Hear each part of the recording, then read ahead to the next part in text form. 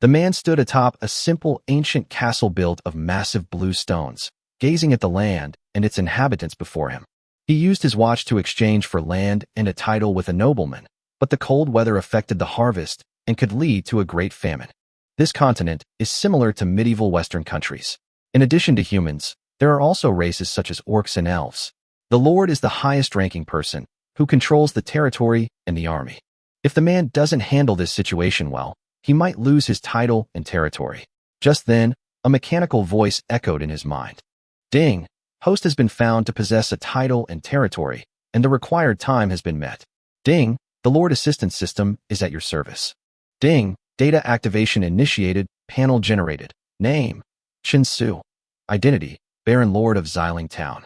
Territory: Purple Diamond Territory, 3 kilometers radius. Number of citizens: 306. Charm value: 0. Security: 12. Chaotic. Personal assets: 3 gold, 14 silver, 0 copper. Main quest: territory development, Great Famine. Content: low temperatures have led to reduced harvests in Xiling Town, resulting in food and clothing shortages and putting the people's lives at risk. Mission requirements: ensure the survival of the people. Task rewards: Charm plus 10, Mysterious Crystal *1. Meanwhile, the construction page displays: Mysterious Tower requires 1 mysterious crystal.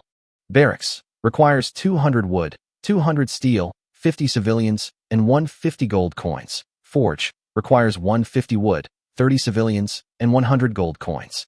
Lumber camp requires 100 wood, 20 citizens, and 50 gold coins. After learning about its functions, Chen Su discovered that it was an auxiliary lord system. As long as time and resources were invested, one could develop their territory and army. Ding! The system has detected that the host is diligently learning its functions. A newbie gift pack is being awarded. Gift pack contents: 100 gold coins, Guardian 2 mount, Heavenly Might red hair, juvenile version. 2 burly guards knelt before Chen Su, vowing to protect him to the death. The little pony in front of him rubbed happily against his legs. Once a guardian pledges allegiance to a master, their loyalty will last forever, and their strength will continuously increase with the investment of resources, with no upper limit. According to the system introduction, once this heavenly red hair reaches adulthood, it will possess great strength. Legend has it that it is a favorite of the heavens, and those who gain its approval often have extraordinary encounters or obtain treasures. Chen Su turned his gaze to the guardians and the heavenly might red hair, and the system panel immediately displayed the following information. Guardian: X. Rank: Common Warrior. Loyalty: Max. Class: Warrior. Guardian: Y. Rank: Apprentice Mage. Loyalty: Max. Class: Mage. Mount: Heavenly Might red hair. Level: Juvenile. Skill: Heavenly Might Blessing. The recipient's luck increases by 10. Upon seeing Y's information, Chen Su appeared slightly surprised, but did not dwell on it, simply shaking his head and looking away. After settling the guardians and the heavenly red hair, Chen Su returned to the most luxurious room in the castle and began to consider the mission. A knock sounded at the door, and the butler, Webb, entered, dressed in his butler's uniform and wearing white gloves. Your Excellency, the situation in the territory is not very optimistic. Tell me your thoughts. Chen Su gestured. The land in Xiling Town is barren, and the cold weather has exacerbated the situation. If taxes continue to be levied, the people may riot due to the unbearable burden. Chen Su smiled, and with his back to the steward, he said, Estimate how many houses and how much food we need to ensure the safety of all our people. Webb froze, looking at him in surprise. Your Excellency, most of the people of Purple Ridge Town are poorly clothed and starving. The steward, Webb, respectfully replied, If we want everyone to get through this period safely, we need to build at least 100 houses and prepare 100 gold coins to buy food. Chen Su calculated that he was short 100 gold coins. He decided to first conduct an on-site inspection of the territory. Take me to see Xiling Town first. Webb nodded in agreement and led him out of the city. In less than half an hour, Chen Su had traversed the entire town of Xiling. The town was very small, surrounded by low mud walls, with a dozen or so houses simply built of stone or wood inside, and most of the other residents sleeping on thatched beds. In the low temperatures, the mortality rate was extremely high. Survivors were emaciated and numb. The only respectable building was Chen Su's lord's castle. Back at the castle, Chen Su ordered his steward, Webb, gather all the subjects in front of the castle. Yes, Your Excellency. In less than an hour, more than 300 citizens gathered in front of the castle, puzzled and speculating that the new lord might be about to introduce new policies or increase taxes. Standing atop the castle, Chen Su announced, I am Chen Su, the new lord of Xiling Town.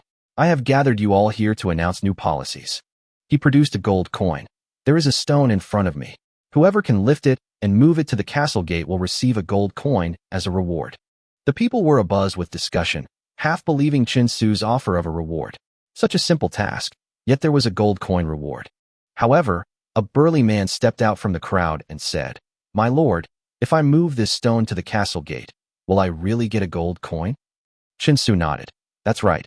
As long as you complete the requirements, you won't be shortchanged on gold coins. The burly Simon answered firmly, I have a family to support. He picked up the stone. The stone was heavy, but he insisted on carrying it to the castle gate. Chen Su nodded in satisfaction. Very good, Simon, I'll remember you. The gold coin is yours now. He flicked his finger, and a gold coin landed in front of Simon. The sight of the gold coins falling to the ground left all the citizens speechless. They began to realize that this new lord was different from his predecessor, and a sense of trust began to rise in their hearts. System notification. Ding. Your word is your bond. Your leader's trust level has increased. Ding. Your charm has increased by 2 points. Chen Su paused for a moment, allowing his people to process the significance of this action before announcing the policy. First, all unreasonable additional taxes within the territory, in addition to the basic taxes, will be abolished. The people were shocked. Never before had a lord voluntarily reduced taxes.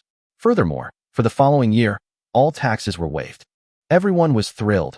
A year of tax exemption meant all their earned income would belong to them. Long live the Lord. May the gods protect the Lord. Finally, due to the cold weather, you will need houses to protect you from the cold. Starting today, everyone should go and cut down trees to build shelters. Your labor will not be unpaid. Those who participate in the work each day will receive a pound of grain as compensation. They received daily food rations and free housing. The people understood that they were the biggest beneficiaries of this policy. The people readily expressed their willingness to pledge allegiance to Chen Su. Chen Su quickly breathed a sigh of relief. He only had 100 gold coins, while he needed at least 200 gold coins to build houses and buy food. Lord, we are willing to serve you forever. A resident suddenly knelt down, and the others followed suit, expressing their gratitude. This scene was witnessed by the steward Webb, who realized that Chen Su was not only benevolent, but also a very wise lord. After the meeting, Chen Su returned to his study with his steward. Webb, the matter of the grain is yours. Get it done within 3 days, the sooner the better. Chen Su took out the remaining 100 gold coins. Webb accepted the gold coins. My lord, he said, you should send 2 men with me, for I am getting old. Okay, you're right. Chen Su nodded. X, Y, you 2 stay with Webb and make sure he's safe. 2 guardians answered the call and stepped forward. When Webb saw them, he was startled and silently led the way. Chen Su watched them leave, feeling much more at ease. With the guardians, Webb would surely be able to complete his mission successfully. The next day, Weibu returned to Xiling Town with a convoy loaded with grain. Chen Su, seeing the convoy, exclaimed, How come there's so much grain? Did we steal it?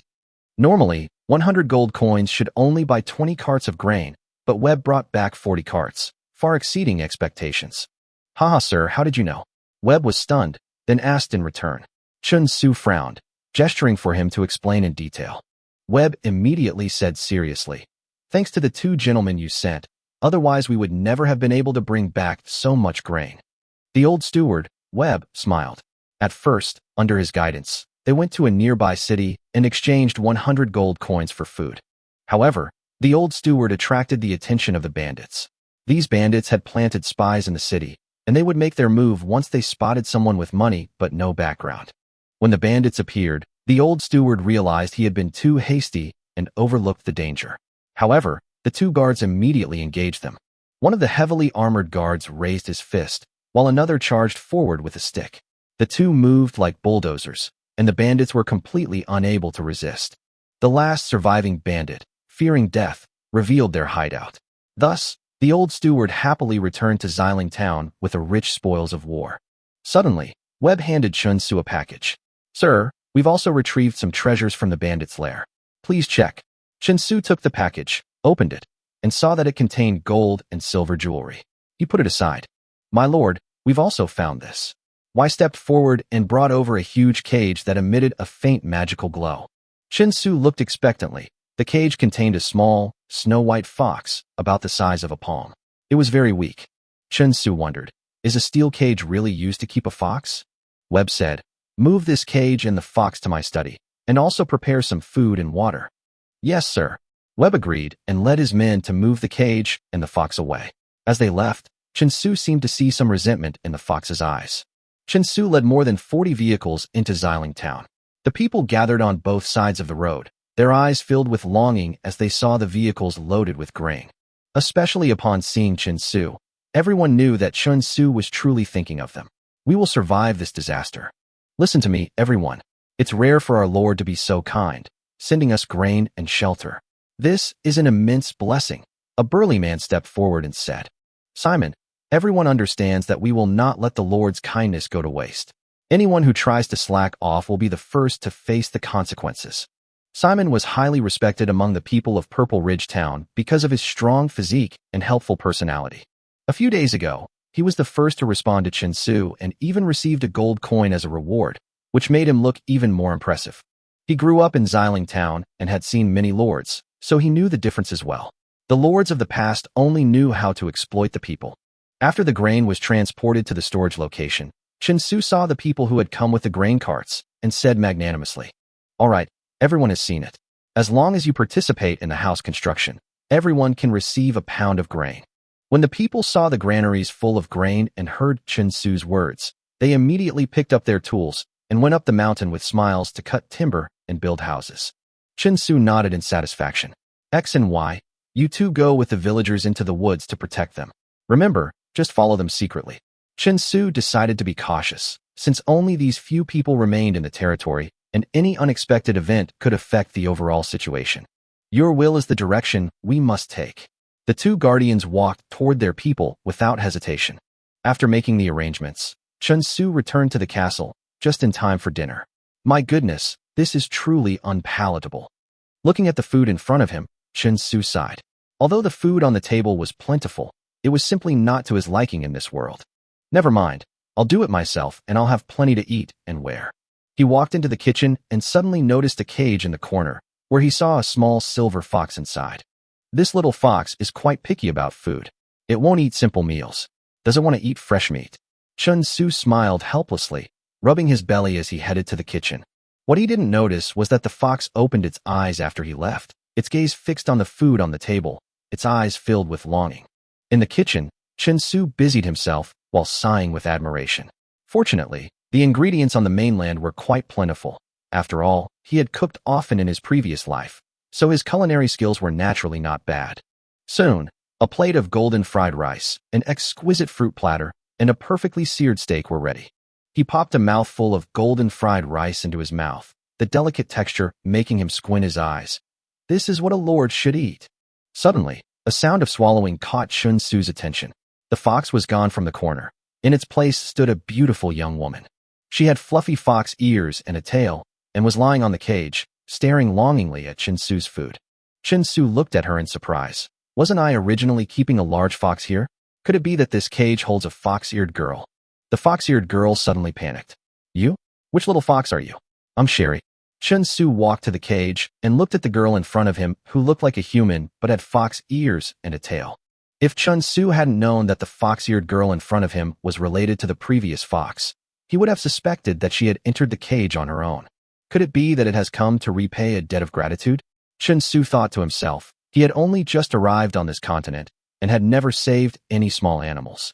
Shueli, a fox-eared girl and a member of the Tishan Fox clan, is naturally able to switch freely between fox and human forms. Her previous fox incarnation was her true appearance. Members of the Tushan Fox clan are only allowed to go out alone after reaching adulthood, and Shirley is still far from adulthood. But she couldn't wait and secretly slipped out of the tribe when the guards left. Unexpectedly, she ran into bandits as soon as she stepped outside. Overwhelmed with fear, Shirley transformed into her silver fox form, but this transformation required stamina, and she had almost exhausted her strength. Upon encountering the delicious food prepared by Chinsu, She forgot her disguise and reverted to her true form. Was her fate to be sold to these human nobles? I'm telling you, don't hurt Shirley. Shirley is a powerful fox warrior. Shirley suddenly threatened. When Chun Su heard the fox-eared woman speak, "Your name is Shirley?" Shirley looked at Chun Su warily. Damn human nobleman. Just as they were facing off, a rumbling stomach sounded. Shirley looked down. Hungry? Chun Su asked. Shirley didn't answer, still watching him warily. She hadn't eaten for almost 3 days since being captured by the bandits. Seeing her reaction, Chun Su couldn't help but laugh. He walked to the dining table, picked up the golden fried rice he had just taken a bite of, and neatly placed it in front of Shirley. You look like you're starving. I only ate 1 bite of this fried rice. If you'd like, you can have some first. Shirley turned her head, her tone resolute. Even if I starve to death, I will not eat anything you give me. Chun Su didn't say anything more, but returned to the table and continued to enjoy his dinner. Chun Su ate with great relish, while Shirley's ears twitched involuntarily. The aroma of the food and the sounds of Chun Su chewing constantly stimulated her senses. After a long while, Shirley finally couldn't resist turning around and glancing at the fried rice placed behind her. Shirley wasn't going to eat it. She was just looking at it, not eating it. Sherry struggled internally, thinking, "No, Sherry, you are a great fox warrior. You must not succumb to the temptation of delicious food." But as the aroma filled the air, she only took 1 bite, nothing more. "I was just testing to see if it was poisonous," Shirley said, making an excuse. She quietly picked up the golden fried rice, hid aside, and secretly took a bite. Delicious. She had never eaten such delicious food before. "It's so delicious," she exclaimed, taking bite after bite until she finished the food in her bowl. By this time, Chun Su had finished his dinner and leisurely walked to the cage. "How was the taste? Was my cooking all right?" "Ugh, this is awful." Shirley quickly turned her head away and shook her head, secretly licking her lips. "Really? Then why is there still egg juice on your face?" Chun Su chuckled. "How could that be? I clearly..." Shirley hurriedly reached out and wiped her face. "Haha, I was just kidding." Chun Su laughed, looking at Shirley's confused expression, thinking that this fox-eared girl was really too easy to fool. "You're a bad person." Shirley's fair legs kicked a few times. All right, I won't tease you anymore." Chun Su smiled. "I'll open the cage for you." Shirley's fox ears suddenly perked up, and she looked at Chun Su in surprise. "Are you really going to let me out?" "What? You don't want to?" Chun Su held up the key. No. Shirley shook her head, but stammered and couldn't speak. Chun Su smiled helplessly, shook his head, and then unlocked the cage. The cage was pulled open, but Shirley took 2 steps back, staring at Chun Su warily. "All right, the cage is open. You can leave now." Chun Su returned to his desk and began studying the map of Xiling Town, pondering his next plan. Chun Su was somewhat worried because the territory was too small. If he didn't plan carefully, there might not be enough space to build houses in the future. At this moment, Shirley finally stepped out of the cage, a look of confusion on her face, as if she had not yet fully adapted to her freedom. "Am I really free?" This human not only untied her cage, but also cooked her a delicious meal. However, even though she felt Chun Su didn't seem like those bad people, her only thought was to get home as soon as possible. But she seemed to have forgotten the way home. Since secretly leaving the Tushan Fox clan, Shirley has been captured by bandits and has been wandering far from home. The Tushan Fox clan never stays in one place for too long. Once the designated time has passed, the clan members will relocate. Chun Su finished planning the houses in his territory, stretched, and was surprised to find that Shirley was still standing behind him, looking worried. "Didn't I already tell you to leave? Why aren't you leaving yet?" Chun Su asked helplessly. Shirley suddenly lowered her head, tears welling up in her eyes. Shirley didn't know how to get home. She glanced at Chun Su furtively and said timidly, "Could I stay here with you for the time being?" Shirley could help with the chores as payment for the rent.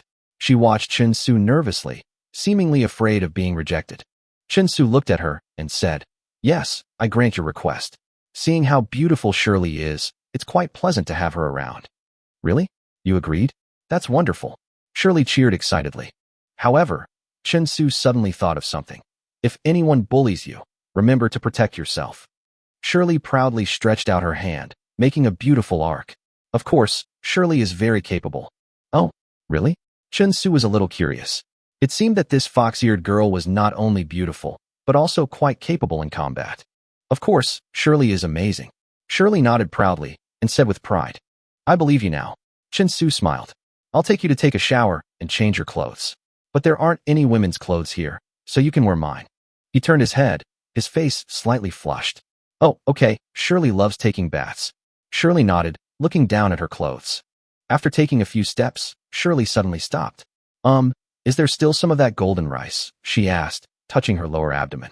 There should be more, Chin-Su replied, somewhat speechless. Shirley was indeed a foodie. After resolving Shirley's issue, Chun-Su returned to the land planning work and began arranging the locations for house construction. To ensure a more organized infrastructure plan, Chin-Su decided to demolish the haphazardly built houses by the residents and replace them with brand new buildings.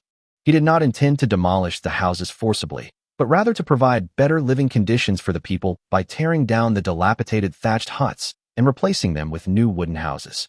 The residents of Xiling Town were very enthusiastic about this change. One day, they demolished the old houses.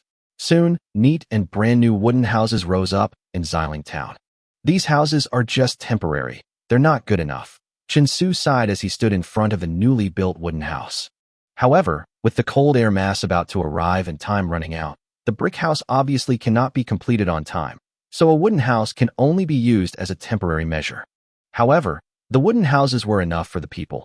They had food supplies and sturdy housing, so getting through the upcoming harsh winter shouldn't be a problem. As time went by, under Wang Chuan's leadership, Xiling Town gradually stabilized and developed. Shueli and Chin-Su's relationship also grew increasingly familiar. Initially, she was wary of Chin-Su, afraid that he would get close. However, Chin-Su's culinary skills gradually won her heart, and she also began to take the initiative to learn to cook. Chin-Su plans to train her to become his personal chef, so that Shueli can learn skills and save himself cooking time. One day, Shirley brought a dish to Chin-Su. Chin-Su, come and try my new dish. I've never even eaten it myself. This is the first time I've made it for you. Chin-Su frowned as he looked at the mixed meat and vegetables on the plate. What was this dish? A rare steak salad? Shirley urged eagerly. Try it quickly. Shirley has been researching this for a long time. It must be delicious. Just then, the old steward, Webb, knocked on the door and came in, excitedly reporting to Chin-Su. Sir, good news. The construction of houses in Xiling Town has been completed. So fast, Chin-Su was taken aback. All right, in that case, I'll go and take a look. He immediately changed his attitude, turning to Shirley. Shirley, I'll go check things out first, and I'll try your food when I get back.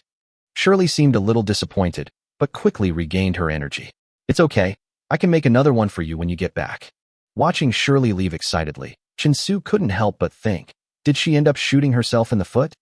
Chin-Su followed Webb to the residential area of the territory, where rows of tall and sturdy wooden houses were built, their walls coated with tung oil and gleaming with a golden luster in the sunlight. Are there enough houses for all the residents of Xiling Town? Chin-Su turned to Wei Bu and asked. Don't worry, sir, the current housing is sufficient. Even if more people come, there will be no problem, Webb replied respectfully. Very good. Chin-Su nodded in satisfaction. There were enough houses. Now that they were built, let everyone move in. How much grain is left? Distribute it according to the number of people in your territory to ensure everyone survives the famine, Chin-Su ordered. When these words reached the ears of the people, they all knelt down, grateful for Chin-Su's benevolence. At the same time, a system voice sounded in Chin-Su's mind. Ding! Detection indicates the people of Xiling Town have sufficient supplies to withstand the famine. Ding! Main quest, territory development, great famine completed. Ding! Congratulations, host. You have gained 10 charm points and 1 mysterious crystal. What? Chin-Su was momentarily stunned. It was finished so quickly. Obtaining the mysterious crystal meant he could begin constructing the mysterious tower. Chin-Su immediately returned to the castle to begin construction of the tower.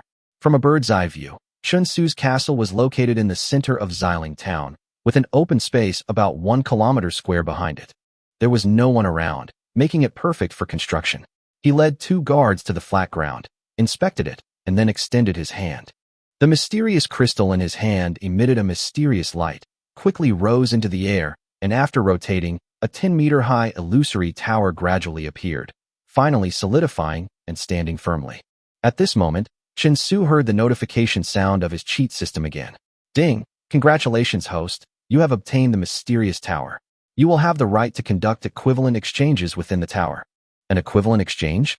He took out a bag full of spoils from his pocket and walked to the box in the center of the tower. Are you sure you want to exchange these items for their equivalent value? Yes, Chen Su answered without hesitation. He placed the gold and silver jewelry he had seized from the bandits into the box.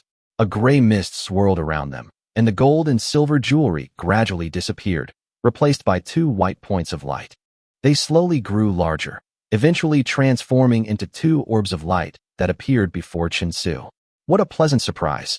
Chen Su thought joyfully, reaching out to grab the orbs.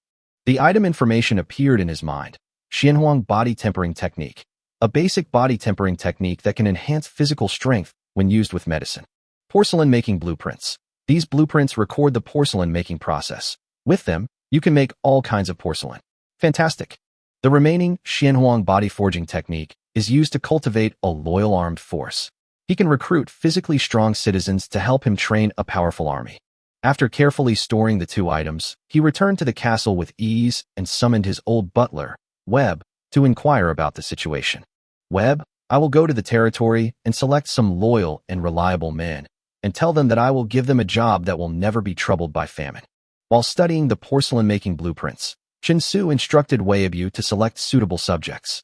He planned to select reliable workers from among his subjects to make porcelain, and to implement strict confidentiality measures to ensure that the secrets of porcelain making would not be leaked. In addition, Chen Su inquired about the price of medicinal herbs from Weibu, which could assist in physical training and help him build an army more quickly. These medicinal herbs are inexpensive, and making one recipe only costs 1 silver coin. Weibu's answer relieved Chen Su. If the porcelain production goes smoothly and they can be sold, the income can be used to buy medicinal herbs and develop the army. Webb soon returned with 8 strong, well-off adults. Upon seeing Chen Su, they all appeared very nervous, but as long as this job could ensure their families would no longer suffer from famine, they would do their best. Chen Su did not immediately tell them the specific work content, but instead arranged for them to first build a special porcelain workshop behind the castle according to the blueprints. Then he assigned each person a task and announced their wages, 25 copper coins per person per day, enough for them to live a relatively comfortable life. Porcelain making involves multiple processes, and to prevent leaks, Chen Su only told each person about the part they were responsible for. At the same time, he also arranged for guards X and Y to take turns monitoring the workshop and prohibit workers from contacting the outside world. With such support, the porcelain production proceeded smoothly. In less than a day, the porcelain in the workshop was completed. A rapid knocking broke Chen Su's thoughts. Webb arrived with a box of porcelain. Sir, the porcelain is really finished. It's the most perfect porcelain I've ever seen in my life. Chen Su took the box, opened it, and inside was a flawless, pure white porcelain vase.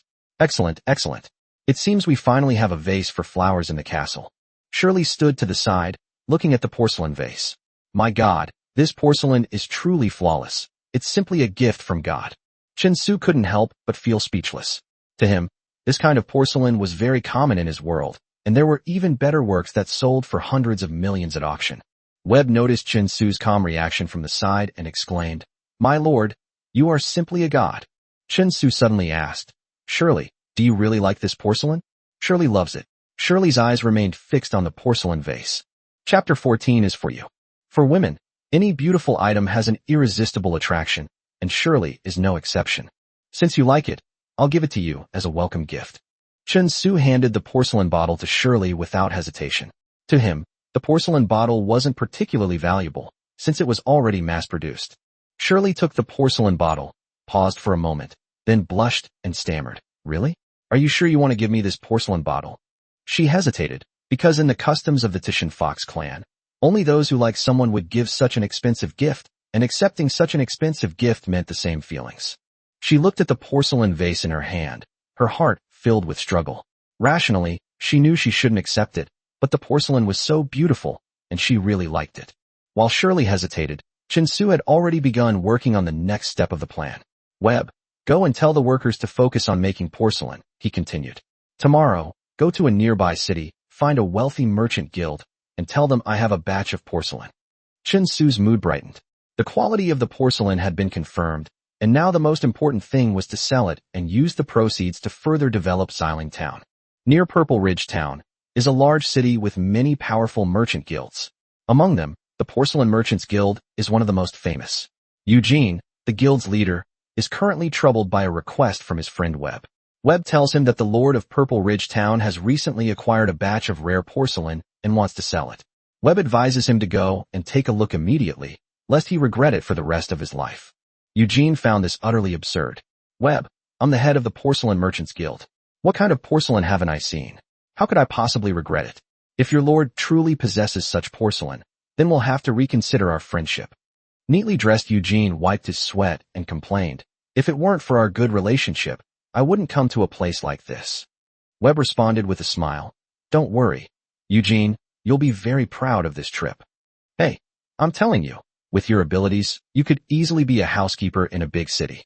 Why are you wasting your talent staying in this small place? Eugene said with dissatisfaction. Where's your daughter? Don't you take her to the big city to broaden her horizons? Haha, small places have their advantages. They don't need the intrigues of big cities, Webb replied with a laugh. As for my daughter, everyone has their own life. Let her be. As for my current lord, he's quite remarkable. You'll understand. Eugene shook his head, still skeptical of Webb's words. But since he was already in Purple Ridge Town, he decided to meet this mysterious lord in person. The two quickly arrived at the castle, and Eugene was stunned when he saw Chen Su. Although Chen Su had an ordinary appearance and looked like a handsome young man, what shocked Eugene was that behind Chen Su stood an exceptionally alluring fox-eared girl. Eugene rubbed his eyes and took another look. The fluffy fox ears were very obvious. This was definitely a beastman. Moreover, the fox-eared girl's charm made Eugene almost unable to believe his eyes. He took a deep breath, marveling at how this small town of Xiling held such an extraordinary secret. If this place had a fox clan maid like her, the porcelain must be something special. With Shirley as a foil, Chen Su's mystique was amplified, and Eugene began to trust Webb's words somewhat. Chapter 15. We're rich. We're rich. Chen Su looked at Eugene. You're the Eugene Webb recommended? You should know why I invited you here, right? I have a batch of precious porcelain pieces. I wonder if you would be interested in acquiring them. Eugene smiled confidently. Haha, my lord, rest assured. I, Eugene, have been in the porcelain business for many years. What kind of porcelain haven't I seen? This batch is definitely fine. Chen Su nodded. That's great. He turned to Webb and said, bring up the porcelain. Webb brought over a box, a meaningful smile on his face, and opened it. Eugene initially saw only a few porcelain vases and looked somewhat disappointed, thinking that these were not worth the special trip he had made. But when the box was fully opened and he saw the porcelain, his eyes widened in utter astonishment. Is this still porcelain? It's so beautiful. It's a miracle. He asked excitedly. My lord, are you going to sell these porcelain pieces to me? Chen Su smiled and nodded. Of course, how many gold coins do you think these porcelain pieces are worth? Eugene respectfully quoted a price, 60 gold coins per item. Old Butler Webb was also somewhat surprised by the price. After all, ordinary porcelain on the market cost only 3 to 6 gold coins apiece, while Eugene's offer was clearly very sincere. However, Chen Su was not satisfied. 60 gold coins is too little. I think 600 gold coins per piece would be more appropriate. Eugene was shocked. 600 gold coins? That's impossible. Chen Su smiled slightly. Don't rush, let's wait and see. He took the porcelain from the box and smashed it on the ground, shattering it into pieces instantly. Do you still think this porcelain is worth 60 gold coins? Eugene was shocked, watching helplessly as the valuable porcelain was destroyed. Now, how much do you think the remaining 3 porcelain pieces are worth? Eugene stared in disbelief as Chen Su picked up another piece of porcelain, seemingly about to smash it again. All right, 600 gold coins it is. Don't drop it anymore. Eugene shouted quickly, fearing he would have to watch the porcelain be destroyed again. Yes, that's the wise choice. Chen Su smiled and said, you only need to pay 1,800 gold coins, and all 3 pieces of porcelain will be yours. The transaction was completed quickly, and Eugene bought the remaining 3 pieces of porcelain for 1,800 gold coins. Shirley's eyes lit up as she looked at the pile of gold coins. She had never seen so much wealth before. It probably didn't even amount to all the wealth of the Tushan Fox clan combined. Chen Su stretched easily. Finally, I have money. The 1,800 gold coins were a relief to him, enough to launch a large-scale construction project. Wabe, go and gather the people and announce my orders. I need manpower to repair the land and roads in Xiling Town. Each person will receive 10 copper coins per day. I need to gather about 100 people. With this money, Chen Su's plan could finally be put into practice. Chapter 16. Major Infrastructure Construction. Xiling Town is located in a remote area, with mostly uneven and potholed land. The only road is a dirt road, and whenever a horse-drawn cart passes by, dust flies up like a smoke bomb. Now that funds are available, Chen Su decided to solve the road problem first. Improving the road will not only improve the quality of life, but also promote economic development. In addition, select about 10 people to build a few public toilets near the newly built residential area. Their wages will remain at the original standard of 10 copper coins per day. Chen Su continued. After the toilets are completed, notify all the residents that they must use the public toilets to relieve themselves, and that urinating or defecating indiscriminately is strictly prohibited. Anyone found doing so will be severely punished. He added seriously that in the original Xiling town, civilians had almost no toilets available, and urinating and defecating anywhere was commonplace. This time, Chen Su wanted to change that and ensure the people had a clean and safe environment. Also, take these gold coins and go to nearby cities to buy grain and continue stockpiling it. Chen Su handed Webb a bag full of gold coins. You can never have too much grain. As a qualified lord, stockpiling grain is essential. Webb nodded in agreement, then looked surprised as he took the gold coins. These are too many gold coins, my lord. You don't need so many. These gold coins are for you to buy medicinal herbs. According to this list, buy 1,000 portions of herbs first. Chen Su handed a list to Weibo. The herbs would only cost 10 gold coins, and Chen Su planned to use them to prepare for training an army and soldiers for the subsequent Xianhuang body tempering technique. Yes, my lord. Webb took the list and hurriedly left to carry out the tasks. Watching Webb's retreating figure, Chen Su sighed inwardly. We're short-handed. Although he could solve the problem with money, the lack of manpower remained Xiling Town's biggest weakness. If he had enough manpower, he could quickly train an army and build more facilities. But for now, he could only slowly accumulate resources. Old Steward Webb swiftly announced Chen Su's orders, and Xiling Town erupted in excitement once more. The townspeople enthusiastically threw themselves into infrastructure construction, smiles radiating from every corner. Even those not selected were happy to have the job, as they would earn 10 copper coins per day, a reward unmatched elsewhere. Each step of the process was carried out in an orderly manner. The uneven ground was repaired, covered with fine sand, and then paved with bluestone. After some effort, a clean bluestone road gradually emerged. The public toilets next to the residential area were also under construction. I never expected that the Lord would actually build toilets for us. Commoners can actually use toilets. Some citizens began to discuss while working. Yeah, in the past we could only find a corner to relieve ourselves, but now we can actually have a proper toilet, another person chimed in. The Lord is so kind. He cares about us commoners and finds us work so we can earn some money, one of the lords remarked. However, while they were chatting, Simon walked over. Seeing that they weren't concentrating on their work, he immediately glared at them and said, You can chat while you're working? If you don't want to work, get out. There are plenty of other people in the territory. Seeing this, the group quickly shut up and obediently threw themselves into their work, no longer daring to utter a single complaint. Chapter 17. Don't touch the fox's tail. Since Chen Su issued the order, the people began repairing their lands and roads, and started building public toilets. Simon, who had been rewarded with gold coins by Chen Su, volunteered to supervise the work based on his position among the people, without asking for any reward. He knew he had won Chen Su's favor and was filled with gratitude for this benevolent lord, silently praying in his heart. Inside Chen Su's castle, the fox-eared girl Shirley stood to the side, watching Chen Su, who was engrossed in his work and couldn't help but ask, Chen Su, what are you doing? Chen Su looked slightly exasperated. Could you move back a little? You're standing too close.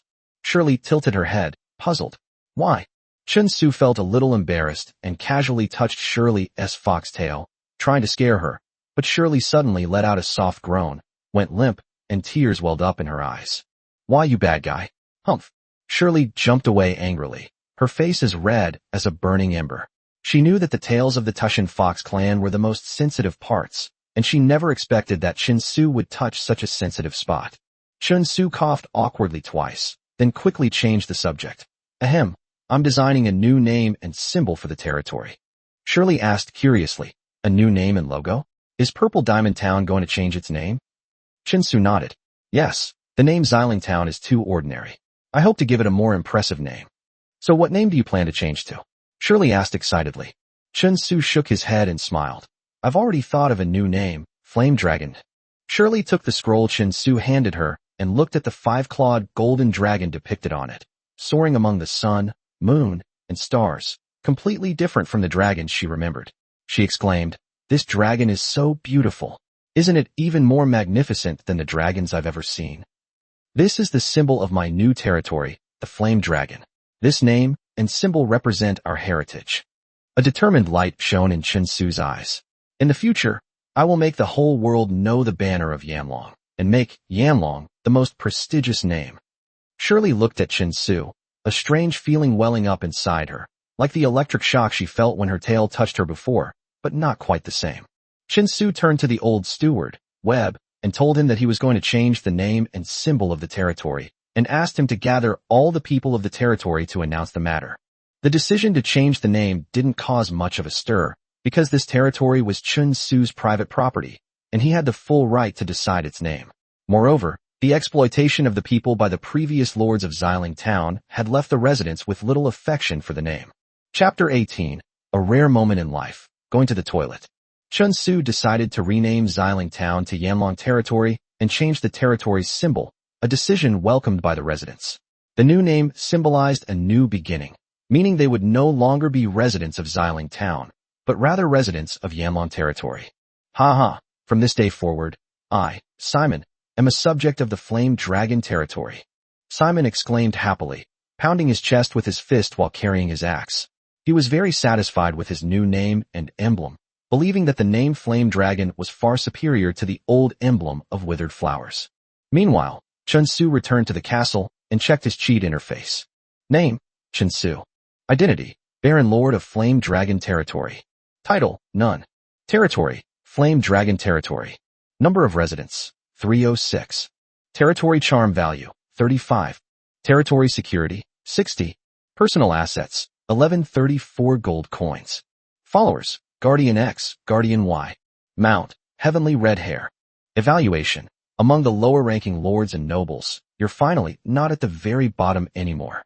Chen Su was very satisfied with his stats, especially since his territory's charm and security levels had both reached the passing grade.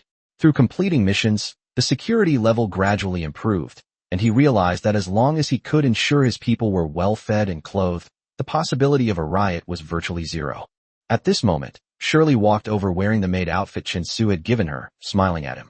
"Chen Su, the brown sugar-steamed buns you made last time were so delicious. Could you make a few more today?" Chen Su shook his head helplessly after hearing this. "Are you sure a few are enough? Probably dozens, right?" Since arriving in Yanlong Territory, Shirley's appetite has increased dramatically, but her cooking skills are far from satisfactory. Although he had tried to teach her to cook, no matter how he taught her, she still made terrible dishes, so Chen Su had to cook for her himself. Sherry lowered her head shyly, revealing a longing expression. "If I could, I would really like more." Her fox ears twitched, showing her anticipation. Chen Su didn't refuse. Now that he had finished dealing with matters concerning the territory, interacting with Shirley would be a good way to relax.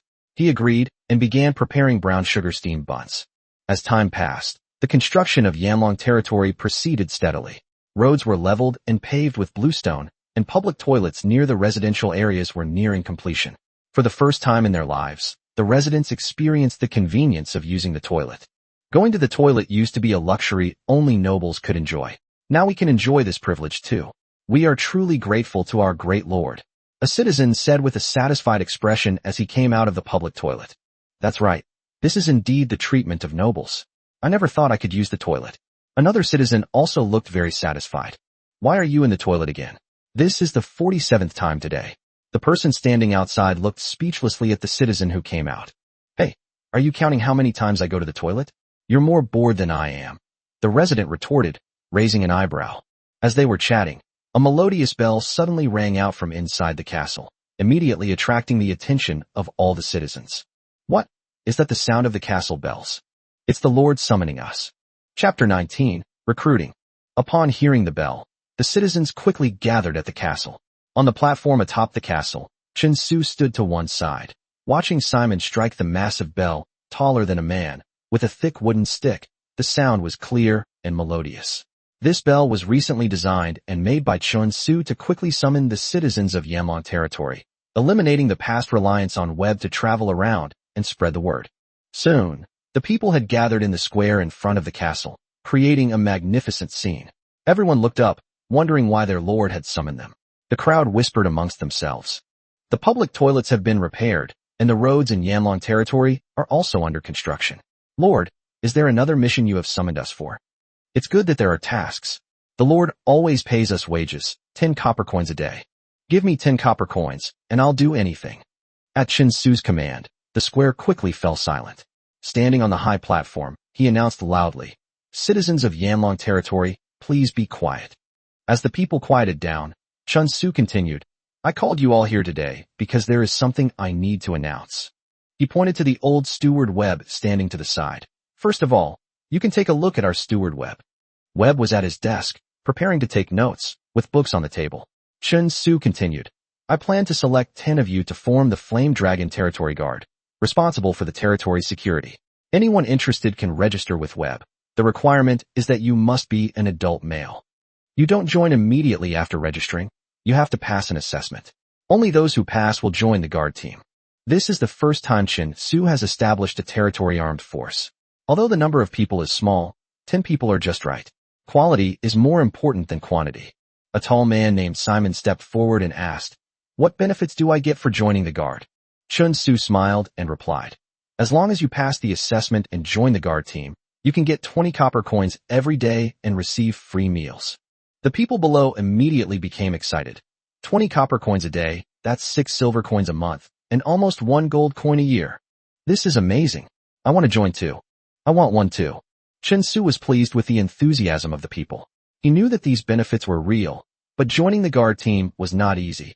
Only the elite soldiers who passed the assessment could enter the team. Then, Chen Su announced the second piece of news. "My castle needs 10 servants to be responsible for daily cleaning and chores. The benefits are also free meals and 5 copper coins per day. If you want to sign up, go find Webb." Since arriving in Yanlong territory, Chen Su has entrusted everything to Webb, but since the previous lord took everything useful, Webb has been short-handed. Recruiting servants now will help alleviate some of the pressure. As a result, the recruitment work in Yanlong territory proceeded smoothly, and Chen Su's plan was also progressing in an orderly manner. Chapter 20. Soaring Enthusiasm. Every day, the people of the territory were able to eat their fill, plus a daily wage of 5 copper coins. Although this servant job was inferior to the position in the Flame Dragon Territory Guard, in the eyes of the people, it was still a good job, especially since it allowed them to enter the castle and be closer to the Lord. Even as servants, their status was higher than that of ordinary people outside.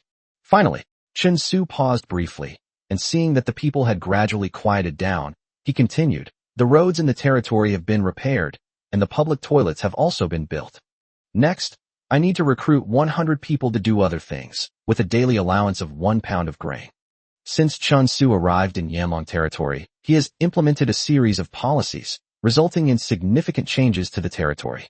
Meanwhile, he has amassed a considerable fortune through the porcelain trade. Now, it's time to advance the next phase of his grand plan. The buildings enabled by his cheat system should also be put into use. Otherwise, they will be a waste. As soon as he finished speaking, Chen Su turned and left.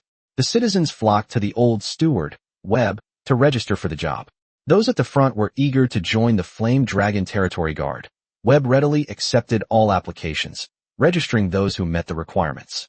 However, this was only registration. Whether they could pass Chen Su's test depended on themselves.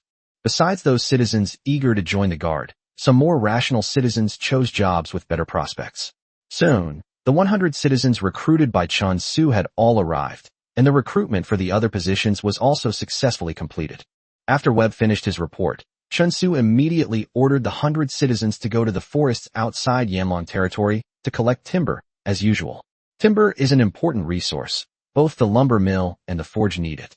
At the current level of the citizens, 100 people can collect about 10 units of timber per day, but the forge needs 150 units and the lumber mill needs 100 units. If there isn't enough timber, Chen Su's grand plan will have to continue.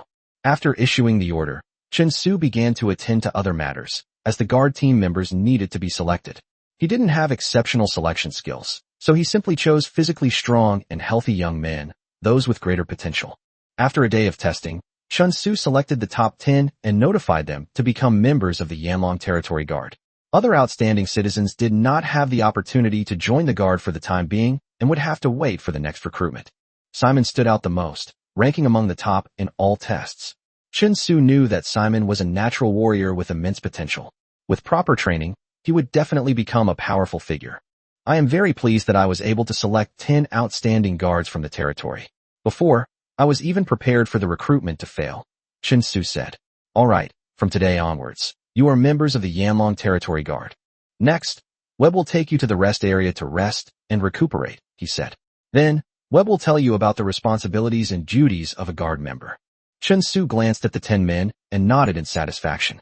He hadn't personally overseen the training of the guards. Neither had the time nor the expertise. But he knew how to utilize people. The 2 Guardian Warriors, X and Y, were the best instructors. Of course, although they were appointed as instructors, Chen Su would still be involved in arranging the training content. He had military management experience from his previous life, as well as the Yanhuang body tempering technique, a set of exercises that could greatly enhance physical strength. Chen Su also looked forward to seeing how far these 10 guards could grow. Meanwhile, Simon and the other 10 guards were still basking in the joy of their successful selection, unaware of the grueling training that awaited them. Led by Webb, Simon and 9 other guards arrived at their quarters. These were makeshift structures erected during road construction. Since the military camp was not yet completed, they had to stay here temporarily. The accommodation was spacious, and even with dozens of people living there, it didn't feel crowded. 10 large wooden tubs were neatly arranged inside, each filled with hot water and emitting steam. Next to them, 10 sets of clean clothes were neatly laid out. All right, this is the place, Webb said seriously. Go into the tubs and wash yourselves from head to toe, then change your clothes and gather at the door. Remember, you only have 1 hour. If you fail to complete the cleaning and assemble within the allotted time, the consequence will be immediate expulsion and the loss of your guard rank. Addressing the 10 people, Webb's tone was stern and firm. Chapter 21. You think passing is a good thing? The old butler Webb's imposing presence silenced the team members present, who all nodded in response. He then nodded in satisfaction, opened the door, and left. The 10 guards stood there, at a loss. Hey, why does it always have to be us taking a bath? Does our Lord have a cleanliness obsession? One of the team members complained. Instead of complaining, you should get yourself cleaned up, another person advised.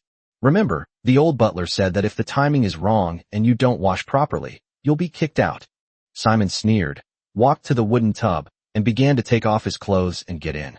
Everyone jumped into the wooden tub and began to wash themselves carefully. Simon was filled with gratitude towards Lord Chen Su.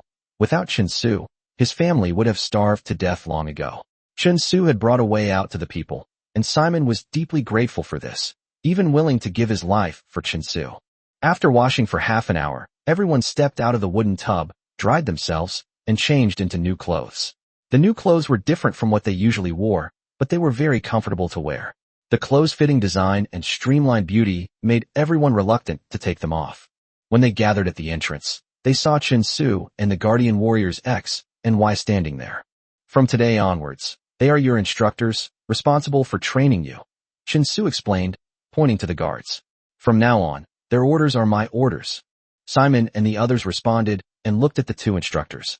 The Guardian Warriors X and Y were tall, one wearing heavy armor and the other wearing a cloak, giving off an aura of inviolable majesty.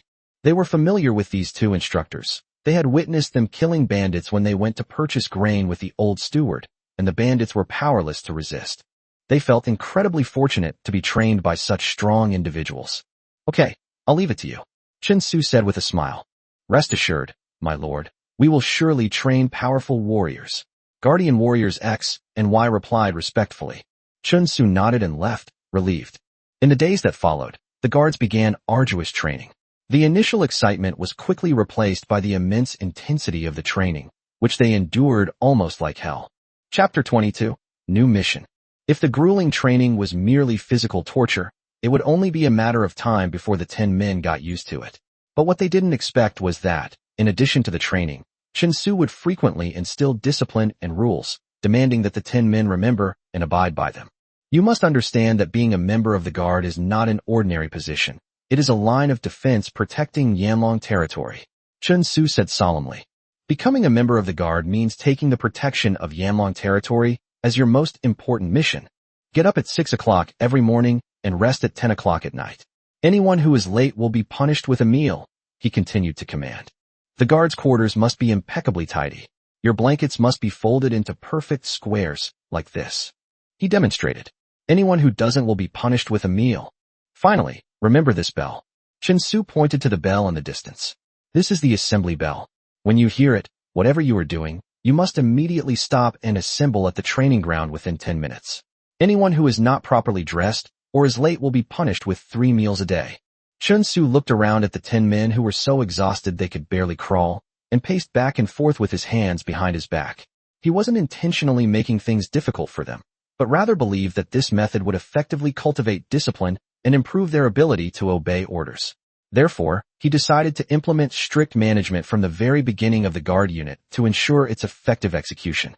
Simon and the others were either trained by the guardians or instilled with discipline by Chen Su every day, leaving them exhausted like dead dogs.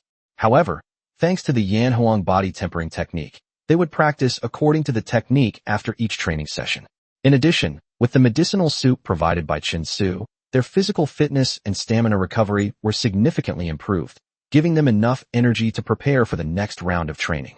Meanwhile, the citizens of Yanlong territory could hear screams and shouts coming from the training ground every day, watching Simon and the others in their neat new uniforms running around the territory, their slogans echoing all around. 1, 2, 1, 1, 2, 3, 4.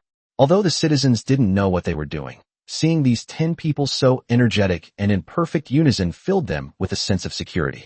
This is the Yanlong Territory S-Guard.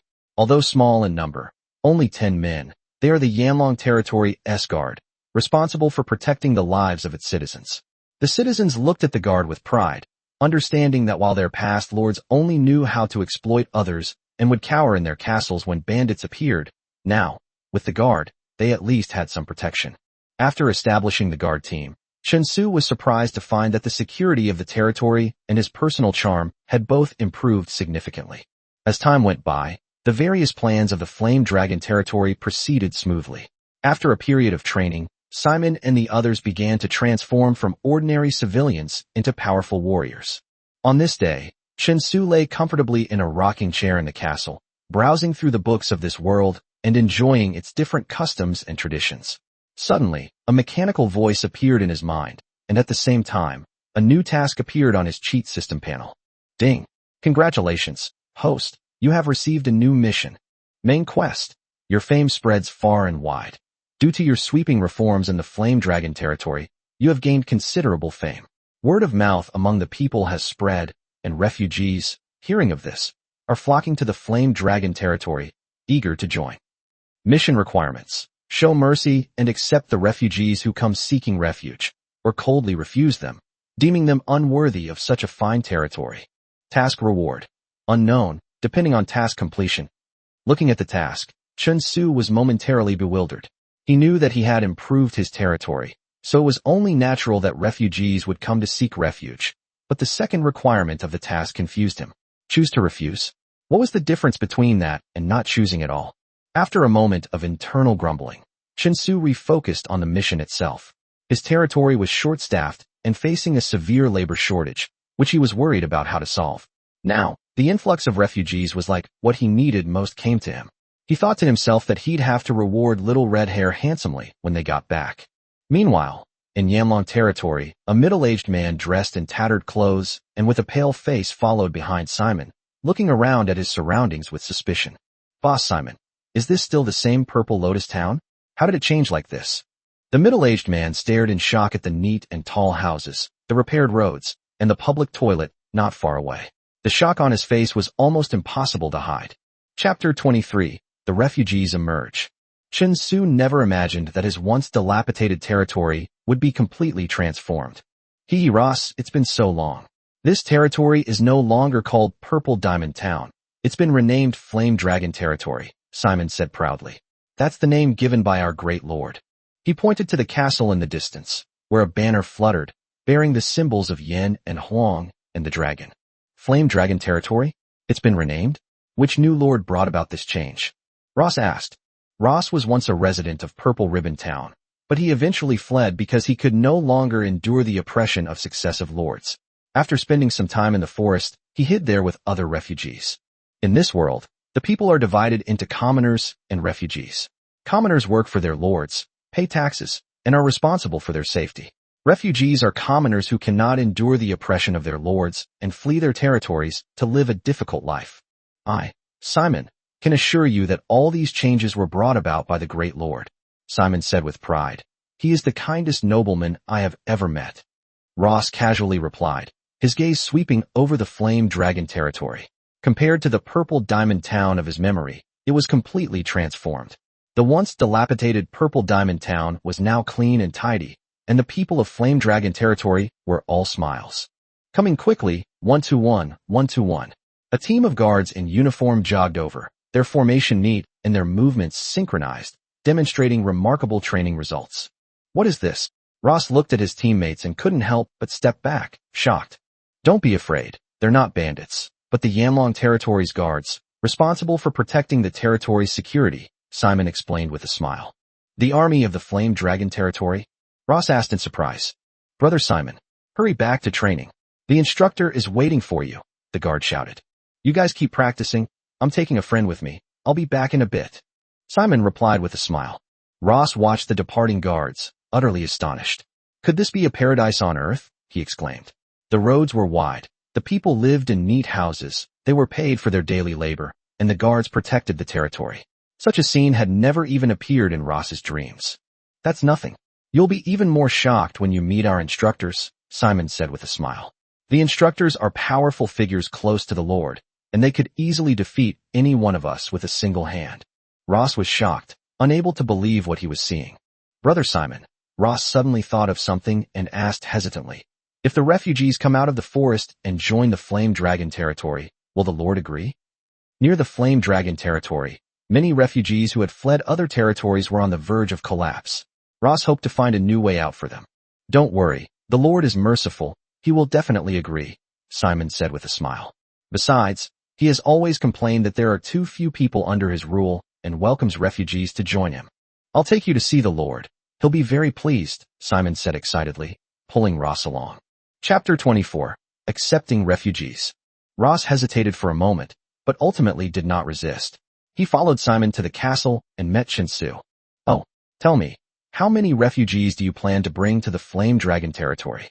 Chen Su asked, sitting in his chair with interest. The triggering of the new mission puzzled him. There was no follow-up after the mission ended, and he originally thought it was just an ordinary mission. But Ross's appearance made him realize that he was the key figure in this mission. Gods above, the refugee Ross greets your majesty. We are about 800 refugees living in the forest. We hope that you, in your greatness and mercy, will take us in, Ross said nervously. But before he could finish speaking, Chen Su interrupted him. What? More than 800 refugees? Great. Take them all in and bring them to my territory. Chen Su responded immediately upon hearing the number. Lord, are you saying you'll take in all of us refugees? Ross was stunned, not expecting Chen Su to give such a reply.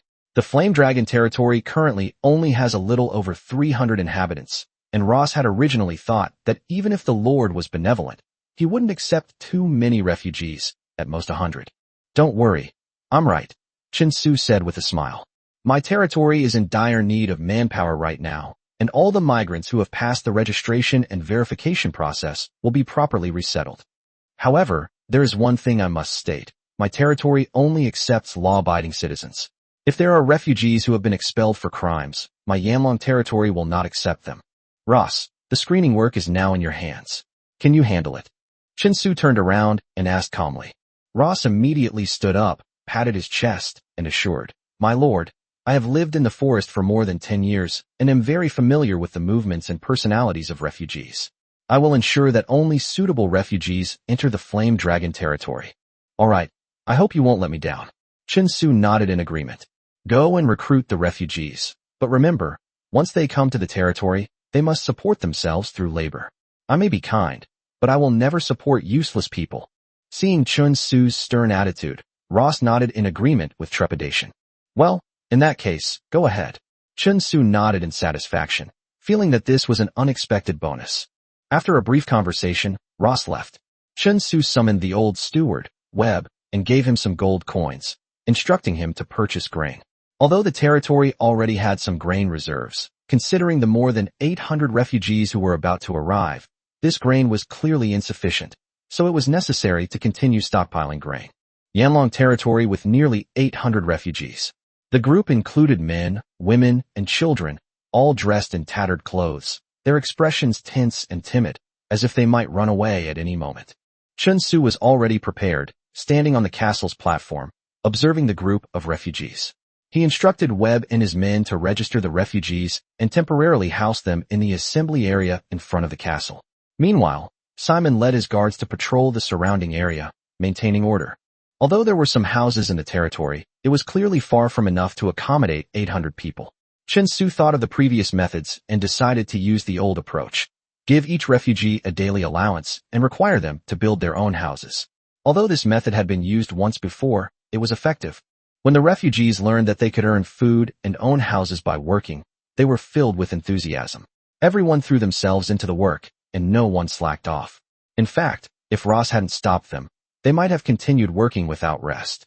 After all, the fruits of their labor will belong to them.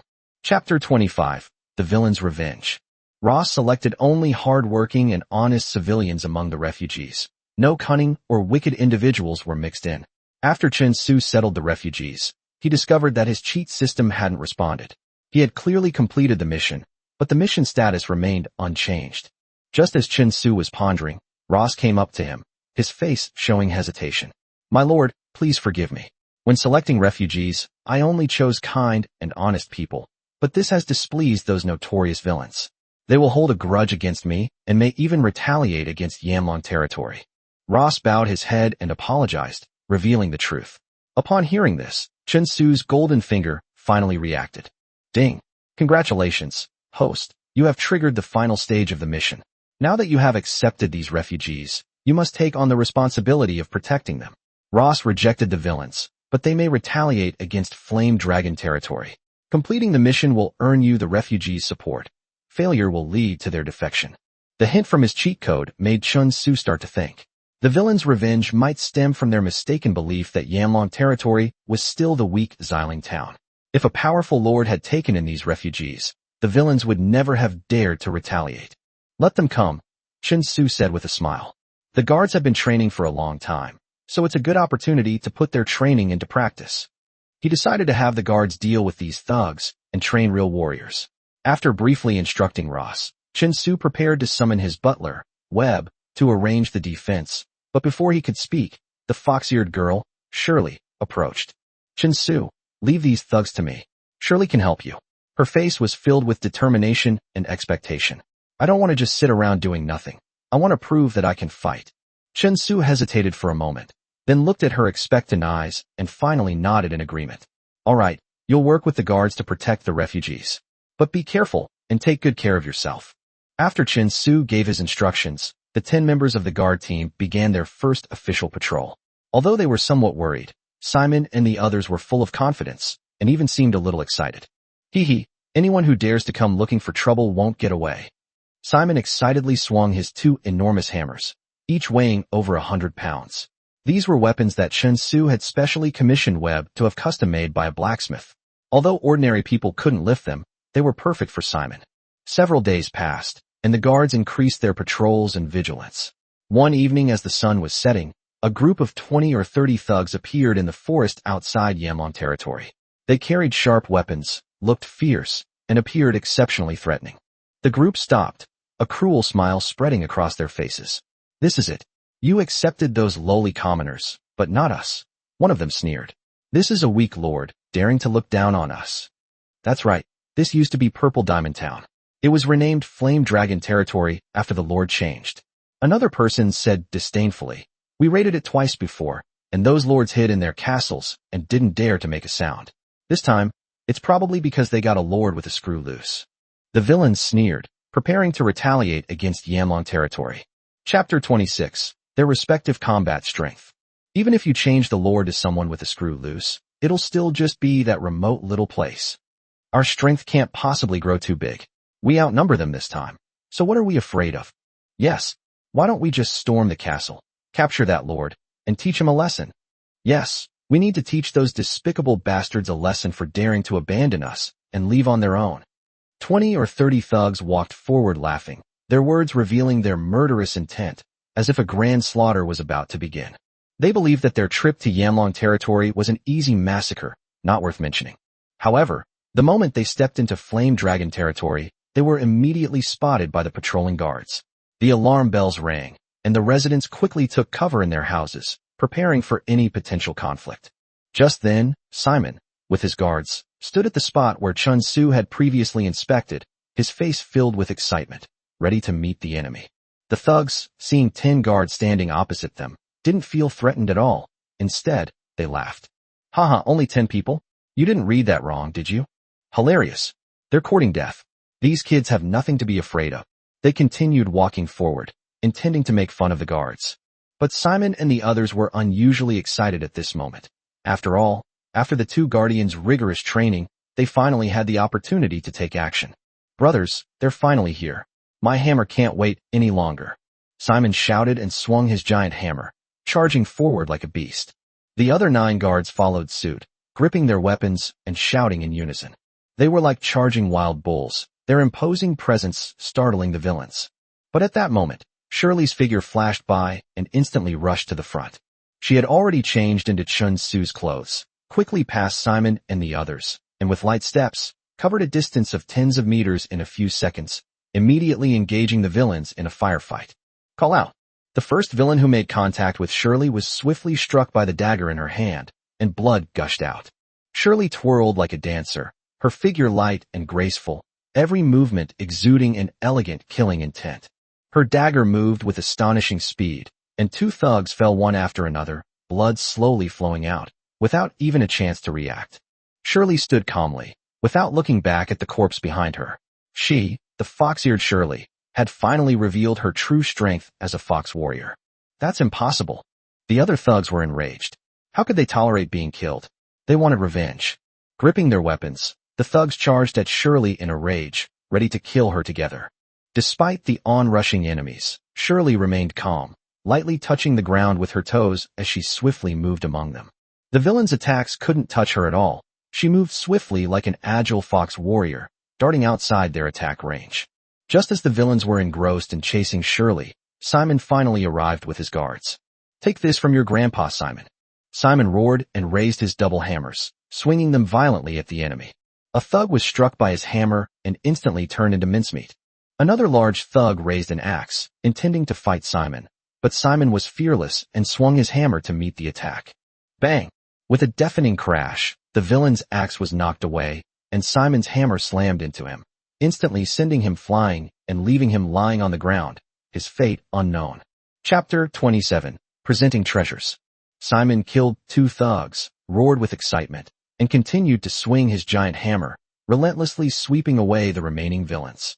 Seeing Simon's performance, the guards' tension instantly dissipated, and they threw themselves into the battle, utilizing every skill they had learned during their grueling training. Unbeknownst to them, these team members had transformed into a well-trained army, their combat strength vastly superior to that of the thugs. Led by Simon and Shirley, the guards were like tigers unleashed from their cages. The thugs offered almost no resistance and became lambs to the slaughter. With most of the gang wiped out, the remaining few completely collapsed, dropping their weapons and fleeing in panic into the forest. Simon and his men showed no mercy, giving chase and killing them one by one. As the last villain was struck by Simon's giant hammer, Chun Su heard a notification from his cheat system. Ding! Main quest, renowned throughout the land, is complete. Ding! Your divine might in slaying the villain has won the hearts of all the refugees who came to you, making them completely loyal to your cause. Ding! Your territory's population is currently 1,200. Territory security +5, territory charm +5. As soon as the reward notification for the golden finger sounded, the refugees hiding inside the house rushed out and knelt down at Chun Su's feet in gratitude, expressing their thanks one after another. My lord, you are truly a great lord. Thank you for protecting us. Thank you for ridding us of these evildoers. We are willing to serve you to the death. Chun Su smiled and replied, if you want to wear the crown, you must bear its weight. As your lord, it is my responsibility to protect you. Although the refugees knew it was the lord's responsibility, they were still deeply grateful, since in other places, the lord wouldn't even bother with polite words. After a brief exchange with the refugees, Chun Su walked toward Shirley.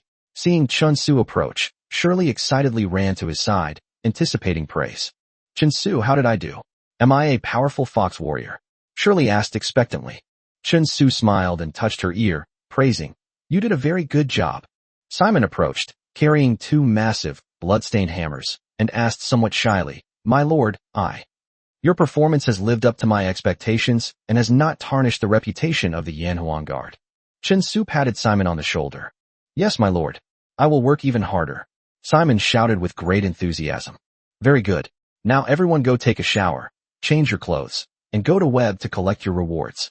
Chen Su nodded and instructed everyone to collect their gold coin rewards.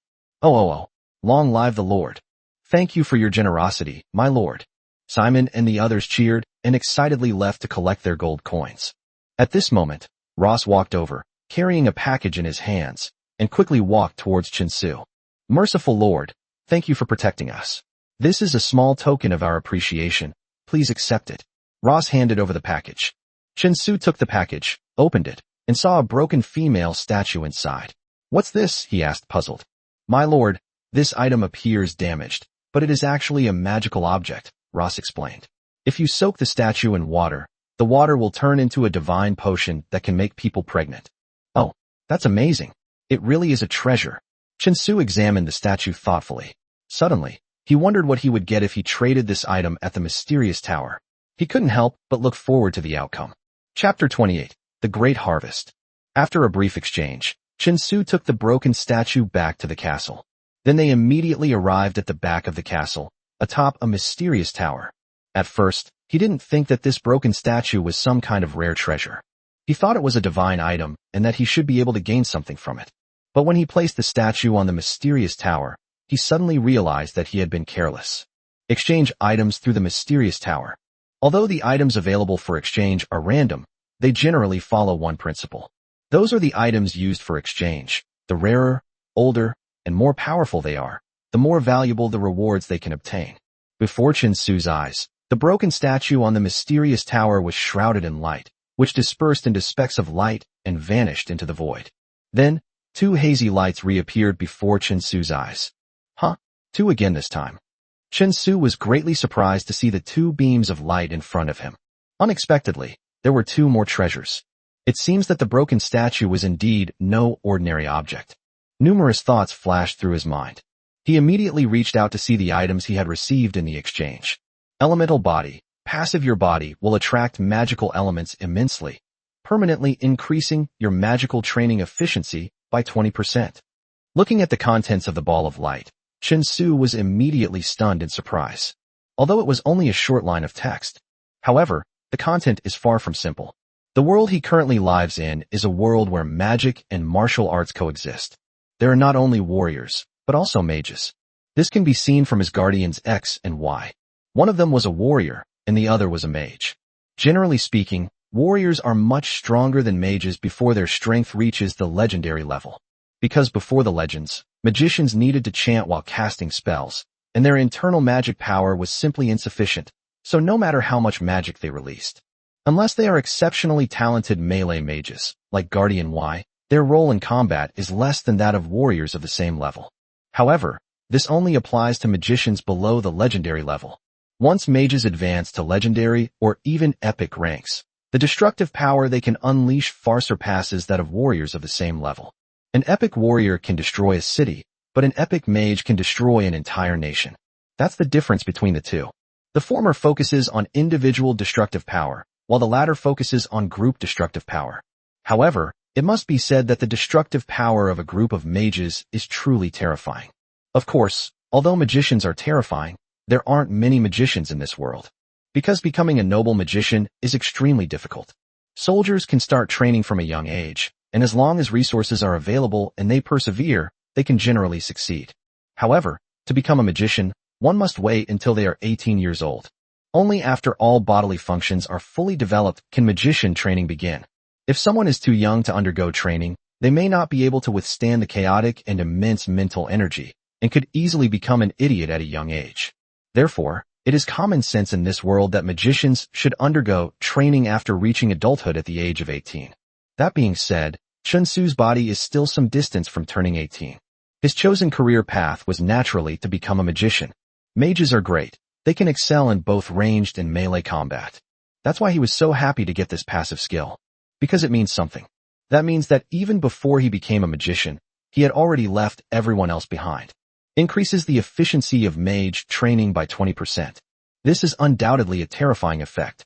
This means that Chun Tsu's efficiency in accumulating magical power and improving his cultivation level will be extremely fast. It can leave its competitors far behind. No matter how hard we try, we can't catch up. After a period of joy, Chun Tsu briefly assessed the changes in his body. I don't feel anything. If it weren't for the fact that this cheat system actually exists, he probably would have thought he was dreaming.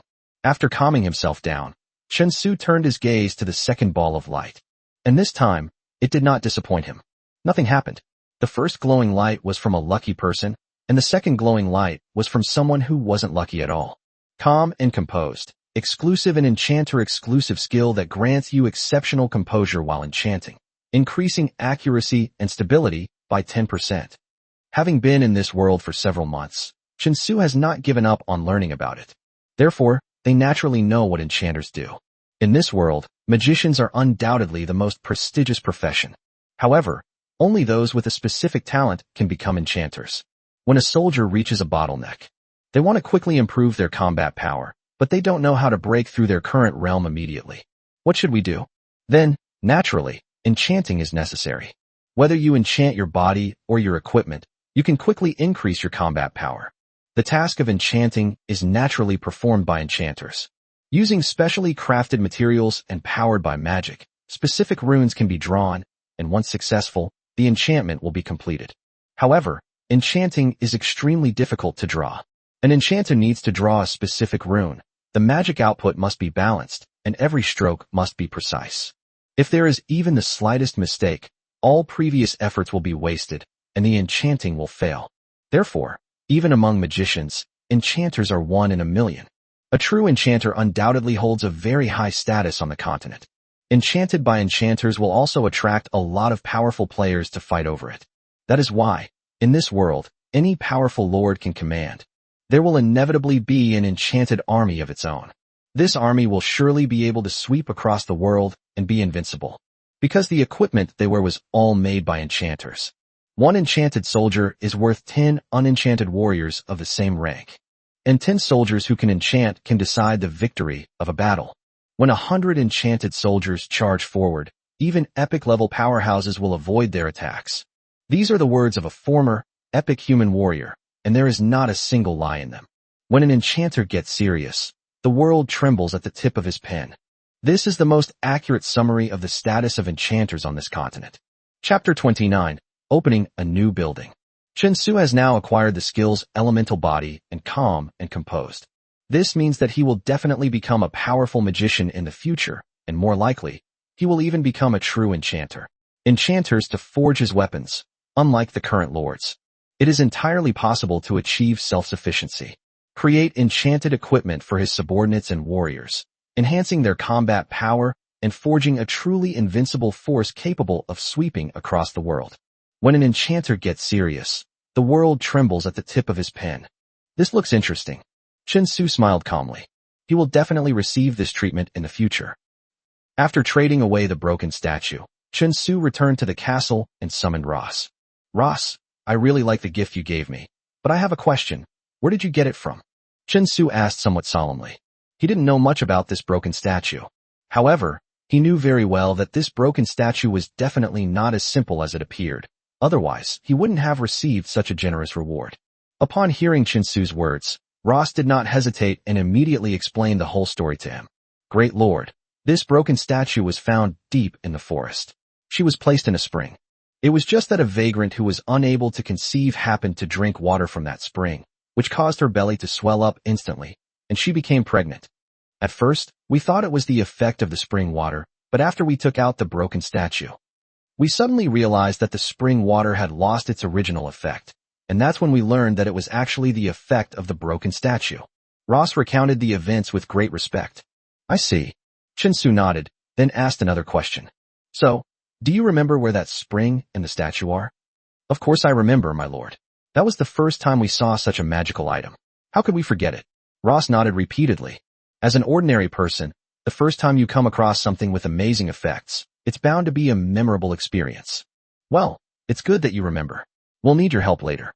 Chen Su nodded in satisfaction and said, since this statue can bring him different gains, it certainly wasn't just randomly abandoned in the forest. If he has time in the future, Chen Su would like to go and find the place where the statue is located. Perhaps he will find something else there. After all, the things obtained through trading statues are truly substantial. Meanwhile, the Flame Dragon territory is undergoing a period of intense territory development. After all, they recruited more than 800 refugees again. With cold weather approaching, there will be no food shortage problem even though Chen Su is here. However, protection is still necessary in this cold weather.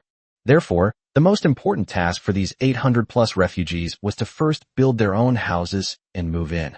When we lived deep in the forest, many refugees would freeze to death or suffer frostbite every year as the cold weather approached. Now that they have become citizens of the Flame Dragon territory, these poor refugees can finally hide in warm and sturdy houses. With this feeling of gratitude, they built it with great enthusiasm. While the refugees were building their own houses, 2 other buildings had already been completed. The completion of these 2 buildings was an absolute delightful surprise. Those were logging camps and steel forging plants. Also on the flat ground behind the castle, not far from the mysterious tower, 2 more buildings rose from the ground. Approaching closer, I looked at the panel in the cheat code. Lumber camp, beginner level. Basic effect, you can obtain 20 units of wood per day. Intermediate effect, you can obtain 50 units of wood per day. Upgrading to an intermediate lumberyard requires 500 units of wood and 2,000 gold coins. Advanced effect, you can obtain 100 units of wood per day. Upgrading to a high-level lumberyard requires 2,500 units and 8,000 gold coins for wood. Junior level in steel forging plant. Basic effect, you can obtain 5 units of forged steel per day. Intermediate effect, you can obtain 20 units of forged steel per day. Upgrading to an intermediate steel mill requires 500 units of wood, 100 units of steel, and 5,000 gold coins. Advanced effect, you can obtain 30 units of forged steel per day, with a chance to obtain an additional 1 unit of refined forged steel. Upgrading to an advanced steel mill requires 3,000 units of wood, 500 units of steel, and 20,000 gold coins. Seeing this, Chen Su nodded in satisfaction. Once these 2 buildings are completed, they will provide Chen Su with 20 units of wood and 5 units of forged steel every day. While 20 units of wood may seem like a small amount, it would take 100 people a whole day of diligent felling to obtain it. As for forged steel, just 1 unit of forged steel is enough to forge a set of armor for a warrior. In other words, Chen Su's territory can currently produce wood and steel every day. There is enough wood to build 20 wooden houses and enough forged steel to forge 5 sets of armor. The output of wood is not too bad. After all, forests are everywhere in the world, so it is not a scarce resource. But the output of that forged steel was truly astonishing. You should know that in this world, a lord's territory typically yields only a few days' worth of forged steel. Being able to forge even 1 set of armor already indicates a high production capacity. If they knew Chen Su's production capacity, they would be incredibly envious.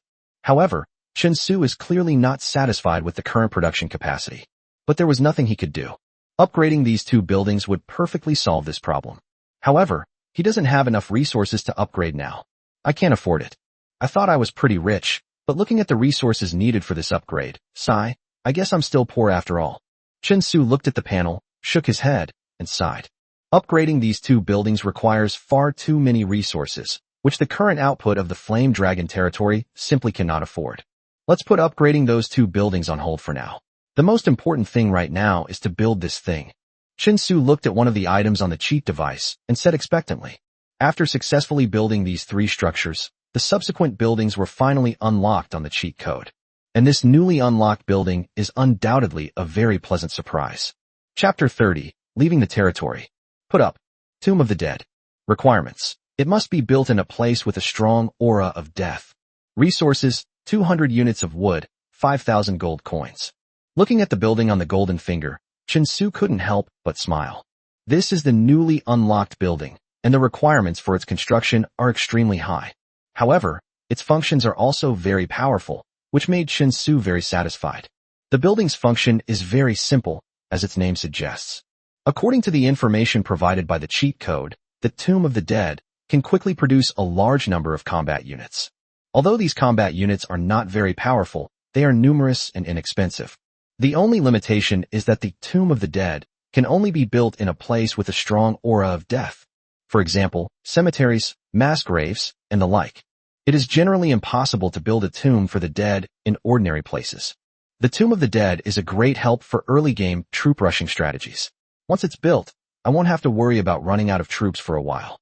Thinking about the advantages of this building, Chun Su murmured to himself. Currently, the Yanlong territory only has 10 soldiers, including Simon. Although they are excellent enough, they are already lacking the energy to maintain Yanlong Ridge as it is now. The Xiling town with only 300 people, but the Yanlong territory with more than 1,000 people. Although this problem could be easily solved by rapidly expanding the guard force. However, adhering to the principle of better to have none than to have bad ones, Chun Su knew that even with the current population of Yanlong territory, expanding it in a short period of time would not be an easy task. Therefore, if the Tomb of the Dead can be built during this period, Chun Su will not have to worry about not having enough troops. But here's the problem. Where should this Tomb of the Dead be built? The requirement is to be in a place with a strong aura of death. Then Yanlong territory is definitely out of the question, since there are no places with a strong aura of death within Yanlong Ridge. Besides, even if it existed, it couldn't be built. Because once the Tomb of the Dead is built, the aura of death will permeate the surrounding area for miles. Chun Su doesn't have a mental illness, but he doesn't want to stay in a lifeless place all day. The most important thing right now is to find the location where this Tomb of the Dead was built. Sitting in his chair, Chun Su tapped his fingers incessantly on the table, lost in thought. He had previously explored the vicinity of Yanlong territory, but had not found any place that met the criteria. By the way, could there be a place like that in that forest over there? After all, even that strange, broken statue exists in that forest, so it should exist in places where the aura of death is strong, right? Thinking of this, Chun Su quickly called Ross over. After all, the other party had lived in this forest for decades with more than 800 refugees. Once such a place exists, the other party will definitely know. Soon, Ross knocked on the door and entered the room. After listening to Chun Su's description, he pondered for a while and then gave a surprising answer. My lord, I remember when we lived in the forest, we once discovered a place covered in poisonous fog. If you went deep into it, you could see the corpses of animals and monsters everywhere. However, that area is filled with extremely dangerous poisonous gas. Just a few breaths will cause poisoning, and one will soon die from the poison. And those corpses were left behind by creatures that strayed into this place and died from poisoning. Ever since we discovered that place, we've designated it a restricted area, and nobody dares to go there. Ross spoke respectfully as he recalled the events. After he finished speaking, he still looked puzzled. I was a little puzzled as to why this lord was asking me about this place. Indeed, you deserve credit for this. Chun Su immediately laughed and said with great satisfaction. He hadn't expected Ross to be so helpful, finding him a place so quickly. According to Ross's description, there were not only a large number of corpses there, but also a natural protective layer of poison gas. If Chun Su were to actually build the Tomb of the Dead there one day, it would be absolutely foolproof.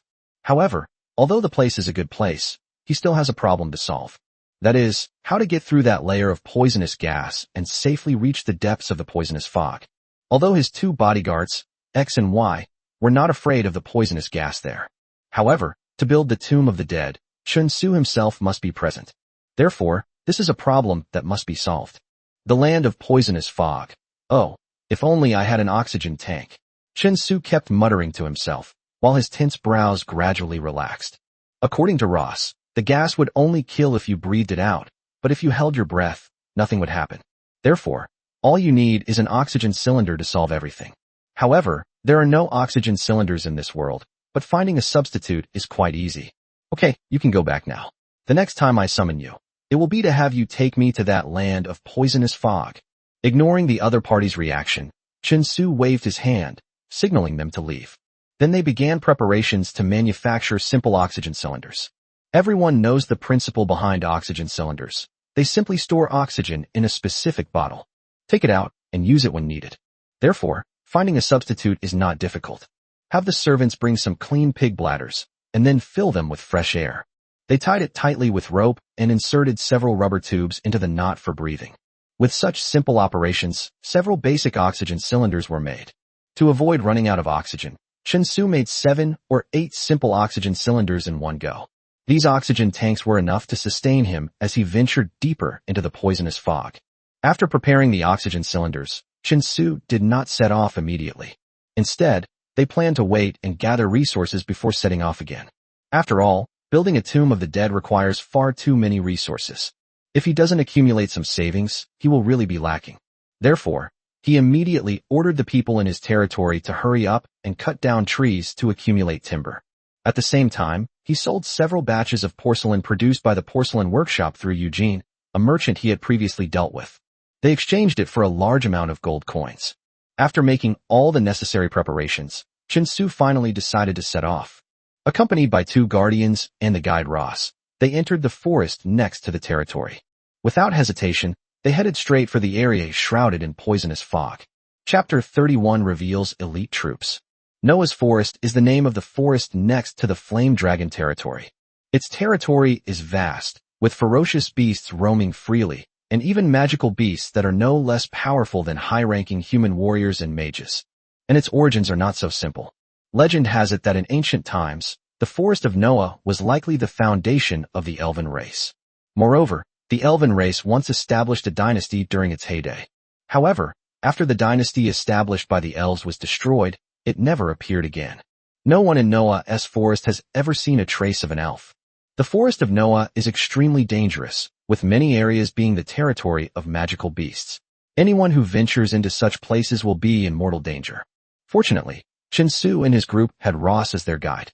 The other party led the refugees and lived in Noah's forest for many years. The refugees have already risked their lives to explore all sorts of dangerous places in Noah's forest. Therefore, under Ross's guidance, the group did not encounter any danger along the way. My lord, that land of poisonous fog is not far ahead. We walked carefully for most of the day. Finally, Ross stopped and pointed cautiously ahead, speaking respectfully to Chen Su. Oh, we've finally arrived. Upon hearing this, Chen Su looked up and finally saw something not far ahead. What exactly does that land of poisonous fog, which terrifies the refugees, look like? Land of poisonous fog, land of poisonous fog. The fact that it is called that means that this place is shrouded in thick fog. And this place did not disappoint Chen Su's expectations. Enveloped in colorful mist is a recessed valley, surrounded by mountains on 3 sides, with mist permeating the air. It's difficult to see what's in the valley. Kai Kai's bones on the ground proves that this is a dangerous place. Why? Is the poisonous fog here harmful to you too? Chen Su stared at the colorful mist in the distance for a while, then turned to the 2 guardians beside him and asked, Your Majesty, the poisonous creatures here are extremely potent, and even we cannot completely avoid them. But we can hold our breath for a long time. As long as we don't inhale, there shouldn't be any major problems. Guardians X and Y immediately knelt on one knee and respectfully said, Well, Chen Su has gone from being unaccustomed to the occasional kneeling ceremony performed by these 2 guardian warriors to now taking it for granted. Oh, the wicked old society. In that case, you 2 come in with me. And Ross, you wait for us outside. Chen Su gave these instructions. Chen Su did not intend to let others know about his special abilities. After all, this was her biggest secret. He took out a simple oxygen cylinder that he had already made from his backpack. After putting the rubber tube in his mouth and feeling the smooth flow of oxygen, Chen Su led the 2 guardians into the depths of the poisonous fog. The valley in the poisonous fog was vast. Chen Su, accompanied by 2 guards, traveled several miles before finally arriving at the heart of this poisonous fog region. At the center, the toxic fog that filled the air was even more potent, and the colors within are absolutely dazzling. It is certain that Chen Su was not carrying an oxygen tank with him. Even just breathing a single breath of air here can cause death from the poison. I knew I was right. This is the perfect place to build a tomb for the dead. After looking around, Chen Su nodded with great satisfaction. Meanwhile, on his cheat sheet, the construction page for the Tomb of the Dead also indicates that the environment here is suitable for construction. In that case, let's build the Tomb of the Dead here. Chen Su looked around and, after confirming that there were no problems, he then selected Confirm in the cheat menu and placed the Tomb of the Dead in the center of the poison mistland. Then a building suddenly appeared in front of Chen Su. Like a mirage, it transformed from illusion to reality and finally stood before him. The building is 10 meters tall and looks like a tomb, surrounded by an aura of death, which makes it look very cool. Of course, this is also because the building belongs to Chen Su, which is why it is described as cool. Otherwise, Chinsu would definitely stay far away. Ding! Congratulations on successfully constructing the building. Tomb of the Dead. The Tomb of the Dead. Ability 1, Undead Domain. The aura of death will cover a radius of 5 kilometers, and the speed of all undead units will be increased by 5%. Ability 2, Undead Treasure, grants 25 units of undead treasure daily. Ability 3, Summon Units, Ghouls and Death Knights, Elite. Ghoul. Lower-level undead creatures are not very strong in combat, but they can help the Seed of the Dead quickly collect treasures. Each ghoul can collect 2 units of undead treasures per day. Cost: 1 unit of undead treasure. Each ghoul can only exist for a maximum of 90 days. To advance to the rank of Great Ghoul, you must upgrade the Tomb of the Dead to the City of the Dead. Death Knight, Elite. Mid-level undead creatures possess strong combat capabilities and can be produced as combat units. Cost: 100 units of undead treasure. Each Death Knight can exist for a maximum of 2 years. To advance to the rank of Hell Knight, you must upgrade the Tomb of the Dead to the City of the Dead. To advance to the City of the Dead, you need 1,000 units of wood, 100 units of forged steel, and 10,000 gold coins. Seeing the prompts popping up on his cheat device, Chinsu was overjoyed. He originally thought that the combat units that would appear at the beginning would be low-level combat units. However, to my surprise, elite rank combat units were directly generated. Unlike lower-level combat units, elite combat units can possess their own innate skills. Although Chinsu didn't know what the Death Knight's exclusive skills were, since it was ranked among the elite, it couldn't be weak. The other ghoul, in comparison, was a bit less impressive. However, summoning a large number of ghouls allows for the rapid collection of undead treasures, which can then be used to summon other, more powerful combat units. Thinking about it this way, it's still acceptable. As for the maximum survival time limit for each summoned undead unit, Chinsu was not surprised. After all, the combat power of the undead race accumulates incredibly quickly, far exceeding that of other races. If there were no restrictions at all, the world would probably be overrun by the undead army. Well, if there were no restrictions, Chinsu would be overjoyed. This is like instantly reducing the difficulty of a game from hell mode to easy mode. Chapter 32, The Day of Prayer? So, the most important thing right now is to summon a batch of ghouls. Otherwise, at the current rate, the Tomb of the Dead's daily storage of undead treasures is far too slow. It takes a full 5 days to produce a single Death Knight. Chinsu turned around and murmured softly. The dead has only just been built, and there isn't enough undead treasure to produce ghouls. Therefore, Chinsu planned to use all the undead treasures he had collected in the early stages to produce ghouls. Only in this way can we collect enough undead treasures in the future to ensure the appearance of the Death Knight army. Chinsu was really looking forward to the upcoming Death Knight. After all, in this world, anyone who carries the word knight is definitely not a nobody. Even combat units formed from undead treasures are no exception. Because the poisonous gas in this toxic fog was so potent, Chinsu did not stay here for long. Instead, they left the valley and waited outside for most of the day. He only entered the Tomb of the Dead and gave the order after he had accumulated enough undead treasure. Let the Tomb of the Dead use all 10 units of undead treasure accumulated over the past half-day to produce ghouls. Upon receiving the order, the 10-meter-tall undead seed, resembling a tomb, began to emit a low and eerie sound. A moment later, more than 10 claws emerged from the cemetery, and then the body slowly broke free from the soil. Soon, more than a dozen creatures, each less than 1 meter tall and composed entirely of bones, resembling crouching apes, stood in front of Chinsu. After the 10 ghouls emerged, the dug graveyard returned to its original state. At the same time, when Chinsu's gaze fell upon the ghouls, information about these ghouls automatically appeared in his cheat system. Ghoul. Undead creatures are slow-moving and have low combat capabilities. Intimidation can only rely on a terrifying appearance to frighten people, while their actual combat strength may be slightly stronger than that of an ordinary human. Ability 1, Undead Domain. When within the undead domain, movement speed is increased by 5%. Ability 2, Ghoul can search for items containing undead treasures according to the host's commands and transform them into undead treasures. The maximum number of units that can be collected per day is 2. Ability 3, Self-Destruction, burning the remaining undead treasure inside the ghoul's body and detonating it instantly to cause damage. Remaining lifespan is 90 days. Although the panel shows that the ghoul has 3 skills, Only 2 skills actually belong to the ghoul itself. That undead domain is a skill belonging to the Tomb of the Dead, but any creature produced in the Tomb of the Dead will have this amplification. Ghouls' true skills lie in gathering and self-destruction. To test the power of the ghoul's self-destructibility, Chen Su went all out, even having one of the newly created ghouls self-destruct. Ghouls, as the lowest level of undead creatures, have no consciousness and only act mechanically according to orders. Therefore, when Chen Su gave the order, the ghoul did not hesitate. Its ghostly flames flickered, and its body exploded. In an instant, smoke and dust rose everywhere. After a while, when the aftershocks of the explosion subsided, a large crater, 3 meters wide and 1 meter deep, appeared where the ghoul had been standing. Not bad, not bad. The power of this self-destruction is quite considerable. Chen Su nodded in satisfaction upon seeing this. It seems this ghoul isn't as useless as he thought.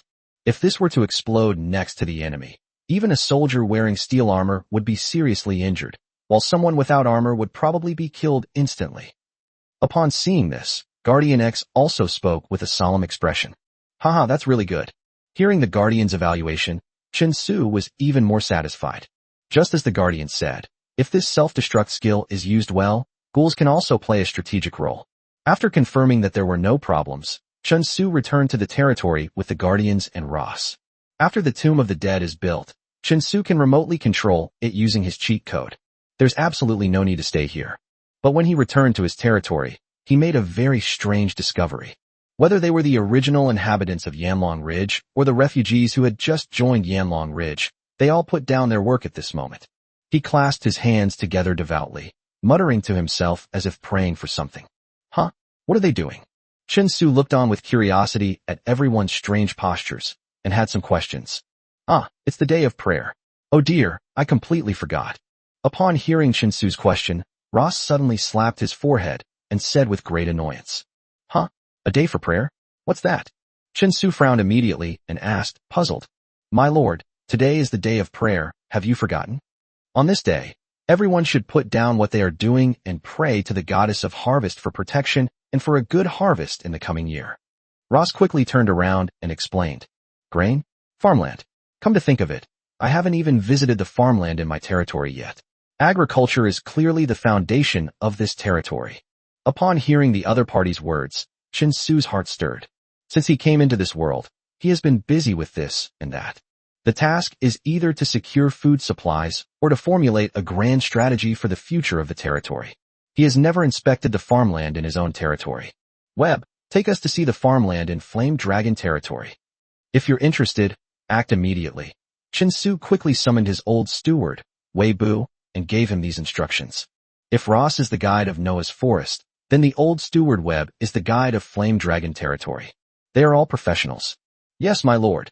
The old steward, Wei Bu, respectfully responded, and then led Chen Su and the others to the farmland of Yanlong territory. This is a piece of wasteland that has been cleared on the edge of the Flame Dragon territory, and the land looks very barren. My lord, this is the farmland of our Yanlong territory. It has more than 150 acres of land, and the seeds have already been sown. As long as the goddess of harvest protects us next year, we will definitely be able to produce enough food, and it won't be as scarce as it was this year. When the old butler Webb said this, his eyes were filled with deep anticipation and hope. He genuinely hoped that this territory could improve. That's right. This year we only harvested a very small amount of grain. It must be because our prayers to the goddess of harvest were not sincere enough. Chapter 33. Fertilizing is a big deal. Today I prayed for most of the day and offered many sacrifices. I believe the goddess of harvest will be moved by my sincerity. Simon stood beside him, speaking with a smug look on his face. Meanwhile, the other guards looked at Simon with admiration, as if his actions were incredibly impressive. Hearing their conversation and seeing the admiring looks in the guards' eyes, Chen Su was speechless. How much grain can be produced? What does this have to do with the goddess of harvest? Shouldn't this be a relationship between soil and fertility? Does praying to the gods make the land more fertile, thus ensuring a bountiful harvest? Are you kidding me? He shook his head and didn't reply. Chen Su squatted down next to the farmland, grabbed a handful of soil, and rubbed it between his fingers. Born in the countryside, he immediately noticed that the soil here was no longer fertile, but rather barren. Even with the best weather and the most favorable conditions, Such land cannot produce a large quantity of grain.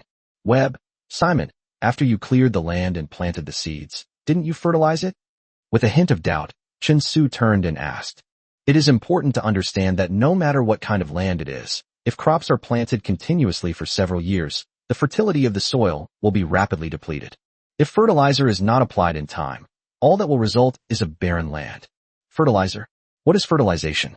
The old butlers, Webb and Simon, both looked puzzled and asked in unison. This word was completely foreign to them. It's fertilizer that makes the land more fertile, so it can produce more food.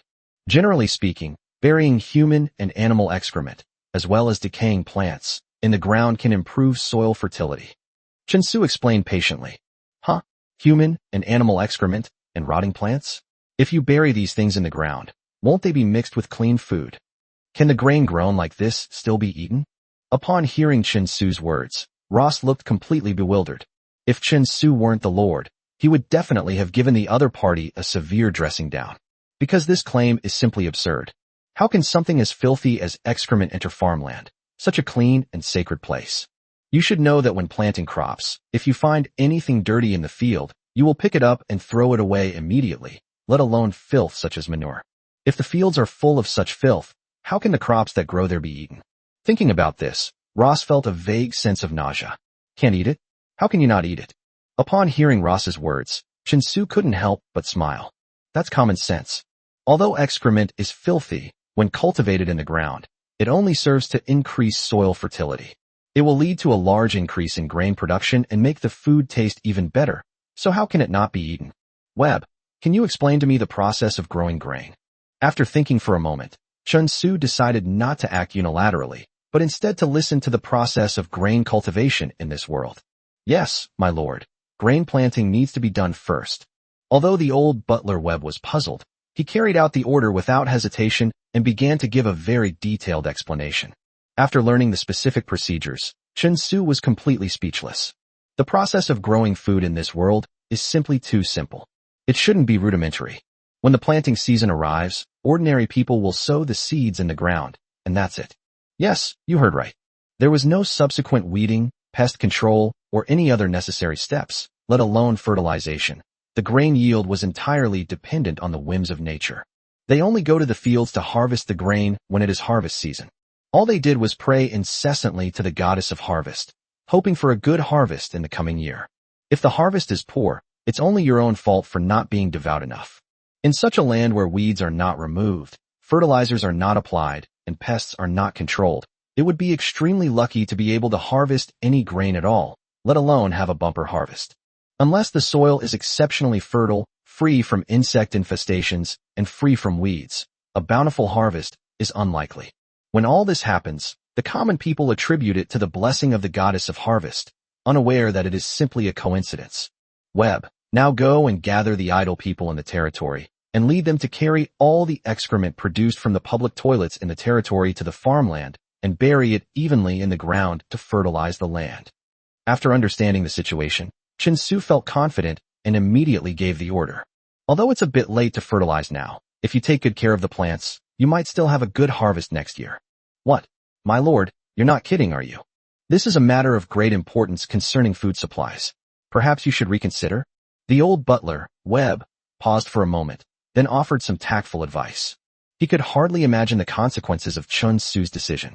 If you dump manure on the fields, will the crops that grow there still be edible? If the people find out, won't that cause even more trouble? Webb, do as I say, and tell the people that this is my order. Chen Su knew what Webb was thinking, so he gave the order. He knew that to convince these people that excrement could fertilize the land, he had to prove it with real results. However, before that, Chen Su still needs to forcefully implement the order. Hearing Chen Su repeat himself, the old butler, Webb, had no choice but to go and relay the order. After all, within the Flame Dragon territory, including the fields, all belong to Chen Su's private property, and no one can object to him doing so. The reason he had just offered that advice was to encourage Chen Su to reconsider. As expected, after the old steward Webb announced Chen Su's order, the many citizens of Yanlong territory were immediately in an uproar. My lord, what are you doing? Putting that kind of excrement in the fields, how will we be able to eat the crops afterward? My God, has the Lord gone mad? I don't know if it's crazy or not, but I think it will definitely anger the goddess of harvest. Yes, what if that field loses the goddess's protection and even the seedlings can't grow? Alas, but since the Lord has already said so, what other options are there? Let's take it one step at a time. What if it really grows even better? Although the people grumbled, they still carried out the orders given by Chen Su. Chapter 34, Open Source. This is mainly because Chen Su did a lot for the people in the territory some time ago. Yanlong territory were convinced that even if their lord's experiment failed and resulted in no food production, they would not go hungry. So in the end, everyone obediently followed Chen Su's orders. Buckets of fertilizer were carried by the villagers to the fields and buried in the soil. Looking at the fertilized land, a confident smile appeared on Chen Su's lips. Whatever the final result, time will surely give him a satisfactory answer. After settling the farmland matter, in the following period of time, all the work in Yanlong territory was carried out in an orderly manner. The houses for the newly taken-in refugees are under construction and are expected to be completed before the cold weather arrives, so that everyone will have a place to live. All the reclaimed farmland was fertilized under Chen Su's orders. Fertilizing the farmland also conveniently solved the sanitation problem within the territory. The filth that was once hidden on the ground and could be seen everywhere was collected by the people of the territory and transported to the farmland to become fertilizer. After waiting for several days, Chen Su used the Tomb of the Dead to produce over 100 ghoul units from all the undead treasures that had been generated over the past few days.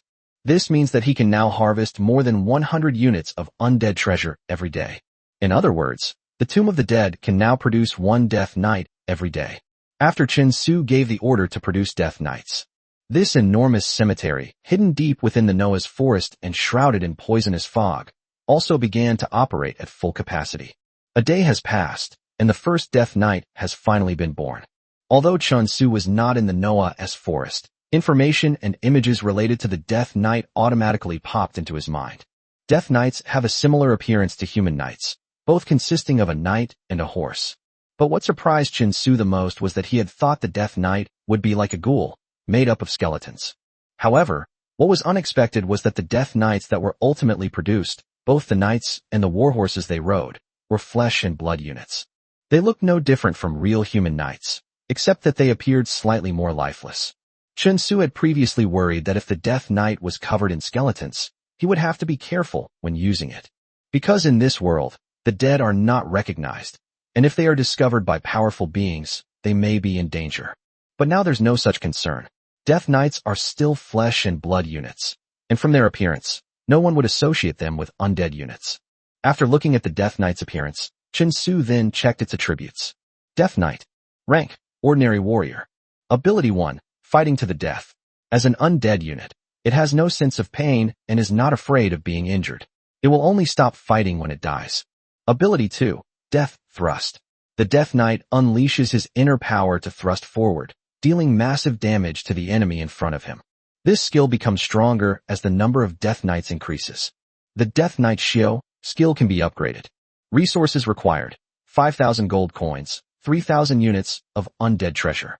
Level upgraded to Holy Warrior. New ability 3, Intimidation. As an undead unit, it naturally inspires awe in the living. Beings that oppose the Death Knight will be subjected to intimidation, reducing their combat strength according to their combat power. This will no longer be effective against units stronger than the Death Knight. The Death Knight possesses two extremely useful skills, Death Strike and Death Thrust, both of which are God-tier skills in combat. To Chen Su's surprise, he was able to upgrade the Death Knight now, though it would require a lot of resources. He originally thought that the Death Knight could only be upgraded when the Tomb of the Dead was upgraded to the City of the Dead. Upgrade it to a higher level Hell Knight. However, unexpectedly, before this major upgrade, there was a minor modification and upgrade that Chen Su could choose from. 5,000 gold coins and 3,000 units of undead treasure in exchange for an upgrade and enhancement of the Death Knight. That's quite a good deal. Chen Su stroked his chin, deep in thought. The upgraded Death Knight not only becomes stronger, but also gains a very useful skill called Intimidation. Overall, it's an upgrade that offers great value for money. However, the most embarrassing thing now is that Chen Su doesn't have enough gold coins or undead treasures. Previously, although Chen Su owned his own porcelain workshop, he always paid close attention to controlling the output of porcelain. He knew that only a small quantity of porcelain could fetch a high price, and that if a large quantity of porcelain was produced, the price would plummet. Therefore, he urgently needs to find other ways to make money besides selling porcelain. But how can we explore other ways to make money? Chen Su felt an intense headache. Before the gold mine building mentioned by the Golden Finger is built, Chen Su must come up with a way to make money that is enough to cover the huge expenses within the territory. It's clear that the income from selling porcelain alone is no longer enough. Just as Chen Su was worrying, Giant Lion territory, hundreds of miles away from Flame Dragon territory.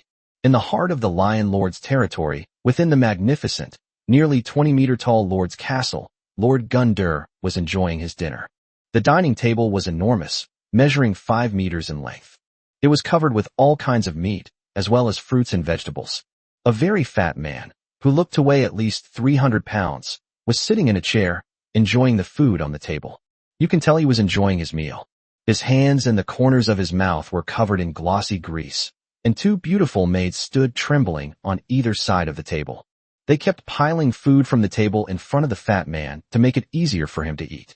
And this huge, fat man who looked like a mountain of flesh was none other than Gouda, the lord of the Giant Lion territory, which spanned nearly 100 miles. If Chen Su were here, he would definitely be familiar with this fat man, because Chen Su bought his Flame Dragon territory from this fat man. In this world, a lord can have multiple territories under his command, each named differently. The former Xiling town belonged to Gouda's territory. After he had plundered all the resources in the territory, he disposed of Xiling town and sold it to Chen Su. Chapter 35, Hidden Crisis. This meal took almost an hour and a half to finish. After finishing off all the food on the table, Gutter let out a satisfied burp. He then called 2 beautiful maids to his side and began to speak. Bark, get over here right now. Have you found out anything about the matter I asked you to investigate? Accompanied by Gouda's voice, a thin man who looked only a little over a meter tall, like a dwarf, appeared. He scrambled in from outside, knelt at Gouda's feet, and said obsequiously, "My lord, I have investigated the matter you instructed me to handle." "Oh, then hurry up and tell me," Gouda said, squinting. As the previous lord of Xiling town, Gutter had not been the lord of Xiling town for long. Moreover, he only spent 100 gold coins to buy Xiling town from the previous lord. Moreover, after acquiring Xiling town, Gutter began to severely exploit it. The Xiling town, which he considered worthless, to Chen Su at a low price. During his time as Lord of Purple Ridge, Gundur amassed a fortune of at least several thousand gold coins. If the people hadn't been squeezed to the limit and not a single gold coin had been extracted, Gutter wouldn't have transferred Xiling town at such a low price. After Chen Su took over Xiling town, Gouda secretly chuckled to himself, realizing that this down-on-his-luck young nobleman had fallen for his trick, and then paid no further attention to the matter. He estimated that the young nobleman who took over Xiling town would likely flee the town in a panic within a few days, or they might be killed by their enraged and rebellious subjects. However, during this period, the old butler Webb's constant purchase of large quantities of food from Toronto caught his attention. Of course, the old butler Webb knew. Webb was the steward left to him by the previous lord, who, according to the previous lord, was the steward here when he inherited the lordship. That's why he didn't take Webb with him when he left. Therefore, Webb should now be Chen Su's butler. But why did Chen Su buy so much grain? And where did he get the money? Gouda clearly remembered that when he sold Xiling town to Chen Su, he had already squeezed all of Chen Su's wealth dry. Where did he get the money to buy this grain? Could it be related to Xiling town? With suspicion in his mind, Gutter ordered his butler, Buck, to investigate the matter. "My lord, you would never imagine that Xiling town, oh no, it's been renamed Yamlong territory, is completely different from what it used to be."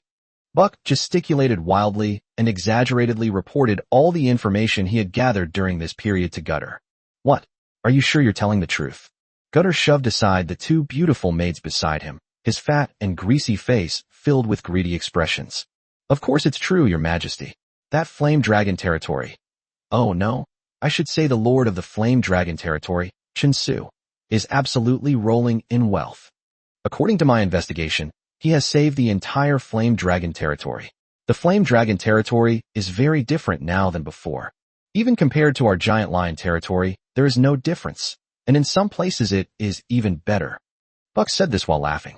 "However, according to my understanding, the current defense force of that Flame Dragon territory consists of only 10 trained civilians." "Ha ha ha, isn't that a joke?" 10 civilian trained guards. What kind of bullshit force is that? Upon hearing this, Gouda burst into laughter, his eyes practically gleaming. A fallen nobleman possessed such vast wealth, yet lacked the power to protect it. It's like a 3-year-old child who possesses an unparalleled treasure and then flaunts it. Utterly foolish. The other party is foolish, which is a good thing for you, my lord. Buck agreed. Haha, you're right. This lord hasn't heard such wonderful news in a long time. Gouda became excited at the thought that the wealth would soon belong to him. Chen Su's wealth and skills are now settled, as is his flame dragon territory. Since it's developing quite well, it seems it's also qualified to be incorporated into my giant lion territory.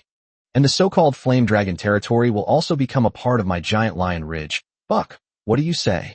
Upon hearing Gutter's question, the short-statured Buck prostrated himself on the ground and said obsequiously, Your lordship is wise. Your glory will forever shine upon the entire territory of the lion territory. Meanwhile, in the castle of flame dragon territory. At this time, Chen Su was unaware that his old acquaintance, Gouda, the lord of giant lion ridge, was spying on him. At this moment, he was comfortably reclining in a chair. Meanwhile, the alluring fox-eared girl, Shirley, stood behind Chen Su with a pout, her delicate, white hands gently kneading his shoulders. Oh, that feels good. Press here. Use a little more pressure. Chen Su closed his eyes and enjoyed it. It must be said that the fox-eared girl Sherry truly has a talent in this area. Her massage is just the right pressure, making it exceptionally comfortable. I might as well strangle you. Shirley gently bit her lip, causing the fox ears on her head to sway back and forth. Shirley, as a great fox warrior, you must accept the consequences of your bet. Since you lost the bet with me, you must fulfill your obligations. Chen Su chuckled. When he had nothing to do, Chen Su would often play with this fox-eared girl. The game is played through betting. The details of the bets are largely the same. If Chen Su loses, he has to make Shirley what she wants to eat. If Shirley loses, she will have to do as Chen Su orders, such as massaging his shoulders, pounding his legs, or giving him a massage. However, Chen Su wins in most cases. It has to be said that it is quite fulfilling to train a fox-eared girl and have her stretch out her soft hands to massage your shoulders and back. Especially on the battlefield, the opponent is like a Valkyrie. The contrast is really exciting. It's a pity, though, that this world doesn't have the various clothes from her previous life. If it did, she could have changed into them. Just thinking about that scene made Chen Su feel a surge of excitement. Just as he was lost in thought, there was a knock on the door. Then the old butler, Webb, pushed open the door and came in. My lord, cough cough. As soon as he entered the room, he saw Shirley standing affectionately behind Chen Su, massaging his back. He quickly coughed and lowered his head. Chapter 36. I'm short of money. When Shirley saw the old butler Webb enter, she blushed, looking like a frightened little animal. With a whoosh, it disappeared somewhere. When she was alone with Chen Su, Shirley was able to relax a bit, but if there were outsiders present, this fox-eared lady was still quite shy. My lord, I didn't see anything just now. The old butler hesitated, then finally stammered out a dry, stilted speech. Ahem. All right, tell me, what brings you here? Chen Su gave the other person an annoyed look, and then asked. Oh, I'm here to report on the progress of various tasks within the territory. The old butler, Webb, nodded and then began to give a formal report. The fertilization of more than 100 acres of farmland has been completed, and the houses for all the new migrants who have joined the territory have been built. Now all the residents in the territory have shelters that can withstand the arrival of the cold air currents. By the way, the training of the new 15 members of the Flame Dragon Territory Guard is already underway. Lord X said that it won't be long before they are trained into qualified warriors for you. During this period, Chen Su expanded the Yamlong Guard team, providing 15 more slots. The Yamlong Territory Guard has increased from 10 to 25. The Flame Dragon Territory Guard later could not match Simon's Flame Dragon Territory Guard in combat power in the short term. They still needed further development. By the way, how's the armor-making thing I asked you to do coming along? Chen Su nodded to indicate that he understood, then turned and asked. Within Yamlong territory has now been completed and is capable of producing steel daily to forge armor for 5 warriors. Chen Su naturally didn't intend to leave the forged steel produced idle. However, since there was no weapon workshop in Yamlong territory, they had to forge the steel produced there into armor from elsewhere. After all, the newly established Flame Dragon Territory Guard does not have any armor or protective gear. Moreover, Chen Su had another idea, to equip the elite combat units, the Death Knights, with armor as well. Moreover, it was heavy armor that completely covered both the knight and his horse. Death Knights are already incredibly powerful, and when they are equipped with full heavy armor, their combat strength will definitely soar to another level. Thinking of this, Chen Su couldn't help but feel excited. My lord, the forging of the armor is underway. The old blacksmith at the Toronto blacksmith shop said to give him another month. If he and his apprentices work like crazy, they can make 20 sets of light armor and 30 sets of full-body heavy armor for knights for you. The old steward, Webb, respectfully reported. Only 50 sets. That's a bit too few. Chen Su shook his head helplessly. He had already given out the task of forging the armor a month ago. So far, this is all we've achieved. However, there was nothing that could be done about it. The process of forging armor in this world was very complicated, and there was no advanced technology yet. Therefore, the forging process was not very fast. It took 2 months to build 50 suits of armor. It's fair to say that the old blacksmith and his apprentices were absolutely risking their lives. But I'm really short of money. After the old steward Webb finished his report, he left. Chen Su was alone in his room, looking at his few hundred gold coins left, and couldn't help but sigh. The old blacksmith shop is already the best blacksmith shop in Toronto for making armor. Chen Su asked him to forge heavy armor for knights, which naturally came at a considerable cost. In addition, various constructions within the territory require a large investment of gold coins, not to mention the further expansion and upgrades of various buildings. Every step of this costs money. In short, the amount of gold coins Chen Su needs right now is a bottomless pit. He will never have enough. A single porcelain workshop is far from enough to cover the expenses. Let's wait another month. I'll be 18 by then, and then I can try to become a magician, and then an enchanter. If I can draw enchanted equipment, I'll never have to worry about money again. Chen Su unconsciously drifted into reverie. An enchanter's equipment isn't custom-made for a powerful individual. Any ordinary enchanted equipment can fetch an astronomical price. Enchantment equipment is divided into 5 tiers. From bottom to top, there are 1 to 5 levels, with level 1 being the lowest and level 5 being the highest. Even the lowest level tier 1 equipment can sell for tens of thousands of gold coins. In this world, the people who are least short of money are enchanters, a fact that even great lords with vast territories cannot match. The larger the lord, the more money they need, because they need to develop their territory and wage war. Each item requires a huge amount of resources and gold coins, which is an astronomical figure. Chen Su is only managing the Flame Dragon territory, which has a radius of 3 kilometers, yet he needs so many gold coins. For lords who possess vast territories, the amount of gold and resources they lack is astronomical. A lord typically has only a few ways to acquire wealth. The first way is to earn money by having the people in the territory work and produce harvests, such as various vegetables, grains, and poultry. However, for the true great lords, this part of the income was completely beneath their notice. The real money is made from the various rich mineral deposits or some scarce resources located within their territory. By openly selling this scarce resource, lords can obtain a large amount of the resources and gold coins they need, thereby supporting the development of their territories. There is another way to accumulate wealth, which is more direct and bloodier than mining: waging war. Although the costs of waging war are considerable, the potential for victory is unimaginable wealth. Territory, resources, money, population. In this world, waging war and achieving victory is undoubtedly the simplest, most brutal, and most effective choice for lords to expand their territory. However, this method of acquiring wealth, while simple and efficient, also has its drawbacks. That is, one careless move, and you could become the defeated side. Those who are luckier will suffer serious injuries and huge losses. As for those who are unlucky, their territory may be completely destroyed, and they will never have the chance to expand their territory again. Territorial expansion is also something we can consider. Let's wait another month, until the Death Knight team is fully formed, and with the already forged heavy knight armor. Only then will the Flame Dragon territory truly possess the resources to expand its territory and wage small-scale wars. Thinking of this, Chen Su unconsciously muttered to himself. Chapter 37, Gentlemen, I love war. Just as Chen Su was deep in thought, there was a rapid knocking on the door, and then the old butler, Webb, rushed in, looking very frightened. My lord, something terrible has happened. He appeared extremely flustered, and even his usually neat and tidy clothes were now in disarray. What exactly happened? Calm down and tell me slowly. Seeing this scene before him, Chen Su frowned involuntarily and said slowly, "Since Chen Su became the Lord, his old steward Webb has been helping him with many things." This was the first time he had ever seen Webb in such a disheveled state. "What exactly happened?" "I apologize, my lord, for my rudeness."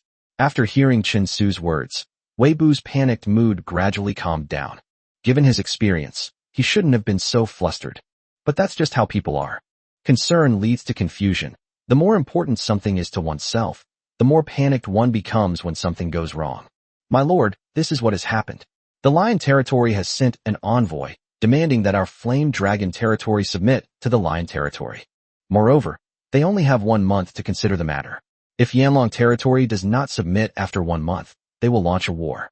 The old butler, Webb, said with a pale face.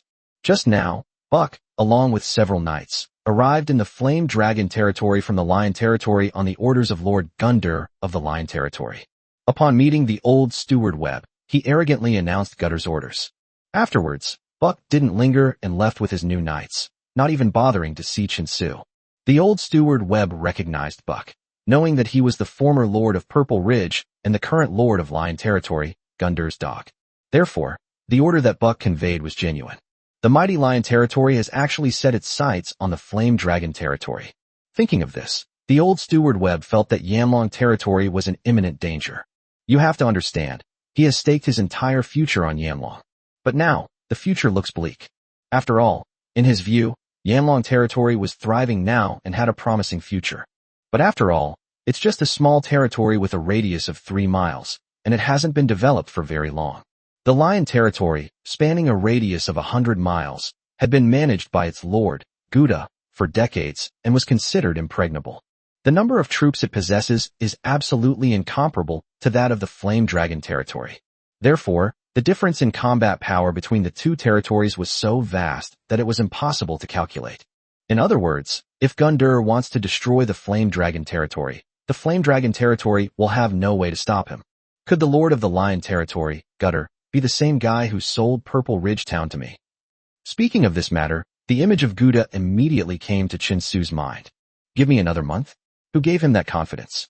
Chen Su showed no panic whatsoever. In fact, he almost laughed. A month of development is enough time to push the combat power of the Flame Dragon Territory to another level, so that it can even contend with the powerful Giant Lion Territory. Moreover, Chen Su originally intended to use a war to plunder wealth and establish his own reputation. It's just that I haven't found the right person yet. Now look what's happened. The Lion Territory has run right into the line of fire. Then he no longer needed to hesitate. Without a doubt, this will be the most crucial war in the history of Yanlong Territory. Haha, gentlemen, I love war. Chen Su looked at the old butler and said very calmly. Upon hearing Chen Su's words, the old butler, Webb, was indeed taken aback. Made the decision on impulse. But my lord, the Lion Territory is far more powerful than us. Webb offered words of comfort in a strained voice. He was naturally furious at the actions of Lord Gundur of the Lion Territory. They even wanted to use a war to slap the other side hard. But the facts are clear. The Giant Lion Territory, with its territory spanning hundreds of miles, is far inferior to the Flame Dragon Territory, which is only 3 miles in circumference and in dire need of reconstruction. It's undoubtedly the difference between an egg and a stone. At least Webb couldn't imagine any possibility that the Flame Dragon Territory could defeat the Giant Lion Territory. Even with the 2 powerful warriors by the Lord's side, it's still not enough. It should be noted that the Lion Territory possesses its own army, a fully fledged military force. Alright, you can go now. Get ready for battle. Leave the rest to me. Remember, a month from now will be a turning point for our Flame Dragon Territory. The Giant Lion Territory will not be our match. Chen Su didn't say much, but instead smiled meaningfully and said. Unaware of Chen Su's true intentions, the old butler, Webb, left with a heart full of worries. Chen Su, on the other hand, truly had the confidence to face the war instigated by the Giant Lion Territory. After all, his cheat ability wasn't just for show. Meanwhile, in the territory of the Flame Dragon, Buck, accompanied by several knights from the Lion Territory, announced the matter in the Flame Dragon Territory. It wasn't just Webb who heard it. There were also some other citizens of the Flame Dragon Territory. Therefore, in less than a day, Flame Dragon Territory might have to submit to Giant Lion Territory spread throughout the entire territory of Flame Dragon Territory. Cough, cough, cough. Why? Why is this happening? Gods above. Why do you give us hope only to leave us in despair? Ross slumped to the ground, utterly dejected, pointing angrily at the sky, his heart filled with despair. The cruelty and greed of Lord Gundyr of the Lion Territory were known to all the people in the surrounding territories. If the Flame Dragon Territory submits to the Lion Territory, it will surely face Gundyr's ruthless exploitation. The greedy Gutter will definitely do the same thing he did to Xiling Town before and deal with the surrendered Yanlong Territory again. Of Yanlong, who had just seen hope for life, will once again sink into hell. It's over, it's all over now. Why did we even escape from the forest in the first place? Yeah, I knew I shouldn't have come out. The Flame Dragon Territory and were brought out by Ross also put down their work and complained in utter frustration. Many of them were refugees who fled to the forest because they could not endure the harsh exploitation of the Lion King. Now look what's happened. I never imagined that even after leaving the forest, I still couldn't escape the exploitation of Lord Gundyr of the Lion Territory. This news is simply too cruel. Just as everyone was complaining, Chinsu also received the news. Ding. Due to Lord Gundyr's declaration, your people are in a state of panic. Ding. Territory security has decreased by 5 points, and your territory's charm has decreased by 5 points. A mechanical voice echoed in Chinsu's mind. Has the news already spread throughout the entire Flame Dragon Territory? Chinsu immediately put down what he was doing and leaned against the table, lost in thought. He didn't expect the news to spread so quickly.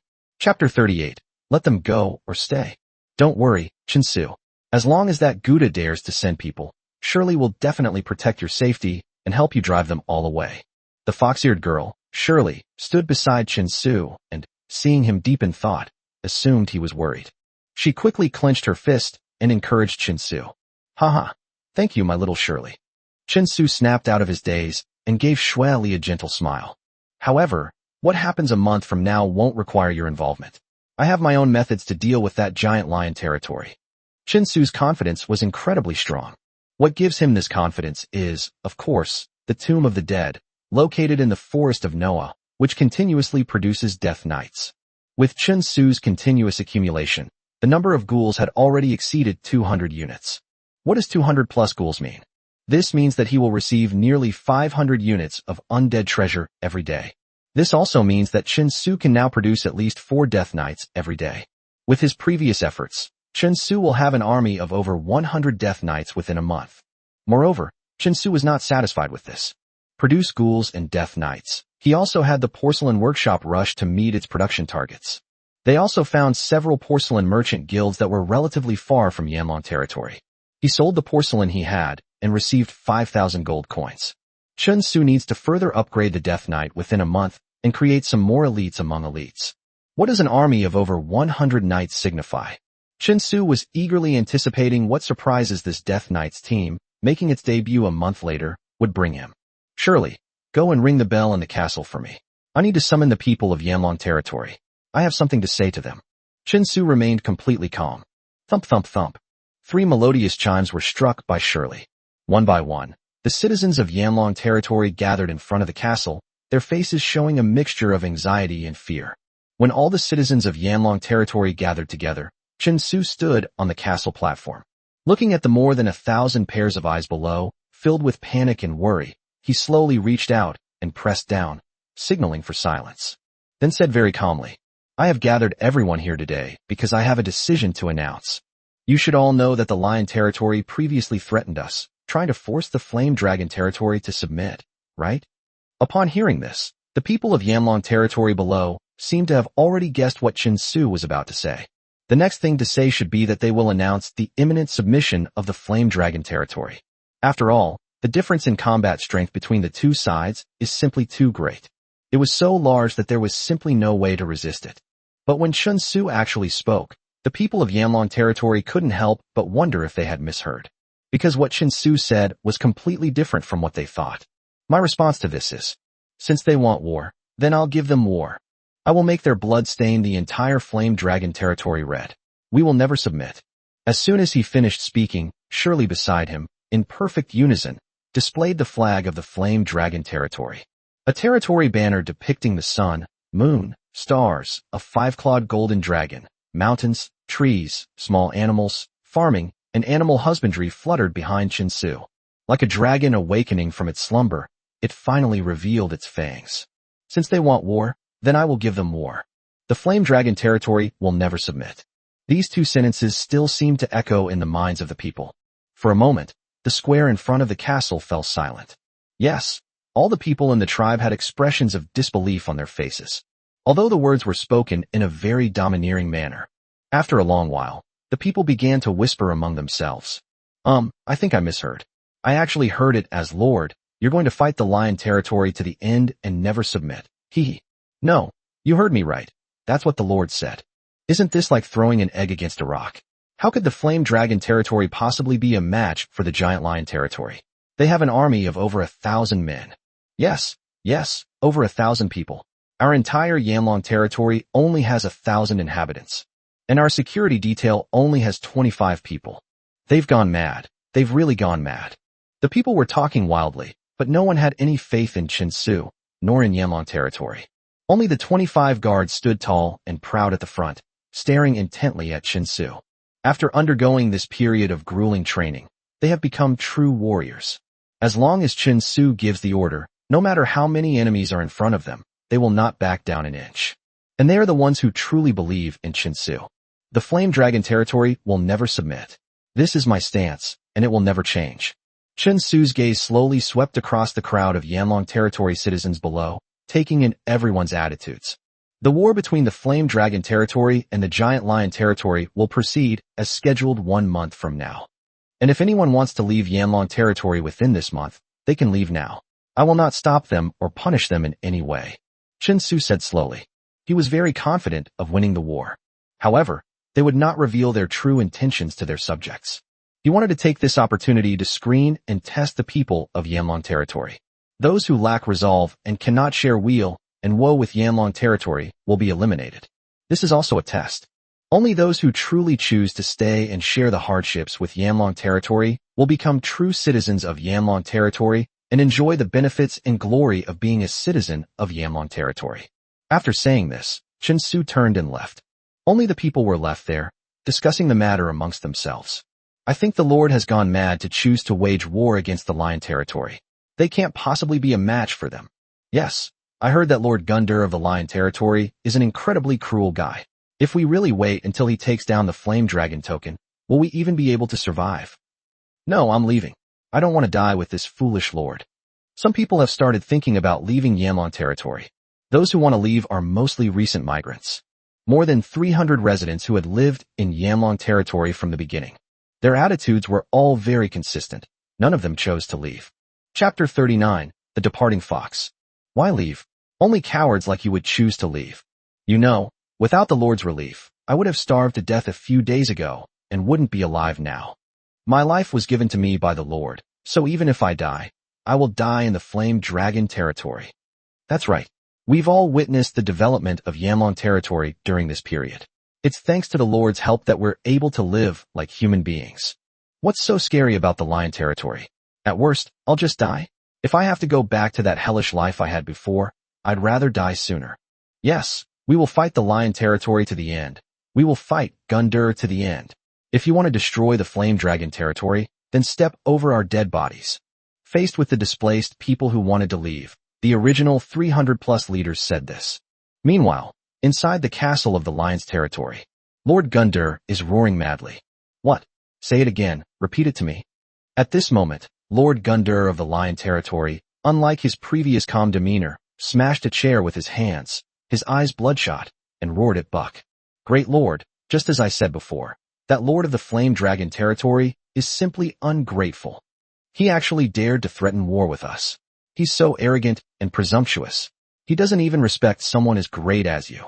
Kneeling on the ground, the short-statured Buck vividly imitated Chen Su's words that had been announced in the square in front of Gouda. After hearing these words, Gouda's expression changed, as if nothing had happened. He regained his composure. Only a slight smile appeared at the corner of his mouth. Excellent, excellent. I haven't met someone like this in a long time. His eyes gleamed with a dangerous light, like that of a hawk. It seems that I, Gundul, have not displayed my majesty for too long, and they have forgotten the terror of me, Lord Gundul of the Lion territory. Since they want war, very well, I'll show them what real war is. Bark, go and gather the troops in the territory now. A month from now, I, the Lord, will personally lead the army to slaughter the entire Flame Dragon territory. The majesty of Gouda will not be challenged by anyone. After Gutter's order was relayed, the entire army of the Lion territory was quickly mobilized. A faint smell of gunpowder wafted through the air. A real war is about to begin. Chen Su, by the time you read this letter, Shirley will have already left. But don't worry, Shirley will be safe. Shirley just wants to return to the Tushan Fox clan to gather warriors and help you protect the Flame Dragon territory. Therefore, Shirley will definitely return before the war breaks out between the Flame Dragon territory and the Giant Lion territory. Don't worry. Looking at the contents of the envelope, which was placed in the most conspicuous spot in the room, Chen Su shook his head helplessly. These past few days, Shirley has always seemed preoccupied, feeling down. No matter how Chen Su asked her, she refused to say anything. Who would have thought that in the end they would leave without saying goodbye? Her purpose in leaving was to seek assistance from the Tushan Fox clan in order to help Chen Su. This silly girl, I don't need any help at all. On the contrary, I just hope nothing bad happens to you on the way. Staring at the envelope, Chen Su muttered to himself. At this moment, a feeling of emotion welled up in his heart. He remembered that the fox-eared girl had stayed in his territory because she couldn't find her way home. And now, because of him, they are actually trying to find the Tushan Fox clan. But then, a sense of worry rose in my heart. But then she thought about what Shirley had learned in the Flame Dragon territory these past few days. Chen Su's worries lessened somewhat. The current Shirley is no longer the innocent, naive fox-eared girl who just ran away from the Tushan Fox clan. Several months were spent in Yanlong territory. Shirley had already come to understand the wickedness of the world. He should be able to protect himself now. Meanwhile, dozens of miles away from Yanlong territory, Sherry wore a black hood, concealing her fox ears. He was trying hard to recall his memories as he headed in the general direction of the Tushan Fox clan. She turned around and looked at the location of Yanlong territory, a determined glint flashing in her clear black and white eyes. Don't worry, Chen Su. I will definitely find enough powerful helpers to prevent bad guys from destroying your Flame Dragon territory. At this moment, her tone was exceptionally firm. During her time in Yanlong territory, Shirley had developed a strange affection for this territory and for Chen Su himself. However, Shirley herself did not realize it. Or rather, she had already sensed it, but didn't know what kind of feelings they were. Well, I'm just repaying a debt of gratitude. Chen Su saved me and helped me so much, even cooking delicious food for me. So of course I have to help him too. Yes, that's right, that's exactly it. Shirley muttered to herself as she walked forward.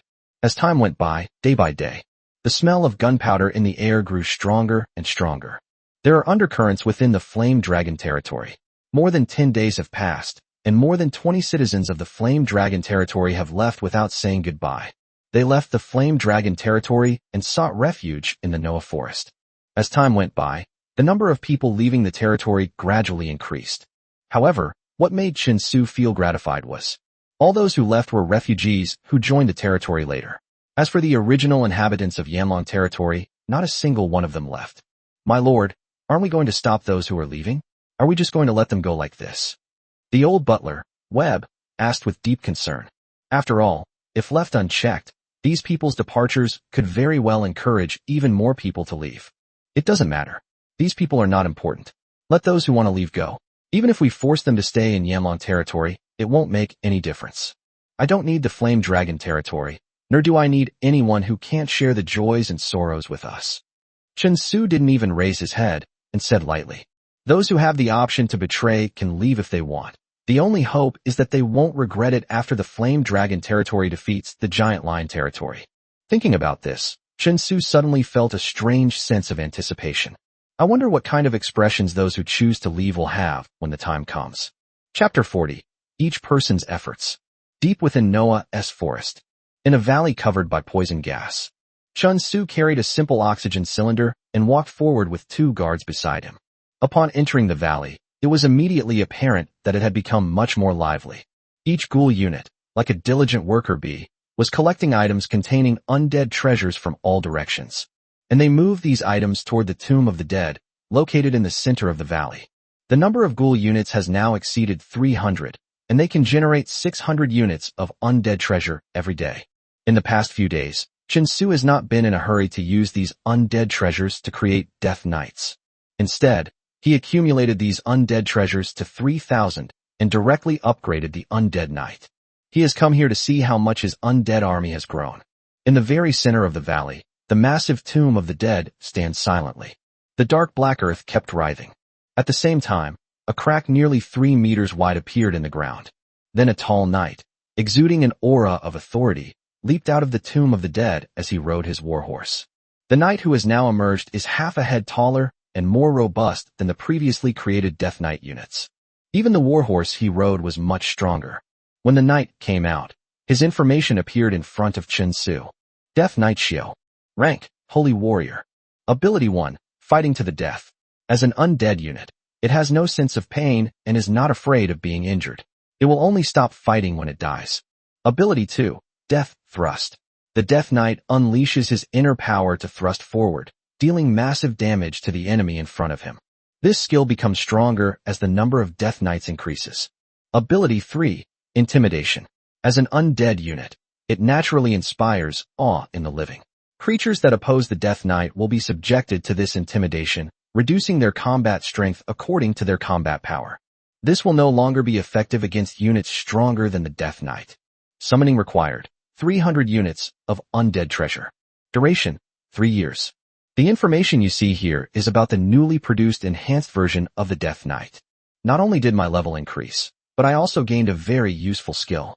At this moment, rows of Death Knights stood silently around the tomb of the dead. 10 Death Knights stood in a row, with the first row consisting of 10 enhanced Death Knights. Behind them were rows of unenhanced Death Knights. As for the unenhanced Death Knights, there were as many as 7 rows. 80 Death Knights stood together in formation, forming a square. They stood silently, not even their warhorses uttering a sound. Like ghosts, they are truly quiet when still, but become incredibly terrifying when they move. Although there are only 80 now, there will be more in the future. And this is Chen Su's true power. On the other side, the training ground next to the Flame Dragon Territory Castle. Simon stood tall and straight in front of the others, roaring loudly. The sound echoed all around, incredibly loud. Are you all dead? If you're not, get up and keep training. With your current strength, how can you protect Yanlong territory and our homeland? Opposite him lay the other 24 members of the Flame Dragon Guard, unable to move. The intense, grueling training made them all look like they had been pulled out of the water, their clothes soaked with sweat. There were 24 people, all panting heavily and looking exhausted. But their eyes burned with unwavering determination. My body was exhausted, but my spirits remained high. Stand up now. Do you think you can slack off just because the Lord and the 2 instructors aren't here? Simon continued speaking, his tone becoming increasingly stern and reprimanding. However, he certainly has the right to say that. The reason he was able to reprimand others was because he had quietly increased his training volume to twice that of everyone else. Even so, he never complained of being tired. So why should these people complain of being tired? None of the 24 people opposite answered, because they no longer had the strength to speak. I struggled for a moment. A soldier from the Flame Dragon Guard let out a powerful roar and finally stood up unsteadily. Once you have the first one, then the second and the third one will follow. The power of a team is limitless. Finally, all 24 members of the Yanlong Guard team stood up. Although they were swaying slightly from exhaustion, their backs remained straight as they supported each other. Similarly, their fighting spirit is at an all-time high. Very good. Now let's continue training. 5 kilometers with weights. Begin. After Simon finished speaking, he was the first to pick up the huge bundle piled with stones from the ground and tie it to his back. The remaining 24 members of the Yanlong Guard picked up their backpacks and silently lined up behind Simon. Prepare for the next training session. At that moment, a group of people, led by Ross, arrived at the training field. These people are all adult males. Their eyes burned with rage as they looked at Simon and the others. Boss Simon, these are the men who have decided to stay in Yanlong territory. You can start training us from now on. We should try to improve our combat capabilities before the Lion territory attacks, so that we can contribute to protecting the area along the way. Rose stood at the front and spoke on behalf of everyone. Citizens of Yanlong territory who are determined to live and die with it. Besides the original 300+ people, some of the refugees also stayed behind. After Ross finished speaking, the other citizens also shouted in unison. That's right, we also have to participate in the grueling training. The Flame Dragon territory doesn't just belong to you, it belongs to us too. I've had enough of cowardly waiting every time. This time, I'm going to fight back. That's right. We've finally managed to live a decent life. It would be better to die on the battlefield than to go back to our old ways. In an instant, the men's roars echoed throughout the entire training ground. At this moment, they were no longer the cowardly commoners who were exploited by successive lords. They were warriors who had just made up their minds to defend their homeland. Chapter 41 War Preparations. Good. Those who choose to stay are all true heroes. Simon felt a chill run down his spine upon hearing their words. You are right. Yanlong territory is not only ours, but also yours. Therefore, for the sake of our homeland, I will not show you any mercy.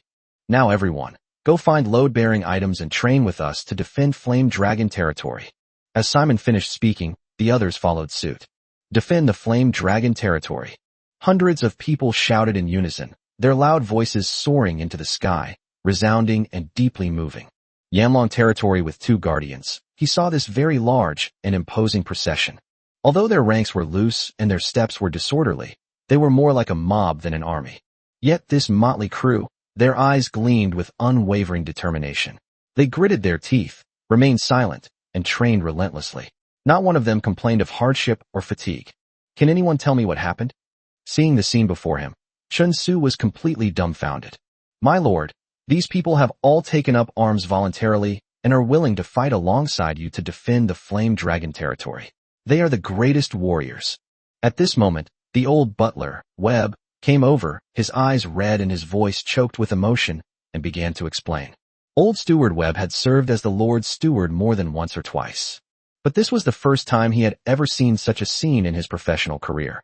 The people within the territory were willing to spontaneously take up arms and train to protect it, sharing life and death with their lord. This scene would never happen in any other territory, and it is absolutely impossible for it to occur. Yes, not bad. They all look good and are blessed. Chen Su remained silent for a moment after hearing this, then looked at the more than 100 people in front of him and suddenly smiled. He then gave instructions to the old steward, Webb. Webb, write down all their names, don't forget anyone. After this war is over, I want them to be proud of the decision they made today for the rest of their lives. At the same time that changes were taking place within the territory, in a place very far away from the Flame Dragon territory, a carriage was speeding towards the Flame Dragon territory. Sister Hella, why don't we get off the vehicle and hurry on our way? The war is about to begin, and if we're this slow, we'll be too late. The fox-eared girl, Shirley, spoke urgently to the woman beside him. Beside the fox-eared girl Shirley stood another fox-eared girl, with fluffy fox ears on her head and a fluffy fox tail behind her. This fox-eared girl also has a perfect figure, with long and straight thighs, a pretty face, and skin that is so smooth and delicate it's almost translucent.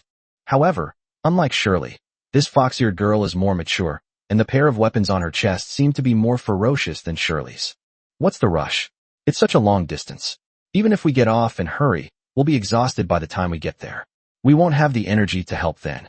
And according to what you said, with the strength of the 2 of us, even if we went, it would be useless. At most, we could only rescue that guy named Chen Su. Upon hearing Shirley's words, the other fox-eared girl calmly and composedly replied, No, I promised him I would go back before the war started. As a warrior of the Tushan Fox clan, I cannot break my promise. Sister Hella, you'll definitely help me, right? The fox-eared girl, Shirley, pleaded helplessly. After a month of hardship, she finally found the original location of the Tushan Fox clan, following her memory. The Tushan Fox clan had already migrated away a month earlier. Only Hella, a warrior from the Tushan Fox clan, remained there, waiting for the lost Shirley to be found. After much difficulty, the fox-eared girl Shirley returned to the location of the Tushan Fox clan, hoping to call for reinforcements, but unexpectedly, only Hella remained. And with the month almost up, it was clearly too late to run to the new location of the Tushan Fox clan to ask for reinforcements. Therefore, the fox-eared girl Shirley had no choice but to drag Hella, who was also a female warrior of the Fox clan, back towards the Flame Dragon territory. Although they only managed to recruit 1 reinforcement. However, the fox-eared girl Shirley did not pause or hesitate in her journey back to the Flame Dragon territory. Chen Su is Xue Li's friend. He saved Xue Li's life and cooked delicious food for her. The Tushan Fox clan knows how to repay kindness and would never run away alone when their friend is in the most danger.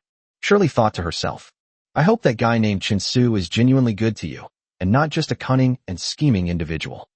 Seeing the anxious expression on the fox-eared girl Shirley's face, Hella squinted and pondered. She's not the innocent girl Shirley. Having witnessed the ugliness of humanity, she absolutely refused to believe that such good people existed in the world. That despicable human must have ulterior motives. The naive Shirley had no idea that she had been deceived. Just wait and see how I, Hella, expose the true face of this despicable human. Let Shirley see who you really are. With this in mind, Hella and Sherry quickened their pace and hurried toward the Flame Dragon territory. Meanwhile, in Yanlong territory, the training program mobilizing all citizens to become soldiers was in full swing.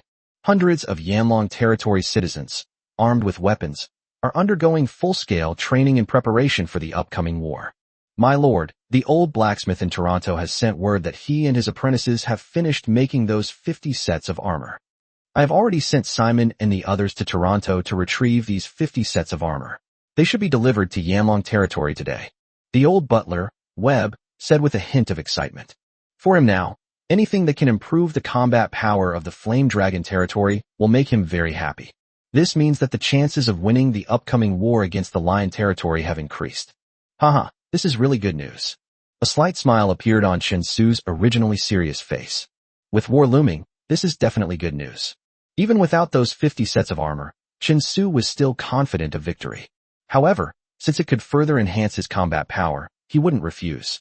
That evening, as the sun was about to set, Simon, accompanied by 10 guards, escorted the convoy loaded with 50 sets of armor back to Yanlong territory. Of these 50 sets of armor, 20 were light armor for infantry and 30 were heavy armor for knights. Looking at the carriage in front of him, Chen Su pointed to the 20 sets of light armor and gave instructions to Simon. These 20 sets of light armor are for your guard team. Go and try them on. Chapter 42, The Triumphant Gutter. Upon hearing Chen Su's words, Simon and the others quickly stepped forward and took the 20 sets of armor. Although they didn't know what the remaining 30 sets of heavy knight armor were for, the disciplined Flame Dragon territory guards didn't ask any further questions. Y, you two transport all 30 sets of heavy knight's armor to the Valley of Noah's Forest. I wonder how powerful the enhanced Death Knight will be when he wears this heavy knight armor. Thinking of this, a glimmer of anticipation flashed in Chen Su's eyes. That's right, these 30 sets of heavy knight armor were originally prepared for Death Knights. The enhanced Death Knight has now been produced in more than 20 units. It is estimated that exactly 30 enhanced Death Knights will be produced before the war begins. When these 30 enhanced Death Knights donned their exclusive full-body armor, they were armed to the teeth. The thought of 30 fully armed, enhanced Death Knights leading nearly 100 other Death Knights charging forward on the battlefield filled Chen Su with excitement. How the Lion territory would resist such an army. A few days later, to Chen Su's delight, the fox-eared girl, Shirley, had returned. Chen Su, I'm back. Did you miss Shirley? The fox-eared girl, Shirley, walked over with a grin. Of course I want to. Chen Su was taken aback for a moment, then smiled and reached out to touch the fox ears on Shui Li's head. Ever since the fox-eared girl left, Chen Su has always felt that something is missing from his life. Who is this fox-eared girl standing next to Shirley? Shirley, who is she? After a brief reminiscing, Chen Su turned his gaze to Hella, who was standing behind Shirley, looking at him warily. This is Sister Hella, the reinforcement that Shirley brought back this time. At this point, the fox-eared girl, Shirley, paused for a moment and said somewhat apologetically. I'm sorry, Chen Su. When I returned to the Tishan Fox clan, I found that all the clansmen had already moved away. Only Sister Hella was still there waiting for me. I was afraid there wouldn't be enough time, so I had to bring Sister Hella back first. Then, as if afraid that Chen Su might underestimate Hella, he quickly emphasized. But don't worry, Hella is very powerful, even more powerful than me. With the two of us here, even if you lose, we can still take you away safely. I said, are you really that insecure about me? Have you already decided I'm going to lose? Chen Su looked at the fox-eared girl, Shui Li, who looked so confident, and couldn't help but shake his head. He's really outspoken, talking about what will happen after he loses right off the bat. Alright, anyway, welcome to your sister Hella's arrival. Shirley, take your sister downstairs to rest, and have something to eat. Regardless of the circumstances, they are guests from afar, so we should treat them well. As soon as the words were spoken, Hella, who had been standing warily beside Shirley without saying a word, finally spoke. Human, I'm helping you this time simply because you saved Sherry before, and it's to repay a favor. Sherry is naive and can't see through your human tricks, But I'm different. If I discover that you have ulterior motives, don't blame me for being impolite. Hela stared intently at him, and Shinsu warned her. His sky-blue eyes were full of wariness. About the fox-eared girl's threat, he just smiled and gestured for Shirley to take Hela away to rest. He knew that all words were powerless. No matter what he said, the other party would not change their mind. However, as long as the other party stays in Yanlong territory for a period of time, this fox-eared girl will know what kind of person she is. Shirley had only been back a short time when the 1-month deadline was approaching. War is finally about to break out. Giant Lion's head, Lord Gundur, riding a tall war horse, looked at the ranks of the Lion Lord's army lined up in front of the castle, his fat face full of smugness. In order to establish his authority by taking control of the Flame Dragon territory and demonstrate his majesty as the Lord of the Giant Lion territory. During this month, Gundur mobilized almost the entire Lion territory, using all available forces except for the necessary defenses. He mobilized more than 3,000 warriors from the Lion territory to participate in the war to destroy the Flame Dragon territory. Of these more than 3,000 soldiers, 150 were Gudua's personal guard, the strongest, most skilled, and best equipped of all the warriors of the Lion clan. Almost everyone wears steel chainmail that covers the chest and abdomen, these vital areas. As for the other soldiers, although they were undisciplined and their steps were disorderly, but just based on this terrifying number of hundreds or thousands, Gudua would probably be scared to death if he bought the Flame Dragon territory. After all, this was an army of over 3,000 men, several times more than all the people of the Flame Dragon territory combined. It is estimated that the people of Yanlong territory, upon seeing their massive and powerful army, immediately gave up resistance and surrendered. Imagining his army sweeping across the entire Flame Dragon face in an invincible scene, Gundur couldn't help but feel smug. He raised his head high, looked at his army, and raised his weapons. This tiny, insignificant place called Yanlong territory dares to defy the authority of its lord. Warriors of the Lion territory, wipe out the entire Flame Dragon territory. Slaughter all the men there, seize all the women. I want everyone to know the price of offending the Lion territory. The price for offending me, Gundur. As soon as he finished speaking, the entire army erupted in cheers. Roar, kill them all, and wipe out the Flame Dragon territory. Haha, after holding it in for so long, I can finally let loose. Sweet blood and beautiful women. The soldiers below, led by the giant lions, immediately let out howls like wolves, their eyes gleaming with desire. Rather than calling them the army of the Lion territory, it would be more appropriate to call them a band of bandits. These soldiers of the Lion territory had previously followed Gundur in many acts of burning, killing, and looting. Therefore, they are extremely familiar with these things. Very good, let's set off then. Looking down at the soldiers below, whose enthusiasm had been aroused and whose eyes were filled with desire, Gundur smiled smugly. In his view, only soldiers filled with desire could charge into battle like wolves. Gundur, as the Lord, was the one who fed the wolves. As long as he satisfies the desires of these wolves, he will be invincible and unstoppable. Flame Dragon territory, heh. From today onwards, this name will no longer exist on the continent. Chapter 43, Standoff between two armies. When the army of the Lion territory approached within 10 miles of the Flame Dragon territory, Flame Dragon territory guard, who were responsible for patrolling and guarding the perimeter, discovered the whereabouts of the giant Lion territory army. And the message was relayed back to Yanlong territory as quickly as possible. Thump, thump, thump. The resounding chimes echoed throughout the entire Flame Dragon territory. All the people of Yanlong territory turned their tense gazes toward the direction from which the bell tolled. They knew that when the bells rang, it meant that the army of the Lion territory had arrived. Every trained citizen of the Flame Dragon territory, though extremely nervous, had a determined glint in their eyes. They gripped their weapons tightly, ready to face the impending war. My lord, the delegation from the Lion territory this time numbers approximately 3,000 people. The soldier, who had rushed to report, said, panting heavily. More than 3,000 people. Upon hearing this, Hela, who was standing next to Shirley, quickly brought her mouth close to Shirley's ear and whispered something. Shirley, if this human insists on starting a war, all we can do is knock him unconscious and take him away. His Flame Dragon territory has no chance of winning this war. It's not even a battle of the same level. 3,000 people versus 500 people. Of these 500 people, more than 400 were civilians who had only been training for less than a month. With such a stark contrast in combat strength, Hela could easily predict the final outcome. Not only Hela, but even the 25 soldiers of the Flame Dragon Territory Guard did not believe that their side would win.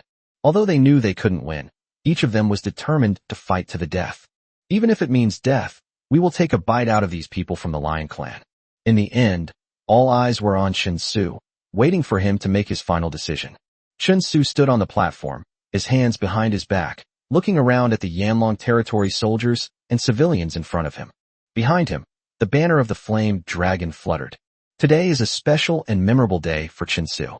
Today is not only the first battle of Yanlong Territory, but also the day Chen Su comes of age. Today, he will turn 18. This war will be of great significance to him. Soldiers of the Flame Dragon Territory, follow me. The rest of the Flame Dragon Territory citizens, remain where you are. Chen Su calmly issued his orders. Are you leading them to their deaths? Upon hearing Chen Su's order, Hela, the fox-eared girl standing to the side, couldn't help but voice her doubts. Good heavens, has this human gone mad? Taking 25 soldiers to fight against 3,000 people, do you think you're a god? My lord, we want to join the war too. My lord, please take us with you. Upon hearing Chen Su's words, the more than 400 people of Yanlong Territory, who had been training for less than a month, shouted in unison. They were prepared to die when they decided to participate in the training. 500 against 3,000. Although the disparity is huge, there is still a tiny bit of hope. However, the disparity between 25 players and 3,000 players is so vast. No one would believe that there is even the slightest hope for Yanlong Territory. You have already proven yourselves with courage. The war that follows does not belong to you, but you can fight from the sidelines. Chen Su mounted a tall warhorse and placed the banner of the Flame Dragon Territory behind him. Unfortunately, the heavenly mighty red hare was not yet an adult. He could only ride this ordinary warhorse. He then gave orders to the 25 fully armed soldiers, led by Simon. Soldiers, follow me. My great axe is already thirsting for blood. I'll kill the lion leader. With a roar, the tall and burly Simon rallied the warriors of the Flame Dragon Territory behind him, and they charged out of the territory following Chen Su. The fox-eared girl surely followed Chen Su without hesitation. Surely, are you crazy? Come back right now. Hela saw this and gritted her teeth. She felt that this human had gone mad, and that surely following him would be suicide. However, Shirley seemed not to hear her summons and followed Chen Su's footsteps without the slightest pause or hesitation. You despicable human. You've bewitched Sherry like this. I'll definitely settle this score with you later. Seeing this, Hela stomped her foot in frustration, but in the end, she had no choice but to chase after them. She already had a plan in mind. Once they got to the battlefield, all this foolish human had to do was. She was determined to stop Shirley, even if it meant knocking the silly girl unconscious and taking her away. Adult men of the Flame Dragon Territory behind him looked at each other in bewilderment as Chen Su led the Flame Dragon Territory guards away. After a long silence, Ross stepped out, roaring with bloodshot eyes. Are we cowards? No. More than 400 people roared hysterically. Then follow me. Keep up with the Lord's pace. By the gods, even if it means death, I will not back down. Ross roared and gripped his weapon tightly, charging headlong in the direction Chen Su had gone. Then came the second one, and the third one. In the end, not a single one of the more than 400 people turned back. They all followed. Chen Su's actions gave the people of Yanlong Territory boundless courage and strength. Even the high and mighty lords are at the forefront, so what reason do they have to back down?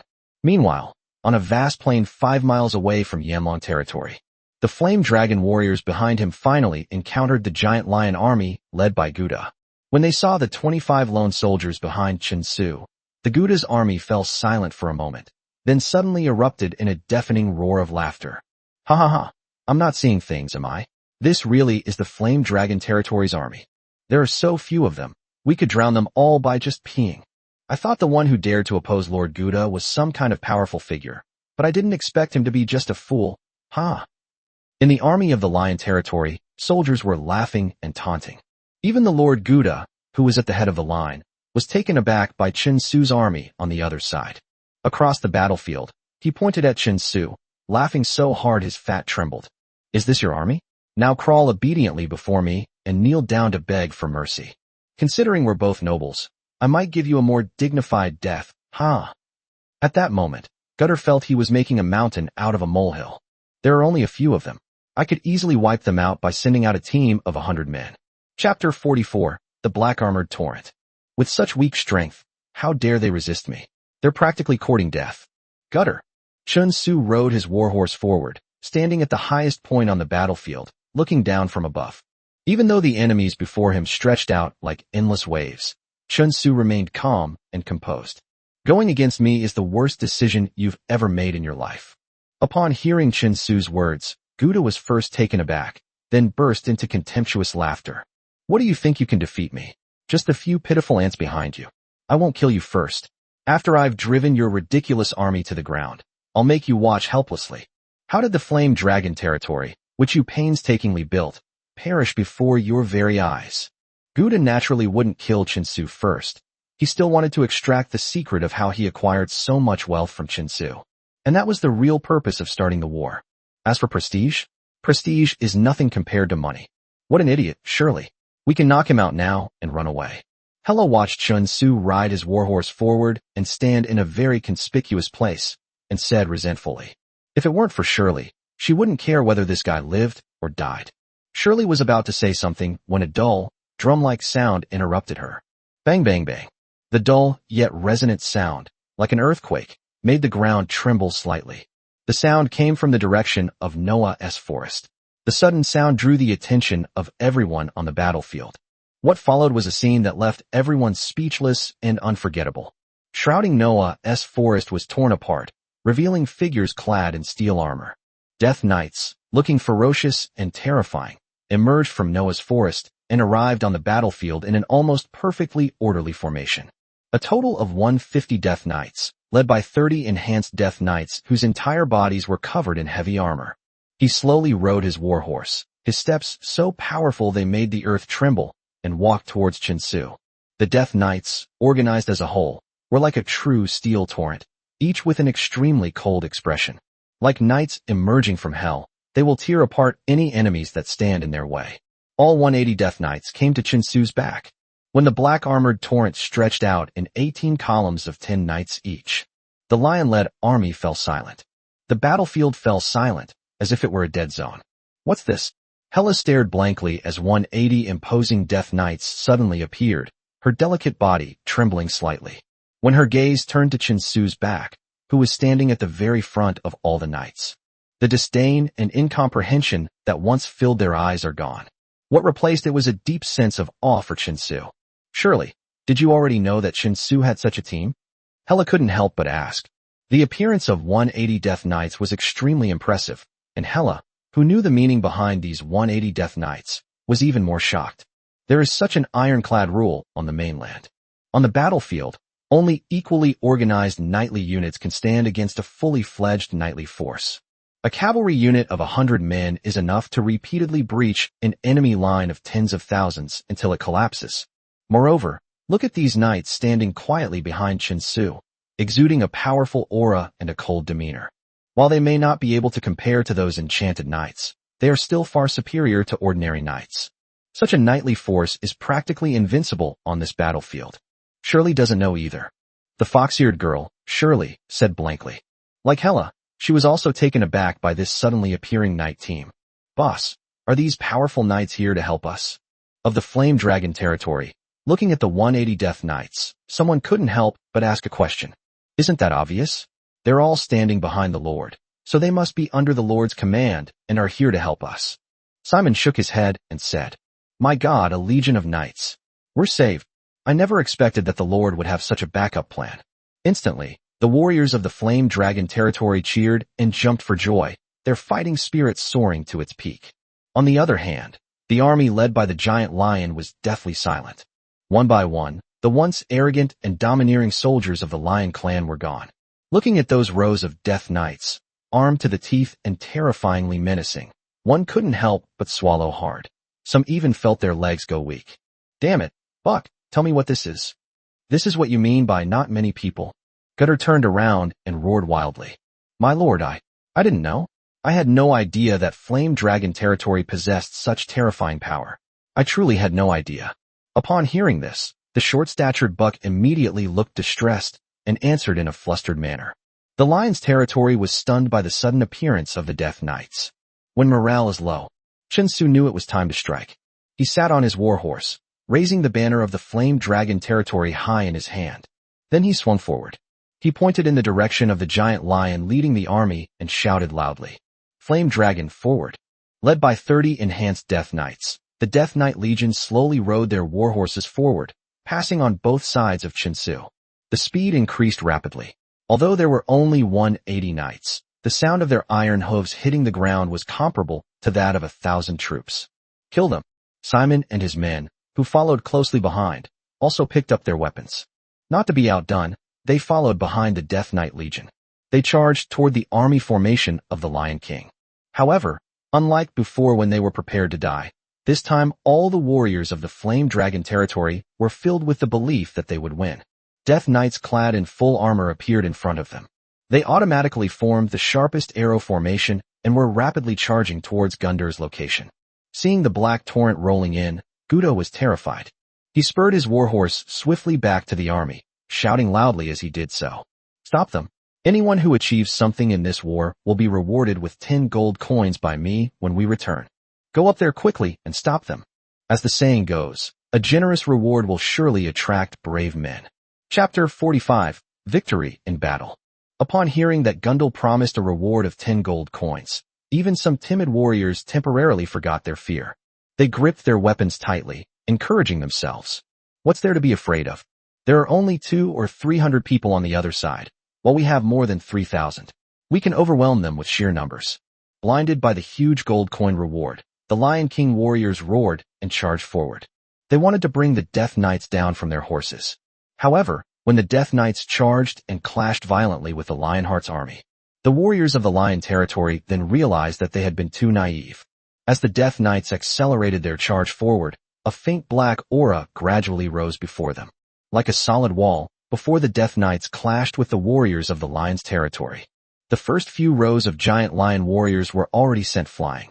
Their bodies were torn to pieces in midair by the invisible wall of air. Death Thrust. This was a death strike launched by 180 Death Knights, which killed nearly 300 enemy warriors right from the start. After that, the entire Death Knight Legion, like a black sword, slashed fiercely into the oncoming lion-led formation. The Death Knight thrust forward, flesh and blood flew everywhere, and screams rose in agony. It was a crushing defeat to the extreme. The Death Knight Legion rampaged through the Lion territory's ranks, like a flesh and blood disc with countless serrated edges, slowly turning and tearing apart and grinding its opponents. Simon and the others followed behind the Death Knight Legion, without even finding an opportunity to make a move. Because wherever the Death Knight Legion charges, it leaves behind a true vacuum.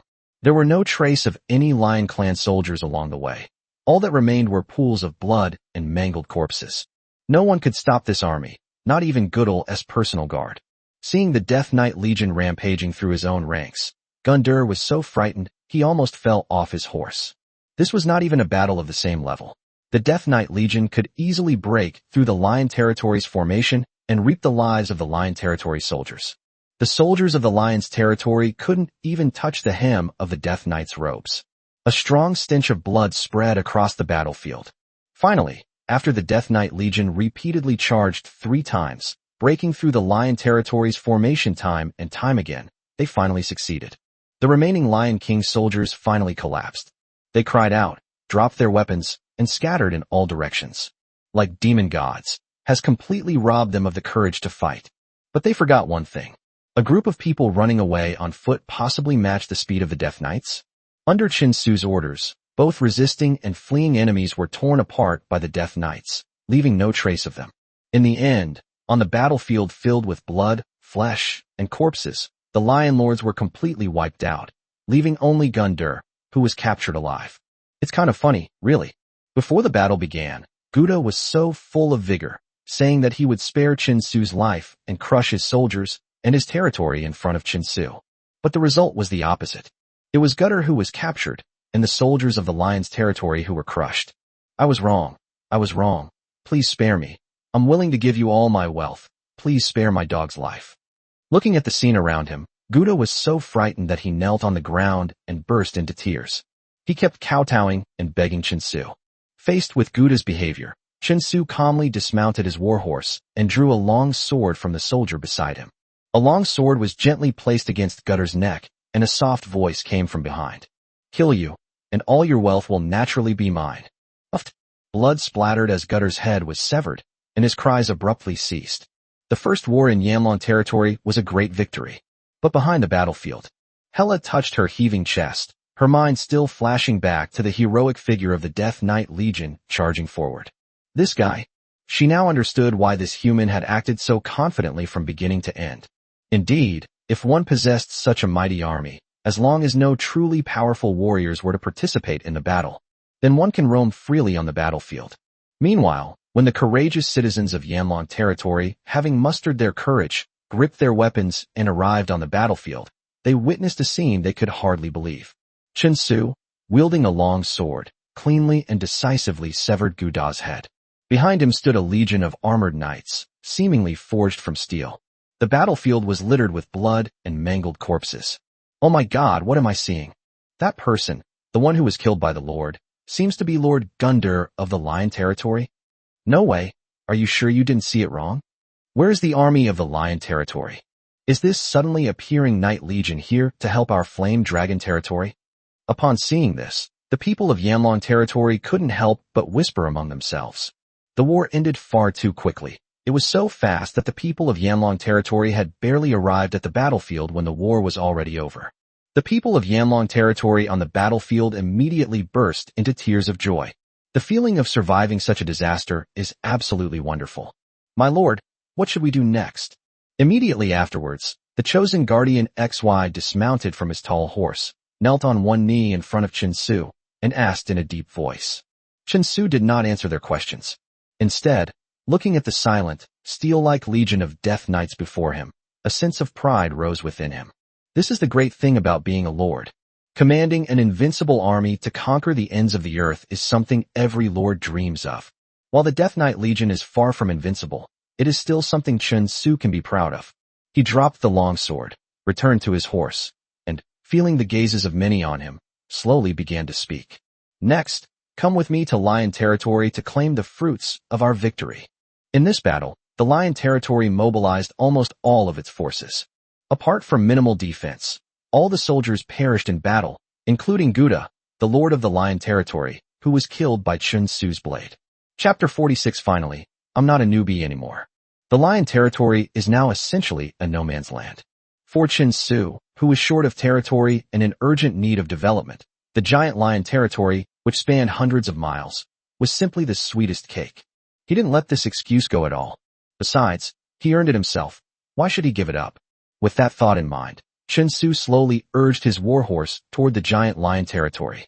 Following behind him were the Flame Dragon Territory Guard and the Death Knight Legion. At their pace, the round trip wouldn't take long.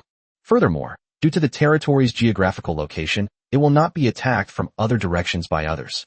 That's why Chen Su was so confident in leading his army on the expedition. Of the Flame Dragon was raised high by Simon and others. Fluttering in the air, the five-clawed golden dragon on the flag seemed to have finally awakened from its slumber, displaying its power. When Chen Su led his army onto the territory of the Giant Lion Territory, the people of the Giant Lion Territory were undoubtedly thrown into a state of panic. Even the Lion King's army of over 3,000 men would tremble with fear upon seeing Chen Su's Death Knight Legion. Moreover, these are ordinary people who have never seen the world. Some timid individuals were so frightened that they wet their pants.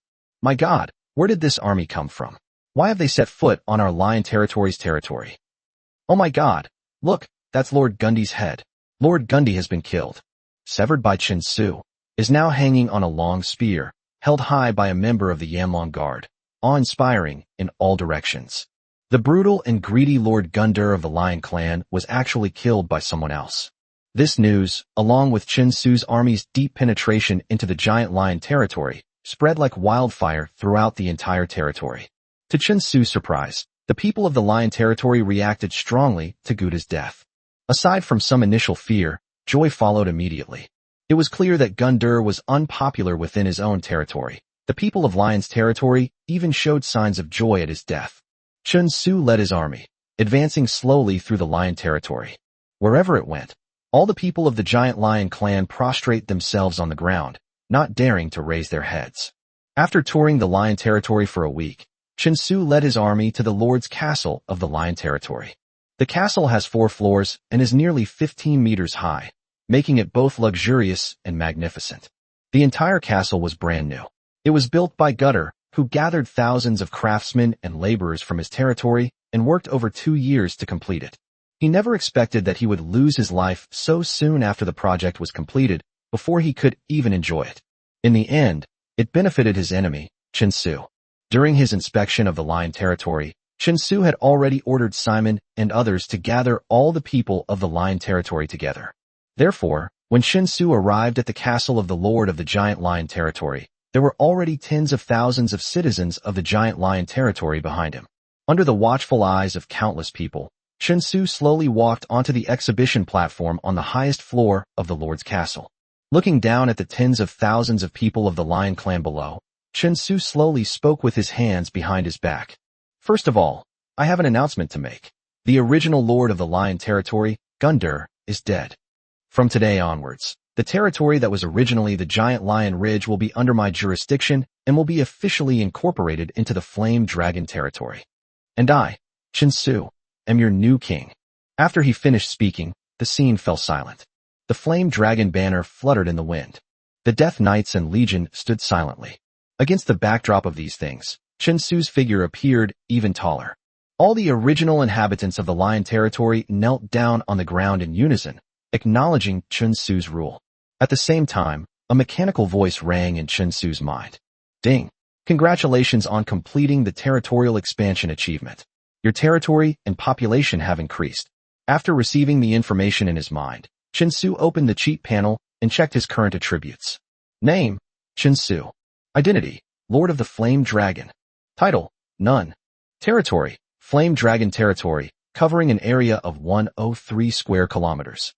Number of citizens in the territory, 21,251. Territory charm value, 60. This relates to the loyalty of the people within the territory, as well as hidden benefits. Territory security, 66, safe. The maximum security level is 100. When the security level of a territory falls below 10, riots or escapes will occur. Treasure, none. Personal assets, 505 gold coins. Attendants, Guardians X and Y. Mount, Heavenly Red Hair, Juvenile Stage. Talent, Elemental Body. Passive your body will attract magical elements immensely, permanently increasing your magical training efficiency by 20%. Calm and Composed Exclusive, an enchanter exclusive skill that grants you exceptional composure while enchanting, increasing accuracy and stability by 10%. Army, Death Knights, 180. Flame Dragon Territory Guard, 25. Ghoul Army, 350. Evaluation, a figure who has stepped into the lower ranks of a noble lord. While not weak, he cannot be considered powerful either. After taking a quick look at his attribute panel, Chen Su nodded. He was very satisfied with the last comment. I remember the previous evaluation was that it was the weakest noob, but now it's not the weakest anymore. After the Giant Lion territory was conquered, Chen Su's territory and the number of his people both increased significantly. In particular, the number of people under its control was only a little over 1,000, including the refugees who had come to join it. Now that the Lion territory has been conquered, the number of its inhabitants is finally not so miserable. He declared himself the new lord of this land and incorporated the Lion territory into the Flame Dragon territory. In order to stabilize the native inhabitants here, Chen Su abolished many taxes and only retained a few basic taxes that were originally unreasonable in the Giant Lion territory. With Yanlong Tax Bureau. Upon hearing Chen Su's announcement, the people cheered immediately. After all, they had no feelings for Gutter. All they felt was fear and dread. The new lord has just taken office and has already promulgated so many policies that benefit the people. This also lessened their anxiety. At least they knew that Chen Su was a more benevolent lord than Gutter. Webb, now give the order to investigate the population and resources of this territory. And in the shortest possible time, draw up a detailed map of everything in the Lion territory and give it to me. With his hands behind his back, Chen Su calmly gave instructions to the butler. Chapter 47. The Dragon? Yes, my lord. After receiving his orders, the old steward Webb led 2 teams, totaling 20 Death Knights, away. Since they had only just occupied the Lion territory, Chinsu still needed to send out forces to protect the people on their mission and prevent any accidents from happening, just to be on the safe side. Now I'll investigate the entire castle. Hopefully, this gutter will bring me some surprises. Looking at the castle in front of him, a hint of anticipation flashed in Chinsu's eyes. Gutter must have accumulated a considerable fortune by being able to lord it over the Lion territory for over 10 years. If they can gain enough, it might be able to solve Chinsu's immediate problem. After all, the need for gold coins in the Flame Dragon territory is currently enormous. Simon and 25 other guards quickly entered the castle and began their search. More than 100 men and women dressed as servants were huddled together in fear, watching Chinsu and his army burst into the castle. These 100-plus people were originally servants of Gutter. They looked at Chinsu with some fear, wondering what their fate would be. "You all pack your things and get out of here." Chinsu pondered for a moment, then spoke slowly. These servants were all used by Gutter before, so Chinsu naturally wouldn't use them again. But he wouldn't make things difficult for these poor people. Moreover, Chinsu will reassemble a new batch of servants. Upon hearing Chinsu's words, the servants burst into tears. They didn't expect Chinsu to let them leave. He knelt on the ground repeatedly to express his gratitude to Chinsu, and then hurriedly fled. For these servants, this place was hell. They lived in constant fear, risking their lives for even the slightest mistake in service. As for the beautiful maids in the castle, countless of them were tortured to death by Gundur. The servants had fled, leaving only the guards searching and clearing the empty castle, Chinsu, and the two fox-eared girls following behind him. "Chinsu, this castle is much bigger and more beautiful than where you live now." Looking at the luxurious decorations inside the castle, the fox-eared girl surely couldn't help but exclaim in admiration. "Isn't it beautiful? This will be my new residence from now on. You can choose any room here as your bedroom," Chinsu said with a smile. "Really? That's great. Chinsu, thank you." Shirley cheered and gave Chinsu a hug, her two fox ears standing straight up in excitement. "Since you've agreed, then I won't stand on ceremony. I'll pick the best room for you, so don't regret it," Shirley said with a grin. "Pick whatever you like, I definitely won't regret it. Oh, and pick one for your sister Hella too." Shaking his head, Chinsu said with amusement. "Humph, human, I don't need your flattery." Hella stubbornly insisted, but the hint of attraction in her eyes betrayed her. As a branch of the beast race, the Tishin Fox clan usually eats only the wind and dew. Where could they possibly live in such a magnificent building? "Chinsu, this house looks good. I'll take it." Shirley pointed to one of the rooms and cheered. Although the room door was closed, the intricate patterns and luxurious decorations on the door suggested that the interior was quite well furnished. "All right, this room is yours now." Chinsu smiled and nodded. After receiving Chinsu's consent, Shirley eagerly pushed open the door. Creak. The door was pushed open, and in the spacious room, a huge bed, measuring 5 meters in length and width, was immediately visible. A pristine white sheet covered the soft, cashmere-covered bed. In the end, Chinsu sealed up the room and gave Shirley another room, a luxurious and spacious bedroom. Standing outside the room, Chinsu shook his head. Although he knew the chances were slim, Chinsu still harbored ambitions. The chances may be slim, but what if they actually come true? At this moment, an excited shout interrupted Chinsu's train of thought. "My lord, we've found Gundur's treasure." Simon rushed in, his face beaming with excitement as he reported. "Okay, then take me there quickly." Chinsu put his thoughts out of his head and quickly followed Simon. Gundur's treasure, he hoped, would contain treasures that would satisfy him. Led by Simon, Chinsu walked down to the lower levels of the castle. After opening a secret passage, they continued for several dozen meters and finally arrived at the treasure that Gutter had created. Upon entering, 2 massive wooden doors stood before Chinsu, clearly indicating that the space behind them was quite spacious. Chinsu ordered Simon and the others to push open the wooden door. The moment the door was opened, a shimmering golden light shone out from behind it, causing Chinsu to squint. This is a huge underground space with a radius of nearly 100 meters. In the very center are 5 large boxes filled with glittering gold coins. Judging by appearances alone, there are at least 30,000 gold coins. Next to these 5 large boxes, there was also a small box containing some jewelry and porcelain. "Is that all?" After taking a look, Chinsu frowned. 5 boxes of gold coins and 1 box of jewelry, combined, are probably worth around 40,000 to 50,000 gold coins, but this clearly did not meet Chinsu's expectations. So he instructed Simon and the others to continue searching and exploring this underground space. Such a large treasure trove couldn't possibly contain only this many treasures. Simon and his team carefully investigated and finally discovered the mechanism on one of the walls. Simon turned the mechanism, and the wall retreated with a rumbling sound. The wall was pushed open, revealing a hidden compartment inside, where a box secured by more than 10 thick chains sat quietly. A powerful and dangerous aura emanated from the box. "You all go down first. Let the Death Knight open this box." Chen Su thought for a moment and then spoke slowly. "Every soldier in the guard is precious, while the Death Knight, though powerful, is a renewable consumable. Therefore, in this situation, it is naturally most appropriate to let the Death Knight do it." The Death Knight arrived quickly. He then used his weapon to break the iron lock binding the box and slowly opened it. The moment the chest was opened, a faint dragon's roar seemed to emerge, mixed with a powerful and awe-inspiring aura rushing out of the treasure chest. When they sensed this aura, the fox-eared girl Sherry and Hella felt their legs go weak and almost collapse to the ground. This is the aura of a dragon. Chapter 48, A Miracle Happens with a Single Draw. This is the aura of a dragon, Hella said in great shock. We're the most prominent among those at the top of the food chain, revered as gods by many beastmen. Fortunately, no danger occurred after the box was opened. Chen Su stepped forward and peered into the box. Inside the box were two items. The first item was a white tooth, nearly 2 meters long. The second item was a scale about 1 meter in diameter that looked like a shield. Dragon teeth and dragon scales. Chen Su did not guess. Dragons are undoubtedly the most powerful creatures in this world, and dragon warriors are the most formidable.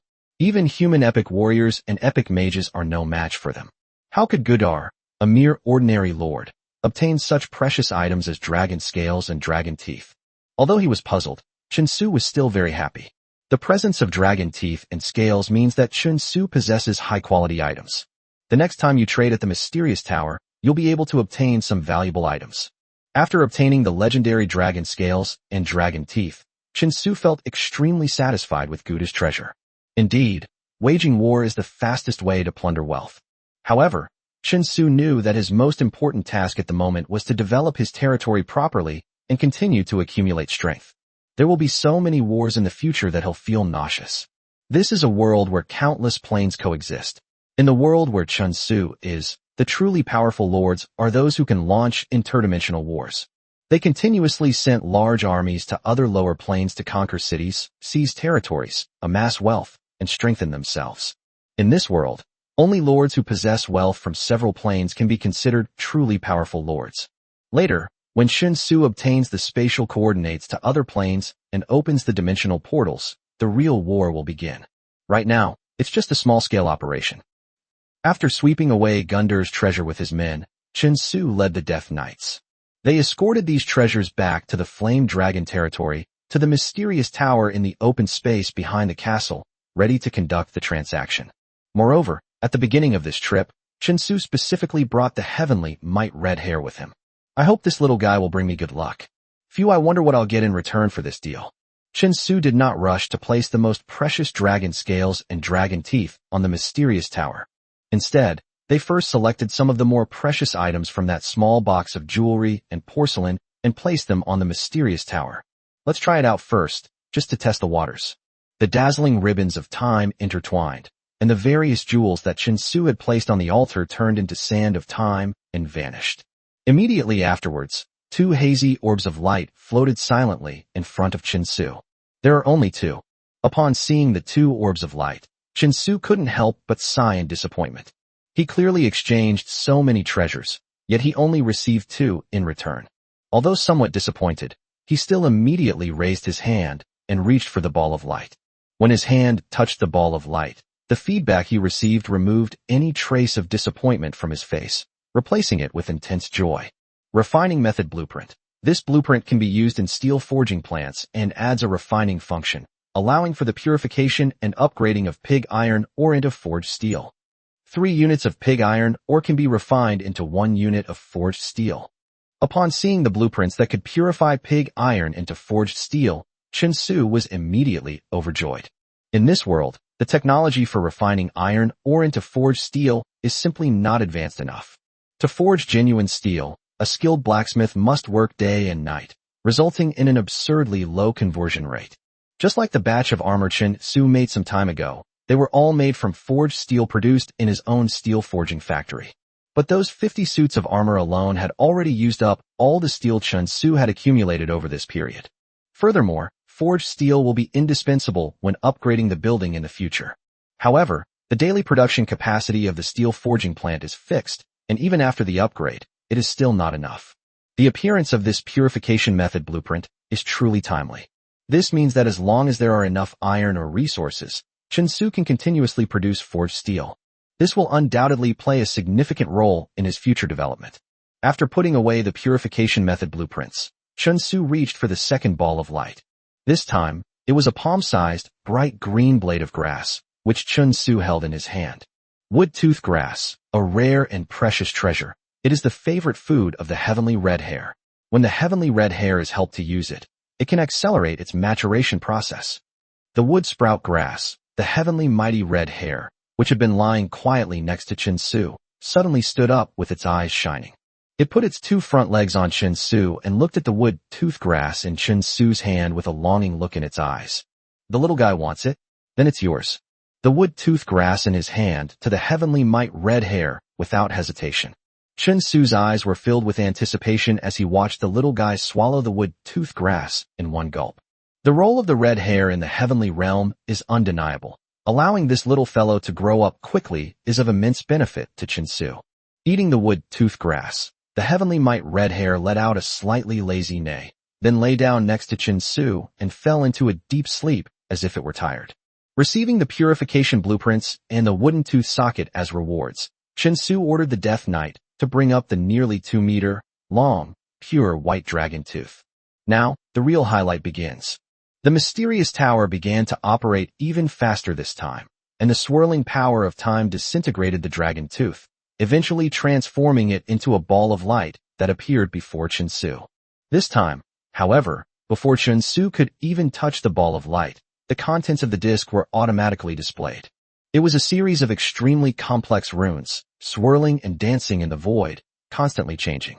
Spatial coordinates, a precious set of spatial coordinates, the key to unlocking another dimension, but whether that dimension is dangerous is unknown. Note, this coordinate system is valid for 1 year. It will expire if not used within this period. Holy crap! Holy crap! Holy crap! Seriously? They've actually revealed these spatial coordinates. Chen Su stared in astonishment at the complex string of runes, lost in thought. Chapter 49, Great Harvest. According to the description of the cheat code, this is a set of spatial coordinates that record another dimension. Once used, it will create a spatial passage leading to that dimension. The only uncertainty is whether the plane we are heading to is a land of abundant resources or a desolate and barren place. Regardless, this set of spatial coordinates holds a fatal attraction for any powerful lord. A whole year has passed. Suddenly, Chen Su felt some pressure. He absolutely must use this set of spatial coordinates. He cannot allow it to expire after a year. But this also means that within this year, Chen Su must build an army strong enough to support his cross-dimensional conquests. Even if the plane behind this set of spatial coordinates is a low-level plane, with the army he currently possesses, it would absolutely not make a ripple. Building an army capable of fighting across dimensions within a year is definitely a challenging task for Chen Su. Without much thought, Chen Su reached out and touched the ball of light. When his hand touched the incredibly complex cluster of symbols, the symbols suddenly condensed and coalesced into a crystal ball the size of a palm. Inside the transparent crystal ball, the complex and intricate runes continued to change. After collecting the precious spatial coordinates, Chen Su ordered the Death Knights to carry the dragon scale up the mysterious tower. A vast power of time surged, and the dragon scale slowly disappeared, replaced by 2 hazy orbs of light that shimmered with even greater brilliance. Seeing these 2 even more radiant orbs of light, Chen Su was overjoyed. According to the transaction principles of the mysterious college entrance examination, the more luster an item has, the higher its grade and specifications. As the light appeared, the details of the 2 rewards were also revealed to Chen Su. Inside the first ball of light is an enchanting pen used by enchanters when enchanting. Gauge, a divine artifact that even the most powerful enchanters would covet. Enchanting with it will increase stability and success rate by 10%. and you have 5 chances per day to correct errors and re-enchant. A divine artifact, an absolute divine artifact. After seeing the track gauge capability, Chinsu no longer knew how to measure its value. In the world of enchanters, anything that can improve the stability and smoothness of enchanting, leading to a higher success rate, is considered a divine artifact. And this is an enchanted pen called Gauge. Not only can it increase the enchantment success rate by 10%, it also gives you 5 chances to correct mistakes every day. It's important to know that during the enchanting process, even the slightest mistake can cause the entire enchanting process to fail. However, if a mistake is made, even the most skilled enchanter will have to abandon the unfinished enchantment and start over. This is precisely why enchanting is so difficult. Even a third-tier enchanter would find it difficult to guarantee a high success rate when drawing a first-tier enchantment. But having this gauge means you'll have 5 chances to start over each day. Correcting 5 errors might mean 5 successful enchantments. Therefore, the value of this enchanted pen called Gauge is immeasurable. Especially for Chinsu, who had already drawn the calm and steady skill, having this enchanted pen would be even more beneficial. Enchanters is no longer a challenge for him. Chinsu took a deep breath and took the enchanted pen, named Gauge, out of the ball of light. Then, they turned their attention to another ball of light. There was no physical object inside the ball of light, clearly indicating that Chinsu had drawn another skill. Magic boiling allows magic to boil continuously, effectively doubling magic reserves.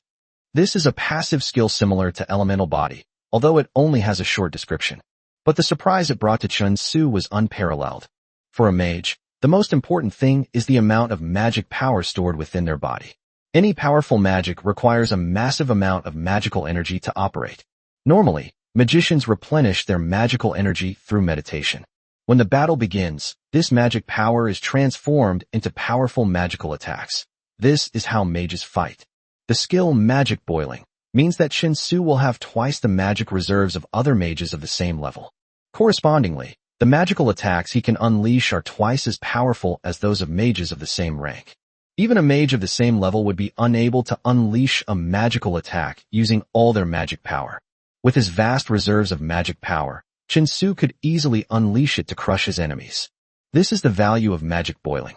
This skill is generally only available to mages who advance to the epic level and possess their own epic abilities. Even for powerful epic mages, the boiling of magic power is something they dream of. Chinsu, before even becoming a formal magician, has already acquired a skill that would make all magicians in the world envious and jealous. A huge harvest, absolutely a huge harvest. Even the usually calm Chinsu couldn't help but sigh. Whether it's the enchanted pen, the skills, or the spatial coordinates obtained before, they are all enough to drive the strong in this world crazy. But now, they have all fallen into Chinsu's arms. Ding! Congratulations! Your Heavenly Might red hair has grown further. The Heavenly Might buff has been strengthened, and it has learned a new skill. The Mighty Red Hair. Level, Juvenile. Note, Juvenile, Mature, and Complete forms. Skill 1, Heavenly Blessing. Heavenly Blessing. Those recognized by the Heavenly Red Hair will be favored by heaven, with their luck value increased by 15. Skill 2, Steed of Destiny. The Chosen Horse. The Heavenly Red Hair always gets what it wants, and when it gives good luck to those it approves of, it may bring unexpected rewards after using this skill. Cooldown time, 1 month. After growing up, the Heavenly Might Red Hair not only gained 5 more points of luck from the Heavenly Might buff, but also acquired an additional new skill. But what on earth is this Horse of Destiny? Chinsu was completely dumbfounded. He had only heard of the Chosen One, but this Chosen Horse, well, something felt off. However, the description of this skill is always ambiguous. Therefore, Chinsu still needs to explore the effects of this skill himself. Chapter 50, An Unorthodox Deal. A horse destined for destiny? Does this mean that after using this skill, one will be blessed by destiny and can get whatever one wants? Chinsu shook his head. Although the Heavenly Might Red Hair could bring good luck, it was clearly not to the point of defying the heavens.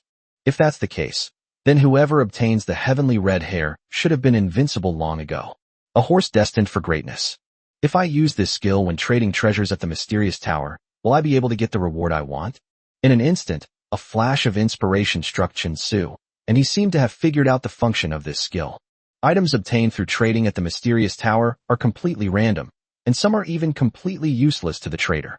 The reason Chen Su obtained these transactions was that he acquired treasures or skills that were of great use to him. Besides the fact that the treasures he traded were all extremely valuable, the luck attribute added to him by the heavenly might red hair also played an indelible role in the unseen world.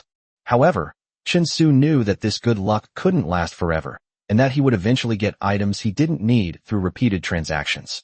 If the skill of this destiny horse is truly effective, then wouldn't that mean that during the next transaction, by using this skill and specifying the type of item you want, you can influence the mysterious tower and ultimately obtain the items you trade?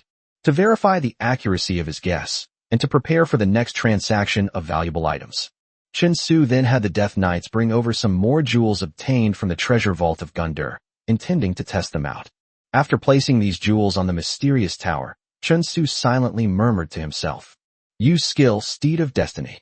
Immediately afterwards, this skill on the Heavenly Might Red Hair's panel went into a long cooldown period of up to a month. This also means that the skill has been activated. I crave power, the power to make myself stronger.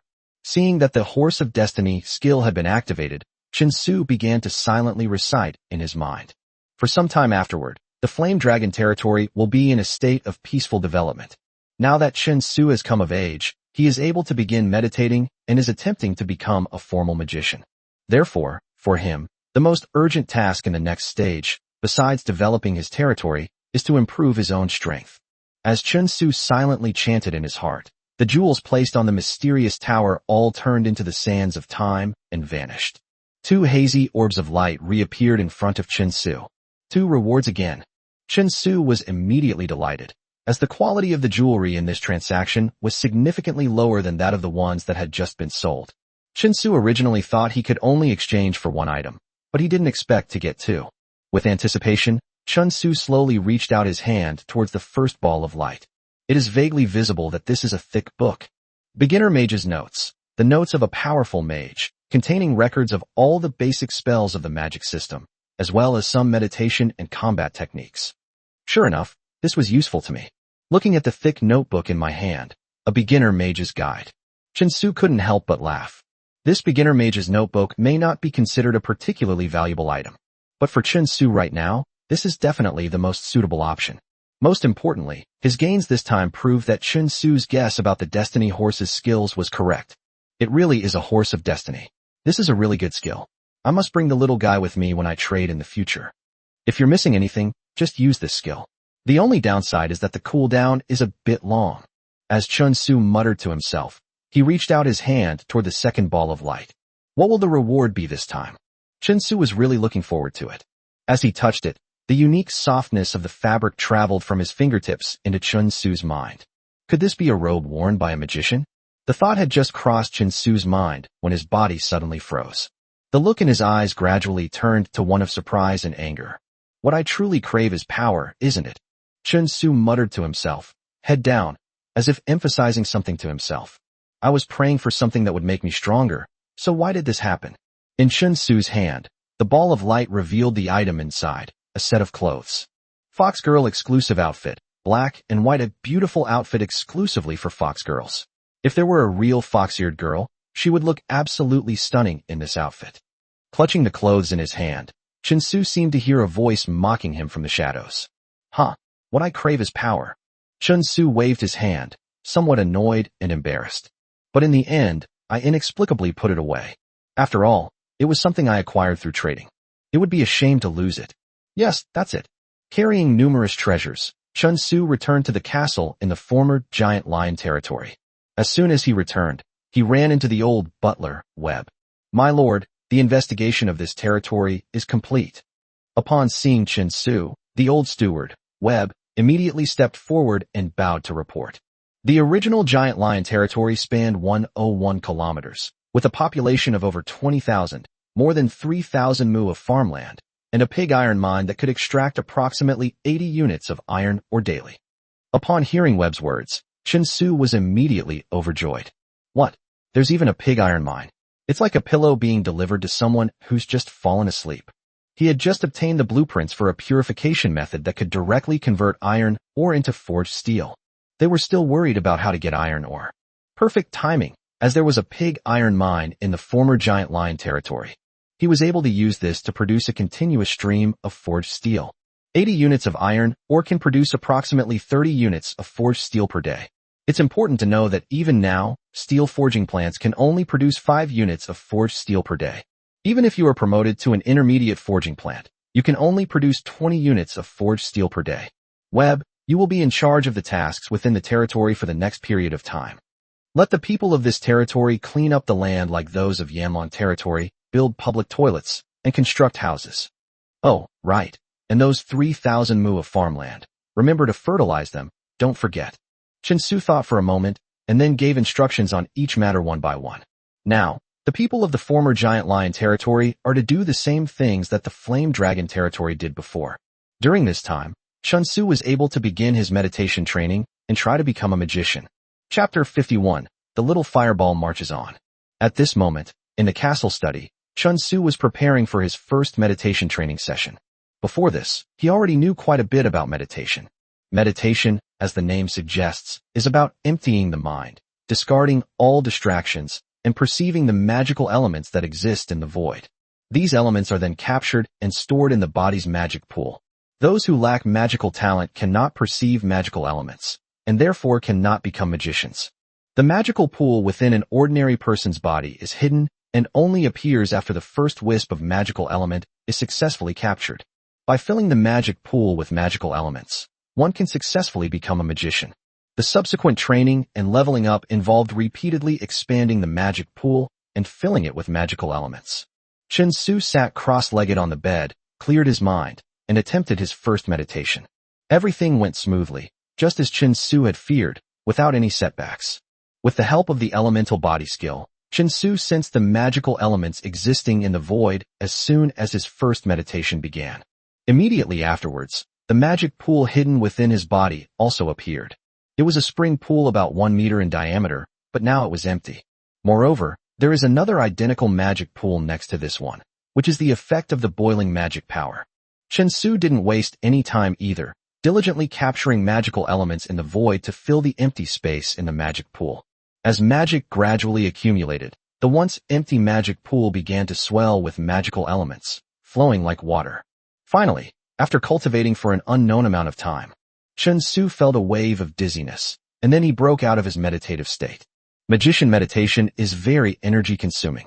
When too much energy is consumed, the body's functions will prompt the magician to automatically exit the meditative state.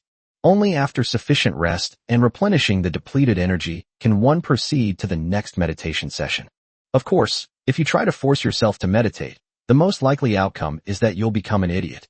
Chen Su was quite satisfied with the results of his first meditation practice. He had filled the first magic pool with nearly 2/3 of its magical elements. With just one more meditation session, he will be able to successfully become a magician. Of course, the extra magic pools that appear due to the boiling of magic are not counted in the normal leveling process. In other words, Chen Su, like everyone else, only needs to fill a magic pool with magical elements to become a magician, instead of needing to fill both magic pools to become a magician. Although I haven't become a true apprentice mage yet, I should be able to use some minor spells.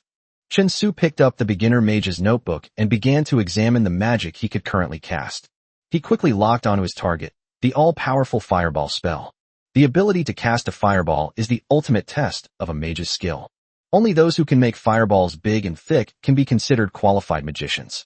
Fireball, the most powerful spell among low-level magic, has always been a must-learn skill for mages. Chen Su followed the notes in the beginner magician's notebook. I started experimenting little by little and created my first fireball. The magical elements within Chen Su's body were mobilized, gathering at his fingertips and transforming into omnipresent fire elements. A tiny flame slowly burned at Chen Su's fingertips. That hardly qualifies as a fireball. Seeing this, Chen Su raised an eyebrow and began to increase his magical output. The flame hovering on his fingertip also grew thicker and brighter, and eventually it turned into a small, not very stable fireball. I wonder how powerful it is. Chen Su looked around and surveyed the surroundings before finally fixing his gaze on the 2 heavy doors. These 2 doors are so thick, a small fireball shouldn't cause any damage, right? Thinking this, Chen Su casually tossed it aside. The small fireball traced a bright path through the air before Chen Su threw it toward the gate. However, Just as the small fireball was about to reach the gate, an accident occurred. It creaked and groaned. Two heavy doors were pushed open from the outside. Who is this? Let's go back half an hour. Inside Shirley's room, Sherry and Hella, the two fox-eared girls, were sitting on the soft bed, seemingly talking about something. Shirley, now that Human is no longer in danger, shouldn't you come back to the Tushan Fox clan with me? You know, the elders in the clan were extremely worried when they found out you had secretly left. Hella looked at Shirley and said, "Ah." Upon hearing Hella's words, Shirley's two erect fox ears instantly drooped down. His expression was uncertain, and after hesitating for a while, he finally spoke. "Sister Hella, why don't you go back first? Tell the elders in the tribe that I'm safe. I'll stay outside for a while longer before going back." Hella was shocked when she heard Shirley's words. "What? You're not planning to come back with me?"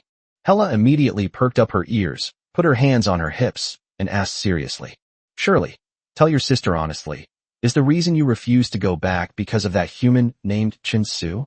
Shirley blushed, her eyes flickered, and then she shook her head firmly. "How could that be? Of course not. Why is that?" Hella looked at Shirley with some suspicion. "Oh dear, Sister Hella, I've grown up so much and I've never been out to play before. I've finally managed to get out here and see the vast world, so please let me stay out here a little longer." Shirley quickly grabbed Hella's arm, shook it, and said in a coquettish tone, "Besides, there are such beautiful houses to live in here. Oh right, and delicious food made by Chin-Su.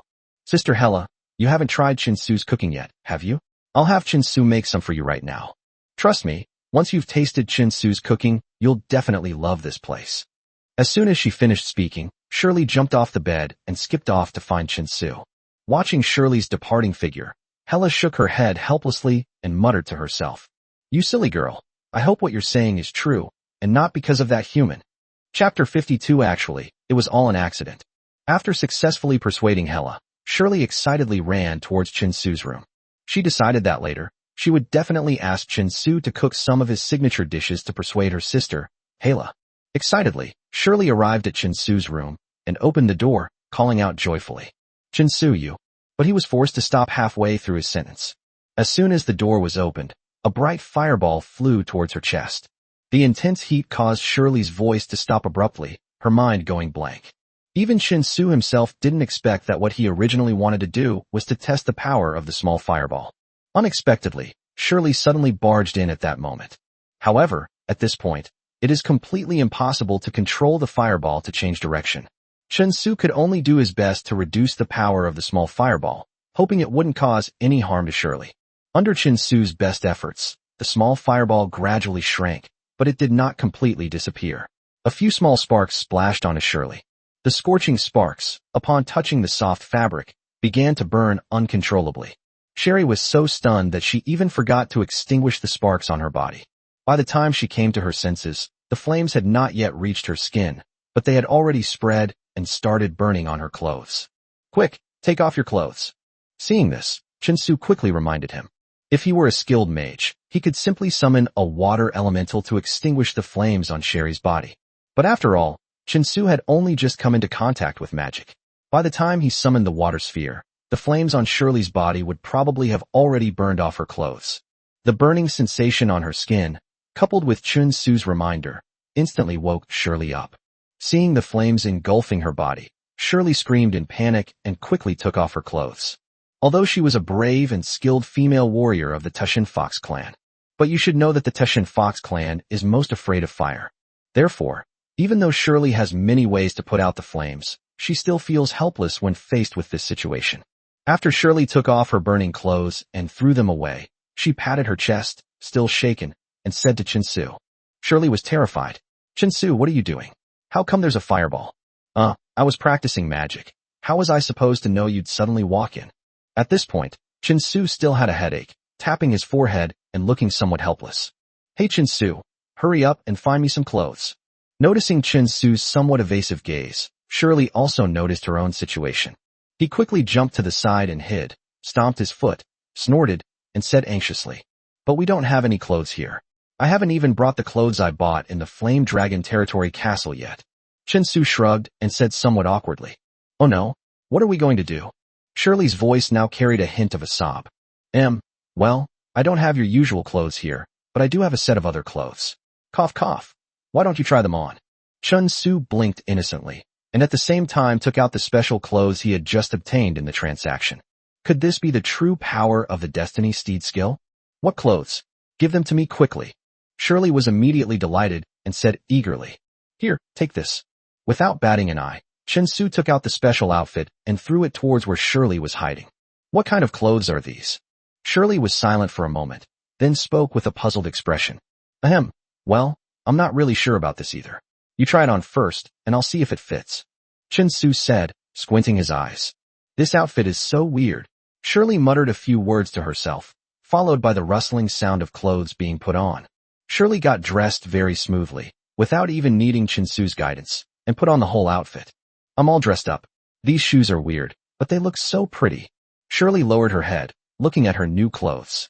The soft, light fabric clung tightly to her body, perfectly showcasing her figure. Chun Su watched as Shirley walked out, a look of amazement flashing in his eyes. Indeed, this kind of clothing should be worn by fox-eared girls. It's so pleasing to the eye. Chun Su thought to himself with admiration. It must be said that Shirley looks even taller in high heels. However, Shirley clearly didn't have much control over her new shoes. She tried to take a step forward, but her body swayed, and she fell to the side. Careful. With quick reflexes, Chun Su immediately reached out and caught her to prevent her from falling. Just as Shirley hurriedly reached out her small hand, trying to push Chun Su away and stand up, there was a creaking sound at the door, and it opened again. The fox-eared girl stood in front of the door looking at the two of them with a bewildered expression. You, human, let go of my sister. Hella only came over to check on things after hearing Shirley scream. I didn't expect to see this scene as soon as I entered. She instinctively assumed that Chun Su was bullying Shirley. No, Sister Hella, it's not what you think. Seeing Hella's angry expression, Shirley hurriedly tried to stand up. However, her high heels slipped, and she ended up leaning even closer into Chun Su's arms. Chun Su looked helpless, shrugged his hands, and looked completely innocent. If I told you that this was all just an accident, would you believe me? As soon as she finished speaking, she was met with a questioning look from Hella. Even after the explanation, Hella still seemed skeptical. However, that beautiful dress never returned to Chun Su's hands. Shirley has absolutely no resistance to beautiful clothes and delicious food. However, before leaving, Chun Su told Shirley in an extremely domineering manner. Sherry can wear this dress, but only in the castle, and only for him to see. Chun Su neither wanted nor allowed others to see such a beautiful view. He alone was enough to be the only admirer and viewer. Unfortunately, for the next few days, Hella stayed by Shirley's side almost constantly, practically never leaving her. It seemed to be a conscious act, a precaution against Chun Su. However, Chun Su has not shown any interest in contacting the two fox-eared girls in the past few days. Instead, he stayed in his bedroom, meditating intently. Chapter 53, Major Changes. A day has passed, and Chun Su has officially become an apprentice mage. It took him another day to fill his second, extra magic pool. He then spent another 5 days expanding his magic pool. It can be said that Chun Su's rapid ascent was like a rocket, and no one else knew about it. Otherwise, it would have caused a sensation.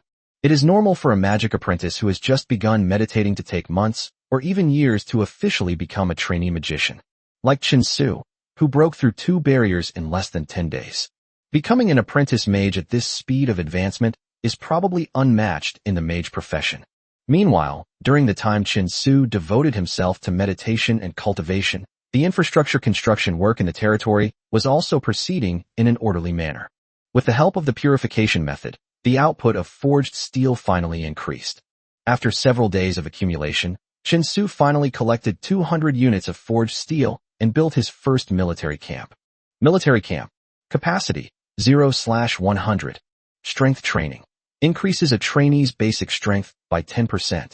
Each person consumes 1 gold coin over a 15-day cycle. Agility training. Increases a trainee's basic agility by 10%.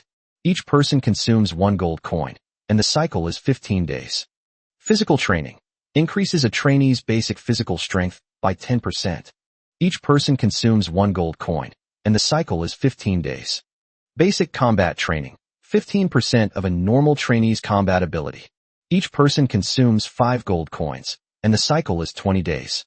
Promotion. After completing all strength, agility, stamina, and basic combat training, and then undergoing promotion training, you will be promoted to warrior rank upon successful completion. Each person consumes 10 gold coins, and the cycle is 30 days.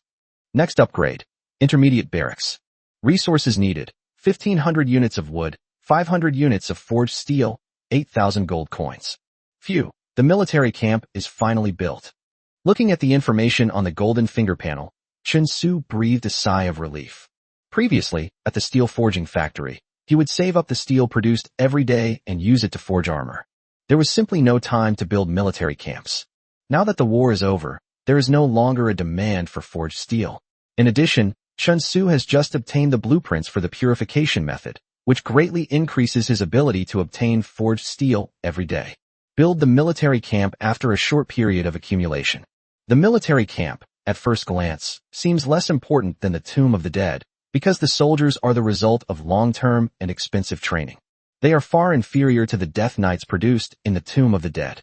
Moreover, the conditions for producing Death Knights are far lower than the losses incurred in training soldiers. However, there are some advantages of military camps that the Tomb of the Dead cannot replace. First, the combat units produced in the Tomb of the Dead are all time limited. Even the enhanced Death Knight can only exist for 3 years. A well-trained soldier, however, was able to expand Chen Su's territory and serve him for decades. Secondly, the combat units produced by the Tomb of the Dead all have constant combat power. Even if it is upgraded later, it will only increase the combat power of newly produced combat units. Soldiers trained in military camps are different. They have the potential to grow and improve. He is an ordinary warrior now, but he may become a holy warrior, a legendary warrior, or even an epic warrior in the future. This is something that the combat units produced by the Tomb of the Dead cannot compare to. Therefore, training soldiers through military camps and ultimately obtaining a truly strong army is something Chen Su must do. After the military camp was set up, Chen Su received another surprise. That is, in the building with the cheat code, a building called the Gold Mine was unlocked. Gold Mine. Resources required for construction, 2,000 units of wood, 100 units of forged steel, and 5,000 gold coins. Chen Su has just conquered Guda's territory and is now incredibly wealthy, so he has cleared out all the resources and started building a gold mine. For a building that can bring him continuous benefits, it is naturally better to build it as early as possible. Gold mine. Gold mining skill. Can mine 10 units of gold per day.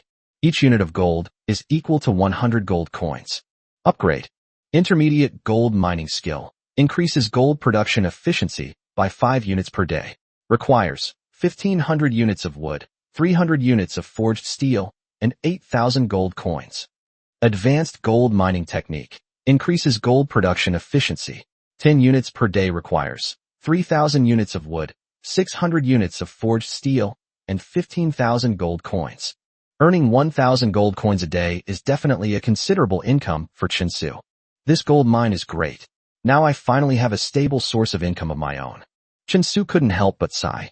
He used to make money by firing porcelain, but during this period, the territory urgently needed money to prepare for war. They have already sold quite a few pieces of porcelain to that porcelain merchant, Eugene. The other parties seemed to have realized something, knowing that the batch of porcelain in Chen Su's hands was produced by themselves and not obtained from elsewhere. Therefore, it is undoubtedly impossible to get rich by selling porcelain all the time. As a lord, one must have one's own stable and reliable source of wealth. Once I become wealthy in forging steel, perhaps I can sell forging steel in this world. It's a lucrative business with no shortage of buyers. Thinking of this, Chen Su stroked his chin and muttered to himself. Porcelain was only for the enjoyment of nobles and was a luxury item, but wrought steel was an absolute hard currency in this world, in high demand and short supply. No noble lord is without a shortage of steel forging. However, the idea of using forged steel to boost economic development is something that will have to wait until later. Because even within Chen Su's own territory, the demand for forged steel is currently insufficient, let alone for others. If only there were some more iron ore. Chen Su began to ponder. Having more iron ore means he can convert it into more steel forging resources. Just then, there was a knock on the door. My lord, Eugene wishes to see you. After receiving permission, the old butler, Webb, pushed open the door to the study and came in to report to Chen Su. Let him in. Chen Su tapped on the desk in response. After receiving Chen Su's permission, Webb led the person in. Eugene, the porcelain merchant, walked in from outside the door with his head down. Upon seeing Chen Su sitting behind the desk, He immediately put on a humble smile. Great Lord Chinsu, your most sincere friend Eugene sends you his sincerest greetings. Eugene bowed deeply and spoke with utmost humility. Chapter 54 Weiya. In the past, he had thought Chinsu was just an ordinary lord of a small territory. However, when Chinsu's flame dragon territory swallowed up the giant lion territory, which was dozens of times larger than him, and killed Gunda, the lord of the flame dragon territory again. Eugene, my friend, you are welcome to Yanlong territory. Are you here to buy porcelain? Chinsu said with a smile. Upon hearing Chinsu's words, Eugene's expression suddenly stiffened for some reason, but he then put on a smile and said to Chinsu, Respected Lord Chinsu, the reason I have come here is to tell you that I will temporarily cease purchasing porcelain from Yanlong territory. As you know, I recently purchased a lot of porcelain from you, and I need some time to process it. Oh, you're not buying porcelain from us for the time being. Upon hearing this, Chinsu raised an eyebrow and asked in return, Temporarily? But how long exactly is this temporarily? Probably 1 or 2 years, or even longer. Under Chinsu's gaze, Eugene's forehead unconsciously beaded with sweat, and he began to stammer as he spoke. Seeing Eugene's evasive gaze, Chinsu knew that there must be some hidden reason behind Eugene's sudden halt to the purchase of porcelain from Yanlong territory. So what exactly happened? Chinsu stroked his chin, and his gaze towards Eugene deepened. Next, Chinsu began to probe for information about the other party. However, Eugene kept his mouth shut, avoiding any mention of his sudden termination of the porcelain transaction with Chinsu, as if he was wary of something. In the end, Chinsu did not make things difficult for the poor porcelain merchant, but let him go. He knew that the cause of all this might not be the porcelain merchant, but someone else entirely. After watching Eugene leave, Chinsu called over the old butler, Webb, and gave him instructions. Webb, send someone to investigate this Eugene and see who he has been in contact with recently. I want to know why he stopped doing business with us, what the specific reasons are. For Eugene, a porcelain merchant, dealing with Chinsu would only bring him benefits, not harm. But now, contrary to his usual behavior, he wants to stop the deal with Chinsu. The only explanation is that he was prevented by external forces, forcing him to abandon his deal with Chinsu. Sai, it's time to set up our own intelligence department. Chinsu turned his back and looked out the window. He disliked this feeling of being slow to realize things and preferred to have everything under his control.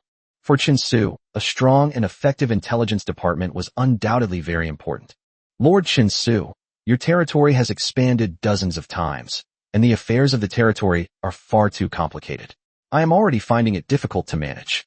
My daughter, Weiya, is a very capable girl. If you would allow me, I would like to have my daughter assist me in my work. Suddenly, the old butler Webb hesitated for a moment and then made a request.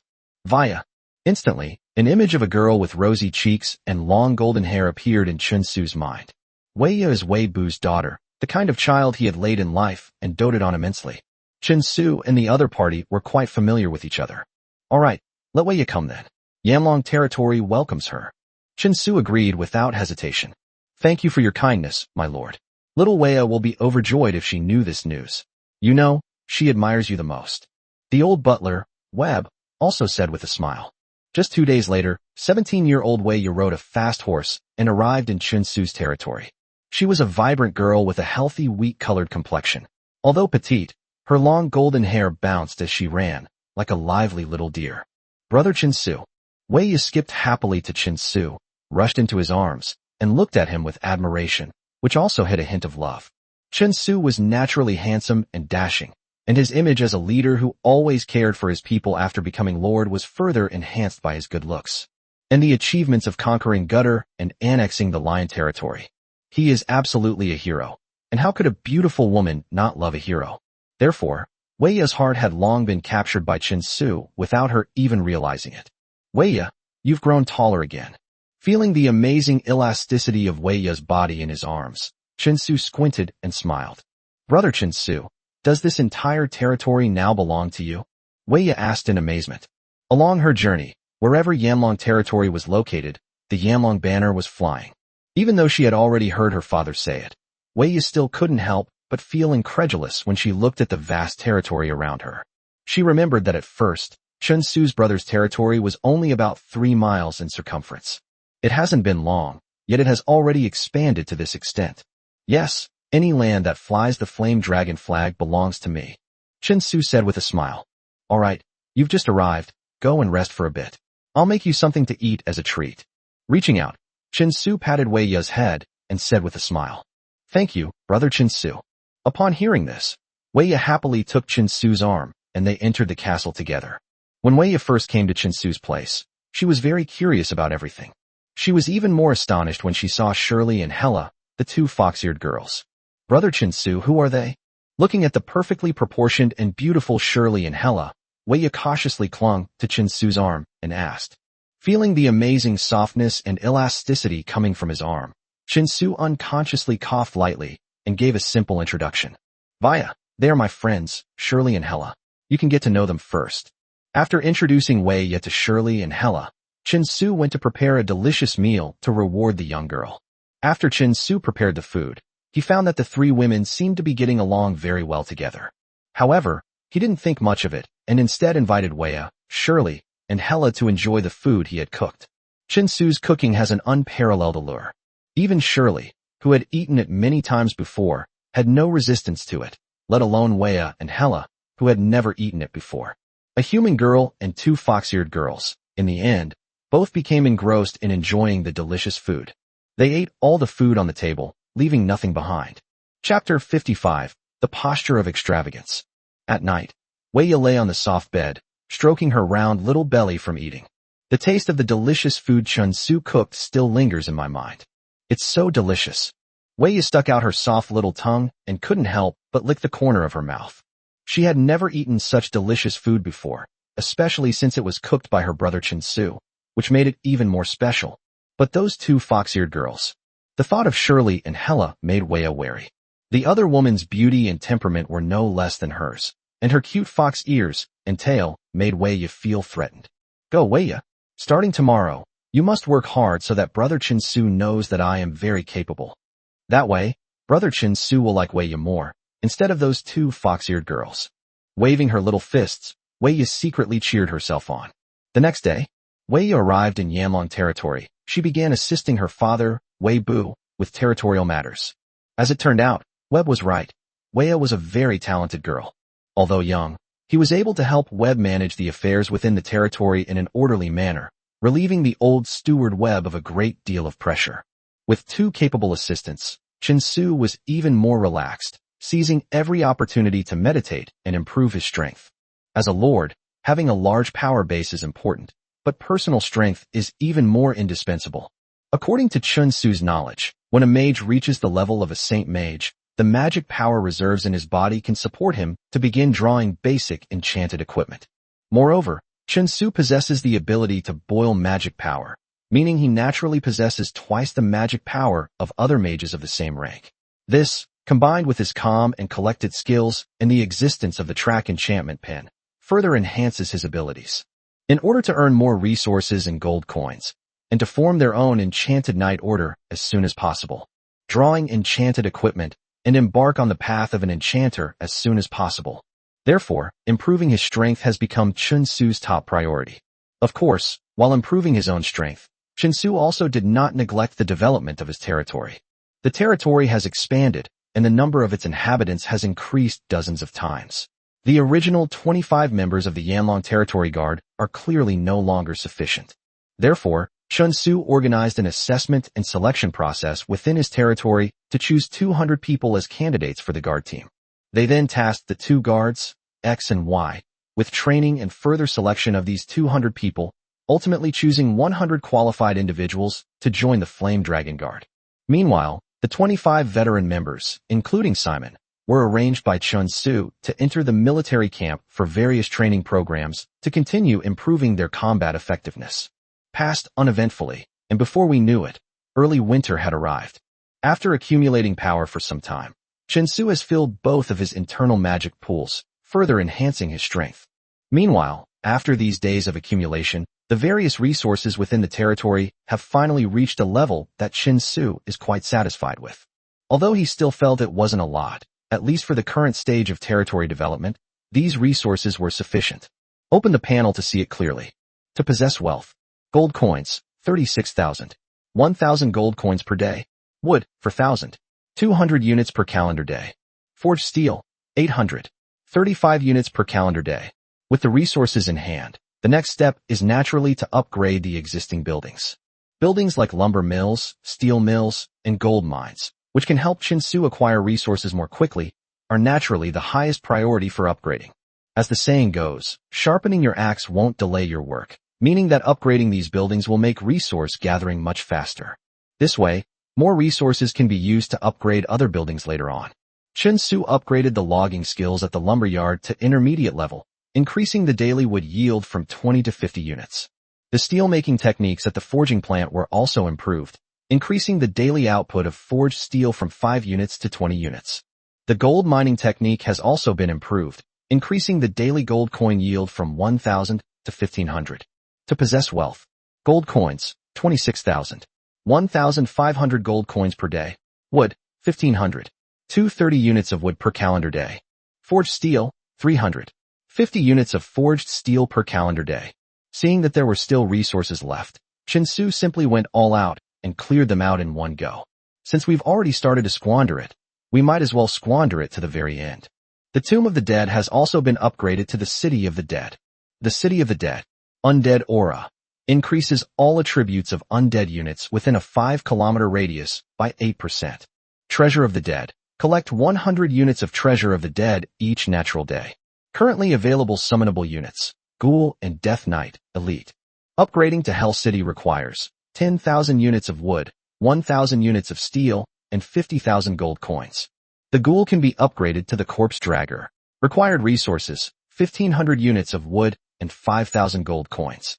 The upgraded Corpse Dragging Ghost will have its combat power and movement speed further enhanced, and the daily amount of undead treasure that can be collected will increase from 2 units to 4 units.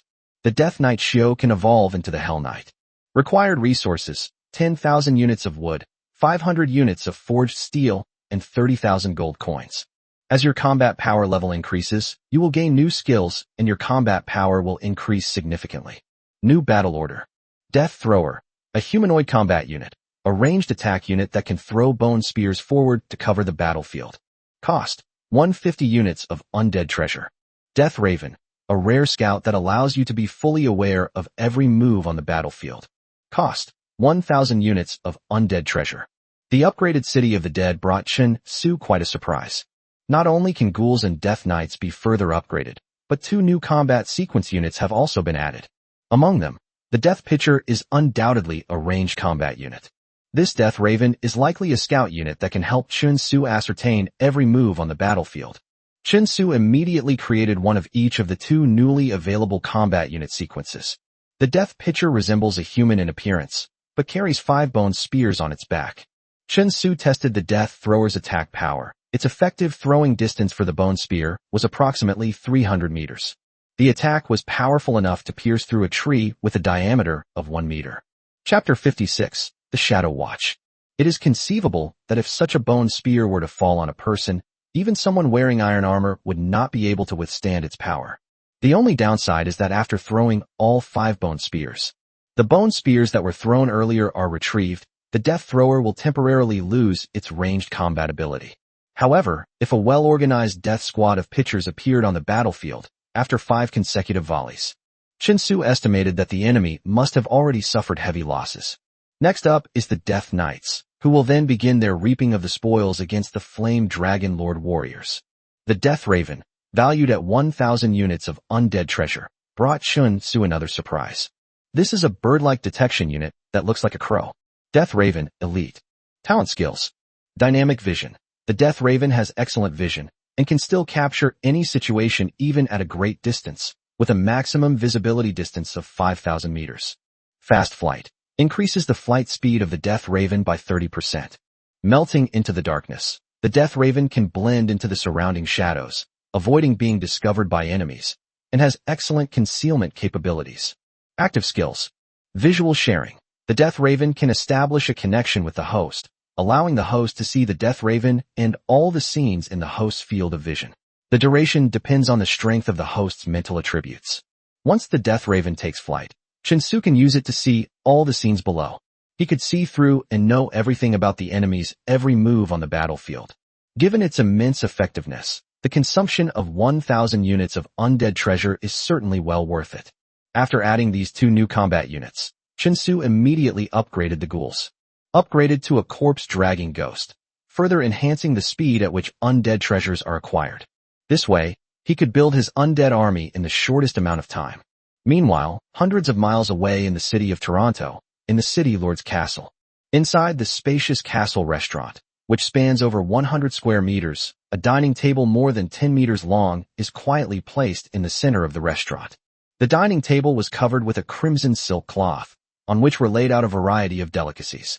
Hundreds of huge tallow candles were hung on the wall, burning silently and illuminating the place as if it were daytime.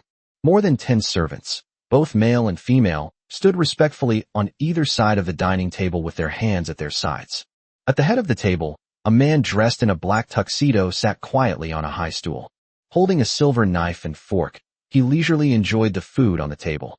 This is a middle-aged man in his 40s. His hair is neatly combed, and although he is slightly thin, he exudes an invisible aura of authority. At the end of the table stood a person whom Chen Su would recognize at a glance if he were there. Because he was Eugene, the porcelain merchant. At that moment, the porcelain merchant Eugene stood there in a state of trepidation, large beads of sweat seeping from his forehead. Looking at the man sitting at the head of the table, her small eyes were filled with panic and unease. "Eugene, how's the matter I asked you to handle?" The middle-aged man in a black tuxedo picked up a napkin, wiped his mouth, and spoke slowly and deliberately. "Great Lord Henry, I, Eugene, have done exactly as you instructed. Using the excuse that we bought too much porcelain and need some time to digest it, we have temporarily suspended the porcelain trade with the Lord of the Flame Dragon territory," Eugene quickly said. Eugene felt genuine fear towards the middle-aged man in the black suit standing before him. Henry, the Lord of Toronto, commands a powerful armed force that intimidates the lords of the surrounding territories.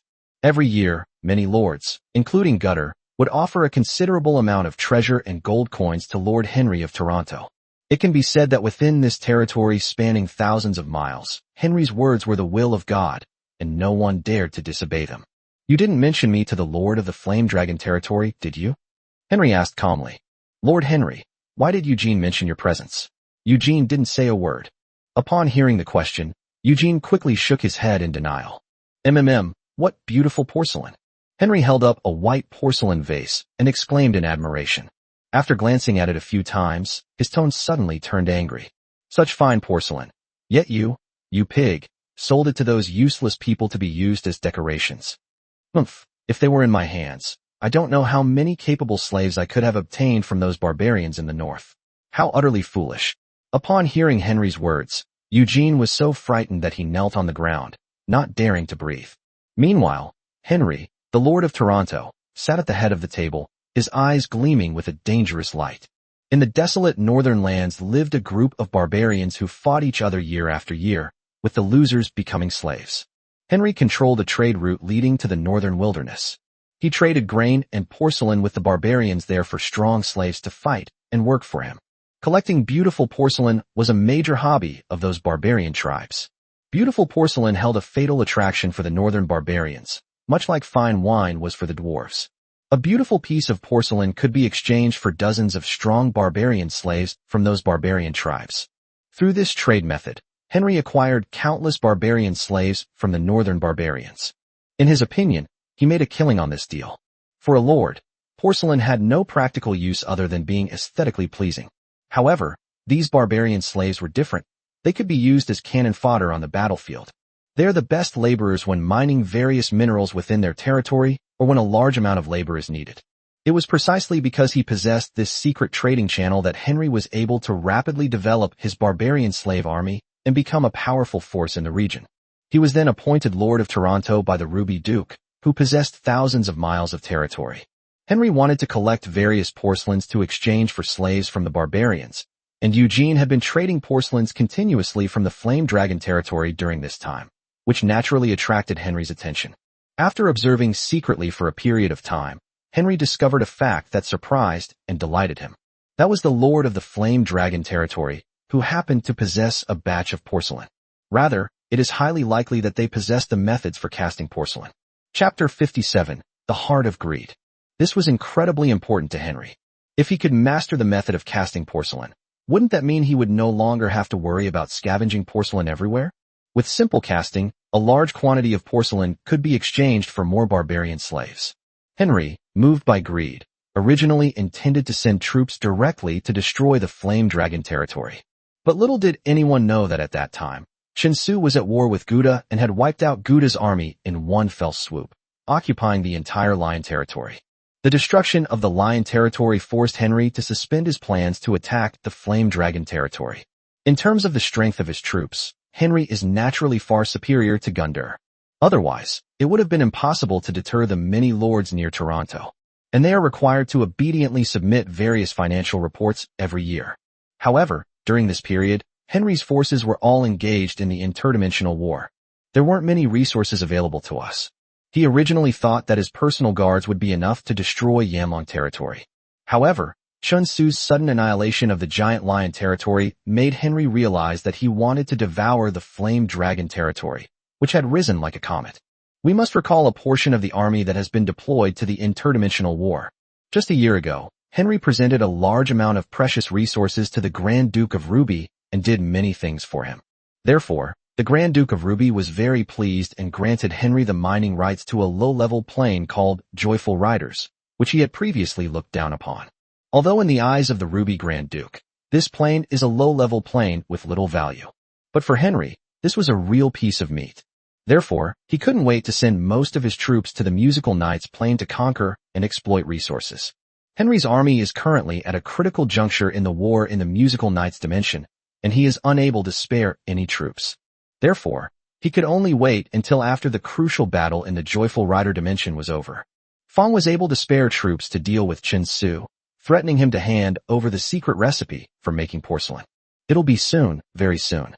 Once I can mobilize my army in the Musical Knights dimension, the secret formula for porcelain making will definitely be mine.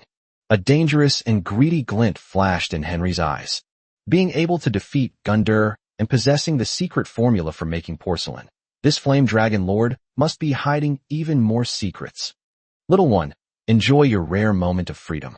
Once I've temporarily ended the war against the Musical Riders, I'll go and conquer the Flame Dragon territory and imprison you there. Little by little, I'll extract all your secrets. Henry turned his head and gazed in the direction of Flame Dragon territory, a slight smile curving his lips. Dimensional warfare is a journey that every lord must embark on once they have become powerful enough. This world is composed of countless planes, each with varying degrees of power. Like the dimension where Chen Su is located. It is one of the most top-tier planes in the Endless Plains. It is called Gods. It means that it is able to bear the gods. Not only is its territory vast and boundless, but even gods can exist there. Of course, this is just a legend, since no one has ever seen a real god. Some smaller planes may only be a few hundred miles in radius. The largest of these can even cover tens of thousands, hundreds of thousands, or millions of miles in radius. The upper limit of the number of strong individuals that these weaker planes can support also varies.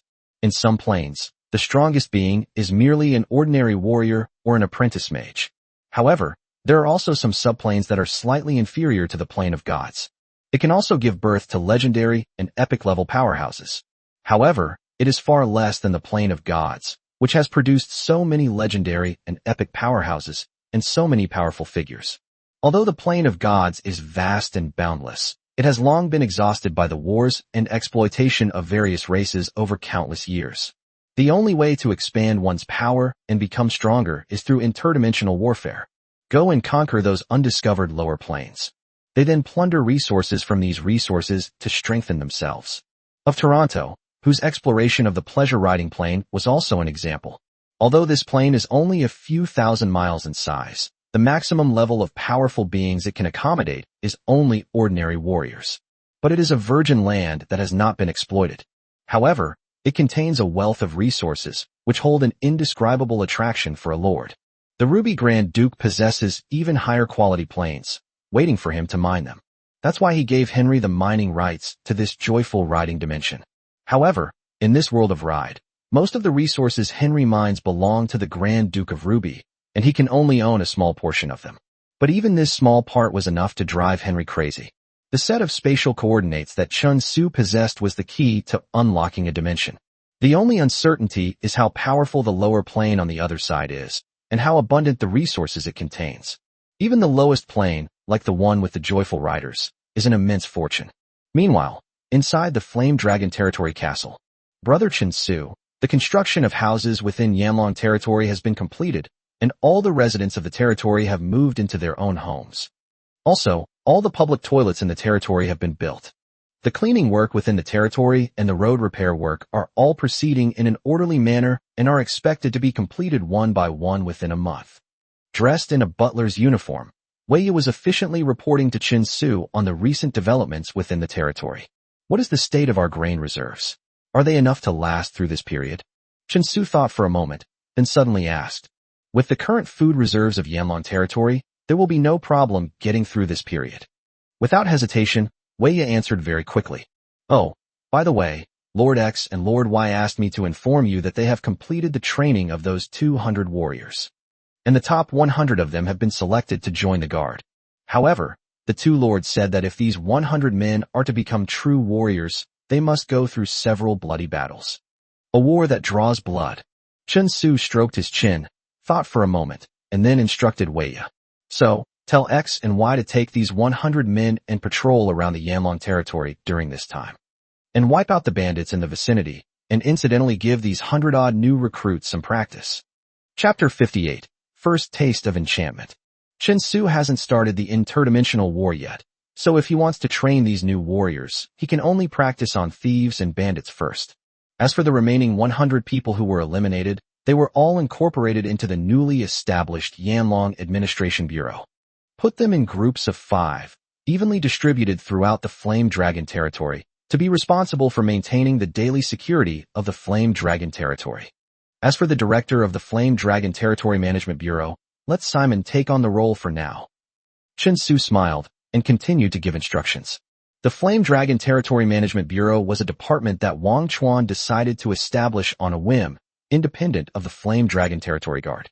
The difference between the two is like that between the Earth's military and public security. One is responsible for conquering foreign lands and protecting the safety of Yamlong territory.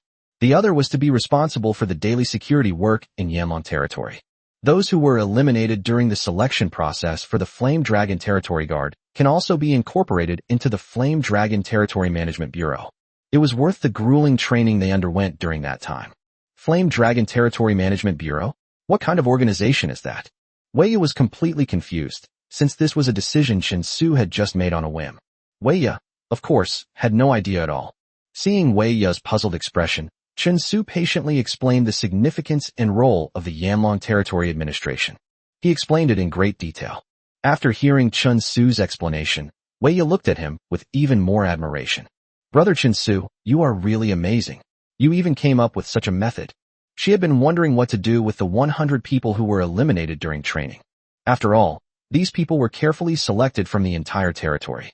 After undergoing this period of grueling training, if it's because they didn't join the Flame Dragon Guard, it's such a waste to eliminate all of these people. With Chen Su's method, all these problems can be easily solved. These people were still eliminated and had no chance of becoming members of the Flame Dragon Guard. However, being able to become a member of the Flame Dragon Territory Administration Bureau was enough to make these guys extremely excited. After a brief chat with Wei Yi, all the affairs within the territory were arranged. Chen Su arrived at the back of the castle. There is a training ground here, which Chen Su specially built for himself, used to practice a mage's combat skills. After all, low-level mages are not very strong in combat or survivability. Because at this time, magicians had not yet mastered the technique of instantly casting magic.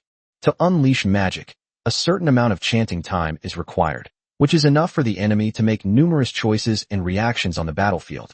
Therefore, before one can advance to the rank of Saint Mage and learn to cast spells instantly, the speed at which a magician can cast spells is undoubtedly the best measure of a magician's strength. Chen Su has now learned some basic magic. Basic spells such as Fireball, Wind Blade, Water Bullet, and Levitation. However, to release these spells concisely and efficiently, further practice is still needed. Under the sun, on the training ground, Chen Su began to practice continuously. When you run out of magic power, meditate to restore it. When you have enough magic power, practice to unleash the power of your magic. As the Yamlong territory developed, Chen Su's strength was also subtly growing. Finally, after expanding and filling his internal magic pool once again, Chen Su became stronger once more.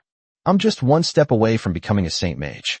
With the effect of the magic boiling, I can start trying to draw the lowest level of enchanted equipment. A hint of excitement appeared in Chen Su's eyes. The reason he cultivated so diligently was not only because he wanted to quickly improve his strength, but also because he wanted to get to know the world of enchanters as soon as possible. Eager to return to his study, Chen Su took out several brown furs from a small box. This small box is filled with furs. These furs were all stripped from low-level magical beasts.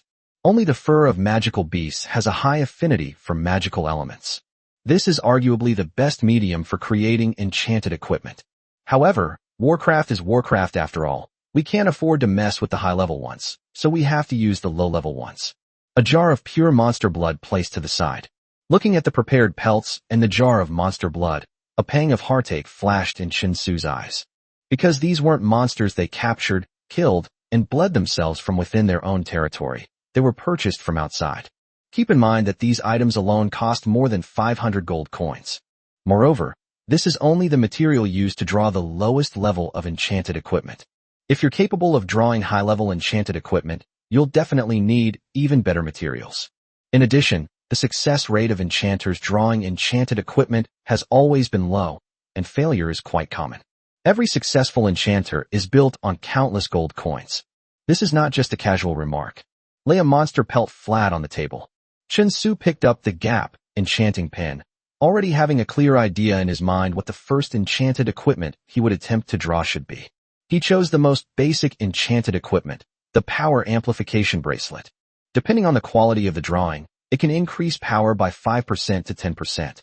Power Amplification Bracelet is one of the simplest items to draw among the first-tier enchanted equipment. At the same time, it is also equipment that every enchanter has practiced drawing. For Chen Su, this is definitely the best choice for practice at this stage. Generally speaking, it would take someone with enchanting talent about 1 or 2 years to successfully create this Power Amplification Bracelet. Historically renowned enchanting masters took approximately 1 to 3 months to successfully create this enchanted equipment. I don't know how long it will take me to draw it. Chen Su slowly lifted the gauge pen, a hint of anticipation flashing in his eyes. Taking a deep breath, Chen Su cleared his mind, picked up the gauge pen, and gently dipped it into the blood in the jar. Then, following the drawing method of the Power Amplification Bracelet, he gently began to draw on the monster's fur. Chapter 59. Enchantment Successful. Crafting enchanted equipment is an incredibly difficult task. First of all, during the process of drawing the entire set of equipment, the pen tip must not tremble in the slightest. If there is even the slightest error in the drawn magic runes, the entire piece of equipment will fail to be drawn. Secondly, during the drawing process, you must continuously infuse magic into the pen in your hand. The blood of the magical beast at the tip of the pen, the magical power is sealed onto the beast's fur. During this process, the magic output cannot be interrupted or fluctuate even slightly. Otherwise, it will also lead to the failure of drawing the enchanted equipment. Mistakes are inevitable when drawing enchanted equipment for the first time. Even though Chen Su possessed the skill of remaining calm and collected, and had the divine gauge pen in hand, he was still able to overcome the challenge. However, after drawing several magic runes, the first mistake still occurred. Despite the mistake, Chen Su remained calm and simply said something. Let's start over. The next moment, the incorrectly drawn magical runes on the magical fur were as if half of them had been erased by the power of time, disappearing without a trace. We've returned to the state we were in before the failure. This is exactly the effect of the amazing gauge pen. The existence of the gauge pen means that Chen Su has 5 chances to start over every day. After his first failure, Chen Su's heart calmed down, and there were no more waves in his heart. He precisely copied the intricate and exquisite magical runes onto the fur of the magical beast. Chen Su's focused and absorbed expression was as if he were painting a work of art. Chen Su, who was completely immersed in the moment, suddenly woke up without knowing how much time had passed. Only then did he realize that the magic power of one magic stone in his body had been drained, and the magic power in the other magic pool was only half left. Before him lay a set of enchanted equipment, already successfully drawn. When Chen Su's gaze fell upon the fur covered with magical runes, of the completed enchanted equipment were then displayed before Chen Su. Power Amplification Bracelet, quality, high. Effect, increases the wearer's strength by 7%. Although I failed once during my first attempt at enchanting, I successfully completed the drawing. Moreover, the final product is close to perfect, top quality. Such a high-quality power-enhancing bracelet would cost between 4,000 and 5,000 gold coins on the market. To create this enchanted equipment are only 100 gold coins. In an instant, Chun Su felt a new world opening its arms to him. Successfully crafting his first enchanted piece of equipment, Chun Su meditated for a while to replenish his mana. Immediately afterwards, he began working tirelessly on drawing the second enchanted equipment. With the previous experience, the drawing process went even more smoothly this time than the first time. There were no more failures. Everything fell into place naturally. Moreover, the final product successfully achieved perfect quality. Power amplification bracelet, quality, perfect. Effect, increases the wearer's power by 8%.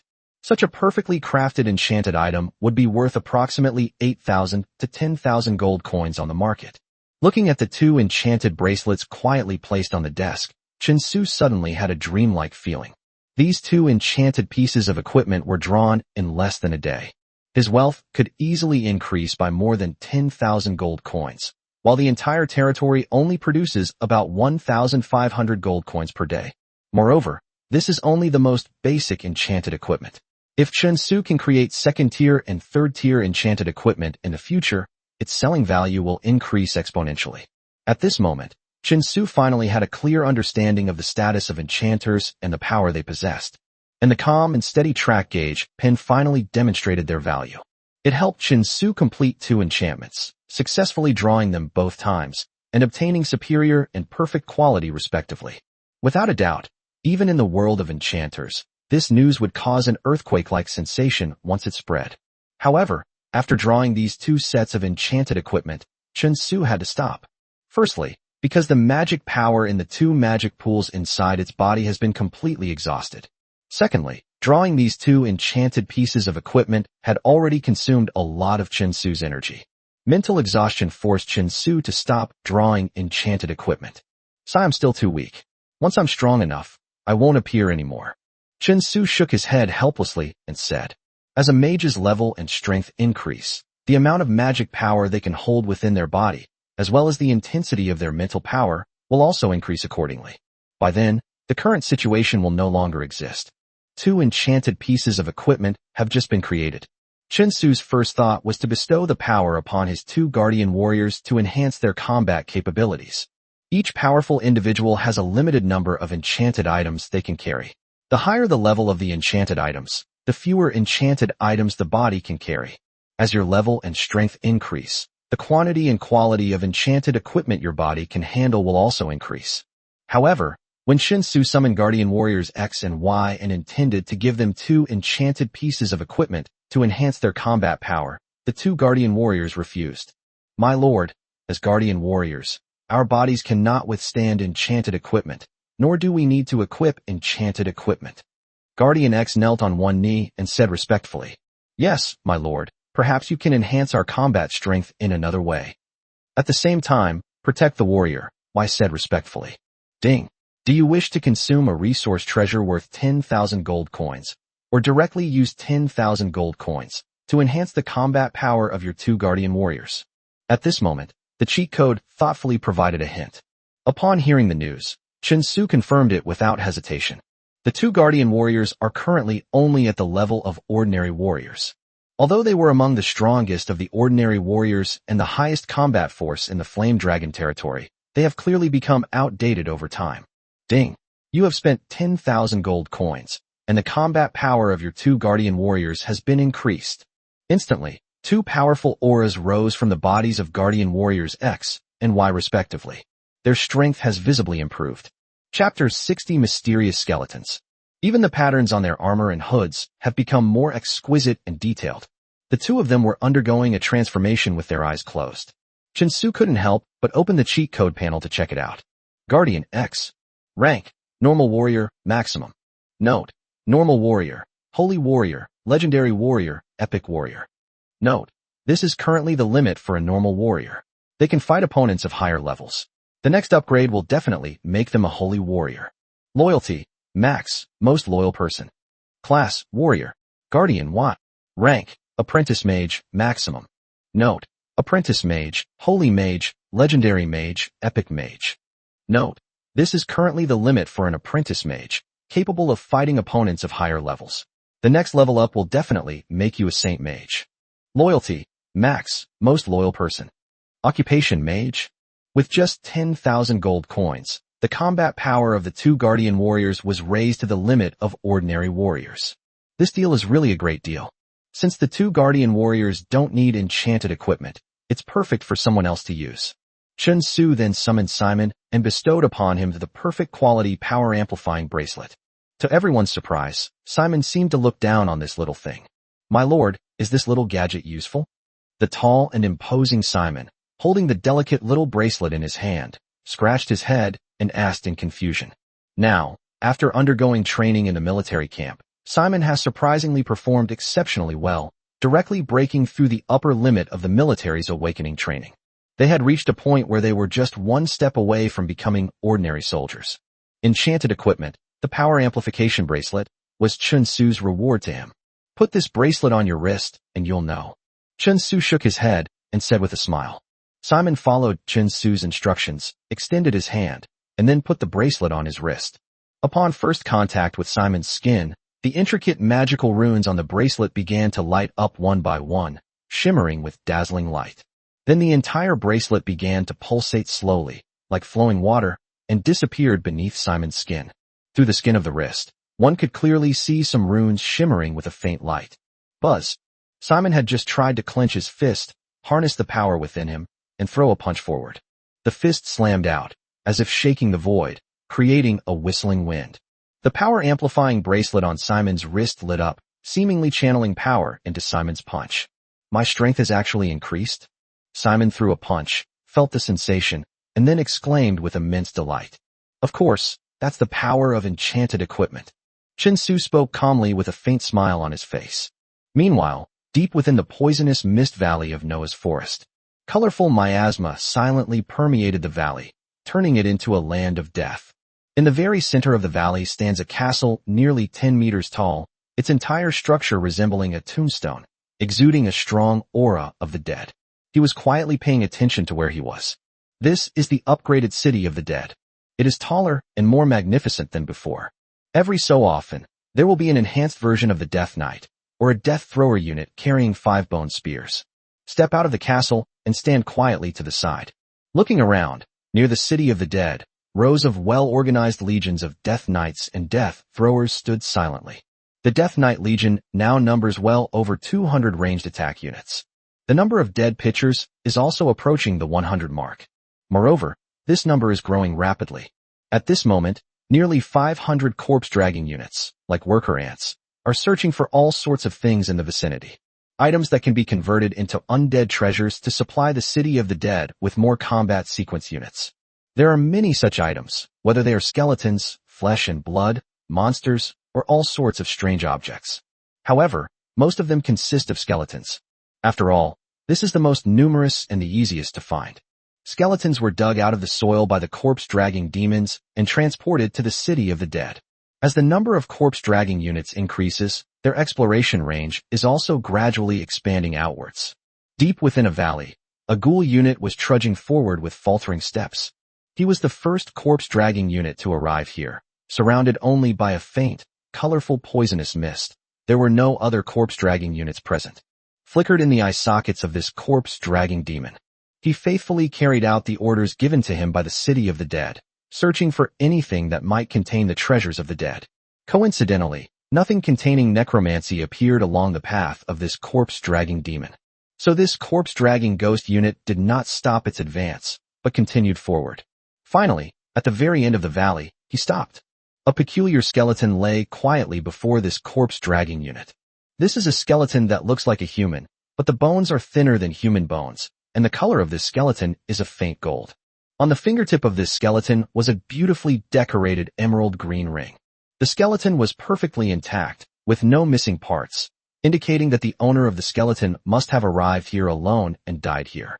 Moreover, just by looking at the color of the skeleton and the faint luster that still lingers on the surface of the sea valley, it is enough to know that the owner of this skeleton was definitely not an ordinary person in life.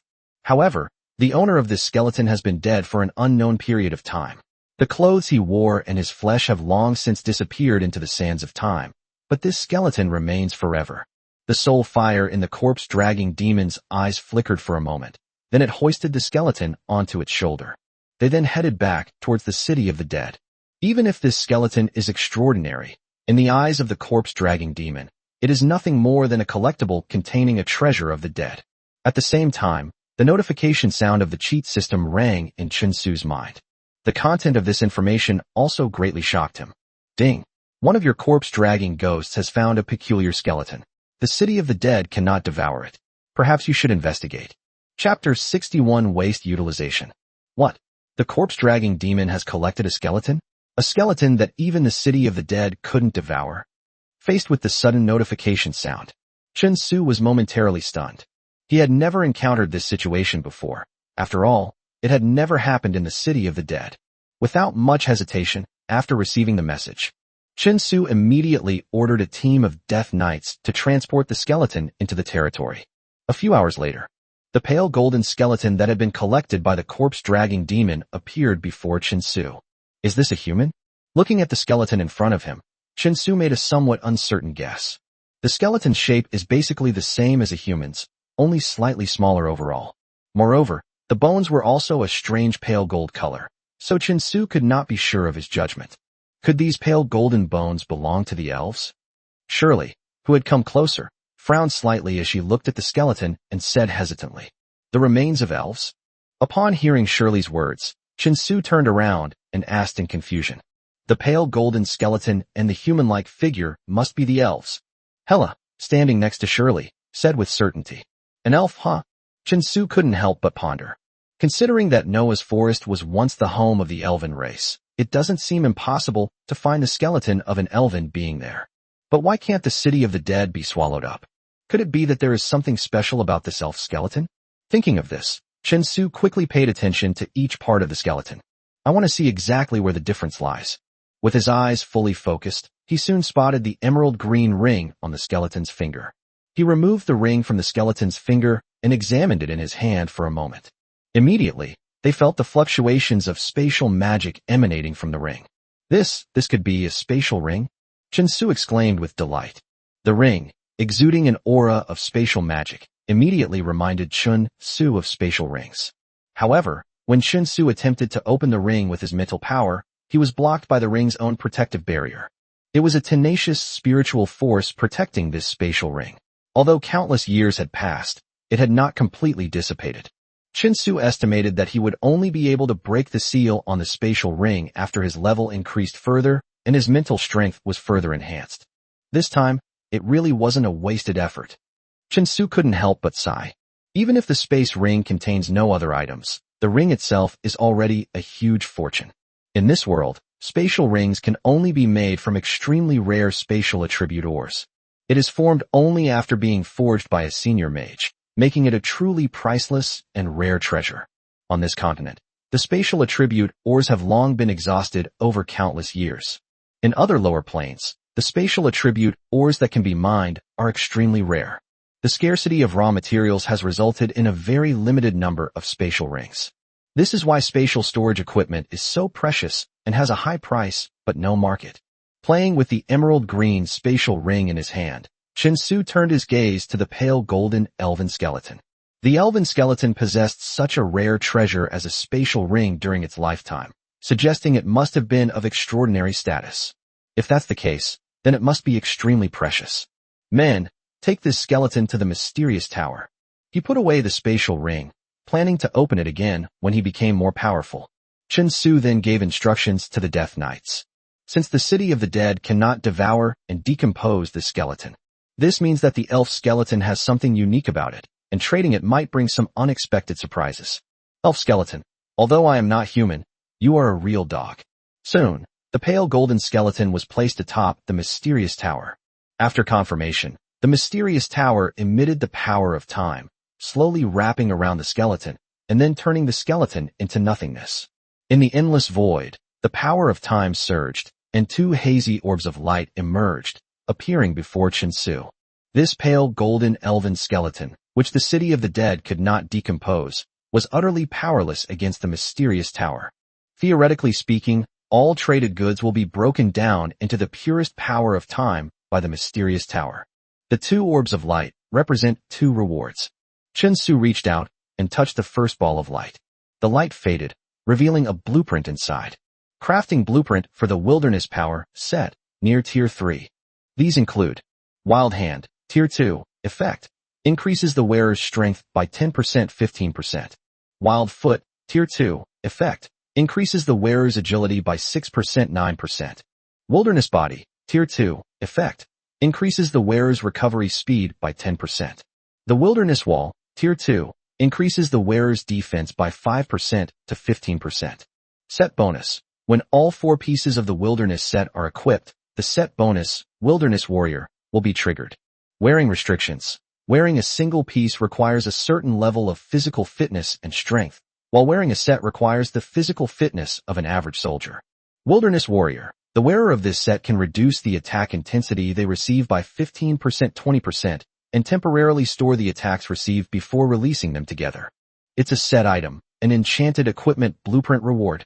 Holding the manufacturing blueprints for the Wilderness Force series in his hand, Chen Su exclaimed with delight. Just like the Space Ring, the enchanted equipment series that can trigger set effects are also extremely rare and highly sought after.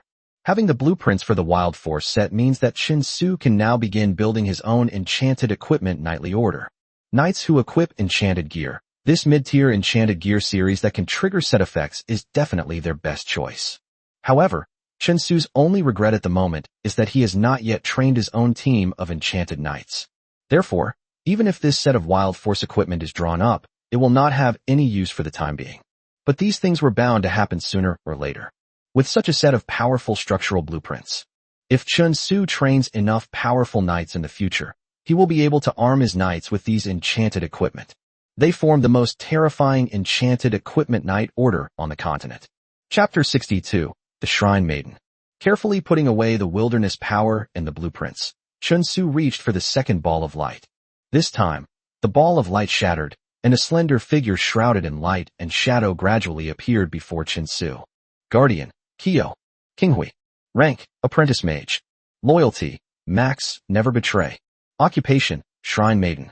Class features, can unleash massive group buffs / debuffs in battle. The casting range and intensity depend on the priestess's level. Homage to the Lord. I will be loyal to you to the death. A slightly cold voice rang out. The newly appeared priestess, Qinghui, bowed and performed a mysterious ritual, speaking respectfully. This is a girl dressed as a shrine maiden. She has a slender figure, delicate features, long black hair that reaches her waist, and a hint of starlight in her eyes. My God, a special class has appeared. This luck is absolutely incredible. Chen Su couldn't help but sigh. As guardians, X and Y are only considered to be of average quality among guardians. Guardians who are priestesses are rare and precious among all guardians. A crucial role in large-scale wars.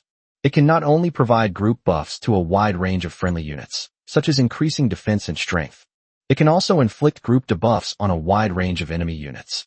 With this increase and decrease, even opponents whose combat strength was originally similar will be separated by a greater distance. Thus, victory in the war was decided with ease. Therefore, the profession of Shrine Maiden is something that all lords dream of but can never obtain. Now, a ready-made which has come to Chen Su's doorstep. How could she not be overjoyed? Qinghui, what skills do you currently possess? Chen Su suddenly asked. I can apply debuffs to enemies within a 50-meter radius, slowing their movement speed and reducing their attack power. It can also provide buffs to friendly forces within a 50-meter radius, enhancing their strength and combat capabilities. At the same time, I can also cast blessings on units of a lower level than me, greatly enhancing their attack and recovery abilities. Dressed in a shrine maiden's attire, with her long black hair reaching her waist, Kyo spoke in a cool and aloof tone. Very good. Chen Su nodded with a satisfied expression. Kyo, a shrine maiden at the apprentice mage level, possesses both of these large-scale buff and debuff skills. There is also a single target enhancement skill that can definitely have a miraculous effect on the battlefield. When you're not busy, you'll be responsible for protecting me closely. After thinking for a moment, Chen Su announced the other party's future tasks. The two guardians, X and Y, had already been dispatched by Chen Su to lead the newly trained Flame Dragon Guard soldiers to wipe out the bandits and robbers in the vicinity, and were not with Chen Su at all. Moreover, for one's own safety, it is still quite necessary to have a shrine maiden to protect one closely. Of course, the most important thing was that Chen Su always felt that it was really strange to have two burly men protecting him so closely. Now, not only has a shrine maiden appeared, but she's also so young and beautiful, making her perfect for protecting me.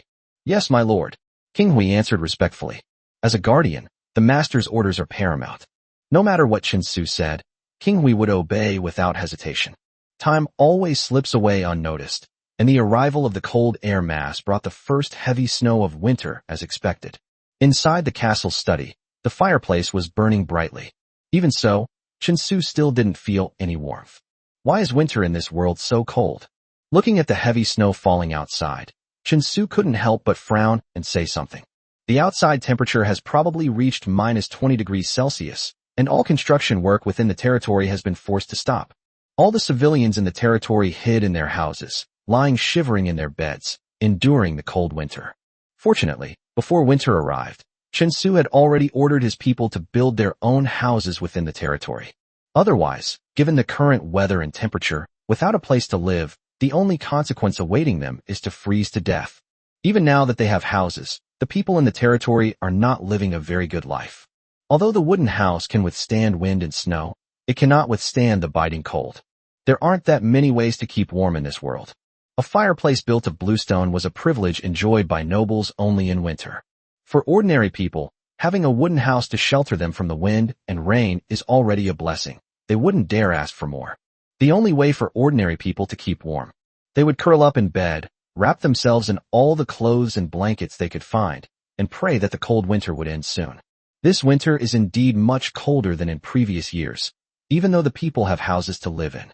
However, some people with weak constitutions may find it difficult to withstand such cold weather. The old butler, Webb, looked at the snow falling outside the window and said with some concern, "Ah, if only there were coal." Chen Su shook his head and sighed helplessly. Because most ordinary people's houses were built with thatch and wood. Therefore, in winter, ordinary people dared not light firewood for warmth in their homes. Firstly, because firewood burns too quickly, it simply cannot guarantee a long burning time. Secondly, the thick smoke produced by burning wood will permeate the room. They won't freeze to death. Instead, they'll be choked to death by the thick smoke. Moreover, there is a very high chance of a fire spreading inside a wooden cabin. Unfortunately, Chen Su has not yet discovered the existence of coal in this world. Otherwise, with coal, all that's needed is to build a batch of stoves to help the people safely get through the winter. Coal? What's that? Upon hearing Chen Su's words, the old butler, Webb, asked in a somewhat puzzled tone. This was the first time he had ever heard the word coal in the world. Coal is a type of, or used for heating in winter. Chen Su didn't think much of it. With an attitude of explaining, he briefly explained the characteristics and appearance of coal to the old butler, Webb. Unexpectedly, after listening to Chen Su's description of coal, Webb's expression suddenly became somewhat agitated. "My lord, I think I know where this matchmaker you mentioned is." Chapter 63, Routine Bets. "You know coal? Where is it?" Upon hearing the butler Weibu's words, Chen Su perked up and quickly asked, "If there really is coal, then the harsh winter will no longer be a threat. When I was exploring the people and land resources of the Giant Lion territory, I discovered that a place had been mined. According to the local people, the former lord of the Lion territory, Gutter, once sent laborers to dig there, presumably in anticipation that there might be mineral deposits there. But in the end, instead of finding any valuable minerals, they dug up some dark stones. Furthermore, during the excavation, the mine suddenly collapsed, burying a group of laborers inside. People say it's a place cursed by the gods. So after that, Gutter never sent anyone to dig there again. When I went to investigate, I saw a collapsed and buried mine shaft there, and some dark stones were scattered on the ground. These black stones look very much like the coal you mentioned, my lord." The old steward, Webb, didn't think much of it and reported everything in detail. "Now that you mention it, then it must be true. In that case, quickly send someone over there and bring me some of those black stones. I want to examine them myself." Chen Su pinched his chin and hurriedly gave instructions. If there really is coal produced within the Yanlong territory, then the common people within the territory will be very fortunate. Not long after Chen Su gave the order, Several pieces of dark ore were presented to him. Looking at these few black stones in front of me, a hint of joy also appeared in Chinsu's eyes. Almost instantly, he was able to determine that these black stones were indeed coal. Throw these few dark lumps of coal into the roaring fireplace. Before long, the coal was burning in the woodpile in the fireplace, and the blazing flames added warmth to the entire study. Once it's confirmed that coal is indeed being produced within the territory, the next step is to mine it. It is the dead of winter now, and the extremely low temperatures outside are enough to freeze a person into an ice sculpture in a short time. Moreover, in this world, clothing used for keeping warm is not very effective, so ordering civilians to mine coal is simply unrealistic. However, these were naturally no challenge for Chinsu. He directly ordered the City of the Dead in Noah's Forest to begin mass production of corpse-dragging units. These corpse-dragging units, though lacking in combat strength, are immune to the harsh winter, making them perfect for serving as laborers in coal mines. Although using a number of ghoul units to mine coal will reduce the collection of undead treasure, this slows down the production of Death Knights and the Death Pitcher Legion, but it's still worthwhile compared to the results achieved. Under Chinsu's command, 100 corpse-dragging ghost units left Noah's Forest and arrived at the abandoned coal mine. They began digging downwards and extracted coal buried deep underground. While the corpse-dragging ghosts were mining coal, Chinsu was not idle either. Based on his memory, he directly drew up the blueprints for manufacturing a coal furnace. He then ordered the blacksmiths in his territory to begin manufacturing coal stoves according to his blueprints. A day passed quickly, and the blacksmiths in the territory manufactured the first coal stove according to the blueprints drawn by Chinsu, and delivered it to Chinsu. The finished coal stove is about half a meter high, with a hollow belly in the middle to hold coal. There is also a movable iron cover on top, which can seal the coal stove. Behind the coal stove, there is a ventilation pipe used to expel the carbon fumes from the stove. Two fox-eared girls stood to the side, looking at the coal stove placed in front of Chinsu with curiosity in their eyes. Chinsu, is this the coal stove you mentioned?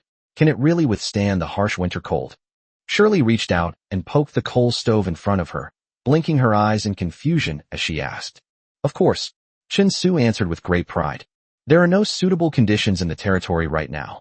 Otherwise, they could use fired bricks and stones to build heated brick beds in the homes of the common people, which would be much more effective at heating than a coal stove.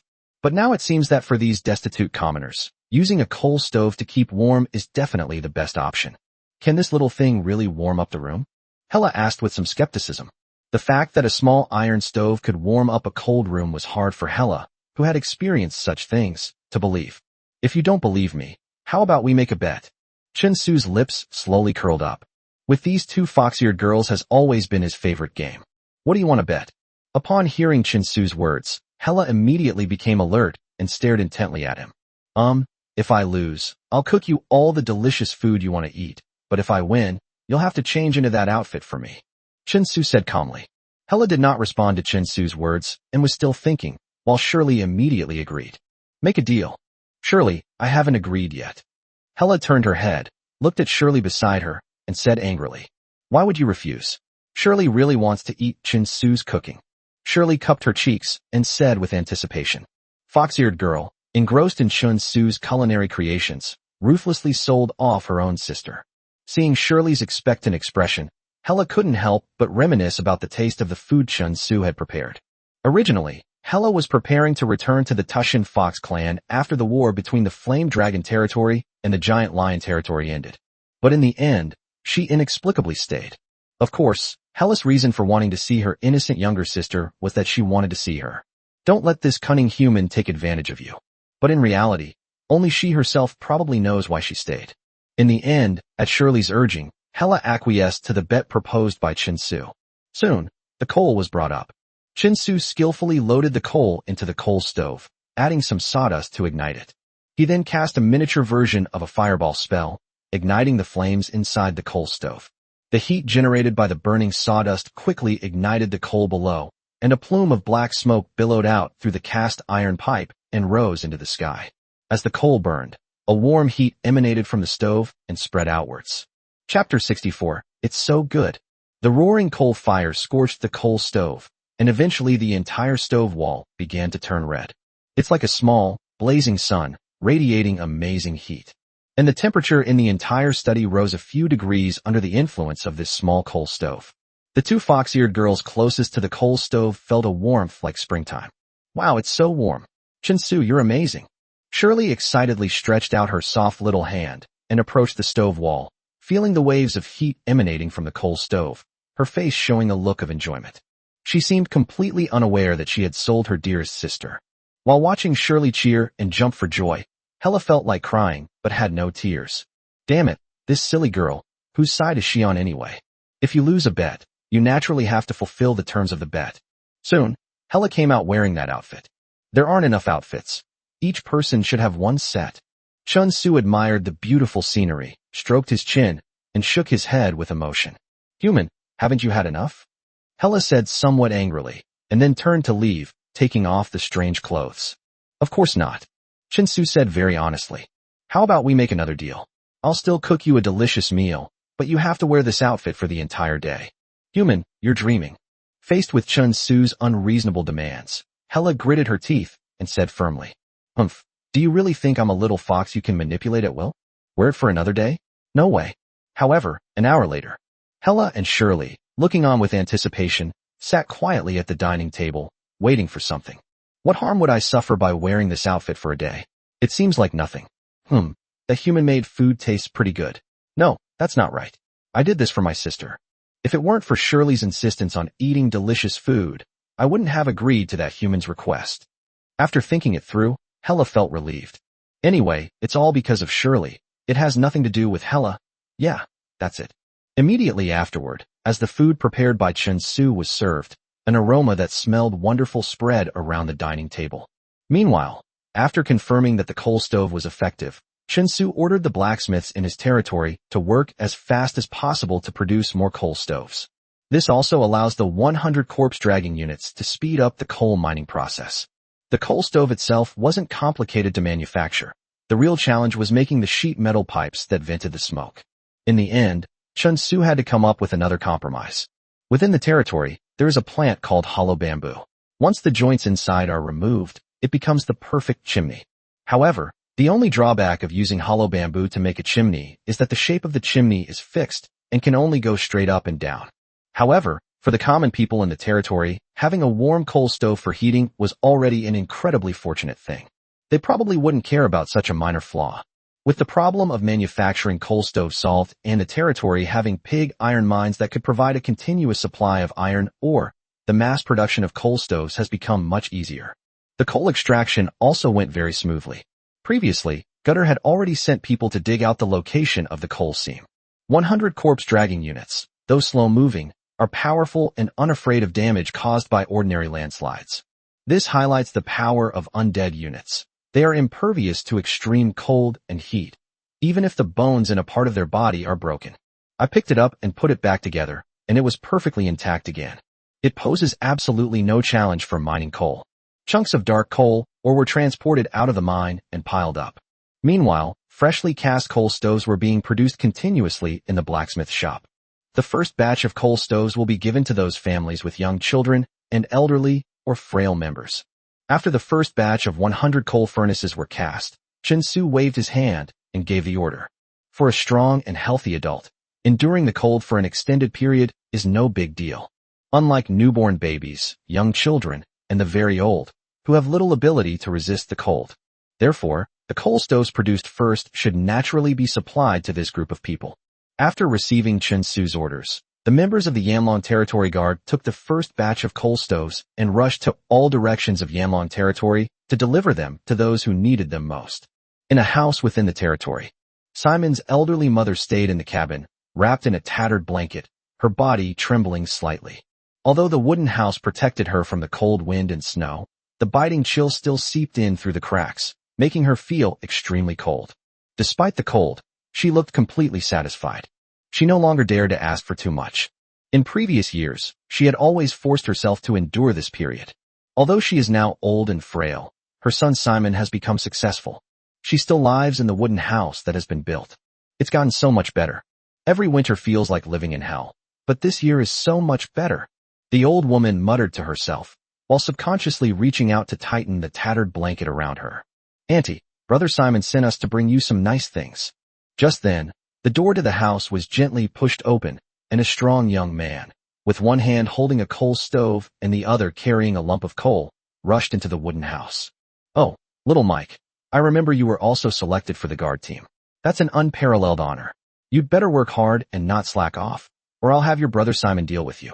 Recognizing the visitor's identity, the old woman said with a smile, "Of course, with such a good lord, I would do my best even without brother Simon saying so. Auntie, look, what is this?" This was developed by the lord and was intended to be given to the people of Yanlong. As soon as it came out, brother Simon asked me to bring one over. As Mike spoke, he held the coal stove in his hand up to the old woman's face. "Developed by the Lord? Simon sent you to deliver this? What is this?" The old lady looked puzzled.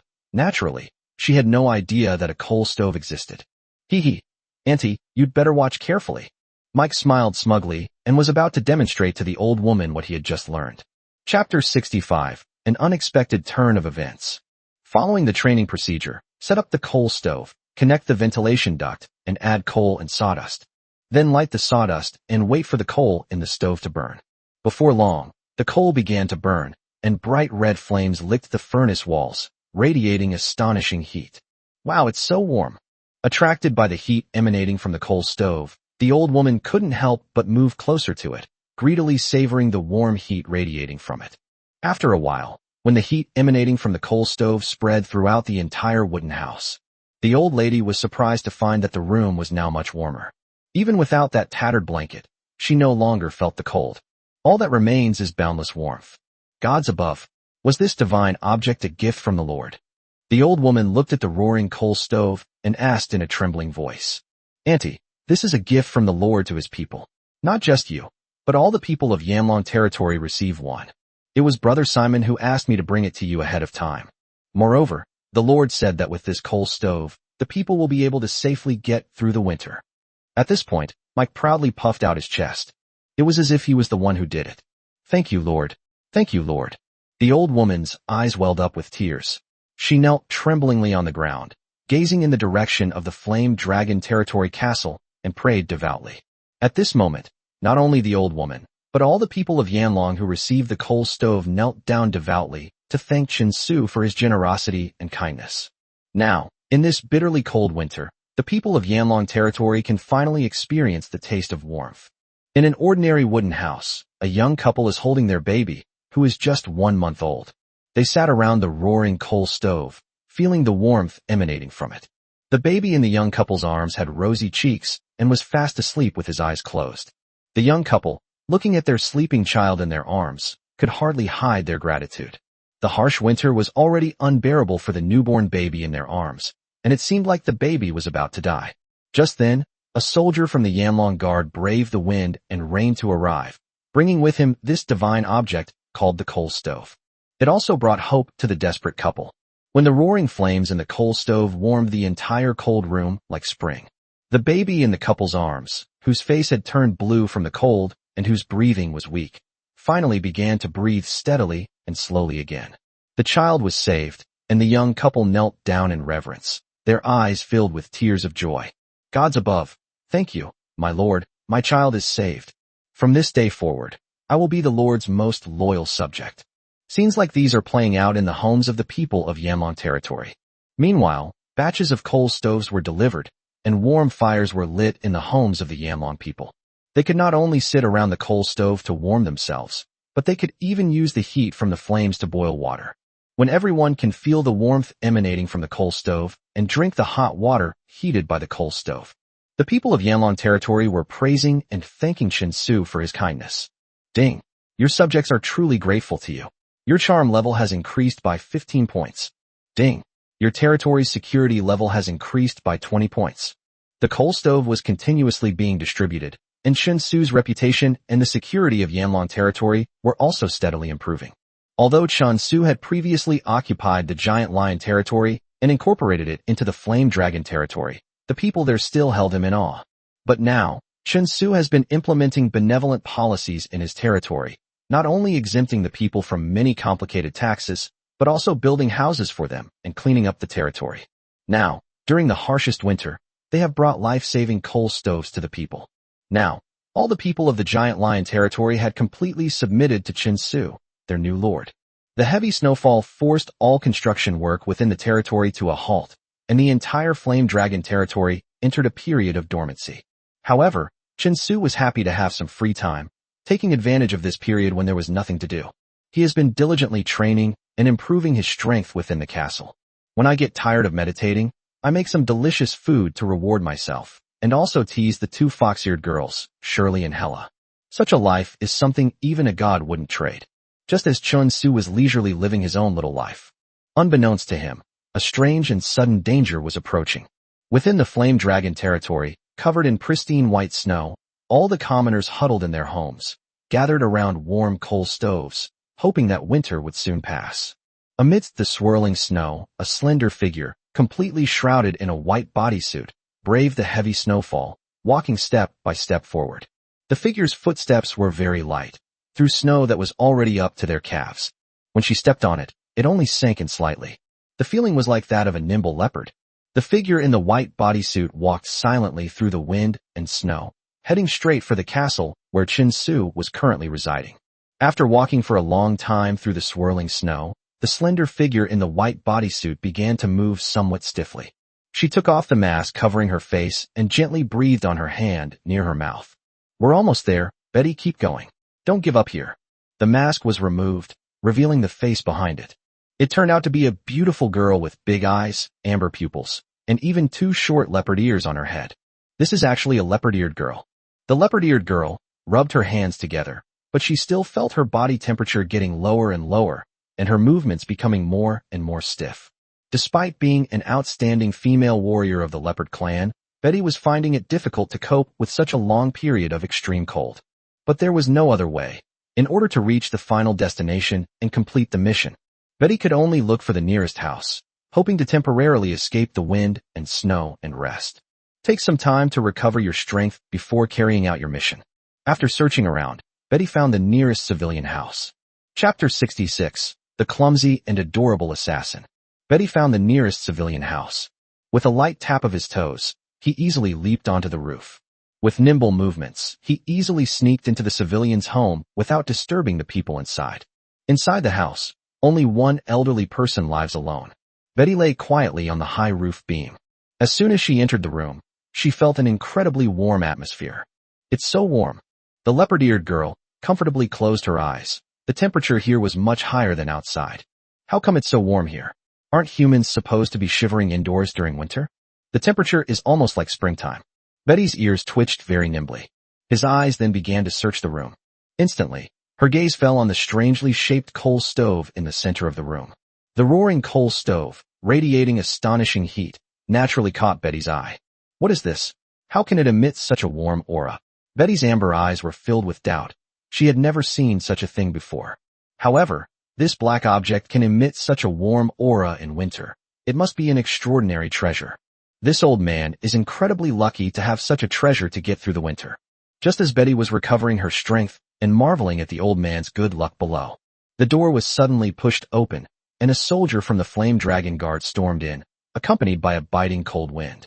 "Uncle Ball, we're here to replace your coal stove. The first batch of coal stoves produced are not perfect. Some parts may leak coal smoke, which could be dangerous.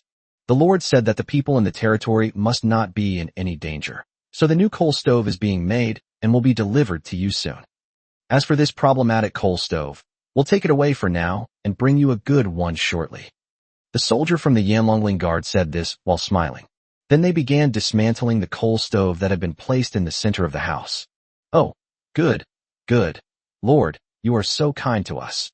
Old Bale, with tears in his eyes, said in a choked voice. Such a great Lord, able to consider things so meticulously for this old fellow. This truly moved Old Bar immensely.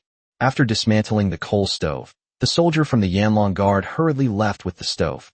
All that remained was Old Ball, his eyes filled with tears and deep emotion.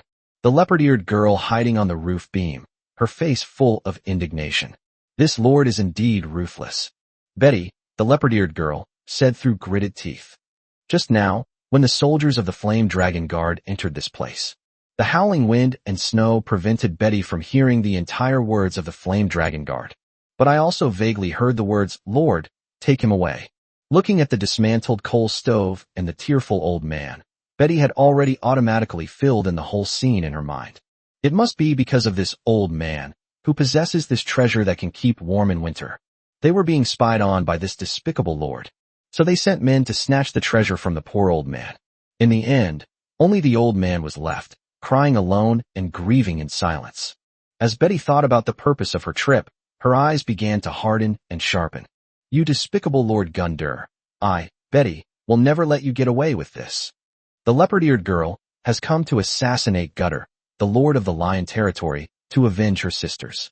Gundur was an extremely cruel man who had harmed countless human women in his territory in the past. He also had an unusual interest in the Beastman girls. Several leopard girls have already been captured by Gutter and have all committed suicide. The most outstanding female warrior of the leopard clan was filled with indignation after hearing about Gundy's deeds and vowed to avenge her fallen sisters. So she left the leopard clan's base alone and, following the location of the rumors, found the place where the giant lion's territory used to be. He planned to infiltrate the lord's castle alone and assassinate the evil human Lord Gundur. However, what Betty didn't know was that his target, Gouda, had already been killed by Chinsu. So it was logical, yet also expected. Chinsu then became Gutter in Betty's eyes, the person she wanted to assassinate. Braving the wind and snow, Betty continued forward, heading towards the Lord's castle. What Betty had just seen and heard at the old man's house only strengthened her resolve to assassinate Gutter. That despicable and wicked human lord awaits the punishment of the great leopard warrior, Betty. After walking for a while, we finally approached the Lord's castle. Betty easily evaded the guard's sight and, like a nimble leopard, slipped into the castle. This is absolutely no challenge, is it? Betty lurked in the shadows of the castle corridor, thinking smugly. Then, just as Betty was about to hold her breath and hide, searching for the location of the evil human lord, da-da-da, a series of footsteps approached. To Betty's disbelief, a fox-eared girl dressed as a fox spirit walked down the castle's corridor toward Chinsu's study. Such a beautiful fox girl. This evil human lord deserves to die. At that moment, Betty instantly recalled the leopard girls who had been tortured to death. This fox girl must be suffering the same pain, right? No, I must kill that evil human lord and rescue her. With this thought in mind, Betty hunched over and followed behind the fox girl, in the shadows of the corridor, dodging those who walk ahead. When Betty cautiously followed Hela to Chinsu's study. But then he discovered something that surprised him greatly. A handsome young human was sitting lazily at his desk. Opposite him sat a fox girl. There's even a fox spirit girl here. That despicable human lord. How many pure beast sisters has he defiled? Snap! A crisp sound rang out, and Chinsu tossed the card in his hand, which depicted two clowns, one red and one gray, onto the table. Then he stretched out his two empty hands. The fox-eared lady who was still holding several cards in her hand. Surely, you lost again. Chapter 67, Assassination? Assassin? Playing cards, this popular and fun game, was brought into the world by Chinsu during a moment of meditation. After giving a brief introduction to the rules and various ways to play the card game to the two fox-eared girls, Shirley and Hela became fascinated with this card game. But playing cards without any stakes is undoubtedly boring. So Chinsu started playing cards with the two fox-eared girls in the form of a bet. The result was self-evident. Chinsu, the guy who invented playing cards, always won. Shirley and Hela had only just started playing card games, so how could they possibly beat Chinsu? You were lucky this time. You were so close. Shirley pouted, clearly somewhat unconvinced. If you're not satisfied, you can come back again. But before that, let's fulfill our bet first. Chinsu comfortably propped his legs up on the table and waved to Shweli. Chinsu, you wait. I'll win back my title sooner or later. Swady angrily swung her small fist at Chinsu. But in the end, she had no choice but to get up and go to Chinsu's side. I squatted down and started massaging his legs. Hela, wanna play another round? While enjoying himself comfortably, Chinsu set his sights on the other fox-eared girl. I won't let your tricks succeed again. I'm never playing this game again. Upon hearing this, Hela spoke indignantly and resolutely. Ever since Chinsu invented playing cards, she, like Shirley, has lost to him quite a few times. The consequence of losing is, naturally, the same as Shirley's, having to massage Chinsu's shoulders and legs. No matter how you calculate it, you're the one who's losing out. Hela was determined not to make another bet with this human. Hela made a silent vow in her heart. However, Shirley, who was massaging Chen Su's legs, raised her head upon hearing this and waved her fist at Hela in encouragement. Don't be afraid, sister. We were so close to winning. Humph, Chen Su, you wait. After I win, I'll make you massage my shoulders and legs too. Before Hela could react, Chen Su became excited. You think you'd get such good treatment just because you won? Chen Su really wanted to say at that moment, we don't need to wait for you to win. Now I can give you shoulder and leg massages, and it's all free. Betty, who was hiding outside the door, saw all of this clearly. Seeing Shirley massaging Chen Su's legs and the indignant expressions on the faces of the two fox-eared girls, Betty, the leopard-eared girl, clenched her fists tightly. Now it seems that the young human sitting at the desk is none other than the evil Lord Gundur. These two beautiful fox girls must have been forcibly imprisoned here by him. Looking at the two fox girls, their forced smiles revealed just how much pain they were in. Don't worry, your suffering won't last long. With my great leopard warrior Betty here, I will surely kill this evil human lord and avenge you. And I will save you from this den of demons. At this moment, Betty firmly thought to herself. Meanwhile, Chen Su, who was joking around in the study, was completely unaware that he was being targeted by a leopard clan assassin who had been hiding in the shadows. If he knew, he would definitely cry foul. He was clearly so handsome and dashing. How could he have gotten involved with that ugly and fat guy, Gundur? Betty quietly hid in the shadows. Even though Chen Su was only 10 meters away from her, Betty was in no hurry to make a move. As a qualified assassin, Betty would naturally not be so impatient. A skilled assassin will not act rashly before fully understanding the enemy's situation. This evil human lord has been able to lord it over his territory for so long. There will definitely be some protective forces around, and if we act rashly now, we are very likely to fail. If we end up not only failing to kill this evil human lord, but also getting ourselves into trouble, then it won't be worth it. Therefore, Betty decided to observe and probe further to find out the defenses surrounding this human lord. Then, taking advantage of the other party's lack of vigilance, they silently assassinated him. Then they rescued the two poor, beautiful fox girls from this demonic abyss. Betty, hidden in the shadows, took a deep breath, her soft body pressed tightly against the wall. At the same time, I reduced my heart rate and breathing to a minimum, as if I had become one with the shadow, so that no one could detect me. Inside the room, with the two fox-eared girls, Chen Su resumed his meditation training. He is now only a tiny bit away from becoming an apprentice mage. I estimate that in another 2 or 3 days, I will be able to officially become an apprentice mage. After meditating, Chen Su cooked some simple food. After having dinner and taking a shower, I returned to my bedroom and fell into a deep sleep on my soft bed. Meditation training is a mentally taxing activity, and the best way to replenish mental energy is to sleep. Therefore, after a period of meditation, Chen Su slept very soundly. Night fell over the entire lord's territory, and the castle provided the perfect cover for Betty, the leopard assassin, to carry out her assassination. After lying in wait for almost a whole day, Betty was finally ready to make her move. Through a day of careful probing and observation, she discovered no powerful protective force surrounding this evil human lord. As for himself, he was merely a magic apprentice who had not yet reached the level of a trainee. Thinking of this, a hint of smugness appeared in Betty's eyes. A magic apprentice? Betty is an assassin at the level of an ordinary warrior. Dealing with such low-level magic apprentices, or even assassinating them, would be incredibly easy. A dagger gleaming with cold light slid down her sleeve into Betty's palm, where she gripped it tightly. Betty's inner power flowed slowly, flowing into the dagger in his hand, causing its surface to be covered with a faint, hazy light. Betty bent over, holding her breath, as silent as a ghost. Seeing Chen Su asleep, Betty raised the dagger in her hand without hesitation and quickly slashed at Chen Su's neck. Die, you wretched and evil human Lord Gundur. However, just as Betty was waiting for the dagger in her hand to slit the throat of this evil lord and take his life, in the void, a transparent, ancient-style mirror slowly condensed from nothing. It glowed with a faint light. Suddenly, it appeared in the path Betty was taking with her dagger. It collided violently with the dagger in Betty's hand. Chapter 68. What? A mistake was made? Clang. Sparks flew as Betty's dagger pierced the transparent mirror. It was as if it had been pierced by the hardest steel and was easily stopped. At the same time, a deep purple halo suddenly enveloped Betty. It made her feel as if she were under some kind of curse, and she became weak. Both their strength and agility have been greatly reduced. Oh no, we've been found out. Betty was startled. Looking at Chen Su, who still had his eyes closed, and seemed to know nothing. Betty hardened her heart, and her next move was not to run away, but to drop the dagger in her hand and reach out with both hands to grab Chin-Su. Whoosh! The tips of Betty's 10 fingers gleamed with a cold luster. In fact, for the leopard assassin, her claws are her most powerful weapon. The cold glint of the 10 fingernails finally sliced through the transparent mirror.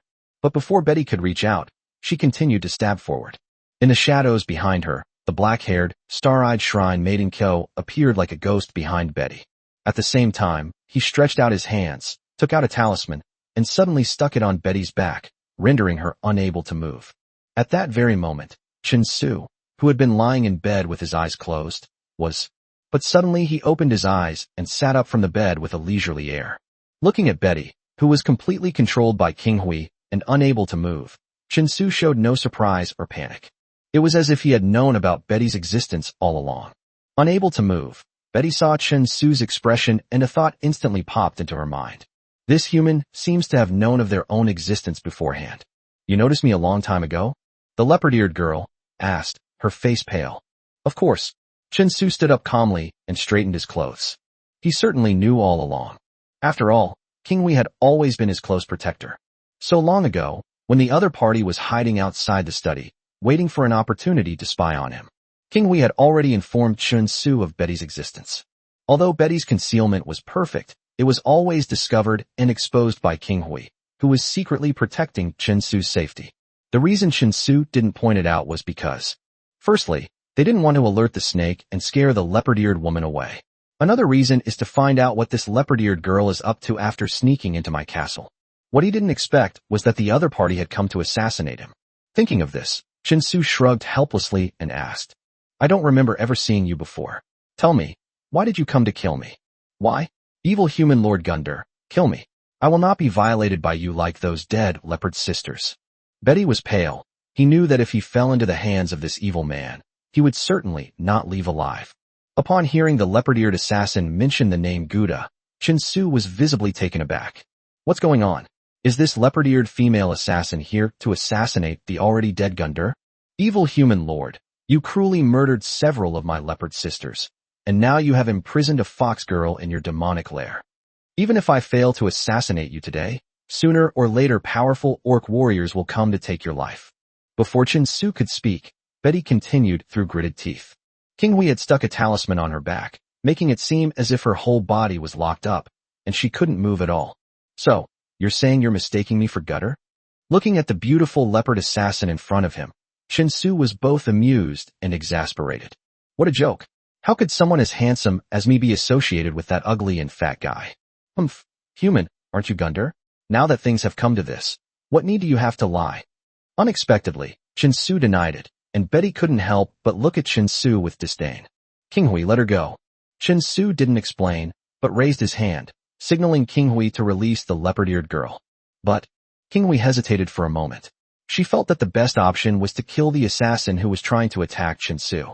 All right, listen to my command. Let her go. Chin-Su waved his hand and said. He had already guessed the general reason. It's likely that this leopard-eared female assassin mistook him for the former lord of this place, Gouda, which is why she came to assassinate him. King Hui naturally obeyed Chin-Su's orders. Tearing off the talisman, she immediately flashed behind Chin-Su to continue protecting his safety. Human, what do you want to do? Being released by King Hui, Betty suddenly took a few steps back, hunching over, ready to leap up and run away at any moment. However, her amber eyes were filled with doubt. Betty couldn't understand why this human would ask his subordinate to release her. Let me introduce myself. My name is Chin-Su. I am the lord of Yanlong territory and the new master of this territory. That Gutter you mentioned was killed by me months ago. Therefore, I am not Gutter. Chin-Su shrugged and said, You're not Gutter? How is that possible? Betty remained convinced of her judgment, believing that Chin-Su was lying to her. If this guy isn't Gutter, wouldn't he be saying he assassinated the wrong person? For an assassin to get the target wrong is the most absurd thing ever. No, even if this guy isn't Gunder, he's probably just like him. Betty trusted her eyes, whether it was the old man who had just had his warm clothes taken away and could only weep silently. The two fox girls were imprisoned in this demonic cave clearly demonstrates that this lord is no good. Even if he wasn't Gutter, it was still the right thing for him to do it himself. With this in mind, Betty's eyes gradually hardened. Seeing Betty's wary look, Chinsu knew that no matter what he said, this leopard-eared assassin wouldn't believe him. So he simply spread his palms and said calmly, "I'm letting you go now. Perhaps you should see for yourself what kind of person I am." After speaking, Chinsu waved his hand and turned his back. Watching Chinsu's retreating figure, Betty considered making a move several times, but seeing King Hui watching warily to the side, she had no choice but to give up the idea. They slowly retreated, finally disappearing into the darkness. Standing in the midst of the swirling snow, I looked back at the towering and majestic Lord's castle. The leopard-eared girl Betty's eyes were filled with disbelief. She never expected that this human lord would actually let her go and allow her to leave. Could it be that my guess was wrong? Chapter 69. Did I really make a mistake? Betty shook her head, still believing that her judgment was correct. However, in order to verify it, she decided to go and see for herself. After leaving, Betty went to the home of the old man she had been hiding from, intending to ask him for clarification. The old man must have harbored many grievances after being so mistreated by this lord, so what he said is probably true. Braving the wind and snow, Betty arrived at the old man's house where she had previously hidden.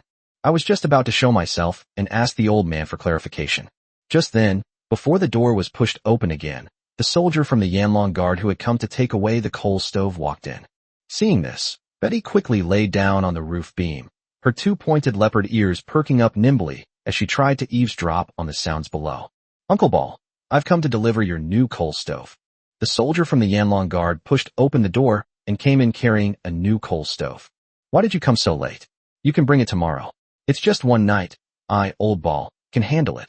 Seeing the soldier from the Flame Dragon Territory Guard rushing to install the coal stove as soon as he entered, Old Ball quickly said, "The nights are the coldest time, and without a coal stove, it's going to be tough."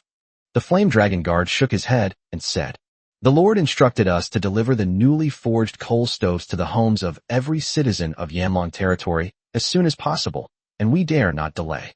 Gods above, Lord, you are truly the most benevolent and generous Lord I, Old Ball, have ever met in my life. He is far superior to the previous Lord, Gundur." Old Bale sighed with tears in his eyes.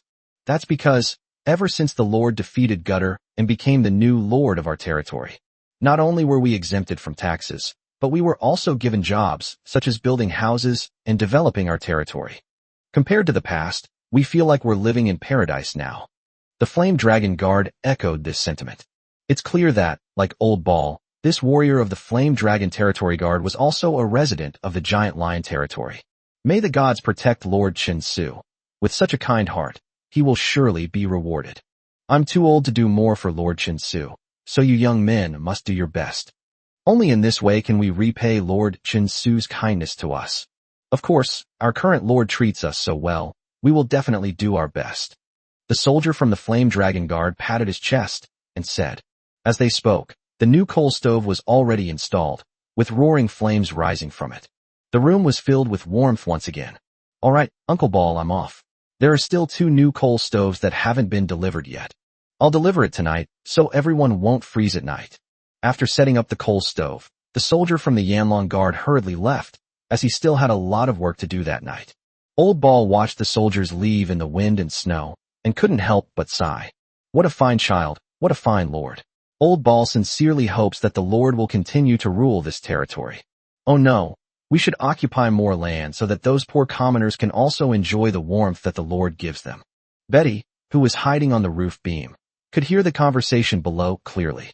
This time, however, Betty was completely stunned. Could it be that I was really wrong this time, and the target of my assassination was actually a good person? Dizzy and confused, Betty, the leopard assassin, barely suppressed the urge to jump down and find Old Ball to find out everything. Silently lurking on the roof beams, waiting for the day to arrive. The next day, she hid in various parts of Yanlong Territory, eavesdropping on the conversations of the people. After getting to know him better, Betty realized that she probably had chosen the wrong target. The lord named Chinsu seemed to be a really good person. One exempted his people from complicated taxes and even paid for the construction of houses for them to protect them from the cold winter. Just as winter was approaching, he presented his people with that magical artifact called the coal stove. How could such a lord be an evil person? Could it be that? Could Betty have really assassinated the wrong person? Betty suddenly felt very flustered. The people of this territory were all so grateful to the lord named Chinsu.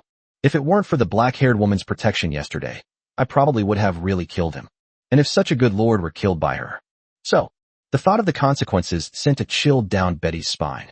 This is something Betty, who prides herself on being a righteous assassin, absolutely cannot accept. But what about those two beautiful fox girls? The existence of Shirley and Hella has now become Betty's only remaining question. As if by some strange twist of fate, Betty slipped back into the Lord's castle, intending to find Sherry and Hella and get some answers. Betty quietly made her way through the castle. After nearly a day of exploration yesterday, she had a pretty good understanding of the castle's layout. Betty lightly touched her body with her toes, once again moving like a nimble leopard. He quietly sneaked into Shirley's room, intending to find the fox girl and get some answers. When the underworld infiltrated Shirley's room, the two fox-eared girls were sitting on the soft bed talking. "Shirley, it's time for us to leave." Hella looked at her sister and said with a slightly complicated expression, "Huh? Why do we have to leave? Aren't we doing just fine here?" Shirley looked up at her sister and asked, puzzled, "I know that Human saved your life, but didn't you repay him with your own actions? You've settled things between yourselves. Now it's time for you to return to your tribe. Shirley, the elders in the clan are very worried about your safety." Hella kept trying to persuade her, but perhaps even Hella herself didn't notice. There was also some hesitation and reluctance in her voice. What's good about the tribe? There are no soft beds, no spacious rooms, no delicious food made by Chin-Su, and no fun games. Shirley shook her head firmly. "Otherwise, sister, you should go back first and tell the elders that I'm all right. How about I stay here a little longer before going back to the clan to see the elders?" Shirley was truly captivated by her current life, spending every day by Chin-Su's side. Even though she was sometimes bullied by the despicable Chin-Su, Shirley still felt very happy. Such a life is something she has never been able to enjoy since returning to her tribe. Chapter 70. The Leopard-Eared Girl Who Walked into the Trap. But, Hella was just about to talk about the benefits of being part of a community. However, after thinking for a long time, even she herself couldn't figure out what was good about staying in the tribe. Compared to the living environment here in Chin-Su's area, the Tushan Fox clan, who frequently migrate and have no permanent residence, are clearly much worse off. So, I won't be going back anytime soon. Chin-Su saved my life.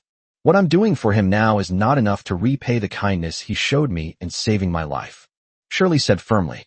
However, Betty, the leopard assassin hiding nearby, overheard the conversation between the two fox-eared girls. Now she finally understood why these two fox girls were here. It turns out they weren't forced at all, they stayed there voluntarily. "Hey Betty, what have you been up to?" Betty thought with some annoyance. If she really assassinated an innocent person, she would definitely feel uneasy for the rest of her life. No, Betty made a mistake and should bravely admit it. As a great assassin, she should never run away from it. Betty, already realizing she was wrong, cheered herself up. She then stepped out of the shadows and walked towards Chin-Su's study. Human, Betty misunderstood you. Now I'm here to apologize. Do with me as you please." Betty stood in front of Chin-Su's desk, her fluffy ears and tail drooping down. A dejected loser. Looking at the leopard-eared girl who had come back to him, Chin-Su didn't seem surprised. He put down the gauge pen and chuckled softly. "It seems you've investigated everything thoroughly." "Yes, Betty has investigated everything. You are a good human lord. Betty has mistaken you for someone else," the leopard-eared girl said very sincerely. Are you really leaving it to me to do as I please?" Chin-Su stood up and slowly walked over to the leopard-eared girl. Looking at the other person's skin, which was taut with nervousness, I couldn't help but find it a little funny. Betty should admit her mistakes, human. Even if you kill Betty right now, she won't fight back. Betty raised her head and looked at Chin-Su with her amber eyes. Haha. Don't worry, I'm not someone who likes to kill indiscriminately. Upon hearing this, Chin-Su chuckled and replied, "How about this? You serve me for 3 years. That will be the price for your mistaken assassination attempt. 3 years from now, let's call it even. How about it?" "Serve you for 3 years?" Betty looked at Chin-Su with a puzzled expression, then her gaze turned wary. "Do you want Betty to do something like indiscriminately killing innocent people? Based on your understanding, do you think I'm the kind of person who would indiscriminately kill innocent people?" Chin-Su shook his head and said helplessly, "Don't worry, I will never let you do any bad things. And if you find my orders inappropriate, you can choose to refuse. As long as you don't let Betty kill innocent people indiscriminately, I'll serve you for 3 years, it's no big deal." The leopard-eared girl mustered her courage and spoke. "It's only a 3-year period. Once those 3 years are over, He could wipe the slate clean of any grudges he had with the human in front of him. Then I can leave with nothing to lose. Betty thought to herself. Looking at Betty's expression, Chin-Su seemed to have guessed what the leopard-eared girl was thinking. However, he didn't seem to care at all. 3 years may seem like a short time, but it was just a number he set off arbitrarily. Leopard-eared girl would be willing to leave 3 years later. The previous examples of Sherry and Hella serve as cautionary tales. Perhaps in less than 3 years, this leopard-eared girl will never want to leave again. Humans, don't you always sign contracts when you hire people? Betty wants to sign a contract with you too. Although she had already agreed to Chin-Su's conditions, Betty still spoke with great caution. After all, once the contract is signed, Chin-Su won't be able to renege on it. Okay, no problem. Chin-Su readily agreed to Betty's request. After all, he never even considered doing anything underhanded in this regard. Soon, Chin-Su drafted a contract in duplicate. Take a look. Chin-Su handed a contract to Betty, the leopard-eared girl. After receiving the contract, Betty, the leopard-eared girl, pretended to look at it carefully. But Chin-Su couldn't help but chuckle at the sight. The fact that the contracts she was holding were all upside down suggests that this leopard-eared girl is illiterate and is just pretending. Okay, that's good. All right, let's sign the contract. The leopard assassin watched for a while with feigned expertise and then spoke as if she knew a lot about it. Okay. Chin-Su suppressed a laugh, nodded, and then signed his name at the bottom of the signature line. All right, it's your turn. Sign here. Then Chin-Su handed the pen in his hand to the leopard-eared girl. What? Do I need an autograph too? Betty gripped the pen in her hand, looking somewhat flustered. Heavens have mercy. She's completely illiterate. She can't even write her own name. She was just pretending. Forcing herself to suppress her inner turmoil, and not wanting to be laughed at by the human in front of her, Betty, the leopard-eared girl, pretended to be calm and thought for a while before speaking. Signatures can be forged. In our leopard clan, we always have to leave our fingerprints when signing contracts. Wow, that's impressive. A leopard-eared girl who can't read actually knows how to forge signatures and fingerprints? With that thought in mind, Chin-Su nodded, suppressing a smile. What you said makes a lot of sense. Then let's put our handprints on them.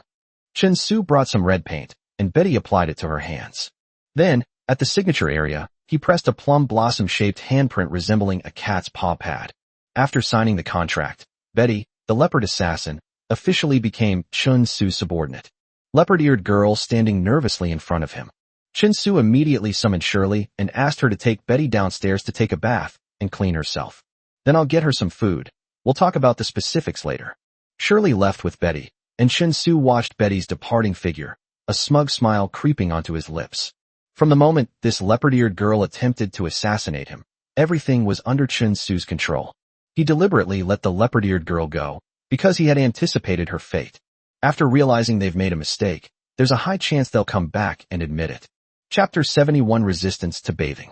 After all, it was all for the sake of avenging the other leopard sisters.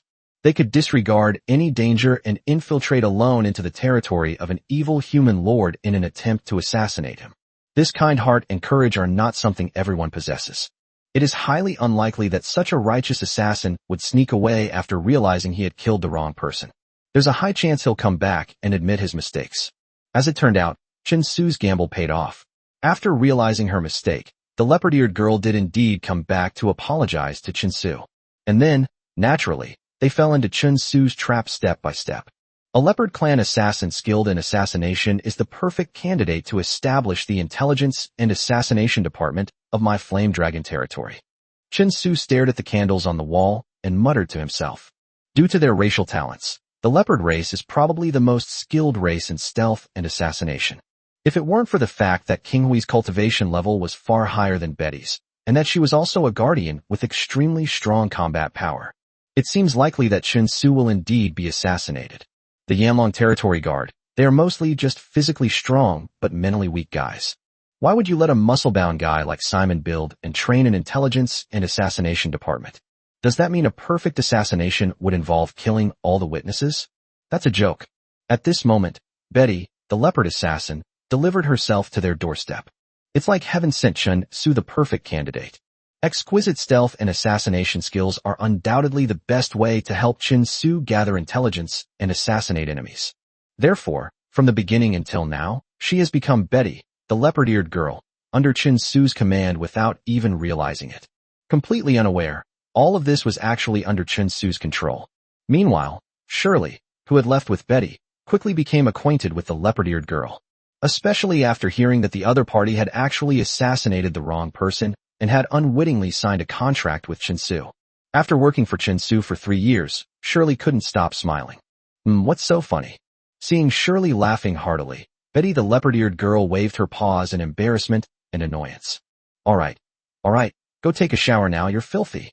As Shirley spoke, she pushed Betty, the leopard-eared girl, in front of a large wooden tub filled with hot water.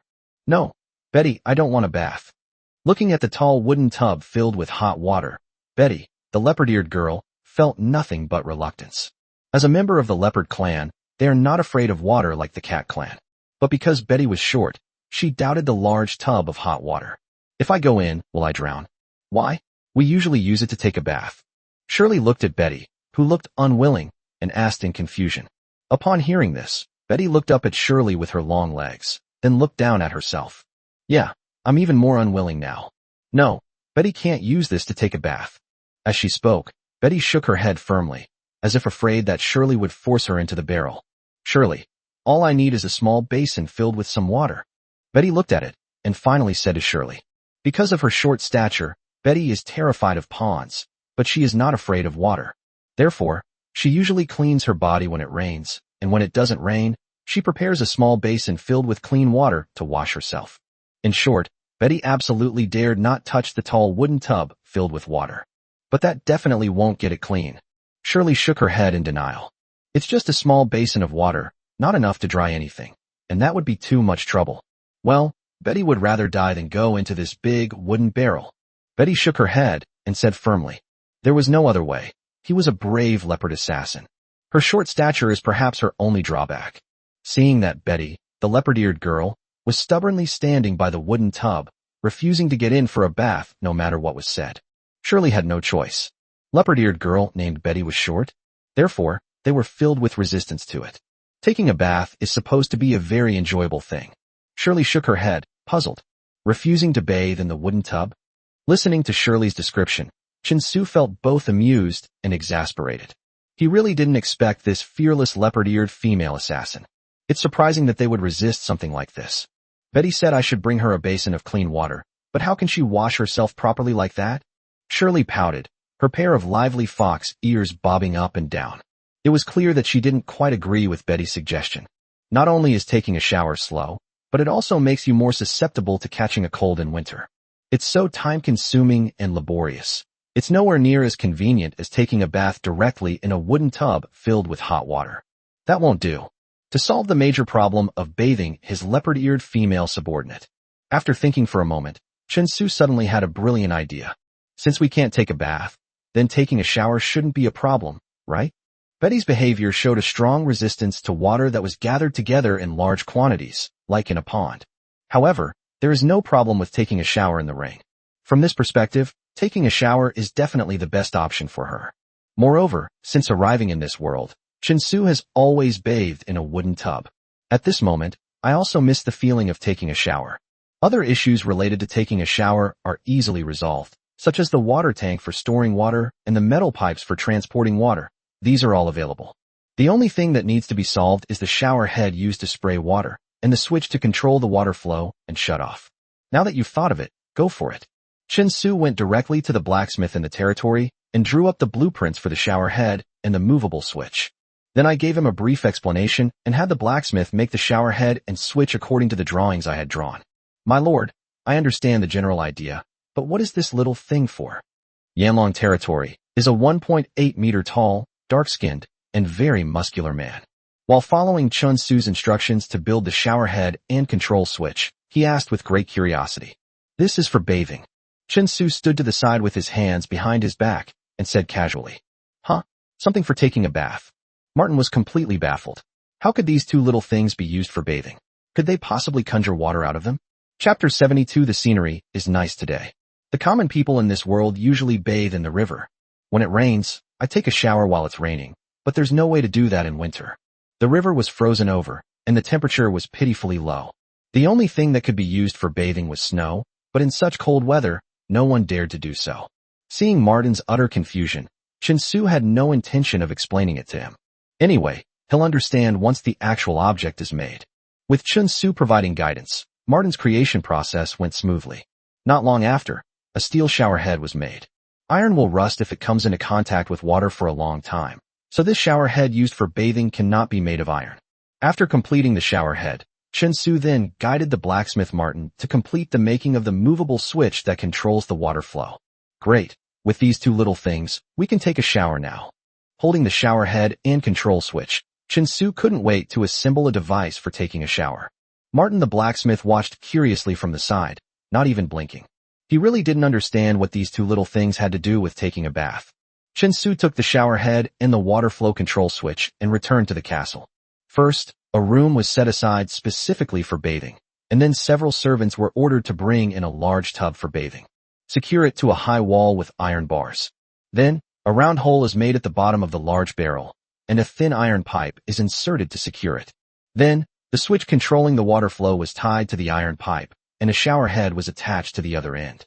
A simple shower device for bathing was thus completed. Okay, now go boil some water, then pour the warm water into the basin above, and then you can take a bath.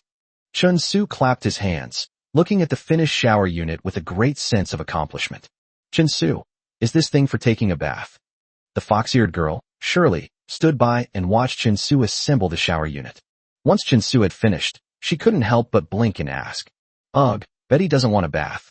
Betty doesn't want to get in the tub." The leopard-eared girl, who was forcibly dragged over, pressed her body firmly against the wall, her words full of resistance. Betty would never take a bath in a wooden tub. Don't worry, after this, you'll definitely love the feeling of taking a bath, Chinsu said with great confidence. Warm water flows through the shoryat and sprays onto a person's body. That warm and comfortable feeling is hard for anyone to resist. Impossible. Betty said it with absolute certainty. Because in this era, taking a bath was equivalent to soaking in a wooden tub. So Betty doesn't like taking baths at all, unless it's for the purpose of regularly cleaning her body and not letting her body smell. To avoid being discovered and compromising her secrecy, Betty preferred never to take a bath. Taking a shower is the most troublesome thing. Chinsu did not take Betty's denial to heart. After all, he'd seen plenty of those "it smells so good" moments. Fox-eared girl say before that she would rather starve to death than eat the food he made. And look at him now, still chasing after Chinsu every day, thinking about the taste of delicious food. Chinsu believed that once she grasped the charm of showering, this leopard-eared girl would definitely come to enjoy taking baths. Before long, the boiled water was ready and poured into a wooden bucket tied high up. Chinsu slowly turned on the switch to control the water flow. The water flowed through the tiny holes in the shower head and was divided into dozens of thin streams. A mist of water gushed out from the shoryat. Water is coming out. Water is coming out.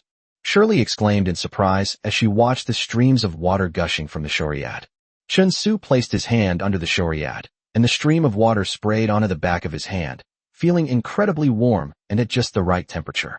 Good, it's all done. Chinsu nodded in satisfaction, then turned on the switch and turned his gaze to Betty, the leopard-eared girl, who was standing warily to the side. Want to give it a try? No, I don't want to. The leopard-eared girl decisively shook her head in refusal. Let me try it first. Seeing that Betty refused, Shirley, who had been extremely curious, came over with great interest.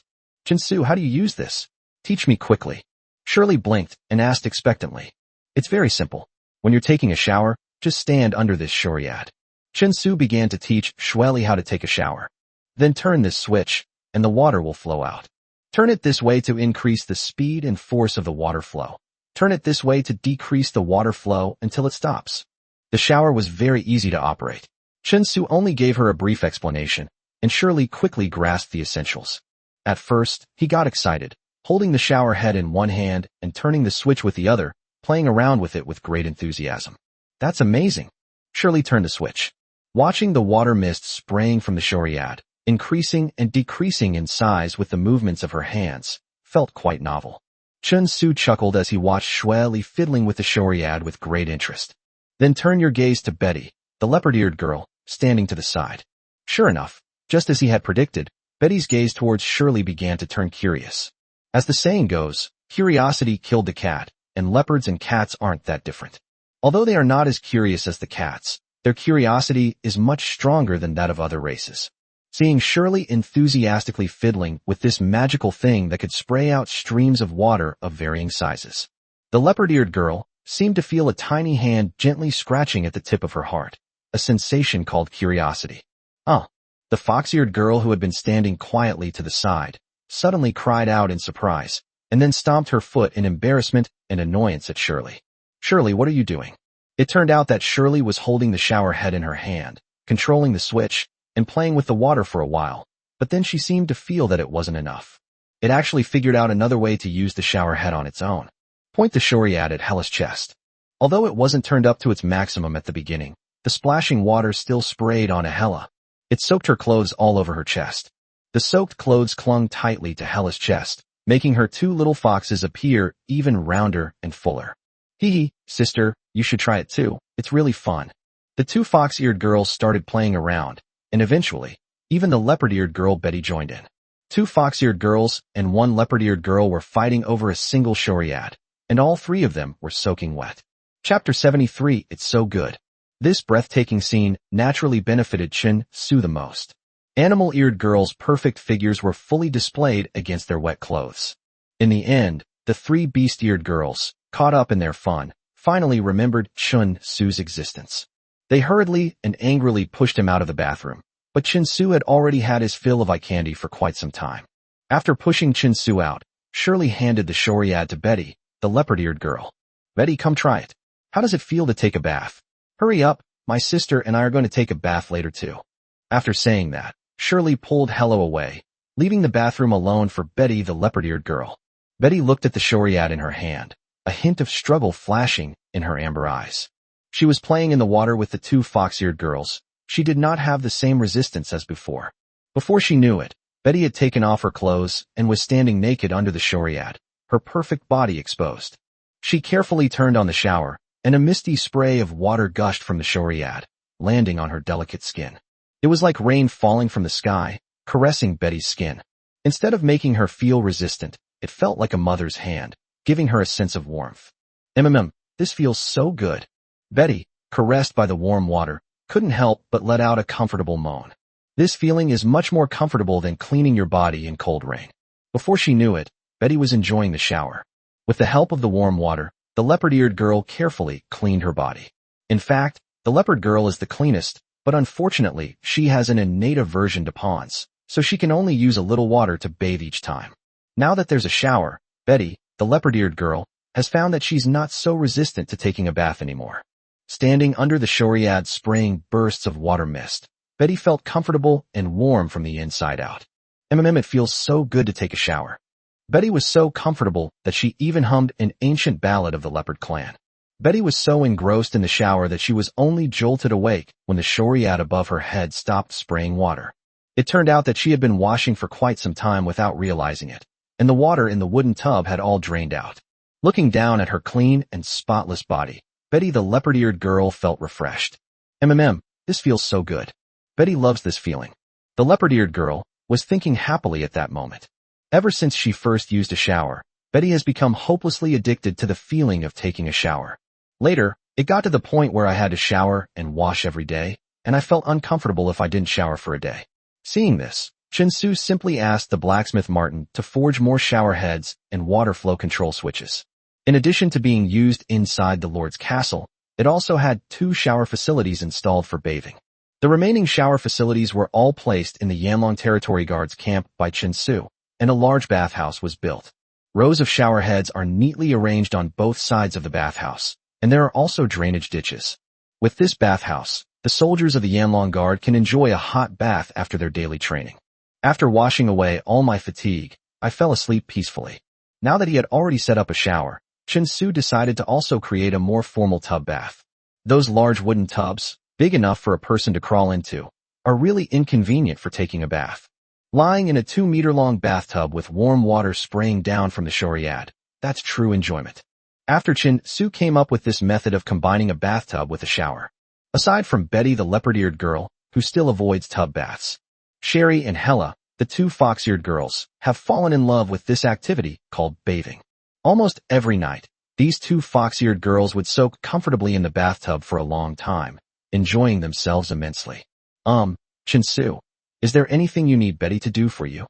The leopard-eared girl, who became Chun Su's subordinate, enjoyed several comfortable showers in the castle for several days in a row. After enjoying the delicious food prepared by Chun Su, he finally couldn't sit still any longer. She came here to help Chun Su atone for his sins, but so far, she hasn't been able to help at all. Instead of enjoying the benefits Chun Su brought, a feeling of guilt began to grow in Betty's heart. She felt she had to do something for Chun Su so that she could enjoy all of this with a clear conscience. Let me think about it. Chun Su tapped on the desk, lost in thought. He originally intended for Betty, who was an expert in assassination and stealth, to set up the intelligence and assassination department for the Flame Dragon territory. However, because it is currently winter, all construction within the territory is at a standstill. Even Chun Su doesn't currently have any readily available intelligence or assassination personnel that can be used for training. So his original plan was to wait until after the winter to select some people and hand them over to Betty for training. But now that Betty is so eager to help Chun Su, he can't very well dampen the leopard-eared girl's enthusiasm. Alright then, I'll give you a task. Eugene, the porcelain merchant from Toronto. I had dealings with him about porcelain before, but not long ago, he suddenly terminated those deals. But I know things aren't that simple.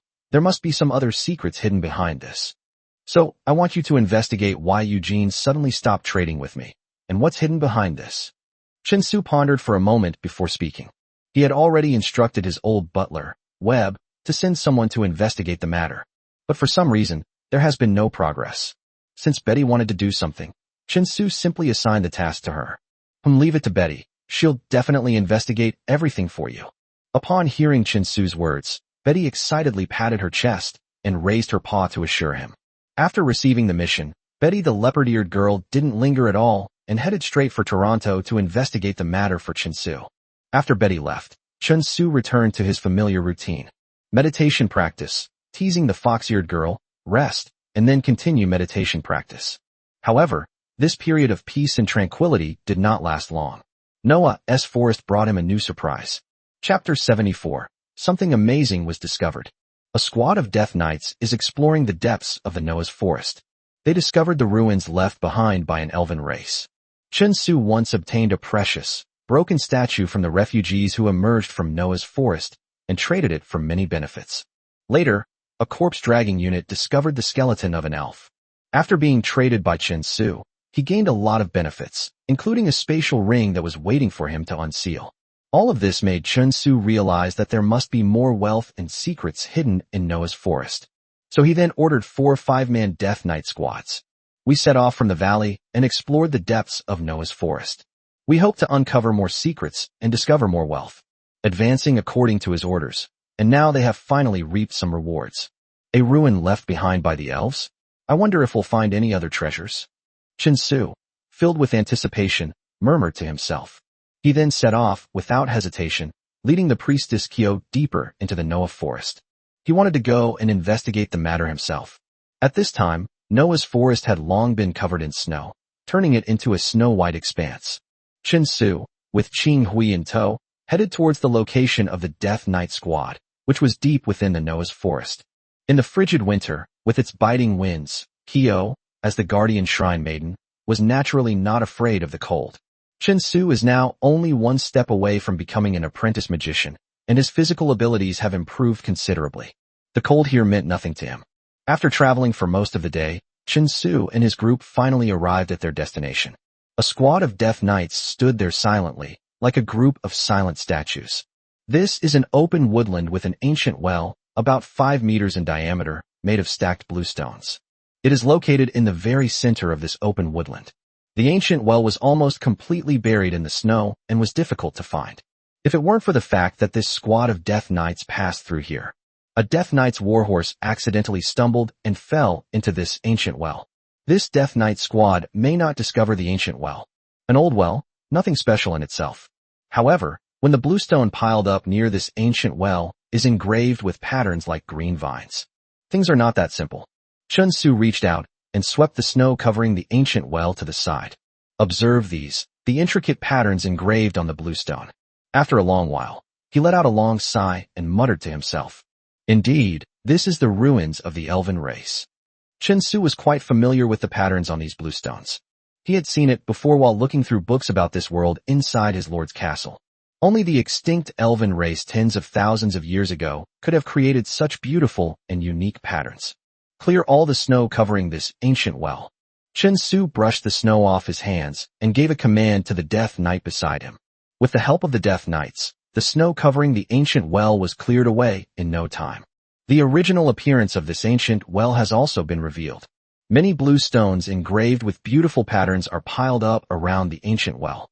Inside the deep, ancient well entrance, tiny points of light, like starlight, were twinkling. GAA. A long, drawn-out bird call drifted over, and a completely black crow flew in, unhurried and leisurely. It rested on Chen Su's shoulder. Let's go down and see what's at the bottom of the well. Chen Su patted the crow on his shoulder and gave the order. The crow turned its head, as if it could understand Chen Su's command, and flapped its wings, flying away as if it were at the bottom of a well. This crow is naturally a Death Raven unit produced by Chen Su's City of the Dead.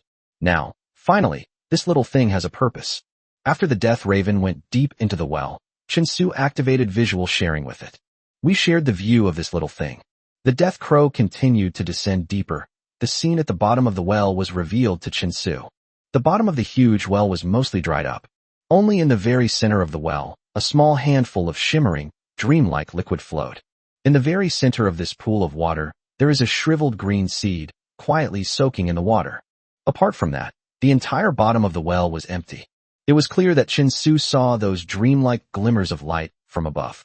It must be from this small handful of liquid that hasn't dried up yet. So, is this a dried-up moon well? Chen Su said with some surprise. The moon well is a divine object that only the elves can possess. Legend has it that whether an elf is depleted of its power or injured, it is a matter of life and death. Just one sip of water from the moon well will restore you to your original state. Therefore, the moon well is also known as the source of power for the elven race.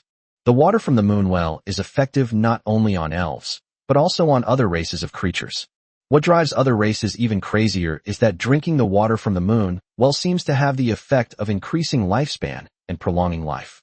The elven race was that the moon well's effects were so miraculous that it attracted the covetous eyes of other races. Now, it is clear that the moon well has dried up. However, there was still a pleasant surprise for Chen Su. That means there's still a handful of water from the moon well at the bottom of the well, so it's not like we've gained nothing at all. As for the seed, held the shriveled, bright green seed, which had been soaking in the water of the moon well, in his palm and examined it for a while. I don't know what kind of plant these seeds are. Let's put it away for now. Since he couldn't identify it, Chen Su had no choice but to take the glass bottle and carefully fill it with a small handful of water from the moon well at the bottom of the well. Then, the shriveled green seed was put into a glass bottle and soaked in the water of the moon well. After tidying everything up, Chen Su looked around again. Since an elven moon well has been discovered here, there must be other elven relics nearby. Sure enough, after looking around, Chen Su found that there were only tall trees in the other three directions. The other direction, directly opposite the moon well, was a smooth road, but it was now shrouded in a misty snow fog. However, just as Chen Su was preparing to continue leading the Death Knight to explore in this direction, the sudden sound echoed in his mind. Chapter 75 concludes here. Ding! You have arrived at the Elven Ruins, triggering a new quest. Explore the vanquished Elven race. Mission Introduction. Why did the ancient and powerful Elven race vanish into the dustbin of history? What secrets lie hidden within? You will have to discover all of this yourself. Completion rate, 0%. Task rewards. Depends on completion rate. Friendly reminder. This is a very difficult task. With your current strength, you are clearly far from capable. Please try again after you have become strong enough. Am I being asked to quit? Looking at the bright red notification in the last column of the task list, Chen Su thought to himself, somewhat speechless. Our current strength is still far from sufficient. Could it be that some great danger is hidden in these elven ruins? Chen Su took this matter seriously, but was unwilling to give up so easily. So he immediately sent out a Death Knight unit to lead the way, heading towards the ruins to scout out the dangers ahead. The Death Knight, who had received Chen Su's order, bravely stepped into the hazy white mist and then disappeared without a trace. Even the orders Chen Su gave to the Death Knight went unanswered, like a stone thrown into the sea. Having witnessed the dangers of this place, Chen Su finally chose to postpone the mission until he became strong enough to complete it later. Anyway, This mission has no time limit, and he is getting stronger at an alarming rate. Chen Su believed that it wouldn't be long before he could complete this task and unveil the mystery surrounding this elven ruin. Upon returning to his territory, Chen Su was surprised to find that Betty, the leopard-eared girl, had already returned. It's only been a short time, and the task is already completed. That's incredibly efficient. Upon seeing Chen Su return, Betty, the leopard-eared girl, leaped in front of him with a whoosh, her amber eyes filled with seriousness and anxiety. Chen Su, I have something very important to tell you. What happened? Don't rush, tell me slowly. Chen Su looked at Betty, who had a worried expression, and spoke slowly and gently. Well, Betty has found out why that porcelain merchant isn't doing porcelain business with you, and the result is very unfavorable for you. The leopard-eared girl's tail was swaying back and forth, showing that she was not at peace with herself. Tell me, whatever the reason, I can accept it. Chen Su nodded, signaling Betty to continue. Chen Su was also very curious about why Eugene suddenly terminated the porcelain trade with Yanlong territory. After calming herself down, Betty began to tell Chen Su about her itinerary over the past few days in detail. Everything went smoothly at first. After arriving in Toronto, Betty went straight to Eugene, the porcelain merchant. But in the following days, Eugene stayed at home and did nothing else, so Betty got nothing. However, as an excellent leopard assassin, Betty has no shortage of patience. She hid in the shadows, waiting quietly, hoping to find some clues. As expected, Eugene received an invitation from Henry, the Lord of Toronto, to attend a dinner party. Betty sneaked into the dinner party and overheard Henry and Eugene's conversation, which revealed the whole story. Henry, the Lord of Toronto? He's actually coveting my porcelain-making techniques. After listening, Chen Su reached out and stroked his chin. First there was Gundur, then Henry. Sure enough, in this world, doing something outrageous easily attracts attention. Lord Henry of Toronto. He's a powerful and ruthless lord. When the old butler, Webb, standing behind Chen Su, heard this name, his expression turned serious again.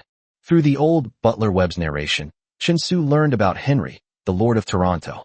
Henry started his career by trading barbarian slaves from the far north, and was later favored by the Grand Duke of Ruby, who made him Lord of Toronto. And the power he himself possesses is also extremely formidable.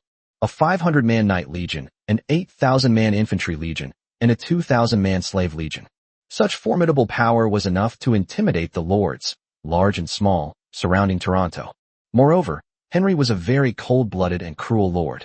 The lords near Toronto had to pay Henry tribute every year in exchange for their safety. Once, a lord grumbled about this at his own banquet, expressing his dissatisfaction. As a result, the next day, his head was then hung on the city gate tower of Toronto. The surrounding lords held this city Lord of Toronto in awe and reverence, yet were powerless to do anything about him. Even though these lords, when united, would be stronger than Henry, none of them dared to do so. Because in addition to his own powerful forces, Henry also had an even more terrifying Grand Duke of Ruby standing behind him. The saying goes, even when beating a dog, one must consider its owner. If anyone attacks Toronto and kills Henry, that was a slap in the face to the Ruby Grand Duke, and the result was predictable. After hearing the old butler Webb recount Henry's greatness, Chen Su also put away his joking attitude and became more serious. After all, compared to Gundur, the Lord of the Lion's territory, this Henry was clearly much stronger and much more difficult to deal with. But, thinking of the power he possessed, Chen Su regained his confidence. Even Henry, the Lord of Toronto, sometimes said that quantity doesn't mean anything, and quality can override everything. Previously, when dealing with Gundur, Chen Su's Death Knights were still in their infancy. They were able to rout and root an enemy army of 3,000 men. Now, having spent the winter accumulating strength, his power will become even greater. Henry, the Lord of Toronto, this newly emerged enemy, did not pose any pressure to Chen Su. Because everything within the Flame Dragon territory remained unchanged, there was absolutely no sign of an impending great battle. As time went by, the atmosphere in Toronto began to become somewhat turbulent. Inside the magnificent and luxurious castle of the city lord, Henry was comfortably reclining on a chaise lounge covered with soft fur. He was enjoying the massage service from the two maids around him with a comfortable expression. Chapter 76. Pull them down. In front of him stood a ridiculously comical-looking fellow, less than 1.5 meters tall, who resembled a dwarf. He was respectfully prostrating himself at Henry's feet. If Chen Su were here, he would definitely be familiar with this guy who looks like a dwarf. Because he was none other than Guda, the most loyal lackey of the Lion Lord, who had been personally beheaded by Qin Su. Buck. On the battlefield where the great battle against the Lion territory took place that day, Buck was the only one who escaped. After the Death Knight appeared, he sensed something was wrong, so he took advantage of the chaos to abandon Gundur and escape, thus saving his life. And as it turned out, his actions were correct. Later, when facing Qin Su's Death Knight Legion, Gundur's army was utterly vulnerable and easily defeated. They were completely overwhelmed by just a few charges from the Death Knights. Its performance was then ruthlessly exploited. Because Buck saw the situation was bad, he was the first to flee, so he was the only one who survived from the Lion King's side. After fleeing, Buck lived in constant fear, terrified that Qin Su would come after him. But Qin Su paid no attention to this ant that had escaped from the battlefield, nor did he need to. It's just an ant. What's the use of escaping? Now, Buck has actually joined forces with Henry, the Lord of Toronto, making him quite the unkillable cockroach. Lord of the City, you must not underestimate that Lord of the Flame Dragon territory. Lord Guda was easily destroyed because he underestimated him. That's an incredibly cunning fellow. You'd better be extremely careful and not underestimate him. Buck knelt at Henry's feet, fawning with utmost respect. You dare to compare yourself to this city Lord Guda? Henry glanced up at Buck, who was lying at his feet, and said indifferently. He then kicked out, sending Buck flying and crashing into the wall. It felt like a toad clinging to a wall, utterly comical. Been kicked away by Henry, ignored the pain, and quickly crawled back to Henry's feet, fawning over him. Great Lord of Toronto, the mere gutter is naturally no match for you.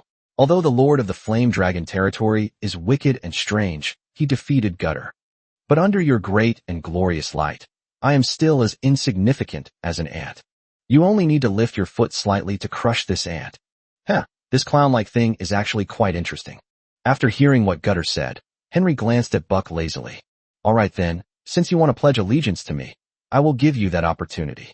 Now, on behalf of this city lord, I will go to the Flame Dragon territory and tell its lord that he has brought all his secrets and wealth to Toronto City and will offer them all to this city lord. In this way, he will gain my friendship, Henry, and become my best friend. If he dares to disobey, he will be my enemy, Henry, and the fate of Gutter will be his fate as well. By the end, Henry's voice had begun to turn somewhat cold. Because the large armies under his command are engaged in crucial battles in the Yuki dimension. Therefore, Henry, who was short of troops, did not rush to take action against Qin Su, but instead lay low for an entire winter. Now, a crucial battle in the Happy Rider dimension has finally come to an end. Having won this battle, Henry finally had the opportunity to mobilize his army from the Musical Knights Plain. Now that Henry had a large army, he no longer wanted to wait. The Flame Dragon territory as quickly as possible. Then they produced porcelain to trade with the barbarians in the far north for slaves, expanding their power. Great Lord, it is my humble servant Buck that is willing to serve you. Buck's eyes lit up when he heard Henry's words. The experience of being utterly defeated by Qin Su in the last Lion territory was like a nightmare haunting Buck. Henry, the city lord of Toronto, who is far more powerful than Bygord. How arrogant the Lord of the Flame Dragon territory will be this time. Just imagine how terrified the Lord of the Flame Dragon territory will be when he hears Henry's name. Buck's body trembled with excitement. The next day, Lord of Flame Dragon territory. These are the original words of the great Lord Henry, and I have conveyed them to you word for word. The only way to survive is to choose to surrender and hand over all your secrets and treasures. The Flame Dragon Castle, the dwarf Buck was threatening Qin Su, who was acting like a bully. However, what puzzled Buck immensely was that after he revealed Henry's name, the Lord of the Flame Dragon territory remained completely calm. It was as if they had no idea what the name Henry really meant. Was he scared out of his wits? Buck guessed smugly. Thinking of this, he continued to threaten. Humble Lord of the Flame Dragon territory, you only have one chance, so you must seize it. Lord Henry's power is beyond your imagination. Now, obediently kneel on the ground and beg me. Only after I am satisfied will I speak to Lord Henry about your humility and submission. Otherwise, I will incite Lord Henry to mobilize a large army and completely annihilate your Flame Dragon territory. Upon hearing Buck's words, Qin Su sighed inexplicably. This guy is like a clown, putting on a great show. All right, take this clown away, hang him on the wall to dry, and after he dies, send him back to that Henry guy. A mere remnant of the Lion territory dares to threaten me? Upon hearing Chen Su's punishment of him, Buck's eyes widened in disbelief. The messenger of the great Lord Henry of Toronto. What did he hear? How dare the Lord of the Flame Dragon territory treat him like this? He's Henry's messenger. Doesn't this guy fear Lord Henry's wrath for doing this? Or is it that he simply doesn't understand how terrifying Lord Henry is? Two strong and burly warriors from the Flame Dragon territory dragged Buck outside the Lord's castle with sinister grins on their faces. And then they started tearing off his clothes. Buck finally realized that the Lord of the Flame Dragon territory wasn't bluffing him, but genuinely intended to do so. A madman, a complete madman. Buck was terrified. Only then did he realize how stupid his actions had been. Chapter 77, Mobilizing Troops. Spare me, Your Excellency Chen Su. It was Lord Henry of Toronto who ordered me to do this. It has nothing to do with me. Spare me. Buck wailed in a trembling voice, hoping that Chen Su would spare his life. However, Chen Su had no intention of letting this guy go. Soon, Buck, stripped naked, was tied to a flagpole high in the sky by several Flame Dragon territory warriors. Completely naked, Buck writhed wildly, his bound body writhing like a dead fish. At first, he was still begging Chen Su to let him go. However, after a long time, Buck realized that Chen Su had no intention of letting him go. He started cursing Chen Su loudly again, and cursing the Flame Dragon territory. How dare you treat me like this? The great Lord Henry will surely be enraged, slaughter the entire Flame Dragon territory, and cut off your head. The Flame Dragon territory below were sitting leisurely with their arms crossed. Seeing Buck tied to the flagpole and cursing loudly, they all spoke up. I bet this guy can only last a day at most. One day is too short. Look at how loud he is, with such a strong voice. I guess he can last for 2 days. You're right, but I'll bet 3 days. Although winter is almost over, it is still very cold outside. The Flame Dragon territory below, even though they were wearing thick clothes, still felt cold. Buck had already been stripped naked and clearly couldn't hold out for much longer. Sure enough, after cursing for a while, the biting cold made Buck start to shiver uncontrollably. Put me down right now, you pigs. Put me down, and I, Buck, will definitely repay you. Damn it. If you don't put me down, and Lord Henry gets angry and sends troops to attack, you'll all die. Please put me down. I'm freezing to death. However, whether Buck threatened or pleaded, the few Flame Dragon territory warriors standing below watched the show with unperturbed expressions, completely unmoved. Less than a day later, Buck, who was hanging from the flagpole, was completely frozen. It hung on the flagpole like a dried-out salted fish. Even in death, his face still bore an expression of profound regret. If God gave him another chance, he probably wouldn't dare offend Chen Su again, even if it meant being beheaded. News of Buck's death soon reached Toronto. What did you say? Buck is dead, and he was stripped naked and hung on the flagpole. The Toronto City Lord's mansion, after hearing his subordinate's report, Henry angrily stood up and questioned him. Yes, Lord City Lord, I saw all of this with my own eyes. That Buck's body is still hanging in the Flame Dragon territory. The subordinate reported very respectfully. Very good, very good. It seems he intends to refuse a polite toast only to suffer the consequences. Henry suddenly calmed down, but his voice was as cold as ice, and a flame of anger ignited in his eyes. Buck was just a clown. Even in death, Henry felt nothing. But the situation is different now. This time, Buck is going to the Flame Dragon territory on his own behalf. The result was such a brutal killing. It was a blatant slap in the face to Henry. Henry, who was used to being arrogant and domineering, could not tolerate such humiliation. Originally, I just wanted to extract your secrets through interrogation and then spare your life. But now that you dare to humiliate me, the city lord, I will not only kill you, but I will also make you suffer a terrible death. Henry slowly clenched his fist, a dangerous glint in his eyes. Go to the fortress in the Joyful Rider Plain, find those Legion commanders, and convey my orders. All armies from the entire Leaky Plain shall march back to the main plain. I will lead my army to wipe out the Flame Dragon territory, and let everyone see that no one can trample on my dignity, Henry's. Henry finished speaking. The subordinate in full armor immediately acknowledged the order and replied, Yes, Your Majesty. They then went straight to the back of the Toronto City Hall. This is an open space that is about 4 or 5 miles in circumference, and it is also a restricted area in Toronto. No one was allowed to enter or leave, and most of Henry's personal guards were stationed here. In the very center of this open space, several wide altars, resembling gates, stand quietly arranged. The armored subordinate went straight up to one of the altars. Immediately, a halo appeared, and spatial power spread above the altar, enveloping the armored subordinate. And his figure disappeared from this place. When he reappeared, he was already in a huge military camp. And this is a lower plane that is independent of the main plane, the joyful riding plane. Among the countless planes of existence, the plane of gods is undoubtedly the most dazzling and outstanding. It ranks among the top in all planes, making it one of the main planes in the endless planes. The joyful rider plane belongs to one of the lowest level sequences in this endless plane. As a super low-level plane with a radius of less than 4,000 kilometers, where the level of powerful beings, both large and small, does not exceed that of ordinary warriors. Even in the highest level pantheon of gods, even a weak lord like Henry, who is utterly vulnerable in the eyes of powerful lords, is no match for them. They also possess the qualifications to engage in interdimensional warfare. If it were a slightly more powerful plane, Henry would naturally lack the ability and courage to wage interplane wars. Dared to enter the rumble riding plane to fight after obtaining the plane coordinates given to him by the Ruby Grand Duke. The entire Leaky plane is over 3,000 square kilometers in size, of which over 2,000 square kilometers are divided and occupied by the two most powerful forces in the Leaky plane. They are the Azure Principality and the Crimson Principality, respectively. These two countries each occupy nearly 2/3 of the territory of the entire Leaky plain. The remaining third of the territory was occupied by scattered nobles, thieves, and barbarians. These two principalities were enemies and fought each other for many years.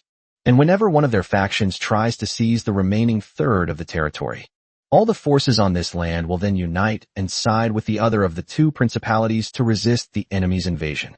Furthermore, the best locations in the entire Joyrider plane are occupied by the two duchies, Azure and Crimson. The remaining 1,000 square kilometers of land are mostly barren and desolate. Chapter 78, Beautiful Ideas. So over time, the Azure Duchy and the Crimson Duchy stopped focusing their attention on this land. This place, where chaos and desolation coexist, is also known as the land abandoned by the gods. When Henry's army first entered the realm of the Riders, they took root in this land abandoned by the gods. Over the next 2 years, Henry carefully developed his conquests and expanded his power in this land. After all, he didn't dare to be too high profile. This would attract the attention of the two great duchies in the Joyful Rider plain sooner. If Henry were besieged by the two duchies, he would not be able to withstand the attack. After 2 years of development, Henry's army gradually entered the Musical Knight's world. His power has also gained a firm foothold in the Joyful Rider dimension. Henry's continuous expansion in the Joyful Riding dimension finally attracted the attention of the Azure Duchy and the Crimson Duchy. At first, the two principalities didn't pay much attention, simply thinking that a new power had risen in this barren land. But by the time they realized something was wrong, it was too late. By then, Henry had already established himself in this dimension. After that came the war between Henry and the two duchies. As newly emerging third-party forces, both duchies were intent on suppressing Henry's power.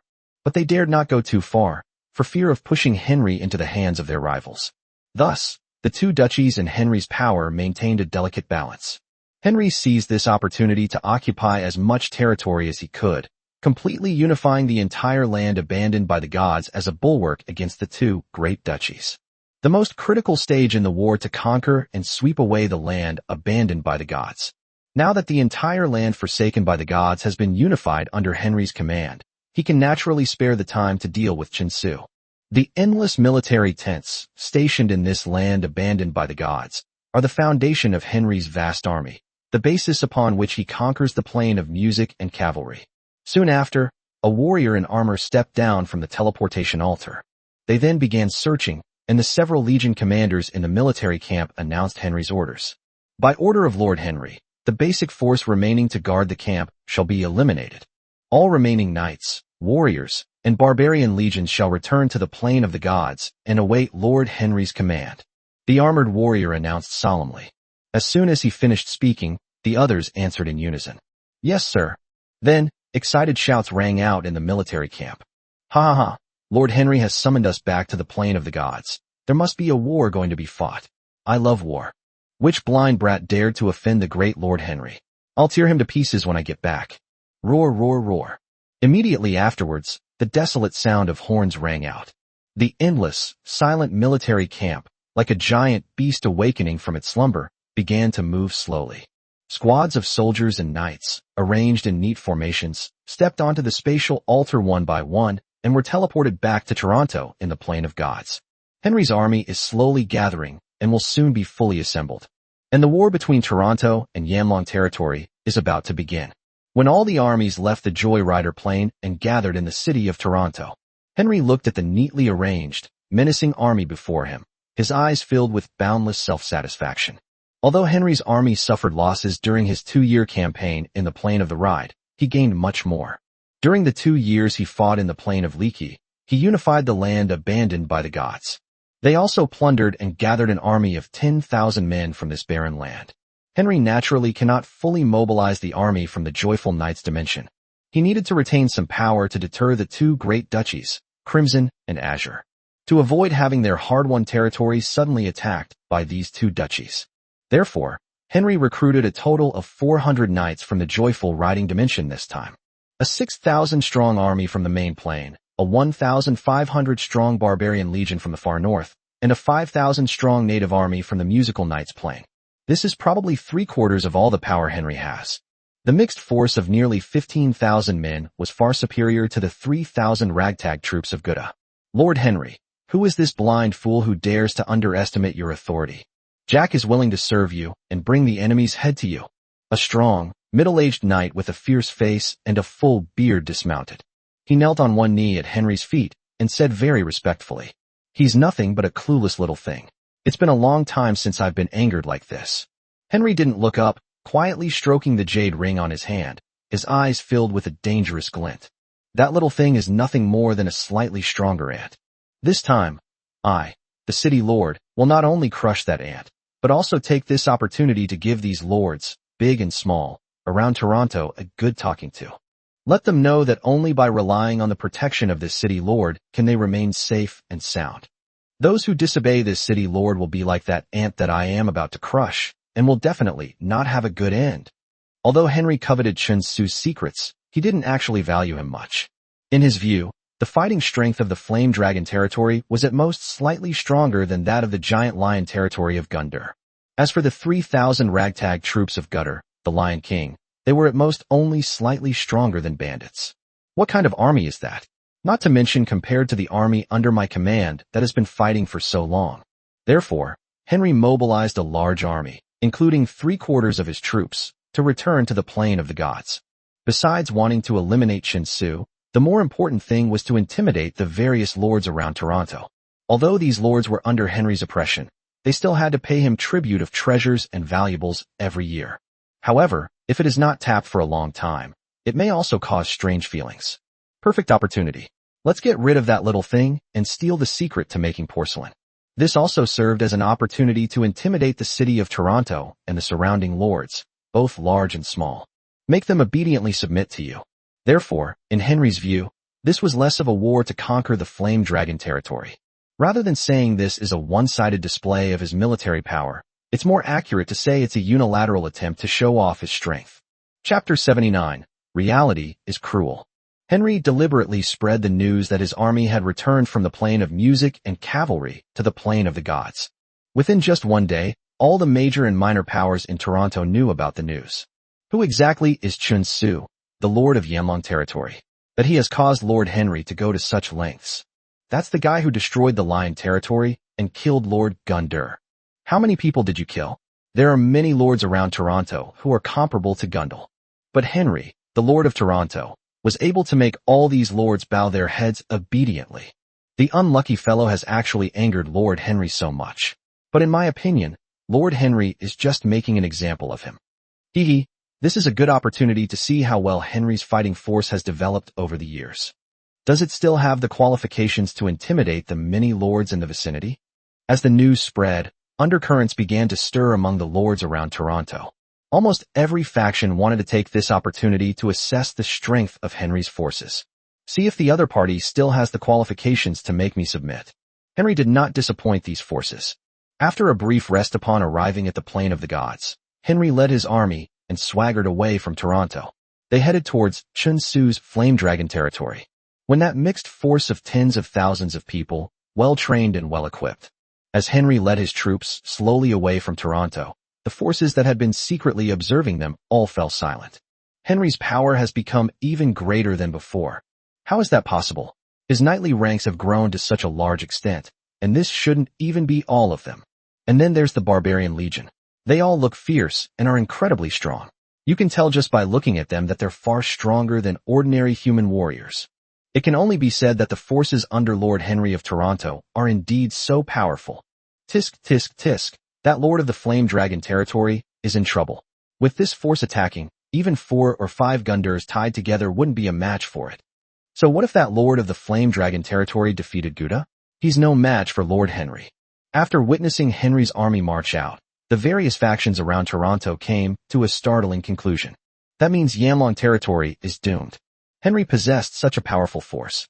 Dealing with the mere Flame Dragon territory would probably be as easy as crushing an ant, requiring absolutely no effort. Meanwhile, Henry was leading his large army on a grand march towards the Dragon territory. Inside the Flame Dragon territory, however, all was still perfectly calm, as if nothing had happened. However, Chun Tsu was naturally fully aware of all the developments related to Henry. Because long before Betty the leopard-eared girl had discovered that Henry was planning something bad for her, Chun Tsu then created a Death Raven unit and sent it to Toronto to monitor Henry's every move. Chun Tsu had already learned that Henry had dispatched a large army to launch a fierce attack from the city of Toronto. Why are there always guys who like to line up to die? Chun Tsu shook his head helplessly. Although Henry's powerful army of 15,000 men terrified the forces around Toronto. However, Chun Tsu showed no fear whatsoever. Because of the development over this winter, the combat strength of Yanlong territory is now vastly different from before. The enhanced Death Knight Legion, after a long winter of development, has expanded to 400 members. Chun Tsu also produced 600 Death Spear units from the Elite series. As for the army selected from within Yanlong territory, it only numbered a mere 100 people. However, after a long period of training in the military camp, they have all completed the transformation from ordinary people to soldiers. This team of over 100 people may not be able to play a significant role right now. However, for Chun Tsu, the value of these 100-plus warriors undoubtedly surpasses that of the Death Knight Legion and the Death Spear Legion.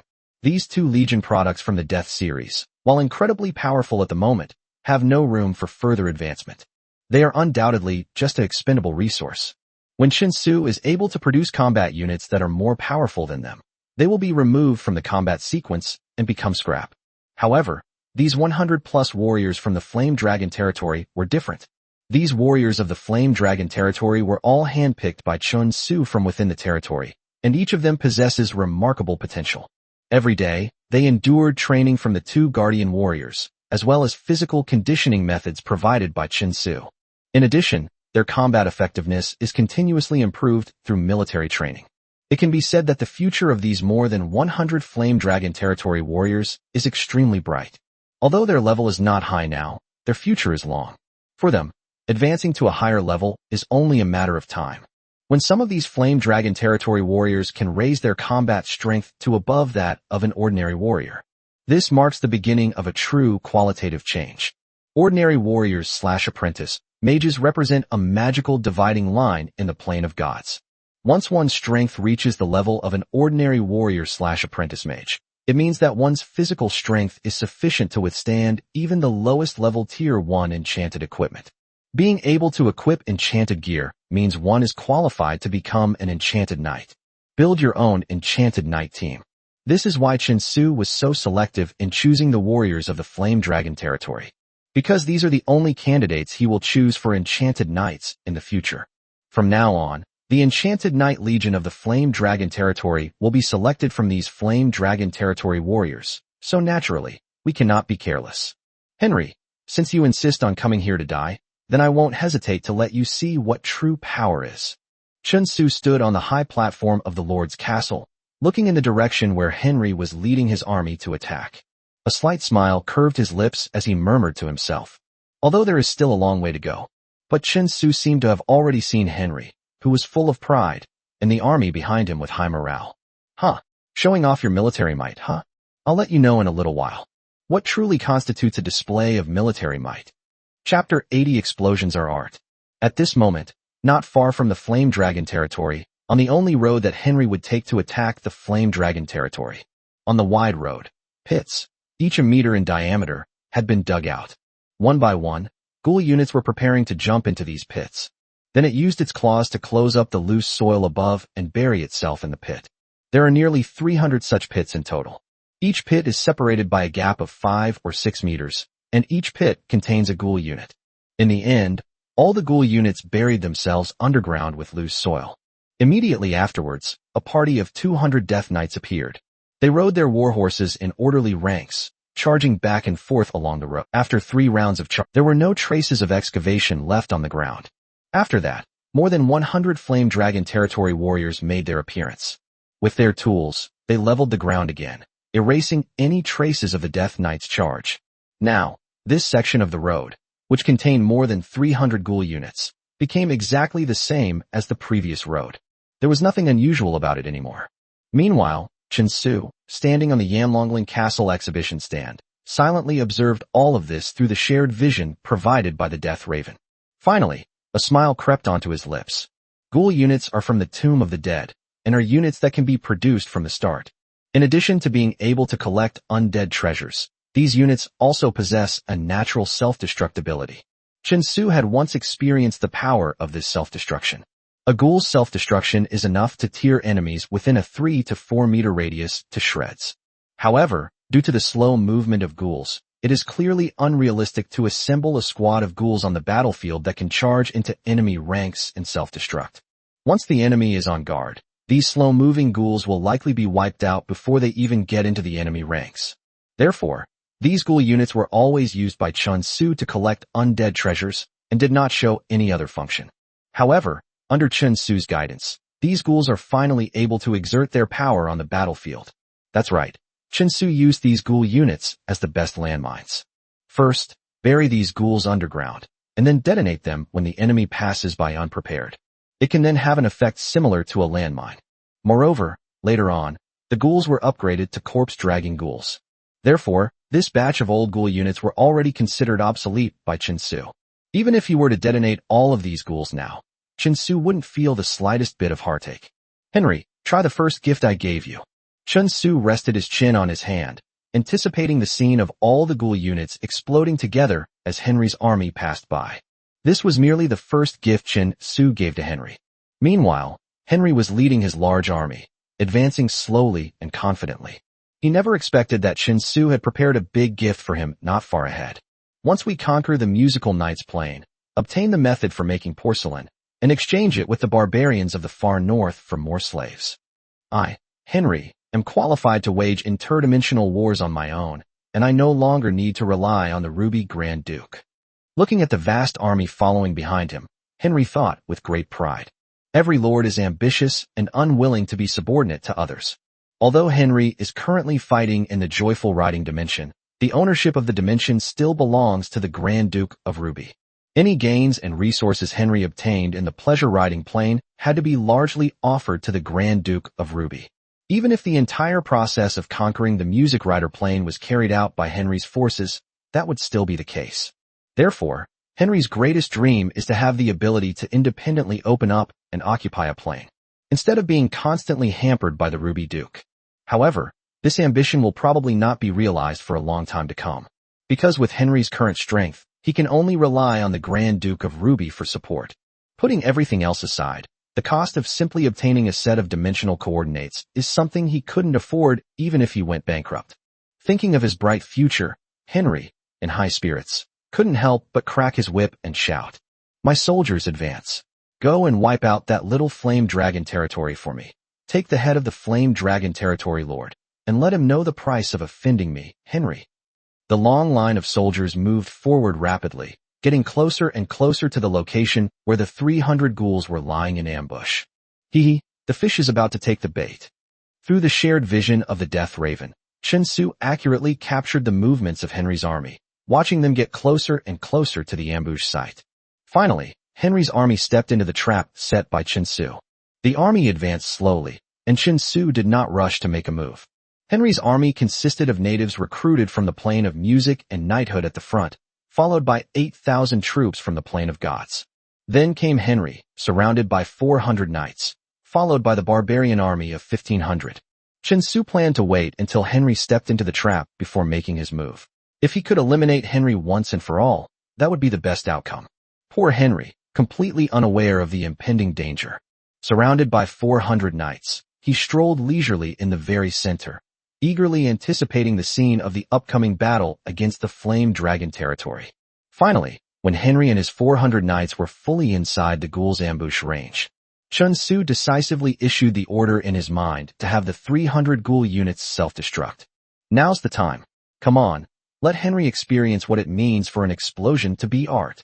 Upon receiving Chen Su's order, the 300 ghoul units immediately activated their self-destruct abilities. At first, the knights' warhorses seemed startled, making shrill noises. Just as these knights were wondering what had happened, suddenly, the ground beneath their feet, which had been calm, began to tremble slightly. Then, accompanied by a series of deafening roars, the soil suddenly burst open. Rumble. One of the knights in the group was still confused about what was happening. Then I felt myself being lifted off the horse by a tremendous force. Chapter 81: A Punishing Attack. Next, he saw a scene that made his eyes widen in horror. His warhorse, which he was riding, suddenly took flight along with him. Moreover, there was a large hole in the belly of the warhorse, which was open from front to back, revealing the gleaming white bones inside. The knight, who was flying in the air, immediately felt his body become lighter. Then, he saw his own buttocks. It turned out that the terrifying aftershock of the explosion directly blew the knight's head off. The head, having detached from the body, was not completely dead yet, and thus witnessed what had just happened. The knight who died, along with his horse, was the most unfortunate, because he was right at the epicenter of the ghoul explosion. However, the other knights who weren't at the epicenter of the explosion weren't much luckier. The aftershocks of the explosion knocked them off their feet, leaving many injured, with broken bones and missing limbs. For a time, the screams of men and horses rose and fell, never ceasing. The billowing dust completely covered this large area, and the rising dust resembled a slowly rising mushroom cloud, which was extremely terrifying. Henry's army was terrified by this sudden turn of events. The sheer force of 300 ghouls exploding together was truly earth-shattering. The terrifying sound was like a divine punishment descending from heaven. Some soldiers who were closer to the explosion's epicenter even experienced temporary hearing loss, unable to hear anything. As for the natives of the joyful riding dimension at the very front, they were fortunate enough not to be affected by the blast wave. But when they saw the terrifying sight and heard the deafening roar, they were all terrified. The formation was thrown into disarray, and they began running around shouting and yelling. Wow, that's incredibly powerful. Through the vision provided by the Death Raven, Chen Su was far away in the castle. It was incredibly safe and comfortable watching the mushrooms slowly rise. Each of these ghouls is as powerful as a landmine. With 300 landmines exploding simultaneously, even if Henry doesn't die, it'll be enough to give him a run for his money. Stunned when the explosion happened, but his instincts as a strong person saved him. A surge of power emanated from Henry's body. He kicked his mount hard, propelling himself into the air. This avoids the risk of being hit by a direct explosion. However, the terrifying shockwave that followed still slammed hard into Henry's chest. He groaned, felt a sweet taste in his throat, and almost spat out a mouthful of blood. However, when Henry landed on the ground after being airborne, he saw his knightly corps, which had suffered heavy losses and was riddled with wounds. He finally couldn't hold back the blood and spat it out. What on earth is going on? After escaping that terrifying hell at the first moment, Henry roared hoarsely. At this moment, he was no longer the man he once was. His meticulously combed hair was now haphazardly draped over his body. His once proper clothes were now torn in several places, making him look extremely disheveled. However, compared to his appearance, Henry's heart was bleeding even more. The ground was littered with the carcasses of warhorses and the mangled remains of knights. And there was also a chorus of wails, some loud, some low. Everything told Henry how devastating his losses were. In particular, he saw the 5,000 cannon fodder warriors recruited from the joyful riding dimension. Henry was filled with shock and anger as he saw people scattering in all directions because of the explosion. Infantry legions and barbarian legions stop those who are trying to escape. Any soldier who dares to flee, kill them on the spot. He waved his hand high and shouted suddenly. Having received Henry's orders, the infantry and barbarian legions seemed to have found a leader and immediately restored order. They began to approach the fleeing soldiers as ordered by Henry. After the hundreds of escaped soldiers from the Music Rider Plain were mercilessly killed, the riot was finally quelled. Of the remaining 4,000+ native soldiers from the Leaky Plain, none dared to flee. What the hell happened? Damn it! Looking at the land that seemed to have been flattened by some terrifying force, Henry was both shocked and furious. Such astonishing destructive power. Even a holy mage could not achieve it with a single strike, right? Could it be that an epic mage has intervened? Well, gods above, please stop joking. Let alone epic mages. Even legendary mages, who are high above and like gods in the heavens, are not included. No one would pay any attention to him. He's just an ant on the ground. Henry was filled with confusion and bewilderment, and had no idea what kind of bad luck he had encountered. These 300 ghoul units left no remains after they self-destruct. Therefore, Henry had no idea what had happened. Completely bewildered, Henry coughed up blood again after tallying his losses. Half of the 400-strong knightly team was killed in the massive explosion. Of the remaining 200 knights, nearly half were wounded and had almost lost their ability to fight. Only 100 knights were lucky enough to be on the verge of exploding and reacted quickly. They were spared from the horrific explosion and thus escaped by sheer luck. Not only the cavalry, but also nearly 1,000 soldiers in the adjacent infantry ranks were affected. These slow-moving infantrymen, whose armor was not as good as that of the knights, were not so lucky. Any infantrymen caught in the blast radius lost their lives. The infantry's formation is much denser than that of the knights. When a ghoul explodes, at least 7 or 8 infantrymen will die. In addition, there were the hundreds of native soldiers from the Joyful Rider Plain who were killed in the rout. This wave of explosions reduced the fighting capacity of Henry's army by at least 30%. The infantry is relatively easy to deal with. They can be reconscripted and trained for a period of time. The real problem is the cavalry that have been lost. It's important to know that this cavalry force of over 400 men was the culmination of Henry's efforts over the years, with each member being carefully selected. Now, almost half of his equipment has been lost without him even realizing it. How could he not be so frustrated that he felt like vomiting blood? Henry was furious, but he didn't connect at all to Chen Su. After all, Henry would never have dreamed that Chen Su could possess such terrifying power, which was akin to divine punishment. Chapter 82 The Second Big Gift. What a pity. Seeing that Henry, though in a terrible state, had managed to escape from the epicenter of the explosion, Chen Su shook his head and said regretfully, "If Henry were dead, that would be the best outcome. It would put an end to everything. An army that has lost its leader will likely collapse immediately. However, since Henry is still alive, this army, despite suffering considerable losses, still has the strength to fight. Tisk tisk tisk. If these ghoul units were cheap to produce, they alone would be enough to wipe out this entire army." At this moment, Chen Su couldn't help but let his mind wander. Ghoul units that can quickly collect undead treasures are quite valuable. Chen Su also needs to use them to supply the undead treasure, continuously producing elite combat units. While the sight of hundreds of ghouls exploding together was spectacular, the energy expenditure was also staggering. This kind of tactic, which can be described as burning through money, is something Chen Su can't afford to do many times now. Otherwise, just using ghouls to bomb would have been enough to wipe out Henry's entire army. Although Henry didn't die, everything was under Chen Su's control. After these exploding ghouls, Chen Su had other gifts to give to Henry. "Betty, now it's up to you." The leopard-eared girl who was already eager to try, and said, Is it finally Betty's turn? Then leave it to me." The leopard-eared girl wagged her tail and answered with a hint of excitement. Meanwhile, Henry had regained his composure and was ready to move on. Regroup and move on. Suppressing his resentment and anger, Henry continued to give orders.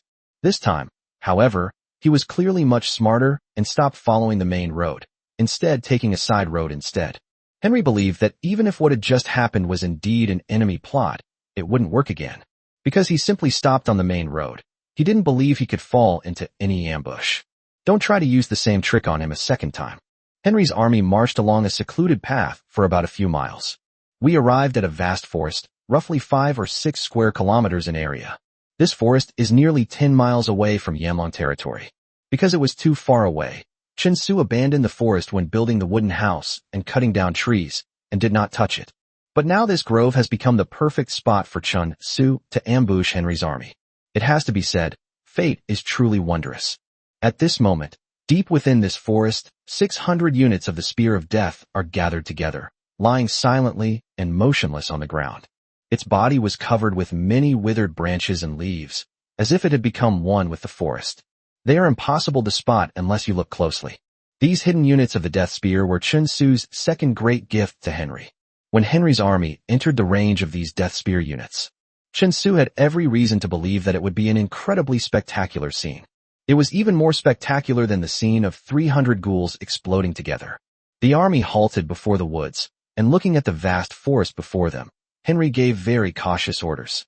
Send scouts ahead to investigate whether there is any danger in the forest. This place is the perfect spot to ambush the enemy, although Henry doesn't believe anyone can ambush his large army. But after the devastating explosion, Henry is now undoubtedly more calm and cautious. At Henry's command, 50 scouts were the first to enter the forest and explore. After these scouts had traveled for some time and found no danger, Henry led his army slowly into the forest.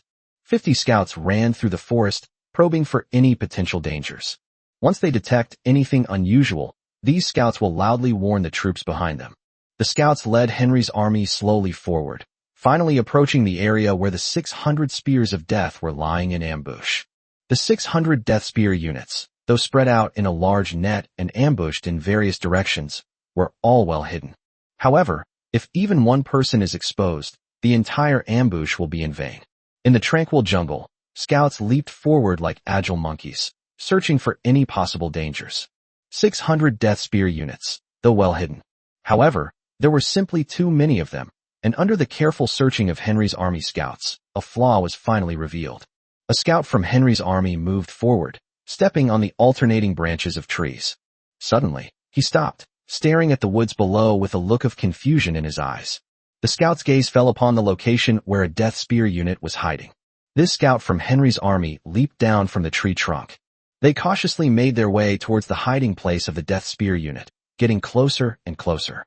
Finally, the scout discovered the hidden Death Spear unit. A look of horror flashed in his eyes, and he suddenly raised his head, about to shout. Suddenly, a black lightning bolt struck, and the scout's warning shout turned into a low, hoarse hiss. A deep gash, a foot long, was gushing blood from his throat. The scout, his eyes vacant, clutched his throat, trying desperately to stop the gushing blood, but to no avail. Finally, after a few breaths, the scout, his eyes filled with resentment, collapsed to the ground and fell silent. You want to raise an alarm? Have you asked Betty yet? It was about 10 meters away from the scout. The leopard-eared girl resembled a dangerous leopard, crouching quietly on a tree branch. In her hand, she also held a slender dagger, stained with blood and gleaming coldly. Clearly, the death of that scout was the work of Betty the leopard-eared girl. 600 Death Spear units are lurking in the forest. The possibility of them being exposed prematurely is still very high. Therefore, Chen Su gave Betty the leopard-eared girl a task, to be wary of these scouts. Avoid getting Henry's army into the range of the Spear of Death before they enter its range. These scouts discovered the Death Spear units lying in ambush nearby. As a result, all their efforts were in vain. From what we've seen so far, Betty has done a very good job. Chapter 83. One wave takes them all. A scout died silently, unnoticed by anyone. The leopard assassin patrolled the area, using her keen sense of smell, hearing, and ability to sense danger. They helped Chen Su complete the task perfectly.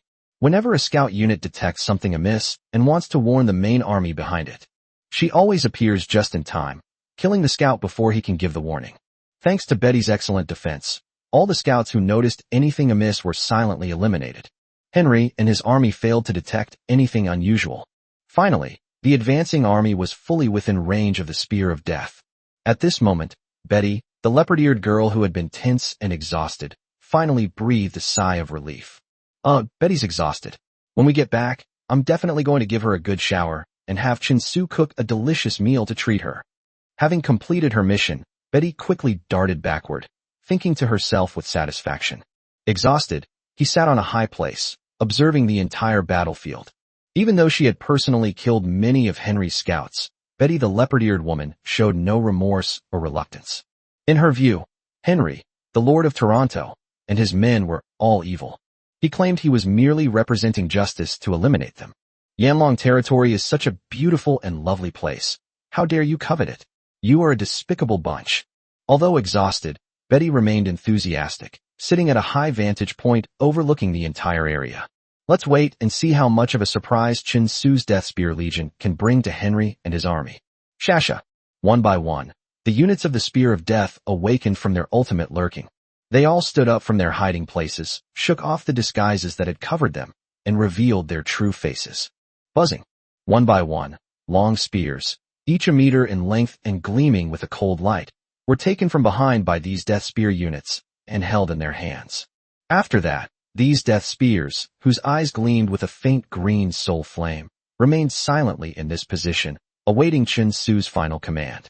They watched as Henry's army entered the range of the Spear of Death.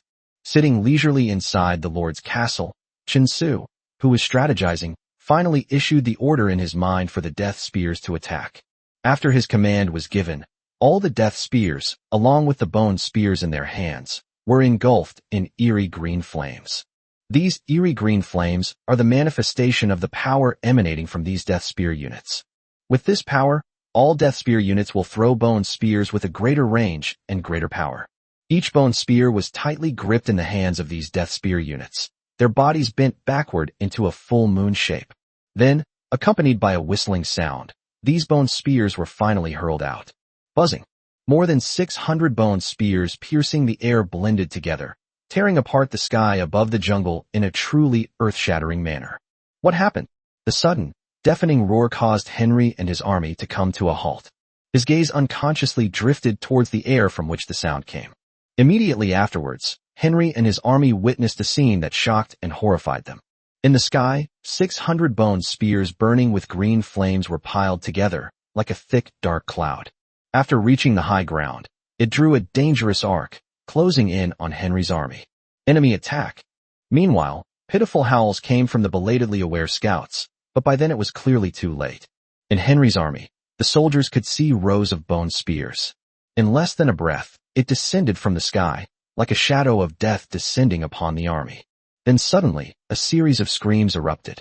Those bone spears, covered in green flames, were incredibly sharp. The first soldier hit by the bone spear was pierced through as easily as a piece of paper. Then the bone spear continued its momentum, piercing through a second soldier, and even a third, like skewering candied hawthorns. Every soldier pierced by the bone spear had a large hole in his chest, both front and back. It was impossible for them to survive. They were just not quite dead yet, and could only let out a few pitiful howls before they died. After the first wave of bone spears covered the area, more than 800 soldiers from the Lycawamian army were killed. Behind them, nearly 400 or 500 soldiers from the native army of the God's Plain also perished. This resulted in the loss of nearly 1/10 of Henry's army. But do you think that's all? This was just the beginning. After the first round of bone spears was launched, the Death Spears took out a second bone spear from their backs and continued to throw it out in a group. Then came the third wave, the fourth wave. A total of 5 waves of throwing, nearly 3,000 bone spears. In the end, the bone spears that were thrown out one after another even formed a large clump together. It was as if a rain of death was falling from the sky, descending upon Henry's army. Despair, this is true despair. 3,000 bone spears wreathed in green flames. Who can withstand them? Who dares to stand against them? Stay calm, everyone stay calm. Henry kept shouting, hoping to gain control of his army. But at this point, not only the ragtag army of the musical Knight's dimension, but even Henry's own soldiers began to fall into chaos. No one can remain indifferent under such a threat of death. The army was already in chaos. Everyone was dodging the bone spears falling from the sky, and no longer cared about Henry's orders. Sizzle. Bone spears piercing flesh echoed repeatedly, and some unlucky ones had their skulls pierced by the bone spears. His entire head exploded like a watermelon, without even a scream. The entire forest was littered with corpses, mutilated bodies everywhere, and pitiful wails echoing everywhere. When the shadow of the 3,000 bone spears finally fell completely, nearly half of Henry's army had been slaughtered. Even among the remaining half, many were injured, causing widespread fear. Knock knock knock. Just as the soldiers who had miraculously survived were thanking the heavens for their good fortune, the earth suddenly began to tremble slightly. Chapter 84, He's Inhuman. Immediately afterwards, the smiles on the faces of Henry's army, all the surviving warriors, froze completely before they could fully rise. Because they witnessed a scene that chilled them to the bone. In the distance, 500 heavily armed, terrifyingly black-armored knights resembled a rolling black torrent. With a terrifying aura that made heaven and earth tremble, it charged forward at high speed from afar. Compared to this 500 well-equipped and imposing black-armored knights, Henry's proud 500 knights looked like a bunch of beggars. Death Knights. This was the third big gift Chen Su gave to Henry. 500 enhanced Death Knights spurred their warhorses to speed. They charged at an extremely fast speed toward Henry's army, which was already in complete disarray. A layer of black energy slowly rose in front of the Death Knights, like a black scythe of death, about to reap the lives of living beings. Hold on. Hold on.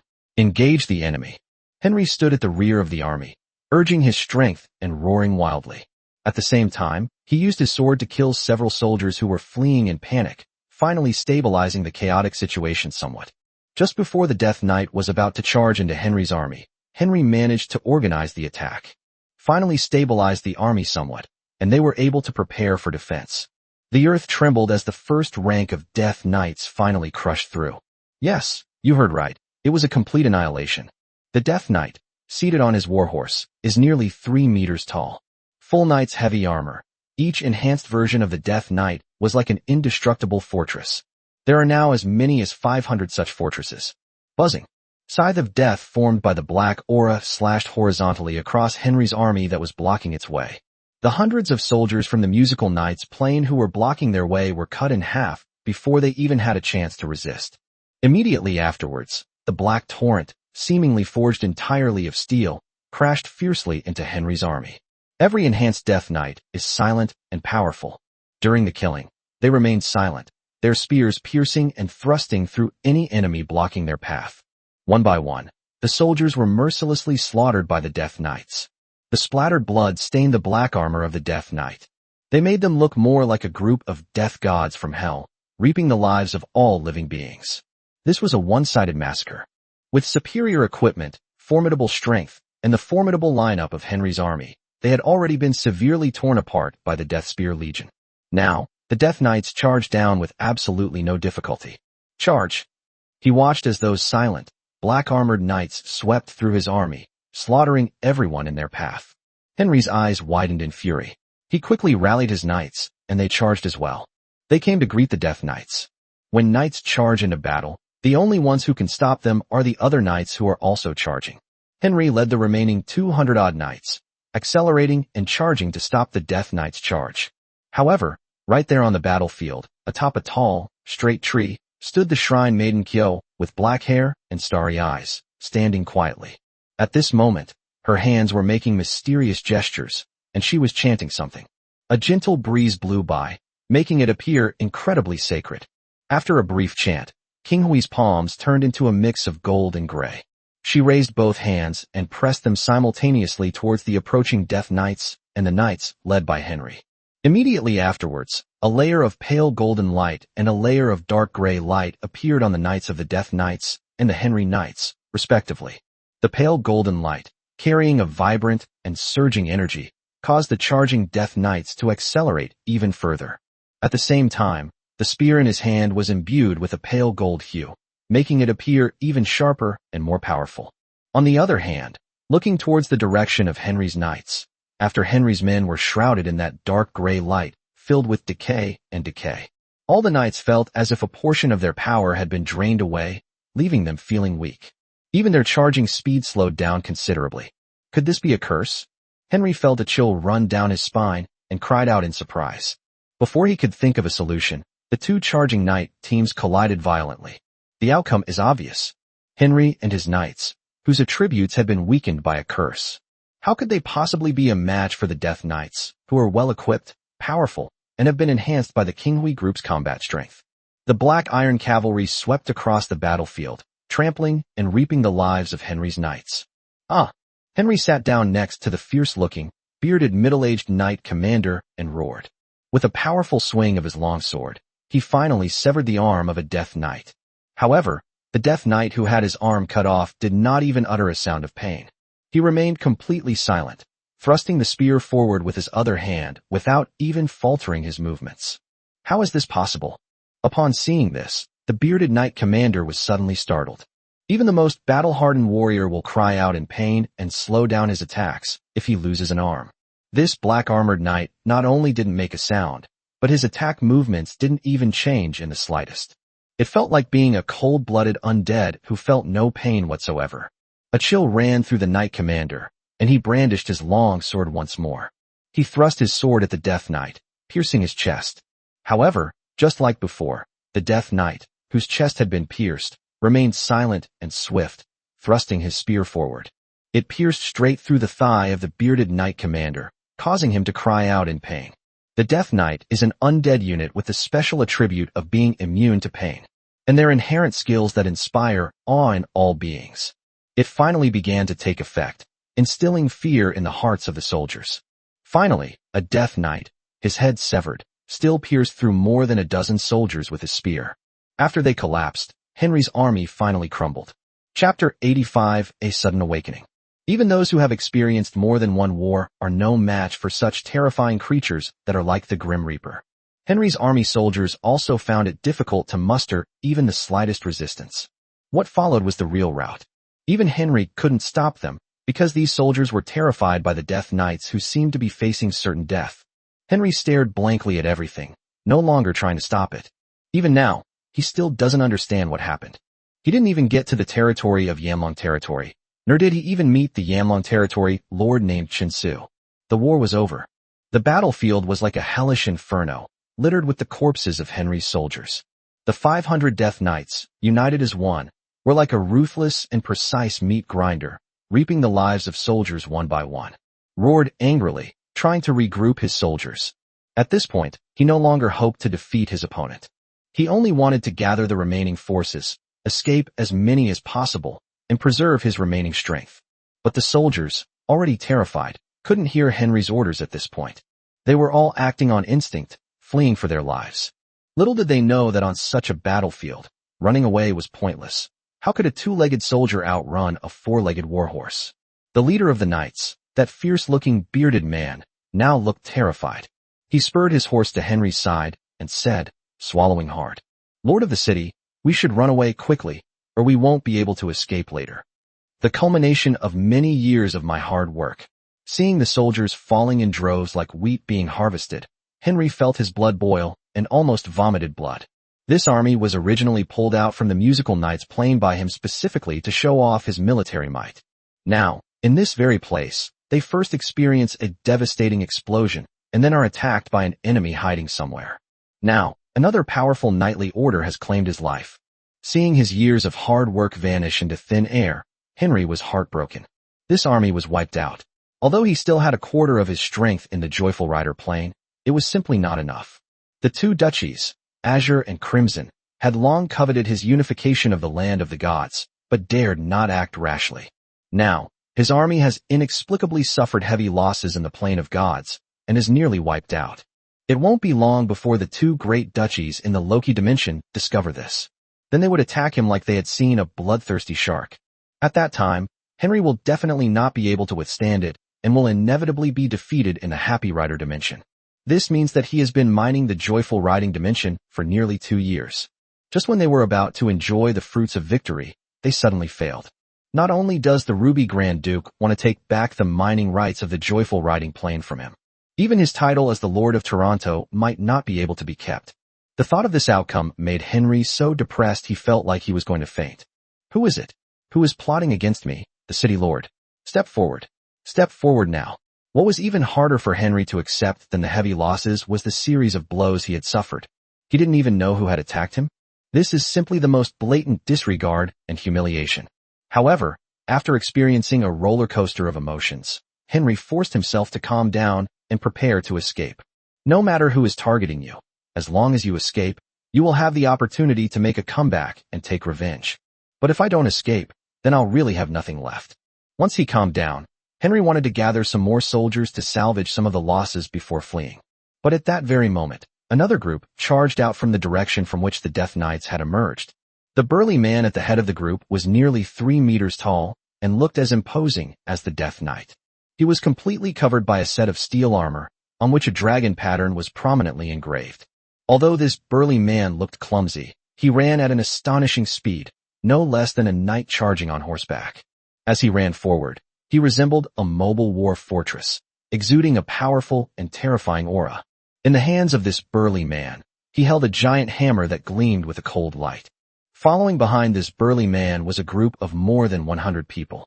Unlike the burly man leading the group, they all wore light armor, but like the burly man, their chests were engraved with dragon patterns. Ha ha, your grandpa Simon's giant hammer has been starving for a long time. The burly man at the head of the group let out a thunderous roar of laughter that made people's eardrums ache. He swung the giant hammer in his hand like a windmill and charged towards Henry, taking the lead. Who is this? Henry roared angrily as he watched Simon charging toward him like a savage beast.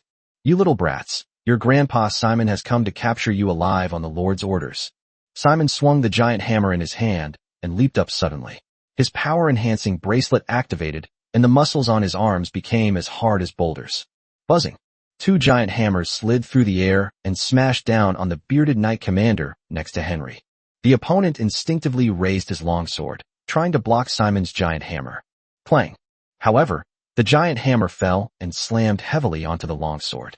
The immense force that followed was so great that it caused the bearded commander's warhorse to let out a mournful cry. The horse's 4 legs suddenly broke, and it fell to the ground. The knight commander was also shaken so badly that his hands went numb, and the long sword slipped from his grasp. But this was just a giant hammer that Simon had slammed down. When the second giant hammer struck, blood splattered everywhere, and the fierce-looking knight commander was smashed into a bloody pulp by Simon. The death of the knight commander beside him left Henry with no time to think about anything else. Simon's voice echoed continuously in his mind. Suddenly, as if remembering something, he raised his head and stared intently at Simon, asking a question. You say you're acting on orders from your lord. So who exactly is your lord? This burly man led his squad out as they charged forward. Those cold-blooded knights actually made way for them. It's quite obvious that these people are definitely in cahoots with the people who were lying in ambush earlier. Chapter 86: The Method of the Nobles. Ha! You don't even know who my lord is, yet you dare to cause trouble for him? What a joke! Upon hearing this, Simon suddenly laughed. Listen carefully, your grandfather Simon's lord is none other than Lord Chinsu, the lord of this flame dragon territory. Chinsu. Simon's answer made Henry's eyes shrink to pinpoints, his mind churning, and his brain momentarily shut down. He was referring to Chinsu of Yanlong territory. How could this be? How could Chinsu possess such terrifying and powerful strength? I don't believe it. Henry roared, both angry and resentful. If he had known Chinsu was this strong, he would have been out of his mind to come looking for trouble with him. Believe it or not, brothers, carry out the Lord's orders and capture Henry alive. At Simon's call, a group of skilled flame dragon warriors swarmed around him. They surrounded Henry tightly in the center, leaving him no way to escape. Meanwhile, 500 Death Knights were reaping the lives of soldiers in Henry's army. Henry's forces had long since been depleted of their available strength. Therefore, when more than 100 warriors from the Flame Dragon territory surrounded them, even Henry, who had weathered many storms, couldn't help but feel a little panicked. He tried to escape, but it was clearly too late. Yanlong territory had already surrounded him in layers. The burly Simon, with a sinister grin on his face, swung his giant hammer at Henry. Anyway, the Lord said that it would be best to capture Henry alive, but it doesn't matter if he dies. Therefore, Simon planned to cripple the guy first, and then capture him. Although Henry was the Lord of Toronto, he was not a pampered man. Strictly speaking, his strength is actually slightly greater than Simon's. Even in terms of actual combat strength, he is no less than Simon. But on this battlefield filled with enemies, his combat prowess was enough to help him kill some of them. But they couldn't help him break through the enemy's encirclement, which was the reason for Henry's panic. Court death. Seeing Simon raise his hammer to smash down, Henry unleashed his inner power and blocked Simon's giant hammer with a single sword strike. However, just as he was preparing to deflect Simon's giant hammer and seize the opportunity to kill Simon. Then, as the remaining Flame Dragon warriors, feeling guilty and panicked, began to plan their escape. A dazzling golden halo and a dim, deep purple halo enveloped Simon and Henry respectively. Simon's combat power surged as he was enveloped in a golden halo. Henry, however, felt as if he had been cursed instantly, even though he was enveloped in the purple halo. The decline in combat strength is even more pronounced than before. It's this one again. Who is it? After being bound by the negative status effect, Henry's fighting ability was greatly reduced, while Simon's fighting ability was greatly increased. With this increase and decrease, the two men's fighting abilities were brought to the same level, with Simon even slightly ahead. High up in the distance, King Hui quietly watched the battle below. This is what makes the priestess terrifying. She can inflict buffs and debuffs on the entire party. When applying buffs or debuffs to a single person, the magnitude is even more astonishing. Even Henry, who was originally much stronger than Simon, was brought to a standstill in terms of combat power after King Hui applied buffs and debuffs. By the King Hui sorcery and the power-enhancing bracelet, Simon became increasingly powerful, forcing Henry to retreat repeatedly. Finally, taking advantage of Henry's momentary lapse in attention, Simon swung his hammer horizontally and slammed it hard into Henry's chest. He was knocked so hard, he vomited blood and flew out of the room. Simon's giant hammers each weigh over 50 pounds. With that swing of the hammer, Henry must have broken several bones in his chest, so naturally he could never stand up again. Come on, tie him up, then kill those who escaped, and we can call it a day and go home. Simon put away the giant hammer, casually pointed at the blood-spitting Henry, and then gave orders to the Flame Dragon Territory warriors beside him. After Henry was captured alive, the outcome of the subsequent battle was no longer in doubt. Apart from a few scattered Henry soldiers who escaped, the remaining fighting force was completely wiped out by the Death Knights. Apart from losing more than 10 Death Knight units, Chen Su suffered almost no losses in this war. This was a textbook example of a perfect sneak attack. Poor Henry didn't even get a chance to fight Chen Su head-on before his entire army was wiped out. Finally, Henry, covered in dust and bound hand and foot, was the Flame Dragon Territory by several warriors. He and Henry finally met for the first time. Impossible, impossible, it shouldn't be like this. After seeing Chen Su, Henry kept muttering this sentence. Even now, he still can't believe that he has lost. The moment you decided to attack Yanlong territory, your fate was already sealed. Chen Su remained expressionless, looking down at Henry as he spoke. The outcome of the war was entirely within his expectations. From the very beginning, he did not believe that the other party would be his opponent. The Lord of the Flame Dragon Territory. Henry immediately raised his head, glaring at Chen Su with gritted teeth, his pupils filled with endless hatred. However, he quickly suppressed his hatred, took a deep breath, and calmly said, "You've won. Now let's settle our score using the methods of the nobility." "Oh, the noble method?" Chen Su looked at Henry with great interest, wondering what his opponent was thinking. "I will carve out a territory of about 100 square miles near Toronto as compensation for this defeat. Our grudges will be wiped clean from now on. What do you say?" Henry spoke in a tone as if he were negotiating with Chen Su. Although he failed, he didn't think Chen Su would really do anything to him.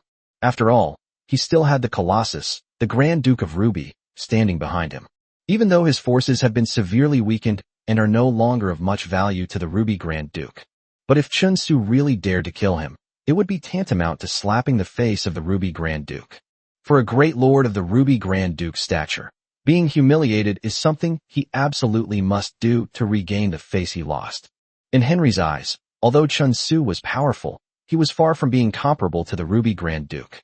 The difference between the two is like that between an elephant and an ant. The Ruby Grand Duke could crush Chen Su with just a flick of his finger.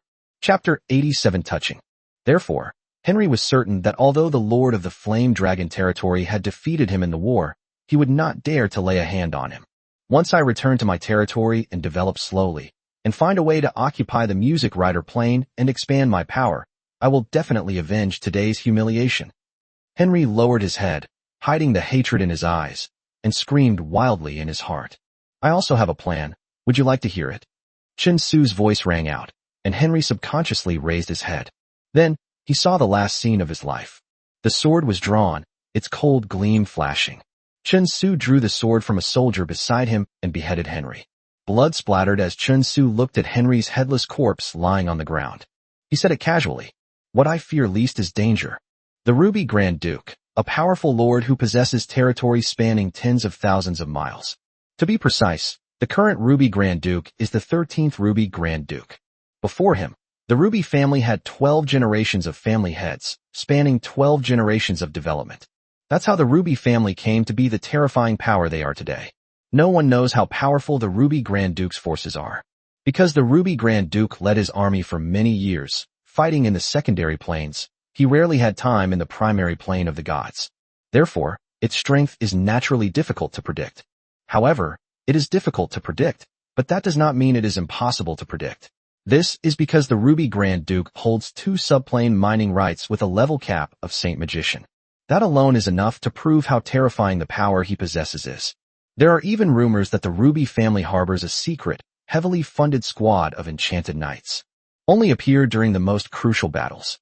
Such an enemy is undoubtedly far more terrifying than Henry. However, Chen Su remained fearless in the face of this. He was determined to kill Henry no matter what, even if it offended the Grand Duke of Ruby. When soldiers come, we'll block them. When water comes, we'll dam it. Moreover, given time to develop, Chen Su is confident he can hold off even the Grand Duke of Ruby. Take Henry's head with you. Have Simon get the troops ready and wait for me. Then we'll head to Toronto together. The Yanlong territory warriors behind him. Since Henry is dead, Chen Su should naturally accept the wealth and power he left behind. Especially now, when we don't know when we might face the wrath of the powerful Ruby Grand Duke. He must seize every opportunity to strengthen and enhance his own capabilities. Just like last time, during the conquest of Lion's territory, Henry's head was held high, just like Gundur's. Chen Su rode his warhorse forward, followed closely by more than 100 Flame Dragon territory warriors. Then there are the Death Knights and the Deathspear Legion. Having just survived a bloody battle, the army was still stained with blood, and a chilling aura lingered around them. Chen Su led his army in a grand procession toward Toronto, making no attempt to conceal their presence. Therefore, this incredibly shocking scene was discovered by spies from various factions around Toronto as soon as they set off. These spies arrived here with the intention of immediately relaying the news of Henry leading his army to annihilate Yanlong territory and kill its leader, Chen Su, back to their respective factions. But now it seems that the situation has obviously changed dramatically. The one whose head was severed was not Chen Su, the lord of Yanlong territory, but Henry, the lord of Toronto City. My God, by the gods, what am I seeing? Is that the head of Lord Henry? It really is Henry's head. How could such a powerful Lord Henry have his head cut off? My God, Yanlong territory actually defeated Lord Henry. This is impossible. The spies couldn't believe their eyes. It was simply unbelievable. How could Henry, leading such a powerful army, be defeated? But when the spies' gaze finally began to shift from Henry's head to the army behind Chen Su, they all fell silent. Regardless of the hundreds of menacing, well-equipped warriors of the Flame Dragon territory. Closely following behind were the silent and powerful Death Knights and the Deathspear team. This clearly demonstrates to everyone that this is definitely not an ordinary army. Although they were few in number, they were extremely powerful. The 500 Death Knights, especially those who were enhanced and heavily armored, attracted the attention of countless people. Chen Su led his army forward, ignoring all the spies hidden along the roadside. He also needed to use these spies to send a new message to the forces around Toronto. From this day forward, there will be no more Henry, the city lord of Toronto. Instead, there will be Chen Su, the lord of Yanlong territory. Chen Su's army slowly marched past, and finally, some spies from various forces discovered more details. They discovered the battlefield in the jungle, and some of Henry's soldiers who had managed to escape. No matter where you go, the jungle is littered with corpses, a battlefield like a hellish hell. Those deserters who escaped, but who were all acting crazy, as if they had suffered some inexplicable blow, all spoke volumes. Henry's army suffered a crushing defeat here. They're all dead. They're all dead. The enemy was too powerful. Those knights weren't human. They were demons. A fleeing Henry soldier was gesticulating wildly and screaming hysterically. His eyes were lifeless. He had clearly been terrified by the powerful Death Knight Legion on the battlefield. Almost every soldier who managed to escape reacted in the same way, as if they had experienced some major blow and had all gone mad. This made it impossible for the spies to obtain details about the battlefield. Chen Su's journey continues, but this time, the one showing off his strength has changed from Henry to him. However, Chen Su's display of military prowess was clearly more shocking than Henry's. He swaggered through the territories of several minor lords, heading towards the city of Toronto with an air of arrogance. The minor lords whose territories he had crossed were all filled with anger, but dared not speak out. Whether it was Henry's head hanging high or the silent, yet fierce army behind Chen Su, they were all silently telling these young lords, "Don't move, all of you stay put. Otherwise, you will die a terrible, terrible death." Chapter 88. Daring not to move. Leading one's own army, dominating the world, and finding no rivals has always been the dream of every lord. Although Chen Su is still far from achieving this goal, he is already much stronger than when he first came to this world and became the lord of the Flame Dragon territory. In the past, Yanlong territory was a dilapidated and barren territory, lacking its own defensive capabilities. But now, after several months of development by Chen Su, he has successively killed two powerful enemies, Gutter and Henry. Leading his army, he roamed freely through the territories of many nearby lords, and no one dared to touch him. The thunderous sound of cavalry hooves is the most powerful deterrent. Wherever Chen Su led his army, everyone bowed their heads in awe, not daring to meet his gaze. Only after Chen Su led his army far away did they dare to raise their heads. Watching the army's departing figures, his eyes were filled with awe that he could never erase. This time, Toronto is about to undergo a major upheaval. A minor noble lord near Toronto waited until Chen Su led his army away from his territory. Only then did he dare to raise his head, wipe the sweat from his forehead, and swallow hard as he spoke. "My lord, is the lord of this Flame Dragon territory really that powerful, capable of wiping out Lord Henry's entire army?" The steward standing behind the lord also swallowed hard and asked incredulously, "Fool, Henry's head is hanging right there. Don't you think he's been killed?" Upon hearing this idiotic question, the leader cursed and swore. "In that case, Lord Henry's territory will be taken over by the Lord of the Flame Dragon territory. Shouldn't we start planning ahead and find a way to build a good relationship with the Lord of this Flame Dragon territory?" The butler's eyes lit up, and he thought he was being very clever by giving him a reminder. "What kind of relationship are you talking about, you idiot?" Unexpectedly, upon hearing this, the Lord became even more enraged and immediately began to curse. "Are you trying to kill me? My lord, I did all this for your sake. Now that Lord Henry is dead, the Lord of the Flame Dragon territory is essentially our new boss. Building a good relationship with him now will benefit you, my lord, in the future." After hearing the Lord's words, the steward said with great grievance. He felt that he was clearly thinking of his lord. Instead of a word of praise, she was met with insults. "Short-sighted fool, let me tell you, whoever is closest to this Lord of the Flame Dragon territory right now will suffer the most gruesome death, understand?" A wise light shone in the young lord's eyes. "That's right. Although the Lord of the Flame Dragon territory won, and even killed Henry, you don't even know who's standing behind Henry. It's the Grand Duke of Ruby.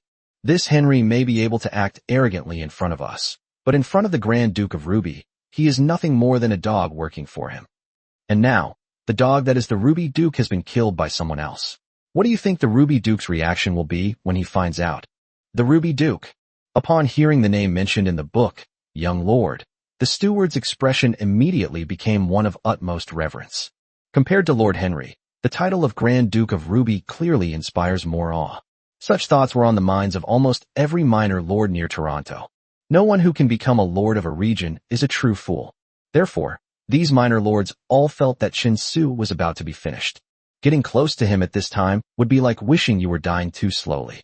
The best option is to keep your distance from the lord of this Flame Dragon territory, making a decision based on the situation in Toronto.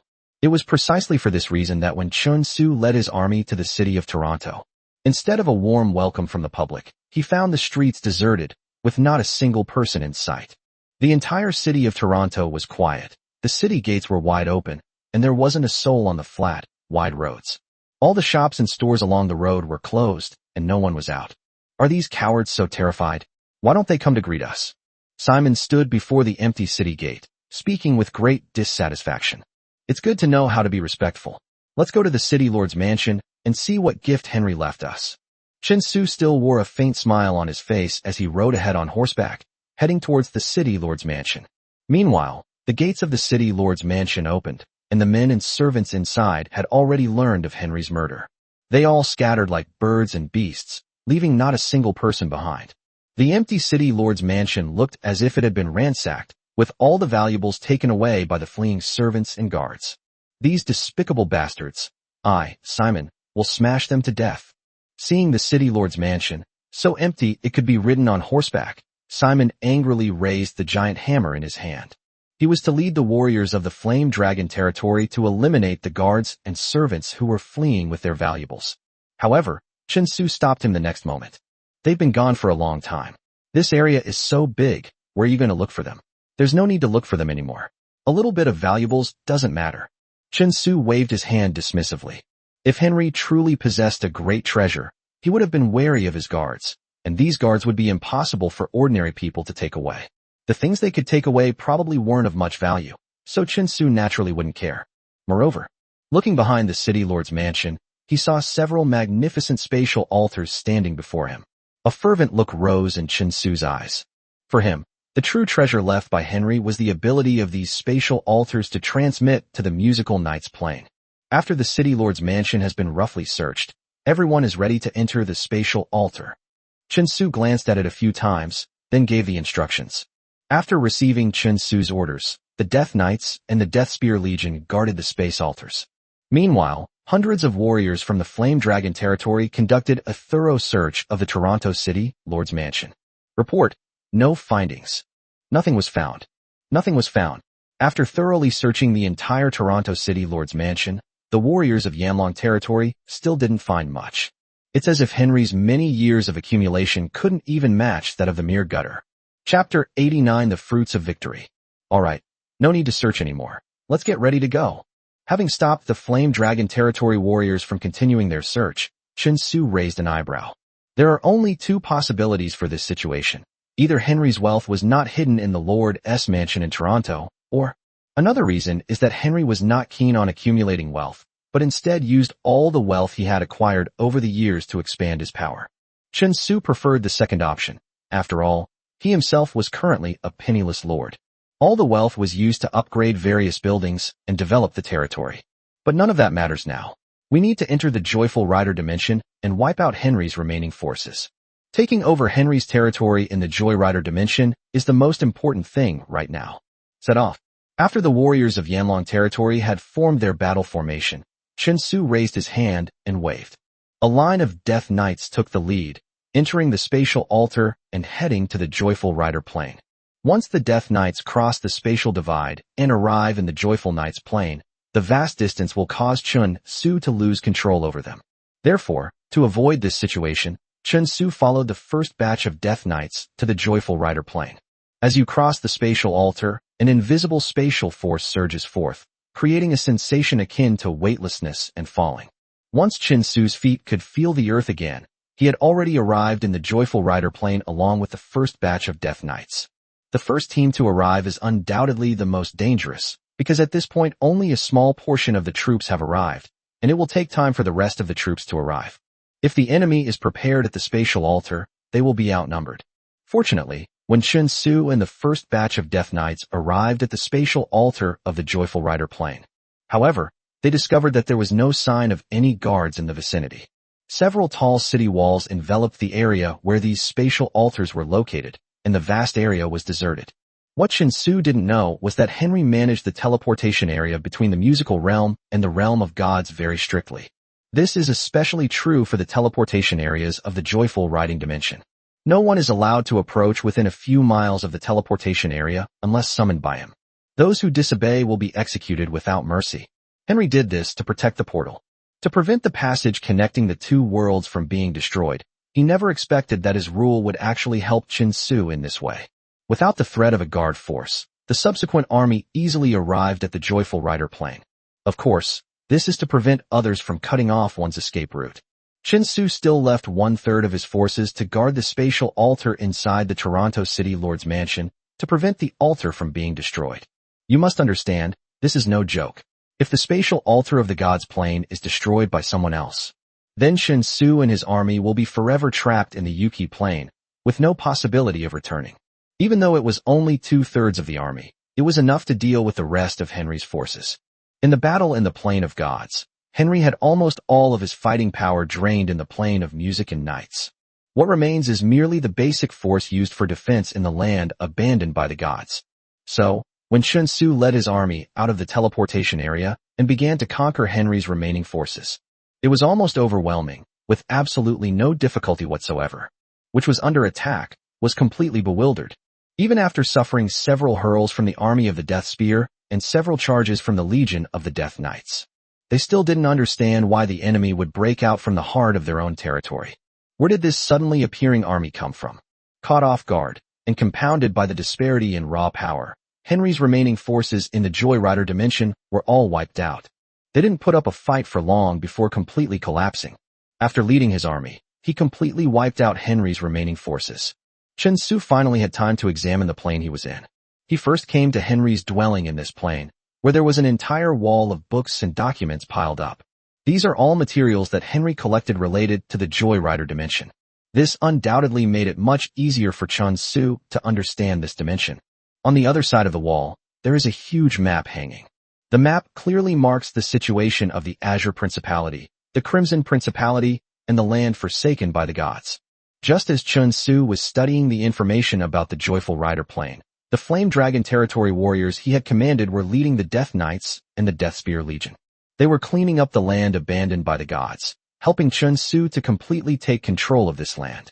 Chen Su's army encountered no obstacles while sweeping through this land abandoned by the gods. Because Henry had already spent 2 years conquering this chaotic land, the land was thoroughly swept, and any force that dared to resist was eliminated. The rest were all forces that had submitted to him. Although Henry is now dead, to these forces that have already submitted, it is simply a matter of changing their master. Therefore, there was no resistance. The army sweep went smoothly, and after several days of hard study, Chen Su finally understood the knowledge of this joyful riding dimension. The two kingdoms of Azure and Crimson stand in a tripartite balance. There is also a level cap, which is a plane restriction for holy mages. Of course, the most surprising information for Chen Su was that the ratio of time flow between the joyful riding plane and the god's plane was as high as 5-to-1. In other words, while 1 day had passed in the god's realm, 5 days had already passed in the joyful rider realm. The time ratios between different planes are different. Generally speaking, the higher the plane, the faster the flow of time. The greater the difference in level between two planes, the more disparate the time ratio between them will be. Although Henry nominally only mined this joyful riding plane for 2 years, but in reality, these 2 years refer to the plane of gods. He had been mining in this joyful riding dimension for a full 10 years. After 10 years of arduous pioneering efforts, the entire land abandoned by the gods was finally unified. Unfortunately, before Henry could enjoy the fruits of victory, everything went to Chen Su. If Henry were alive today, he'd probably be so angry he'd come back to life. Chapter 90 is abnormal. This place is perfect for me to enhance my strength and practice enchanting equipment. Chen Su stroked his chin and said, after his brutal killing of Henry, how did he deal with the Archduke of Ruby, and what were the possible reprisals that followed? This is Chen Su's top priority for the next period of time. There are only 2 ways to resist the Ruby Duke's revenge.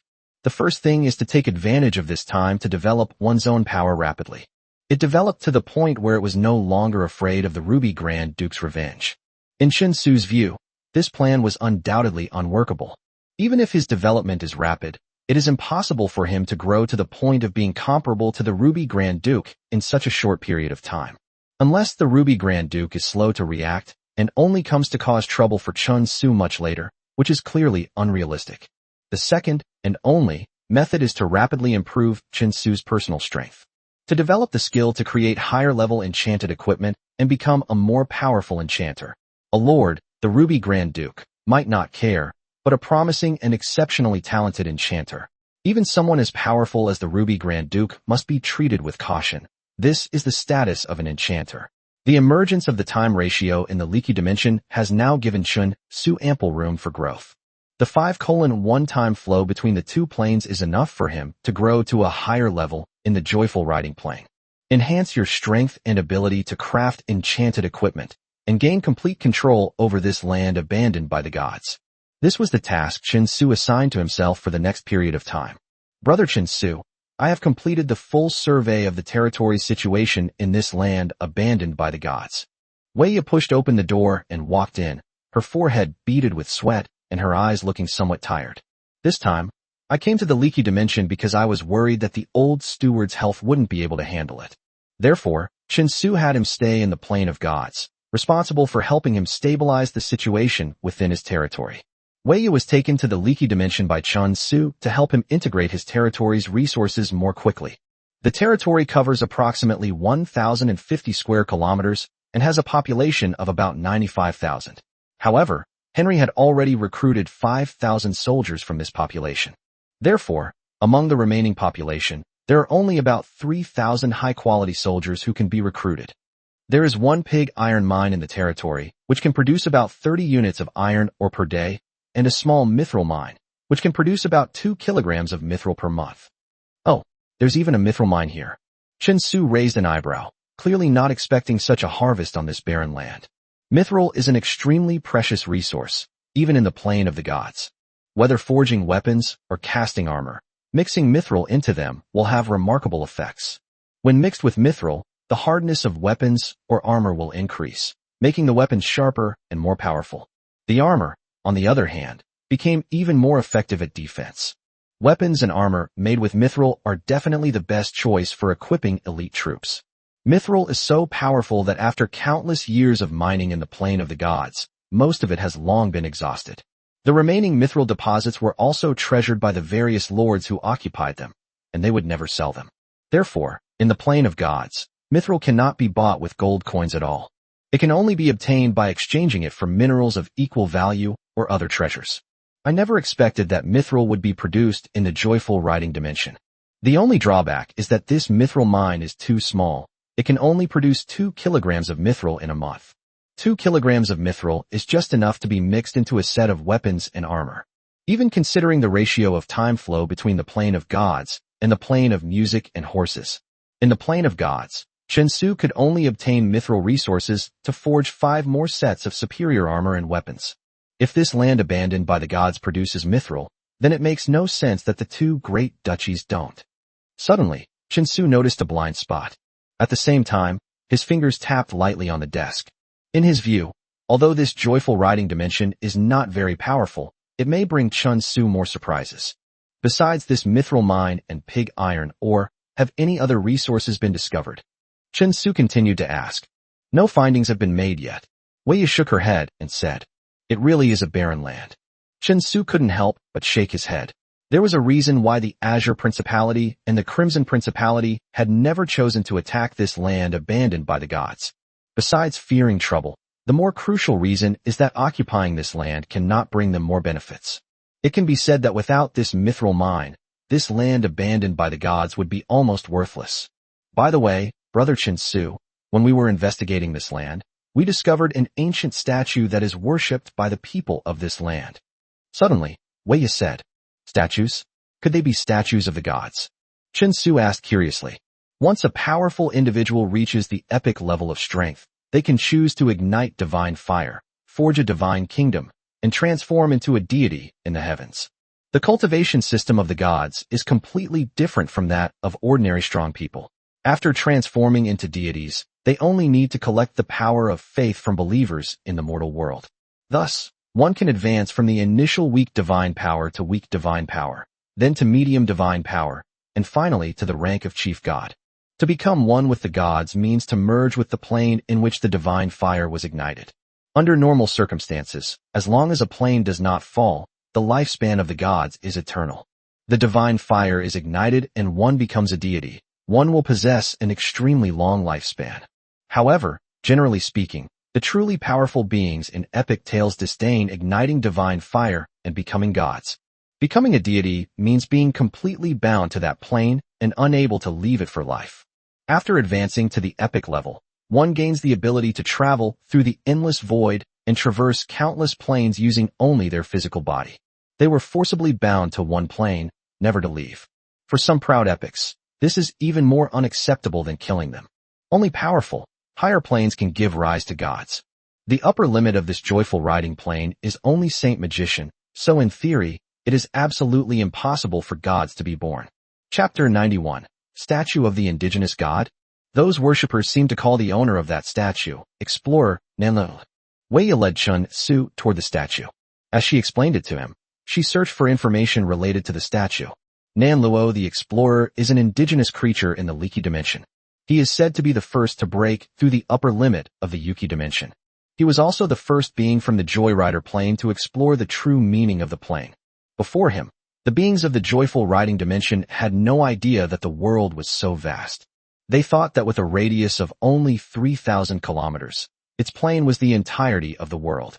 It was the existence of Nanluo that awakened the strongmen opposite Leaky, giving them direction and motivation to move forward. This made them aware that there are other planes besides the joyful riding plane. The title of Holy Mage is by no means the end of one's power. The level of a strong person can continue to break through. There will be even higher level beings in the future. No one knows how Nanluo broke through the dimensional barrier. But he did indeed spread the knowledge he possessed to all beings in the joyful riding realm, awakening them from their ignorance. If it weren't for the existence of Nanluo, the beings in the leaky dimension would probably never have known the reality and vastness of the world until their deaths. However, they look forward to leaving the leaky dimension and exploring Nanluo, a higher level dimension. They failed in their attempt to leave. At that time, many powerful figures from the Yuki dimension left, including Zheng Nanluo. He witnessed Nanluo being torn apart by a raging spatial storm. Of Nanluo were erected in the Principality of Crimson, the Principality of Azure, and the land forsaken by the gods. Because of Nanluo's outstanding contributions to the leaky plane, the deceased Nanluo is also called the Explorer by the beings opposite Loki. Now, the deceased Nanluo has become a deity in the leaky dimension. Wei Yi led Chun Su to the statue of the Explorer Nanluo. He was an old man dressed in linen clothes.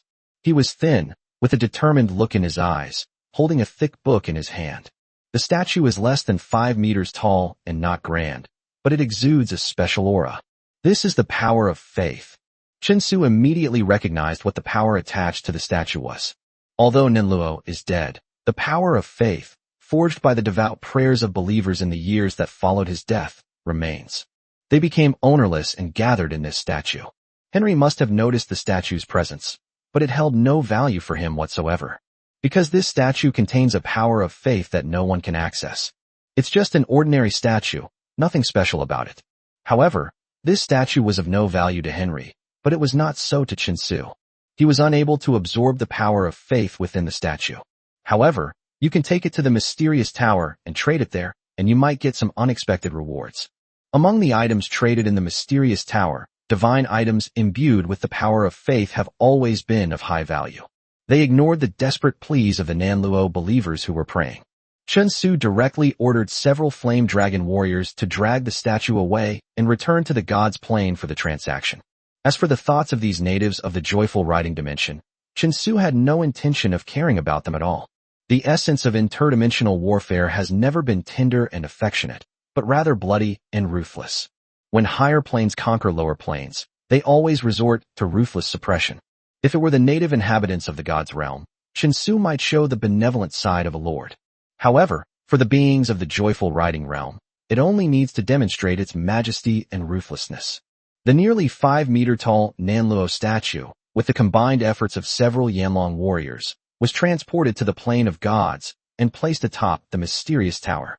Before starting the transaction, Chun Su activated the skill of the heavenly might red hair once again, and silently praying in their hearts, hoping that the reward they wanted most would appear. As the transaction began, the power of time surged forth, and the entire statue collapsed with a crash, disappearing into the dust of time. The explorer Nanluo was traded away, and in its place appeared 3 hazy orbs of light in front of Chun Su. However, this time, unlike before, with the appearance of these 3 orbs of light, a line of information also appeared in Chun Su's mind. You may choose any one of these 3 items. Choose one of 3. Looking at the 3 orbs of light floating quietly in front of him, Chun Su stretched out his finger and touched the first orb of light. Tier 3 Enchantment Equipment Blueprint. Divine Armor. Location: chest. Effect: the more you fight, the stronger you become. As the battle progresses, it can slightly increase the wearer's attack power. Holy Hymn can convert the attacker's attack attribute into a pure light attribute attack, enhancing the damage result. Damage is doubled against demonic undead creatures. The Divine Armor is a powerful Tier 3 enchanted equipment, but it doesn't offer much help to Chun Su at this stage. Therefore, his gaze lingered on the blueprint of the sacred armor for only a moment before he continued to touch the second ball of light with his finger. God-given, a praise of life. Effect: freezes the user's life for 1 year, during which no life will be lost. This is a reward related to life. Chun Su's reaction was somewhat surprising. Life is frozen in a year, during which no time passes. This means that if Chun Su chooses this reward, he will have an extra year of life. What does a year of life mean? Some elderly, powerful lords, whose vital energy was waning and who were on the verge of death, were even willing to give up everything they possessed to extend their lives by just a few months. An extra year of life would be enough to drive them mad. However, for Chen Su, gaining an extra year of life was naturally a great thing. However, for him now, the effect of this ode to life is rather lackluster. Chen Su now is like a tender bud that has just sprouted, full of vitality. This extra year of life holds no appeal for someone his age. It's like chicken ribs, tasteless to eat, but a pity to throw away. Taking a deep breath, Chen Su reached out his hand towards the third and final ball of light.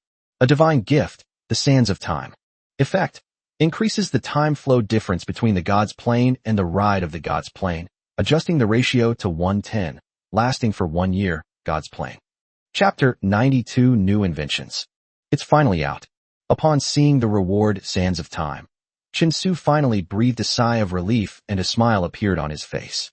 This is the kind of reward he wants most right now. By slowing down the time flow ratio between the two planes, Chen Su essentially gained more time. This way, before the Ruby Grand Duke came to cause him trouble, Chen Su would have ample time to stay in the joyful riding plane to cultivate and improve his strength. A time flow ratio of 1:10 means that 1 day has passed in the God's dimension, while 10 days have passed in the joyful rider dimension. Chen Su possesses both elemental powers and a calm demeanor, enhanced by these dual skills. During this period, their strength will definitely be raised to a terrifying level. After decisively choosing the reward of Sands of Time, Chen Su began to arrange matters related to the Flame Dragon territory in the Plane of Gods. Because for some time to come, he will likely remain in the joyful riding dimension to cultivate until he is able to directly confront the threat posed by the Ruby Grand Duke. Chen Su, are you leaving? Shirley asked, looking slightly disappointed. Watching Chen Su arrange the work within the territory, she had a feeling that Chen Su would be gone for a long time. Yes, I wasn't gone for very long, only about a month. Chen Su thought for a moment and then answered randomly. When he will return depends on when the Ruby Duke will take action. However, I expect this time frame to be neither too short nor too long. A month should be about right. Oh, where are you going? Can Shirley come with you? Shirley asked the question almost inexplicably, without even knowing why she herself would say such a thing. Of course. Chen Su nodded readily and said, Fox-eared girl to help him relax during the monotonous training in the joyful riding dimension was a pretty good option. Great. I'll ask my sister if she's going. The fox-eared girl cried out excitedly, her ears standing up with excitement. No rush. Let's tell her and Betty together after dinner. Chen Su said with a smile. Before enjoying his last meal in the realm of the gods, Chen Su received another piece of news that surprised him. The winemaker in the territory who finally figured out how to brew Beiju, Chinese liquor, based on his description. And they successfully brewed their first batch of Beiju, Chinese liquor. The brewing technology in this world is very rudimentary, resulting in ale that is not very good. Not only is the alcohol content very low, but it also has a bitter and astringent taste. Moreover, the wine produced has a particularly bad appearance, looking like horse urine. Of course, drinking it is no different from drinking horse urine. So after just trying it out, taking a sip and spitting it out, Chen Su completely gave up on alcohol in this world. It's strange, really. The Plane of Gods is clearly a place where powerful beings emerge in large numbers. Yet there's hardly any development in these small, inconspicuous places. Development in all fundamental aspects has been reduced to a near primitive level. However, this may be precisely why the Plane of Gods is able to continuously produce powerful beings. Because everyone is putting all their energy into cultivation, they have no time to enjoy themselves. But for Chen Su, if he can enjoy a better quality of life, why not? Anyway, he has many advanced ideas in his mind, but he doesn't need to implement them himself. All you need to do is offer some suggestions and implementation methods, and someone will naturally try them out for you. So after giving up the wine of this world, Chen Su found the winemaker in the territory. Based on my memory, I told him the general process of brewing Beiju. The process involves selecting ingredients, making koji, fermentation starter, fermentation, distillation, and finally aging and blending. This is Chen Su's general understanding of the process of brewing Beiju, Chinese liquor. However, Chen Su only had a superficial understanding of some of the details, such as koji making and fermentation, since he was not a professional winemaker. He told the brewers in his territory everything he knew about brewing. Chen Su then put the matter aside and let the winemaker explore and discover the winemaking process on his own. Unexpectedly, just now, this winemaker brought Chen Su some good news. After several months of exploration and experimentation, He finally succeeded in brewing his first batch of Beiju, Chinese liquor, following Chun Su's instructions. My lord, this is absolutely the best wine I've ever brewed in my life. No, it's the best wine in the entire world. The winemaker placed the jar of Beiju, Chinese liquor, in front of Chun Su and waved his arm as he spoke. His rosacea nose turned red with excitement. Judging from his drunken state, Chun Su guessed that the old man had probably secretly drunk quite a bit. However, Chun Su did not say anything about it.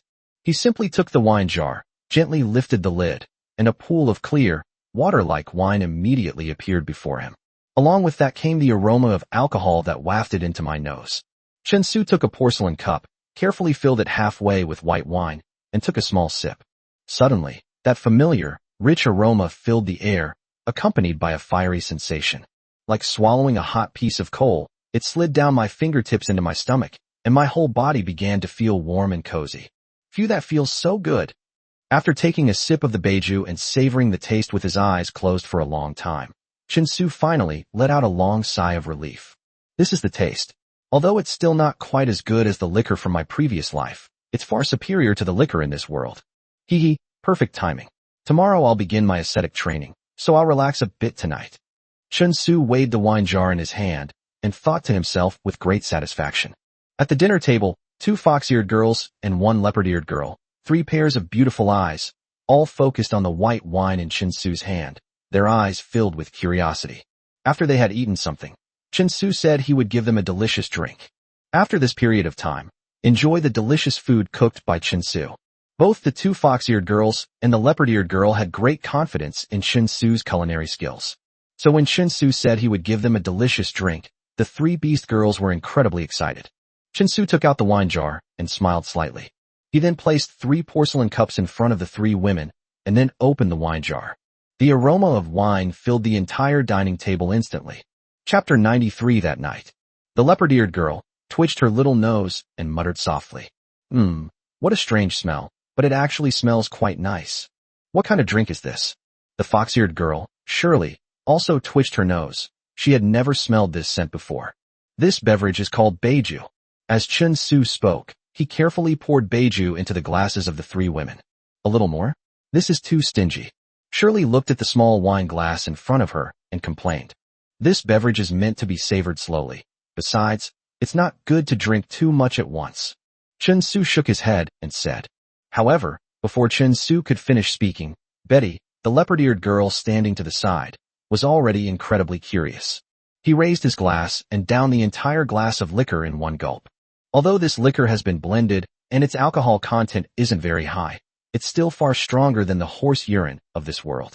So when Betty the leopard-eared girl took a sip of wine, her entire face instantly turned as red as blood, and a touch of red also appeared in her amber eyes. As the wine was consumed, the skin on and below the neck gradually turned pink. She hurriedly opened her mouth, stuck out her soft tongue, and kept gasping for breath. It's so spicy, so spicy. Betty feels so bad. Seeing Betty's sad expression, the 2 fox-eared girls who were originally planning to try the drink Chun Su had mentioned. Startled, he put down his wine glass. What's wrong with Betty? Shirley asked with some concern. It's nothing. I just drank too fast. I'll be fine after a while. Chun Su poured himself a full glass of wine, took a sip with relish, and said with his eyes half closed. Sure enough, Betty, the leopard-eared girl with a flushed face, seemed to have gotten used to the feeling of drinking after sticking out her tongue and inhaling for a while. The mouthful of liquor she swallowed seemed to transform into a warm current, flowing through Betty's limbs and bones. It made her feel incredibly comfortable, and at the same time, there was a faint aroma of wine in her mouth, leaving her with an unforgettable aftertaste. Another one for Betty. Betty wagged her tail and offered her wine glass to Chun Su. Chun Su filled Betty's glass with wine, but this time Betty was smarter. Instead of drinking the entire glass of liquor in one gulp, he followed Chun Su's example and took a small sip. Let the alcohol swirl in your mouth, then swallow in small sips. Savor the warm, comforting sensation as the wine flows into your stomach and the subtle aroma lingering in your mouth. After only 2 small glasses of Beiju, Betty the leopard-eared girl became obsessed with the feeling of drinking Beiju. He sipped the liquor repeatedly, the amount in his cup steadily decreasing, leaving the 2 fox-eared girls sitting beside him dumbfounded. Sister, why don't we give it a try? Shirley reached out and nudged Hella, who was sitting next to her, and looked at the wine glass in front of her, saying with a hint of anticipation, "I'll go first." Hella gritted her teeth, picked up the wine glass in front of her, and decided to taste the liquor for her sister first. Hella brought the glass to her lips and took a small sip. The clear, pure liquid entered her mouth, filling it with a rich aroma. A light pink hue instantly spread across Hella's cheeks and neck. After drinking the wine, she felt an unbearable burning sensation on her face, as if it were on fire. "Sister, how does it taste?" Seeing Hella's blushing face, Shirley hurriedly asked. However, at this moment, Hella was with her eyes closed, savoring the feeling of the liquor gradually evaporating and dissipating in her mouth, and for a moment she forgot to answer Shirley. Seeing Hella and Betty looking on with relish and ecstasy, Shirley couldn't resist any longer. She picked up her own glass and began to sip her wine. After Chin-Su finished enjoying his wine, he looked up and saw that the three beast-eared girls were already in the zone. They were all drunk, their eyes glazed over, the air thick with the smell of alcohol, and even their movements were somewhat distorted. But he still raised his glass and drank it down. The leopard-eared girl seemed to have the worst alcohol tolerance. She was already slumped on the table, her tail swaying back and forth, mumbling incoherently. This is such a strange feeling. Betty loves it. It feels like I'm floating, so comfortable." The two fox-eared girls sitting on the other side, though still managing to sit and drink, were already swaying and clearly unable to sit still. Looking at the half-empty jar of liquor, Chin-Su couldn't help but shake his head. No wonder these beast-eared girls got drunk after drinking so much alcohol at once. Not to mention them, Chin-Su, although not drunk yet, was clearly already showing signs of intoxication. Thinking about his upcoming training in the leaky dimension tomorrow, Chin-Su resisted the urge to drink the rest of the beverage. He stood up, walked to the two fox-eared girls, reached out, and snatched the wine cups from their hands, and said, "Stop drinking, go to sleep. If you drink any more, you'll really be drunk and never wake up." "Oh no, where's my wine?" Shirley sat there quietly, looking at her suddenly empty hand, and said in a simple and honest way, "Chin-Su, give me the wine." Hella wrinkled her nose, and seeing the wine glass in Chin-Su's hand, she quickly said, there was even a hint of coquetry in her tone, "Goodness gracious, did I hear that right? Hella can actually act cute?" Chin-Su found it somewhat amusing. Normally, Hella would always stand guard in front of Shirley, looking worried that Chin-Su would take advantage of her. She would never use such a coquettish tone. The next day, when Chin-Su woke up from his sleep, he felt waves of pain in his brain. There's nothing you can do. That's what happens when you get drunk on Beiju. But thinking back to yesterday, Chin-Su couldn't help but smile, feeling refreshed and invigorated. Without a doubt, both Sherry and Hella, these two fox-eared girls, have feelings for Chin-Su. Shirley's feelings were more obvious, while Haida kept them deeply hidden in her heart. This liquor is really strange. Betty still feels a bit of a headache and her legs are a little lightheaded, but it tastes really good. "I'm dizzy," Betty the leopard-eared girl said. Unfortunately, Chin-Su had to rush to the Yuki plane to rest, so he could only forcibly suppress the thought of the monarch not holding morning court from then on. "Chin-Su, where are Shirley and Hella? Didn't they say they were going to the leaky dimension with you? Why haven't I seen them, Betty?"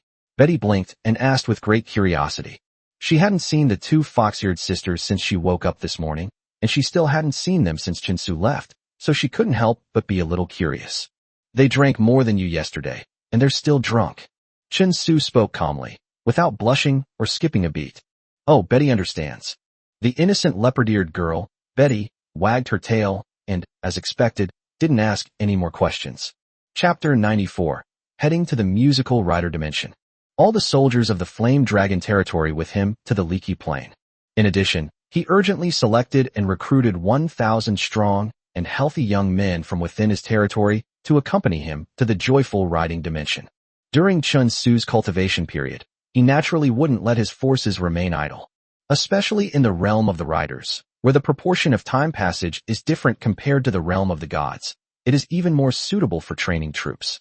Passed in the gods' plane, but a year has passed in the joyful riders' plane, enough time to train a well-trained and disciplined army. Meanwhile, everything in the plane of gods continues to function as usual, with warriors from the Flame Dragon Territory Administration maintaining order in the territory. There's also the old Steward Webb, who orchestrates everything, plus a portion of the Death Knight team left behind by Chin-Su. The safety of the territory should be well guaranteed, so there is no need to worry.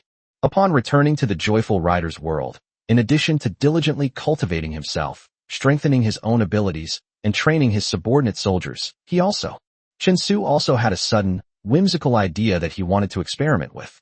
If he succeeded, he felt that his chances of becoming the Ruby Grand Duke had increased even further.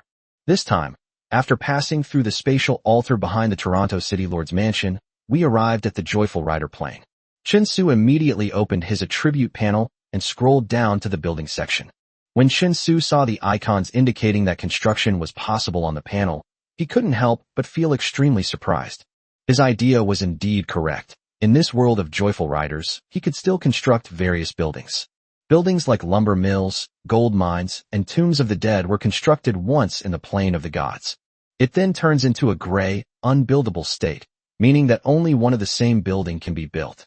But thinking about it, it makes sense. If it's possible to build the same building infinitely, it's likely that before long, Chen Su's resources and army will expand to an almost invincible level. This is like cheating. It's simply impossible. Upon arriving in the Joyful Riding Dimension, these gray, unselectable buildings were surprisingly able to be rebuilt. This means that Chen Su can build all the buildings created in the God's Plane in the Joyful Riding Plane.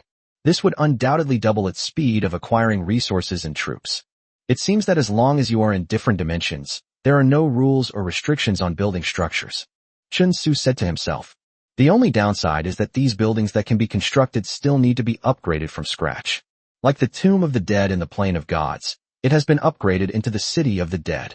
In this Joyful Riding Plane, a Tomb of the Dead must be built first before it can be upgraded into a City of the Dead. In other words, building upgrades between the two planes are not interconnected.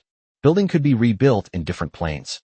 The first thing Chen Su did was to build every single building that was currently possible.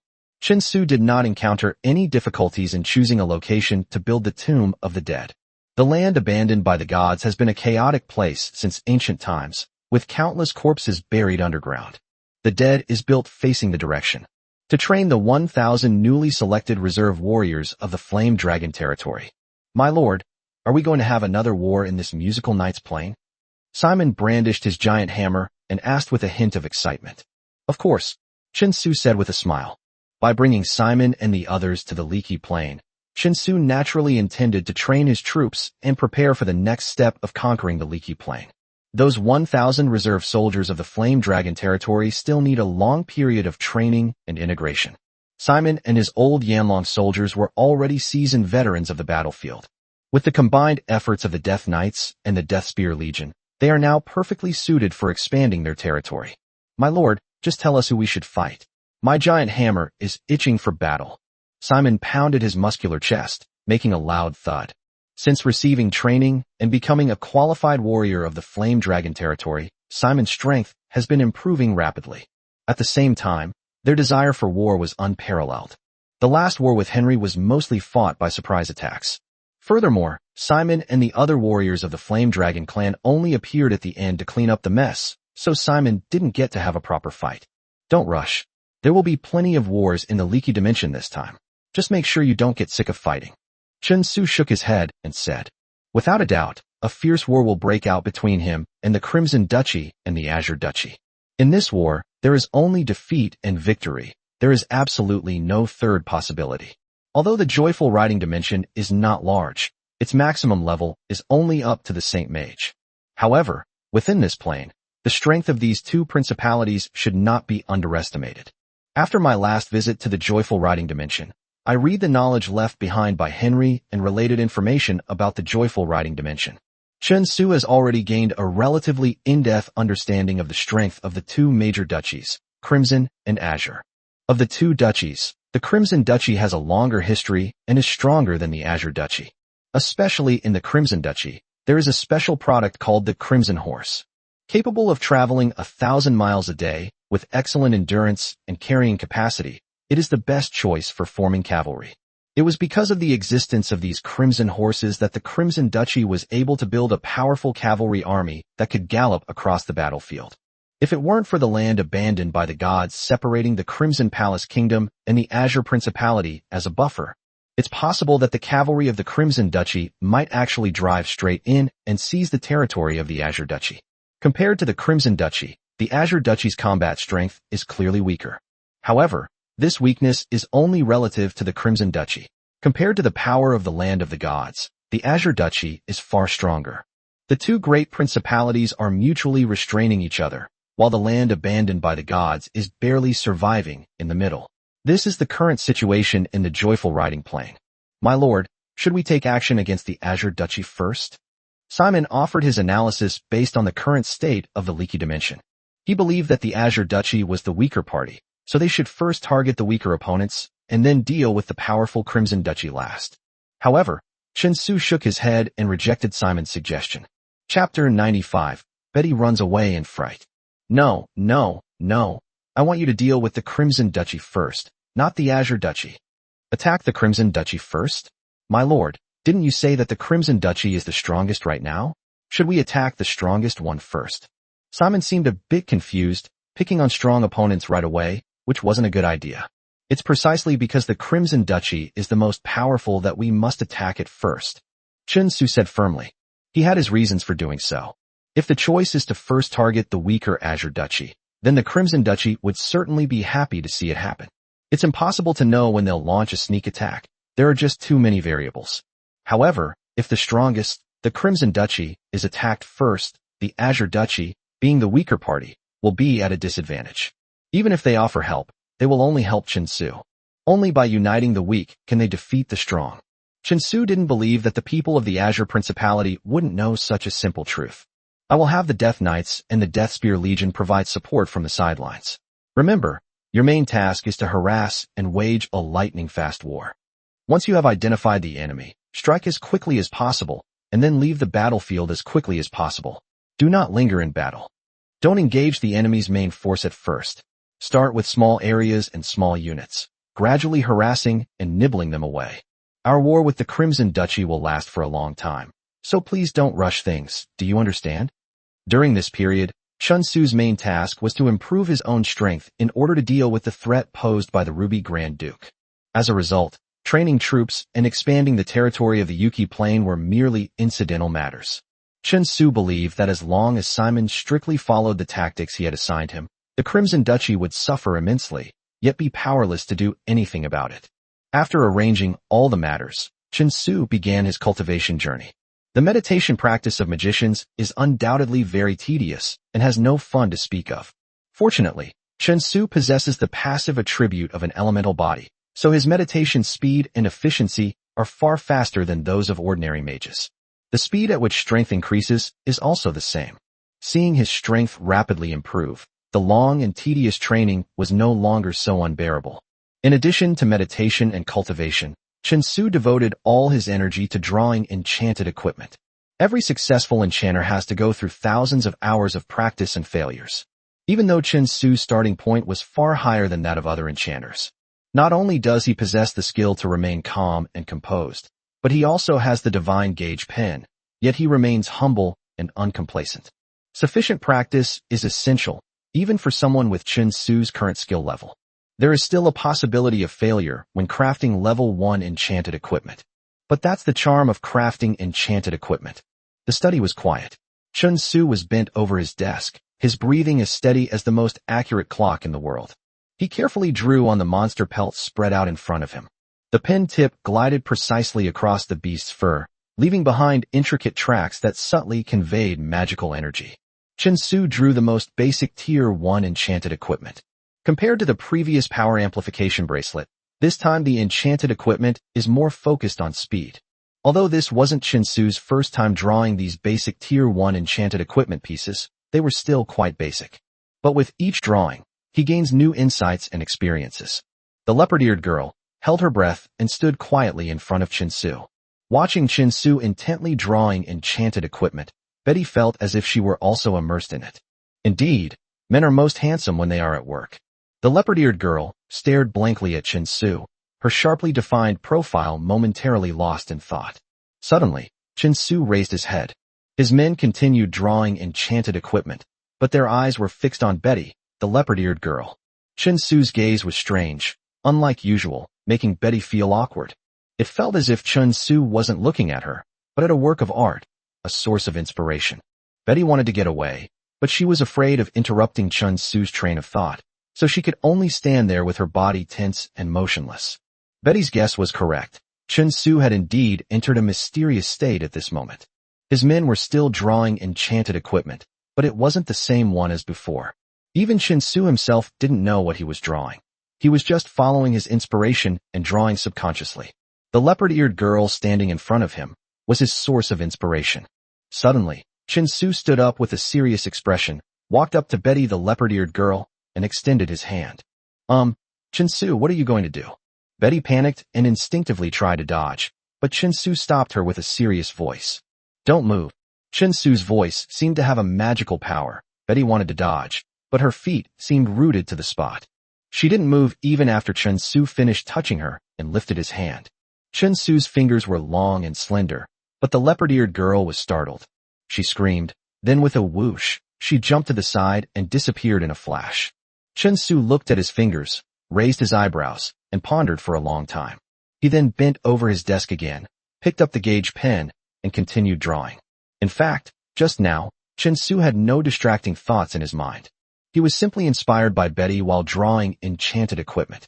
Suddenly, I wanted to design a set of enchanted equipment specifically for her.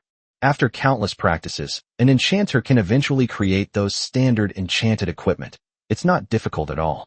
A truly powerful enchanter, however, can tailor-make enchanted equipment specifically for the user, based on their individual circumstances. Such custom-made enchanted equipment will fit the user better and be able to unleash greater power. Some even more powerful enchanted equipment doesn't require any carrier. It's directly drawn onto the body of a powerful individual. This enchanted equipment will achieve a perfect fit with the user, and the power it unleashes will be unparalleled. Drawing enchanted equipment directly on a human body. Chapter 96. Enchanters have great benefits. Enchanted equipment tailored specifically for a powerful individual, he could achieve great things. He could already be called a prodigy among prodigies. Even in the world of enchanters, she is undoubtedly the brightest rising star. Betty was Chen Su's first test subject in his attempt to create custom enchanted equipment. I just carefully explored her body, simply to better understand her anatomy. The enchanted equipment that is drawn later more suitable for her. Intricate magical patterns flowed from the tip of the compass pen, being engraved onto the beast's fur. Chen Su abandoned his composure and concentrated all his energy, striving for perfection. However, even though Chen Su had done everything he could, which he considered to be the most careful, mistakes still inevitably occurred during the drawing process. At this point, the gauge pen's ability to correct 5 errors each day when drawing enchanted equipment begins to come into play. They turned the tide and gave Chen Su a chance to start over and correct his mistakes. Chen Su was so engrossed in drawing enchanted equipment that he forgot the passage of time. After an unknown amount of time, he finally put down the enchanted pen, let out a deep breath, and his face was full of self-satisfaction. His first hand-drawn custom enchanted equipment was a success. On the desk, various complex and precise magical runes were drawn on a piece of magical beast fur. It is like the most exquisite work of art in the world. This new enchanted equipment were quietly revealed to Chen Su. Shadow Boots, near Tier 3 enchantment equipment. Passive skill. Shadow Aura. Enhances the user's stealth ability by 20%. Shadow Journey. Increases the user's speed by 10%. Active skills. Shadow Protection. When attacking, you can reduce the power fluctuation by half to avoid being detected by the enemy. New enchanted equipment created by Chen Su. It not only enhances stealth and speed, but also provides a powerful skill. For a skilled assassin, it is essential to perfectly conceal their form before striking, so as not to be detected by the enemy. How to assassinate one of the many enemies, and do so silently. To remain undetected by the remaining enemies is something every assassin dreams of. The previous concealment was fine, that's a basic skill for an assassin. However, once they strike, few assassins are able to remain hidden and undetected by their enemies. The fluctuations in power when they attacked were enough to reveal their location. But now, with these shadow boots, this problem can be solved perfectly. Reducing power fluctuations by half is the perfect combination for a silent assassination. This newly forged Boots of Shadows is only classified as a second-tier magical equipment. However, its practicality and power are in no way inferior to Tier 3 enchanted equipment. Even for a master assassin, its value surpasses that of ordinary Tier 3 enchanted equipment. After completing the Shadow Boots, Chen Su couldn't wait to summon Betty the leopard-eared girl. I wanted her to test the power of my new enchanted equipment. Betty was initially nervous when Chinsu called her over. After all, Chinsu had just touched her for so long. The leopard-eared girl was still confused and didn't know how to face Chinsu. But when her gaze fell upon the magical equipment, the boots of shadow, on the desk, a look of attraction instantly flashed in his amber eyes. This is an enchanted piece of equipment I made just for you. Try it out quickly. Chinsu picked up the boots of shadow from the table and said to Betty, is this for me? Betty, the leopard-eared girl, had a look of surprise and disbelief on her face. Enchanted equipment has always been a sacred, yet unfamiliar concept to her. Even within the entire leopard clan, only a handful of powerful leopards possess an enchanted piece of equipment. Betty never imagined that one day she would own her own enchanted equipment. Moreover, just by looking at the appearance of this enchanted equipment, you can tell that it must be extremely extraordinary. Of course, this enchanted equipment is tailor-made for you. As Chinsu spoke, he handed the boots of shadow to Betty. But how do I use this enchanted equipment? Betty looked at the enchanted equipment in her hand and asked, somewhat at a loss. She had never seen how to use enchanted equipment since she was born. Take your pants off. Chinsu's words made Betty, the leopard-eared girl, stiffen. I was suddenly at a loss. Seeing the other party's reaction, Chinsu knew that this leopard-eared girl must have misunderstood, so he quickly spoke in the tone of an enchanter. This enchanted equipment is bound to the legs. I need to explore more carefully to find the most suitable place to install this enchanted equipment. Chinsu was absolutely right, because each piece of enchanted equipment was custom-made for a specific powerful individual. It must be installed on the body in the most suitable position to exert its maximum power and effect. Put this on first. Chinsu took off his shirt and put it on Betty. The hem of the shirt just barely covered Betty's shapely buttocks, so that when she took off her pants, she could avoid walking past as much as possible. Hurry up and take off your pants. If the enchanted equipment isn't installed correctly, its power will be greatly reduced. Chinsu frowned and said in a serious tone. Poor Betty, the leopard-eared girl, was in complete confusion. She knew nothing about enchanted equipment, but seeing Chinsu's serious expression, she realized he wasn't faking it. In the end, he had no choice but to take off his pants in a daze. Betty gripped the hem of her shirt tightly, trying to cover as much as possible, and her tail stood erect in tension. A pair of long, shapely legs stood straight, trembling slightly with nervousness. Chinsu squatted down and, without any regard for his surroundings, began to grope Betty's thighs. While enjoying the tofu with a clear conscience, he was also diligently exploring the best placement for enchanted equipment. Betty held her breath nervously, feeling Chinsu's large, warm hands moving around her. The poor leopard-eared girl's amber eyes welled up with tears, and her skin flushed slightly. In Betty's mind, time seemed to stretch on endlessly. Chapter 97 New Methods. Finally, Chinsu withdrew his hand, and the enchanted shadow boots were perfectly installed on Betty's thigh. Betty only felt a warm sensation below. Then, when she looked down, she saw her two thighs. Above each knee is a complex and exquisite magical rune imprinted on the skin, exuding a mysterious beauty. Upon seeing the boots of shadows, Betty's shyness was completely replaced by boundless joy. Because after the shadow boots are installed, he then personally experienced the power of this enchanted equipment. Overjoyed, Betty couldn't help but start testing the effects of the shadow boots. Watching the leopard-eared girl jump around in front of him, he experienced the powerful effects of the shadow boots. Chinsu couldn't help but look down at his own hands, savoring the wonderful feeling he had just experienced. No wonder they say enchanters are the happiest people in the world. Indeed, the ancients were right. Chinsu looked at his hands and sighed. He realized that there would be many more opportunities like this to openly take advantage of others. Perhaps the next enchanted item should have it painted on the chest? Chinsu looked at the energetic, bouncy leopard-eared girl Betty, rested his chin on his hand, and thought with ill intent. Obtaining the powerful, exclusive enchanted equipment, the shadow boots, Betty, the leopard-eared girl, was overjoyed, as if she had wings on a tiger. Chinsu's accumulated inspiration in enchanting over this period has been almost completely exhausted. So for the next period of time, he devoted all his energy to meditation training. Battles between mages are simple and brutal, no different from battles between warriors.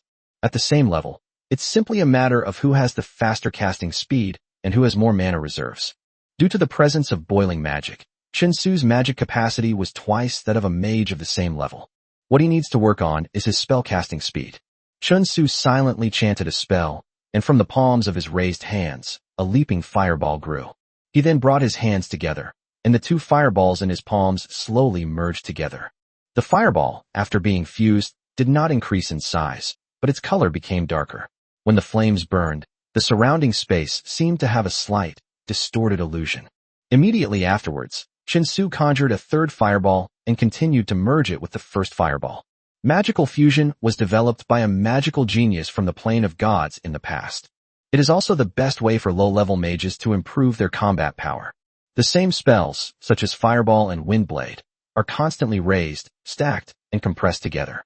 The final magical power released will also be multiplied. Very few magicians dare to try it, and even fewer succeed. Take the Fireball spell as an example. When two Fireball spells merge, they are extremely unstable and are in danger of exploding at any time. As more fireballs merge, the level of danger increases exponentially. There are often mages who want to improve their combat power through this method. Many problems arise during training. The inability to control the fluctuations during magical fusion causes the magic to explode. Some suffer minor injuries, while others are seriously injured or even die. Such cases are not uncommon. Therefore, over time, this method of enhancing magical attack power was abandoned by mages, because it is too difficult and too dangerous. However, compared to other magicians, Chun Su has a natural advantage. That means he has two pools of magic within his body, and correspondingly, his ability to control magic is much higher than that of other magicians. Therefore, there were no problems at the beginning when training the magic stacking technique. The three fireballs slowly merged together, and the color of the flames changed from red to blue. The fireball's volume did not increase under Chun Su's compression. In fact, it decreased slightly. Immediately following was the fourth fireball. When the number of fused fireballs had reached the fifth, Chun Su finally stopped. He could sense that his control over his magic was no longer sufficient to support him in continuing the fusion. At this moment, the product of the fusion of the 5 fireballs was hovering on Chun Su's right palm, and it was burning fiercely. This is a fireball that is entirely milky white. The twisted flames and violent fire element are enough to make people aware of the danger of this fireball. Chun Su took a deep breath and threw the fireball in his hand towards an empty, deserted place. A white fireball streaked across the void, leaving a bright trail in the air. When he finally landed on the ground, a deafening explosion followed. The scorching heat even pushed Chun Su, who was hundreds of meters away, back a few steps. The raging fire elementals swept through the air, creating a mushroom cloud more than 5 meters high. As the flames gradually died down, even Chun Su himself was somewhat surprised by the terrifying destructive power of the fireball. A terrifying crater, measuring 20 meters in diameter and more than 3 meters deep, appeared on the ground. It resembled a gigantic maw ready to devour its prey, sending a chill down one's spine. If we were to use one word to describe the power of this fireball, it would be quite remarkable. Chun Su could only think of one word: terrifying. A single fireball would be less than 1% as destructive as 5 fireballs combined. This is the power of magical fusion and superposition. Each superposition increases the final destructive power several times over. It is not simply a matter of accumulation. This is just the fusion of 5 fireballs. What if it were 6, 7, or even more? Chun Su had reason to believe that if this could continue, it could be accumulated indefinitely. Even this simple fireball spell could potentially reach the level of a forbidden spell that only epic-level mages can unleash. Unfortunately, the only drawback is when casting this stacked fireball spell. It will take him a very, very long time to control the raging fire element. The more fireballs stacked, the longer it will take him. In a real battlefield, it is quite difficult to have enough time to unleash such a stacked fireball spell. Even so, this technique of combining and fusing fireballs is definitely worthy of being called a technique. This is Chun Su's most lethal offensive method at this stage. Chapter 98. Reactions from all sides. As Chun Su worked hard to improve his strength and his ability to draw enchanted equipment. Fortunately, while taking over the land abandoned by the gods, Chun Su also received a batch of Lanzi horses from the Azure Duchy. The Lanzi horse is a cavalry mount from the Azure Duchy, though it is not as good as the Crimson horse from the Crimson Duchy, but it is still much stronger than an ordinary horse. This batch of Lanzi horses, totaling 300, is more than enough to arm all the warriors of the Flame Dragon territory. To ensure the mobility of the raiding party, Shinsu also specially allocated one Lanzi horse to each of the Yamlong territory warriors. Preparation for building a team of enchanted knights in the future. After becoming familiar with the coordination between himself and his Lanzi horse, Simon began to lead the warriors of his Flame Dragon territory. Following the tactical guidelines devised by Shinsu, the harassment operation against the Crimson Principality officially began. More than 100 Flame Dragon territory warriors, plus 500 enhanced Death Knights, formed a powerful knightly order. In addition, the Death Spear Legion possesses ranged suppression and destructive capabilities. In the early stages of the war, the several towns of the Crimson Duchy that were ambushed by Simon offered absolutely no decent resistance. The defensive forces were instantly destroyed. The reinforcements that arrived later couldn't even find Simon and his men. At first, the surprise attacks on several towns did not attract the attention of the high command of the Crimson Principality. I thought it was just a small group of bandits. Later, a medium-sized town with a population of 1,000 was defended by the army of the Crimson Duchy. After Simon's army breached the defenses, the high command of the Crimson Duchy was finally alerted. The existence capable of defeating a 1,000-strong army of the Crimson Duchy is definitely not some ordinary bandit. It can only be said that this was a targeted attack against the Crimson Principality. Inside the Grand Palace of the Crimson Capital reigns Adam 13, the current ruler of the Crimson Palace Kingdom. He sat on a throne made of pure gold and roared angrily. Provocation. This is a provocation against my Crimson Duchy. Has everything been investigated? Was it the Azure Duchy that did this? They are blatantly challenging the dignity of our Crimson Palace Kingdom. Your Majesty, the ones attacking us must be that despicable Duchy of Azure. We have discovered traces of Lanzi horses in the towns that were attacked. Besides the Azure Duchy, who else would own a mount like the Lanzi horse? As soon as a slightly high-pitched voice rang out, a middle-aged man dressed in court attire, with a fair complexion and no beard, knelt down below the main hall and shouted exaggeratedly. Your Majesty, although what the Grand Eunuch of the inner court said is true, I do not think it is appropriate to be so arbitrary. Although Lanzi horses can only be produced in the Azure Duchy, the ones that attacked us may not necessarily be from the Azure Duchy. It could also be that force from the land forsaken by the gods. A deep, resonant voice rang out. The old man, whose hair and beard were mostly white, but as firm as steel needles, and who was full of vigor, was wearing a dark red ducal military uniform. He spoke in a deep voice. This old man is now the Minister of Military and Political Affairs of the Crimson Duchy. What a joke. Who else but the Azure Principality would own the Lanzi horse? Speaking of which, you're the #1 military figure in our Crimson Duchy. Aren't you afraid of the Azure Duchy and dare not provoke a war with them, which is why you're saying such things? The chief steward of the inner court, standing to the side, said in a sinister tone, Your Majesty, I am not afraid of war. No matter who it is, as long as they dare to invade my Crimson Duchy. I will be on the battlefield, personally commanding the war and beheading the enemy. However, it is still unclear who the enemy is, so the Crimson Duchy should not act rashly. The old man spoke in a booming voice, his eyes filled with undisguised disgust as he looked at the expert steward on the other side.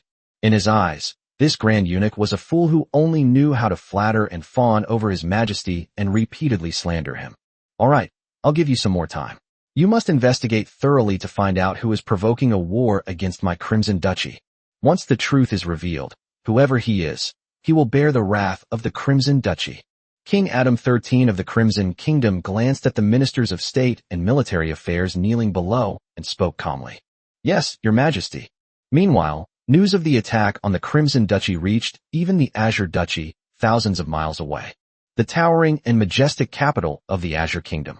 Inside the palace lived Eve, the Azure Queen, who was only 20 years old and was known as the Azure Pearl. He was sitting on his throne, quietly listening to his ministers' reports. She was an incredibly beautiful woman, with an angelic face, a devilish figure, and long sky-blue hair.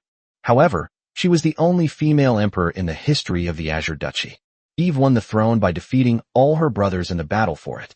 Therefore, even though Eve was so beautiful, there were no men who dared to make a move on her. In the Happy Rider universe, however, there wasn't a single one. Because beneath her throne lie countless corpses. Your Majesty, the Lanzi horses of my Azure Duchy have always been strictly controlled. Apart from the time recently, when the bandits from those lands abandoned by the gods robbed and kidnapped 300 horses. Now that the Crimson Duchy has been attacked, traces of Lanzi horses have appeared. It must be the work of those bandits from the land abandoned by the gods. The Minister of Military and Political Affairs of the Azure Principality bowed his head and reported with utmost respect. Interesting. Those guys from the land of the god's breath didn't attack us, who are clearly weaker, but instead chose to attack the obviously stronger Crimson Principality. An unusual light flickered in Eve's eyes. Minister of Military and Political Affairs, what do you think our Azure Principality should do? I believe that we should send an envoy to the Crimson Duchy to explain the situation in order to avoid being misunderstood by them. The Minister of War hesitated slightly before proposing what he considered a prudent solution. However, Eve rejected the idea. I think this is an opportunity for our Azure Duchy. Eve played with herself, her long, slender, jade-like fingers licking her lips as she spoke. The Crimson Duchy has been oppressing our Azure Kingdom for far too long. If we could unite with the forces of the land abandoned by the gods, we could overthrow the Crimson Duchy together. Then the day when my Azure Duchy controls the entire musical realm is just around the corner. But, Your Majesty, those beings from the land forsaken by the gods are demons from another dimension. Compared to the Crimson Duchy, they are even less trustworthy.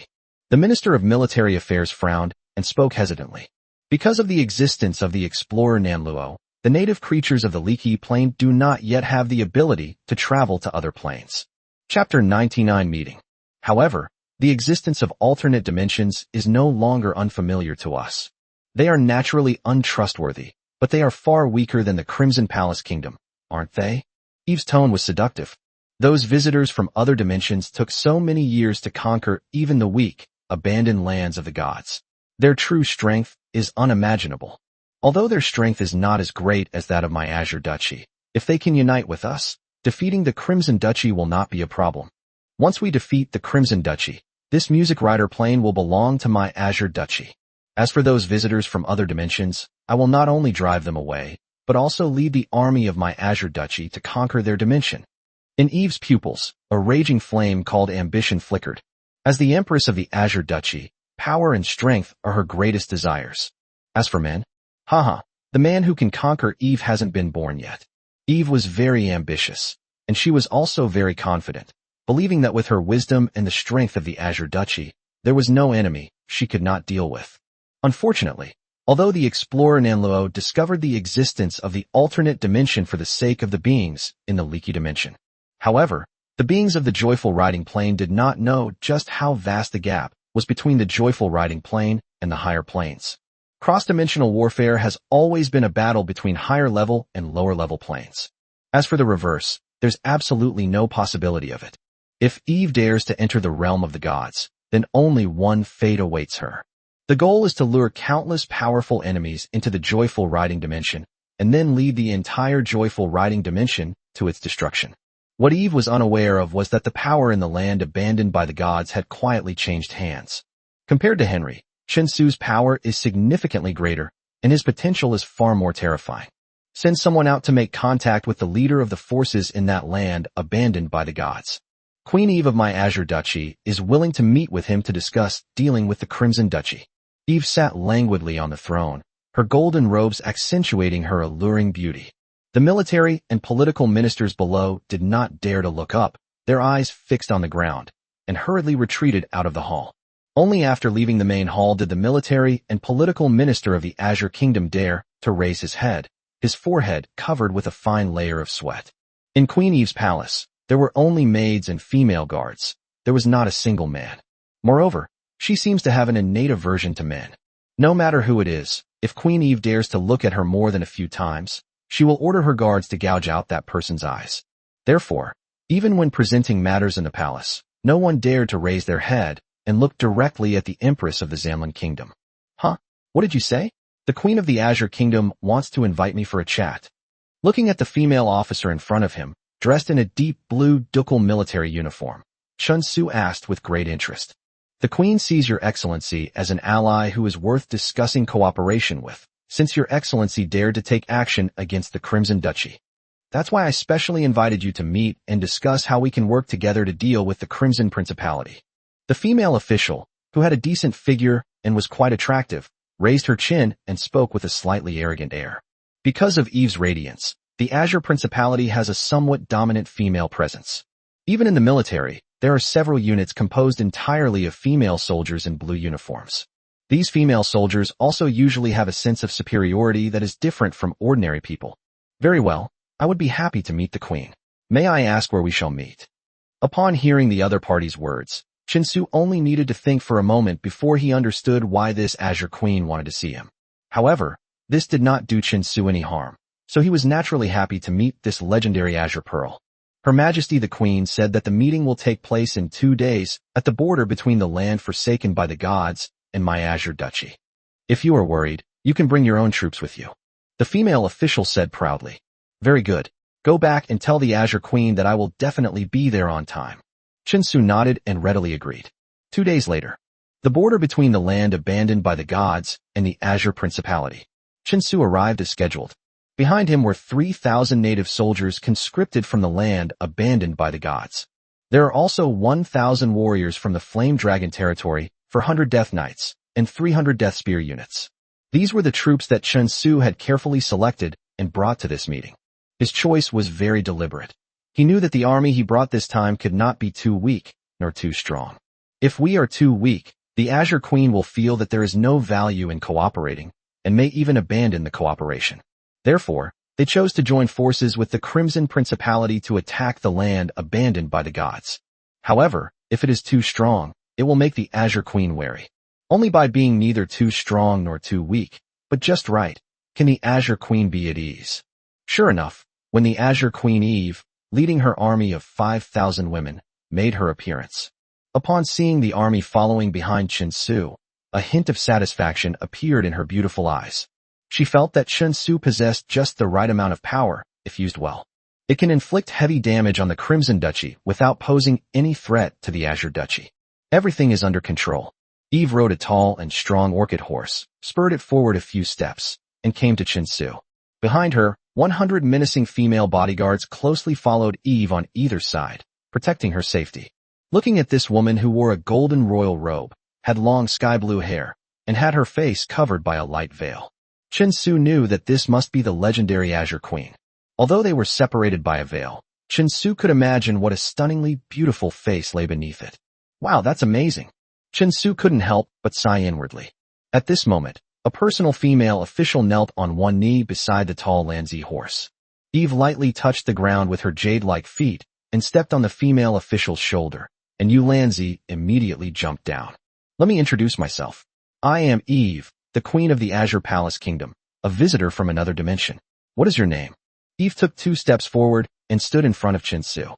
Although her voice was slightly charming, her aura was very powerful.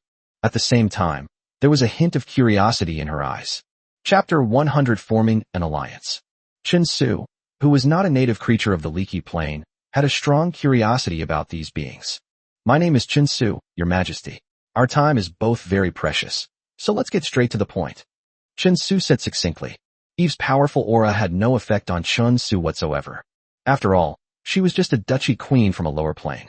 Compared to Chinsu's current biggest potential enemy, the Ruby Grand Duke, they are far inferior. Chinsu wasn't even afraid of offending the Ruby Grand Duke, so how could he be affected by Eve's aura? I like straightforward people. Eve chuckled softly and clapped her hands gently. All right, let's get down to business. Immediately afterwards, Chinsu and the Azure Queen Eve were at the border between this land abandoned by the gods and the Azure Duchy. They had a brief but in-depth exchange on how to deal with the Crimson Principality. Then, it's a pleasure to cooperate. It's a pleasure doing business with you. By the end of the conversation, both of them had smiles on their faces. He seemed quite satisfied with the outcome of the conversation. Eve then led her army away. Brother Chinsu, this woman has no sincerity at all. The cooperation conditions she just proposed are just using us as pawns. And she's playing the game of letting us and the Crimson Duchy wear each other down, waiting to reap the benefits. Wei Yi stood quietly behind Chinsu, listening to his conversation with Eve. After seeing Eve lead the army away, he finally couldn't help but say to Chinsu, Of course I know. Chinsu looked at Wei Yi and nodded slightly.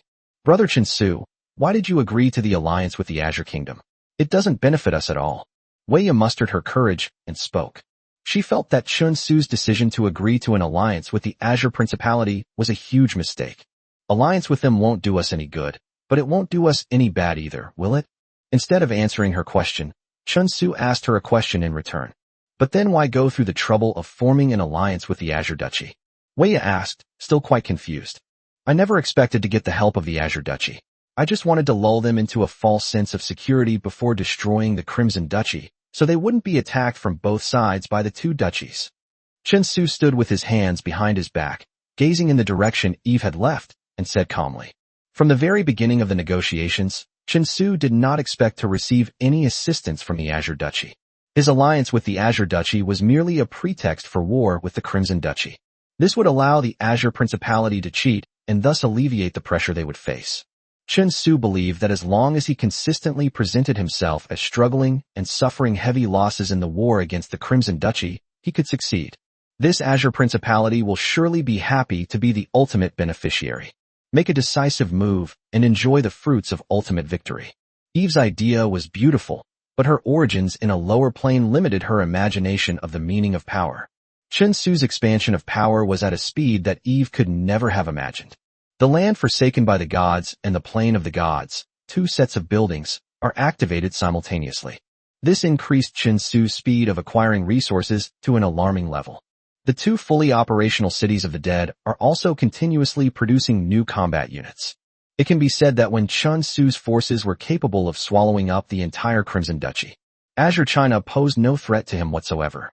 When that time comes, the one who will truly benefit will not be Eve, but Chun Su.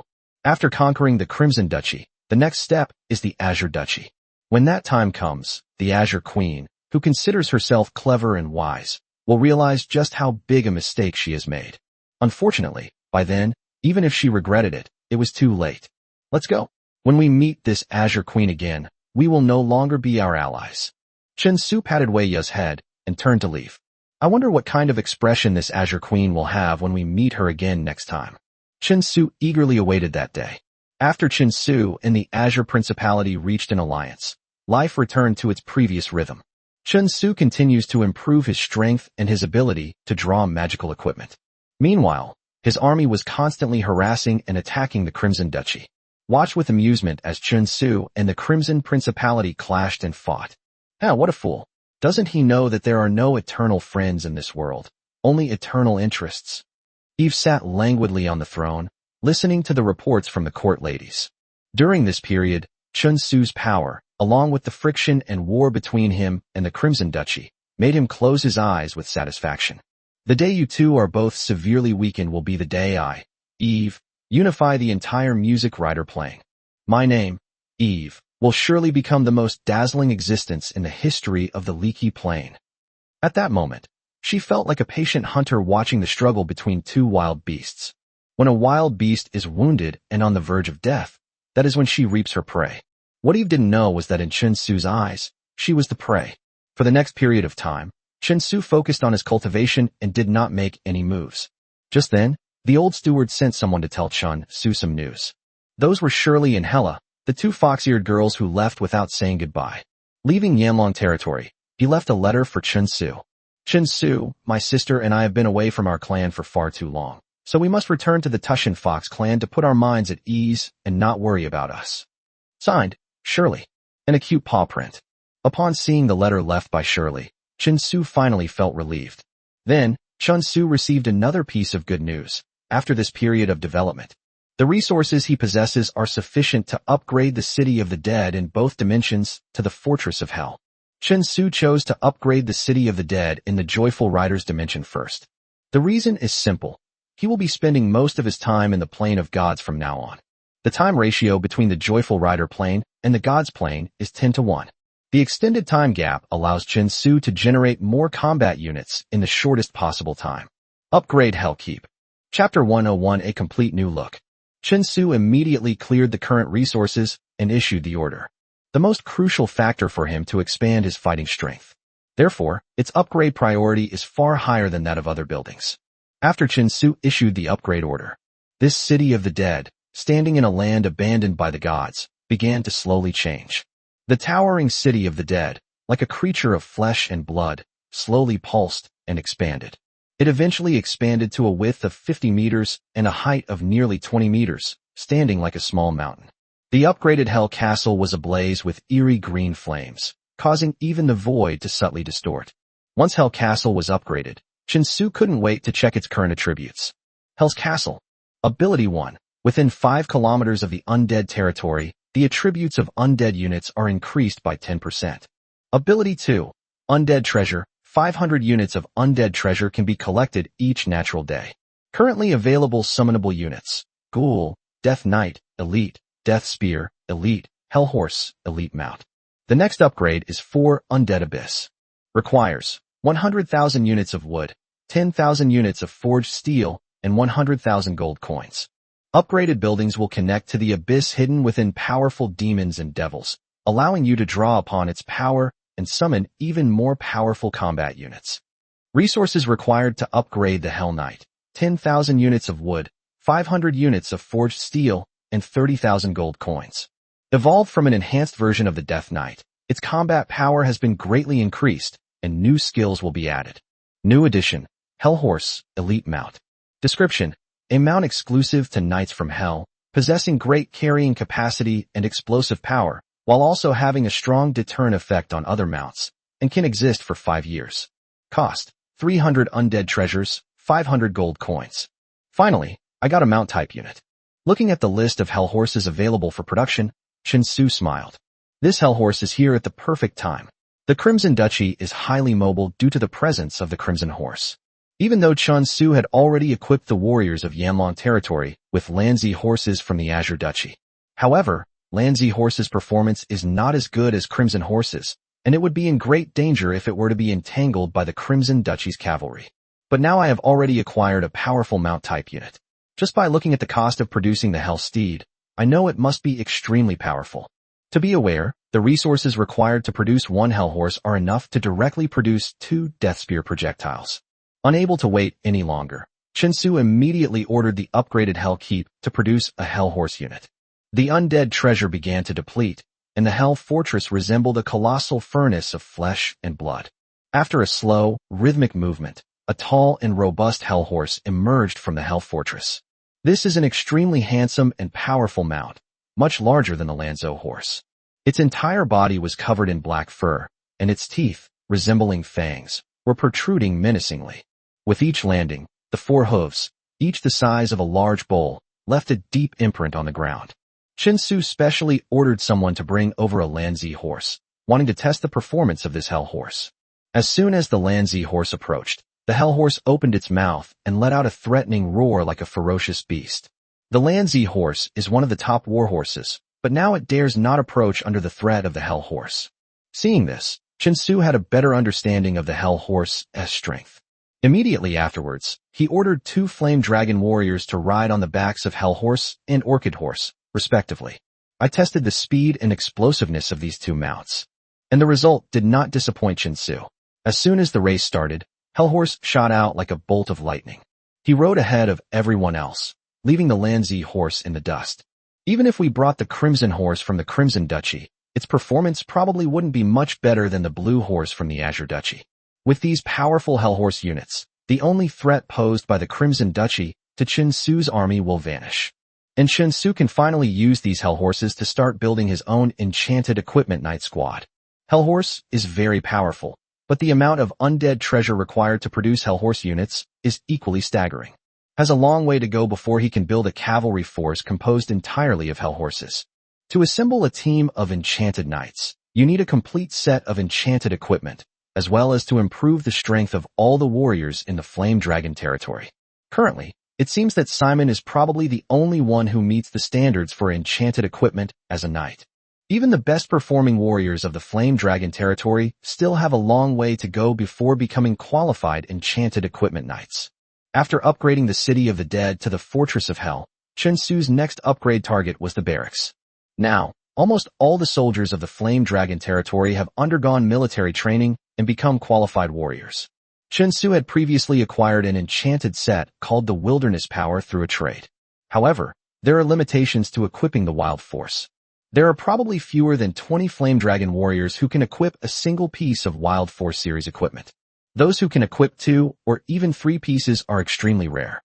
Therefore, in order to forge their own enchanted equipment and build their own team of knights as soon as possible, the strength of the candidate warriors must be improved as quickly as possible. It should at least be upgraded to the point where it can support some of the wilderness power equipment. Therefore, after accumulating resources for a period of time, Chinsu decisively upgraded the barracks to a War Fortress. War Fortress. Maximum number of training samples, 0/300. Training categories. Strength training. Increases the trainee's basic strength by 15%. Each person consumes 10 gold coins. The cycle is 15 days. Agility training. Increases trainee's basic agility by 15%. Each person consumes 10 gold coins. The cycle is 15 days. Physical training. Increases the trainee's basic physical strength by 15%. Each person consumes 10 gold coins. The cycle is 15 days. Basic combat training. Increases the trainee's combat ability by 20%. Each person consumes 50 gold coins. The cycle is 20 days. Awakening. After completing all the basic training, you can enter the awakening training. Success will greatly enhance your strength. Each person consumes 100 gold coins. The cycle is 60 days. Chapter 102 The Primordial Plane of the Gods. Bloodline Reversion.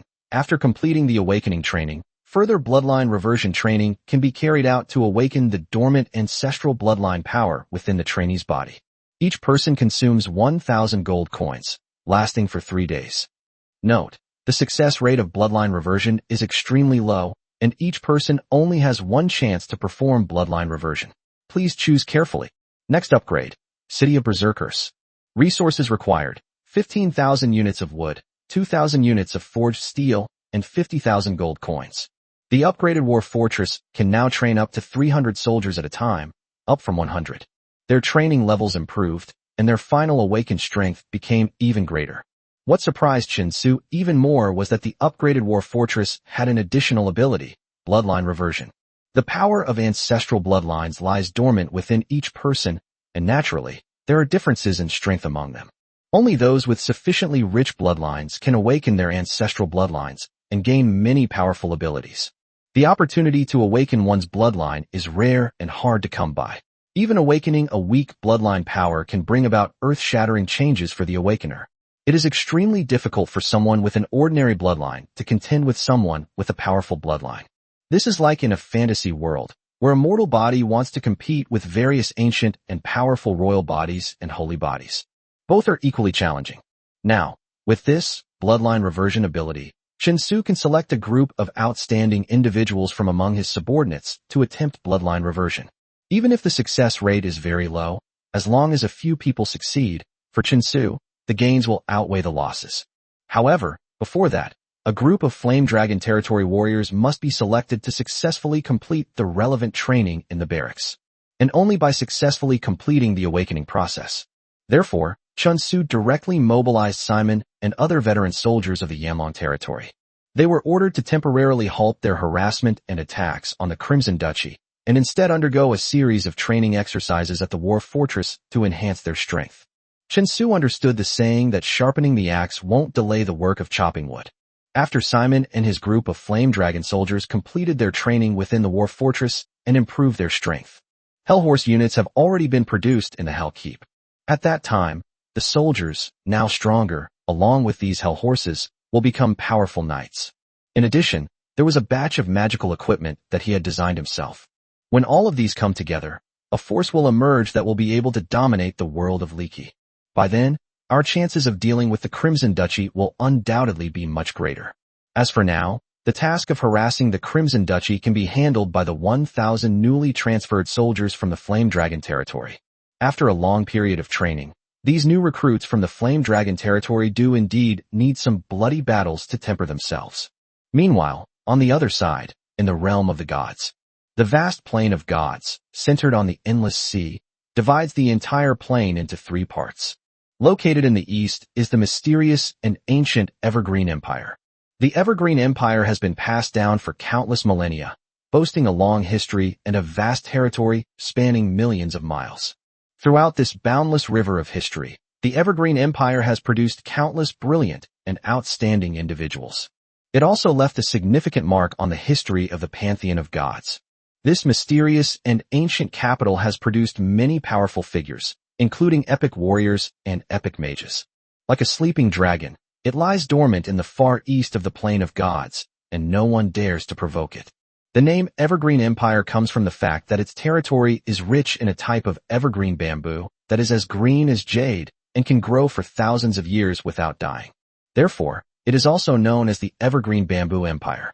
It signifies that the empire's rule will never decline.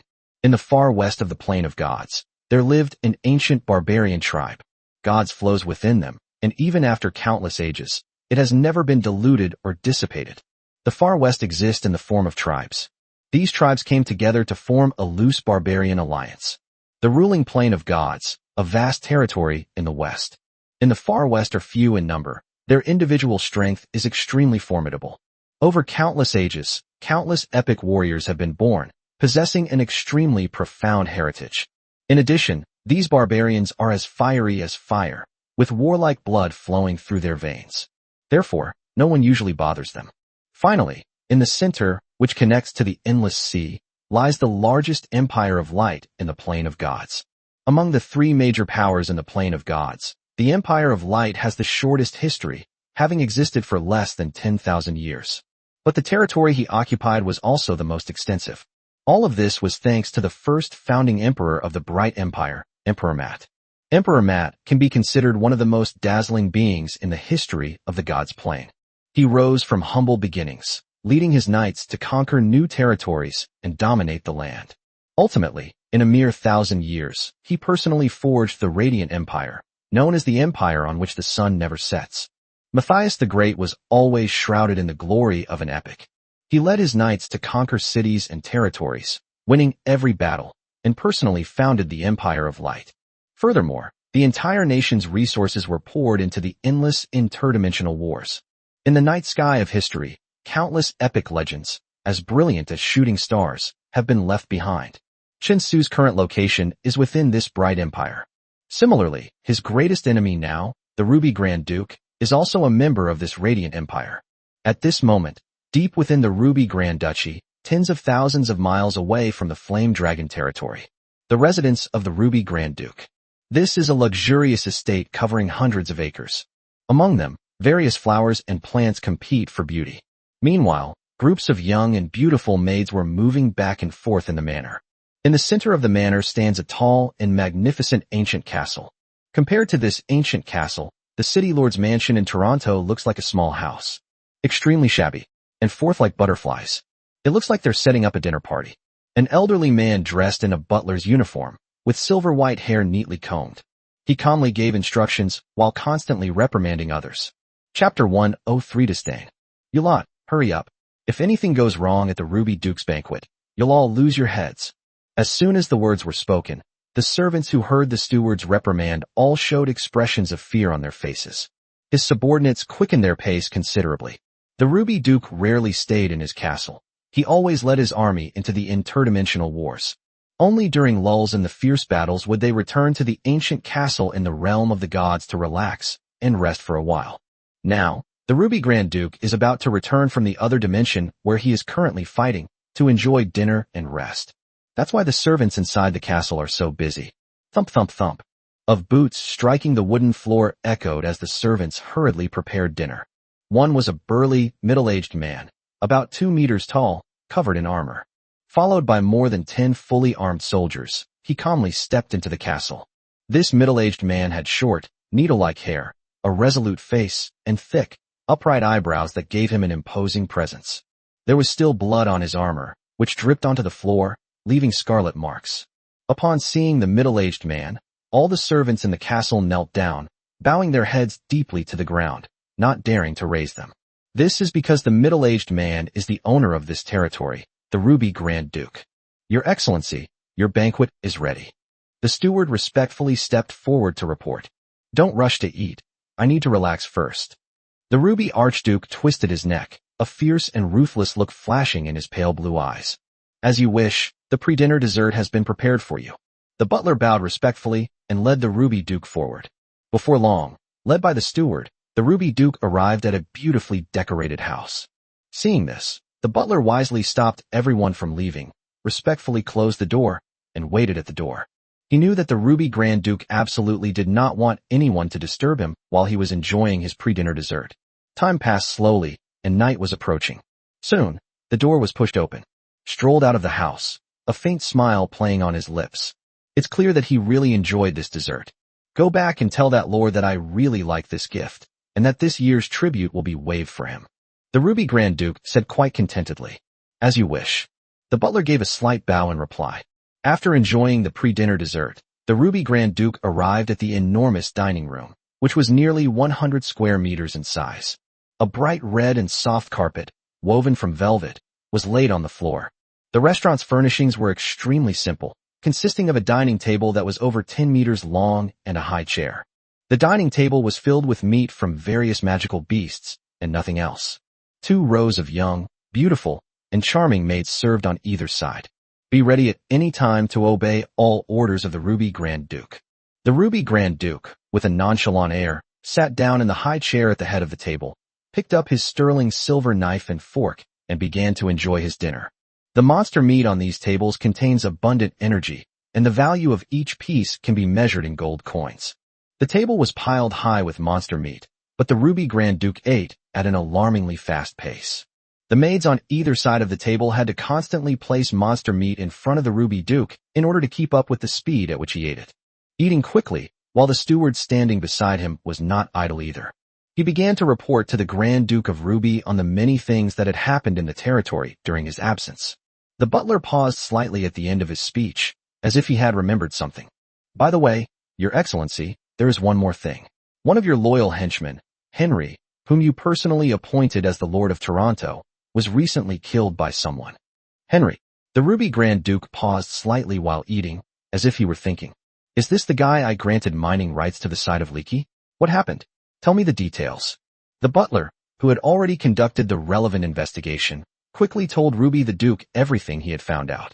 The butler's investigation was very thorough, except that his assessment of Chun Su's power was inaccurate. The rest are basically the same as the course of events. Interesting.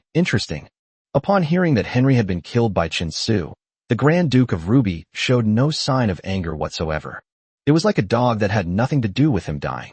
Henry is a good dog, but this dog has his own ambitions. I had been thinking recently that after he finished mining the Leaky Dimension, I would find someone to replace him. I never expected that someone would actually help me with this. The Ruby Duke wiped his mouth with a napkin and said calmly. So what do you mean? The butler bowed slightly, awaiting the instructions of the Ruby Duke. If one dog dies, we can just get another one. Since this so-called Flame Dragon Lord has the strength to destroy Henry, he is qualified to be my dog. The Ruby Duke didn't seem to care at all, and said casually, Oh right, don't rush to disturb this little guy. Since he was able to destroy Henry, he must also be able to replace Henry in mining the music writer plane. Once this little guy has mined enough in the Leaky Dimension, then I'll go and spread my will. If he agrees to be a dog, then make him hand over all the profits from the Joyful Riding Dimension and spare his life. If he disagrees, then we'll eliminate him and take all the profits from the Joyful Riding Dimension. The Ruby Grand Duke spoke with utmost calmness. He considered this a trivial matter, not worth worrying about. In this world, countless people would love to be the loyal hound of the Ruby Duke. The Ruby Duke believed that this little guy named Chun Su would make the right choice. Yes, Your Majesty, as you wish. The butler bowed slightly and said, Just like the Ruby Grand Duke, the steward also believed that the Lord of the Flame Dragon territory would be more than happy to agree to become the Ruby Grand Duke's loyal hound. He could even imagine how grateful the other party would be upon hearing that the Ruby Duke was willing to take him as his loyal dog. After all, just as the Ruby Grand Duke said, not everyone is qualified to be his loyal hound. Chapter 10 for the Tycoon from Afar. As a great lord who possesses a vast and expansive territory, Ruby Grandmaster usually spends most of his time exploring planes and rarely returns to the Plane of Gods. In the eyes of the Ruby Grand Duke, Henry was nothing more than a dog that could be replaced at any time. Therefore, the news of Chun Su killing Henry did not attract any attention from the Grand Duke of Ruby. If he knew the power Chun Su now possessed and the virtually limitless potential he held, they probably wouldn't be so arrogant and dismissive. Instead, they would take action immediately. Unfortunately, he didn't know that. Meanwhile, in the distant realm of Joyful Riders, Chun Su cultivated here for a full 3 months. His mage level was further improved, and he successfully drew the near-tier 3 Wild Force series set. It possesses the incredible ability to correct 5 errors per day with its gauge pen. Chen Su's success rate in drawing enchanted equipment is also incredibly impressive. On average, he succeeds 4 out of every 5 attempts. An 80% success rate is an incredibly impressive success rate. It's important to understand that a seasoned enchanter who can guarantee a 50% success rate in enchanting equipment is already considered an extremely powerful and extraordinary individual. The average enchanter can only maintain a success rate of around 30% when crafting enchanted equipment. However, although the success rate of drawing enchanted equipment is high, it takes quite a while to complete a full set of enchanted equipment from the Wild Force series. Even if Chen Su worked day and night, it would still take him a full 10 days to complete the drawing of a complete set of Wild Force series equipment. Once again, with practiced ease, I finished drawing a perfectly high-quality Wild Force enchanted equipment set. Chen Su rubbed his slightly sore wrists and summoned Wei Yi to ask her a question. Is there any movement from the plane of the gods? Judging by the time, it should have been almost half a month by now on the other side of the gods' realm. The Ruby Duke should have already received news that he had killed Henry. Brother Chen Su, there is no movement from the plane of gods, and our spies planted in the Ruby Duchy have not received any information. Wei Yi shook her head and said, That's strange. How could there be no movement? Chen Su was also somewhat puzzled. He had no idea that the Ruby Grand Duke, so arrogant, was actually plotting something. They wanted to wait until he had finished cleaning up the entire Yuki dimension before stepping in to reap the rewards. If he knew, Chen Su would definitely laugh out loud, because what he lacks most right now is time. The fact that the Ruby Grand Duke is taking his time and giving him ample time is tantamount to digging his own grave. In that case, continue to observe the situation within the Ruby Grand Duchy. If there is any disturbance, immediately return and inform me. Chen Su thought for a moment, then gave the instructions. Okay. Wei Yi nodded, and then continued. Brother Chen Su, just yesterday, several barbarian merchants came to Toronto. It seems they want to make a deal with Henry. They don't know that Henry has been killed. So Grandpa let them stay in Toronto for the time being, waiting for you, Brother Chen Su, to make a decision when you get back. Oh, a barbarian merchant? Alright, I'll head back to Toronto and check it out. Upon hearing this, Chen Su quickly put down the trajectory pen in his hand. At the same time, he temporarily entrusted the management of many affairs in the land abandoned by the gods to Wei Yi. They then returned to Toronto via the spatial altar. After killing Henry and taking over the city of Toronto, he brought in the porcelain merchant Eugene. They finally understood why Henry wanted to take away their porcelain-making techniques. Therefore, Chen Su naturally knew why these barbarian merchants had come to trade. Soon, the two sides met. Of the city lord's mansion, Chen Su sat in the main seat, looking at the several barbarian merchants in front of him, and said with a smile, Let me introduce myself. The master of Toronto has changed. I am the new master of Toronto, Chen Su. The barbarian merchants in front of them were all very strong and robust, with bronze skin. Around his neck hung a series of necklaces made of various animal bones. Moreover, their faces were painted with colorful patterns, making them easily recognizable. Now that you've replaced the previous city lord, will you still continue to trade with us? Upon hearing Chen Su's words, the barbarian merchants exchanged glances, and then the one at the front spoke first. Of course, I am willing to exchange beautiful porcelain for powerful barbarian warriors. Believe me, the porcelain I can provide you will be far more beautiful than the porcelain Henry provided. Chen Su said with a smile, then clapped his hands. Since you have come from afar, I naturally want to extend my hospitality. Let's eat and talk at the table. As Chen Su spoke, servants appeared in the banquet hall like a flowing stream and began to make arrangements. A variety of delicious dishes, served on porcelain plates, were placed on the large dining table. Upon seeing this, the barbarian merchant's eyes widened in astonishment. Such precious porcelain, and you actually used it to hold food? The merchant who spoke earlier spoke in a tone that suggested it was a waste of resources. However, when the aroma of the food reached his nose, he couldn't help but take a deep breath, and his mouth almost watered. Although these foods were not made by Chen Su himself, they still contained some of his culinary skills. Even so, it was enough to make these barbarians, who had never seen much of the world, drool with envy. Chen Su didn't say anything, but raised his hand to signal the barbarian merchants, who were practically drooling, that they could start eating. The barbarian merchants, who had been eagerly waiting, didn't even bother with utensils before reaching out to grab the delicious food on the plate and wolfing it down. After a whirlwind meal, the various delicacies were completely devoured by these barbarian merchants. They patted their already bulging bellies with satisfaction. The barbarian merchant who had spoken earlier struggled to his feet and said to Chen Su in a slightly respectful tone, "Powerful and wealthy lord, thank you for your hospitality. We are willing to exchange our strong barbarian warriors for your beautiful porcelain." Meanwhile, the other barbarian merchants also showed expressions of agreement.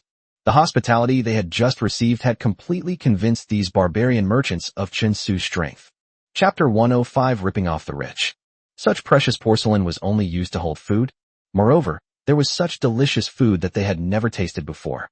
Just then, a mechanical voice came from Chen Su's mind. "Ding! Congratulations! You have won over the barbarian merchant with your delicious food and porcelain, and now you are qualified to trade with him." Upon hearing the system notification, Chen Su was slightly taken aback. In the far north, after the barbarian tribes fought each other, the defeated barbarian warriors would be reduced to slaves. For these barbarian tribes, population is the one thing they have no shortage of. Supporting so many barbarian slaves will only deplete their food reserves. Therefore, in wars, the victorious barbarian tribes would try every means to send away these captured barbarian warriors in exchange for wealth. The trade of using porcelain to exchange for barbarian warriors also originated from this. After impressing the barbarian merchants with his actions and proving his strength to them, Chen Su quickly got to the point and began discussing the specifics of trading barbarian warriors with them. As we agreed with Lord Henry before, we'll exchange 15 strong barbarian warriors for a beautiful piece of porcelain. The barbarian merchant gestured with both hands. 15 barbarian warriors? In exchange for a piece of porcelain? Chen Su slowly shook his head, seemingly not intending to agree to the condition. "My lord, aren't you satisfied with exchanging a beautiful piece of porcelain for 15 strong barbarian warriors? We've always traded this way with the previous city lord."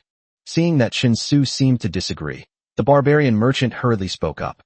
"But the porcelain I can offer is far more beautiful and far more precious than the porcelain Henry has offered you." At this point, Chen Su clapped his hands.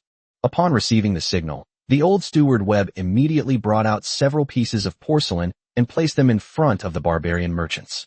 When these porcelain pieces, some as bright and translucent as white jade, others shimmering with iridescent colors, appeared before the barbarian merchants, they almost held their breath.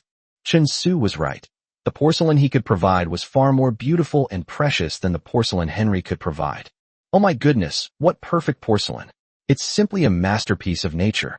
Several barbarian merchants surrounded the porcelain pieces, their eyes filled with greed and fervor. The way he looked at those porcelain pieces was as if he were looking at his lover. They had never seen such beautiful porcelain before. Compared to these pieces, the porcelain they had acquired in previous transactions was simply trash. "Your Excellency Chen Su, are all the porcelain pieces you can provide as perfect as these few pieces?" The barbarian merchant swallowed hard, forcibly tearing his gaze away from the beautiful porcelain pieces, and asked Chen Su. Of course. Chen Su nodded firmly. Upon hearing this, the barbarian merchants looked at each other. They spoke and discussed in hushed tones for a while before the leading Manchu merchant finally spoke. "Lord Chen Su, your porcelain is so beautiful and precious that we are willing to exchange 35 barbarian warriors for one piece of porcelain. 35 strong barbarian warriors in exchange for a piece of porcelain that only needs to be fired in clay for a short time." This deal was incredibly profitable. Chen Su was excited, but he remained unusually calm and showed no sign of anything amiss. He slowly shook his finger and said calmly, "I want to exchange a piece of porcelain for 40 strong barbarian warriors and 30 barbarian women and children." As soon as the words were spoken, the barbarian merchants all felt as if there was something wrong with their ears. "What did you say? You want to exchange them for barbarian women and children?" They weren't surprised by Chen Su raising the price, but they were surprised that this human lord had no use for barbarian women and children. For barbarian tribes, after defeating a tribe, their strong warriors could be sold as slaves. As for the women and children in those groups, they were of no value. It can't be sold for money, and keeping it is a waste of food. Therefore, the women and children of any barbarian tribe that was defeated in battle would suffer a very tragic fate. Now Chen Su is demanding to accept barbarian women and children, which, in the eyes of the barbarian merchants and others, is not at all about raising prices. Instead, it was this human lord who did them a great favor. "Lord Chen Su, is what you're saying true? Besides barbarian warriors, you also want to take in barbarian women and children?" The leading barbarian merchant asked, seemingly incredulous. The Henry of the past only wanted barbarian warriors. They scorned barbarian women and children, who had no fighting ability and could not demonstrate any value. Of course, a beautiful piece of porcelain in exchange for 40 barbarian warriors and 30 barbarian women and children. Chen Su said firmly. Chen Su's trade with these barbarian tribes was undoubtedly driven by ambition. It wasn't just about exchanging barbarian slave warriors. These barbarian tribes in the far north have a thin flow of the blood of ancient gods within them. Adult barbarians are skilled warriors and far superior to human warriors of the same age. If they can start training systematically from a young age, they will have absolutely no problem forming a powerful legion after they grow up. This is a force full of potential, so Chen Su plans to gradually take them over and nurture them from a young age in the leaky dimension. The benefits of accepting barbarian women and children are numerous. The joyful riding plane and the God's plane means that Chen Su doesn't need to wait too long. This would allow them to acquire a powerful barbarian legion that had been trained since childhood and was highly disciplined. The presence of these barbarian women and children also made the adult barbarian slave warriors more devoted to his rule. Moreover, once the number of these barbarian slaves grows, they will become an important force in guarding the Yuki Plain for Chen Su. With so many benefits, how could Chen Su refuse to take in these barbarian women and children? Oh, gods above, generous Lord, you are absolutely the greatest human lord we have ever seen. Chen Su was delighted, and the barbarian merchants were also beaming with joy. They were naturally overjoyed that Chen Su was willing to take on these barbarian women and children who were of little use to them. Since you are so generous, my lord, then to express our sincerity.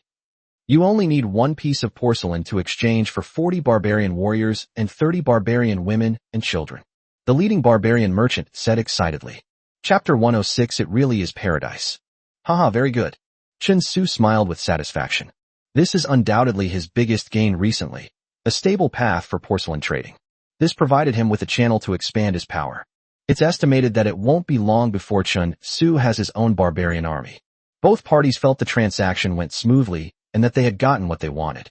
In the end, Chen Su exchanged 50 exquisite porcelain pieces for 2,000 strong barbarian warriors and 3,000 barbarian women and children. Your Excellency Chen Su, consider those 500 barbarian women and children as a gift from us, and we look forward to our next transaction with you. Before leaving, the leading barbarian merchant offered Chen Su his sincerest blessings. He genuinely hoped to maintain a long-term deal with Chen Su and acquire so many exquisite porcelain pieces in return. They also got rid of those barbarian women and children who were a burden. All the barbarian merchants believed that this was absolutely the most perfect deal they had ever encountered. It's a pleasure to cooperate with you. As long as you have enough barbarian warriors and women and children, the gates of the Flame Dragon territory will always be open to you, Chen Su said with a smile on his face. Even without training, adult barbarian warriors possess formidable combat power. The last time Henry led his 1,500 barbarian warriors, they were completely wiped out under Chen Su's repeated attacks. But that was because Chen Su had launched multiple surprise attacks beforehand. At least in real head-on battles, these barbarian warriors performed far better than the warriors of the two duchies in the Joyful Night Plain. If they could undergo further training in the War Fortress, enhancing their combat capabilities, and equip these barbarian warriors with armor and weapons, it would be even better. Their combat power would undoubtedly be even more terrifying. The barbarian merchants left, leaving behind a large number of barbarian warriors and women and children for Chen Su. Chen Su then gave orders to the barbarian warriors and women and children. Under the watchful eyes of the Yanlong territory soldiers, they lined up in an orderly fashion to enter the Yuki dimension. In the land abandoned by the gods, thousands of barbarian creatures stood together, filled with unease. They didn't know what fate awaited them. Those barbarian warriors were all right, because they knew they had value, whether used for warfare or for hard labor. These great nobles of humanity, having paid a high price to buy them, would certainly not let them die. The barbarian women and children, however, felt fear and unease. As the losing side in the tribal war, these women and children were neither able to work nor fight. They were of no value to the victorious tribe, and therefore their fate was usually tragic. These barbarian women and children had seen or heard countless similar stories. Therefore, everyone felt pessimistic about their future. The 1,500 barbarian warriors looked at these women and children with eyes full of sorrow and reluctance. Although they were brave barbarian warriors, these women and children included their wives and children. The rules of war are indeed cruel. But one day, when these barbarian warriors witness their loved ones meet such a tragic end, they will also feel immense grief. Chen Su stood on a platform 10 meters high, looking down at the many terrified barbarian creatures below, and spoke loudly. You need not be afraid or alarmed, for I have already bought all your ownership from those barbarian merchants. But for you, this is not a bad thing, but a good thing. As long as you are loyal and devoted to serving your superiors, then even better days await you than before. After exchanging a few words, Chen Su turned and left. He prepared to return to continue his meditation training and hand over the management of the barbarian creatures here to Vaya. Chen Su's speech was brief because he knew that saying more now would be futile. Only when these barbarian creatures truly feel it will they understand. Those who were sold to Chen Su by slave traders did not fall into hell, but rather came to heaven. Now, everyone will obey my orders. After Chen Su left, Wei Ye began to deal with these barbarian creatures according to Chen Su's previous instructions. He first ordered these barbarian creatures to go to a clear river and thoroughly wash away the filth from their bodies. Then the warriors of the Flame Dragon territory brought them uniform clothing. Although the clothes were all made of linen, they were washed very clean, felt soft against the skin, and even had a faint floral scent. Next, Wei Ye arranged accommodations for these barbarian creatures, and it allowed these displaced barbarian creatures to have their first full meal since being captured.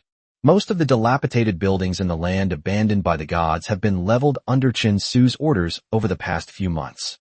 In their place stand tall, sturdy, and neat wooden houses. Although there are many of these barbarian creatures, there are also many houses here, which can easily accommodate them all. The barbarian warrior Hughes stayed in a tall, spacious wooden house that even smelled faintly of wood. He was holding a large bowl filled to the brim with rice. He looked at his wife and daughter beside him, each holding a large bowl of rice and diligently eating their food. I feel like I'm dreaming. He led his wife and daughter to own a house of their own, which may not be luxurious, but was sturdy and spacious. Wearing warm clothes and having enough to eat every day was Hughes's biggest dream in life. Unexpectedly, this dream, which he couldn't realize when he was still in the tribe, has come true now that he has become a slave. Hughes didn't know why that handsome human nobleman would do such a thing, because it was completely unnecessary. He still remembered what the human lord had said before. But is that really true? Or is it just a beautiful dream that could shatter at any moment? Dad, what are you thinking about? Why aren't you eating? This thing called rice is so delicious. I've never eaten anything like this before, Dad. It's so delicious, you should try some too. When her 9-year-old daughter saw Hughes staring blankly at his rice bowl, she spoke in her still somewhat childish voice.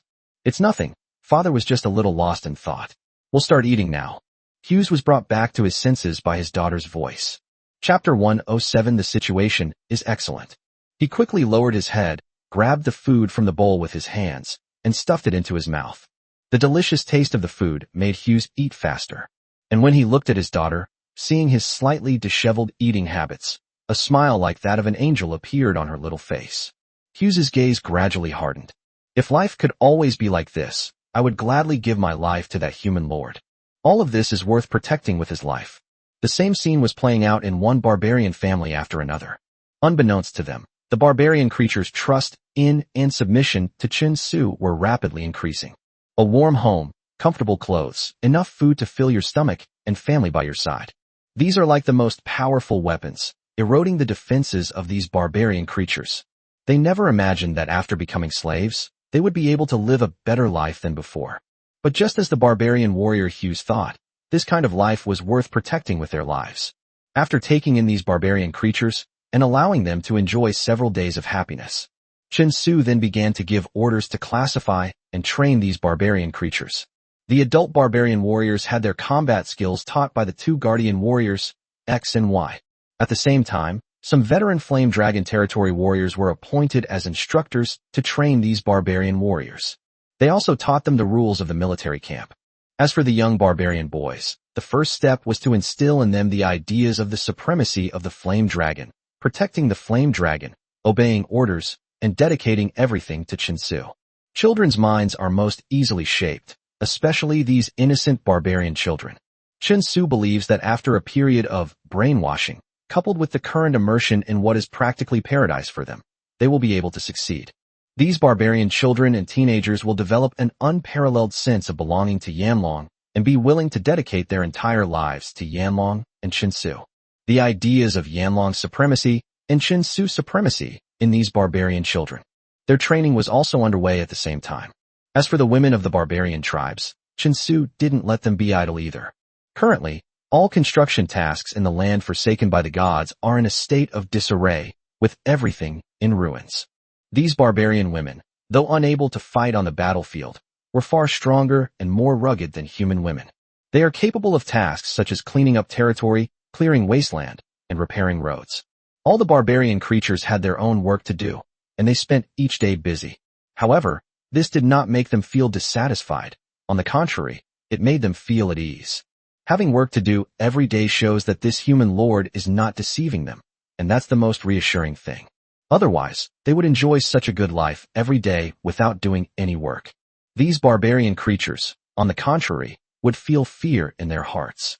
Moreover, Chinsu gave orders to these barbarian creatures to do their work. In their eyes, it was too easy, and they even felt a little unworthy of the life they had now. Therefore, all the barbarian creatures worked very hard, doing the tasks that Chinsu had assigned them. No one was lazy or negligent. All the barbarian creatures were full of energy. The fulfilling and wonderful days passed quickly, and before long, these barbarian creatures completely submitted to Chinsu. Everything happened as naturally as water flowing into a channel. Moreover, this was only the first batch of barbarian creatures. The barbarian creatures that Chinsu buys in the future should be easier to tame, because there are examples of the previous batch of barbarian creatures. They will submit even faster. The domestication of the barbarian creatures proceeded with extraordinary ease. Meanwhile, the Flame Dragon Territory warriors who were sent to fight guerrilla warfare and harass the Crimson Duchy were also making good progress in the war. Although Simon and other veterans, the strongest warriors of the Flame Dragon Territory, are now focusing on their training in the War Fortress.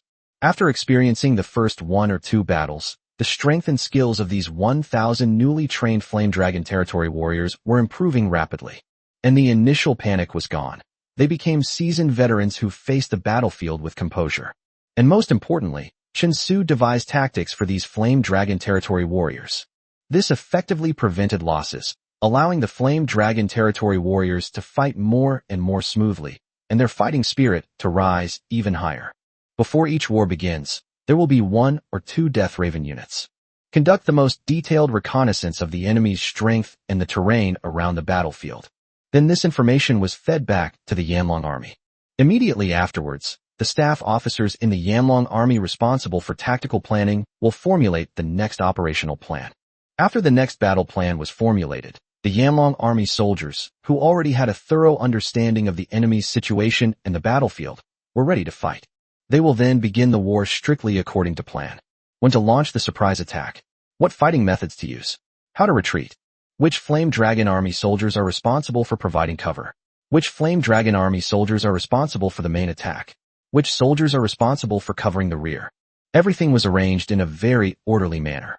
Every Flame Dragon Army soldier only needs to do what they are supposed to do, and that's enough. The poor native soldiers of the Crimson Principality always just swarm in when they fight. When have I ever witnessed a war that is as swift as lightning, decisive and efficient, and as artistic as art?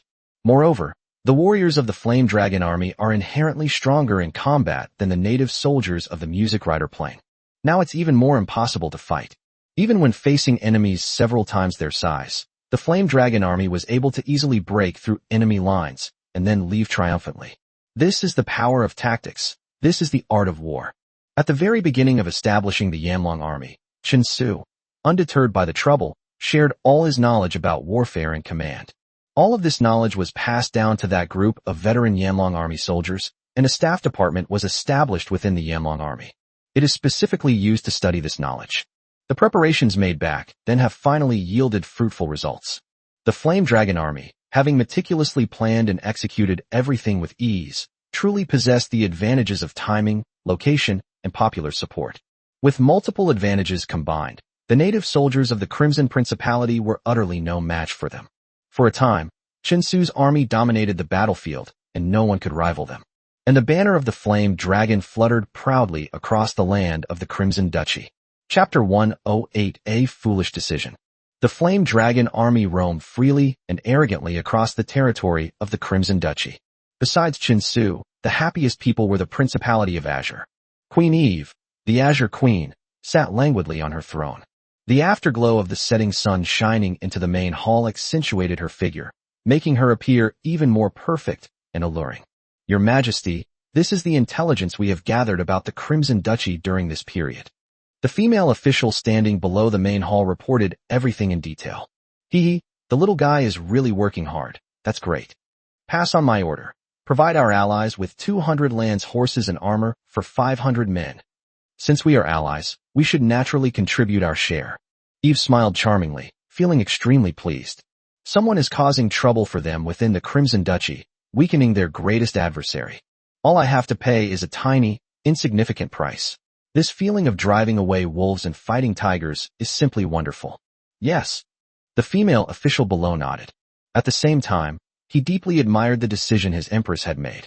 Initially, Eve's decision to ally with Chinsu's forces was met with opposition and incomprehension from many ministers within the Azure Kingdom. However, later events proved that Her Majesty made an incredibly wise decision.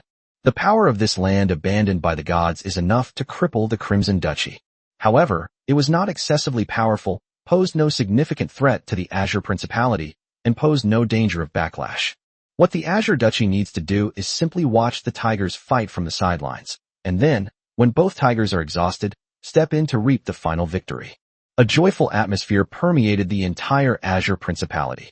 However, they didn't know that Chinsu was just showing them what he was doing. His power is now expanding at an alarming rate. Even now, if they were to mobilize all their forces, they would have the power to overthrow any principality. Minister, why haven't those guys who have been stirring up wars all over my Crimson Duchy been caught yet? Inside the Grand Palace of the Crimson Duchy came the furious roar of Adam 13. Your Majesty, those wretched loaches are far too cunning. Although there are not many of them, they move with lightning speed. The Minister of War frowned deeply. During this period, the Yanlong army was invincible in the Crimson Duchy, which really gave him a headache. At the start of each war, he would think of gathering forces from elsewhere to defend the area. But before he could summon his troops to arrive, the enemy had already vanished without a trace. The swift, agile, and tactically versatile Flame Dragon army caused him, the top military leader of the Crimson Duchy, a great deal of trouble. Where is my knightly legion? Send them to wipe out these vile bandits. Adam 13 roared in fury. Your Majesty, the Crimson Knights cannot be deployed casually, especially given the enemy's superior mobility. They must guard the vicinity of the capital to ensure your safety. The Minister of Military Affairs immediately denied it. The Crimson Knights Legion of 3,000 is the Crimson Duchy's trump card and deterrent force. Now, the other side is rampant and swift as lightning within the Crimson Principality. If the Crimson Knights were to be dispatched and actually capture the enemy's army, that would be a good thing. But if they come up empty-handed, the capital, with its weak defenses, could be in danger. My lord, are you joking? The capital is the heartland of my Crimson Duchy, protected by a 10-meter-high wall. Moreover, even if the Crimson Knights are dispatched, there is still a standing defense force of 5,000 people in the city. Those bandits must be insane, otherwise how could they dare to launch a surprise attack on the country? They're just courting death. The chief steward of the inner court spoke in a sinister tone. They were not bandits, but a well-trained army. The Minister of Military and Political Affairs retorted, while a hint of undisguised disdain flashed in his eyes as he looked at the chief eunuch of the inner court. How could such a sycophantic person possibly know anything about military and political matters? Minister of Military and Political Affairs, I think you just don't want to wipe out this band of bandits. Otherwise, why would you be making such excuses? You're making excuses for something that could be easily resolved by sending the Crimson Knights. I bet you have ulterior motives. The chief steward spoke in a vicious tone. Enough. Sitting on his throne, Adam 13 impatiently waved his hand, interrupting the argument between the two. Minister, I hereby order you to immediately lead the capital's knights to hunt down those bandits who are causing trouble in my Crimson Duchy. But, Your Majesty, the Minister of State for Military Affairs was about to say something when Adams 3 impatiently interrupted him. There are no buts, Minister. This is my capital. Does the absence of the Crimson Knights mean my safety is not guaranteed? I'm only giving you 10 days. If you haven't executed those bandits by then, your position should be given to someone else. The Minister of War opened his mouth, as if he wanted to say something. But seeing Adam Xii's incredibly impatient expression, he could only sigh and kneel down to accept the order. After leaving the palace, the Minister of War immediately led 3,000 members of the Crimson Knights away from the capital. He knew that he had to annihilate the army that was causing trouble within the territory of the Crimson Duchy as quickly as possible. Fortunately, the other side launched the war with lightning speed and swift, decisive action. However, with such a small number of people, it would be difficult to conquer a heavily fortified country. Even if the enemy really goes mad and launches an attack on the capital, I can get back in the shortest possible time. The Minister of State could only console himself with this thought, just as the Minister of Military Affairs was leading the Crimson Knights away from the capital. The next moment, the Death Raven, who had been lying in wait in the kingdom on Chen Su's orders, informed Chen Su of this news. It should be noted that Chen Su once considered launching a surprise attack on the capital of the Crimson Duchy, capturing its king, and ending the war once and for all. However, after careful consideration, he gave up. The presence of 3,000 Crimson Knights made the raid on the capital extremely difficult. Even if Chen Su were to suppress all his power, it would be very likely that he could capture the capital, but that would result in heavy losses for him, making it a losing proposition. However, the Crimson Knights have now actually left the capital. Losing this powerful ally, the success rate of a surprise attack on the capital increased significantly. That Crimson Duchy is truly foolish to send out its greatest trump card. It's a godsend. Chen Su kept thinking. Chapter 109 Preparations before the Great Battle. What method should be used to capture the capital, take the Crimson King prisoner, and thus conquer the entire Crimson Duchy? The Crimson Principality, covering an area of thousands of miles, has a population of approximately 200,000 and an army of approximately 30,000. After a period of development, Chen Su's power has expanded to a considerable extent after recruiting barbarian legions. 1,200 elite Flame Dragon Army troops, 800 Death Knight Legion units, 1,000 Death Spear Legion units, and 2,000 barbarian troops. There are also 3,000 native troops gathered from the Joyful Riding Dimension. There was a total of 8,000 soldiers, except for the 3,000 native soldiers who were not very strong. The remaining 5,000 troops all possessed extremely high combat effectiveness. This force would never lose, even in a direct battle against the Crimson Duchy's 30,000-strong army. However, Chen Su will also suffer considerable losses in return. If Chen Su were to be suddenly attacked by the Azure Duchy, which had been spying on him, he would be in a terrible predicament. It was for this reason that he pretended to ally with the Azure Duchy, and then launched a surprise attack and harassed the Crimson Duchy. There is no rush to engage in a decisive battle with them. But now, with a perfect opportunity to launch a surprise attack on the capital, the situation is different. If Chen Su succeeds in launching a surprise attack on the capital and captures the ruler of the Crimson Duchy, then the Crimson Army will inevitably be thrown into chaos. At that time, taking over the Crimson Duchy will be no problem at all. Chen Su was no longer worried about the threat from the Azure Duchy. Pass on my order. All the armies of the Musical Knights Plain shall assemble, rest, and recuperate, and prepare to launch a surprise attack on the Crimson Duchy. Pass on my order. Temporarily withdraw all defensive forces from the Plane of Gods to the Plane of Musical Riders, retaining only the Flame Dragon Administration to maintain order within its territory. Pass on my order. Have the 3,000 native troops from the Music Rider Plane draw the attention of the Crimson Duchy and the Crimson Knights. Lure them as far away from the capital as possible to create conditions for our surprise attack. Chen Su, with his strategic planning, issued orders one by one in an orderly manner. Within the Flame Dragon territory of the two Planes of Gods and Music began to be mobilized. My lord, my hammer has been itching for a long time. Simon pounded his chest, his eyes burning with the intensity of a battle. 200 Flame Dragon Army soldiers he led had also completed their training in the War Fortress, and all of them had made rapid progress in their strength. The 50 strongest Flame Dragon Army warriors, and you will lead them to form the most elite team in my Flame Dragon Army. At this point, Chen Su clapped his hands, and 10 exquisite wooden boxes were brought up. Inside each of these boxes is a set of Wild Force Series armor. Take them and equip them on the strongest warriors of the Flame Dragon Army. The 10 sets of Wild Force Series outfits are the result of Chen Su's hard work over this period of time. Now it's perfect to use them to arm these elite warriors of the Flame Dragon Army. 50 elite warriors from the Flame Dragon Army were selected from among the crowd and began to be equipped with enchanted equipment from the Wild Force series. Each Wild Force set contains 4 smaller pieces. 10 sets would be 40 pieces. Simon and more than 10 other of the most powerful Flame Dragon Army warriors each carried an average of 2 to 3 enchanted equipment items. Those that are slightly less powerful can only withstand 1 Wild Force series enchanted equipment piece. Basic enchanted equipment with first-tier low-level strength, agility, etc. However, none of these 50 Flame Dragon Army warriors were equipped with a complete set of enchanted gear. Some people even have basic Tier 1 enchanted equipment. However, if this lineup were placed in the realm of gods, it would be considered quite luxurious. Even the Ruby Grand Duke might not possess a squad like this, where everyone is equipped with enchanted gear. Because every enchanted piece of equipment means a huge amount of gold, the so-called Enchanted Knight Squad is entirely built up with endless gold. Apart from those truly wealthy and powerful ancient noble lords, ordinary lords simply cannot afford the cost of building a squad of enchanted knights. Chen Su's success was also due to his own enchantment skills and his astonishingly high success rate in crafting enchanted equipment. This is why he was able to create enough enchanted equipment for a small team all by himself. Regardless, the 50 Flame Dragon Army warriors received enchanted equipment and were thus empowered.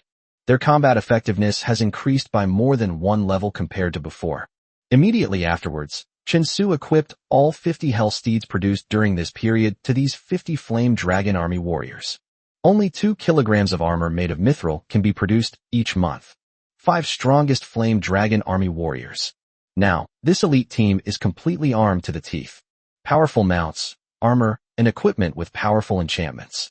While this squad cannot yet be called a true Enchanted Knight Squad, it is perfectly acceptable to call it a quasi-Enchanted Knight Squad. Once their strength is further improved and they are equipped with the Wilderness Force series sets designed by Chen Su, then, first truly Enchanted Knight Squad is about to be born. 50 elite knights, armed to the teeth, are resting and familiarizing themselves with their equipment and mounts. They await the day when they can shine in the war to come. Meanwhile, Chen Su was making final preparations for this surprise attack on the capital. For Chen Su, if this battle is successful, then the time it takes for him to conquer the Yuki dimension will undoubtedly be greatly shortened. For Chen Su now, time is undoubtedly the most precious thing. In the realm of the gods, in the heart of the Flame Dragon territory, Chen Su was holding a transparent bottle in his hand as he slowly walked towards the mysterious tower, the final transaction before the start of the Great War. Other buildings can be constructed in the leaky dimension, but the mysterious tower is unique because of the uniqueness of the mysterious crystal. If Chen Su wants to conduct a transaction, it must be done on the mysterious tower in the plane of gods. Chen Su stood atop the mysterious tower and gazed into the transparent bottle in his hand. Inside the bottle was a pool of shimmering, 5-colored liquid, in which a shriveled seed was soaking. The liquid and seeds in the transparent bottle were Chen Su's harvest from his previous exploration of Noah's Forest. Chapter 110 Who is the Prey? He thought he would wait and see if the seed would sprout after a while, and perhaps there would be an unexpected harvest. But ever since that day, after returning from Noah's Forest, the withered seed, soaking in the water of the moon well, showed no sign of sprouting. Therefore, Chen Su did not intend to wait any longer and instead decided to take the seed. They traded the moon well water in the bottle along with the bottle, hoping to boost their strength once again before the great battle began. The majestic red hare, the heavenly steed, was once again brought to Chen Su's side. At the same time, it activated the skill it carried. Chen Su began to pray devoutly again. He hoped to obtain a treasure that would enhance the strength of his legion. After silently praying, Chen Su threw the transparent bottle in his hand forward, watching it disintegrate under the endless power of time. Finally, they transformed into 2 orbs of light and appeared before him. Chen Su immediately reached out and grabbed the first ball of light, which was a blade of grass the size of a human head and entirely green. Wood-tooth grass, a very rare plant. It is the favorite food of the heavenly might red hare. Consuming it accelerates the red hare's growth. What a huge piece of wood-tooth grass, Chen Su said in great surprise. Meanwhile, the heavenly mighty red hare lying at his feet was cheering and jumping for joy. Without further hesitation, he threw the piece of wood-tooth grass in front of the little guy and let him eat it. Last time, Chen Su obtained a fist-sized piece of wood-tooth grass through a trade. After being eaten by the heavenly red hare, its strength increased significantly, and it also gained a new skill. Current size of this blade of grass is roughly 5 to 6 times that of the previous blade. I wonder what changes will occur to the heavenly red hare after it eats it. Chen Su was very much looking forward to it. While the heavenly mighty red hare was eating the wood toothgrass, Chen Su reached out his hand towards the second ball of light. This time, Chen Su held a horn shaped like a conch shell, exuding an ancient and desolate aura in his hand. Glory of War sounded when war breaks out. It boosts the combat power of your troops by 5% and also has a deterrent effect on some enemies, slightly weakening their morale and strength. Radiation range, 1,000 by 1,000 square meters. Duration, 1 hour. Cooldown time, 5 calendar days. This is a divine artifact that can enhance the overall combat power of the Legion. He held the heavy horn in his hand. Chen Su was overjoyed. Don't underestimate this 5% increase in combat power. You should know that this is a powerful artifact that provides group buffs. The area of 1,000 by 1,000 square meters is enough to encompass Chen Su's entire current army. It should be noted that even the group buff skill of the Shrine Maiden Kyo can only cover an area of a few dozen meters. Moreover, when the glory of this war is sounded, it can also weaken some of the enemy's strength. Therefore, on a large-scale battlefield, this horn is absolutely a divine artifact. Chen Su carefully put the horn into his pocket and was just about to leave with his heavenly might red hare when, having quietly finished eating the entire root of the wood toothgrass, the heavenly might red hare was suddenly enveloped in a layer of brilliant light. Immediately afterward, under Chen Su's gaze, the size of the heavenly might red hare gradually increased. The small beast, which was only as tall as his calves, quickly grew to be as tall as his shoulders. After successfully advancing to the next level, the heavenly mighty red hare circled Chen Su, neighing joyfully. Ding! Congratulations! Your heavenly red hare has reached maturity, with enhanced abilities and unlocked riding functionality. Ding! Congratulations to Tianwei Red Hare for learning a new skill. Its fighting spirit is high. This piece of wood toothgrass, the size of a human head, actually helped the heavenly might red hare grow to a new stage. Not only can I ride it now, but I've also learned a new skill. Chen Su, unable to wait any longer, quickly checked the attribute panel of the heavenly might red hare. The mighty red hare. Level, mature. Note, juvenile, mature, and complete forms. Skill 1, Heavenly Blessing. Heavenly Blessing. Those recognized by the heavenly red hare will be favored by heaven, with their luck value increased by 15. Skill 2, Steed of Destiny. The chosen horse. The heavenly red hare always gets what it wants, and when it gives good luck to those it approves of, it may bring unexpected rewards after using this skill. Cooldown time, 1 month. Soaring Spirit. The heavenly red hare represents destiny and is a symbol of victory. Its appearance on the battlefield greatly boosts morale and enhances combat power. After using this skill, your morale, combat power, and recovery ability will be boosted.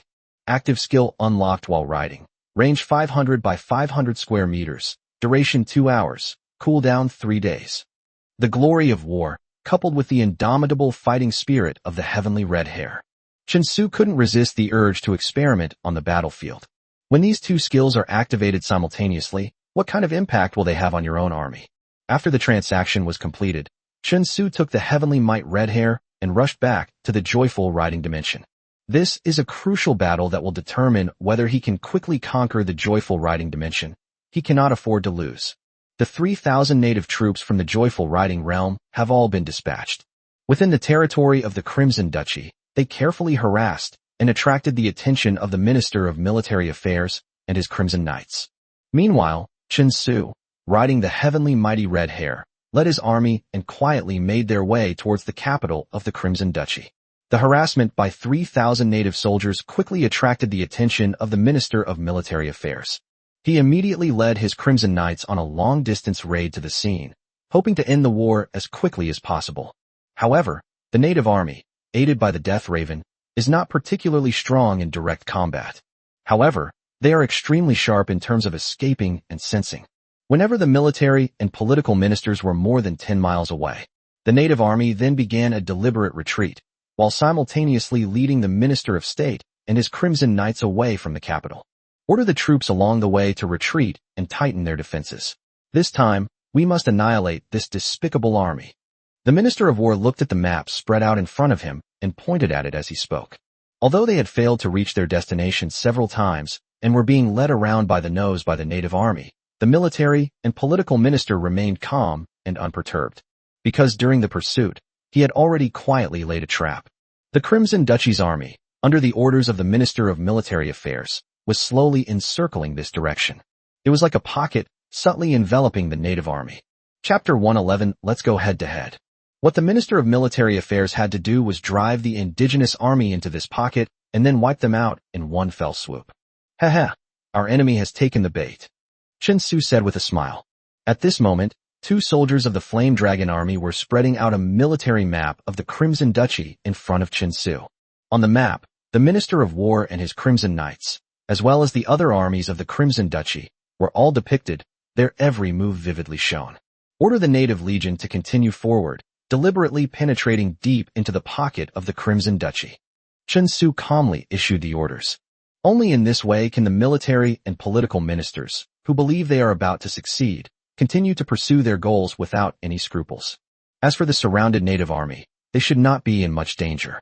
Because after the native army was completely surrounded, Chen Su estimated that his war against the capital of the Crimson Duchy had already begun. By then, even the indigenous army would be easy prey for the military and political minister.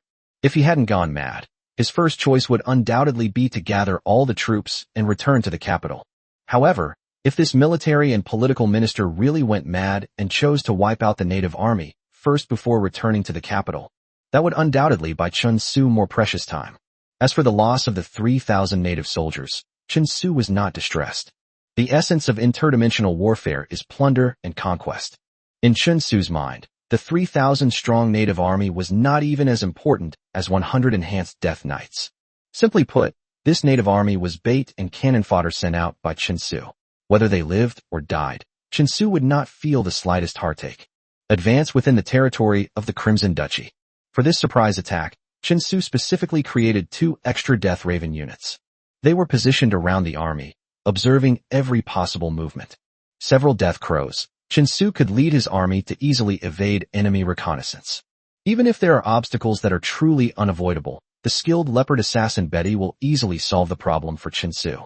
Chen Su's army, like ghosts, advanced across the territory of the Crimson Duchy, drawing ever closer to the capital. Finally, after 2 days, Chen Su led his army to the capital of the Crimson Duchy. It was just before dawn. A thin layer of fog hung in the air, providing optimal cover for Chen Su's impending surprise attack. Outside the capital, on several 5-meter-high watchtowers, stood a few solitary soldiers from the Crimson Principality, dressed in leather armor. They were huddled on the watchtower, keeping watch. This damn weather is freezing me to death. A soldier on the watchtower breathed hot air into his palm and complained. He really didn't understand what the point of setting up these watchtowers around the capital was. You must know that the Crimson Duchy is the most powerful entity in the world. Could it be that anyone would dare to launch a sneak attack on the capital of the Crimson Duchy? It's a joke, the soldier complained, wishing he could finish his shift soon, leave this damned watchtower, and go back to his warm house to rest. But at that moment, out of the corner of his eye, he noticed a black figure flashing past below. Just as the soldier subconsciously wanted to call out someone's name, a dagger silently pierced his vest. His vision went dark instantly, and the words he was about to say were swallowed back down. Behind him, the figure of Betty, the leopard-eared girl, appeared silently. She pulled out her dagger and gently laid the soldier down, making him appear as if he were resting. Then, with agile movements, it moved towards the next watchtower. And so, one after another, the soldiers guarding the watchtower were all silently eliminated. Meanwhile, Chen Su's army, without making a sound or alerting any soldiers of the Crimson Duchy, was also leading his army. They have already reached the capital of the Crimson Duchy. The thick white mist was broken through, revealing a rider clad in black armor, silent and still. Like death knights emerging from hell, they walked out of the mist in rows. Then came the equally silent Flame Dragon army warriors, the Barbarian Legion, the Deathspear Legion, and so on. Traveling thousands of miles, they quietly infiltrated the heart of the Crimson Duchy, and without alerting any of the Crimson Guards, they had already reached the capital. In addition to the Death Raven providing extensive reconnaissance, there's also the leopard-eared Betty constantly eliminating hidden threats. More importantly, Chen Su had made ample preparations. Before launching this surprise attack, the distribution of troops and the terrain of the entire Crimson Duchy were assessed. All of them had been drawn into detailed maps and displayed in front of Chen Su. The raiding routes he chose were mostly in the desolate, uninhabited parts of the Crimson Duchy. This minimizes the risk of being discovered to the greatest extent possible. Moreover, most of Chen Su's army consisted of combat units produced in Hell's Fortress. These combat units make no sound even during battle, and are even more silent during normal marches. As for the Flame Dragon Army warriors and the Barbarian Legion warriors, they also maintained silence to the greatest extent possible under Chen Su's orders. Each person had a wooden stick in their mouth, and the hooves of each mount were wrapped in layers of cloth. As a result of these measures, the army made almost no noise on its way forward. Only then were they able to travel smoothly to the foot of the capital. The capital city wall, which is 10 meters high, is made of a large boulder and mud. Legend has it that the Crimson Duchy conscripted tens of thousands of laborers and spent nearly 10 years building this city wall. Only then was the construction of the capital's city walls completed. The entire country was surrounded and enclosed by towering city walls, making it incredibly well defended. Chen Su wanted to take over the capital city. The first test was how to break through the city walls and allow his army to enter the capital unimpeded. The once invincible cavalry force is now rendered useless here. Cavalry is at its most formidable when it gallops across a wide battlefield. However, when facing siege warfare, cavalry plays a far less effective role than infantry. On the walls of the capital city stood elite soldiers of the Crimson Duchy. Their eyes, like those of hawks, watched every move around the capital. Now, there is no longer any possibility of stealth or ambush. Chapter 112 Offensive. The only way to take over this capital is through a direct assault. My lord, let me go? My great hammer, Simon's, has been itching for a long time. Simon asked somewhat impatiently. Simon's rapidly increasing strength, along with his newly acquired powerful equipment and mount, greatly boosted his confidence. They were also filled with longing for the impending war. No rush, no rush. It's not your turn to make a move yet. Chen Su waved his hand, stopping the overly enthusiastic Simon. Before the capital's walls are breached, it is clearly not a good time for the cavalry to launch an attack. The Barbarian Legion is attacking, followed by the Death Spear Legion. Let's push the battle line to the gates of the capital first. Chen Su had already mentally rehearsed the method of breaching the city more than once. Giving orders at this moment is second nature to him. Behind him, the 2,000 barbarian legions that had received Chen Su's orders stepped forward in unison. The footsteps of 2,000 barbarian warriors landed on the ground, producing a low rumble. The barbarian soldiers were no longer unarmed and poorly equipped as before. Instead, they were fully equipped with the gear that Chen Su had prepared for them. The first 300 warriors were the strongest barbarian soldiers, each wearing heavy iron armor. Like giant steel beasts, ordinary attacks on the battlefield would probably not even leave a scratch on these thick iron armors. The remaining barbarian soldiers each carried a huge wooden shield covered with iron. The enormous shields were as tall as their shoulders. Simply raising them at an angle towards the sky was the best way to protect against ranged attacks. Wah! An ancient and desolate horn sounded as Chen Su, seated atop his heavenly might red hair, blew the horn. And it activated the innate skill of the heavenly might red hair. In an instant, 2 layers of extremely large-scale bright yellow light descended from the sky, enveloping all the barbarian warriors twice. Roar, roar, roar. Fueled by the glory of war and brimming with fighting spirit, the amplified barbarian warriors were all extremely enthusiastic. The muscles in his body suddenly bulged, with veins popping out, seemingly brimming with boundless power. My warriors advance. Sitting atop the heavenly mighty red hair, Chen Su suddenly swung the flaming dragon banner forward and shouted loudly. Knock, knock, knock. The warriors of the Barbarian Legion broke through the mist, accompanied by the ancient and desolate sound of horns. Slowly but steadily, they approached the capital city. Meanwhile, the Crimson soldiers guarding the capital were finally alerted. What is that sound? The sudden sound of bugles caused confusion and commotion among the many crimson-clad guards on the city wall. Immediately afterwards, the figures of the barbarian warriors broke through the mist and appeared. The crimson-clad defenders on the city wall erupted into chaos, as if a pot had been boiled over. Enemy attack. Enemy presence. After a brief silence, the first soldier roared. At the same time, a warning bell rang. The urgent tolling of bells echoed throughout the capital, waking the still sleeping Crimson citizens. This capital city, located in the heart of the Crimson Principality, has never experienced war since its inception. Therefore, when Chen Su's army suddenly arrived at the city gates and began the siege, The Crimson Army defending the city inevitably fell into brief chaos. However, this chaos only lasted for a short time. Under the suppression of several trusted generals, specially left behind by the Minister of Military and Political Affairs. Soon, troops were deployed to the city walls, preparing to launch an attack on Chen Su's army. Ready, fire! Accompanied by the crimson-clad defenders on the city walls, the first volley of arrows rained down from the sky. The war has begun. Where did this guy come from? He's got some nerve, daring to attack the capital. He's asking for death. The general guarding the city said with a ferocious expression.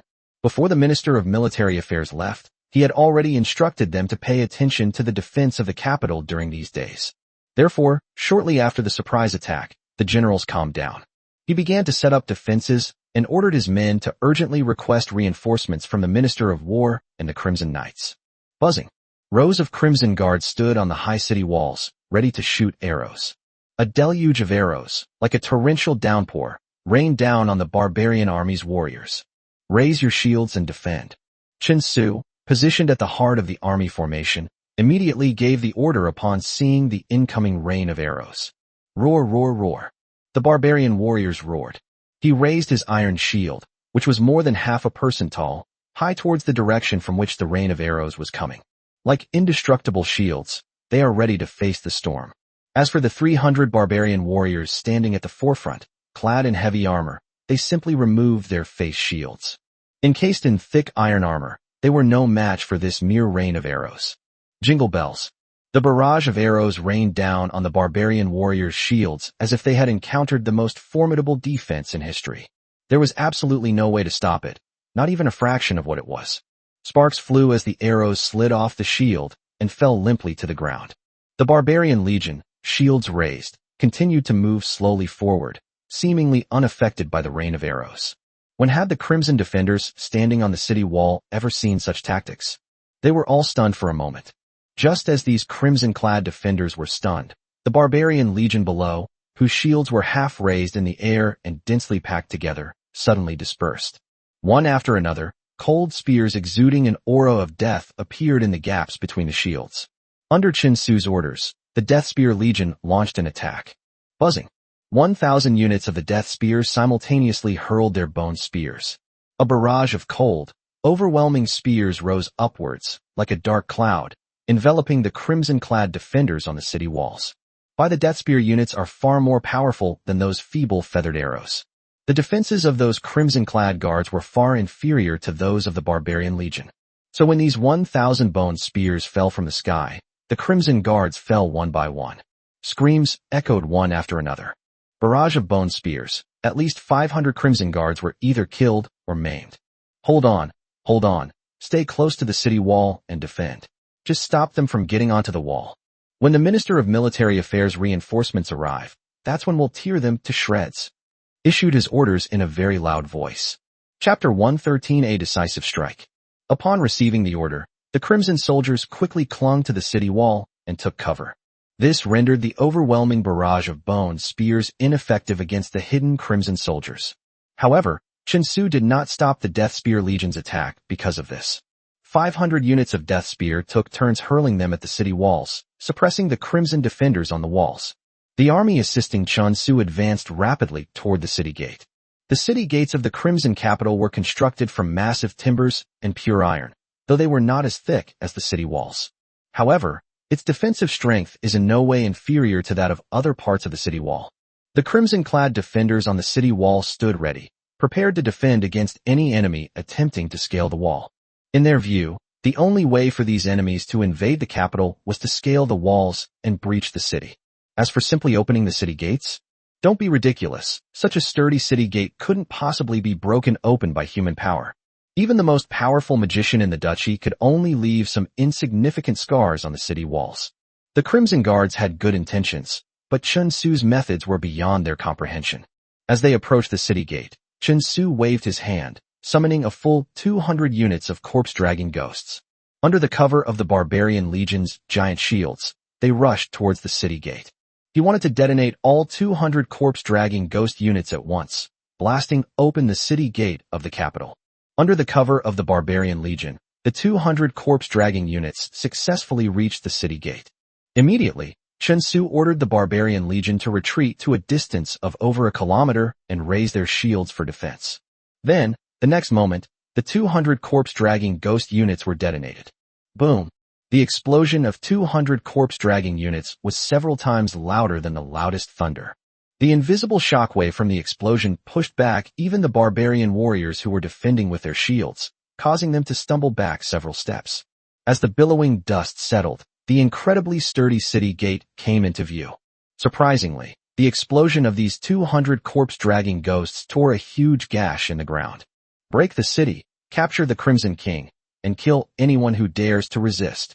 Chen Su waved forward, and the barbarian legion warriors rushed forward immediately, guarding both sides of the breached city gate, forming an impregnable passage. Rumble, rumble, rumble. The earth began to tremble, and in the distance from the capital, rows of death knights stood ready for battle.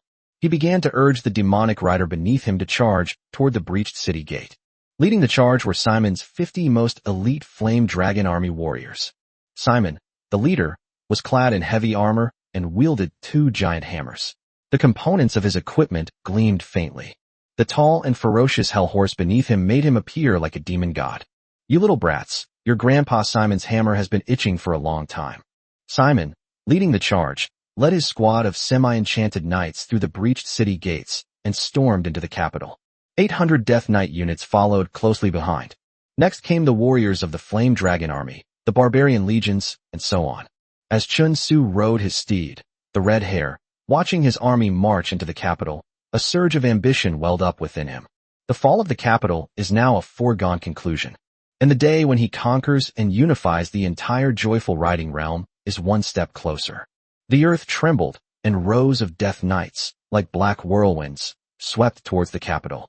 Their enormous size, ferocious demon riders, and the huge, menacing weapons they wielded made them look like demon gods. The 50 elite soldiers of the Flame Dragon Army, led by Simon, who charged at the forefront of all the death knights, they were the best among the demon gods. Their hell horses were exceptionally tall, and their equipment was incredibly luxurious. More importantly, each of them was glowing with a soft light, proving that they were knights wearing enchanted equipment. This squad of semi-enchanted knights, the culmination of Chen Su's hard work, was arranged in a sharp arrow formation and was charging forward at full speed. From the moment Chen Su led his army to attack the city until the city gates were breached, the entire series of actions took less than half an hour. The many crimson soldiers standing atop the city wall looked at the enemy who had stormed into the city, their faces still showing a hint of confusion. They had no idea that Chen Su would use the most impossible method to directly break through the city gate and breach the capital. "Quickly, form ranks and stop them. We can't let them break in." The Crimson General's heart-wrenching screams jolted the still-dazed Crimson soldiers awake. The soldiers, as if waking from a dream, hurriedly gathered together. The formation blocked the path of the Death Knight's charge. Hold on, all of you hold on," roared loudly, his eyes glowing a fiery red. The garrison of the Crimson capital city stood tensely in the path the Death Knight was sure to take, gripping their weapons tightly. Looking at that torrent of steel, rushing in like a black whirlwind. Some of the Crimson soldiers' bodies were even trembling uncontrollably. They had never seen an enemy with such a ferocious aura. Even the Crimson Knights of the Crimson Duchy could not compare. "Ha ha ha, you little rascals, are you ready to receive your Grandpa Simon's hammer?" Simon took the lead, leading the Flame Dragon Knights behind him, and was the first to collide with the enemy's formation. A dazzling radiance emanated from every knight of the Flame Dragon Army. At this moment, they had pushed the power of their enchanted equipment to its limit. Boom! When Simon led his Flame Dragon Knights, weapons raised, into the ranks of the Crimson soldiers, a spray of blood immediately appeared before them. Simon and his men brandished their weapons again, and another row of Crimson soldiers fell with screams. They were like an indestructible sword, piercing deep into the enemy's body and wreaking havoc without restraint. These can already be considered elite Crimson soldiers. They were utterly powerless against Simon and his men, like a fragile piece of paper that could be easily torn apart. The 50 Flame Dragon Knights formed a force like a surging wave, unstoppable and crushing everything in their path. It ruthlessly swept away all obstacles in its path. No matter how many Crimson soldiers stood in front of them, they were all mercilessly crushed by the waves. There were 2,000 Crimson soldiers gathered here, while only 50 Flame Dragon Knights were at the forefront. Chapter 114, Capturing the King. A battle between 50 and 2,000 people, such a stark disparity in strength, will inevitably result in a very lopsided outcome. 50 knights with quasi-enchanted equipment swept through the enemy camp of 2,000 men without a scratch or injury. This is only a quasi-enchanted knight squad. If Simon and his companions become powerful enough to equip themselves with a full set of enchanted gear, I'm afraid that just those 50 people would be enough to conquer the entire joyful riding dimension. This is the power of an enchanted knight. On the battlefield, they were undoubtedly the most dazzling presence. When the Death Knights, following closely behind Simon and his men, began their massacre, the outcome of the war was no longer in doubt. The Death Knight Legion is like a wheel with countless serrated edges, slowly charging and turning, constantly tearing apart and obliterating its opponents and enemy forces. Under the swift and brutal onslaught of the Death Knight Legion, the hastily assembled 2,000 Crimson soldiers quickly collapsed. Chaos and rout ensued, and no amount of shouting from the defending general could change the outcome. These Crimson soldiers were terrified. The ferocity and power of their opponents far exceeded their expectations. Even so, the elite soldiers of the Crimson Duchy watched as their own soldiers fell in droves. For a time, they had no desire to resist. Led by the semi-enchanted Knight Squad, the Death Knight Legion was invincible, advancing swiftly from the capital's entrance towards the capital. The barbarian warriors and the Flame Dragon army in the rear did not even encounter any decent resistance during their advance. Within the Crimson Realm, shouts of battle filled the air, and the air was thick with the mingled sense of blood and fire. Riding his steed, Red Hair, Chen Su advanced calmly along the path cleared by his warriors, heading towards the capital. Behind him, a banner emblazoned with a giant dragon fluttered in the air. This symbolizes that Chen Su has completely trampled this deep red capital city under his feet. Your Majesty, the enemy has already entered the capital. The garrison can't hold them off any longer. Let's escape quickly. Inside the Grand Hall of the Crimson Duchy, the Grand Steward of the Inner Court hurriedly ran to Adam 13's side, his face contorted with anxiety and a mournful expression. What? The enemy has already invaded? What are these idiots doing? Isn't my country invincible? Adam 13, filled with shock and rage, sat up from his chair and roared furiously. 13 had been awakened since the bugles sounded and the barbarian army began its attack on the city. However, at that time, when the soldiers came to report to him, it is said that there are enemies attacking the city from the outside, but the capital is well defended with city walls, so there is no possibility of any danger. But now, less than half an hour has passed since the report was given, and the enemy has already invaded the capital. Your Majesty, the capital has fallen. Those terrifying beings are charging towards the palace. If we don't run now, it will be too late. The chief eunuch waved his arms and said in great panic. He had just witnessed firsthand how Chen Su's army slaughtered the Crimson soldiers. Those figures, like demon gods descending, and that scene, like a hellish realm. This terrified the chief steward of the Inner Court, and now only the thought of escaping remained in his mind. My Crimson Knights have all been dispatched. Where are they headed? Adam 13 sat slumped in his chair, his face pale. The Empire's most elite Crimson Knights have already been dispatched by him. At this moment, there was no decent defensive force in the capital to buy him time. No matter how fast he ran, the enemy cavalry could easily catch up with him. Oh, and that place too. As long as I can stay there and wait for the Minister of Military Affairs and his Crimson Knights to return to my aid, I'll be safe. Adam 13 suddenly remembered something, and a trace of color finally returned to his pale face. With trembling hands, he twisted the armrest of the chair beneath him. Immediately afterwards, the entire chair sank down, taking him with it. Seeing this, the chief steward of the Inner Court also wanted to follow, but by this time the mechanism had been completely sealed off. Your Majesty, you cannot abandon your most loyal servant. The chief steward of the Inner Court seemed to have already heard the rumbling of iron hooves and the sounds of fighting coming from outside. My lord, I am the Grand Steward of the Crimson Duchy. I know where Adam 13 is. I only beg you to spare my life. When Chen Su led his army into the capital, the first thing he saw was the disheveled, shouting Grand Eunuch. Lead the way. Chen Su rode the heavenly mighty Red Hair to the front of the Inner Court chief eunuch. Looking at the guy kneeling and prostrating himself before him, he showed no surprise whatsoever.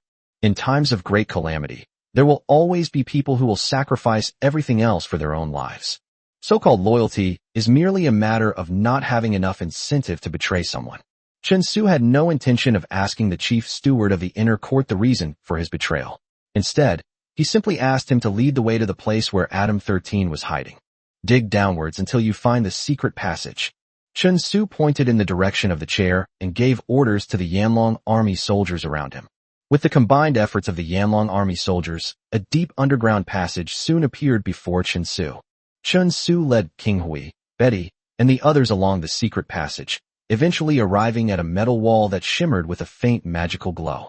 Everyone stopped. You damn traitor, how dare you reveal my location? Sooner or later I'll have your head chopped off. From behind the wall came Adam 13's furious roar. It seems he can detect what's happening on this side of the wall. Chen Su looked at the metal wall in front of him and tried to attack it with magic. But in the end, they were all blocked by the faint magical barrier attached to the metal wall. It did not cause the slightest damage to the metal wall. Come out now, and I might spare your life. 13 behind it. Dream on. With the magical restrictions set up by the explorer Nanluo, I am absolutely safe. When my Crimson Knights and other armies arrive, you despicable invaders will all be executed by me. Adam 13 roared loudly. It was like a madman driven to the brink of despair. Huh? Explorer Nanluo? Upon hearing the other person's words, Chen Su fell into deep thought and muttered to himself. Chapter 115 The Fruits of Victory. He heard that name again. Historical records indicate that the explorer Nanluo was from the Principality of Crimson. It seems that the magical barrier in front of him is a gift he left for the Crimson Duchy. However, perhaps in this dimension, the explorer Nanluo is a godlike being. However, in the plane of gods, he was merely a newly arrived, saint-level mage. That's all. Chen Su gently shook his head, while his hands began to move slowly. Fireball. 2 fireballs appeared above his palms, and then slowly merged together. Then came the second, and the third. When all 5 fireballs were compressed together, the scorching fireballs turned completely pure white. The blazing fireball caused the surrounding void to slowly distort. King Hui, who was standing next to Chen Su, also gave him a single target buff. This caused the compressed fireball in Chen Su's hand to grow even larger. I advise you to stay away from the wall. Offered a reminder to Adam 13 behind the wall. He then threw the fireball in his hand at the metal wall in front of him. When the fireball collided with the magic wall in front of the metal wall, the dense fire element molecules inside the fireball began to collide with each other. Immediately following was a towering inferno and a deafening roar. After the violent fire element molecules finally erupted, the final result was finally revealed. The magical barrier shattered with a crash, and even the metal wall behind it was melted by the high temperature, leaving a large hole. Behind the large hole is a hidden space. 13, the ruler of the Crimson Duchy, sat inside in horror, his expression filled with disbelief as he looked at Chen Su. Now, come out of there. I have something I need you to do. Chen Su looked at Adam 13 and calmly gave the order. Adam 13 was captured from hiding. The soldiers in the capital city immediately gave up resistance. One by one, they hung their heads in dejection, dropped their weapons, and awaited their fate. In fact, they had long since given up on fighting these terrifying enemies. This was a completely one-sided massacre, making it utterly impossible to muster the slightest thought of resistance. Adam 13's capture merely gave these soldiers another reason to give up resistance. After occupying the capital, Chen Su began to take over the wealth within the capital. The process of amassing wealth after a war victory is undoubtedly a time of enjoying the sweet fruits of victory. The treasury within the capital was opened, revealing the accumulated wealth of the Crimson Duchy over 1,000 years to Chen Su. More than 2,000 caddies of mithril, several crudely made jewels, and a mountain of 50,000 gold coins. 500 sets of exquisitely crafted armor. This was the entire wealth of the Crimson Duchy within its capital. In addition, after interrogating Adam 13, Chen Su discovered other wealth on the lands of the Crimson Duchy. A medium-sized mithril mine that can produce 10 kilograms of mithril per month, and 4 pig iron mines that can produce a total of 150 units of iron ore. There is also a small gold mine that can produce about 1,000 gold coins per month. All the garrison troops and officials in the Crimson capital were driven away and confined together by Chen Su, awaiting the final verdict. What? Say that again. The Minister of War reached out, grabbed the neck of the messenger soldier in front of him, forcibly pulled him close, and asked with bloodshot eyes. My lord, 2 days ago, bandits attacked the city, and the capital has already fallen. His Majesty urgently needs reinforcements. The messenger's voice was very hoarse. I knew I was right. The Minister of War and State Affairs dejectedly put down the messenger, a hint of frustration in his voice. At this moment, he was already leading the Crimson Knights. They drove the 3,000 native soldiers from the Joyful Rider Plain into the Crimson Army's pocket formation. Only one final step remained before the annihilation of these 3,000 native soldiers could be completed. But at that very moment, a bolt from the blue struck. The capital was attacked and fell. All troops, heed my command. Return to the capital. The Minister of War made a decisive decision and loudly issued the order. The 3,000 Crimson Knights lost all will to fight after hearing the news that their capital had been captured. They followed the ministers of military and political affairs, rushing quickly toward the capital. As for the 3,000 native soldiers, nobody cares about them anymore. Even a fool could see that these were just bait deliberately thrown out by the enemy. The enemy's true main force is currently in their capital. Hopefully we can make it in time. As long as His Majesty is not captured, everything is negotiable. The Minister of War rode his crimson horse at breakneck speed, his heart burning with anxiety, yet still clinging to a last glimmer of hope. He now only hopes that his emperor will have a way to escape or hide. Do not let the bandits who have breached the capital discover you. In that case, as long as he can lead his army to annihilate the forces that have breached the capital, everything will be over. But if His Majesty falls into the enemy's hands, that would be a difficult situation. Clinging to a last hope, the Minister of War led the army and hurriedly headed towards the capital. But when he led more than 20,000 Crimson soldiers who had gathered from all directions to the capital. But then he saw the scene he least wanted to see. 13. The ruler of the Crimson Duchy stood pale-faced on the city wall. A handsome young man was standing beside him. Around him were several heavily armed soldiers. There were many more soldiers like this on the city wall, but they were no longer the Crimson Guards familiar to the Minister of War. They were the enemy's army. Your Majesty has actually been captured. The Minister of War and State Affairs fell from his crimson horse like a deflated balloon, a scene he undoubtedly dreaded most. Your Majesty, do not forget our deal. Standing on the city wall, Chen Su looked down at the densely packed Crimson army below, reached out and patted Adam 13's chubby cheek, and said with a smile. Of course, of course. Adam 13 swallowed hard. Chen Su's deal was simple.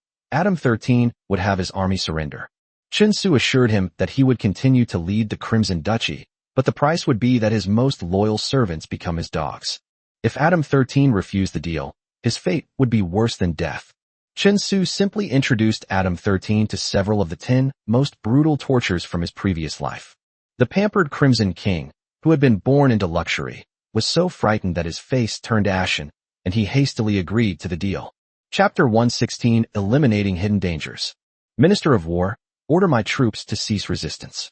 Everyone lay down their weapons and surrender. Adam 13 roared down at the army of the Crimson Duchy below. Upon hearing this, the Minister of War closed his eyes in anguish.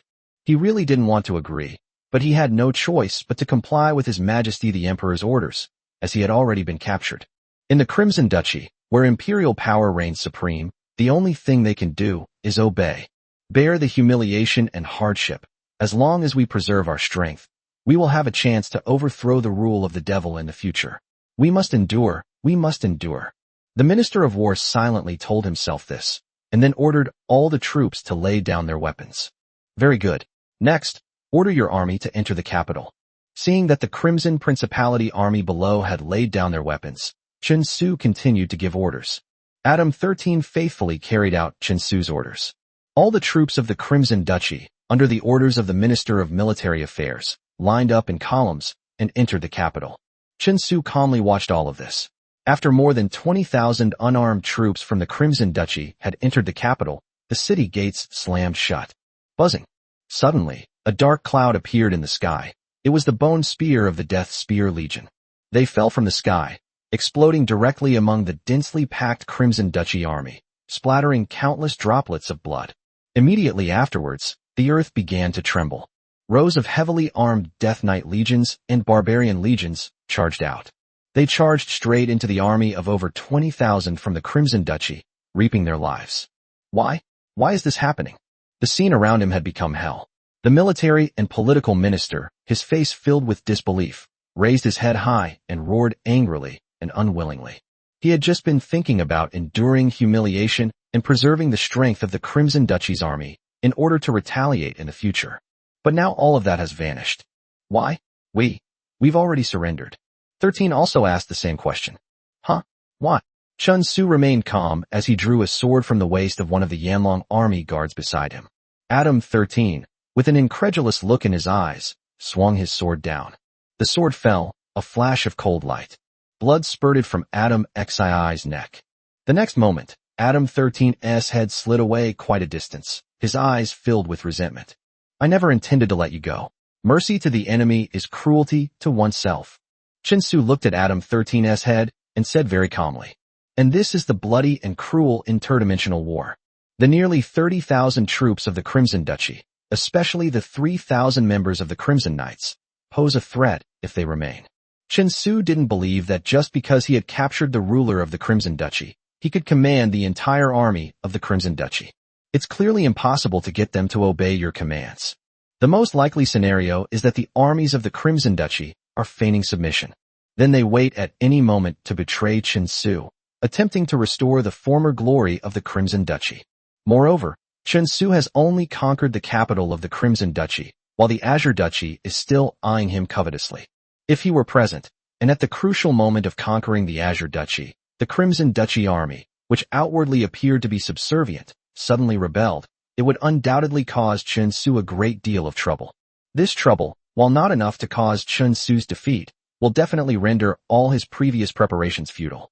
The time required to conquer the joyful riding dimension will be greatly delayed as a result. Therefore, in order to eliminate future troubles, these soldiers of the Crimson Duchy and the high-ranking officials of the Crimson Duchy were killed. Then, having their own army take over this territory would undoubtedly be the best option. And then, a steady stream of barbarian legions will arrive. Therefore, Chun Su does not need to worry about the problem of insufficient troops to defend the Crimson Duchy. Pass down my order. Kill every single high-ranking official in the Crimson Duchy. Then the army was deployed to guard several key locations in the Crimson Duchy, and then remained stationary to recuperate for a period of time. Oh, right. All the barbarian warriors and Flame Dragon Army warriors temporarily change into the uniforms of the Crimson Duchy army. We need to lull those guys from the Azure Duchy into a false sense of security for now. The Heavenly Kingdom is under lockdown these days, prohibiting anyone from entering or leaving. We have dispatched Flame Dragon Army soldiers to patrol the city walls day and night. Anyone found trying to climb over the walls will be killed without exception. Chun Su gave this order. From the time he launched his attack on the capital until the capital fell, the army led by the Minister of War was almost completely slaughtered. All of this happened in less than 2 days. Even within the Crimson Duchy, apart from the people living in the palace, no one else knew that their ruler had been killed. As for the Azure Principality, which is thousands of miles away, they know even less. Therefore, as long as the capital is firmly sealed off during this period, it is possible to achieve this. For the Azure Duchy to find out what was happening in the Crimson Duchy was practically impossible. Queen Eve, I hope that when we meet again, you will still be as proud as before. Chun Su stood atop the towering city wall, sword in hand, his gaze seemingly piercing through thousands of miles. They looked toward the Azure Principality, and at the proud empress known as the Azure Pearl. For a man, nothing is more fulfilling than conquering a woman who is so beautiful, alluring, and wields immense power.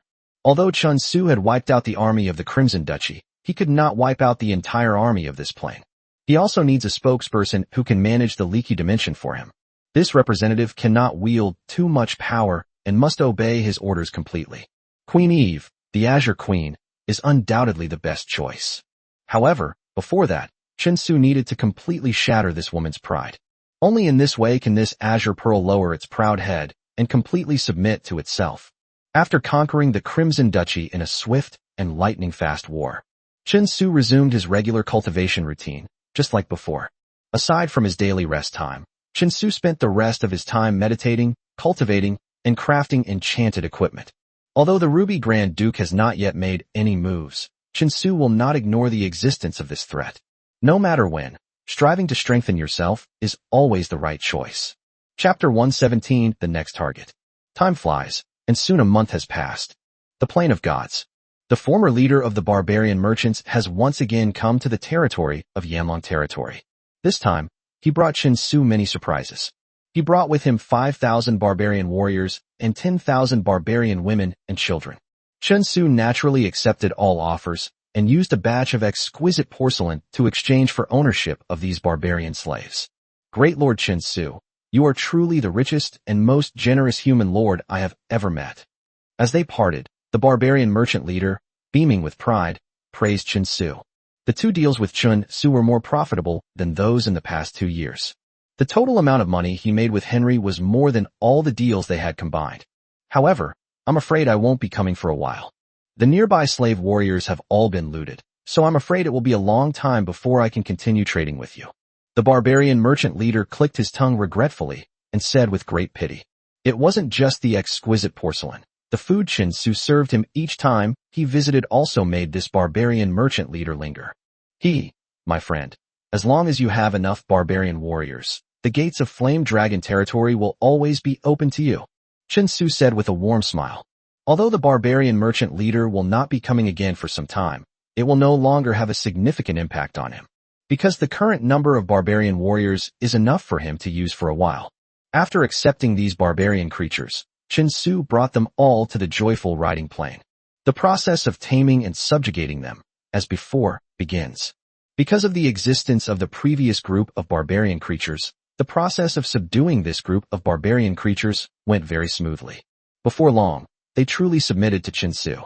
Having subdued this barbarian army and further expanded his power, Chen Su finally set his sights on the Azure Duchy. Now is the time to begin the final conquest of this joyful riding dimension. Just as the Azure Duchy was eagerly anticipating Chen Su's power and hoping for a mutually destructive outcome for both the Crimson Duchy and the Azure Duchy. While he was trying to reap the benefits, Chen Su's army was like a savage beast awakening from its slumber. They advanced towards the Azure Principality. At the border between the Azure Principality and the land forsaken by the gods, an army of 3,000 from the Azure Principality is stationed. There was originally only one army of 1,000 men here. Since Queen Eve met Chen Su, the number of troops here has been increased to 3,000. This 3,000 strong army was precisely to guard against Chen Su. Queen Eve was confident, but not arrogant. Even though he allied with Chen Su, his trust in Chen Su was not much greater than his trust in the Crimson Duchy. Life is so leisurely now. We just need to wait here quietly until the forces of the land abandoned by the gods and the Crimson Duchy are both weakened. Then it will be time for our Azure Principality to step in, clean up the mess, and unify the entire Music Rider Plain. Inside the military camp, the army's commander and deputy commander were drinking and chatting in a relaxed manner. Your Majesty the Queen is undoubtedly the restorer of our Azure Kingdom. I have a feeling that the Azure Duchy will surely create new glories under the Empress's leadership. The deputy commander downed the cloudy ale in one gulp, his face instantly turning bright red. Tisk tisk tisk, I wonder who is worthy of our Empress. I think the Empress's title should be changed from now on.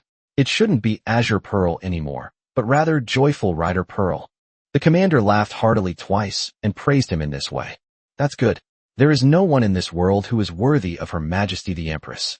Who would dare to have such a thought? If in the future, my Azure Duchy truly unifies the entire musical Knights Plain under Her Majesty the Empress's rule, then he is a godlike being. How can a mere mortal be worthy of a god? This is blasphemy, the deputy commander said firmly. A toast to Her Majesty the Queen, and to the Azure Duchy. The commander and deputy commander were drinking heartily. Just then, the ground began to tremble slightly. What's going on? I feel a little unsteady. Have we gotten drunk?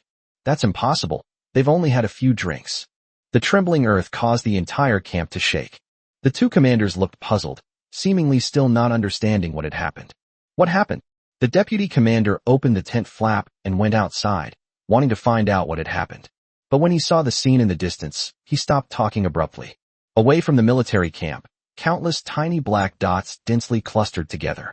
Like a black tide of death, it was advancing towards the camp at an extremely fast speed. When the deputy commander saw it clearly, he broke out in a cold sweat. Those small black dots are soldiers. What was advancing from afar was a vast, boundless army. Enemy attack! Enemy attack! Let out a piercing, high-pitched scream. The entire camp was in chaos. All the soldiers of the Azure Duchy were staring at the seemingly endless enemy army that appeared to be rushing in from the horizon. Until the moment before the opponent crushed him, he still felt like he was dreaming. Where did these seemingly endless enemies come from? Aren't the forces of the land forsaken by the gods currently at war with the Crimson Principality? However, the doubts in the minds of these soldiers from the Azure Principality did not last long before turning into deep fear and horror. Because Chen Su's army has already reached this place. The war broke out suddenly and ended even more quickly. This army of 3,000 men from the Azure Principality did not even cause Chen Su's army to slow down in the slightest. After the army had trampled through, all that remained was blood and corpses. Immediately afterwards, the army continued its relentless advance towards the capital of the Azure Duchy. Having eliminated the Crimson Duchy as a potential threat, Chen Su no longer needed any more sneak attacks. All that's left is to crush and push it forward head-on. The Azure Principality was like a cooked duck already in his mouth, impossible to escape. The speed at which Chen Su's army advanced was simply frightening. The Azure Principality's army encountered along the way was like an earthen wall blocking a terrifying torrent. Unsurprisingly, it was destroyed and leveled. The speed at which Chen Su's army advanced was so rapid that it can be described as follows. Nearly a third of the territory of the Azure Principality has fallen. Queen Eve, who was in the capital, finally received the message. Chapter 118 The Empress becomes a weakling. Smack! The delicate wine glass slipped from Eve's jade-like hands and shattered at her feet. What did you say? Eve seemed to awaken from a dream, staring at the female official before her who looked terrified. Your Majesty, enemies, so many enemies. No, demons, so many demons. A third of the Azure land has already fallen. Those demons, they are advancing towards the capital. We're almost there, Your Majesty. Run, run. The female official was ashen-faced, her armor covered in mud, and she seemed to have suffered some kind of shock, appearing somewhat delirious. Following the slightly delirious female official, one after another, spies rushed in with urgent reports. Through these scattered, pieced-together pieces of information, Eve finally understood a fact. Nearly half of her Azure Duchy has fallen into Chen Su's hands. This can't be real. Eve slumped back in her chair, her beautiful face filled with disbelief.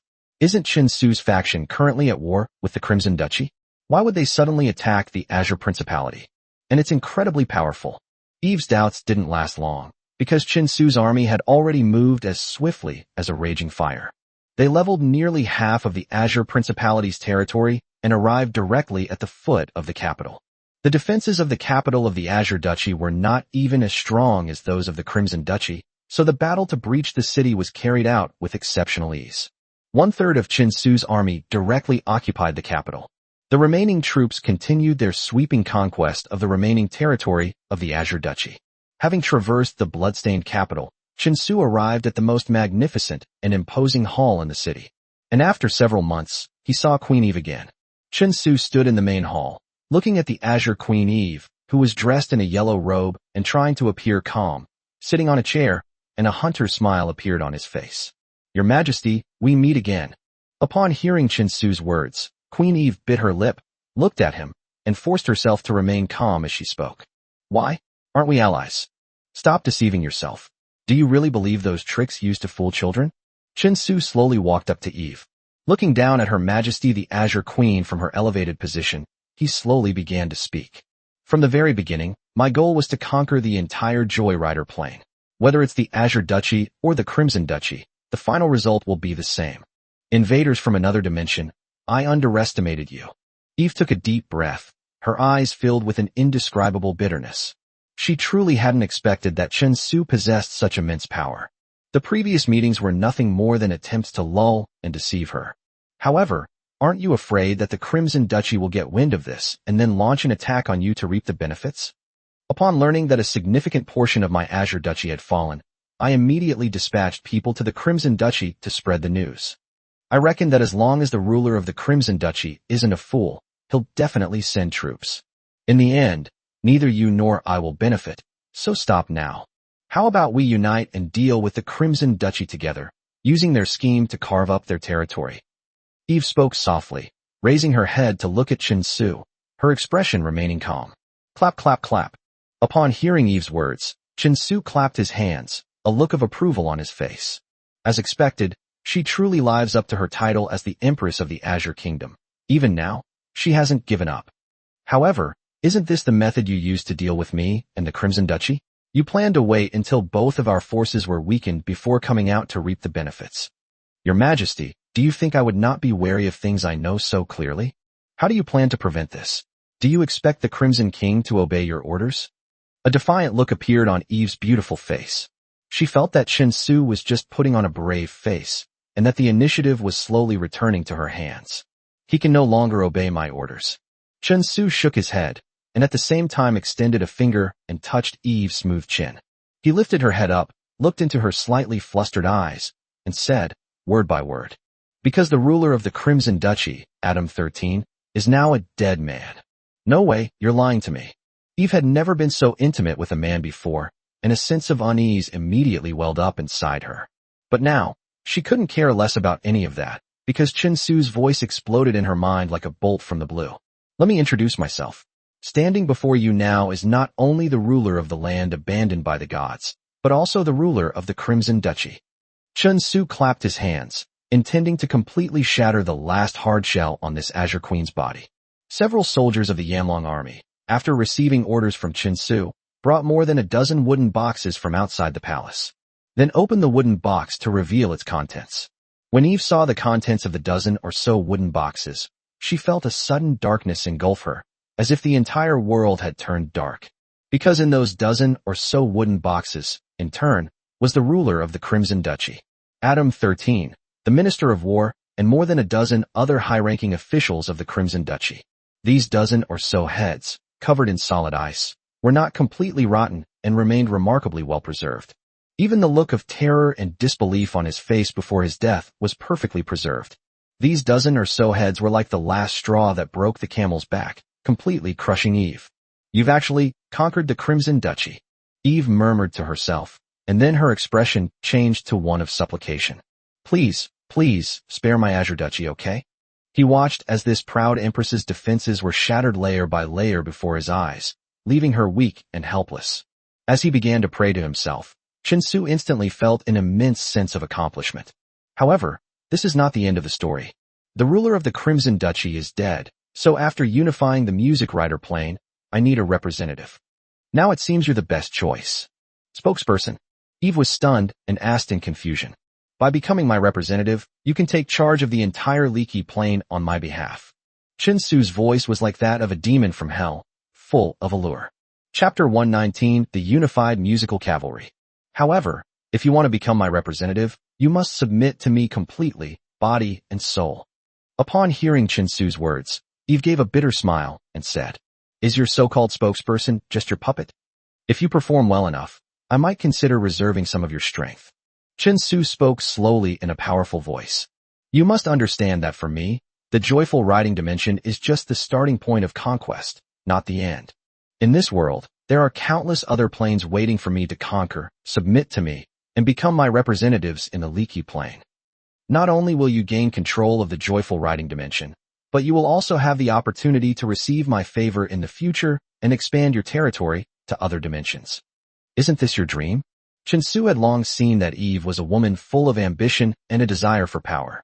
Therefore, he believed that Her Majesty the Queen of the Azure Kingdom would not refuse the conditions he proposed, just as Chen Su had predicted. After struggling in her mind for a moment, Eve, this bright blue pearl, finally gave up resisting and chose to submit to Chen Su. Because now, she has no means of resistance. Moreover, the conditions Chen Su offered him were very tempting. Very good. Upon seeing the Azure Queen before him finally lower her proud head, Chen Su's lips curled into a smile. He then made Eve stand up from her seat, while he himself sat down with an air of authority. Queen Eve, the Azure Queen, is a woman who possesses both beauty and ambition. Like a rose with thorns, it is incredibly beautiful, but no one dares to pick it. The grand palace of this Azure Kingdom is built at the highest point in the entire capital, and the chair inside this hall is the highest point within the highest point. Sitting in this chair, you can overlook the entire capital city and its every move, giving you a sense of conquest, as if you have everything under your feet. Eve loved the feeling of conquest, so her favorite thing to do was to sit quietly in this chair, looking down upon his capital, looking down upon his empire. However, the owner of this chair is no longer Eve, but Chen Su. At this moment, the Azure Queen's defenses and pride had already been shattered. She stood there like a weak and helpless lamb, awaiting Chen Su's judgment. Sincerity? What sincerity? Eve asked, looking confused. At this moment, Chen Su's army is rampaging across the territory of the Azure Duchy, which is entirely under his control. Where is her sincerity now? Come over. Chen Su sat comfortably in the chair and called Eve to his side. Submit to me. Chen Su looked at the Azure Queen before him, his voice calm, yet containing an unyielding power. What did you say? I said, submit to me. Chen Su's voice was steady and calm, but to Eve, it sounded like the whispers of a demon from hell. If you want something, you have to pay a corresponding price. Your Majesty, you must understand this principle, right? After a fierce internal struggle, Eve pondered for a long time and finally realized that she had no way out. With a sigh, he finally chose to submit. Very good. Your Majesty, you can rest assured that this Azure Duchy, which you value more than Mount Tai, is safe and sound. In my eyes, it's just an ordinary, low-level plane. Perhaps you don't understand what I'm talking about yet. However, you will understand in time. Don't let this small world blind you. The world is so vast that you can't even imagine it. Do you understand? Chen Su ordered the Azure Queen to submit, and his army rampaged across the territory of the Azure Duchy. Poor Azure Queen. She had previously harbored the wonderful idea of reaping the benefits and unifying the entire joyful riding plane. But the next moment, both the Azure Duchy and the Azure Queen herself suffered a crushing defeat. This is a scene that Eve could never have imagined, even in her wildest dreams. The Azure Principality's army, which was utterly crushed by Chen Su's massive forces, never expected this.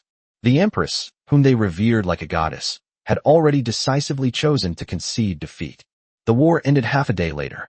Chen Su looked at Eve sitting in the chair and praised her with great satisfaction. Good, I'm very satisfied. You should rest well and prepare to take control of the entire music rider plane. This place is yours from now on. At this point, Chen Su paused meaningfully, then spoke in a calm, yet domineering voice. Of course, I hope you will not betray my trust in you. Otherwise, I will take back what I have given you with my own hands. Chen Su's army swept through the entire Azure Principality like a plowshare sweeping away a cave. In the end, Chen Su left Eve only a native army of the Azure Principality with 2,000 female soldiers, for her to command on a daily basis. People of the Azure Duchy, under the wise leadership of Her Majesty the Empress, after a series of arduous and protracted wars, our Azure Duchy has utterly defeated the invaders. Those invaders have already submitted to us. Her Majesty the Merciful Queen has spared them and incorporated them into the army of my Werewave Duchy to fight for the Crimson Duchy. My people, our war against the Crimson Duchy has begun. If we win, the Azure Duchy will become the new ruler of the Musical Knights Plain. Rejoice! Rejoice! Under Her Majesty the Empress's wise decisions and leadership, the Crimson Duchy has been defeated by us. From this day forward, in the Joyful Rider Plain, there is only one Azure Duchy, and all its territory belongs to the Azure Duchy. Messages, along with Chen Su's orders, were distributed from the high-ranking officials of the Azure Principality to the general public. The masses at the bottom are the easiest to deceive. It only takes a period of propaganda and having one's own army put on a show.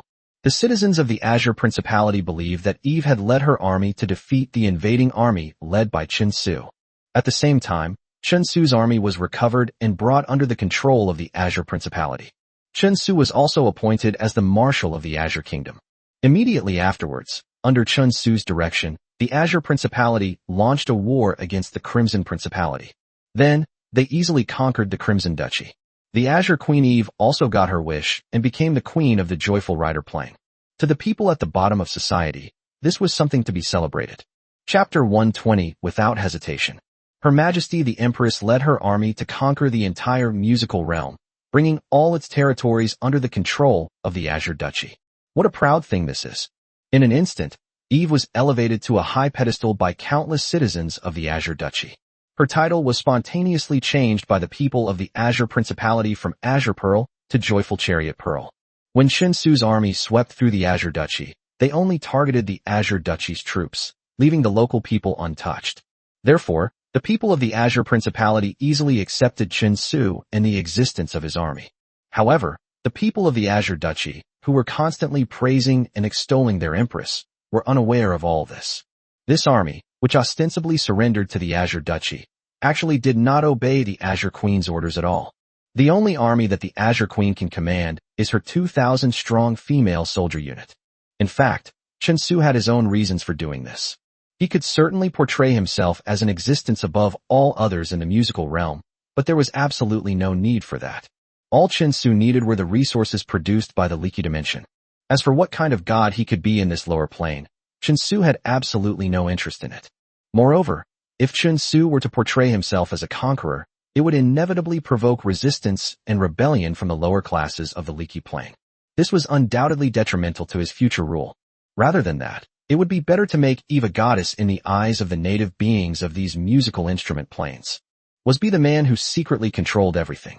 Just as all the beings in the entire joyful riding plane were singing praises to Eve's great achievements and beauty and wisdom. Your Majesty, I have now elevated you to a divine status.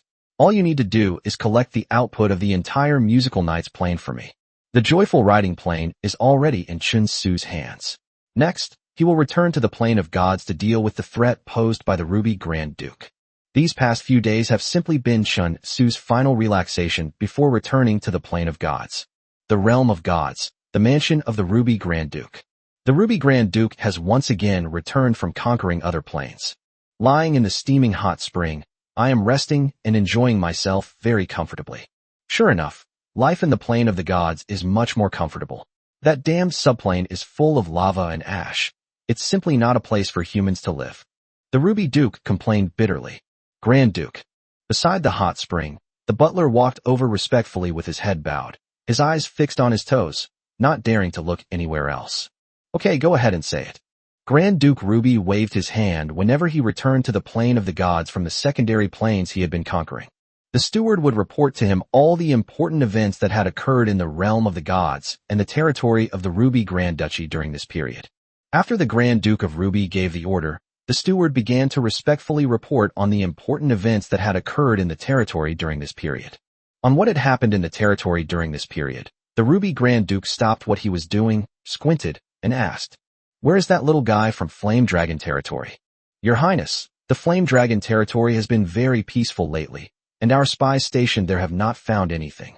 However, judging from the weak military strength of the Flame Dragon territory, it is estimated that the Lord of the Flame Dragon territory has already devoted all his energy to the development of the musical rider plane." The steward reported.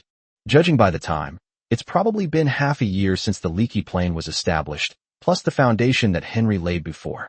Even if they haven't taken over the entire leaky plane yet, they've probably already established a foothold there. The Ruby Duke muttered to himself, then waved his hand, as if he had made a decision. Perfect timing. I'm going to the capital in the next few days, and will be staying in the plane of gods for a while, so I might as well take care of this matter then. Steward, send a messenger to the Flame Dragon territory to convey my will, and tell the Lord of the Flame Dragon territory that he now only has two paths to choose from. Either become my loyal hound, the Ruby Grand Duke, or disappear from this world along with his Flame Dragon territory. At this point, a fierce glint, like that of a ravenous tiger, flashed in the eyes of the Ruby Grand Duke, and his breathing became heavy. Yes, as you wish, the Lord of Yanlong territory will surely make the right choice. Congratulations in advance, Your Excellency. You will have another obedient and loyal dog. The butler chuckled and agreed, then wisely bowed and retreated. As for subduing the Flame Dragon territory, that was no longer on the mind of the Ruby Duke. In his view, it was a foregone conclusion that the Lord of Yanlong territory would become his dog. As for refusing, the Ruby Grand Duke never considered that option, because he believed that unless the other party was a fool, they would definitely choose to submit to him. After all, the price of not submitting is not something everyone can afford. Soon, 5 days later, an incredibly arrogant envoy leisurely arrived at the Flame Dragon territory, full of confidence, ready to win back a new loyal hound for the Ruby Grand Duke. What awaited him was an outcome he had never expected. Having just returned from the leaky plane, Chen Su immediately ordered his soldiers to behead the envoy. Then it was sealed in ice, and the messenger's attendant took the head back to the Ruby Duke's residence. Although Chen Su said nothing, he cleanly and swiftly beheaded the envoy. This action undoubtedly and blatantly revealed the will of the Ruby Grand Duke. The Flame Dragon territory will never be anyone's dog. To our enemies, all we can offer is war. Chen Su looked at the envoy's entourage and their hurried, fleeing figures, and said calmly, "My lord, But if we so provoke that ruby Grand Duke, can our flame dragon territory withstand it? The old butler, Webb, asked with a hint of worry. Although the development of Yamlong territory has been remarkably rapid during this period, in the eyes of the old steward Webb, it is not yet qualified to rival the ruby Grand Duke.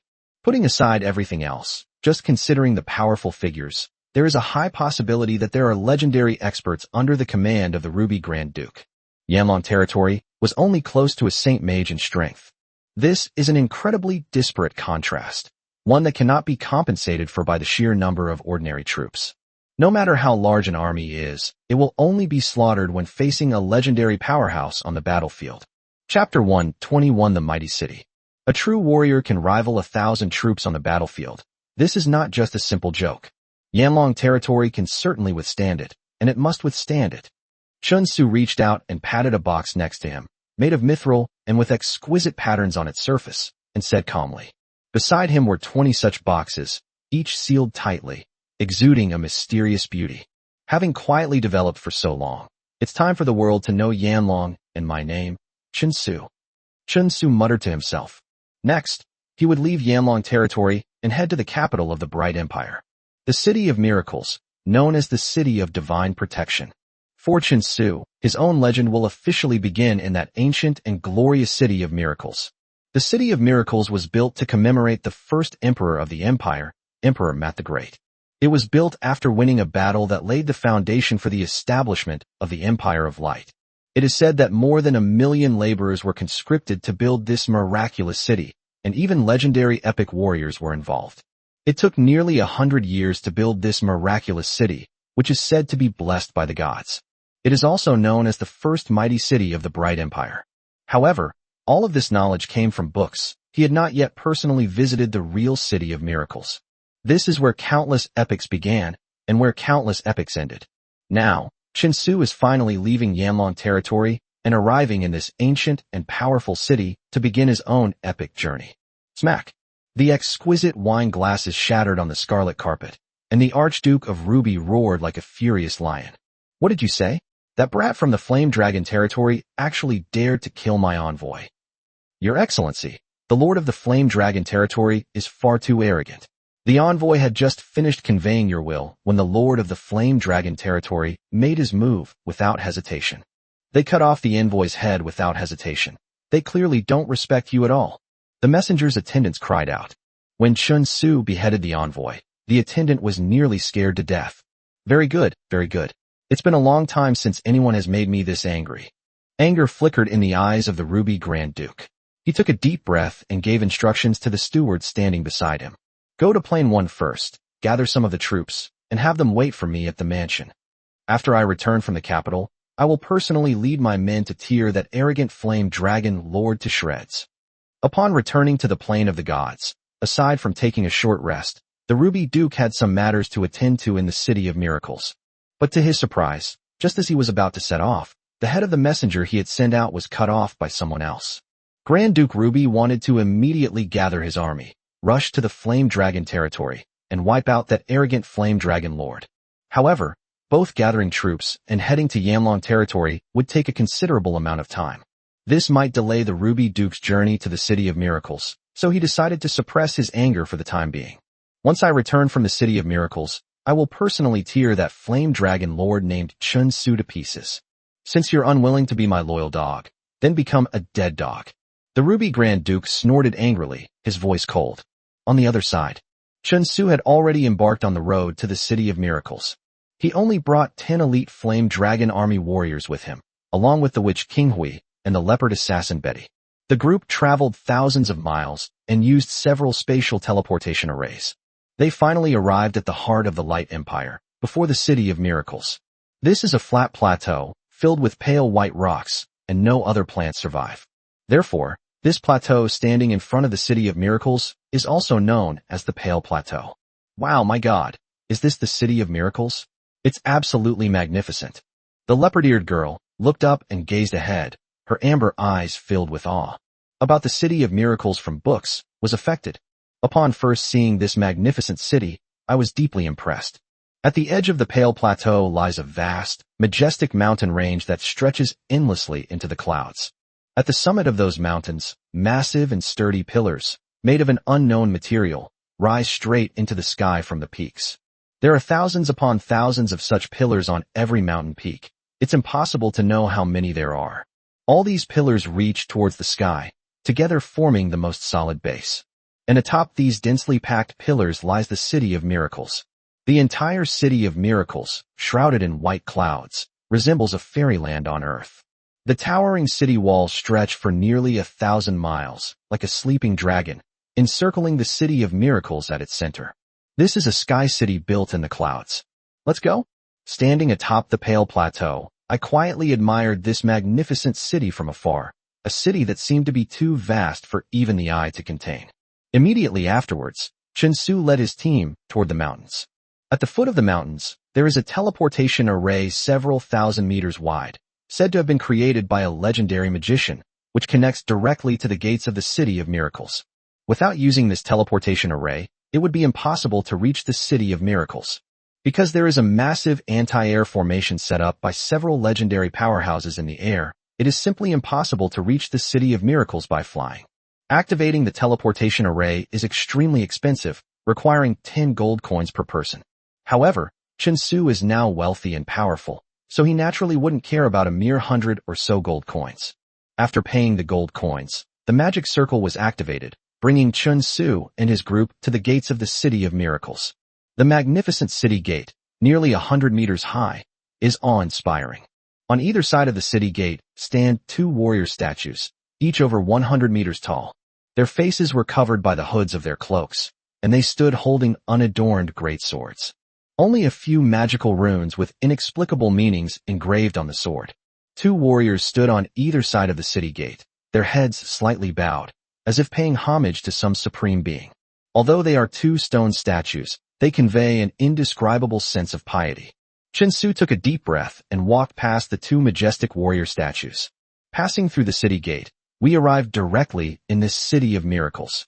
Chapter 1:22 2 Major Guilds.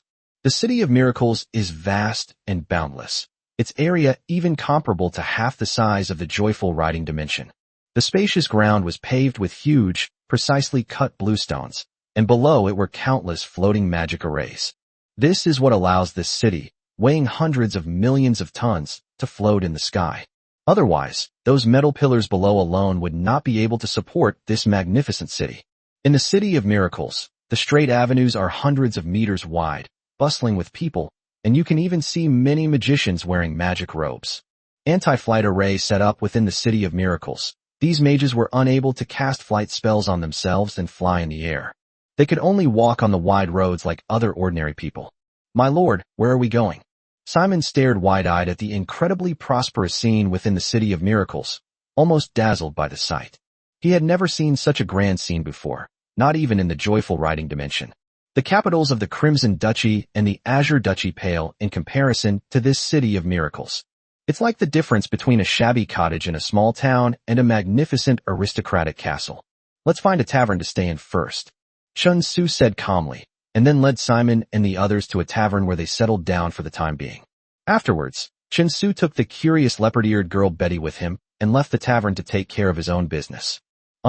Chen Su, where are we going? The leopard-eared girl wore a hood that covered her 2 ears, revealing only her pretty face, concealed by the loose robe it was wearing. So now, the leopard-eared girl looks no different from a beautiful human girl. Naturally, it wouldn't attract any strange looks. Let's go to the Mage Guild first and get our current mage level verified. Chen Su stood with his hands behind his back, looking relaxed. Before coming here, he had already learned a lot about the City of Miracles. I also have a clear plan for the purpose of my trip. Whether in the Evergreen Bamboo Empire in the far east, the Bright Empire, or the Barbarian Tribe Alliance in the far west, the Mages Guild exists. This place is mainly responsible for certifying the level of magicians, and only here can the certification of magician levels be the most authoritative. The Grand Guild of Magicians of the Light Empire is located in the City of Miracles.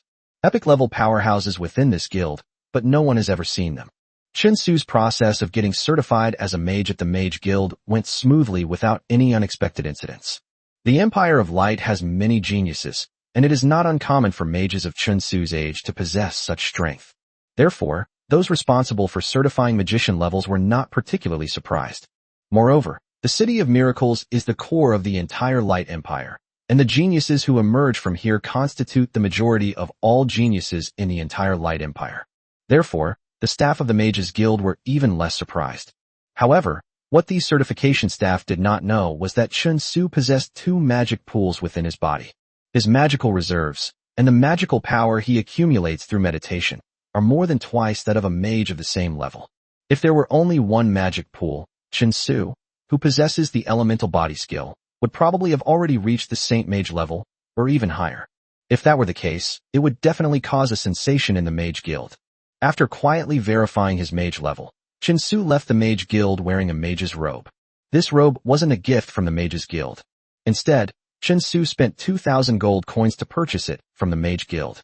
The robes, made of special materials, are soft and fit snugly against the body. Most importantly, it can slightly increase the efficiency of a magician's meditation. The robes emit a faint fragrance that helps to relieve fatigue and help magicians recover their mental energy more quickly. Alright, let's head to the Enchanter's Guild. Chun Su stretched his body and said to Betty, the leopard-eared girl who was following beside him. Like the Mage Guild, the three great empires also have Enchanters' Guilds. However, due to the long history of the Evergreen Bamboo Empire, it also has the largest number of enchanters. Most of the enchanters who successfully created Tier 5 enchanted equipment belong to the Evergreen Bamboo Empire. Therefore, the Enchanters Guild is located in the Evergreen Bamboo Empire.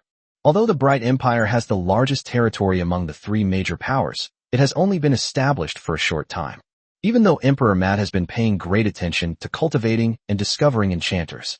But the accumulation of thousands of years is ultimately no match for the Evergreen Bamboo Empire, whose foundation spans countless millennia. As for the Barbarian Alliance in the Far West, they have a greater belief in tapping into the bloodline of their ancestors and activating the power of the ancient gods within them.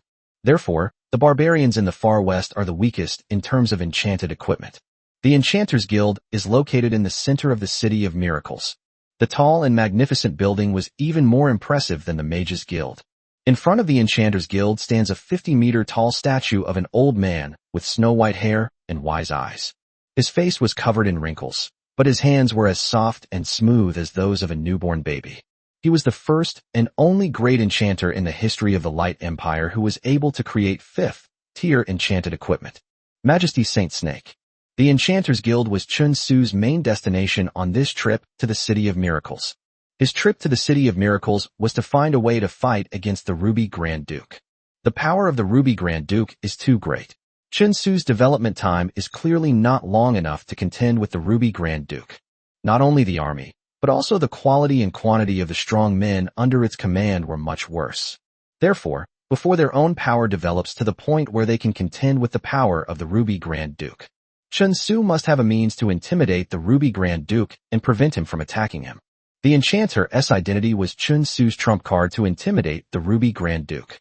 Chun Su is now able to create a near Tier 3 enchanted equipment set, Wild Force, and some self-created enchanted equipment.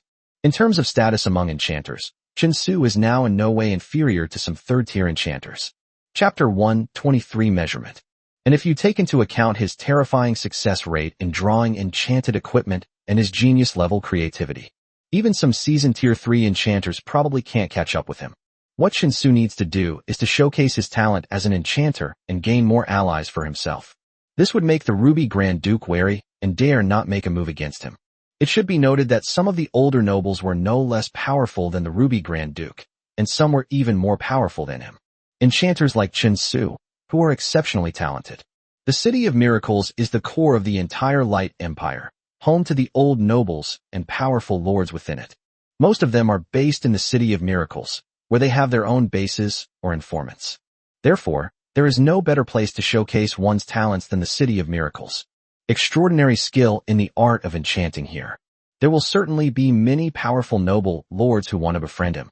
By then, even if the Grand Duke of Ruby harbored deep resentment towards Chun Su, he would at least not dare to make any moves in the open. This is the main reason why Chun Su wanted to leave his territory and come to the City of Miracles. Soon, Chun Su and the others arrived at the Enchanters Guild. Although the Enchanters Guild appears to have a much better reputation than the Mages Guild, it clearly has far fewer visitors. The huge Enchanter Guild was deserted. There's no way around it. Enchanters are extremely rare. Even among mages, they are as rare as phoenix feathers.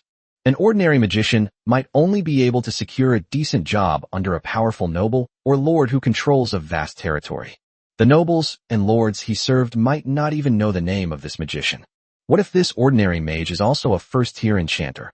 Then, he would be treated as an honored guest by the owner of this territory, and the difference in treatment between the two would be like night and day. Enchanters. Chen Su, accompanied by the leopard-eared girl Betty, climbed hundreds of steps before arriving at the grand and magnificent gate of the Enchanted Guild. Two heavily armored warriors, exuding a powerful aura, stood on either side of Chen Su, blocking his path. My esteemed mage, please state the purpose of your visit to the Enchanter's Guild. The guard standing on the left stared at Chen Su's robes for a moment, then asked in a deep voice. I'm here to get my Enchanter level certified. Chen Su's calm words instantly made the two guards' expressions become much more respectful. May I ask, sir, which enchanter did you study under? The guard asked respectfully. I have no teacher. Chen Su shook his head. He didn't have any master. Everything he achieved was through his own exploration and his formidable talent. You have no master? Well then, go in. Be careful not to damage anything inside. Upon hearing Chen Su say that he had no master, the two guards' attitudes instantly turned cold. At the same time, the way he looked at Chen Su became somewhat strange. Can join the Enchanter's Guild. The enchanter who has passed the level verification and is extremely prestigious. The second type is the Enchanter's disciple or apprentice. Such people can usually enter the Enchanter's Guild by simply stating their teacher's name. The third type consists of those who have neither a master nor an apprentice, yet fantasize that they have the talent of an enchanter and want to try their luck at the Enchanter's Guild. In the eyes of these two guards, Chen Su was clearly a third type of person. So young and without a master, yet he wants to get certified as an enchanter. This is utterly absurd. Does he think he's His Holiness Saint Snake, capable of learning everything without a teacher? To becoming an enchanter involves a vast amount of knowledge, and without a good teacher to guide you, it's generally impossible to succeed. If you rely solely on your own research, let alone achieve great things, you might not even be able to create a basic enchanted piece of equipment even after a lifetime of study. Therefore, in the eyes of these two guards, Chen Su, who had no master and wanted to undergo an Enchanta level test, was clearly just wasting his time. However, there is a limit to the number of times each person can take the Enchanter assessment, and each assessment must be paid for by the individual. Since Chen Su was there for testing, the two guards had no reason to refuse and allowed him to enter the Enchanted Guild. After Chen Su brought Betty, the leopard-eared girl, into the Enchanter's Guild. Immediately, a blonde girl with a sweet smile came forward to greet them. My name is Alice. What services do you require? Alice asked with a sweet smile on her face. I need to take the Enchanta level assessment. Chen Su said. Okay, please follow me. Alice extended her hand in a gesture of invitation and led the way, soon bringing Chen Su to a door. This area is where enchanters take their level assessments. Only enchanters who are taking the assessments can enter. Therefore, the lady accompanying you will need to wait in the rest area for a moment during your assessment. Alice dutifully explained to Chen Su. Okay. Chen Su nodded slightly, then turned his gaze to Betty the leopard-eared girl. You and she go rest for a while. I'll come out after the assessment. Okay. Chen Su, you'd better hurry up. Being alone in this unfamiliar environment, Betty, the leopard-eared girl, couldn't help but feel a little nervous. Don't worry, it will be over soon. Chen Su smiled at Betty, then pushed open the door and went inside. Behind the door was a huge room, roughly 100 meters in diameter. Although the room was huge, it was not empty. The walls on both sides were covered with the pelts of various magical beasts. On the front and back walls were two huge bookshelves, filled with bottles of pure magical beast blood of various colors. In the center of the room were several workbenches used by enchanters to create enchanted equipment. At the far end of these workbenches was a long desk piled high with books. An old man with messy hair and beard and a thin body was lying on a thick book. It seems they're all going to be pasted onto the pages of this book. Chen Su walked straight to the old man's side and was about to say something when the old man impatiently waved his hand and said without looking up, Monster blood for painting enchanted equipment, and the prices are listed below them. Once you've made your selection, give me the gold coins, and you can choose a workbench to enchant your equipment. Chapter 124 Unintentional Show-Off. After you finish drawing, hand it over to me for review and to determine if you are qualified to become an enchanter.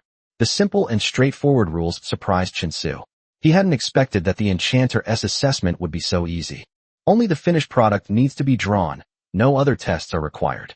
However, upon further reflection, Chen Su realized that this kind of assessment seemed to be the most reasonable.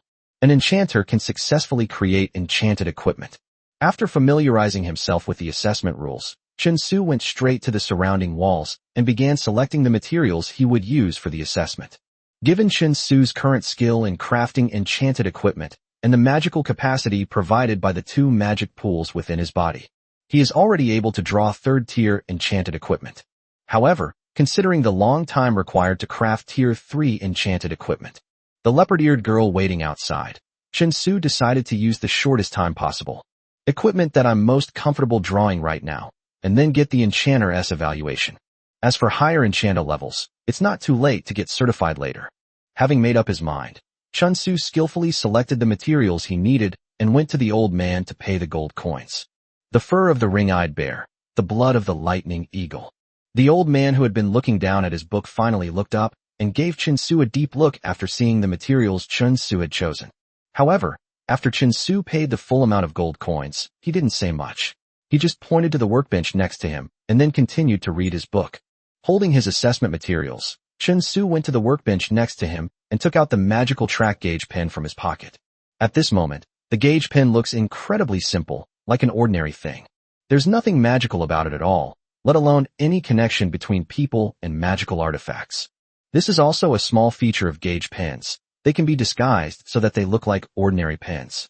Chen Su deliberately used this function because he didn't want anyone to discover the special features of the gauge pen. Laid the pelt of the ringed bear flat on the workbench, closed his eyes quietly, and meditated for a while, clearing his mind. Then he picked up the gauge pen, dipped it in the blood of the lightning sculpture, and began to draw enchanted equipment. As the first magical line flowed from the gauge pen, Chen Su's mind was freed from all selfish thoughts and distractions. His world consisted only of the unfinished enchanted equipment before him. Nothing else existed. Chen Su focused intently on drawing the enchanted equipment, putting everything else out of his mind. What he didn't notice was that he had started drawing the enchanted equipment from the very first stroke. The unkempt, disheveled old man sitting at the desk suddenly raised his head. His 2 eyes, like those of a vulture, were fixed on Chen Su, his hand gripping the gauge pen so firmly that not a single tremor could be seen. That shouldn't be possible, it can't be. The disheveled old man frowned, as if he had encountered something incomprehensible. He suddenly stood up without making a sound, and quietly came to Chen Su's side, as if he wanted to confirm something. However, when his gaze fell on the pelt of the round-eyed bear placed on the workbench in front of Chen Su, his cloudy eyes suddenly widened into round ones. That gaze was like that of a traveler dying of thirst in the desert who sees a pool of clear water and can no longer look away. He is a staff member in the Enchanter Guild responsible for assessing and judging the level of enchanters, and he is also a senior second-tier enchanter. He is extremely talented in the path of enchanting, possessing many ingenious ideas and an excellent ability to draw enchanted equipment. Unfortunately, he has no talent for becoming a magician. He has struggled and practiced for half his life, and is now only a half-baked magician. The constraints on his path in magic also limited his development as an enchanter. There is no vast magical power or abundant spiritual energy within him. Enchanters struggle when crafting high-level enchanted equipment.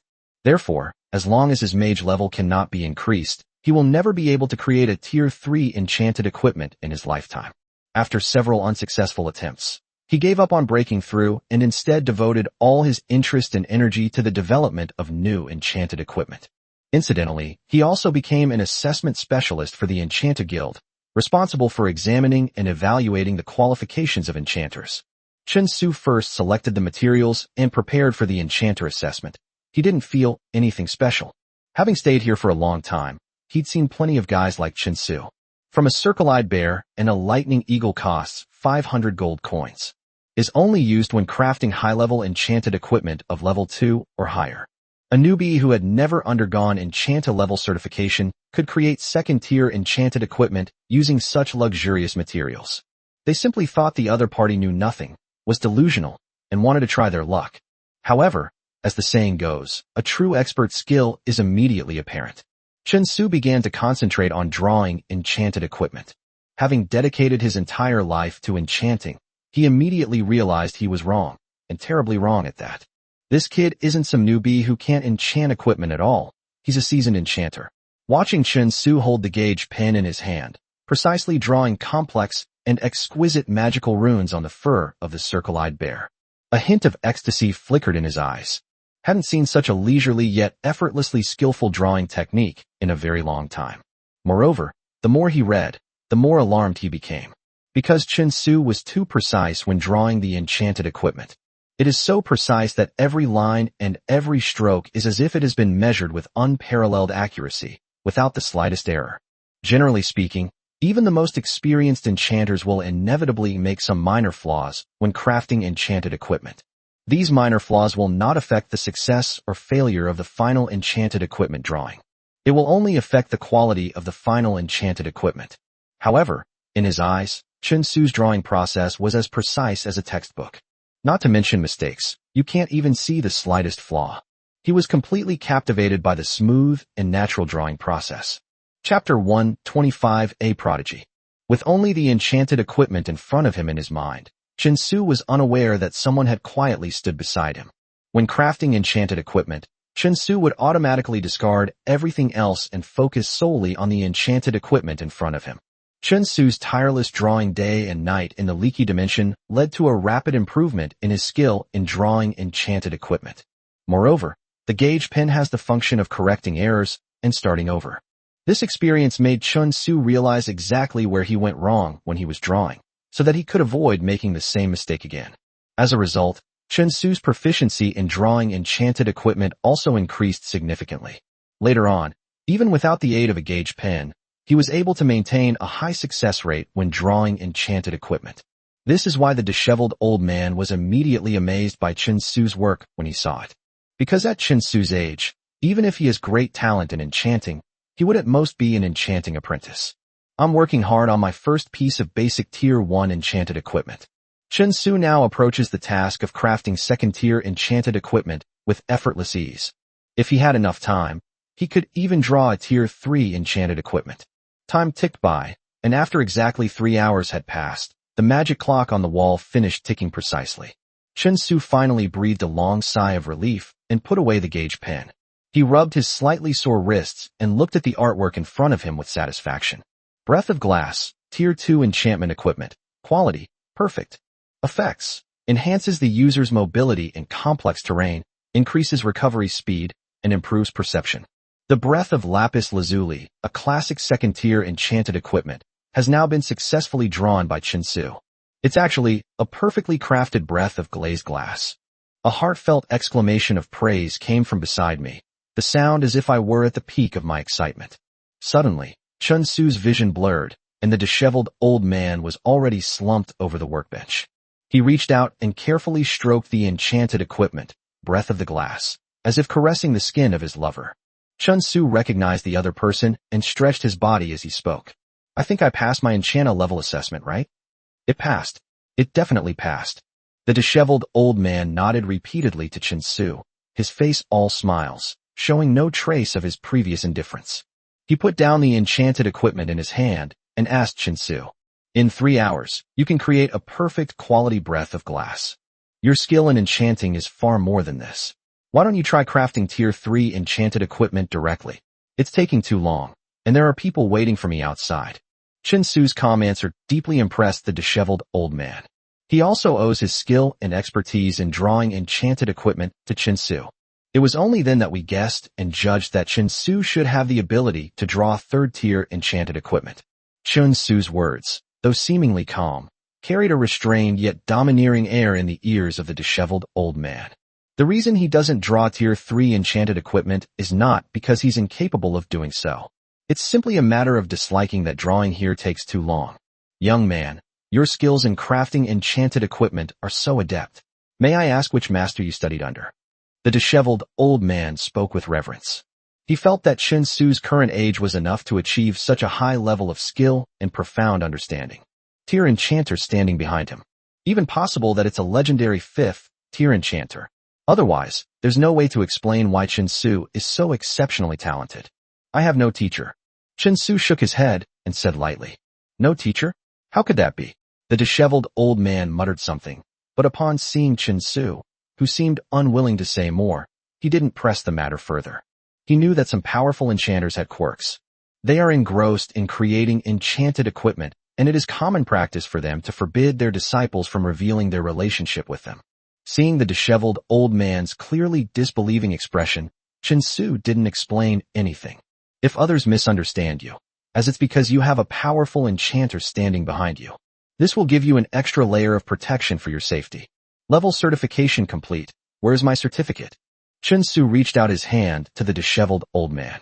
Similar to magician certification, enchanter certification also grants you your own unique credentials. For you, the disheveled old man stretched out his left hand and swiped it across his right wrist. A flash of light appeared, and then a ring the color of a deep starry sky appeared in his hand. This is your enchanta level certification. The disheveled old man handed the ring in his hand to Chen Su. The ring is entirely black, but it is interspersed with shimmering starlight, making it quite mystical. At the top of the ring are two shining stars, representing Chen Su's status as a second-tier enchanter.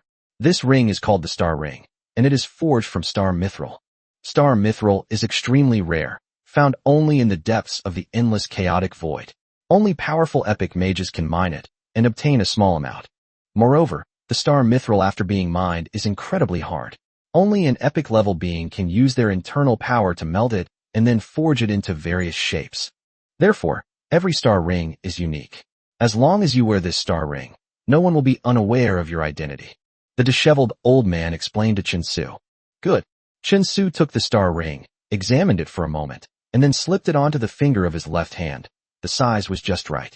Aren't you really going to take this opportunity to test your skills as a third-tier enchanter?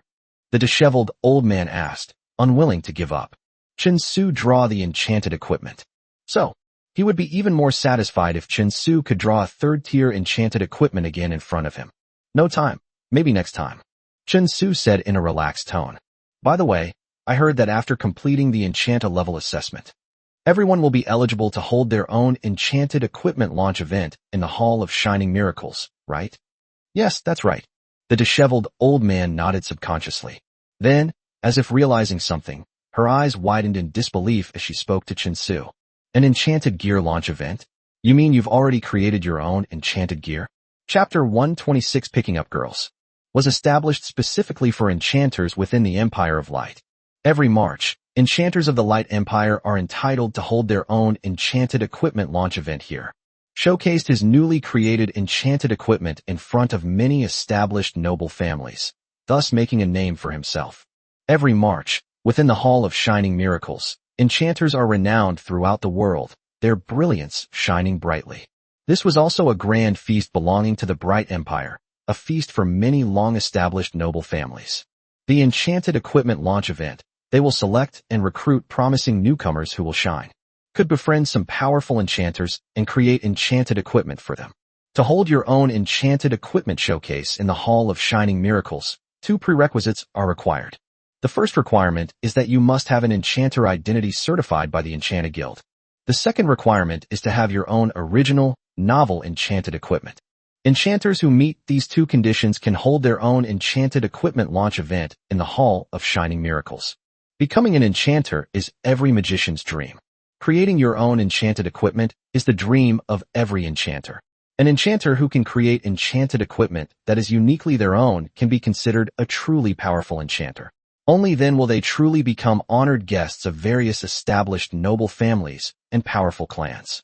The fact that Chen Su, at such a young age, could create a third-tier enchanted equipment already greatly surprised the disheveled old man. Now we know that Chen Su has created his own unique enchanted equipment. He was no longer just surprised, he was shocked. However, despite his shock, he couldn't help but subtly remind Chen Su. After all, this is your first enchanted equipment launch event. I think you should think it over carefully, or you need to accumulate more experience first. Theoretically speaking, creating a unique enchanted item qualifies you to hold an enchanted item launch event. But that would undoubtedly make him much less famous. If you want to make a name for yourself, it's best to accumulate 2 or 3 pieces of exclusive enchanted equipment and release them all at once.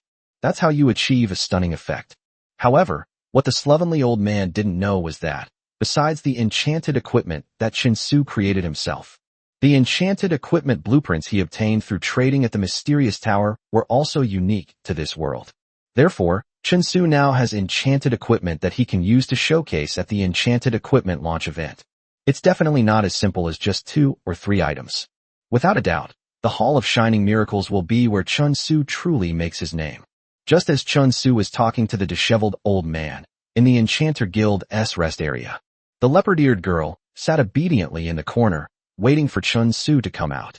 The leopard clan is second only to the cat clan in terms of curiosity, but at the same time, they are very timid and cautious.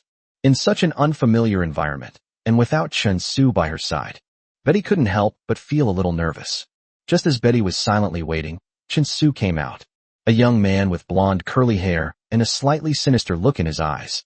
Several attendants, like followers, followed behind him as they chatted and laughed as they arrived at the rest area. At first, the group of people were talking to each other.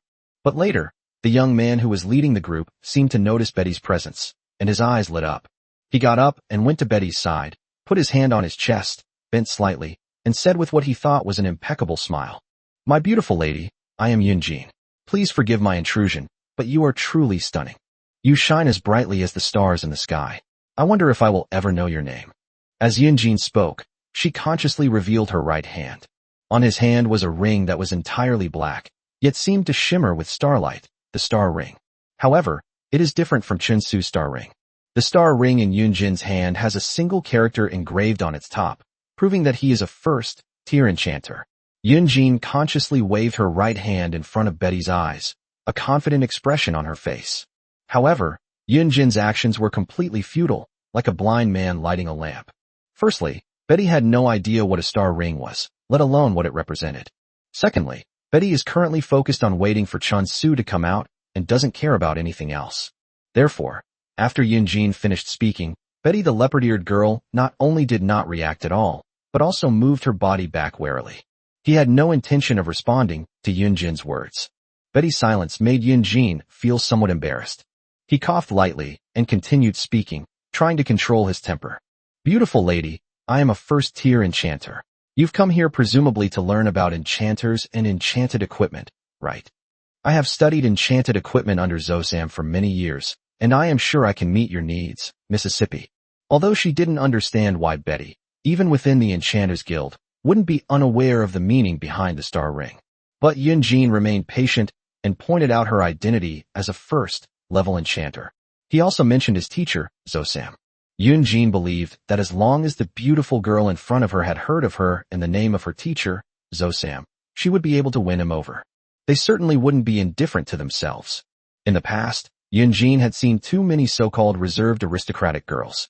Upon hearing that he was a first-tier enchanter and a disciple of the enchanting master Zoram, they all abandoned their reserve and surrounded him with fiery enthusiasm, being incredibly attentive.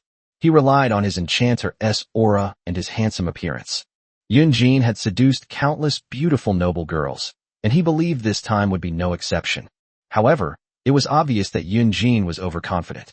Chen Su himself is an enchanter, and he even drew Betty's own unique enchanted equipment. Moreover, having been by Chen Su's side every day, Betty didn't find the enchanter anything mysterious. Besides, after Betty entered human society, she stayed by Chen Su's side. I've never heard of Zoram's name.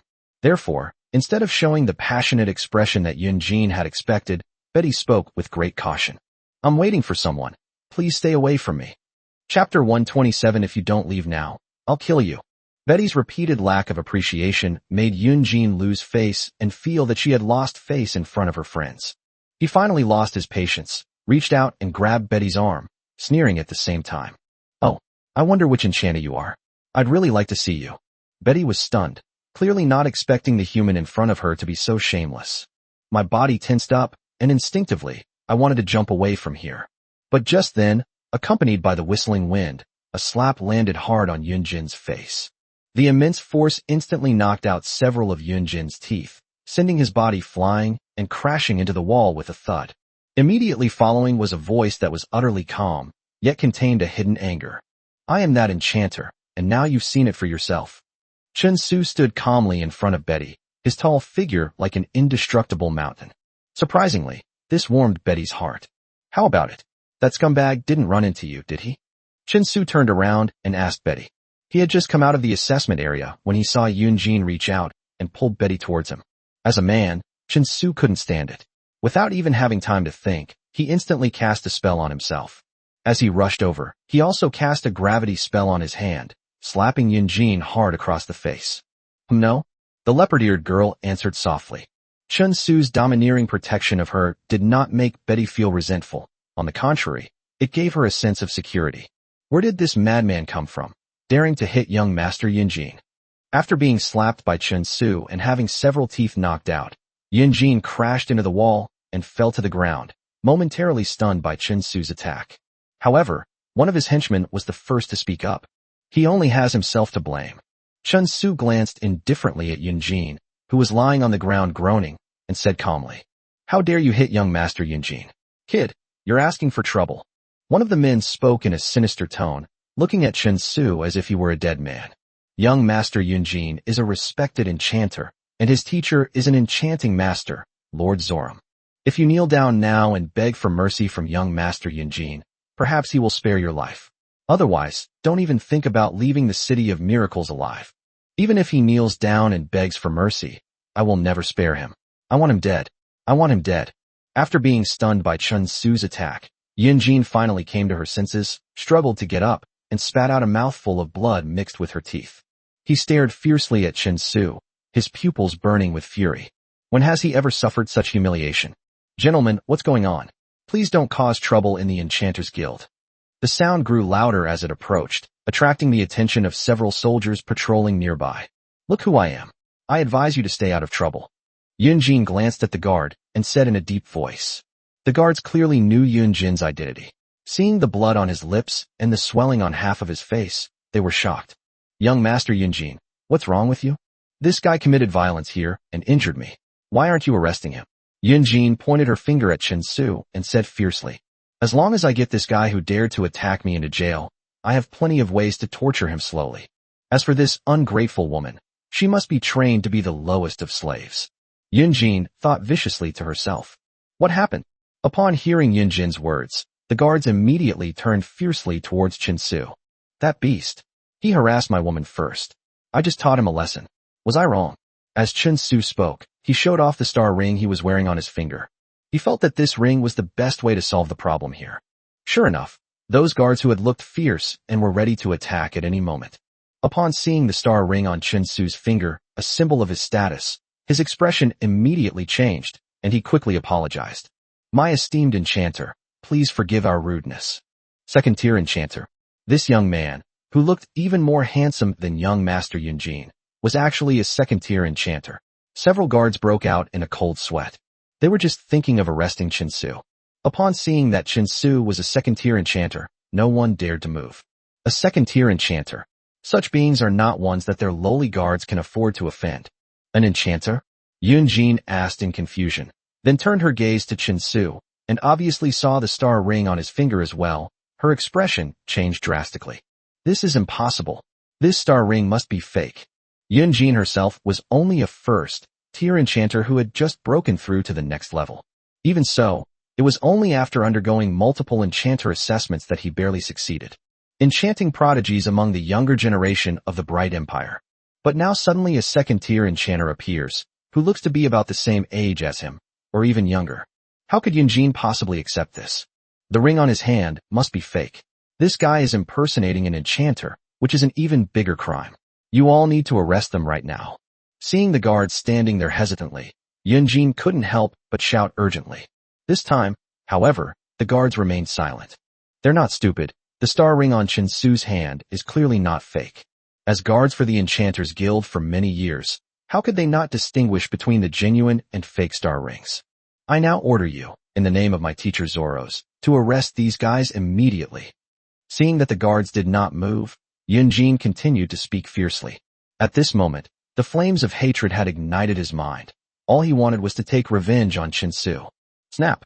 Another resounding slap landed across the face. No one expected that Chen Su would suddenly strike again at this critical moment. He slapped Yun Jin across the other cheek. This slap was clearly harder than the previous one. Poor Yun Jin was sent flying again, and several more teeth were pulled out of her mouth. If you don't get out of here, I'll kill you. Chen Su stared at Yunjin, his eyes flashing with murderous intent.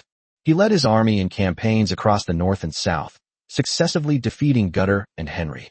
Then he conquered the Yuki dimension. The powerful aura that Chen Su cultivated was clearly something that Yunjin could not contend with. Chapter 128, The Most Ruthless Way of Revenge. He was so frightened by Chen Su that he trembled and couldn't even muster the courage to say anything harsh. From the Enchanter's Guild with his men. But as she was leaving, she gave Chen Su a deep look, the deep-seated hatred in her eyes impossible to conceal. Little guy, you've gotten into trouble. Before anyone knew it, the disheveled old man was already standing beside Chen Su. Several guards nearby immediately bowed respectfully upon seeing the disheveled old man.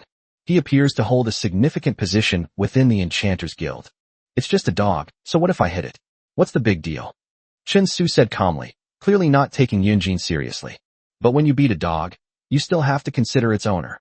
The disheveled old man shook his head, clearly disagreeing with Chen Su's opinion.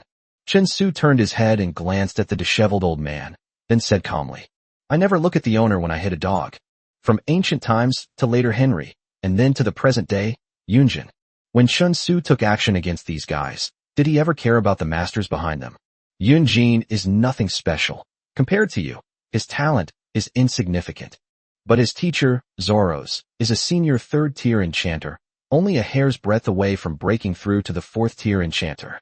Most importantly, he's an extremely protective old man. You beat his disciples so badly, he definitely won't let it go. The disheveled old man shook his head and spoke to himself. The line is sometimes a chasm, and I haven't broken through to the third-tier enchanter level in all these years. This is enough to prove that his achievements in this life are limited to this, and he is not worth worrying about. Chen Su's calm words left the disheveled old man speechless for a moment. Is this little guy confident or arrogant? If you choose to join the Enchanter's Guild and become the guild's exclusive enchanter, the Enchanter's Guild will guarantee your safety. Even if Zoros came, he wouldn't dare do anything to you. I'm not giving up, the disheveled old man said. The Enchanter's Guild is just a loose alliance, where enchanters who have passed the examinations are tested. You can choose to join the Enchanter Guild, or you can choose not to join. Joining the Enchanter Guild will naturally bring some benefits, but you will also have to bear some corresponding obligations. Chen Su, who was used to being unrestrained, naturally wouldn't choose to join the Enchanter Guild. Therefore, he refused without hesitation. Let's go? Chen Su called to Betty, the leopard-eared girl, and prepared to leave. Having completed the Enchanter level assessment, Chen Su had achieved his goal. The next step is to prepare to hold a press conference in the Hall of Shining Miracles to launch his enchanted equipment. Little Guy, Yunjin, and his teachers Lucy will both be attending the enchanted equipment launch event in 10 days. If I were you, I would prefer to miss that time and hold the enchanted equipment launch event later. Before leaving, the disheveled old man still showed his goodwill to Chen Su by revealing this news to him. As a seasoned Tier 3 enchanter, Zoros's every move has always attracted the attention of many established powerful families, nobles, and strong individuals. He holds a press conference to launch his enchanted equipment. Many powerful figures naturally attend. To hold the enchanted equipment launch event at that time, it would likely have ended in a dismal failure due to the lack of an audience. Therefore, the slovenly old man thought that Chen Su should hold the enchanted equipment launch event at the right time. Holding the enchanted equipment launch event at the same time as Zoros and his disciples. Thanks. Chen Su waved to the disheveled old man and accepted his kindness. However, during the enchanted equipment launch event, whether Chen Su will actually do what the slovenly old man suggested is another matter entirely. Not long after Chen Su left with Betty, the leopard-eared girl, Yunjin's head swelled up like a pig's head after being slapped twice by Chen Su. He then led a thin, hook-nosed old man to the Enchanter's Guild with an imposing air. The old man with the eagle-like nose had a gloomy look in his eyes and wore a dazzling star ring on his finger. The 3 characters on the ring indicate that he is a third-tier enchanter. This person was none other than Yunjin's teacher, the third-tier enchanter Zoros. Hee, Zoros, what brings you here? The disheveled old man glanced at the menacing Lucy and his apprentice and asked in a nonchalant tone. Old man, where's the guy who injured my disciple? Zoros stared at the disheveled old man with his vulture-like gaze and asked in a low voice. Ask that little guy, he just left. The disheveled old man said calmly. Old man, You clearly know that Yunjin is my disciple, so why did you allow someone to injure him here? Zhuo Luosi asked in a sinister tone. He's clearly your disciple, but he's not up to par. What does that have to do with me? This is the Enchanters Guild, not a place where you can act like a tyrant. Zoros, if there's nothing else, you can leave. That's what the disheveled old man said coldly. Upon hearing this, Zoros's eyes blazed with barely concealed anger, but he truly had no other recourse. Who serves the Enchanters Guild? If you don't say it, someone else will. Zhuo Luosi gave the disheveled old man a deep look, and then led Yunjin to search around and ask questions. Soon after, they obtained some information related to Chensu. A second-tier enchanter may hold their own enchanted equipment launch event in the Hall of Shining Miracles. Want to host an enchanted equipment launch event?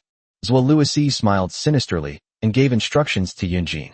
Go and contact the person in charge of organizing the enchanted equipment launch event at the Hall of Shining Miracles.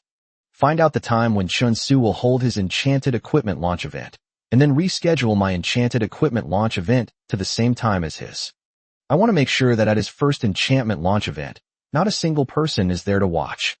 The first enchanted equipment unveiling event in one's life is an incredibly important and sacred moment for every enchanter. Generally speaking, this happens when the first enchanted equipment launch event is held. Enchanters will deliberately miss the time when other top enchanters hold enchanted equipment launch events in order to attract more popularity for themselves. If it's true that no one is watching because of others' criticism, for the enchanter who hosted the enchanted equipment launch event, it would be an incredibly painful blow and might even leave a huge shadow in one's heart. Zoros's actions were arguably the most vicious form of revenge in the world of enchanters. Chapter 129. How about an assassination? I contacted the Hall of Shining Miracles and confirmed that I could attend the event to showcase my enchanted equipment. And that guy who dared to hit his own disciple, sometime later. Zoros then put the matter aside for the time being. In Zoros's view, causing the opponent to suffer a crushing defeat at their first enchanted equipment launch event was undoubtedly the cruelest punishment for an enchanter.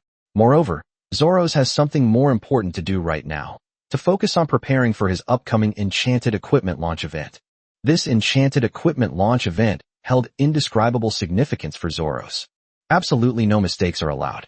Zhuo Luosi temporarily put the matter aside, but his beloved disciple Yunjin had no such intention. After being slapped twice by Chensu, Yunjin's head swelled up like a pig's head, and her hatred for Chensu was unparalleled. A single, failed enchanted equipment launch event was clearly far from enough. Teacher is too lenient. In all my years, no one has ever dared to beat me like this. How can a mere failed enchanted equipment launch event quell the hatred in my heart? That guy has to die? I'll make sure he doesn't even have the right to hold an enchanted equipment launch event. Inside a luxurious residence, Yunjin clenched her fists and muttered maliciously to herself. Young Master Yunjin, a guest requests an audience. Just as Yunjin was thinking about how to deal with Chensu, the butler quietly approached Yunjin and reported to her. It's so late, who could it be? Yunjin asked in confusion. Young Master, it is Lord Sander of Ruby Ridge. He originally intended to visit your teacher, Lord Zoros.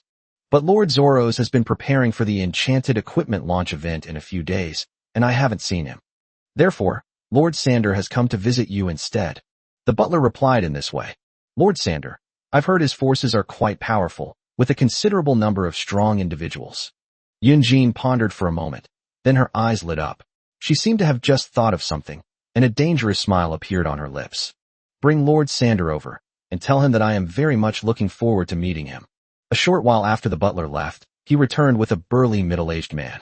With his short, needle-like hair and beard, and sharp eyes, this Lord Sand was none other than the Ruby Grand Duke. However, the current Ruby Grand Duke no longer seems to have much of a fierce aura. Instead, he looks like a refined nobleman. After exchanging pleasantries with Yunjin for a while, he got straight to the point and stated his purpose.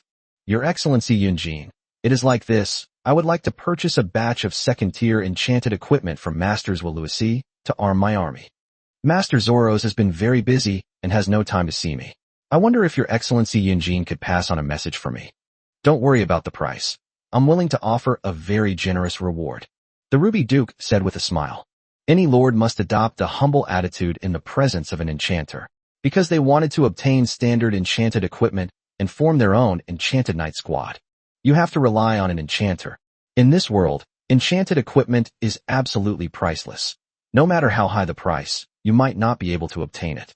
Therefore, if the Ruby Archduke wants to acquire a large quantity of standard enchanted equipment, he must win over and appease Zoros. To get Yunjin to work for him willingly, the Ruby Grand Duke continued with a smile. I've long heard that young Master Yunjin has a fondness for beautiful horses. I brought you a few purebred foals on this trip, young Master Yunjin, for your consideration. As he spoke, the Ruby Grand Duke clapped his hands. Before long, several exceptionally handsome foals were brought up by a few soldiers. Sure enough, upon seeing the foals and hearing the introduction by the Ruby Duke, a fierce flame ignited in Yunjin's eyes. All right, I'll accept these gifts. I'll certainly put in a good word for you with the teacher. Yunjin said with a smile. Thank you very much. It's getting late, so I won't take up any more of your time, Lord Yunjin. The Ruby Grand Duke wisely rose and prepared to lead his men away. Lord Sander, please wait a moment. Yunjin narrowed her eyes and spoke to the Ruby Grand Duke. I am very pleased with your gift, but there is one more thing I would like to ask for your help with. Oh, what is it? I'd be happy to help. The Ruby Duke immediately spoke. Go kill him for me, one person. Yunjin said through gritted teeth. Kill people? But I didn't bring many capable men with me this time. Moreover, my strongest forces are currently stationed in various planes, unable to spare any resources. The Ruby Grand Duke feigned a troubled expression, but a glint of wisdom shone deep within his eyes. Although he wanted to befriend Zoros through Yunjin in order to obtain enchanted equipment and form his own enchanted knight squad. But this does not mean that he would unconditionally try to please Yunjin or do anything for her. Before visiting Yunjin today, the Ruby Duke had already heard about what had happened to Yunjin. Therefore, even if Yunjin didn't say it, Grand Duke Ruby also knew that the person he was to kill was the enchanter who had clashed with Yunjinkai within the Enchanted Guild. The Ruby Duke isn't stupid. He wouldn't assassinate a second-tier enchanter just to teach Yunjin properly, unless he's insane. Success would bring him only negligible benefits, while failure would bring him immense harm. The Ruby Duke had become mortal enemies with a second-tier enchanter. He was unwilling to do such a thing. Of course, this was under the condition that the Ruby Grand Duke did not know that the second-tier enchanter was Chen Su. If he had known, he probably wouldn't have done it this way. However, although he didn't intend to do it himself, he would help Yunjin with this favor. However, the Ruby Duke felt that he could use another method. This way, Yunjin would accept the favor, while he could extricate himself from the situation and avoid making an enemy of the enchanter. Seeing Yunjin's disappointed expression, the Ruby Duke paused slightly before continuing. However, I do know of some specialized underground assassination organizations that will assassinate any target as long as they have enough gold. Moreover, even if they are exposed later, these assassins will keep their mouths shut and will never reveal a single piece of information. Using this method to kill is absolutely the safest option. Chapter 130 Connected Press Conference. Oh, do you know their contact information? Money is no problem for me. Yunjin's eyes gleamed with excitement as she spoke with boundless pride. Haha, I happen to know of an assassination organization called Dark Flower. They also have a branch in the City of Miracles. If you're interested, you can contact them. The Ruby Duke laughed heartily, then handed Yunjin a scroll with an address written on it before leaving with his men. Now, let's see if you're still alive. After the Ruby Grand Duke left, Yunjin also put on a cloak to cover her face. Then, following the address written on the note given to him by the Ruby Duke, he hurriedly ventured into the night. Hiring the Hidden Flower assassin went much more smoothly than Yunjin had anticipated. After inquiring about the target's appearance and other relevant information, Yunjin paid a deposit of 100,000 gold coins, and his transaction with Hidden Flower statement came to an end. Song paid the deposit. The assassin from Hidden Flower told Yunjin to go back and wait for news. However, after paying the deposit, the assassins from Hidden Flower explained their assassination rules to Yunjin. The assassination is carried out only once, and whether it succeeds or fails, the deal is considered closed. If successful, the transaction will be completed smoothly. If unsuccessful, Hidden Flower will refund half of the deposit. Although the high initial investment of 100,000 gold coins made Yunjin feel a little pained, but the thought of seeing Chen Su's head soon still filled him with undisguised joy. After taking on the job with Yunjin, the assassin organization Hidden Flower. First, they sent people to locate Chen Su in the City of Miracles. After observing for several days, they finally decided to take action. The assassin who killed Chen Su was an ordinary soldier-level assassin. An ordinary warrior-level assassin managed to sneak up to a trainee mage. The only fate awaiting this mage was to be instantly killed. The ordinary warrior-level assassin sent by Dark Flower Stamen was enough to kill Chen Su. However, they overlooked the presence of Betty, the leopard assassin, and Kyoheim, the priestess. In terms of assassination skills, Betty, the leopard-eared girl with her exclusive enchanted equipment, is even stronger than this assassin. King Hui's close protection of Chen Su never ceased. Therefore, this hidden flower assassin quietly crept up to Chen Su's side in the dead of night. Before they could even make a move, they were captured by Kyo and Betty. After being captured, the assassin's eyes revealed shock and confusion. But soon, his eyes lost their luster, and his head tilted to one side. The assassin has already committed suicide by poison. Chen Su, an assassin from an assassin organization. Someone must have hired an assassin organization to try to assassinate you. Betty wagged her tail and said in a serious tone, "You want to kill my man?" In Chen Su's mind, the faces of the Ruby Grand Duke and Yun Jin instantly appeared. As of now, he only has these two enemies. However, Chen Su quickly ruled out the Ruby Grand Duke. Because if it were him, he would never hire assassins to deal with him. Instead, he would send out his own truly powerful subordinates. So it's quite obvious who wanted to send an assassin to kill him. Tomorrow, after the Enchanted Equipment launch event, will be your death day. A murderous glint flashed in Chen Su's eyes, and he had already added Yunjin to his kill list. He was no kind person. After Yunjin was slapped twice by him last time, she still didn't learn her lesson and wanted to send assassins to kill him. Chen Su would naturally not let such an enemy go. The next day, inside the magnificent and dazzling Hall of Miracles, Chen Su's first ever Enchanted Equipment launch event is about to begin. The grand and luxurious hall, spanning several thousand meters in diameter, was illuminated by thousands of ever-burning magical lamps hanging overhead, making it as bright as day. The entire hall was divided into several halls of varying sizes, each filled with seats. These halls are where enchanters post their enchanted equipment. Guests who came to the Hall of Shining Miracles to attend the Enchantment Equipment launch today was undoubtedly a day to look forward to. Enchanter of the Light Empire finally held another Enchanted Equipment launch event. Everyone is speculating whether Zoros will release a new Tier 4 Enchanted Equipment at this Enchanted Equipment launch event. Releasing a Tier 4 enchanted item means that Zoros has reached the level of a Tier 4 enchanting master. This was an incredibly sensational piece of news for the entire Bright Empire. Therefore, there are an unusually large number of guests today. In addition to representatives from various established noble families within the Bright Empire, even the Evergreen Bamboo Empire in the East sent its own representatives to watch Zuo-Luisi's press conference. A fourth-tier enchanter is extremely high, even for a behemoth like the Light Empire. Therefore, today's Zoros Enchanted Equipment launch event has attracted widespread attention. Enchanters who originally intended to hold an Enchanted Equipment launch event today. Upon learning that Zoros would be holding an Enchanted Equipment launch event today, everyone without exception postponed their own launch events. They didn't want to run into Zoros on the same day. With Zoros present, all the guests who come to the Hall of Shining Gods will surely gather in Zoros' main hall. Holding a press conference on the same day as the other party is undoubtedly asking for trouble. Therefore, the entire Hall of Shining Miracles was bustling with people and distinguished guests, except for the main hall where Zoros was located. The other halls were quiet and empty. Of course, there is one exception, and that is Chen Su. Not only did Chen Su and Zuo-Luisi hold press conferences on the same day, but their main halls were also separated by only one wall. If you lower your voice and listen carefully, you can even hear the sounds coming from inside the other party's main hall. They must have done it on purpose. The leopard-eared girl who came with Chen Su said indignantly, "They know it's that Zoros, and they're holding a press conference today, but they didn't tell us. And they even placed our main hall in a location so closely connected to theirs. There's definitely something fishy going on here." Of course I know that. Chen Su stood on the high platform, looking at the empty seats below, without the slightest sign of panic on his face. Zuo-Luisi was Yun Jin's teacher, a fact Chen Su had already learned during the Enchanter Guild meeting that day. Chapter 131 Triple Combo.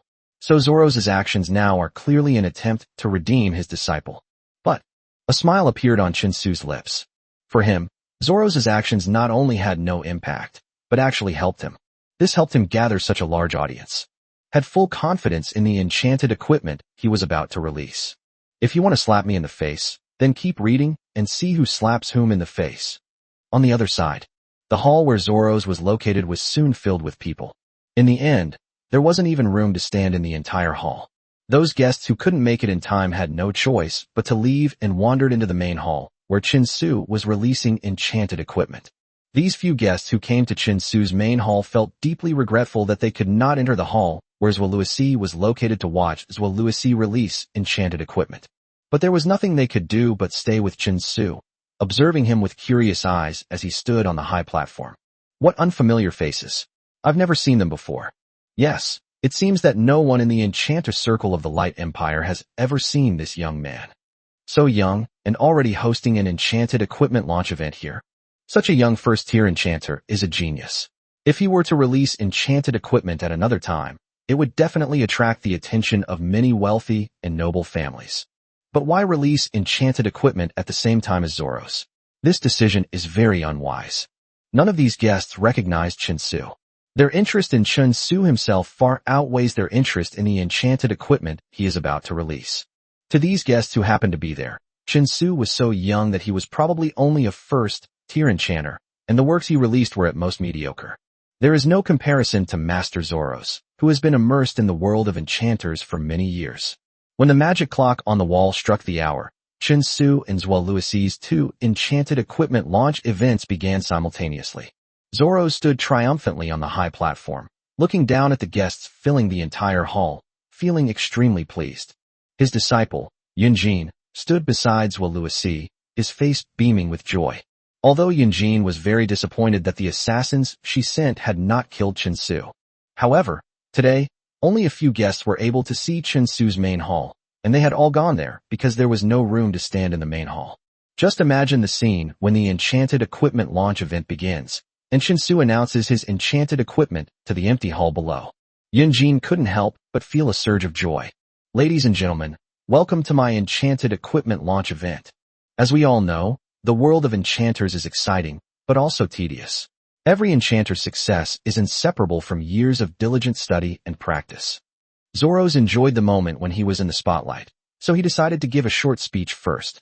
Meanwhile, inside the main hall, separated only by a wall, Chinsu didn't say a word. He has already neatly and efficiently presented his first enchanted piece of equipment, which he will be releasing. Meanwhile, Zoro's was giving his speech with great self-satisfaction. The distinguished guests and audience below were all listening intently. The new enchanted equipment that Zoro's was about to release. But they are patient enough to wait for this short period of time. Separated by a wall, inside the main hall where Chinsu was located. The first enchanted equipment he was going to release under the magic giant spotlight. The enchanted equipment, magnified through projection, was clearly projected onto a huge screen. Elementary strength? When this enchanted equipment is magnified and projected onto the screen, a customer below, who was very familiar with various basic enchanted equipment, guessed with a hint of doubt. That enchanted equipment depicted basic power. Except for a few minor modifications, most of them are exactly the same. The first enchanted equipment, a Tier 1 enchanted strength amplification bracelet, can increase the wearer's strength by 8%. The power amplification bracelet is a classic, yet quite ordinary, Tier 1 enchanted item. The only outstanding feature of the enchanted equipment Chinsu displayed was that it was a perfect quality power amplification bracelet. The growth rate has reached its highest possible level. Using this enchanted item as the first enchanted item on display wasn't exactly a stunning start. The scattered audience members below remained calm, with even a hint of disappointment on their faces. A perfectly high-quality power-enhancing bracelet wouldn't be enough to impress or satisfy them. However, Chinsu remained calm after displaying the first enchanted piece of equipment. He then placed the second enchanted item under the magic spotlight. The second enchanted piece of equipment, a Tier 1 enchanted piece of equipment, provides a significant speed boost, increasing the wearer's agility by 6%. Tier 1 enchanted equipment of perfect quality. Enchanted equipment are mostly the same as those for basic agility, with only minor modifications to a few areas. When the second perfectly crafted enchanted item was displayed, the expressions of the audience below finally became more serious. Both enchanted items are of perfect quality. Although they are only Tier 1, it is enough to show the artist's skill and expertise. Two perfectly crafted Tier 1 enchanted items are enough to prove that the enchanter who created these two items has a very solid foundation. The requirements for drawing techniques were even so demanding.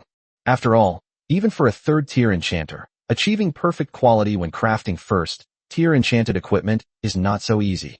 The third enchanted piece of equipment, the Level 1 enchanted stone gauntlets, can increase the wearer's defense by 10%. The third enchanted piece of equipment was still of perfect quality. Now, the audience below not only looked solemn, but some even gasped in surprise. Three enchanted items were of perfect quality in a row made everyone understand the implications. If a Tier 1 enchanted equipment can be drawn to perfect quality, it can be explained as the enchanter practicing many times. Only after mastering the art of enchanting this piece of equipment can one create enchanted equipment of perfect quality. Chapter 132. It turns out it was a set.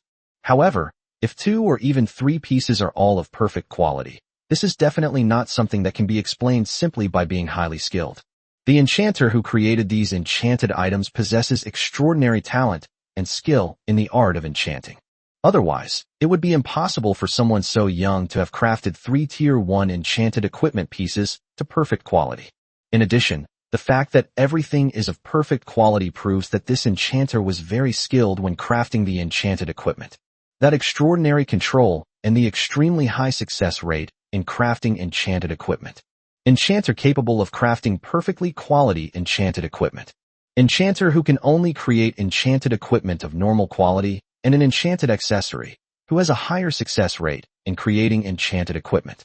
That's self-evident. The fourth enchanted piece of equipment, a Tier 1 enchanted piece, Source of Life, which can increase the wearer's recovery speed by 6%. The fourth enchanted piece of equipment is also of perfect quality. Furthermore, when all four Tier 1 enchanted equipment pieces are placed under the magic spotlight, these four enchanted pieces of equipment seem to light up one by one and connect together. The four enchanted pieces of equipment are seamlessly integrated, with the runes connected in subtle, locally altered positions. Upon witnessing this scene, the scattered audience members below gradually developed an expression of disbelief and shock. Some people even jumped up from their seats with a bang. Immediately following were shouts of surprise and exclamations. The guests seemed to have witnessed something unbelievable. The exclamation was so loud that it could penetrate the entire hall. Wen Chunsu's fourth enchanted equipment, the Source of Life, was displayed inside the main hall where Zoros was located. Zoros finished his speech and prepared to showcase his new enchanted gear. Give your disciple another excellent opportunity to showcase his abilities. Therefore, Yunjin, who had just become a first-tier enchanter, stood on the stage with a smile on her face. The enchanted equipment that he had failed many times, but had finally succeeded in drawing after a long period of preparation and prepared to show it to the audience. To demonstrate one's strength to the public. Ladies and gentlemen, thank you to my teacher, Master Zoros. This gives me the opportunity to showcase my skills in front of all these distinguished guests. What I will present to you now is my original Tier 1 enchanted equipment. His name is the Breath of God, which can increase the wearer's strength by 5% and increase the wearer's recovery speed by 1%. Yunjin wore an impeccable smile. As he spoke, he placed the enchanted equipment under the magic spotlight. He could feel the fiery and admiring gazes directed at him from the many noble girls and young women below. Yunjin believed that after the enchanted equipment launch event ended, he could freely choose these beauties, throw them on the bed, and skin them like little lambs. Hearing their trembling pleas for mercy as they were conquered by him was an absolute pleasure in life. Yunjin felt a burning sensation in his lower abdomen, and his mind wandered to all sorts of fantasies. But just as he placed the enchanted equipment under the magic spotlight, just as I was preparing to receive everyone's praise, just a wall away, a series of loud exclamations suddenly came from the next room. Instantly, all the audience's attention was drawn towards the adjacent main hall. Looking down at the audience, all of them were looking at the adjacent hall, but no one paid any attention to the divine breath that he had painstakingly created, as if she had been fed a mouthful of excrement just before she was about to climax. Because of the wall blocking the view, visitors to the Zoros exhibition hall could not know this. What exactly happened in the other exhibition hall? But just hearing the exclamations of admiration was enough to tell that something extraordinary must have happened in the next exhibition hall. The spotlight was focused on the divine breath created by Yunjin, which was being quietly projected onto a large screen, but no one was watching. This was a far cry from what Yunjin had imagined, becoming the center of attention. What happened? What exactly happened? Yunjin lowered her voice and asked the staff member of the Hall of Shining Miracles who was standing to the side in a fierce tone. Young Master Yunjin, we don't know what happened either. Stared at by Yunjin with eyes that seemed to want to devour him, the staff member couldn't help but break out in a cold sweat. But he had been staying in the main exhibition hall the whole time, so how could he know what was happening next door? Yunjin gritted her teeth and took a deep breath. Determined to draw everyone's attention, he coughed and spoke loudly. Ladies and gentlemen, please look at my creation, the breath of God. The inspiration for creating this enchanted equipment comes from the guidance of my teacher, Master Zoros. Here I want a enchantment equipment set. That's the enchanted equipment set on display next door. Before Yunjin could finish speaking, a person rushed in through the entrance of the main hall. They shouted excitedly to the audience in the hall. What? An enchanted equipment set? Really? Wasn't it said that the Enchanted next door just held his first enchanted equipment launch event? And now there's an enchanted equipment set coming out. The words enchanted equipment set were uttered. A cacophony of discussion erupted among the audience in the hall. It even drowned out Yunjin's voice.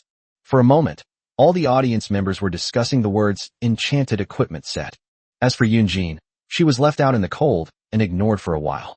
However, it's no wonder the audience lost their composure. The words enchanted equipment set simply carry a very special meaning.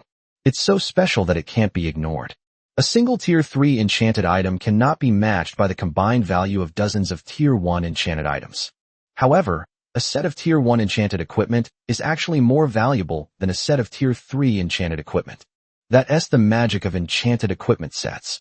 It means that the greatest power can be achieved with the least load. This is especially true for established noble families and powerful clans that have the ability to assemble and equip enchanted knight squads. Enchanted equipment sets is unimaginable.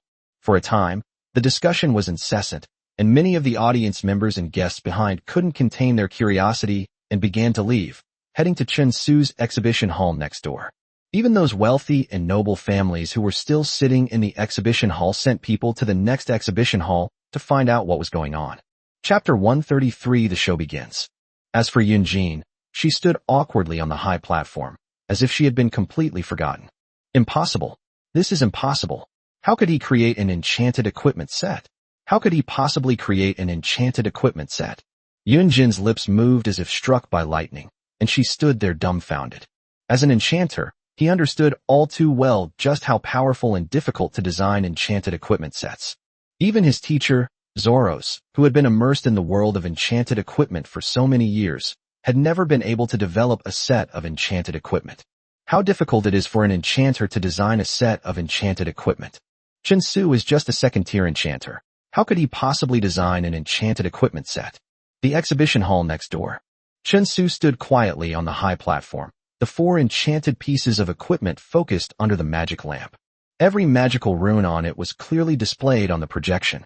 Among them, all the magical runes that Chen Su had modified were smoothly and orderly pieced together.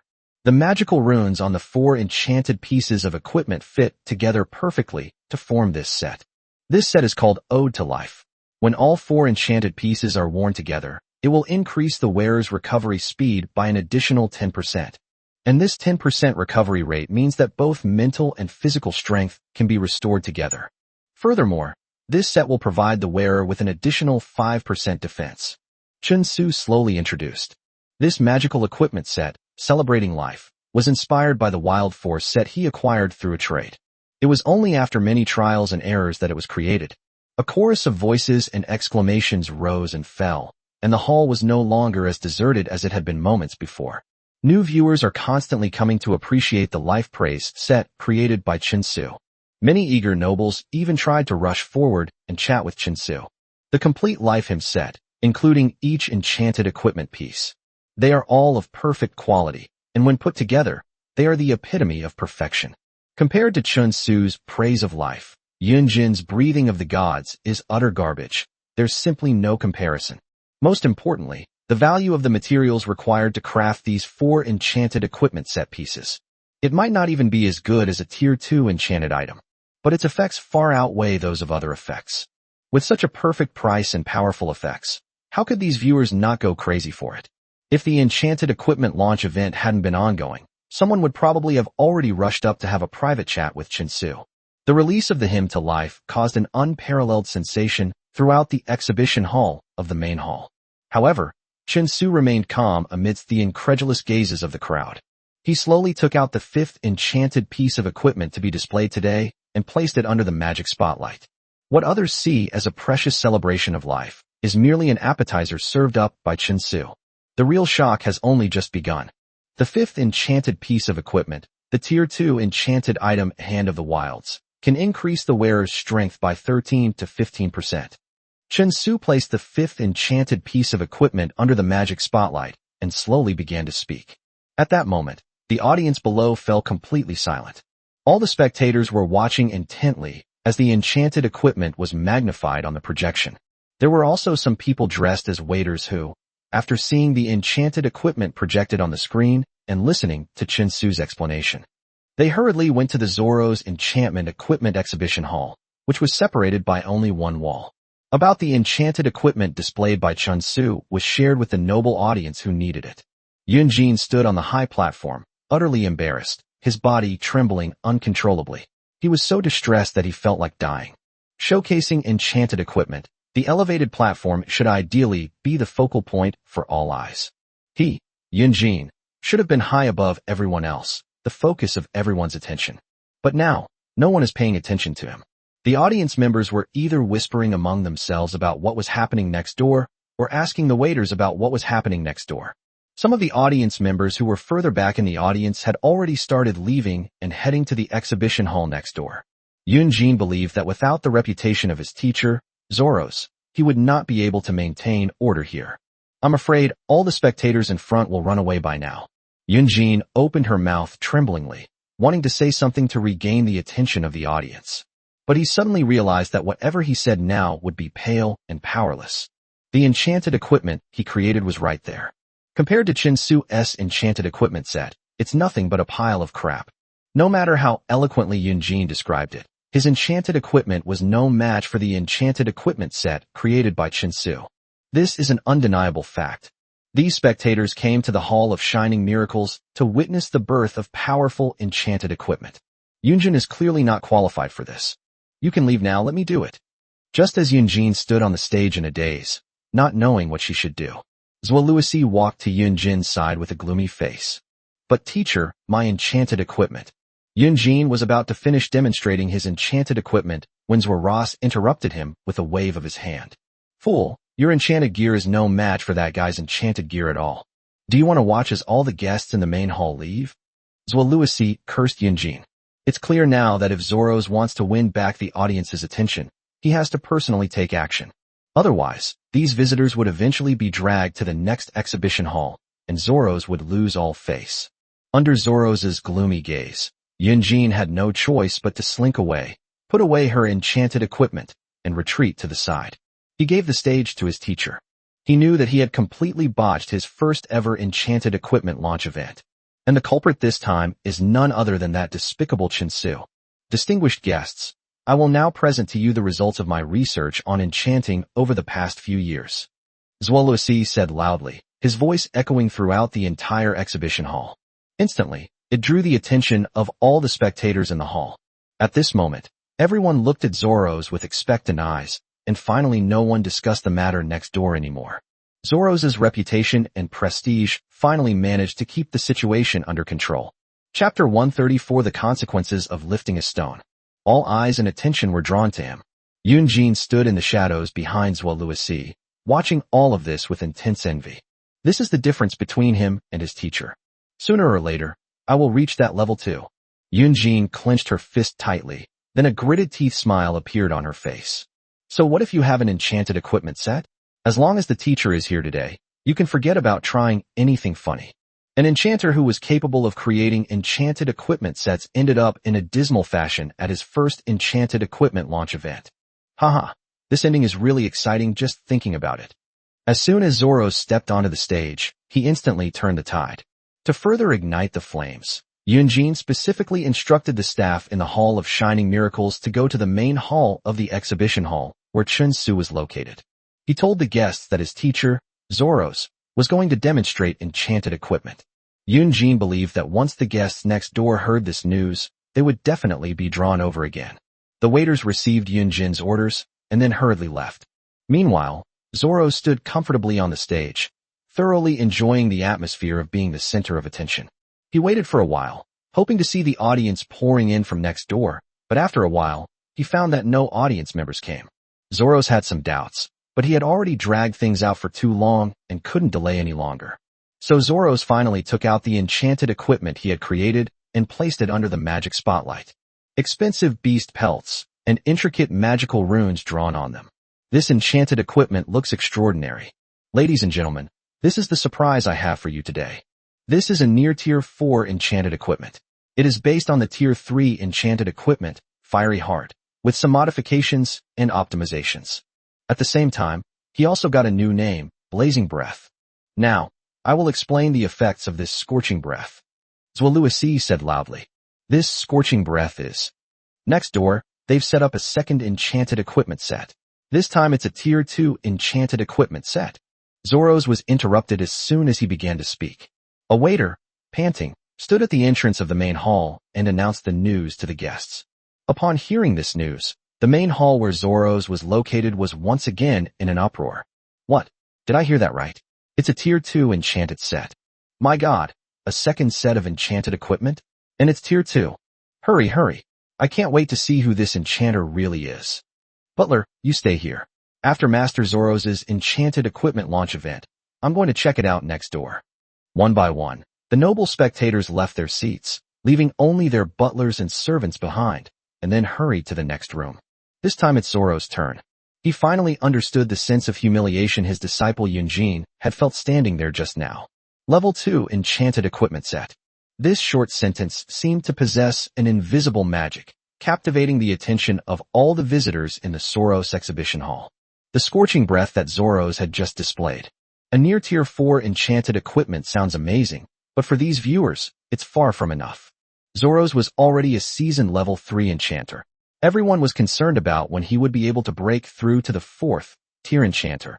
Now he only showed one enchanted item, a slightly modified Tier 3 enchanted item called Fiery Heart. And it hasn't yet broken through the limits of 4th Tier enchanted equipment. This answer sheet is far from satisfying to many viewers. Moreover, Chun Su's exhibition of a Level 2 enchanted equipment set has already set a precedent for its impressive display. And no one paid any attention to Zoros' enchanted equipment. A second-tier enchanted equipment set. For these long-established aristocratic families, the magic of these words is unparalleled, even driving them to madness. A full set of Level 2 enchanted gear means a fully armed enchanted knight. Zoros just showcased is definitely more valuable than a single set of Tier 2 enchanted equipment. However, the price of a near Tier 4 enchanted equipment is also incredibly expensive. Not to mention the precious materials required to create near Tier 4 enchanted equipment. Such high-level enchanted equipment to fail several times during the drawing process. This will further increase the cost of this enchanted equipment. Moreover, only a sufficiently powerful body can withstand the enchanted equipment of a near 4th tier. It's something that a regular knight simply can't equip, a near Tier 4 enchanted item. For a great lord, the main force he uses to conquer cities and expand his territory and fight in other planes is his knights and army. In a large-scale war, the role of a single powerful individual is limited. After exhausting their internal strength, the powerful individuals have no further use for their abilities. Only warriors or mages with epic-level strength can influence the outcome of a large-scale battle. But would a powerful person who has reached that level of strength be at the beck and call of these noble lords? The price to pay for getting an epic-level being to intervene is extremely high. They are like nuclear weapons, constantly shocking each other, but rarely actually attacking. Enchanted Knights was amplified in war. A fully armed squad of Enchanted Knights can play a crucial role in war. Enchanted sets are essential for forming an Enchanted Knight squad. This is precisely why the audience went so crazy after learning that Chun Su had displayed a set of Level 2 enchanted equipment. Zoros stood on the stage, his waving arm frozen in midair. As Zoros watched the audience leaving one by one, he was filled with shock and anger. The real audience members had all left. Only butlers and servants remained. The enchanted equipment that Zoro's had prepared for years to exhibit, was it only meant to be shown to these guys? At that moment, Zoro's deeply understood what it meant to lift a rock only to drop it on one's own foot. If it weren't for that guy next door, Zwaluasi would definitely be the center of attention today. Chapter 135 The Curtain Falls. But because of that guy, his current enchanted equipment launch event was completely ruined. Thinking of this, Zoro's felt a sweet taste in his throat and almost spat out a mouthful of blood in frustration. Then he turned his gaze to Yunjin and roared furiously at his disciple. It's all because of you, damn it. If it weren't for you, none of this would have happened. Zwaluasi's reprimand left Yunjin speechless with anger. He wanted to argue that it was clearly him who had scheduled the enchanted equipment launch event for today.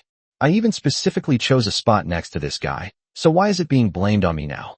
However, thinking that the root of everything was the conflict between herself and Chinsu, Yunjin shrank back and stopped talking.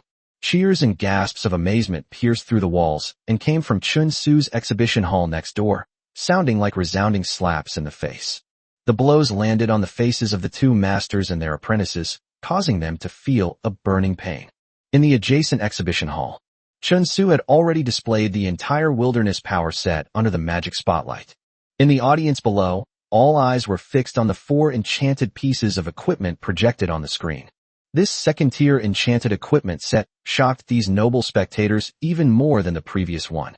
A complete set of Tier 2 enchanted equipment is even more powerful than a typical Tier 3 enchanted equipment.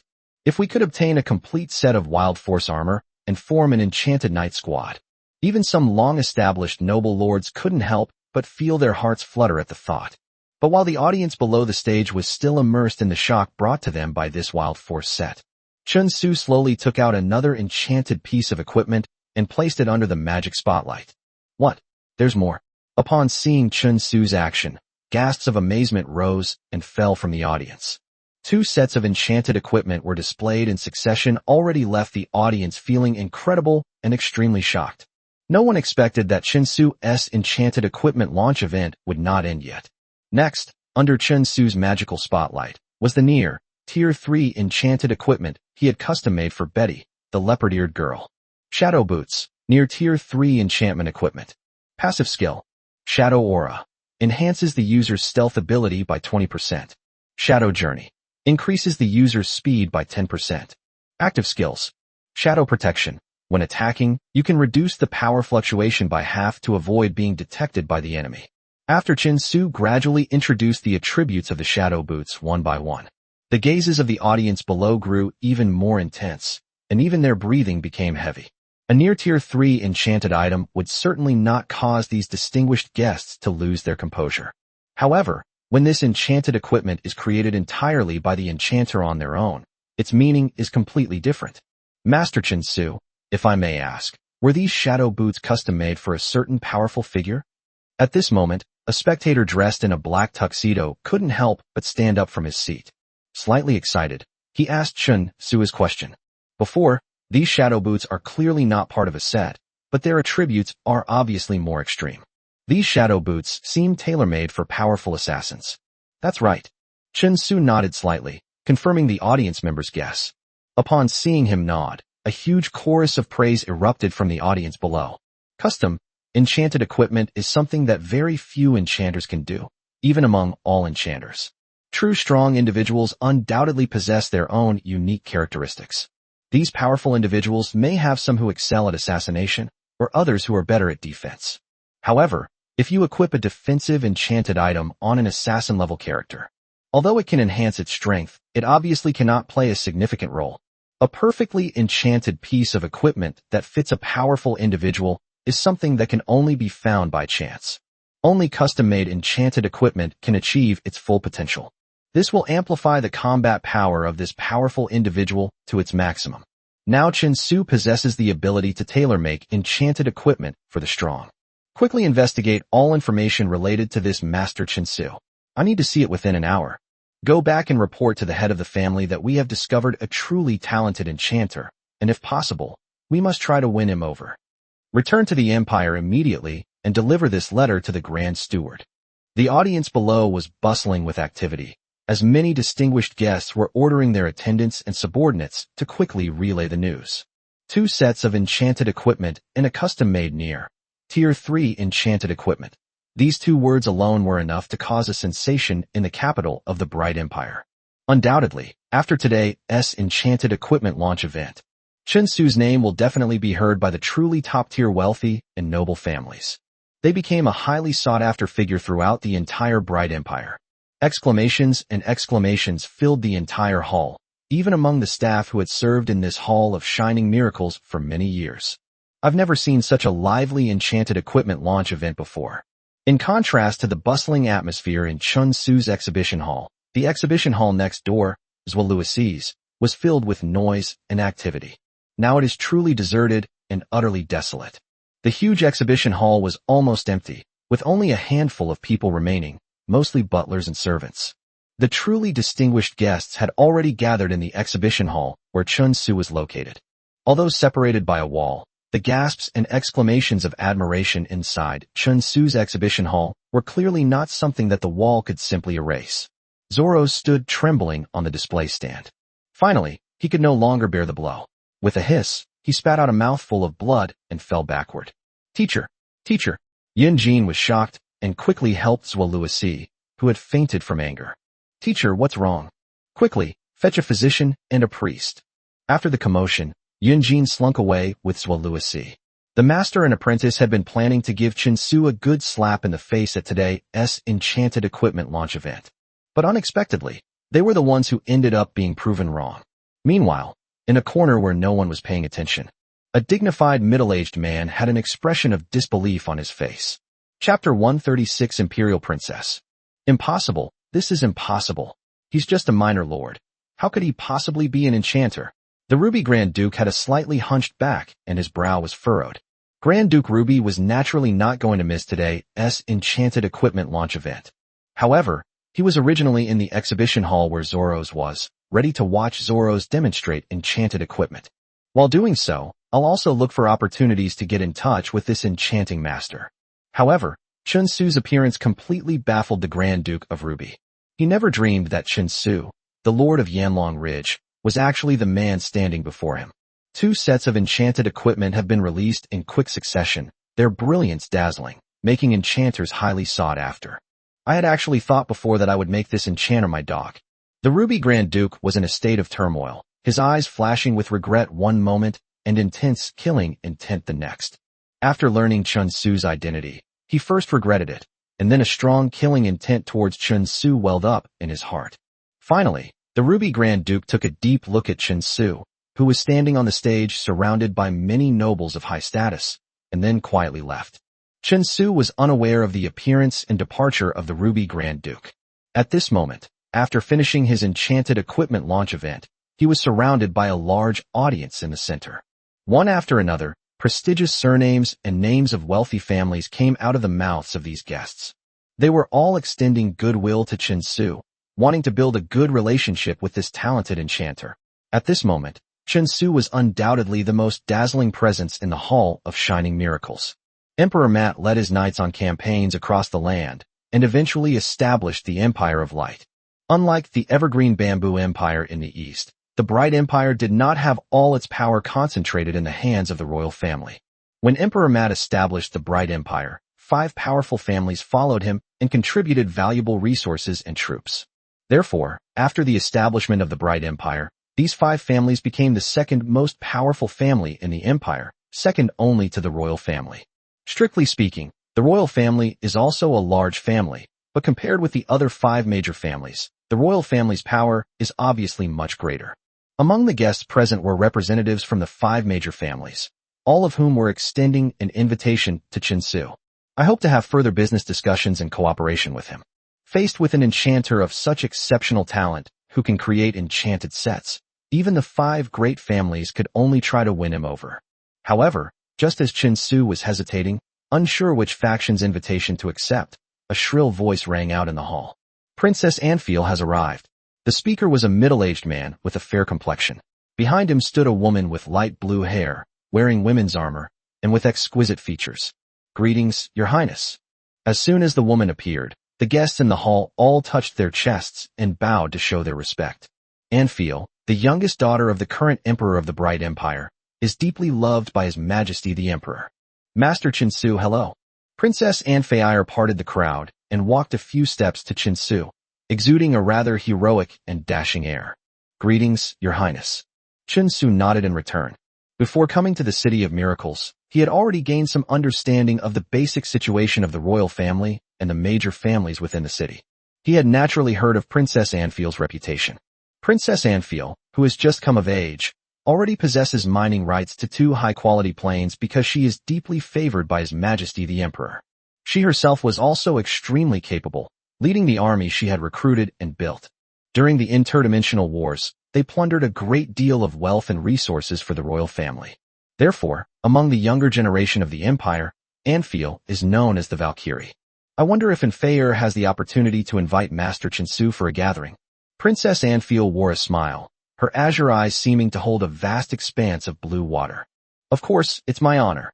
Chinsu did not refuse, but instead agreed with great gentlemanly manners. The invitation from the royal family is clearly far more prestigious than those from the other 5 major families. Having received an invitation from the royal family of the Bright Empire, Chinsu naturally had no reason to refuse. Haha, then please follow me, Master Chinsu. Princess Anfei smiled, and then led the way, taking Chinsu towards the outside of the Hall of Shining Miracles. As Princess Anfei led Chinsu away, the many guests in the hall had various expressions. No one expected that Princess Anfiel would suddenly appear and beat them to it in the end. However, even though Princess Anfei had already invited Chinsu away, the remaining distinguished guests still had no intention of giving up. Information related to Chinsu and be ready to win him over at any time. Led by Anfei, Chinsu soon arrived at his residence, an ancient castle built near the imperial city, covering an area of more than 10 square kilometers. What a beautiful place. As Chinsu walked along, he observed the exquisite scenery inside the castle and exclaimed in sincere admiration. If Master Chinsu likes it, he can stay here indefinitely. Anyway, I spend most of my time in different planes and rarely have time to come here. Princess Anfiel said with a smile. Your Highness, please speak frankly. What is your purpose in inviting me here today? Chinsu asked bluntly. He knew that Princess Anfiel's invitation to him was not simply to have a drink and get to know him. Chinsu's words startled Princess Anfei, who then giggled. I thought Master Chinsu, like those guys, liked all those formalities. That's why I was going to be polite first. But since you're so straightforward, Master, I'll get straight to the point. I need the 2nd-tier enchanted set designed by Master Chinsu. As for what to use for the trade, gold coins or resources are both acceptable. Princess Anfiel readily agreed. How many sets do you want? Chinsu raised an eyebrow and asked, unsurprised. At least 20 sets. Princess Anfei stretched out 2 slender, jade-like fingers and waved them in front of Chinsu. 20 sets. Chinsu pondered for a moment. This was no small sum. With his current skill level in crafting enchanted equipment, he can only craft about 1 enchanted set per day on average. After finishing the drawing, he needs 1 to 2 days to recover his energy before he can continue drawing. It would take Chinsu a total of 4 months to complete the creation of 20 sets of level 2 enchanted equipment. Chapter 137. Can I owe you money? Although there is a 10 times faster time flow ratio in the leaky dimension, but it takes so much time to create an enchanted equipment set. Chinsu believed that he had to receive an equal reward. So, what kind of compensation are you prepared to offer? Princess Anfiel led them into a spacious banquet hall. Chinsu sank into the comfortable and soft sofa, tapping his fingers rhythmically on the armrest as he spoke. Princess Anfei, who was sitting directly opposite Chinsu, had already taken off her close-fitting armor and put on a fluffy dress.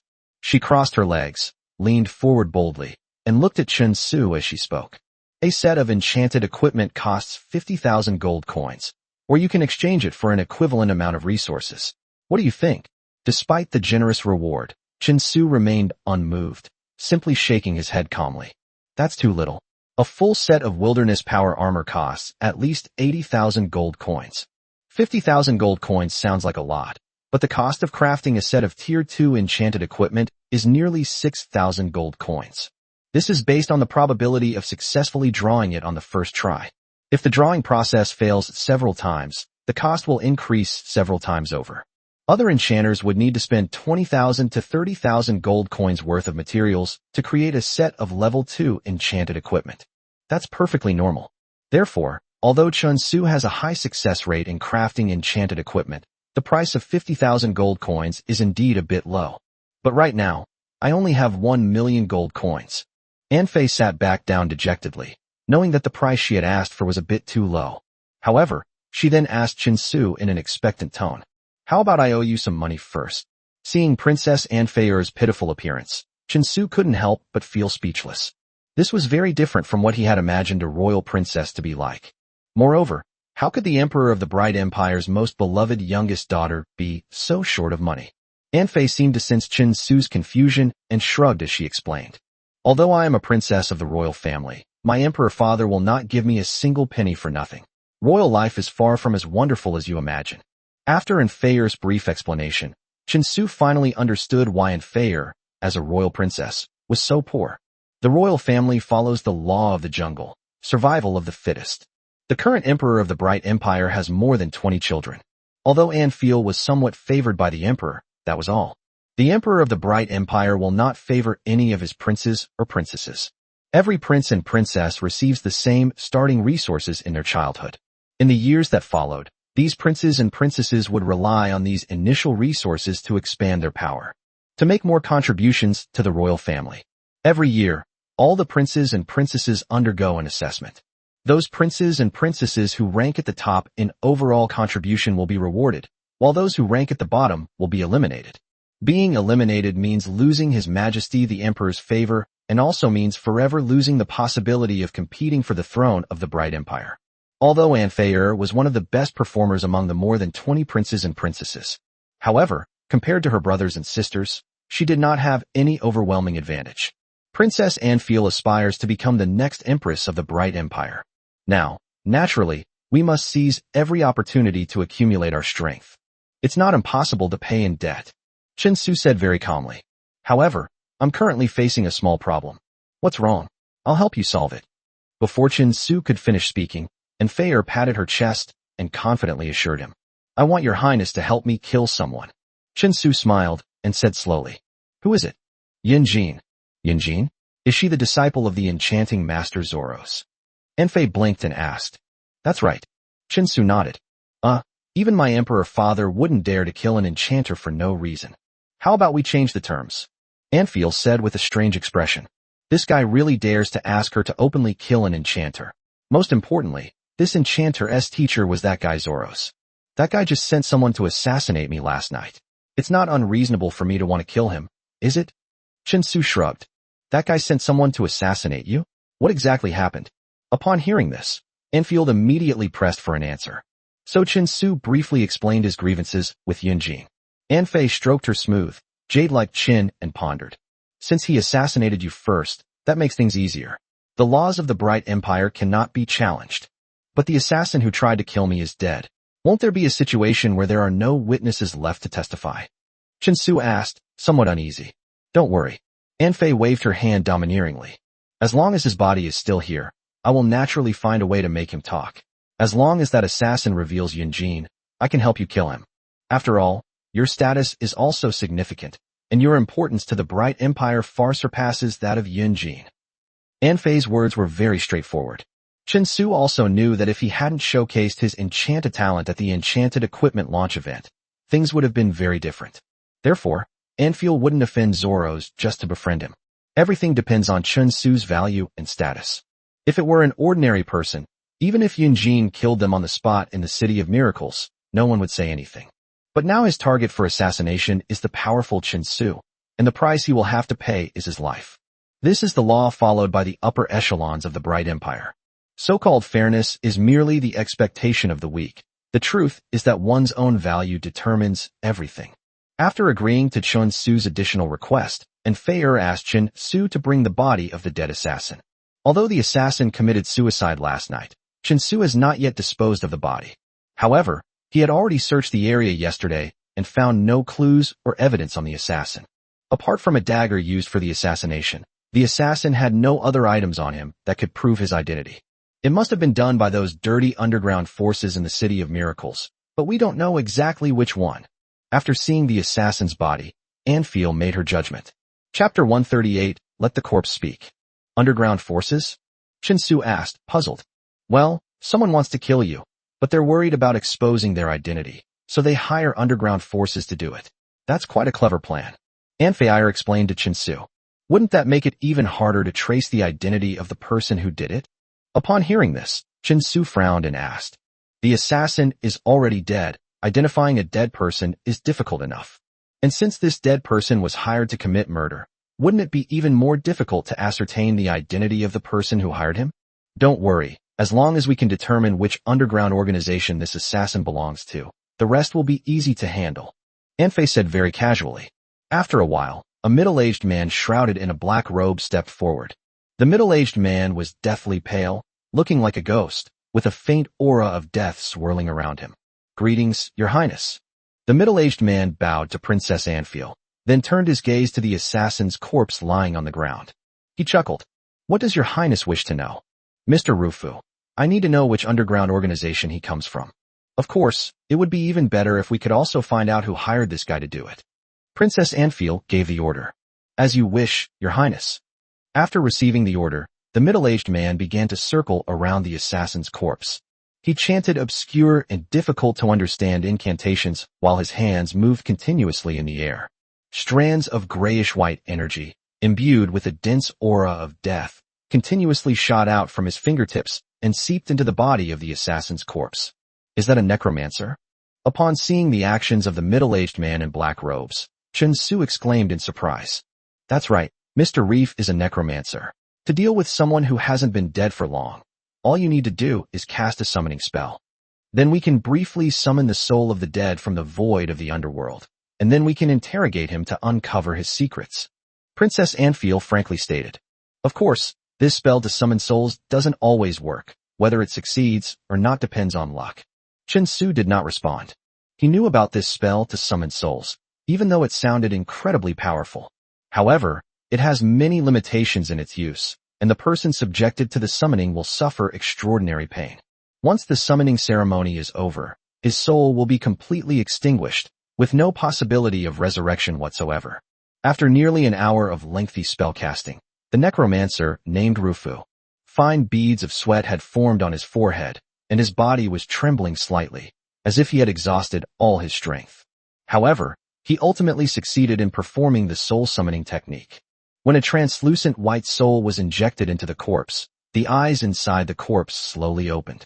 Your name, your organization, and who sent you to assassinate this gentleman?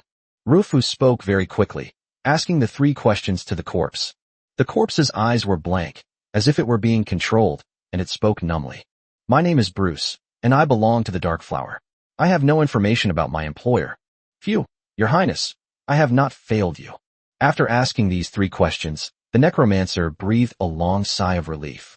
The corpse fell to the ground again, and the souls that had been injected into his body had all dissipated into the air. Mr. Rafe, go and get some rest, Anfei said with satisfaction. After the necromancer Rufu withdrew, she smiled at Chinsu. It's all taken care of. We know the assassin who made the move belongs to the Hidden Flower Bud, so the rest is easy. But these underground assassin organizations wouldn't easily reveal their employer's information to you, would they? Upon hearing Princess Anfeir's words, Chinsu asked, somewhat puzzled. Even if we knew the name of this underground assassin organization, so what? Judging from the assassin's decisive suicide after the mission failed, you can tell that this is definitely a ruthless killer organization. Such assassin organizations would even go so far as to force their assassins to commit suicide in order to prevent information from being leaked. How could they possibly reveal the employer's information so easily? For underground assassin organizations, it has become an almost unwritten rule not to reveal any information about their employers. Don't worry, these dirty underground forces will naturally not reveal anything to ordinary people. But for our royal family, it's very simple, Anfei said with complete ease. The so-called underground forces have no secrets whatsoever from the royal family that rules the City of Miracles.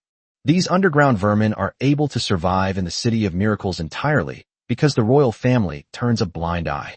As long as I ask, even if it's just some hidden flower bud, and they don't know who wants to kill you, I will do my best to find out. Okay. Chinsu was speechless. As expected, All those so-called established rules are as fragile as bubbles in the face of true power, utterly meaningless. After finding out the killer's underground assassin organization, and Feyre didn't even take action herself.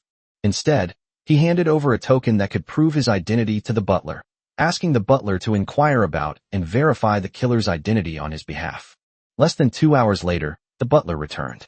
Your Highness, the people in the secret garden have already said that the one who hired the assassin to attack Master Chinsu is none other than Yunjin, a disciple of Zhao Luosi. The steward bowed and reported. It seems your guess was right after all. Things will be much easier from now on. Hiring someone to kill within the City of Miracles is a grave crime in itself, but the person he wanted to kill was the royal enchanter, which is a further provocation against the royal authority. Anfei clapped her hands and said very easily, Royal Enchanter is the identity that Anfei just assigned to Chinsu. With this identity, she could legitimately use the royal family's name to deal with Yunjin. Even Zoros couldn't protect his disciple. Because the royal enchanters are protected by the royal family of the Light Empire, sending someone to assassinate them would naturally be going against the royal family. Of course, the title of Royal Enchanter didn't impose any restrictions on Chinsu. It simply means that in the future, when he wants to sell enchanted equipment, he will have to prioritize royal. Chapter 139 Cheap Lives. If they can't agree on a price, he can still sell the enchanted equipment to other noble lords. Alright, now that we have the evidence, Yunjin's matter is easy to resolve. However, since I've gone to so much trouble, could you perhaps reduce the price of that batch of enchanted equipment a bit? Or, could you waive the cost of one enchanted equipment set for me? Anfei blinked her light blue eyes and asked expectantly. A complete enchanted equipment set costs 80,000 gold coins, so 20 sets would cost 1.6 million gold coins. Even with Princess Anfie's speed of plundering wealth, it would take her a very long time to collect 1.6 million gold coins. So naturally, we should save as much as we can. Then let's waive the cost of an enchanted equipment set. Chinsu waved his hand and said in a relaxed and cheerful manner. A set of enchanted equipment costs only 80,000 gold coins, which is even cheaper than the 100,000 gold coins that Yunjin paid to assassinate him. I feel like I'm lacking something. Looking at Chinsu's incredibly relaxed expression, Anfei felt that her price might have been a bit too low. Perhaps we should waive the price of 2 sets of enchanted equipment. However, once the words have been spoken, it's too late to take them back. Anfei wasn't one to hold grudges. She stood up from her seat and readily extended her hand to Chinsu. Then, it's a pleasure to cooperate. It's a pleasure doing business with you. Chinsu stood up, grasped Princess Anfei's slender hand that she extended, and said with a smile. Poor Yunjin had no idea that his fate was decided in a few words between Chinsu and Anfei. Moreover, when you calculate it carefully, his life is only worth a set of enchanted equipment, which is only 80,000 gold coins. Who are you? Why do you dare to trespass into my residence? In the lavishly decorated living room, Yunjin's clothes were disheveled. Looking at the cold, armored guards in front of him, he said with a mixture of shock and anger. A few days ago, Yunjin was seething with anger at the enchanted equipment launch event. He didn't go anywhere, staying in his own mansion the whole time, using the gift that the Ruby Duke had given him to vent his frustration. Just as he was having a great time, a silent and powerful armored guard suddenly broke into his mansion, nearly scaring Yunjin to death. Your Excellency Yunjin, please come with us. The lead armored soldier removed his helmet and coldly addressed Yunjin. Who are you? How dare you trespass into my private residence? This is an infringement on my rights. Who sent you? Tell me. If my teacher finds out, you'll be in big trouble. Yunjin shouted loudly. Your Excellency Yunjin, I'm afraid even if your teacher, Zoros, came this time, he wouldn't be able to save you. The head of the guard sneered. Yunjin, a first-tier enchanter, hired an assassin to attempt to kill Chinsu, a royal enchanter, thus challenging the royal authority. By order of Princess Anfei, we have come to arrest you. Take him down. No sooner had the commander of the guards finished speaking than 2 guards stepped forward from behind and ruthlessly broke Yunjin's limbs.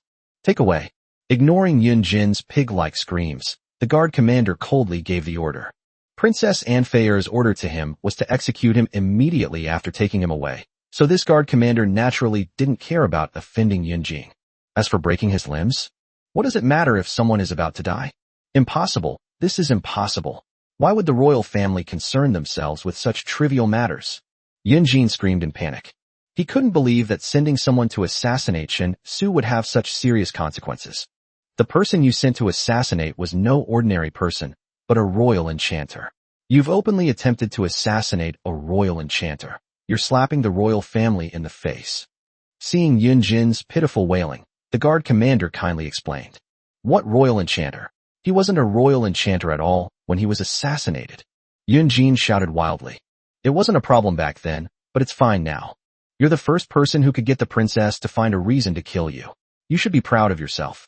The guard commander patted Yun Jin's face with sympathy, gave his subordinates a wink, and forcibly took Yun Jin away. On the way to be taken away, Yun Jin was still cursing angrily, and even brought up his teacher Zhuo Luosi to intimidate him.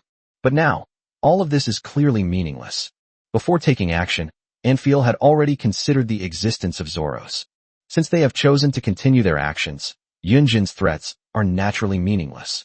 After being brought out of the mansion, the guard captain took Yun Jin directly to a secluded and deep alley. After you are reincarnated in your next life, remember not to offend people you can't afford to offend. Under Yun Jin's shocked and furious gaze, the guard commander reached out and decisively snapped his neck. One life, 80,000 gold coins. To think that she would end up like this was something Yun Jin could never have imagined. Yun Jin's death did not cause the slightest ripple in the City of Miracles. At this moment, Chen Su's name spread throughout the entire City of Miracles, and all the nobles were discussing his name. Who would care about a mere Tier 1 enchanter? Previously, Yun Jin might have attracted some attention because of her status as a disciple of Zoros. But now, everyone's attention was drawn to Chen Su. He was simply too dazzling, like the sun in the sky. Yun Jin, on the other hand, was like an insignificant little star next to the sun, naturally attracting no one's attention. Of course, there are two exceptions. Of these two people, one was Yun Jin's teacher, Zoros, and the other was the Ruby Grand Duke. He actually killed Yun Jin. He actually killed him. Zoros muttered to himself, a hint of anger rising on his slightly pale old face. He didn't care what the reason was for Yun Jin's death. The fact that Yun Jin was killed so brazenly clearly showed that Zhuo Luosi didn't take him seriously. Princess Anfei must have been instigated by that guy named Chen Su. If it weren't for him, why would Princess Anfei have attacked Yun Jin? Zoros said bitterly, his slightly cloudy old eyes filled with resentment and hatred. He dared not hate Princess Anfei, but instead poured all his hatred into Chen Su. In Zhuo Luosi's view, all of this was caused by Chen Su. Whether it was the failure of his enchanted equipment launch event or Yun Jin's death, it was all because of Chen Su. This kid, who appeared out of nowhere, almost ruined everything. Chapter 140 First Hearing of the Palace of Gods. You wretched brat. You made me lose face and even killed my disciple. I'll settle this score with you sooner or later. Zoros said bitterly. Compared to Zoros's raging anger, the Ruby Grand Duke was filled with fear and dread. Upon learning of Yun Jin's death, he immediately went into hiding, not even daring to show his face. It was he who personally recommended Anzong Wuri to Yun Jin back then. God knows if that guy has already betrayed him. Hiding for 2 more days, and finding that no one was searching for him in the City of Miracles, the Ruby Duke was finally able to relax for the time being. It seems that Yun Jin did not reveal his existence before her death, and Chen Su was unaware of his existence. Otherwise, given that guy's ruthless and decisive killing of Yun Jin, he would never have let me go. However, after discovering that there was no danger of being killed, the fear in the heart of the Ruby Grand Duke did not diminish in the slightest. The current Chen Su is no longer the weak flame dragon, Lord he remembered. He was a genius enchanter renowned throughout the entire City of Miracles.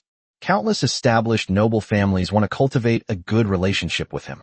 He was so dazzling that even the Ruby Grand Duke felt fear. Even Yun Jin, Zhuo Luosi's disciple, was killed by him without hesitation in his revenge.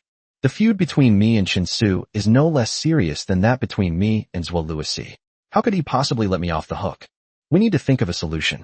The Ruby Duke frowned in thought, a murderous intent surging between his brows. He didn't think begging Chen Su for mercy would be of any use. The only way now was to strike first. We should eliminate Chen Su before he fully matures. Otherwise, wait until the other party grows into a 3rd-tier enchanter, or even a 4th-tier enchanter. Even if the Ruby Grand Duke wanted to harm Chen Su, there was nothing he could do.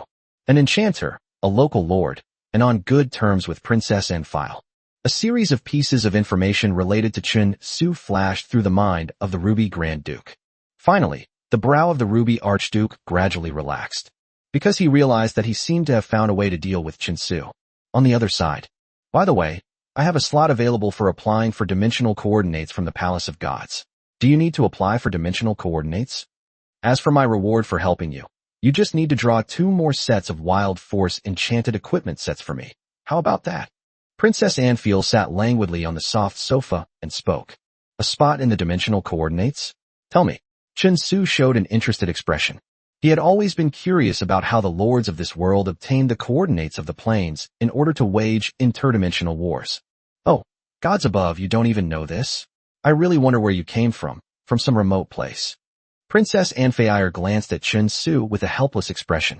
This guy has a dazzling talent for enchanting, but he knows nothing about some basic common sense. Is this a common flaw among all geniuses? Although she felt helpless, Anfair still explained things to Chinsu in detail. The Palace of Gods is a place for worshipping the gods.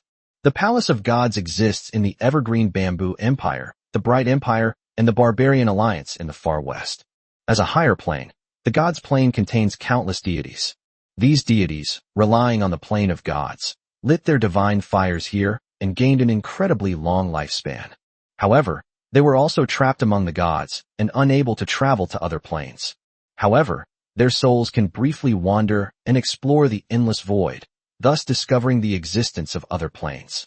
These planes discovered by the gods were of little value to them, because their true forms cannot descend to this plane, nor can they develop followers or obtain divine power in this plane. They are even less able to plunder the resources of this plane. Therefore, the gods would place the coordinates of the planes they discovered in the Palace of the Gods in the Plane of Gods, and sell them with a price tag. In addition to exchanging resources, the gods also demand that the lords of the planes they sell purchase resources from. Let their missionaries accompany them to spread the religion's doctrines in different planes, and thus develop a following, harvesting faith in exchange for the growth of one's own divine power. The gods gained faith, while the lords gained land, people, and resources. The gods traded with the powerful lords of the mortal realm, each getting what they needed. This was the purpose of the existence of the Palace of Gods. Beyond the plains lies the endless void, a place where only those at the epic realm and above can survive. Moreover, even epic-level powerhouses cannot survive for very long in the void outside of a plane. Only those seasoned epic-level powerhouses possess sufficient internal strength to support a long-distance space-time exploration. The gods of the Pantheon, although their physical forms cannot leave the Pantheon. However, due to the nature of gods, their souls are incredibly strong, allowing them to wander in the void for a very long time. Moreover, even if this wisp of divine soul is lost in the endless journey through the void, the gods only need to expend their divine power to restore the lost divine soul to its original state. That is why the gods can be considered the best explorers of the entire plane. Apart from the plane of the gods, more than 70% of the other known planes were discovered by the gods. The remaining planes were discovered by some powerful, experienced epic-level beings. However, unlike the gods, epic warriors can explore planes on their own after they have explored and discovered them. Plunder the wealth in the plane. Therefore, some high-quality planes discovered by epic-level powerhouses are exploited by them. Unless these powerful epic beings genuinely lack the time to mine, or the discovered planes do not meet their expected goals, they would then sell the dimensional coordinates to the powerful lords of the divine planes in exchange for the resources they needed. These are the only ways the lords of the god realm obtain the coordinates of their respective planes. However, there is a limit to the number of people who can obtain the coordinates of a plane from the Palace of Gods. The number of secondary plane coordinates that flow out of the Palace of Gods each year is also limited. Only the ancient nobles who are qualified to reside permanently in the City of Miracles are qualified to go to the Palace of the Gods and obtain the coordinates of the secondary plane space. Anfei stretched and said lazily. Her beautiful body, bent into a breathtaking arc, possessed a stunning aesthetic appeal. The royal family within the City of Miracles, along with 7 other ancient and powerful noble families residing there, form the backbone of the Bright Empire. Chapter 141. Should we get married? Aside from the powerful royal family, whose status remains unchanged, the composition of the other 7 aristocratic families is not static. The rankings of the 7 elite families change from time to time. Among the 7 powerful families, the one ranked at the bottom is in danger of being replaced by other powerful families within the Bright Empire at any time. the ancient nobles who frequently resided in the City of Miracles over the past millennium. Dozens of once prestigious surnames have been driven out of the City of Miracles by more powerful families and have eventually become dust in history.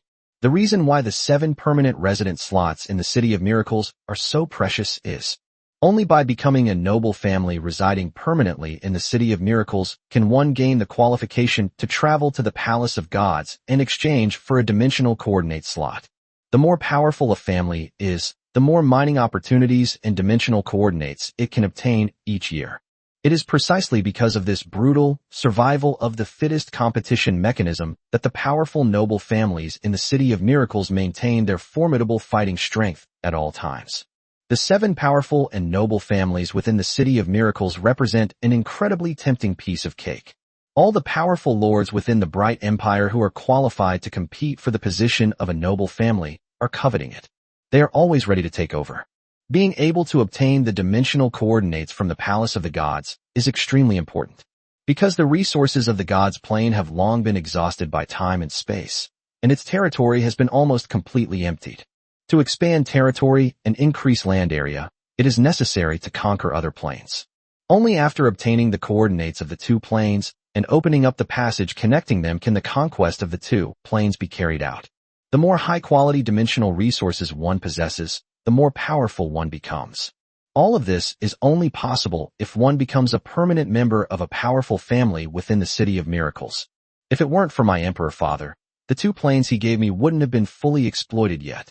If the spot for obtaining spatial plane coordinates expires at the end of the year, I'm not giving it to you. Anfair had a look on her face that said, "You've hit the jackpot." Indeed, this is the case. Every slot at a spatial coordinate is extremely precious. If Amphier were to put this spatial coordinate slot up for auction, it would definitely fetch a price higher than 500,000 gold coins. When he sent someone to kill Yunjin, he did this in order to curry favor with Chinsu. As a royal princess, Anfiel seemed to enjoy immense prestige. In reality, before the final succession to the throne is determined, they must use every means possible. By cultivating relationships with those who can be won over, one can increase their chances of winning the throne. In that case, give me the coordinates of this spatial plane, and you only need to pay me 900,000 gold coins, and our debt will be settled. Chinsu pondered for a moment and said, and Feier frequently showed him kindness, so Chinsu naturally reciprocated with goodwill. 900,000 gold coins plus a set of spatial coordinates can be exchanged for 20 sets of Wild Force outfits. Anfei didn't suffer any loss in this deal. Really? That's wonderful. You have no idea how poor I am right now. Anfiel cheered with a hint of surprise. Then, he looked at Chinsu, a slight light shining in his azure eyes, revealing a hint of eagerness. I think you're quite handsome. How about we become partners? Don't worry. Even if I ascend the throne and become the emperor of the Bright Empire, you will always be my only man, I promise. Anfiel was bold and fiery, and his tone was so serious that it was impossible to tell that he was joking at all. Chinsu believed that if he agreed, the princess might actually do it. For a fleeting moment, Chinsu really wanted to act impulsively and agree. After all, a doctor had examined him and said he had stomach problems. Of course, an impulse is still an impulse. After regaining his senses, Chinsu ultimately did not agree. After all, give him enough time to grow. In the future, he might very well become like Emperor Mat, the founding emperor of the Bright Empire. It's fine to build your own harem, but being someone else's harem, even if they promise you're the only one, is unacceptable. Moreover, the woman in question was an incredibly beautiful woman, which Chinsu also refused. That's a real shame. Anfei looked at Chinsu with regret, her tone filled with remorse. Chinsu. After finalizing the terms of the deal, Anfei led Chinsu head to the Palace of Gods to exchange for his set of dimensional coordinates. The Palace of the Gods and the Imperial Palace stand side by side, both situated in the highest part of the City of Miracles. Interestingly, the palace is located in the very center of the City of Miracles. It is grand and majestic, giving one the feeling of looking down on the world and seeing all the mountains as small. Although the Palace of the Gods is an extremely grand and magnificent building, it is very remote and is far removed from the Imperial Palace. In terms of sheer presence, they were completely overshadowed by the Imperial City. Anfei led Chinsu towards the Palace of Gods. He introduced Chinsu to information related to the Palace of Gods. Back when our ancestor, Emperor Mat, established the city of miracles. The messengers of the gods who traveled among the mortals then met with the ancestors and requested that the palace of the gods be built in the most central location of the city of miracles. However, Emperor Maat said that it was possible to build the palace of the gods, but in this city of miracles, the imperial city was supreme. Even if a palace of gods were built, it could only be situated beneath the imperial city. At that time, the messengers of the gods were furious and proclaimed that Emperor Maat's actions were blasphemous. There were even more than one powerful deity who performed miracles in the mortal realm, condemning Emperor Maat's actions and emphasizing the supreme status of the pantheon. Anfei spoke slowly, her tone carrying a hint of admiration. But as you saw in the end, even the gods had to bow their noble heads before Emperor Maat. Even the gods must bow their heads before me. Immediately following Anfei's words, Chen Su uttered Maat the Great's famous quote, a statement that has been passed down through the ages. Chen Su had seen this phrase in historical records, but he never imagined that there was such a thrilling story behind it. It is conceivable that back then, Emperor Maat must have engaged in a fierce and exciting contest with the gods in the pantheon of gods. But in the end, Maat Damon won. The imperial city within the city of miracles stands high above, overlooking the ages. The palace of the gods, however, could only reside beneath the imperial city. Only mortals believe in gods. True power never takes gods seriously. Even in the eyes of the strong, the gods are nothing more than prey. Anfei shrugged and said, Chapter 142, Choosing Plane Coordinates. Of course, these are things that everyone tacitly agrees on, so you must never talk about these things in front of those clergy. Otherwise, those guys would definitely fight you to the death. Of course I know. Hearing Anfei's words, Chen Su nodded and said, In this world, the gods do not hold a supreme position. In fact, the truly powerful have always looked down on them. Because after igniting the divine fire and becoming a god, he gained a lifespan as long as the plane itself. But from then on, they lost the possibility of going any further and were forever locked in the plane where the divine fire was ignited. Although the lives of epic warriors are not as long as those of gods, they are free and possess infinite possibilities. The hierarchy of gods is determined by the extent of their divine power. From the weakest divine power to minor divine power, medium divine power, and powerful divine power. The gods with weak divine power are basically those who have no believers in the mortal world, whose faith is on the verge of extinction, and who are about to fall. These gods are also prey in the eyes of many powerful epic warriors. For epic warriors, the divine essence remaining after the fall of a god holds unparalleled benefits. Of course, for other gods, gods in this state are also prey. Without believers, there is no source of divine power, and without a source of divine power, the gods will become increasingly weak. Thus, they became powerful epics and prey in the eyes of other gods. Therefore, even as a deity, one must live in constant fear.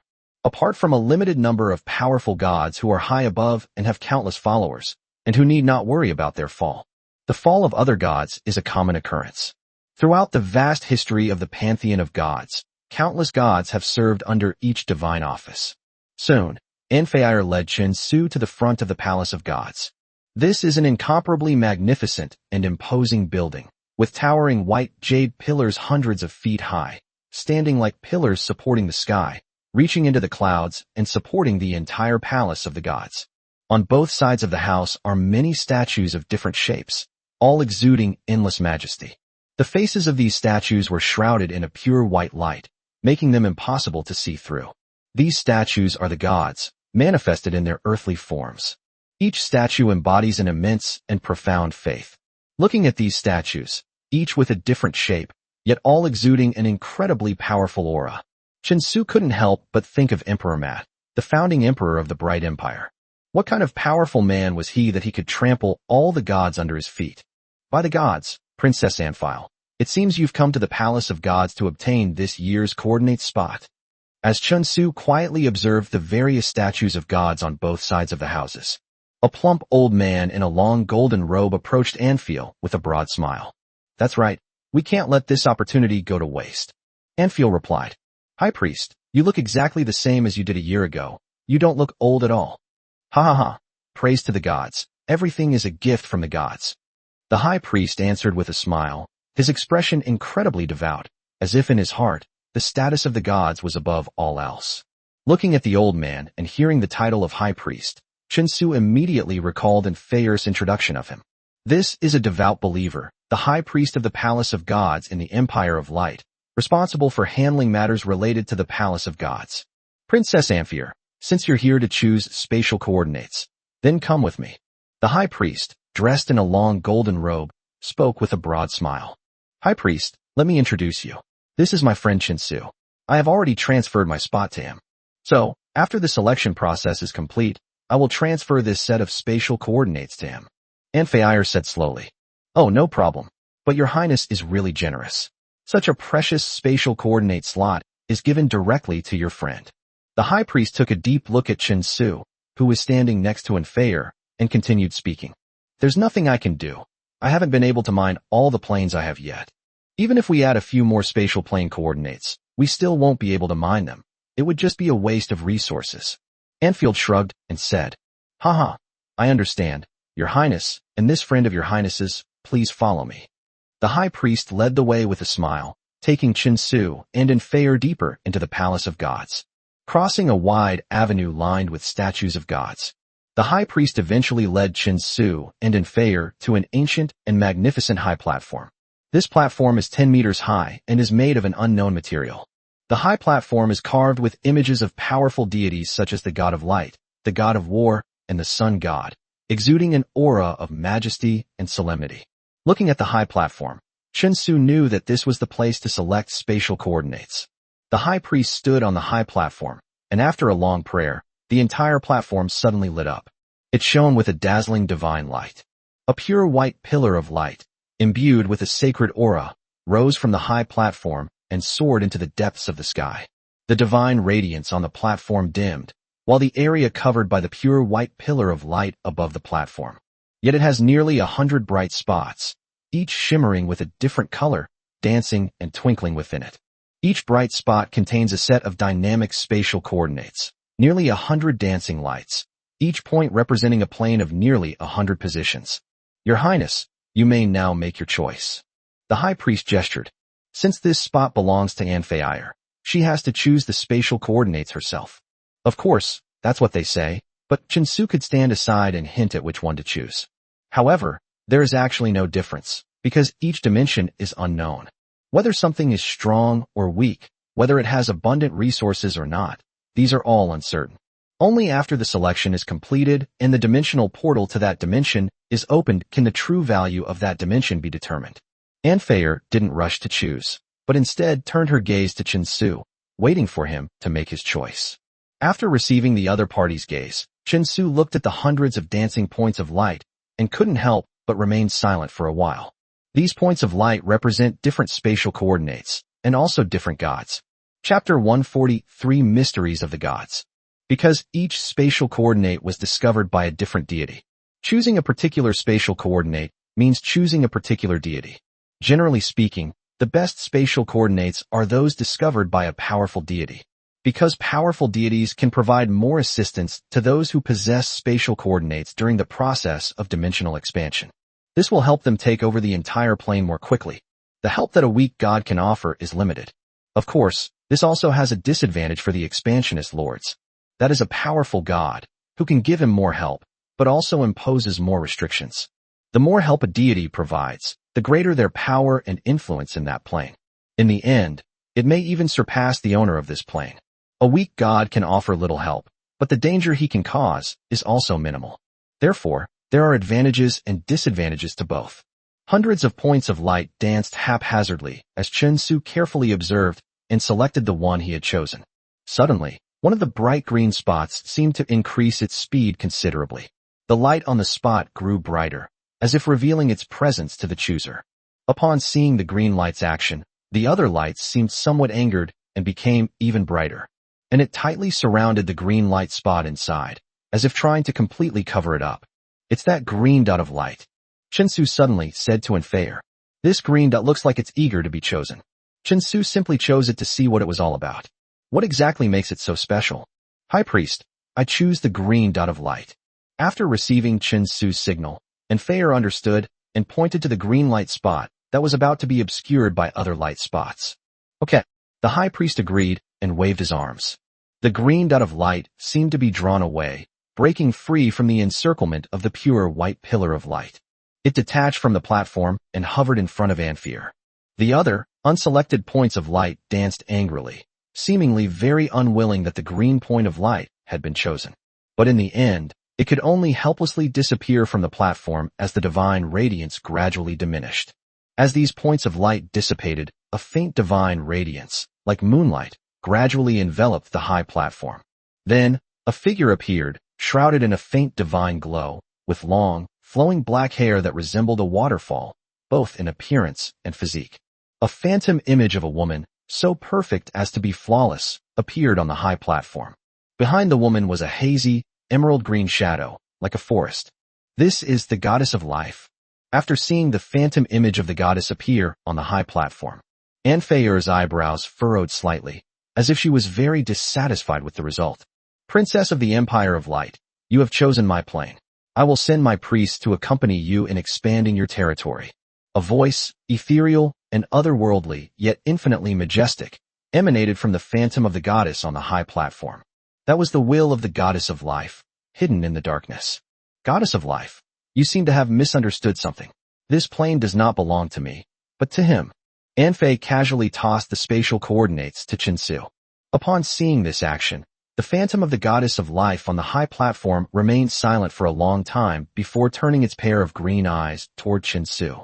Seemingly scrutinizing him, the goddess of life turned her gaze to Anfear after a long while before speaking. Why not you? The sound was ethereal and lively, like heavenly music. But Chensu seemed to hear an emotion called anger in it. Goddess of life, the rules of the Pantheon do not prohibit exchanging the right to expand a plane for it. These dimensional coordinates are the result of a deal between me and my friend, and even the gods have no right to interfere. Anfei said nonchalantly. Even when facing a so-called deity, she showed no sign of nervousness. So, Your Majesty, you should really consider how to help my friend explore new dimensions. We'll take our leave now. After Anfei finished speaking, she left the Palace of Gods with Chensu, disregarding the presence of the goddess of life. Throughout the entire ordeal, the high priest remained silent, showing no intention of intervening whatsoever. Finally, after leaving the Palace of Gods, Anfei shook her hand and said to Chensu with a solemn expression, Chensu, I sincerely suggest that you give up the right to explore this plane and sell this set of spatial coordinates at a low price. I must say, you actually chose the spatial coordinates discovered by the goddess of life. Your luck is truly exceptionally bad. Why? Is the goddess of life weak? Chensu asked, puzzled. That's right, the goddess of life is very weak. She's so weak now that her divine fire is on the verge of going out. Anfear answered honestly. But isn't that a good thing? It means she can't interfere with my work in the process of expanding the planes. Even if you can't help me in any way, that's okay. Chensu shrugged and said indifferently. In fact, he preferred to cooperate with some weaker gods. In this way, the initiative will be in Chensu's hands. What he wants is a plane that is completely under his control, like the plane of joyful riding. Instead of one, there is another force that can dictate to him, or even be on equal footing with him. That's the problem. Our goddess of life is weak now, but she was not weak before. Anfei shook her head, and then explained the reasons to Chensu in detail. The goddess of life was once a powerful deity, and she was only one step away from breaking through that barrier. However, ever since the elf race, who worshipped the goddess of life, was wiped out in the plane of gods, the number of believers of the goddess of life on earth has greatly decreased, and her divine power has also been weakened. Of course, it's not just the goddess of life. There are also goddesses like the moon goddess and the goddess of springs. These powerful gods, once worshipped by the elves, had their divine power weakened to varying degrees after the elves were wiped out. When divine power weakens, it is necessary to develop new believers and harvest the power of faith. However, the number of believers in the pantheon of gods is limited, and the gods are vying for them. How could they possibly sit idly by and watch these goddesses, who had lost their source of divine power, rise again? Chapter 144 The Meaning of Gods. Thus began a war of the gods that lasted for thousands of years. The outcome of the great battle was predictable, a sharp decline in believers, and the loss of life and other goddesses who had lost their source of divine power. He was defeated by the combined forces of the other gods, and his divine power level plummeted. Several goddesses perished, while others fell into a deep sleep. The goddess of life was lucky. She only fell to a state of weak divine power, but she was only one step away from falling into slumber or perishing. Chensu, you must understand that gods with weak divine power are unable to explore different planes. Therefore, the plane coordinates that the goddess of life possesses must have been obtained through exploration when she was a powerful god. Given the perspective of the goddess of life at that time, she would probably only consider planes with a maximum level of Saint Mage or higher. The Saint Mage is a watershed moment. Planes that reach the Saint Mage level or above can give birth to gods. And do you know what that means? Anfei asked. Without waiting for Chensu's reply, she continued speaking. This means that once you open a passage to another dimension, you will be detected by the gods of this plane immediately, and they will then use all the power of the entire plane to punish you. If the one you are cooperating with is a powerful god, then he will be able to do so not only when you first arrive in this plane, to conceal the fluctuations from the gods of this plane, so as to buy you precious time to develop. Even if discovered by the gods of the lower planes, it can still contend with the gods and reduce the pressure on you. But if the one you are cooperating with is a god with little or even weak divine power, it means that he cannot offer you any help. In other words, once you travel through the dimensional portal to another dimension, the entire dimension, including all the gods, will become your enemy. The level cap in the Joyful Rider plane is only for apprentice mages, so there are no gods. Therefore, Henry's entry into the Riding Rider dimension was so smooth, without encountering any significant obstacles. However, a plane that can give birth to gods is completely different from a plane that cannot give birth to gods. In secondary planes where gods exist, any beings from other planes who arrive will be detected by the gods and judged as heretics. Afterwards, the gods of that plane will command their representatives in the mortal world to eliminate these invading extra-dimensional beings, because they know that visitors from other dimensions come to this dimension with only one purpose: invasion and conquest. This not only affects other living beings within the plane, but also poses a great threat to the gods. As the dimensional invasion progressed, the invasion of gods from other dimensions also took place, and believers in the mortal realm were slaughtered and converted. This will weaken the power of faith in the gods, and may even lead to their eventual downfall. Therefore, the gods of the local plane have always spared no effort in attacking visitors from other dimensions.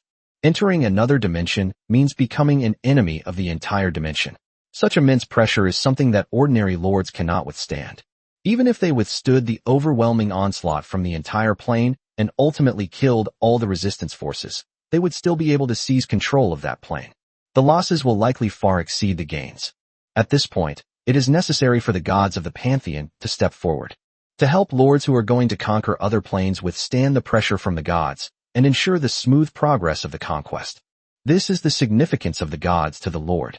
With the help of the gods, the Lord's conquest of other dimensions becomes significantly smoother. The current goddess of life clearly does not possess the ability to confront the gods of the secondary planes and alleviate the pressure on Chensu. That's why Anfei advised Chensu to give up on this set of spatial coordinates. Let's see how things go when the time comes. Chensu looked at the set of spatial coordinates in his hand and said calmly. Anfei's warning made him more wary. However, this did not make Chensu completely give up the idea of mining this plane. True strength lies in facing challenges head-on. As long as this plane is not a plane capable of giving birth to epic powerhouses, such a powerful plane, Chensu felt that with the resources he currently had, they should be able to begin mining after a period of development. Moreover, Chensu himself possessed a dimensional coordinate that he had not yet used. He obtained those dimensional coordinates through a transaction with the mysterious tower. When Chensu was mining that dimension, he was destined not to receive the help of the gods. Therefore, facing the gods from another dimension alone is something Chensu will have to face sooner or later. Seeing that Chensu didn't seem to be giving up, Anfei stopped talking. She was simply offering Chensu a reminder from a friend's perspective. If Chensu doesn't listen, she naturally won't say anything more. Thinking of the expression on the face of the goddess of life when she learned that the coordinates of the plane belonged to Chensu after the goddess of life descended, Anfei couldn't help but find it somewhat amusing. She knew that green spatial coordinate light spot. It must have been through the methods of the goddess of life that she was able to stand out among hundreds of spatial coordinates and attract Chensu's attention. But Anfei knew that the goddess of life's true intention was definitely to attract her attention. Because it was Anfei who chose the spatial coordinates, the goddess of life risked offending the other gods by revealing her existence. As a deity with meager divine power, if one cannot replenish the power of faith, so, the fate awaiting the goddess of life is to perish. In the realm of gods, there is no longer a place for her to develop followers. They wanted to develop followers, acquire the power of faith, and thus maintain their divine status so as not to perish. It is only possible in unexplored subdimensions. That's why the goddess of life is in such a hurry to promote the plane she has explored. Just as the lords choose the gods also choose the lords. The gods naturally hoped that the plane they had discovered could be handed over to a powerful lord. This allows them to successfully expand into new dimensions, develop followers, and reap the rewards of faith. It's likely that the goddess of life saw that Anfiel was the one chosen from outside and recognized her strength, which is why she acted so proactively.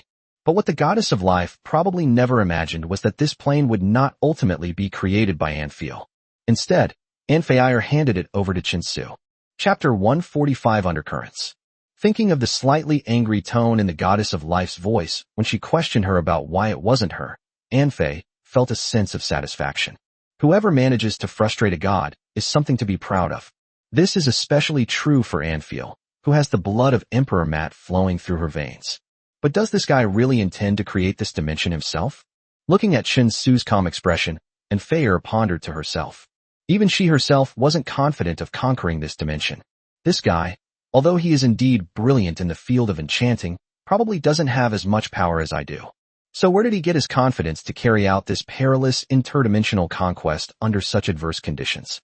Alright, now you just need to wait a day or two. Although the goddess of life has no way to protect you from the gods of the plane, she will at least send a few priests to help you. You just need to stay in the City of Miracles and wait for them to come to you. Anfei lazily reminded him. Anfeir had no idea what Chinsu was capable of using to wage war across different planes.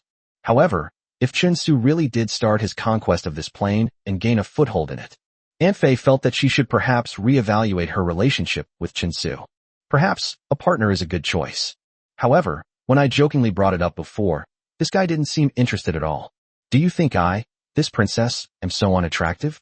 You should know that there are countless wealthy and noble young men in the entire Bright Empire who want to marry her. This guy is so clueless about romance. Chinsu has now become a highly sought-after figure in the City of Miracles. His every move naturally attracted the attention of those who were interested. The news that Princess Anfeir had transferred her spatial coordinates to Chinsu also became known to others. It seems that our princess has formed an alliance with this young enchanter. Princess Anfiel was already one of the strong heirs to the throne of the Light Empire. Now that she has joined forces with this young enchanter, her chances of inheriting the throne have increased even further. However, by allying with this enchanter, our princess has naturally offended the enchanting master Zoros. Tisk tisk tisk, Princess Anfiel's rivals will not let go of this opportunity to win over Zoros. I'm afraid there will be a good show to watch next. Within the City of Miracles, a turbulent undercurrent is brewing. Meanwhile, at this moment, within the Dagon's family, which ranks last among the 7 great families that rule the City of Miracles. Inside the study, where the ever-burning magic lamp was lit, the Ruby Duke was no longer the arrogance he usually displayed. He sat humbly on the sofa, while an elderly man with snow-white hair had his back to the Ruby Grand Duke. Holding a beautiful porcelain teapot in her left hand and a clean white silk cloth in her right, she carefully wiped it. Lord Daggins, as you have seen, Chinsu has already formed an alliance with Princess Anfeir. The threat this poses to His Highness the Crown Prince, whom you support, is self-evident. The Ruby Duke looked at the old man's back and said with a slightly humble expression, the Ruby Grand Duke might be able to act arrogantly and domineeringly in his own territory. However, one must still remain humble and respectful before these 7 great families who rule the Bright Empire. Even the Daggins family, which is ranked last, is definitely not one he can afford to offend. Seeing that the old man hadn't stopped wiping the porcelain pot, the Ruby Duke gritted his teeth and continued speaking. Lord Daggins, you have also witnessed Chinsu's talent in the field of enchanting. Given time, as long as he grows up, he will naturally become an incredibly powerful enchanter. More importantly, this Chinsu is clearly not only devoted to the path of enchanters. The dimensional coordinates that Princess Anfeir gave him are the best proof of that. At this point, the old man paused slightly in wiping the porcelain pot. The old man turned around calmly, his pale gray eyes looking serenely at the ruby Grand Duke. What you're really trying to say is that this young man named Chinsu is not only an enchanter, but also an ambitious lord. He will surely threaten the status of my Dagon's family in the future, so I should act decisively and eliminate him before he becomes too powerful, shouldn't I? Upon hearing this, the ruby Grand Duke broke out in a cold sweat. Under the old man's gaze, he felt he had no secrets. But what you said is indeed right, as long as we let this little guy grow up. With the help of our little Anfiel, she might actually pose a threat to my Dagon's family in the future. At this point, a hint of murderous intent rose in the pale gray eyes of the current patriarch of the Dagon's family, Duke Dagons. The current emperor of the Bright Empire has dozens of children, and the Dagon's family supports the eldest prince. Princess Anfiel is undoubtedly the crown prince's strongest contender for the throne. Chinsu's appearance undoubtedly added another bargaining chip for Princess Anfair to obtain the throne. This is naturally something the Dagon's family, who support the eldest prince, does not want to see. Of course, more importantly, Chinsu is not just an enchanter, but also an ambitious lord. This means that as his territory continues to expand, his eventual attempt to take over the City of Miracles will undoubtedly become an inevitable step on the agenda. In other words, as long as Chinsu is allowed to grow up, the Dagon's family, which is currently ranked last among the 7 major families in the City of Miracles, will become a force to be reckoned with. Sooner or later, there will be a battle between Chinsu and Chinsu, who has become fully powerful. This future is foreseeable. It was because he foresaw this future that the Ruby Archduke approached the Dagon's family. He needed to find allies who could stand with him against Chinsu, and the Dagon's family was undoubtedly the best choice. I heard that the dimensional coordinates came from the Goddess of Life, who was an extremely weak deity. If we could contact a deity who has a grudge against the Goddess of Life, perhaps that deity would be happy to help us with this. Duke Dagons put down the porcelain pot in his hand and calmly muttered to himself, "Do you like exploring different planes? Then stay in the secondary plane forever and never come back." Looking at the murals on the wall, illuminated by the eternal flame of magic, a glint flashed in Duke Dagon's eyes as he murmured to himself. Chapter 146 Return Journey. In the past few days, apart from his normal meditation and cultivation, Chinsu has been taking the leopard-eared girl Betty for a stroll around the City of Miracles, unaware that they had become a thorn in the side of some people. After waiting for several days, just as Princess Anfiel had said, things indeed came to pass. The priest sent by the Goddess of Life found Chinsu. They were 5 beautiful young women, dressed in priestly robes bearing the emblem of the Goddess of Life. It possesses an ethereal, yet clear natural quality. Besides these 5 priests of the Goddess of Life, there was also one dressed in a long white dress. A woman with long, dark green hair and a white veil covering her face was surrounded in the center by the priests of the 5 goddesses of life. It subtly exudes an aura of being surrounded by admirers. Your Excellency Chinsu, we are priests of the Goddess of Life, sent by her to assist you, to expand our territory in new dimensions and spread the teachings of the Goddess of Life. A priest placed his hand on his chest and bowed slightly to Chinsu. Who is she? Chinsu's gaze shifted to the woman in white. Lord Chinsu, her name is Xue Fei. She is the saint chosen by the Goddess of Life, but she was born with a disability and cannot speak. Please forgive her. The priest answered, but when he looked at the woman whose face was covered by a white veil, his eyes held a hint of fear. Chinsu shouldn't be with him, but Anfair, who was standing to the side, couldn't help but shake her head and sneer after seeing the so-called helpful priests sent by the Goddess of Life. Chinsu, I told you long ago that the Goddess of Life is too weak. What kind of aid is this? 6 women who can't even kill a chicken. I think their only purpose is to spread the doctrines of the Goddess of Life. It can't really help when you're expanding your territory and need assistance. Your Highness, with the divine power bestowed by the Goddess of Life, we can still help Lord Chinsu in some ways. The leading priest spoke neither humbly nor arrogantly. All right. What use are you 2 little fish and shrimps in a dimensional war with tens of thousands of people?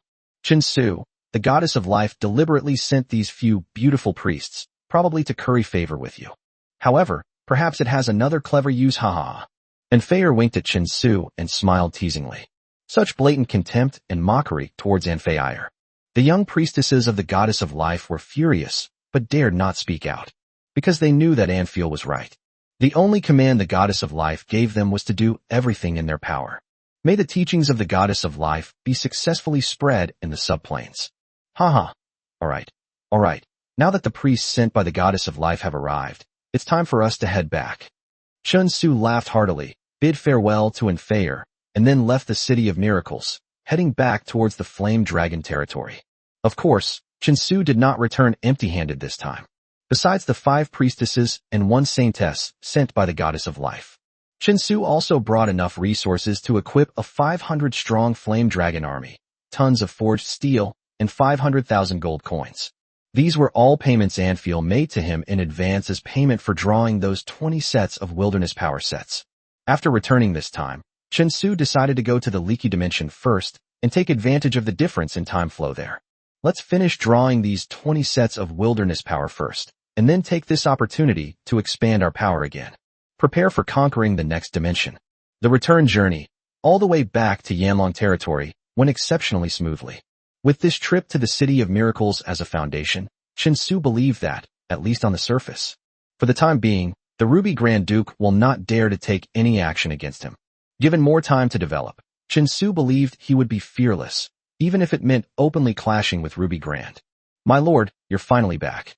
Seeing Chun Su leading his team back to Yanlong territory in a grand procession, the old steward Webb warmly greeted them. But after seeing the young and beautiful priestesses following behind Chun Su, the old butler, Webb, couldn't help but sigh softly. My own youngest daughter is so beautiful, and she likes the Lord, always following him around. How come you're still so carefree and lively even now? Now that the Lord is surrounded by more and more beautiful women, it's likely that little girl won't have a place in the room for him any longer. No, I need to find an opportunity to give that silly girl a good talking to. If this continues, that girl's chances will probably become even smaller. Old Steward Webb was filled with worry. How has the territory been while I was away? Chun Su asked with a smile. My lord, the development within the territory has always been very good. Your decision to have the people fertilize the fields last time was truly brilliant. The crops in the fields are now growing strong and thriving, much better than before. The old butler, Webb, exclaimed in sincere admiration. At the time, Chun Su ordered everyone to fertilize the fields, which was met with incomprehension from the people. As a result, when spring came the following year, the grain that broke through the soil was not only plentiful, but also grew very well. If this trend continues, this year will undoubtedly be a bumper year. Now, the people admire Chun Su's decision back then to the point of complete awe. The Lord's words are more effective than worshipping the gods. This is a phrase that the people often say. As time has passed, Chun Su's status in the hearts of these people has now almost reached the level of being comparable to the gods. Everything within the territory was well organized and thriving. Immediately afterwards, Chun Su focused on upgrading his existing buildings. Now, he has received enough gold coins and forged steel from Anfiel. The logging camps and farmers within the territory have been working hard to cut down trees and have accumulated enough timber. Chun Su now possesses enough resources to support a large-scale upgrade of all buildings. Ding! Congratulations! Your lumberyard level has been upgraded to advanced. Ding! Congratulations! Your steel forging plant has been upgraded to advanced level. Ding! Congratulations on upgrading your war fortress to a berserker city. City of Berserkers. Maximum load unit, 0/1000. Training content. Strength training. Increases the trainee's base strength by 20%. Costs 1,000 gold coins per person, duration 15 days. Agile training. Physical training. Basic fighting skills. Awakening. Bloodline atavism. The upgrades to the logging camp, steel mill, and gold mine were all carried out in a conventional manner. The upgraded Berserker City, however, gave Chun Su a pleasant surprise. After training and awakening within the City of Berserkers, the warriors have become even stronger. Chapter 147 Dragon. Of the Flame Dragon Army who have undergone awakening training within the City of Berserkers, they would then be able to equip themselves with a complete set of Wild Force armor, forming Chun Su's first true Enchanted Knight squad.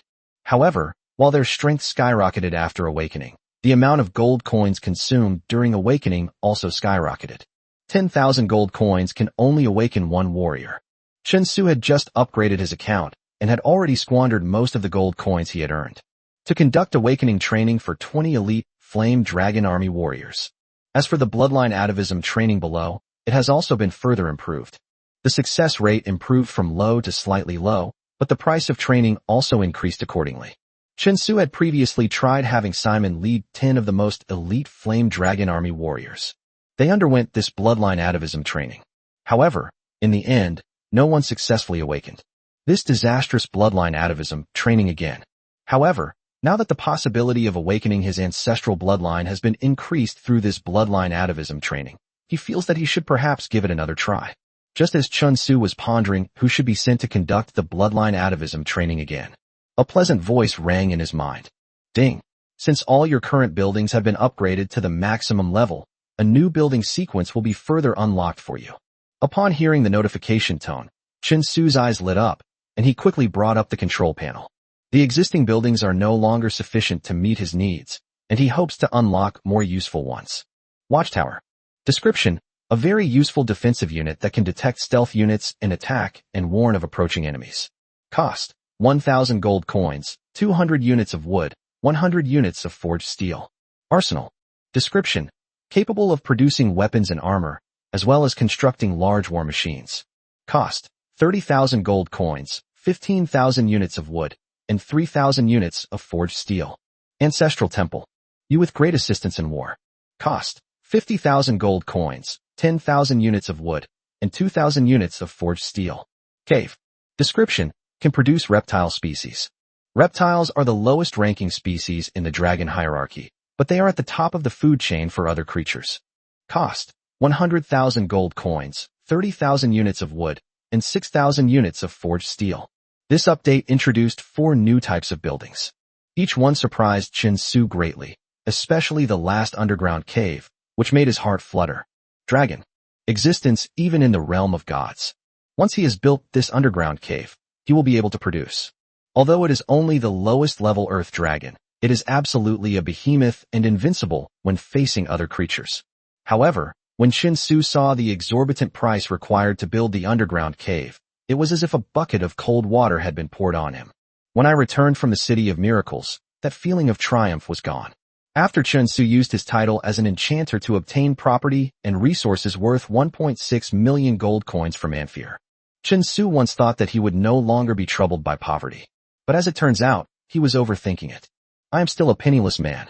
Not only does building structures require money, but producing more combat units in the future will also be very expensive. Putting everything else aside, just considering the Earth Dragon units produced in this cave, each one is definitely a natural number. Money, money, money, oh. Chen Su shook his head and sighed deeply. Logically speaking, a skilled enchanter should not lack money, because they can accumulate a lot of wealth simply by crafting enchanted equipment. Unfortunately, Chen Su was not only an excellent enchanter, but also an excellent lord. The expenses of the territory were like a bottomless pit. No matter how much money and resources he invested, it was never enough. Unfortunately, until he had accumulated enough money and resources, Chen Su had no choice but to temporarily put aside the tempting idea of building a dungeon and forming an army of earth dragons. Forget it. Let's build a watchtower first and see. Chen Su shook his head helplessly. Ideals are lofty, but reality is harsh. With the resources he currently has, he can only build a few watchtowers to satisfy his cravings. After consuming sufficient resources and gold coins, a 5-meter-high watchtower was built out of thin air. They stood resolutely on the border of the Flame Dragon territory. Observation deck. Attack value: Apprentice Mage. Defense value: Average Warrior. Attack range: 1 square kilometer radius. Passive skill: Detection, can detect stealthy units. Warning: promptly alerts the territory to the approaching danger. The watchtower may look a bit cheap, but its final attributes are anything but. Apart from its slightly small attack range, its other attributes are almost perfect. To test the properties of this watchtower, Chen Su ordered several Death Knights, the original version of which should have been phased out long ago. Pass through the watchtower's perimeter and order the watchtower to attack. As the Death Knight charged into the watchtower's warning range, magical fluctuations emanated from the top of the watchtower. Immediately, a fireball with a diameter of 1 meter landed on a Death Knight and exploded. The powerful impact instantly tore the skeleton of the Death Knight unit to shreds. After the fireball, another turquoise wind blade swept across, cleaving another Death Knight and his mount in two. Ultimately, none of the old model Death Knight units managed to cross the watchtower's perimeter, stopped and killed on their way by various magical attacks launched from the watchtower. However, Chen Su eventually realized the weakness of this observation tower. That means the attack intervals are not short, and if a large number of enemies rush over at the same time, attacks on the watchtower can only cover and destroy a portion of it. However, this was enough for Chen Su. Looking at the sturdy and towering watchtower, Chen Su stroked his chin, already devising numerous tactics for this watchtower in his mind. These watchtowers will certainly play a vital role before the new dimensional war begins. Meanwhile, several priests sent by the goddess of life arrived in Chen Su's territory. He then stayed in his residence, rarely venturing out.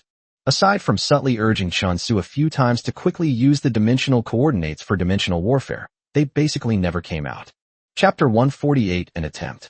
In fact, these beautiful goddess priestesses were also very nervous, and they felt terrified every time they saw Chen Su. However, it seems that Chen Su has no intention of harming them for the time being. This relieved the priests of the goddess of life. Of course, Chen Su has no intention of harming these priests of the goddess of life for the time being, nor does he intend to start a plain war immediately. Before that, he still needs to complete the 20 wilderness power sets for Anfiel.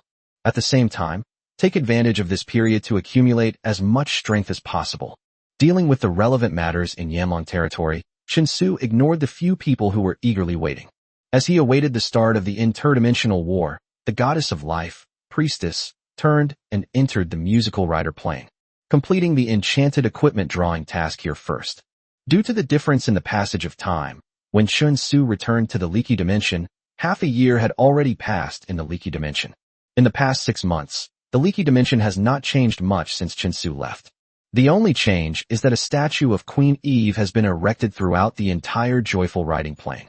Furthermore, in the minds of the beings in the joyful riding plane, Eve is getting closer and closer to the position of a god. Even the people of the Crimson Duchy gradually accepted Queen Eve's rule. The entire plane was praising Eve's beauty and wisdom, as well as her unparalleled achievement in unifying the plane of joyful riders. Meanwhile, Eve sat in the empty palace hall, gazing into the distance with a pair of beautiful eyes, slightly lost in thought. In the past, she dreamed that the leaky dimension could be unified under her control. But now that this dream has finally come true, she doesn't feel any joy at all. Because within the entire joyful riding dimension, only she herself knew. Although she is nominally the ruler of the music rider plane, in reality, the music rider plane belongs to that domineering man who is as devilish as a demon. Your Majesty, why are you lost in thought? Are you thinking of me? A familiar yet unfamiliar voice rang out, like the whispers of a demon from hell, causing Eve's body to tense up involuntarily. She knew that the true ruler of the joyful riding dimension had returned. How has the leaky dimension developed during my absence? Chen Su tapped his fingers on the armrest of the seat and asked with great satisfaction. All the resources collected were gathered and sealed together as you instructed, to be taken away by you. Replied simply. Very good. As long as you behave and do as I say, I will not treat you unfairly. Chen Su smiled slightly. Now, I'm going to work. 20 sets of the Wilderness Power series would keep Chen Su busy for quite some time, even within the Happy Rider dimension. As a lord with lofty ideals and ambitions, Chen Su naturally would not indulge in the pleasures of a gentle life. Sets of materials for crafting Wild Force were sealed in wooden crates and casually stacked in the corners of the room. Holding a gauge pen, Chen Su stood in front of the workbench, intently drawing the enchantment kit for the power of the wild. Behind him, Eve stood quietly. His gaze lingered on the enchanted set on the workbench, and he stared at it intently. They seemed to be drawn to those beautiful and precise magical runes. After several hours of intensive drawing, the Wild Force outfit was finally completed. Chen Su raised his head, took a deep breath, and rubbed his slightly sore wrist. Enchanted armor set on the workbench, a hint of satisfaction appeared in his eyes. Is this the legendary enchanted equipment? Eve looked at the completed work in front of Chen Su, her beautiful eyes sparkling with an unusual light. She had witnessed Chen Su's squad of quasi-enchanted knights perform on the battlefield with overwhelming force, like demons from hell. And all of this seems to be inseparable from this, called enchanted equipment. That's right, this is enchanted equipment. Chen Su nodded, then looked at Eve with great interest, and with a thought in his heart, said something. When you see the magical runes on this enchanted item, what's the first thing that comes to mind? As he spoke, Chen Su pointed to the completed enchanted equipment on the workbench. My first thought? I think they're beautiful. After thinking for a moment, Eve answered. Those runes, I feel like they have a life of their own. It's a very special feeling. Upon hearing Eve's answer, a glint of surprise flashed in Chinsu's eyes. An enchanter's creations are just a jumbled mess. Without the talent of an enchanter, those complex runes look like a tangled ball of yarn. Watching it for too long will not only deplete your mental energy, but may even cause significant damage to your soul. Only in the eyes of someone who truly possesses the talent of an enchanter will those magical runes be full of artistry and beauty. Only they can stare at these magical runes for a long time without feeling any discomfort. In fact, they are even captivated by them. It now seems that Eve possessed the talent to become an enchanter. Chinsu was slightly excited. If Eve truly possessed the talent to become an enchanter, then he would not hesitate to nurture her. If Eve could truly be trained into an enchanter, the help she would provide would be unparalleled. After all, Chinsu still needs to use his time for cultivation and to expand his territory in other planes. Even the time spent crafting enchanted equipment should mostly be used to craft high-level enchanted equipment and seek breakthroughs, instead of spending all their time drawing low-level enchanted equipment. However, if Chinsu wanted to create his own enchanted knight squad, he had to personally design the enchanted equipment. An enchanter that one had trained, who could assist one in the process. Chinsu's pressure will be greatly reduced. To specifically test whether Eve had the talent to become an enchanter, Chinsu found a beast pelt with the most docile properties. He then placed the finished product of his basic enchanted equipment drawing in front of Eve. Now use the pen in your hand to copy this enchanted equipment. Chinsu looked at Eve, who was standing in front of the workbench, looking slightly confused and helpless, and gave her a command. But I've never tried it. Eve was a little flustered. This was the first time she had seen Chinsu draw enchanted equipment, and she had never done it before. It's okay, just draw it as realistically as you can. Chinsu reassured him. Chapter 149, Paying Off the Debts. Eve is also a magician, and with her magician level, she should have no problem crafting a first-tier enchanted equipment. Would succeed in her first attempt at learning how to draw enchanted equipment. If Eve's drawing has a 10% similarity to his, that would be sufficient to prove it. Eve possesses the talent to create enchanted equipment, making her a worthy candidate for Chinsu's training. Although she had never drawn enchanted equipment before, after receiving Chinsu's order, Eve could only draw it stroke by stroke, doing her best. Time passed second by second, and fine beads of sweat appeared on Eve's smooth forehead, her arms trembling slightly. Crafting enchanted equipment is an extremely physically and mentally demanding task. But in the end, Eve persevered. Finally, after 5 hours, Eve finished copying Chinsu's work. Her legs gave way, and she collapsed to the ground. Looking at her copy, Eve smiled wryly, slightly out of breath. Master, my copy is terrible. It doesn't look like yours at all. No, you've done very well. Chinsu looked at Eve's copy, and his eyes gleamed slightly. Overall, Eve's copy of the work has nearly 15% similarity to his original. For a first attempt at copying, the resemblance is already so high, although it still falls short compared to Chinsu's work. However, compared to others, he is already far superior. This also means that Eve does indeed possess the talent to become an enchanter. Moreover, if she works hard enough, she might become a very good enchanter. After confirming that Eve possessed the talent of an enchanter, in the days that followed, Chinsu spent the rest of his time teaching Eve how to draw enchanted equipment, in addition to drawing enchanted equipment himself. Besides Eve's talent as an enchanter, which surprised Chinsu, Eve also possessed remarkable talent in magic. She is not yet an apprentice magician simply because Eve has devoted all her energy to governing the Azure Empire. Moreover, in the Joyful Riders world, due to the level cap, even if one cultivates to the highest level, it won't be of much use on battlefields where tens of thousands of people fight. Therefore, Eve did not put too much effort into becoming a magician. Besides, given her status, she really doesn't need to cultivate any magic. But now that Chinsu intends to train Eve to become an enchanter, practicing magic has become something Eve must do every day. After all, a mage's level determines the upper limit of the level of equipment that an enchanter can draw and enchant. At Eve's current skill level, she can only create level 1 enchanted equipment at most. Anything higher is impossible. Like the elders in the Enchanters Guild, he was quite talented in the path of enchanting. However, due to the limitations of a mage's level, even in old age, he would only ever be a second-tier enchanter. Therefore, increasing one's magic level is of paramount importance for an enchanter. Now, the entire plane has been unified, and Chinsu has stationed a large force to guard the Leaky Plane. The entire joyful riding plain was peaceful, allowing Eve to dedicate all her time to practicing magic and crafting enchanted equipment.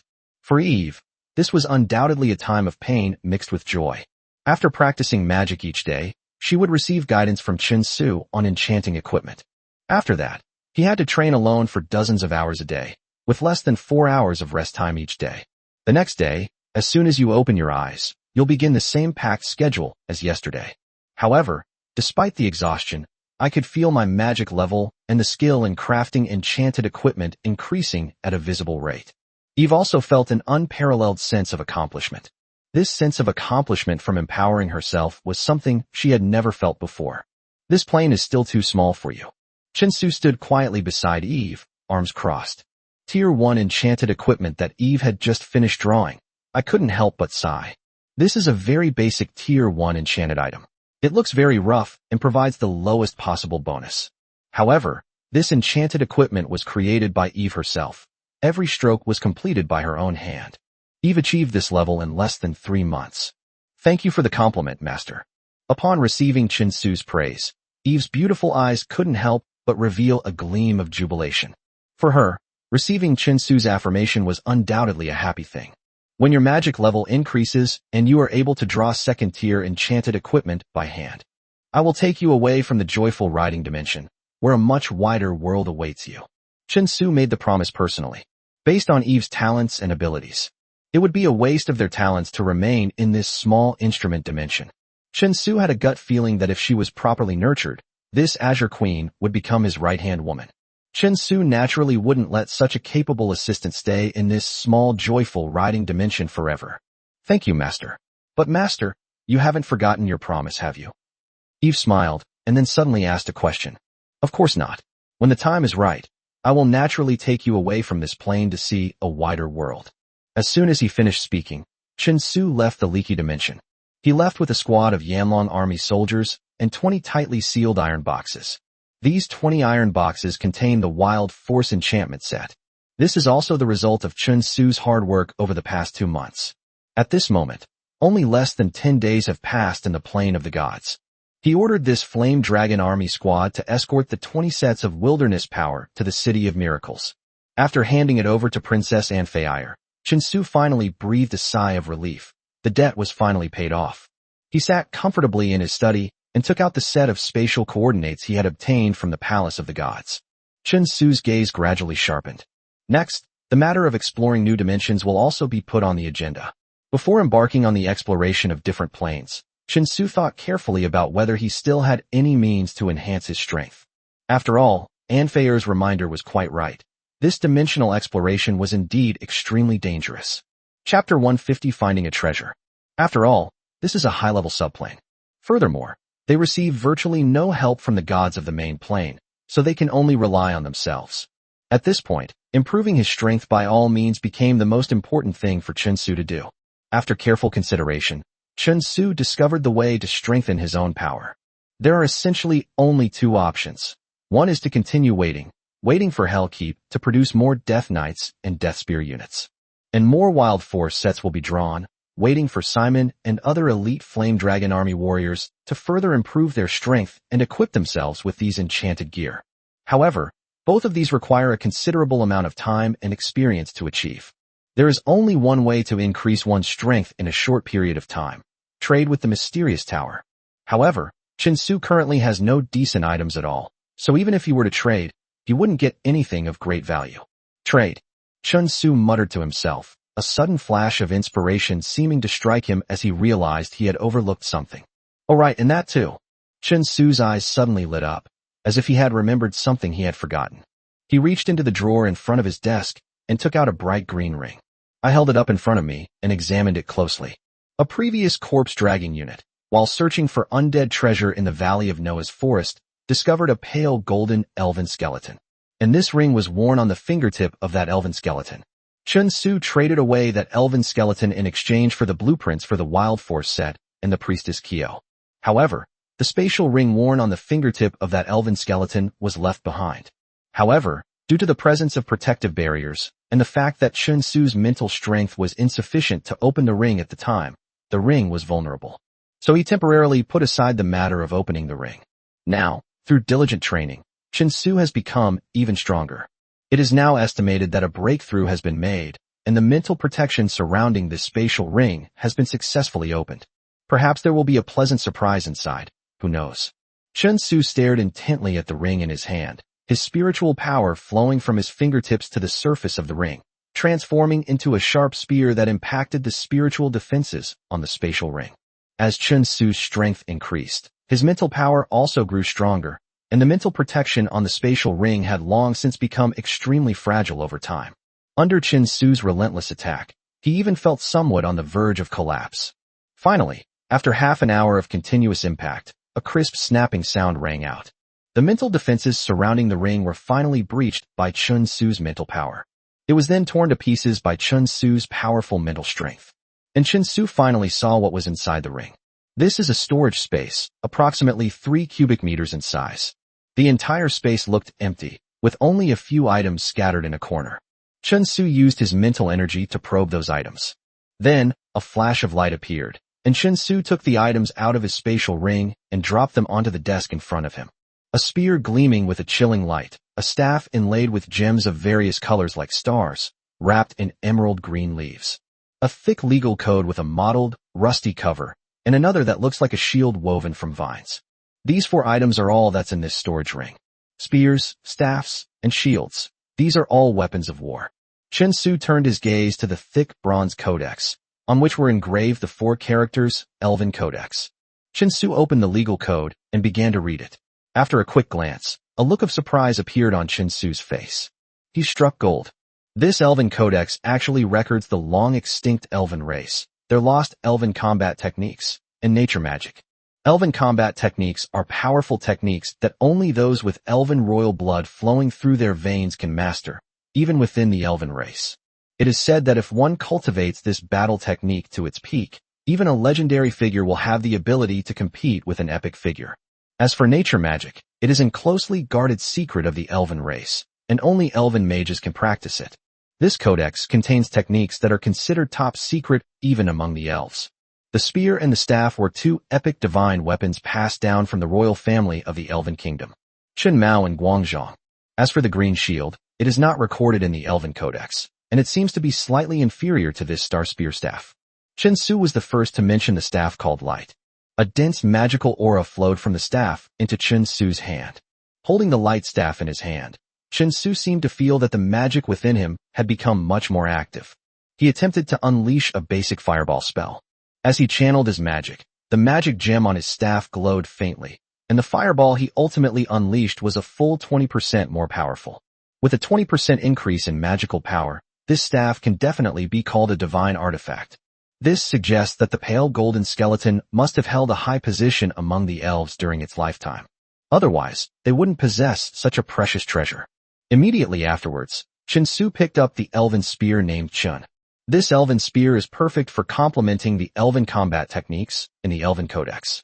Even as a magician, Chen Su didn't despise himself for having an extra secret technique to save his life. After all, a mage's body is very fragile, and they are at the mercy of others once they get close, which is almost common knowledge.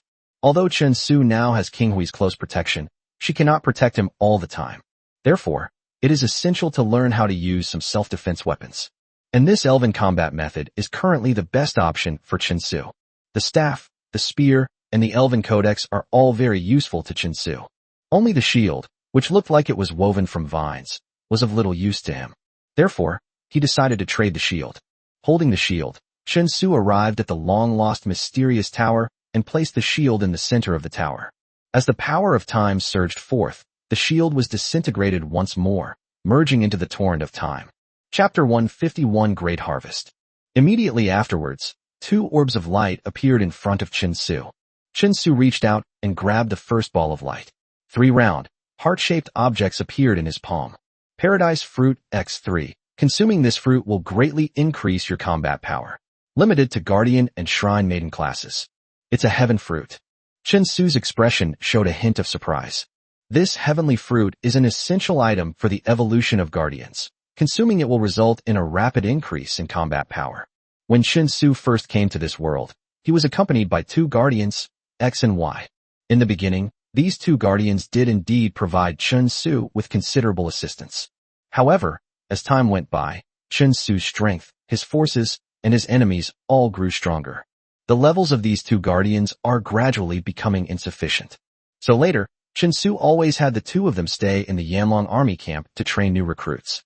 The shrine maiden Kyo, who was acquired later, is still very useful at present. However, if they don't level up sooner or later, they will end up like X and Y. Now, with these three paradise fruits, this problem is easily solved. Not only are the two guardians, X and Y, able to play their roles again, but Kyo's existence has also become even more crucial. After storing the three heaven fruits in his spatial ring, Chen Su reached out and grabbed the second ball of light. Inside the second cluster of light, there was only one vibrant green seed. Seeds of life. Choose a suitable place, plant the seeds, and you may reap unexpected surprises. Once the seed of life is planted, it can never be moved. Please choose the soil for planting it carefully. The seed of life? Could it be related to the tree of life? Chen Su immediately thought of the tree of life that existed among the long-extinct elf race. The tree of life is the core of the elven race's existence, possessing infinite wonders. Every elven tribe exists in relation to every tree of life. The reason why the elven race was destroyed was largely due to the tree of life in the plane of the gods. One after another, the trees withered and fell, leaving no soil suitable for the elves to live in. Does this mean that planting the seed of life will allow a tree of life to grow? Looking at the lush green seed in his hand, Chen Su felt an urge to plant it immediately and see what the results would be. However, in the end, he managed to suppress the urge.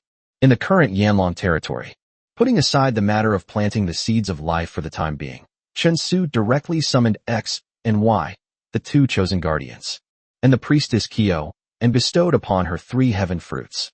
After consuming the paradise fruit, the aura within X and Y surged, and their strength increased dramatically.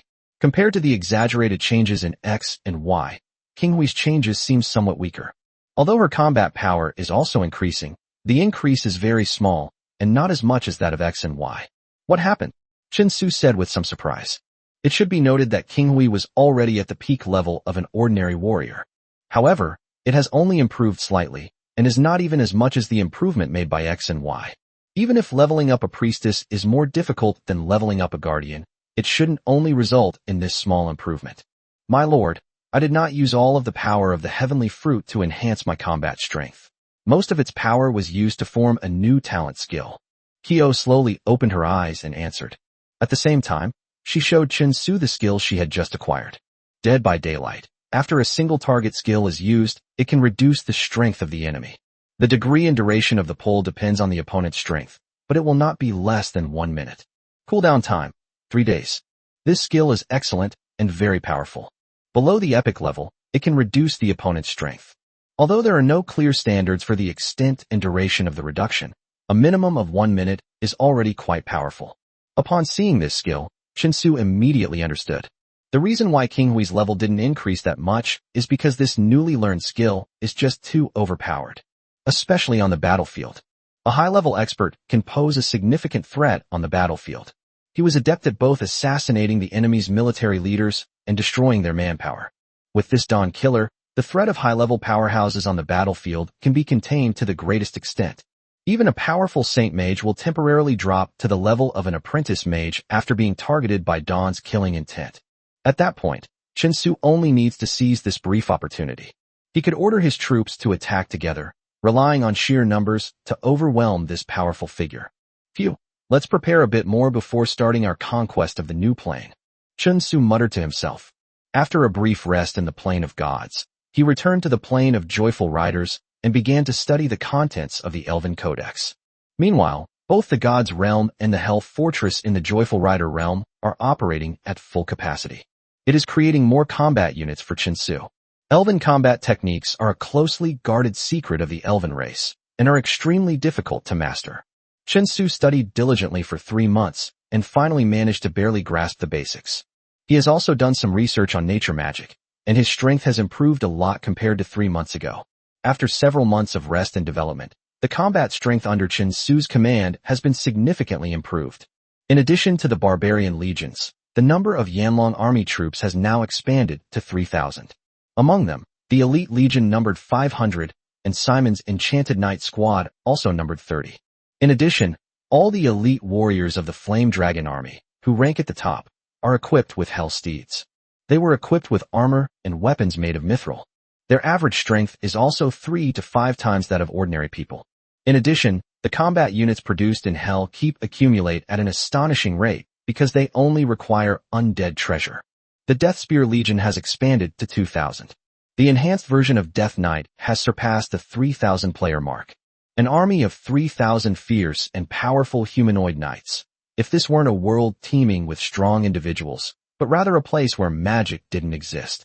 With just these 3,000 fearless and incredibly powerful Death Knights, Chen Su could lead them on a conquest that would last until the ends of the earth. Chapter 152, Seeking an Audience with the Gods. Now, if the forces under Chen Su's command are not even the most elite, they are probably far inferior to even the Ruby Grand Duke. My lord, the priests of the Goddess of Life request an audience. In the ancient castle of the God's Plain, Chen Su had just returned from the Yuki Plain when he received a report from the old steward Webb. According to Webb, during the days Chen Su was away, these priests of the Goddess of Life had come looking for him several times. Then bring them over. Chen Su sat at his desk and gave the instructions. Although the priestesses had not yet arrived, Chen Su could already guess their intentions. Sure enough, when the beautiful priestesses arrived, the leading priestess spoke directly to Chen Su with a slightly anxious tone. My lord, when do you plan to begin your conquest of the plains? The Goddess of Life has repeatedly sent down divine decrees urging us to do so. Seeing the beautiful priestesses looking so anxious, Chen Su couldn't help but find it somewhat amusing. This Goddess of Life, also suffering from illness, sought any treatment she could find, placing all her hopes on this one plane.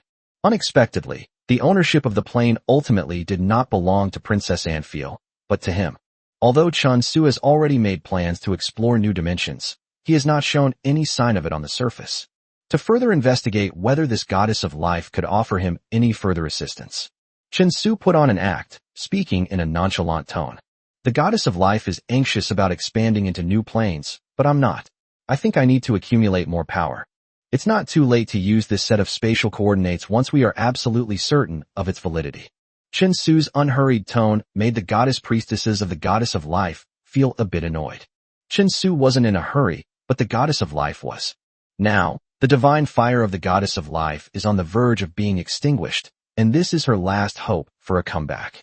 Thinking of the divine message that the Goddess of Life had given them before their departure, the priestesses exchanged glances. They both saw the bitterness and helplessness in each other's eyes. As priestesses of the gods, they are servants of the gods. However, in the eyes of mortals, they should be high above, beings worshipped by all. But now, for the sake of the gods they serve, they dare not complain no matter how much they have to give. The leading priestess spoke to Chen Su in a pitiful tone. My lord, if you do not use this set of spatial coordinates, the Goddess of Life will surely unleash divine punishment upon us. Before leaving, the Goddess of Life transferred ownership of us to you. Can you bear to see us punished by the goddess? Upon hearing the other person's words, Chen Su smiled with a hint of amusement. It seems that the Goddess of Life has truly reached a dead end and has no other options. They were even willing to pay any price just so that he could conquer this new plane as soon as possible. Chen Su sat calmly behind his desk, his voice slow and even. This sincerity alone is not enough. Besides you, has the Goddess of Life given me any other help? He slowly stood up, a playful smile on his face. Remember what you just said, and who you are. I will be mining the new plane soon, but since the Goddess of Life can't offer me any help, then I will be in charge of everything in the new dimension, and I can help her develop followers. However, divine authority can never supersede my royal authority. This is my bottom line, and it must never be crossed. Chen Su's voice was very domineering, leaving no room for negotiation. Since the Goddess of Life could not provide any assistance during his conquest of the plains, then Chen Su wouldn't put in any effort to develop followers for the Goddess of Life. Allowing her to spread her faith in a secondary plane was already the greatest favor Chen Su could do for him. After saying these words, Chen Su dismissed the panicked priestesses. After the priestesses left, Chen Su called Simon over and gave him instructions. Go to the Leaky Plain and convey my orders. Leave behind 3,000 barbarian legions, 1,000 flame dragon army warriors, and 500 death knight units. all power will be drawn out and returned to the plane of the gods. Chen Su did not draw out all the power from the Yuki plane. Although this plane now completely belongs to him, he still needs to leave some defensive forces behind, just in case. Yes, my lord, Simon responded with a loud shout, then said to Chen Su with an excited expression, My lord, are we about to go to war? For the past 4 or 5 months, Simon has been training nonstop in the leaky dimension. They've been itching to fight for ages, with no battles to fight. Upon hearing that Chen Su was actually going to mobilize troops, he immediately asked with great excitement. That's right. Chen Su nodded. There was nothing to hide from his trusted confidant Simon, and a smile appeared on his face. Don't get too excited. You'll be fighting many more wars in the future, and you'll be fighting until you're sick of it. After receiving Chen Su's order, the army in the Yuki plains slowly set off, heading towards the spatial altar to return to the plane of gods. Meanwhile, as Chen Su mobilized his army and returned to the plane of gods, far away in the City of Miracles, the Ruby Grand Duke was followed by several guards. They escorted a huge wooden box to the Palace of the Gods. By the gods above, the Palace of the Gods is a place that only the 7 great families of the Light Empire are allowed to visit. You do not have the blood of these 7 great families flowing in your veins. The high priest, dressed in a yellow priest's robe, stood in front of the Ruby Duke and raised his hand to stop him.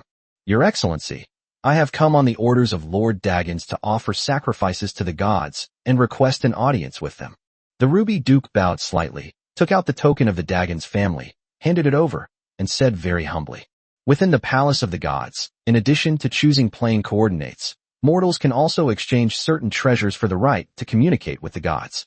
However, generally only devout people who have faith in a particular deity would do this. Which deity do you wish to see?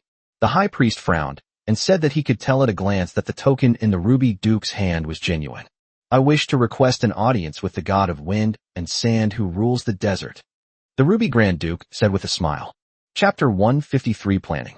The temple of the god of wind and sand is over here. Follow me.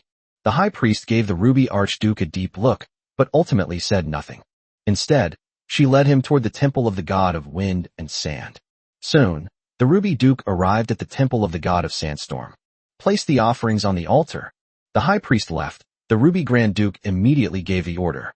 The guards behind him hurriedly and laboriously placed the large wooden box on the altar. The Ruby Duke stepped forward and opened the wooden box. A strong, pungent smell of blood immediately filled the entire temple. Inside the wooden box was half of a huge, incomplete heart. It was unknown what kind of creature it belonged to in its lifetime. But now, even though it has separated from its original body, it is still beating stubbornly. A trickle of blood, brimming with energy, still flowed tenaciously within this half-broken heart, pulsating with each beat. Looking at the broken heart in the wooden box, even the Ruby Duke couldn't help but feel a pang of heartache. This half of his heart was the price he paid while conquering the secondary planes.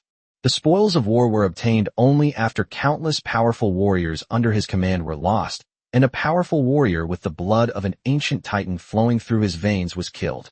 If he were to consume this mostly damaged heart, the Ruby Grand Duke's strength would be able to break through several levels in succession. It might even be possible to obtain a trace of the bloodline of the ancient titans. But now, in order to communicate with the god of wind and sand, he had to endure the pain and offer this half of his heart as a sacrifice to the god of wind and sand. For mortals to see the high and mighty gods, they naturally have to pay a price. This half of the heart, containing abundant energy, was the bargaining chip that the Ruby Grand Duke used as a sacrifice to seek an audience with the god of wind and sand. After placing the offerings on the altar, the Ruby Duke prayed devoutly by himself. Divine power flowed within the temple, and countless ribbons of divine power, like dust, enveloped the shattered heart, dissolving and dissolving it. Half an hour later, the remaining half of the heart finally transformed completely into pure divine power. It was poured into the statue of the god of wind and sand inside the temple. It was a tall man with bare feet. He held a spear in his left hand and a venomous snake coiled around his right, making him look incredibly imposing. Finally, from the distant sky, a divine light descended and poured directly into the statue. In an instant, the tall statue seemed to come alive. A dense aura emanated from his body, filling the entire temple. Mortal, I am satisfied with your offering. Speak, why do you request an audience with me? A vast and powerful voice echoed within the temple. Upon hearing this voice, The Ruby Grand Duke was overjoyed. He knew that the god of wind and sand had recognized his offering and sent down a wisp of his will within the temple. Great god of wind and sand, I beseech you for the sake of your mortal enemy, the goddess of life. The Ruby Grand Duke suppressed his excitement and bowed respectfully. The goddess of life? The oppressive atmosphere in the temple suddenly intensified, and the words of the god of wind and sand became even more majestic. How dare you ants like mortals speculate about the affairs of the gods? Since your offerings have satisfied me, I will not pursue your blasphemous sins. Now get out of here. The words of the god of wind and sand caused the Ruby Duke's expression to change. The reason he sought an audience with the god of wind and sand was because, in the past, the god was the mortal enemy of the goddess of life. The goddess of life, once a powerful deity, has fallen to the point where her divine fire is on the verge of extinction and her divine power is weak. The god of wind and sand exerted a great deal of effort behind the scenes, making it impossible to resolve the hatred between the two deities. But now, the mere mention of the name of the goddess of life by the Ruby Grand Duke has enraged this god of wind and sand. However, for the sake of his own plans, the Ruby Grand Duke gritted his teeth and said, "The great god of wind and sand, the goddess of life, now possesses only weak divine power, and her divine fire is on the verge of being extinguished. But she is about to have her chance to turn things around. Her dimensional coordinates have fallen into the hands of a powerful enchanter. And that enchanter was also a lord, as long as he helped the goddess of life to mine this subplane. The goddess of life can then develop believers, reunite faith, and make a comeback.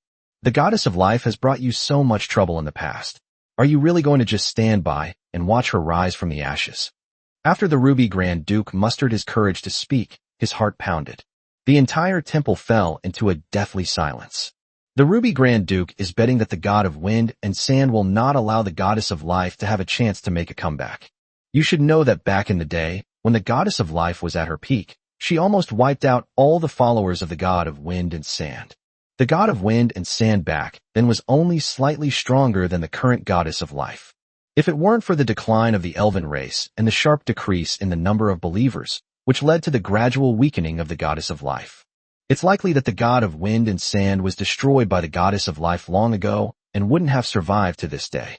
Mortal, are you instigating a war between the gods? After a long while, the words of the god of wind and sand resounded again in the temple. This time, however, he appeared much calmer, no longer displaying the same majesty and anger as before. Of course not. How could we lowly mortals dare to interfere in the affairs of the gods? The Ruby Duke quickly replied. In fact, you don't need to go to war with the goddess of life, as long as you have the Lord who has obtained the goddess of life and the spatial coordinates. After you have set up the spatial passage and gone to conquer the subplane, you only need to use a little divine power to destroy that spatial passage. Let that human Lord remain in that subplane forever, so that the goddess of life will never be able to extract the power of faith from this subplane.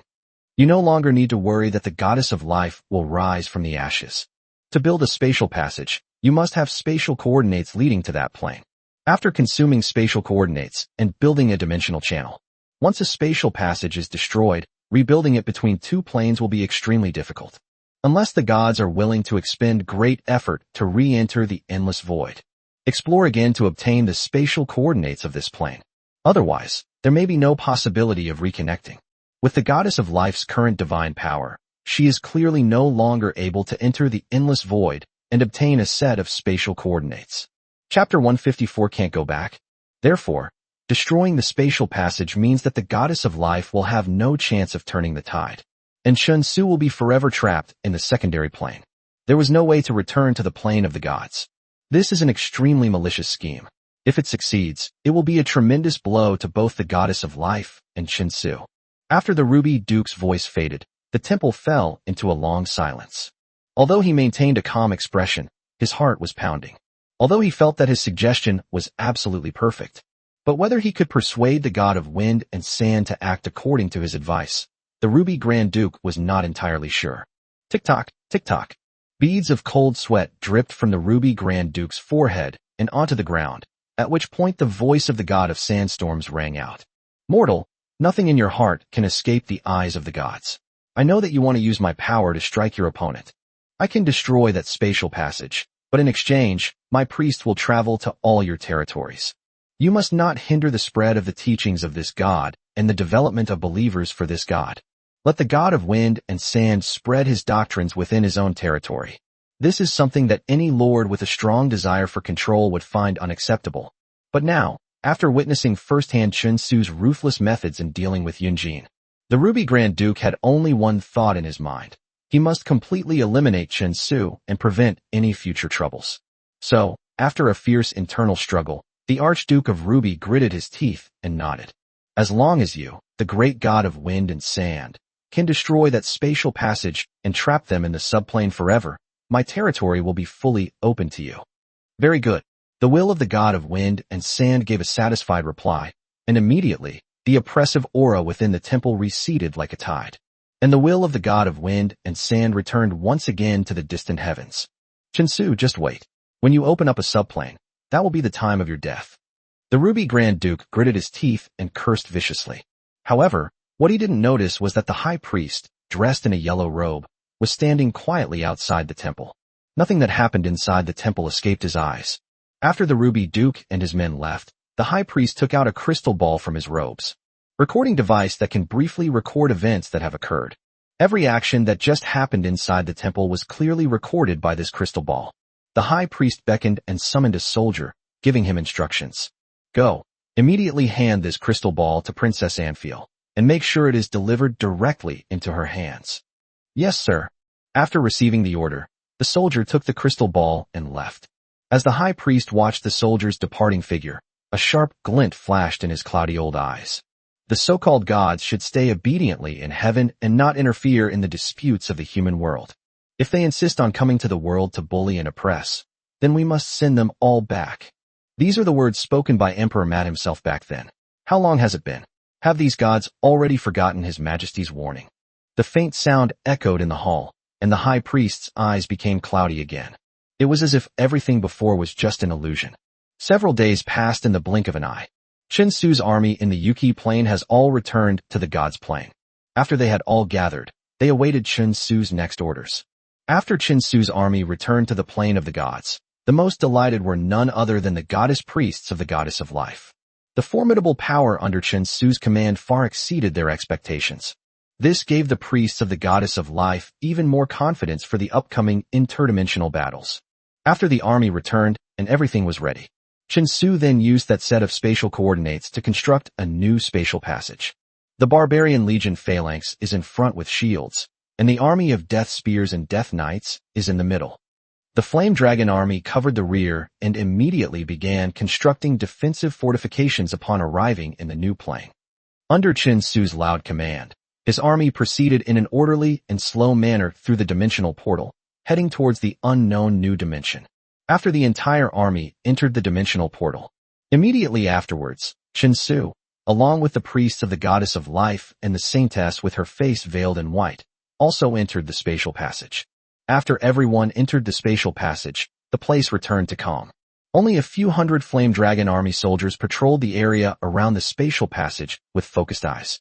They were on guard against anyone coming to sabotage them. However, not long after, Chen Su led his entire army into the space passage. The altar that connected to the new dimension and the spatial passage began to tremble slowly. Immediately afterwards, to the astonishment of hundreds of Yanlong army warriors, the altar exploded. The spatial passage also closed down. What's going on? The old butler Webb, who rushed over, looked at the destroyed altar and asked anxiously. Butler, we don't know either. We were just inspecting the altar when it suddenly exploded on its own. The Flame Dragon army soldiers guarding this spot replied, bewildered. From now on, keep the news under wraps. No one is allowed to know that the altar has exploded. Understand? Upon hearing this, the old steward Webb took a deep breath and began issuing orders to the Flame Dragon army warriors guarding the altar. However, as he issued the order, the anxious and worried look in Webb's eyes was impossible to hide. My lord, you must come back safely. Just as the space teleportation altar in the plane of gods exploded, Chen Su had already led his army to the new plane. When Chen Su arrived, he found himself in a desolate, black forest. This is a very strange place, with tall trees that are at least 10 meters high. But each tree was completely bare, without a single leaf, and the bark was shriveled. It was as if all the life force had been drained away, and it had completely withered and died. The sky was an incredibly strange color, half of it a deep blue, and the other half a grayish-white. The two are separated by the center of the sky, each occupying half of the sky, and appear to be clearly distinct. Chapter 155 The Plane Where Gods Are Born.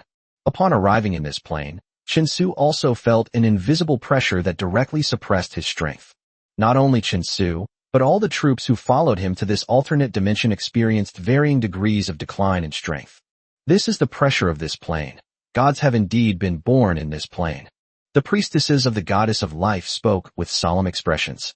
Only a subplane capable of giving birth to gods can exert pressure on visitors from other planes and suppress their strength. Fortunately, the pressure in this plane is not too great. It's just a matter of suppressing it to this extent. The strength of this subplane should be just right, enough to give birth to gods, but not too strong. After carefully sensing it, a priestess of the goddess of life breathed a sigh of relief and said, "This dimensional expansion is also a huge gamble for the goddess of life. If the upper limit level of the entire plane is too high, the result will be quite disastrous. But now it seems the result is not bad. All personnel shall be on high alert and construct defensive fortifications." Chinsu gave the order. Meanwhile, more than 10 sentry towers were successively deployed in the vicinity of this area. Having just arrived in this plane, he needs to establish a foothold first. The plane that can give birth to gods will be perceived by the gods when he arrives in that plane. Therefore, Chinsu will likely face a barrage of attacks in the future. He must withstand this relentless onslaught in order to gain a foothold in this plane. Chinsu's army set up defensive fortifications in an orderly manner, with tall trees being felled and used to build defensive works. This area was gradually cleared out, and watchtowers stood guard around the perimeter. In less than 2 hours, a basic model of a defensive base had already taken shape. Fine. Seeing that the army was on high alert and the base's defenses were largely complete, Chinsu breathed a sigh of relief. It seems that he did not encounter the worst-case scenario. Because once a spatial channel is connected, the destination is random. If Chinsu is unlucky enough to fall into the territory controlled by the gods, he will probably face endless wars. For the past 2 hours, there has been no movement in the vicinity. Chinsu sent Betty, the leopard-eared girl, with several scouts to explore the surrounding area, but they found nothing. Chinsu estimated that the place he was in was similar to the abandoned land of the gods in the Joyful Riding Plain, where no powerful forces existed. Just as Chinsu was congratulating himself on his good luck, in the very core of the entire base, those towering teleportation portals suddenly exploded one after another without warning. The chaotic and intense spatial fluctuations spread, turning spatial altars into ruins and completely severing the connection between the plane of gods and this subplane. At this very moment, the spatial altar within the flame dragon territory of the gods' plane exploded. As he watched the spatial altars explode before his eyes, Chinsu showed no sign of panic. He watched all this calmly, muttering to himself, "The god of wind and sand. It seems Anfei was right after all." The reason Chinsu showed no sign of panic was that Princess Anfei had already told him everything. The spatial altars exploded one after another, and then something miraculous happened. Not all the spatial altars exploded. 2 remained intact and stood there unharmed. These 2 teleportation altars do not lead to the plane of gods, but to the plane of music and writing. These 2 teleportation altars were built by Chinsu after he learned of the god of sandstorm's conspiracy, in communication with the goddess of life. The goddess of life is now only a deity with a faint divine power, whose divine fire is on the verge of being extinguished. However, she could still build a spatial passage between 2 lower-level subplanes with known coordinates. Although the god of wind and sand unleashed his divine power, destroying the spatial passage between the plane of gods and this subplane. However, they knew nothing about the spatial passage between the leaky plane and this subplane. Therefore, all that the god of wind and sand did was essentially a waste of time. Because Chinsu can lead his army and calmly pass through the spatial passage of the Yuki plane to return to the plane of gods. It just takes a little more time. Directly unleashing divine power to destroy the spatial passage between 2 planes would be an enormous burden for the gods. The ability to destroy the plane of gods and the spatial passage between this secondary plane is already the limit of what the god of sand and wind can achieve. The goddess of life has unleashed her will. It is the god of wind and sand who has destroyed the spatial passage. A priest of the goddess of life came to Chinsu's side and said respectfully, "The god of wind and sand. Very well. A cold glint flashed in Chinsu's eyes. No one who offends me will escape, not even a god. They will pay a terrible price. Meanwhile, in the City of Miracles, inside a magnificent mansion. Ha ha ha. Kid, let's see if you die this time. You'll be trapped in the subplane forever, with no reinforcements. What awaits you is endless darkness and unimaginable despair. The Ruby Duke sat comfortably on the soft sofa, laughing loudly and without restraint. His eyes were filled with the calculated cunning of a successful scheme. The god of Sandstorm intervened, successfully trapping Chinsu in the secondary plane. In the eyes of the Ruby Grand Duke, Chinsu was doomed. In this plane that can give birth to gods, all living beings in the entire plane are Chinsu's enemies. Having cut off all his escape routes, Chinsu will receive no support or reinforcements. His army will slowly die out, until not a single one is left. Even if we take a step back and assume that Chinsu is truly blessed by heaven and manages to survive and eventually unify that secondary plane, what good would that do? Anyway, he'll never come back. Unless the gods rediscover this plane during their exploration of the planes and bring its coordinates back to the plane of the gods. However, the possibility of this happening is extremely low, almost like picking a single grain of sand from a vast, endless desert. With one major threat resolved, the Ruby Duke was finally relieved of a worry. Even if it came at a huge cost, he believed it was all worth it. Chapter 156: The Five Great Gods. In the realm of gods, at the far end of the heavens, a majestic divine kingdom floats in the sky like a blazing sun. This is the kingdom of the god of wind and sand, where countless devout believers pray and chant. It provides the god of wind and sand with a continuous source of faith. The inhabitants of these divine kingdoms are the descendants of the most devout believers in the god of wind and sand in the human world after their deaths. Their bodies were formed from pure divine power. As long as the god of wind and sand does not die, the creatures within these divine realms will gain endless life. In ordinary times, they are the most devout believers. When the gods wage war, the people of these divine kingdoms will transform into the most valiant and fearless warriors. At this moment, deep within this land of wind and sand, in the most magnificent and imposing hall, the god of sand and wind, radiating brilliant golden light and resembling a deity, sat quietly on his throne. His eyes gazed silently into the distance, as if they had traversed the endless void and were looking towards the divine kingdom of the goddess of life. You've lingered on for so long, it's time for you to fall. Are you still trying to struggle in your death throes? I won't give you that chance. A majestic voice resounded from the mouth of the god of wind and sand, echoing throughout the entire divine palace. Now that I've personally shattered your last hope of a comeback, goddess of life, I wonder if you feel despair now? Ha ha ha. The god of wind and sand laughed with immense joy. He destroyed the spatial passage between the two planes, but he also paid a considerable price. However, as long as the goddess of life can be extinguished, the last glimmer of hope is still worthwhile in the eyes of the god of wind and sand. As for Chinsu, from beginning to end, the god of wind and sand never took him seriously. In the eyes of the god of wind and sand, his only opponent is the goddess of life. As for Chinsu, they were far too insignificant, like ants on the ground, not even worthy of being looked at seriously by the god of wind and sand. In the eyes of the gods, there are only gods. As for the sacrifices of those ordinary ants, who would care? Meanwhile, on the other side, having already seen through and cracked all of the god of wind and sand's conspiracies, Chinsu was not in a hurry to return to the plane of gods. Instead, they decided to stay in this secondary plane and establish a foothold here first. After understanding the relevant knowledge and specific circumstances of this plane, we can proceed with the next steps.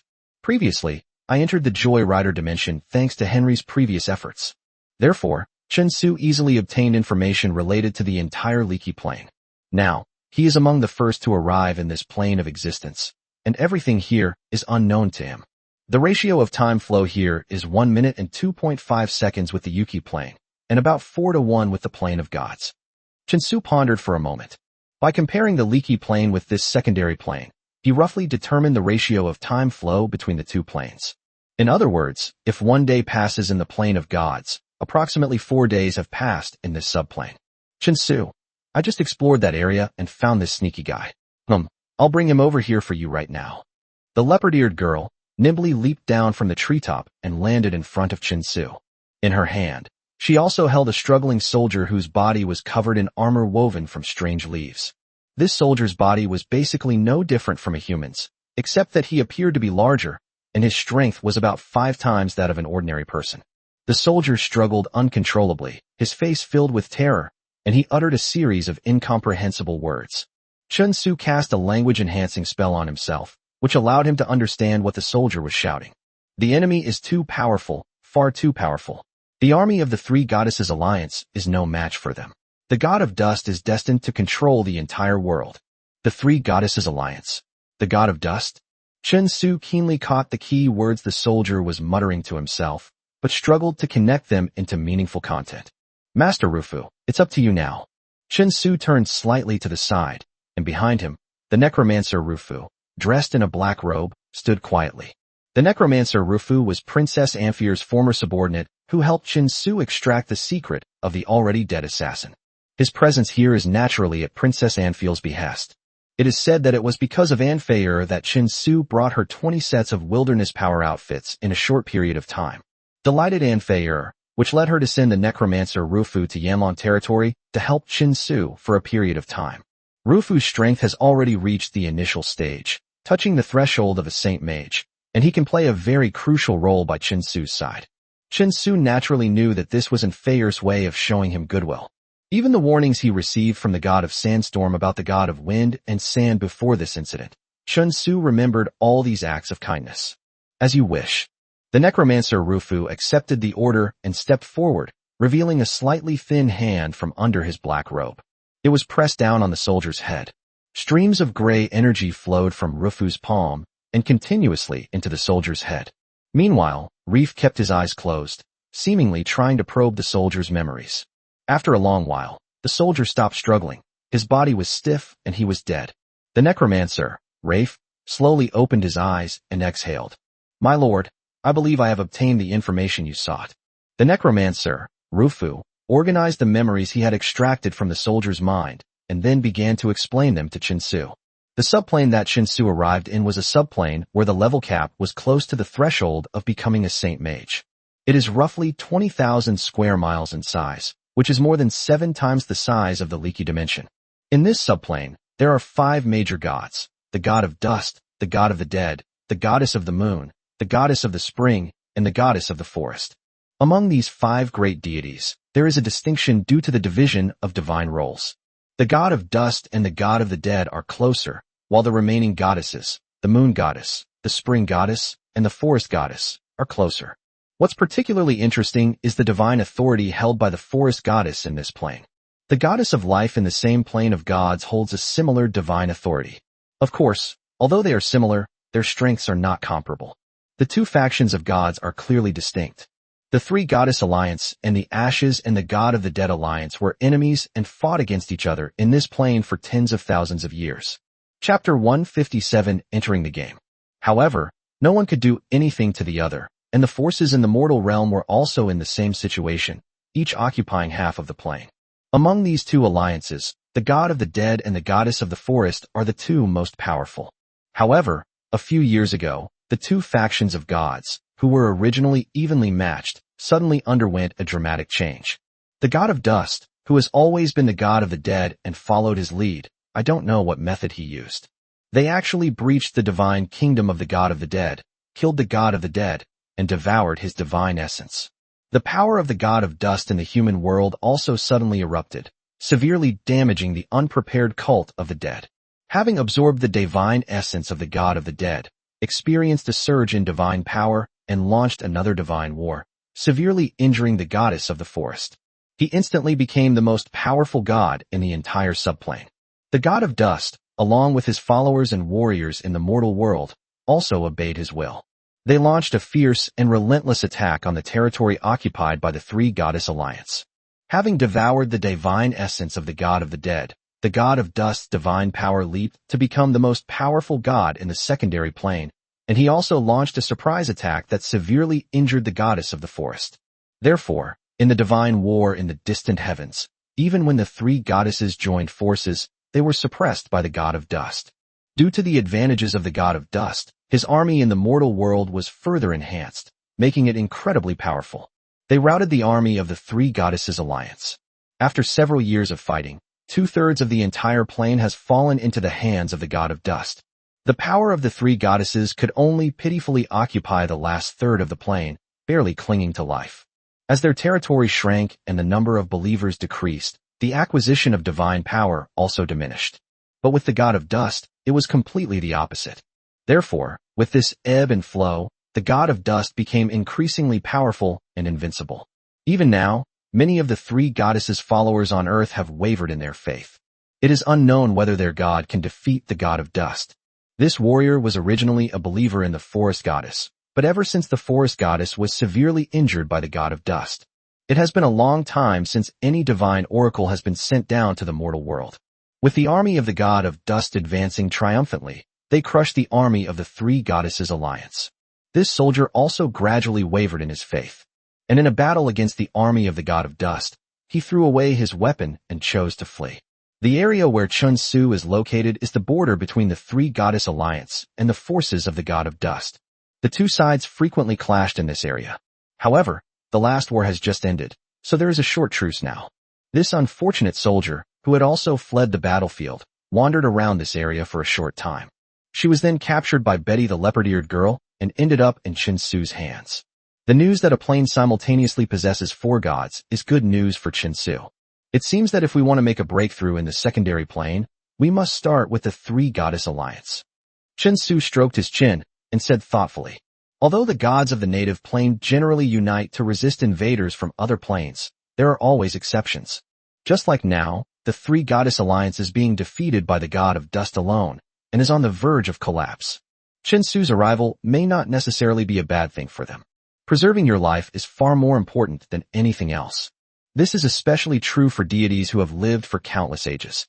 If nothing unexpected happens, the Three Goddess Alliance will be completely wiped out by the power of the god of dust in the human world in just a few years. Without believers and the three goddesses who provide the source of faith, they would be no match for the god of dust's attack, and their fall would only be a matter of time.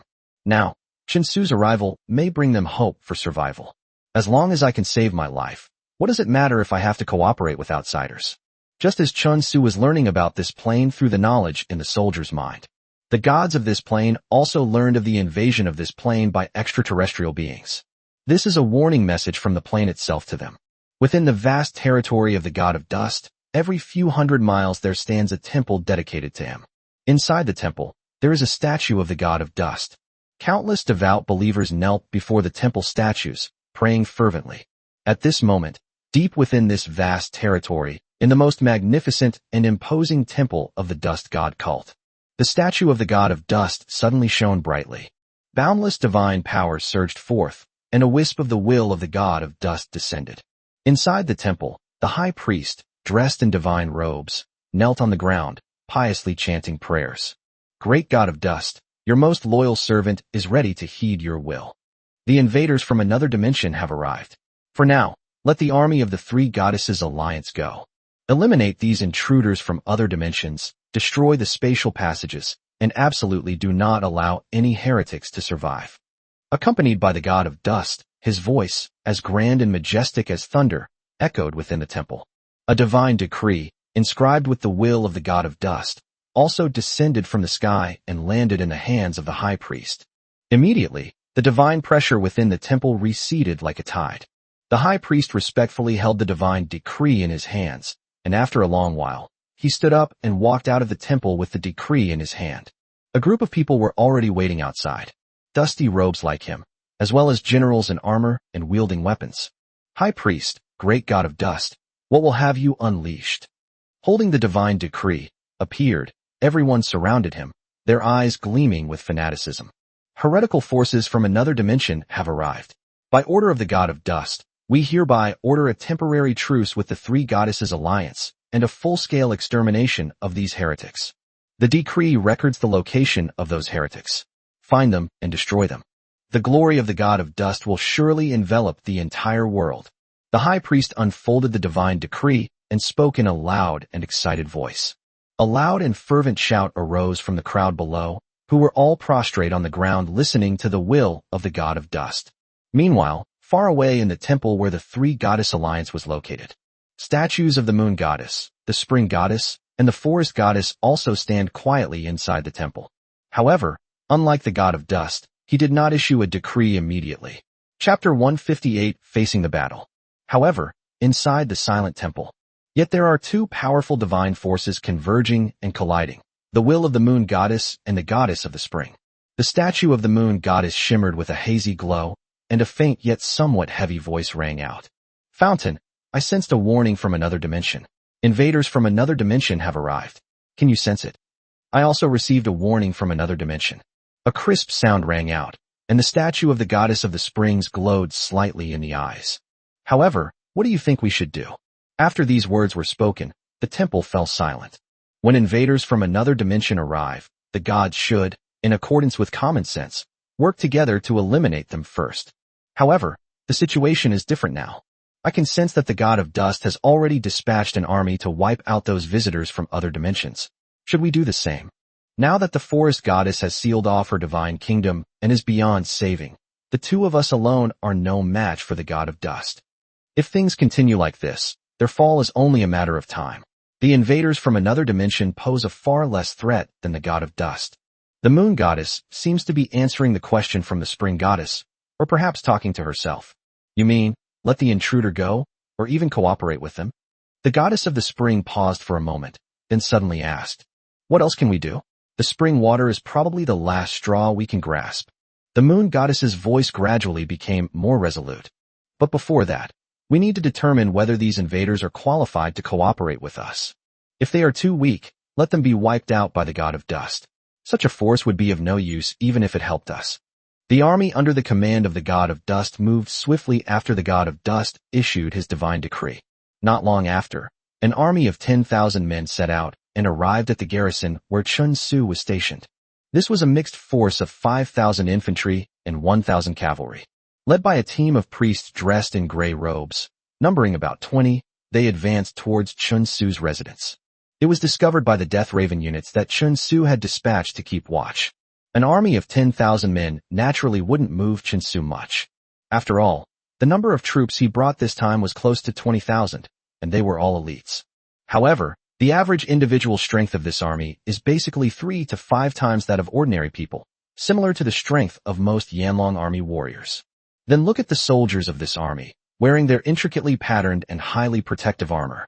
And there were those 1,000 knights, riding their tall steeds.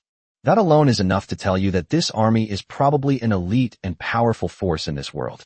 Therefore, this army of 10,000 cannot be measured by the same standards as the 10,000 strong army in the Yuki dimension. The two are not even in the same league, and Chun Su needs to treat them with caution. Chun Su's guess was not wrong. Even among the armies under the command of the god of dust, this army was considered one of the most famous, possessing considerable fighting power. Each soldier in this army had a withered rose engraved on their shoulder armor. This is also the name of their legion, Dust of the Roses. This army played a significant role in the battle against the combined forces of the three goddesses. They are currently stationed on the front line at the border with the territory of the Three Goddesses Alliance. Therefore, upon learning of the god of dust's command, they rushed over immediately. Commander Sari, whose entire body was covered in ferocious armor, was urging his mount forward, walking alongside the gray-robed priests. General Sari, you're lucky this time. Your garrison is closest to these heretics. That's why the high priest entrusted the task of eradicating heretics to your army. If you can successfully eradicate the heretics, you will surely gain unprecedented glory. The leading gray-robed priest spoke to the legion commander, Sari. All glory belongs to the god of dust. We are merely his servants. It is our honor to serve the gods. Sari placed his hand on his chest and spoke in a humble tone. This was a middle-aged man with short, needle-like hair, a robust physique, and a powerful aura surrounding him, all of which testified to his strength. All glory naturally belongs to the great god of dust, but General Sari, if you can decisively and cleanly wipe out all those invaders in this war, perhaps the high priest will mention your name before God. To have your name known by God is an unparalleled honor. General Sari, perhaps in time, the great God will summon you directly to the kingdom of God. From now on, you will be free from all the suffering and troubles of the world, living a carefree and immortal life. The gray-robed priest said meaningfully, I will fight with all my might, and even give my life to defend the glory of my God. The gray-robed priest's words were like a deadly yet beautiful poppy, full of allure. Sari's eyes were shining, and his body was trembling. For them, believers in the God of Dust, being chosen by the God of Dust to enter the kingdom of God is the dream of all believers. Only the most devout believers in the God of Dust, with the purest souls. Only then will they be qualified to ascend to heaven after death and become citizens of the kingdom of the God of Dust. For a believer, being chosen by the God of Dust to ascend into the kingdom of God during their lifetime is an immense honor. Very good. Seeing how Sari became so motivated because of his words, the gray-robed priest nodded in satisfaction, a hint of disdain flashing in his eyes at the same time. In the gray-robed priest's mind, the God of Dust was undoubtedly the most powerful being in the world. Anyone who dares to oppose the God of Dust is foolish and overestimating himself. Whether it's the alliance of the three goddesses or these damned visitors from other dimensions, they are all evil heretics. Heretics should be tied to the stake and burned alive. Give the order to proceed with the previous plan and engage the enemy. Chun Su sat in the military camp and calmly gave instructions to the several messengers of the Yanlong army in front of him. The coming of war was inevitable, something Chun Su had never considered. To occupy a plain without bloodshed or with ease. What he needs to do is minimize the losses during the process of occupying the plain. Chapter 159: A Chance Encounter. The tall trees within a radius of more than 10 miles have all been cut down by Chun Su's army, and more than 10 tall watchtowers stand on the edge of the base. At this moment, 5,000 barbarian warriors held up their large shields, facing the direction from which the army under the God of Dust was approaching, ready for battle. Behind them were also the Yanlong army warriors, standing ready for battle, and combat units on standby at all times. At this moment, he was filled with fantasies that he could ascend to the kingdom of God and become General Sari, a citizen of the kingdom of the God of Ashes. Unbeknownst to him, his every move and that of his army had already been observed by Chun Su. The enemy he was about to face was completely different from the enemies he had faced before. When Sari led his army to Chun Su's encampment, they were greeted by Chun Su's troops, who were already in full battle array. Seeing the army formation standing ready in front of him, Sari was startled. Although they hadn't fought yet, he could sense their presence just by their aura. The enemies before them seemed to be different from the weak Three Goddess Alliance army. However, this hesitation and caution only briefly crossed Sari's mind before he dismissed it. Before this, Sari had led his Rose Dust Legion to countless victories, and he believed this time would be no exception. The great God of Dust will surely protect his army and make it invincible, Sari said to himself silently. Invaders from another dimension. The dozen or so gray-robed priests were also sizing up Chun Su's army. Even as the most loyal servants of the God of Dust, these priests still felt extremely curious about visitors from other planes. Heretics from other dimensions, prepare to face the judgment of the God of Dust. Sari roared, and the 10,000 warriors of the Rose Dust Legion behind him also roared, their eyes filled with bloodthirsty fighting spirit. These warriors were the most fanatical followers of the God of Dust, even though the God of Dust had issued a divine decree ordering them to their deaths. These soldiers would also face death without hesitation. In this respect, these warriors are not much different from combat units like Death Knights. Kill! Sari roared, pointing the blade of his sword diagonally forward. Behind them, the Dust Legion of Rose, upon receiving Sari's orders, gripped their weapons tightly and charged forward in pairs. This Dusty Legion of Roses truly lives up to its name as an elite legion. 1,000 fully armed cavalrymen are arranged in a neat triangular pyramid formation, positioned at the very center of the formation. The remaining 9,000 warriors lined up on both sides of the formation, spears and shields in hand, to protect the cavalry as they charged forward. The orderly ranks, the high morale, and the formidable strength. This army is definitely stronger than any army Chun Su has ever encountered before. It deserves his careful attention. Chun Su sat atop the heavenly mighty red hare, watching the army charging towards him like a rolling tide. He also raised his spear and made a thrusting motion forward. The biting frost pierced the air, creating a tiny starlight, followed by Chun Su's authoritative shout. Flame Dragon, forward! Drink! The 5,000 barbarian warriors roared in unison, brandishing their shields, and suddenly scattered to both sides. Immediately afterwards, the Death Knight Legion, which had been waiting in ambush, urged their demonic mounts to accelerate and surge forward like a torrent. The sheer force of 3,000 Death Knights charging forward caused the earth to tremble. As the Death Knights charged out, the 2,000 Death Spear units scattered on both sides of the army formation. They all threw out the bone spears in their hands. Buzzing. Bone spears flying through the air was almost continuous, and the sky full of bone spears was like two dark clouds filled with the aura of death. The dust army of roses engulfed the land. The role of ranged units is to strike at such moments, disrupt the enemy's charging formation, and maximize the damage to the enemy. If these 2,000 Death Spear units were to successfully ambush the enemy, the opposing army would suffer at least 1,000 casualties. Moreover, their formation will fall apart, allowing the Death Knight Legion to easily break through the enemy's defenses and crush them in one fell swoop. After that, it was time for the Barbarian Warriors and the Flame Dragon Army Warriors to harvest and clean up the battlefield. 2,000 bone spears, exuding an aura of death, descended upon them, causing Legion Commander Sari's eyes to narrow sharply. He waved his arms frantically and roared, "Raise your shields and defend." Knock, knock, knock. With Sari's roar, half of Rose's Dust Infantry Legion instantly raised their shields, while the other half shrank behind the shields of the soldiers beside them. The thick shield just barely covered the two soldiers. Immediately, the two soldiers skillfully raised the same shield together, maintaining their forward momentum, and charged forward. Meanwhile, the 20-person Dust God Priest team was not idle either. They chanted in unison, and streams of powerful divine energy rose from their bodies. Finally, it transformed into a massive net of divine power, enveloping the bone spears flying towards them. Touching the bone spear, the giant net continued its charge as if it didn't exist. But the bone spears that passed through the net of divine power seemed to have been subjected to an ancient curse. Not only did the speed of the bone spears decrease sharply, but some of them even began to rot and crumble in midair. As the remaining 1,000 or so bone spears fell, they were all blocked by the giant shields raised by the soldiers of the Rose Dust Legion. Only a few dozen unlucky fellows were hit by the bone spears and lost their lives. This is interesting. Chen Su raised an eyebrow. This was the first time the Death Spear Legion had suffered such a setback since it was produced. Keep releasing.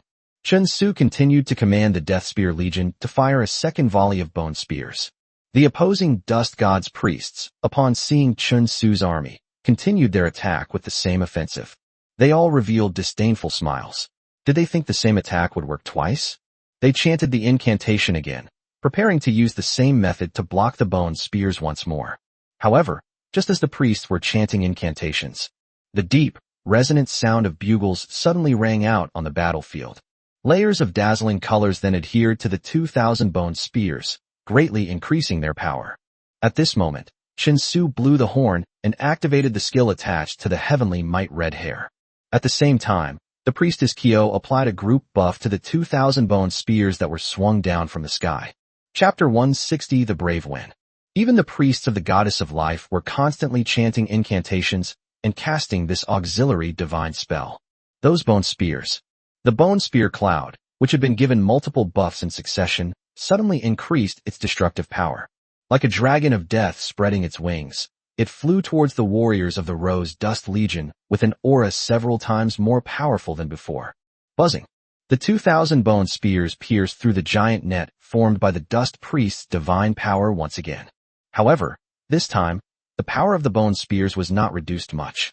After receiving numerous buffs, these bone spears seemed indestructible. Like a dark cloud of death, it fell from the sky. Knock, knock, knock. A bone spear struck the shields held aloft by the two soldiers, producing a loud clang. The two Rose Dust Legion soldiers instantly felt their hands go numb, and they could barely control their shields. Even his feet sank deep into the mud. The giant shield that was being raised was covered with cracks, looking as if it was about to be smashed to pieces. Just as the two soldiers were rejoicing that they had survived, the second bone spear fell and struck the giant shield once more. This time, however, they weren't so lucky. The giant shield finally couldn't withstand the fierce force and shattered into pieces. The second bone spear, still brimming with power, pierced through a piece of leather and plunged directly into a warrior's chest, pinning him to the ground. This scene was playing out everywhere in the Rose's Dust Legion. This volley of bone spears, at least 500 or 600 warriors of the Rose Dust Legion were pierced by the sharp bone spears and died on the spot. Charge! Charge! Kill their archers! The scene before him filled Commander Sari with rage. The Rose Dust Legion had never suffered such a loss before. Roared loudly, giving orders to the 1,000 cavalrymen charging at the forefront. They were to penetrate the enemy lines as quickly as possible, disrupt their formation, and prevent the Deathspear Legion from launching another attack. Upon receiving the order, the more than 1,000 knights of the Rose Dust Legion urged their mounts forward with all their might. In the past, these knights would charge deep into the enemy's formation and tear through their defenses with each charge. Then they repeatedly breached the enemy's formation and slaughtered them indiscriminately. But now, these 1,000 plus Dust Knights of Roses are facing an equally organized legion of Death Knights. Moreover, there are as many as 3,000 people. The thunderous sound of iron hooves pounding the ground made the entire earth tremble. Hundreds of meters in the air, the view provided by the Death Raven showed only the battlefield below. The two torrents of steel collided violently, like a raging storm. Knights roared, and demon riders howled. When the Death Knight Legion clashed with the Rose's Dust Knights, men and horses fell, and blood splattered everywhere in an instant. The silent and ruthless Death Knights, wielding their spears, lifted the dust of roses from the ranks of the Knights of the Order. Their demonic riders were incredibly ferocious, ramming into the enemy knights' mounts. The Dust Knights of the Roses were equally ferocious, fiercely battling the Death Knights. In an instant, men and horses were thrown about, with riders from both sides falling from their horses and being torn to pieces by the surging torrent from behind. The Knights of the Rose Dust Knights brandished their weapons and roared furiously. He wanted to intimidate his opponents with his ferocity and fearlessness, making them tremble with fear and thus defeating the enemy army. Unfortunately, they were facing a legion of Death Knights who were even more ruthless and fearless than themselves. These combat units, formed from pure undead treasures, have no concept of fear. Even though they were seriously injured, they still carried out Chen Su's orders without hesitation. Charge and kill the enemy. The head of a Death Knight was severed by two knights from the Order of the Rose's Dust. However, before they could even breathe a sigh of relief, the Death Knight, whose head had been severed, was gone. Like a demon god, he still wielded his weapon and plunged it fiercely into a knight's chest. The entire Rose of Dust Knights Legion was embroiled in a fierce battle. The only one who was having a relatively smooth run was the Legion commander, Sari, and his personal guard. A dense power swirled around the body of Legion Commander Sari as he swung his sword fiercely, the powerful energy emanating from the blade. They easily slew the Death Knights one by one. However, the Death Knight's attacks couldn't even get close to him. Even when a Death Knight occasionally rammed into him, his attacks were easily blocked by his armor and energy shield. The guards following Sari were the best of the best in the entire Rose's Dust Legion. They were powerful, and guarding Sari was like a sharp arrow. They plunged deep into the heart of the Death Knight Legion, attempting to break through the enemy lines and reduce the pressure on the following troops. However, despite his overwhelming and invincible performance, Sari's heart was heavy. He had never seen such a tenacious and terrifying opponent. The other side was like a group of silent death gods, without pain or fear. Even after being killed by him one after another, they still charged forward fearlessly, slowing down his advance. Never before had Sari felt so troubled as he did now. However, looking at Chen Su, who was far behind and surrounded by all the Yanlong army soldiers like stars around the moon, he was a sight to behold. A raging fire then surged within Sari's heart once more. He knew that as long as he could break through the enemy lines and behead their commander, the war would end. However, just as Sari was full of confidence and preparing to stage a great show of breaking through the enemy lines and beheading the enemy leader, he saw Chen Su standing quietly in the distance. It seemed as if he waved his arm slightly, as if giving some kind of command. Immediately afterwards, Sari's pupils constricted sharply, because he saw that from within the barbarian army's formation, another cavalry unit of 500 men slowly emerged. This 500-man team, with their massive, ferocious-looking demonic riders, rode in a terrifying and menacing manner. The knights on the back of the demon riders were equipped with the finest and most luxurious gear. They stepped out of the army formation, forming rows of horizontal lines, all with their weapons pointing to the ground. Apart from the occasional clang of armor clashing, there was no other sound. Then, led by a burly man who looked like a demon god, wearing a ferocious helmet and wielding two huge warhammers. Chapter 161 The defeat came too quickly. He spurred his demonic steed and charged forward. A powerful and rich energy, along with a dazzling array of colors, burst forth from the knights' bodies. They appeared as dazzling orbs of light as they charged into the battlefield. These 500 Flame Dragon Army warriors, led by Simon, rode hell horses and wore armor forged from mithril. Wielding weapons also made of mithril, they are undoubtedly the elite force currently under Chen Su's command. They are far superior to the enhanced versions of the Death Knights. In particular, almost every one of the 500 Flame Dragon Army warriors was equipped with enchanted gear. The 30 most elite members, including Simon, were almost all equipped with complete sets of Wild Force armor. Simon, with his formidable strength and rapid progress, has become the most outstanding among all the Flame Dragon Army warriors. The first warrior to be equipped is the full Wild Force set. As for the other Flame Dragon Army warriors, they all equipped themselves with enchanted gear. However, they weren't equipped with the Wild Force set. Force Series outfit designed by Chen Su. The simplified version is just a set of Tier 1 enchanted equipment, so the load-bearing capacity requirement is lower. If your strength reaches 5 times that of an ordinary person, you can equip it. Most of the elite soldiers of the Yanlong army today have met this requirement. However, crafting enchanted equipment requires a significant investment of time and money. These are undoubtedly the two things that Chen Su lacks most right now.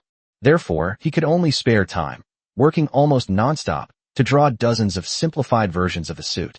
And they distributed these to the elite Flame Dragon Army warriors, ensuring that each of them could receive 1 or 2 enchanted pieces of equipment to enhance their combat power. As for the idea that everyone can equip a complete set of enchanted gear, that's just wishful thinking at this stage. Even if Chen Su had plenty of time, he wouldn't use it to draw all of these low-level enchanted equipment.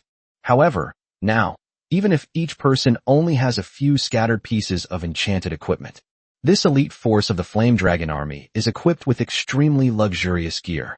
Because, among the other noble lords in the Plane of Gods, even the 7 great families that dominate the Empire of Light only supply enchanted equipment parts in limited quantities to enchanted knights.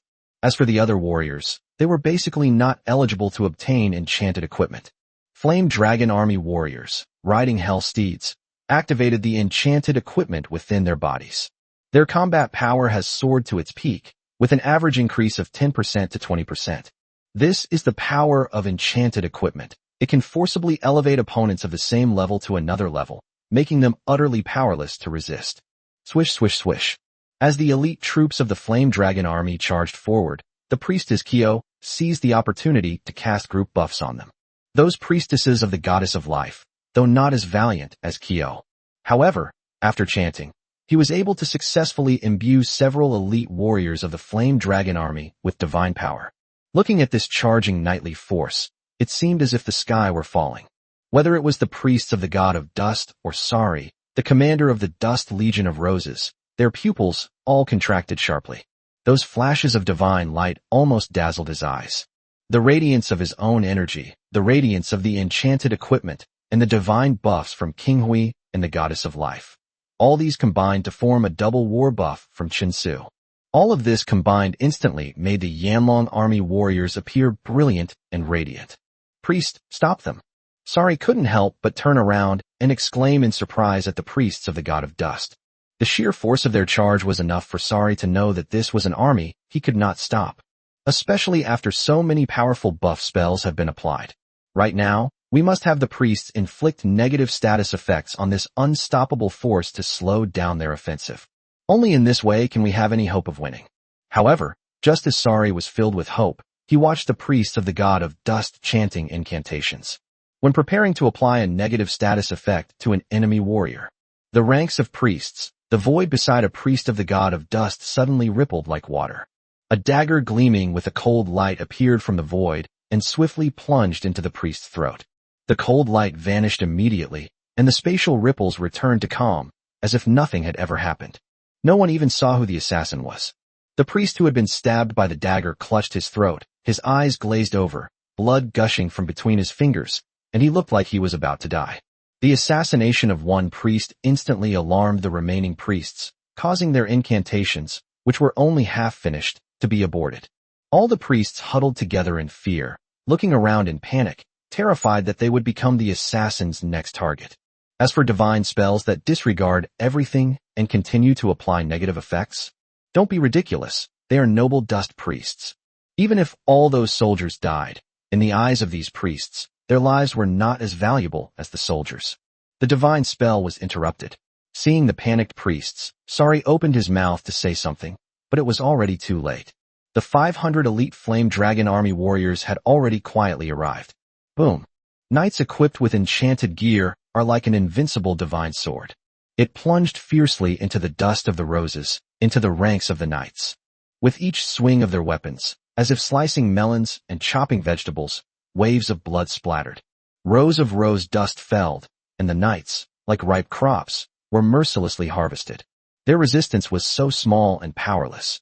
They were completely unable to inflict any damage on these knights who seemed like gods descended from heaven. Under the overwhelming superiority of level, equipment, and divine magic, these 1,000 knights of the Rose Dust Knights. With this Flame Dragon Army knightly order, they quickly collapsed, falling into chaos and retreat.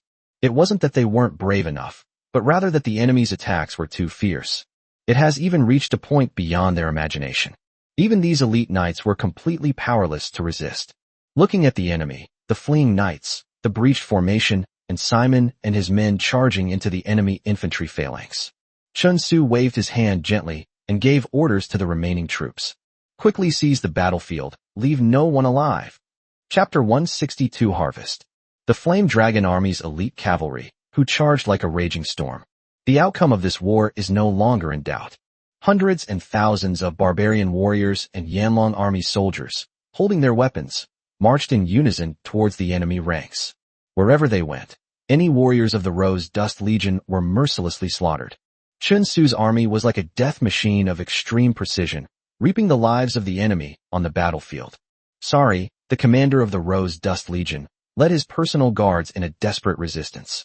But with the addition of enchanted knights like Simon, even though Sari is a powerful warrior.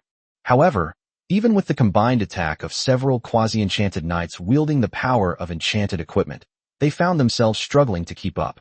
They could only barely defend themselves, with no chance to counterattack, let alone wreak havoc like they had just done. Simon and the others' attacks were imbued with intense battle aura fluctuations, making them difficult for Sari to handle. He could only watch helplessly as his soldiers were crushed into pieces by the enemy's army, which was like a grinding mill of flesh. The 20 priests of the god of dust, seeing the almost completely collapsed and defeated army, were also in complete panic. Not to mention, there was a deadly assassin lurking among them, ready to take their lives at any moment. Withdraw. The leading priest gave the other priests a wink. Then they planned to quietly withdraw from the battlefield. The situation is now very clear. The defeat of the Rose's Dust Legion is inevitable. Therefore, escaping back might mean facing the High Priest's thunderous wrath, but it's still much better than dying on this battlefield. However, Chun Su had already taken notice of this group of priests from the god of dust, so how could he easily let them leave? King Hui, X, Y, work with Betty to stop those gray-robed priests from leaving. Kill them all, leave no one alive. Chun Su decisively issued orders to his guards. Those who can become priests or officials possess unparalleled loyalty to the deity they worship. Even if they are captured, they will not betray their gods. Chun Su knew this, so he had no intention of leaving any survivors. He simply killed them all, and that was the end of it. The two guardians and the priestess nimbly crossed the battlefield and charged towards the location of the gray-robed priests. Now, after consuming the paradise fruit, their strength has been greatly enhanced. Dealing with these priests of the dust god should be no problem. Swish, swish, swish. As King Hui moved at high speed, she chanted a spell. She raised her finger forward, and a deep purple light flashed. Enveloping the gray-robed priests, it instantly inflicted a series of negative statuses on them, such as slowness, sluggishness, and aging. Enveloped in deep purple light, the gray-robed priests were instantly alarmed and urged their divine power to remove the negative status effects from their bodies. But at that moment, X, wielding a giant sword, and Y, wearing a hood, had already charged into the midst of the many priests. The leopard assassin who had been lurking in the shadows, waiting for her chance, struck again. The dagger pierced the void, its cold light sharp, and instantly claimed the life of another priest. In the past, these gray-robed priests were undoubtedly the key targets that the entire army had to protect. When the war begins, all they need to do is chant incantations, unleash their divine power, and weaken the enemy's fighting strength. But now, The entire Rose Dust Legion has long been defeated under the relentless attacks of Chen Su's army. They are barely able to take care of themselves, so where would they find the strength to spare to protect these priests? The divine power of these priests all comes from the god of dust, and their own combat strength is not even comparable to that of a mage of the same level. Therefore, when they were approached by warriors who were much stronger than them, the outcome of the battle that followed was no longer in doubt. Guardian X swung his greatsword, while Y's dense magical energy condensed into fireballs that shot out. The giant swords and fireballs struck the gray-robed priests, instantly killing them with their blows or explosions. The leopard-eared girl is like a ghostly elf, lurking in the shadows, ready to strike at any moment. The dagger flashed, and a gray-robed priest met his end. King Hui was even more invincible. Although her strength was slightly lower than that of the Guardians, her attacks were even more terrifying than theirs. Like a ghost, he swept across the battlefield, his palms waving, each movement incredibly simple and decisive. Gray-robed priest she encountered was killed without exception. These once majestic and arrogant gray-robed priests were now, like lambs to the slaughter, were ruthlessly taken. On the larger battlefield, the warriors of the Rose Dust Legion were quickly wiped out by the combined sweep of the Flame Dragon Army's elite knights and infantry legions. Finally, when the enemy resisted to the last legion commander, Sari fought until he was exhausted and was smashed into mincemeat by Simon with a single hammer blow. The entire Dust Army of Rose was finally wiped out. The entire war lasted less than half an hour from start to finish. Quickly clean up the battlefield and collect equipment. After annihilating the entire Dust Legion of Roses, Chen Su immediately issued orders. It can't compare to the elite warriors of the Flame Dragon Army armed by Chen Su.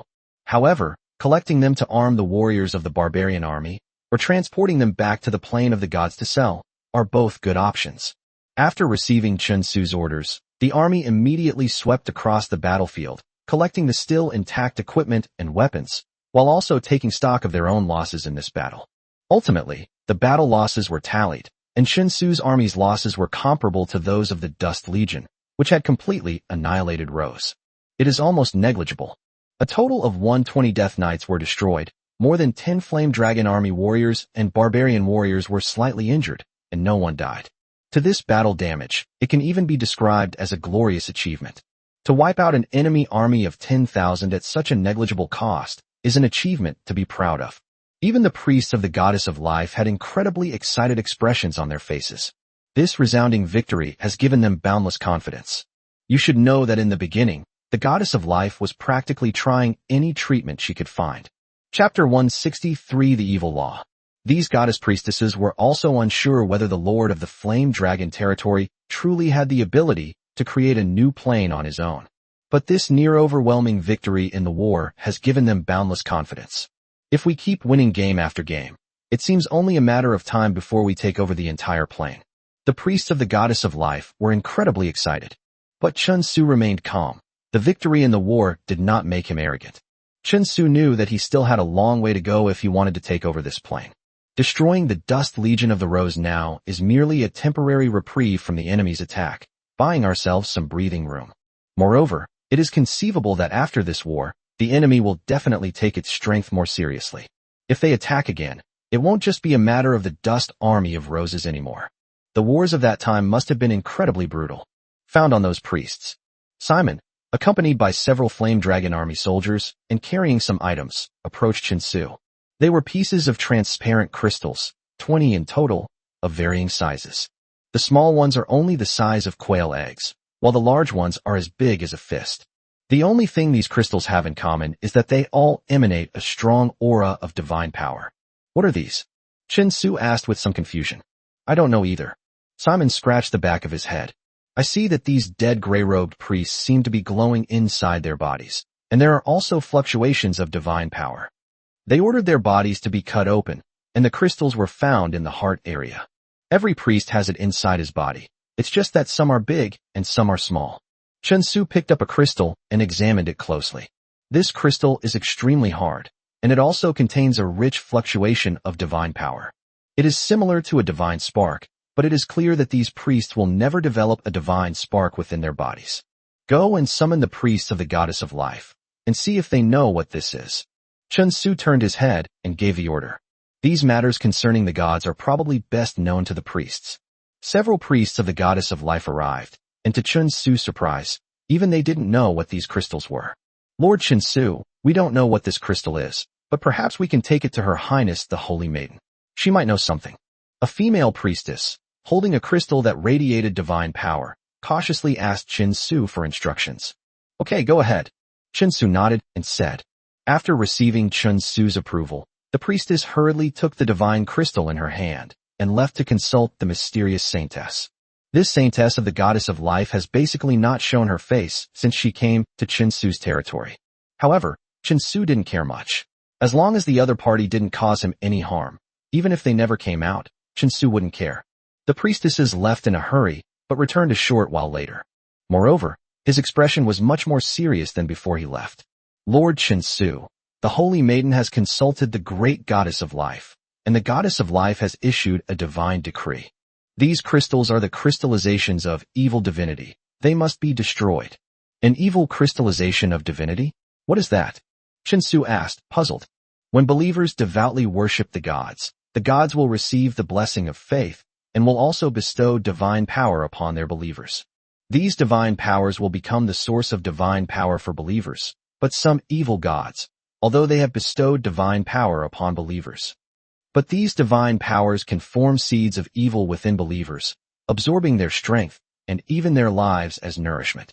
When the seeds sprout and grow in the future, these evil gods will reap the harvest and plant new seeds. This is an extremely evil method, which is explicitly prohibited in the covenant of the gods in the plane of gods. Any deity that uses this method will become the target of the united resistance of all the gods. As a priestess of the goddess, she felt deeply moved and spoke with great emotion. As a believer in God, if she were treated like this by the God she believed in, she would probably die with her eyes wide open in dismay. The power of faith is the source of strength upon which the gods depend for survival. Without faith, even the most powerful god will perish. Therefore, ensuring a continuous flow of faith is something every deity must do. This not only harvests the faith power of believers, but also uses their bodies as containers from which the believers extract their own power. If mortals were to learn of this behavior, it would definitely shake their view of the gods and affect the power of faith they would gain in the future. Therefore, the gods will unite to resist such methods of gaining faith, which are tantamount to killing the goose that lays the golden eggs. Once a god is discovered using this method to enhance his power, the other gods will join forces to attack him. However, this is, after all, a much weaker subplane than the plane of gods. Compared to other divine planes where the number of gods is as numerous as the stars in the sky, this plane's strength is only just enough to give birth to gods. Moreover, the gods here appear automatically as the plane is created. It is not that a powerful being ignites a divine fire and becomes a god. Moreover, this plane has not yet reached the level required to give birth to gods on its own. In other words, the 5 gods, including dust, the dead, and the 3 goddesses, will be the last 5 gods in this plane. Now that the god of the dead is dead, only these 4 gods remain in this plane. God of dust must be using this evil method of collecting faith to quickly acquire divine power. Furthermore, the god of the dead was caught completely off guard, which allowed the god of dust to launch a sneak attack, instantly transforming him into the most powerful deity in this plane. As for these crystallized divine power forms that embody the life force, magical power, and other energies within the believers, Chun Tsu played with the divine power crystal in his hand, a slight smile curving his lips. Although these crystals of divine power are extremely evil in the eyes of the gods. However, in Chun Tsu's eyes, these divine power crystals were actually excellent items for him to enhance his power. Items like these, which contain abundant divine power, would surely yield a good reward if traded, right? Chapter 164 Reopening the Trade. Seeing Chun Tsu fondling and playing with the divine crystal, he was quite taken with it. The beautiful priestess with long hair couldn't help but remind her. Lord Chun Tsu, if you don't mind, we priests can help you destroy these divine power crystals.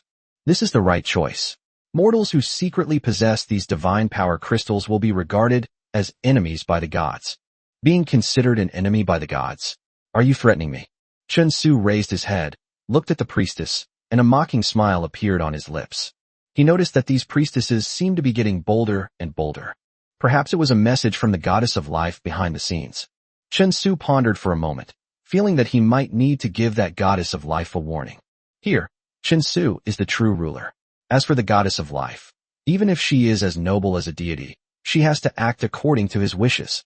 Lord Chen Su, I dare not, but stared at by Chen Su with such sharp eyes, the priestess immediately panicked, seemingly wanting to explain something. But Chen Su waved his hand to interrupt him.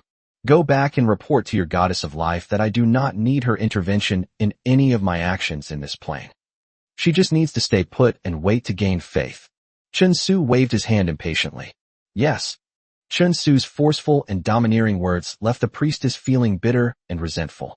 Chen Su's actions showed a complete disregard for the goddess of life, but that's just how things are now. If the goddess of life wants to make a comeback, she must grasp this last straw, and Chen Su is undoubtedly her last hope. Simon, while I'm gone, you must assist King Hui in protecting the territory. If anything unexpected happens, immediately send someone to report to me. Chen Su stretched lazily and gave Simon instructions. He plans to temporarily return to the plane of the gods. Let's trade all the divine power crystals extracted from the gray-robed priest and see if there are any unexpected surprises. Now that we have just repelled the first wave of attacks from the god of dust, the enemy, having lost an entire legion, will certainly not send anyone to their deaths again. Therefore, Chen Su decided to seize this rare period of peace and return to the plane of gods to make a deal. As for the matters of this plane, Chen Su decided to leave them all to the priestess Kyoheim for the time being. As a shrine maiden, Kyo possesses not only exceptional combat prowess, but also remarkable intelligence. At the same time, he was also extremely loyal to Chen Su. Therefore, Chen Su left everything here to King Hui to handle, and he had no worries about it. My lord, rest assured, as long as any enemy dares to come, my great hammer, Simon, will crush them all into mincemeat. Simon pounded his chest, assuring Chen Su. After giving instructions about this dimension, Chen Su immediately returned to the leaky dimension through the dimensional portal. Then, through the dimensional portal of the joyful riding dimension, they returned to the dimension of gods. Ever since those spatial passages mysteriously exploded, the old butler Webb has been guarding the teleportation passages. This area was heavily guarded by Webb, who prohibited anyone from approaching it. My lord, please don't be hurt. Please come back safely. The old steward, Webb, looked anxious and muttered to himself. These days, he is suffering every day. In order to lull the god of wind and sand into a false sense of security, Chen Su left a contingency plan, which he did not tell anyone. Therefore, Webb had no idea that Chen Su had left a final escape route in the leaky dimension. The wait of several days left Webb's eyes bloodshot, and even his body appeared much weaker. However, when the old man saw Chen Su's figure suddenly appear before him through the teleportation channel, his body swayed violently, and he couldn't help but mutter to himself. Am I seeing things? My lord, is that you? It's me, butler. Don't worry. I'm fine. I'm back safely. Chen Su quickly stepped forward and supported the swaying Weibo.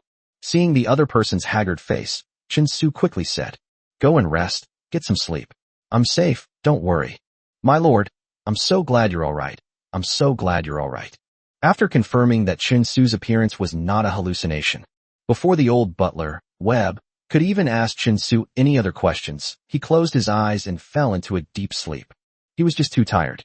Chen Su quickly ordered 2 Yanlong army soldiers to take the old steward, Wei Bu, back to his castle to rest. Then, he took the 20 divine power crystals and headed towards the mysterious tower.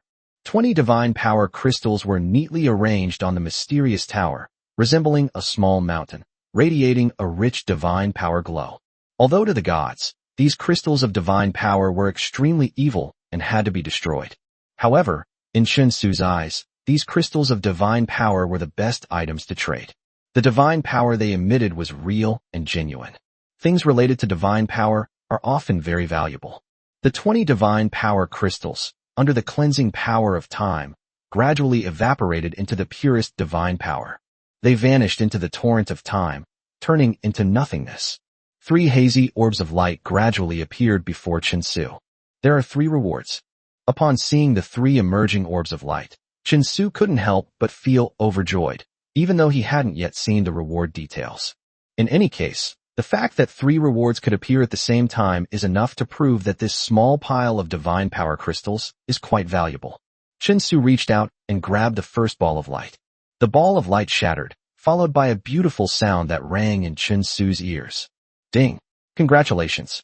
You have acquired the passive skill, Alienation. Transformation. After successfully crafting an enchanted item, you have a 5% chance to add a new effect to it. This is since Chen Su last drew the passive skill Calm and Unperturbed. After a long time, I finally drew a new passive skill again, and the effect is still as powerful as ever. Chen Su believed that this was absolutely a god-level skill that every enchanter dreamed of. What does it mean to be able to randomly add a new effect to newly drawn enchanted equipment? It's important to understand that even if an enchanter dedicates their entire life to it, they will never be able to add any new effects to a basic enchanted piece of equipment. Who can add new effects are enough to hold their own enchanted equipment launch event in the City of Miracles. Chapter 165, A Triumphant Return. Now, Chen Su doesn't even need to create anything. As long as he keeps drawing enchanted equipment, powerful new effects will eventually be added to the equipment. Although the probability is only 5%, such an incredible effect is enough to drive all enchanters crazy. After calming down and regaining his composure, Chen Su reached out and grabbed the second ball of light. This time, inside the ball of light was a thin scroll of blueprints. God's Grudge, Tier 3 Enchantment Equipment Blueprint. Equipment requirements: Holy Mage / Holy Warrior. Effect: increases own recovery speed by 20%, increases own defense by 10%, and increases damage against divine units and followers of gods by 50%. Note: only applies to legendary units and below. This is an enchanted piece of equipment shaped like wings, and it appears to be worn on the back. A Tier 3 enchanted item has base stats that are barely passable compared to other Tier 3 enchanted items, and there's nothing particularly outstanding about it. However, that last point, which increases the lethality against gods and believers by 50%, undoubtedly tells Chen Su that this enchanted equipment is no ordinary item. What does it mean to increase the damage output by 50% against all types of divine beings? Any opponent of equal level who equips this enchanted item will be a nightmare for gods and believers. Putting everything else aside, if Chen Su could equip all the elite warriors of the Flame Dragon army with this enchanted equipment, therefore, when facing the army of the God of Dust, the destructive power they can inflict will undoubtedly be multiplied. This is practically a divine weapon to eradicate the power of the gods on earth. No wonder it's called the resentment of the gods. The only drawback is that this enchanted equipment requires an extremely high level of physical strength. Holy mages / holy warriors can equip it, and there are very few people in the current Flame Dragon army who meet this requirement. Even so, it cannot conceal the brilliance of this divine resentment. Chen Su carefully put it away, feeling that this enchanted equipment would be of great use sooner or later. It's not just for dealing with gods and lower planes. It might also be used when facing gods in the pantheon. After putting away the resentment of the gods, Chen Su reached out and grabbed the third ball of light. However, this time Chen Su suddenly froze, because he felt as if he had grabbed a living creature. It was a heart pounding, about the size of an adult's head, beating vigorously.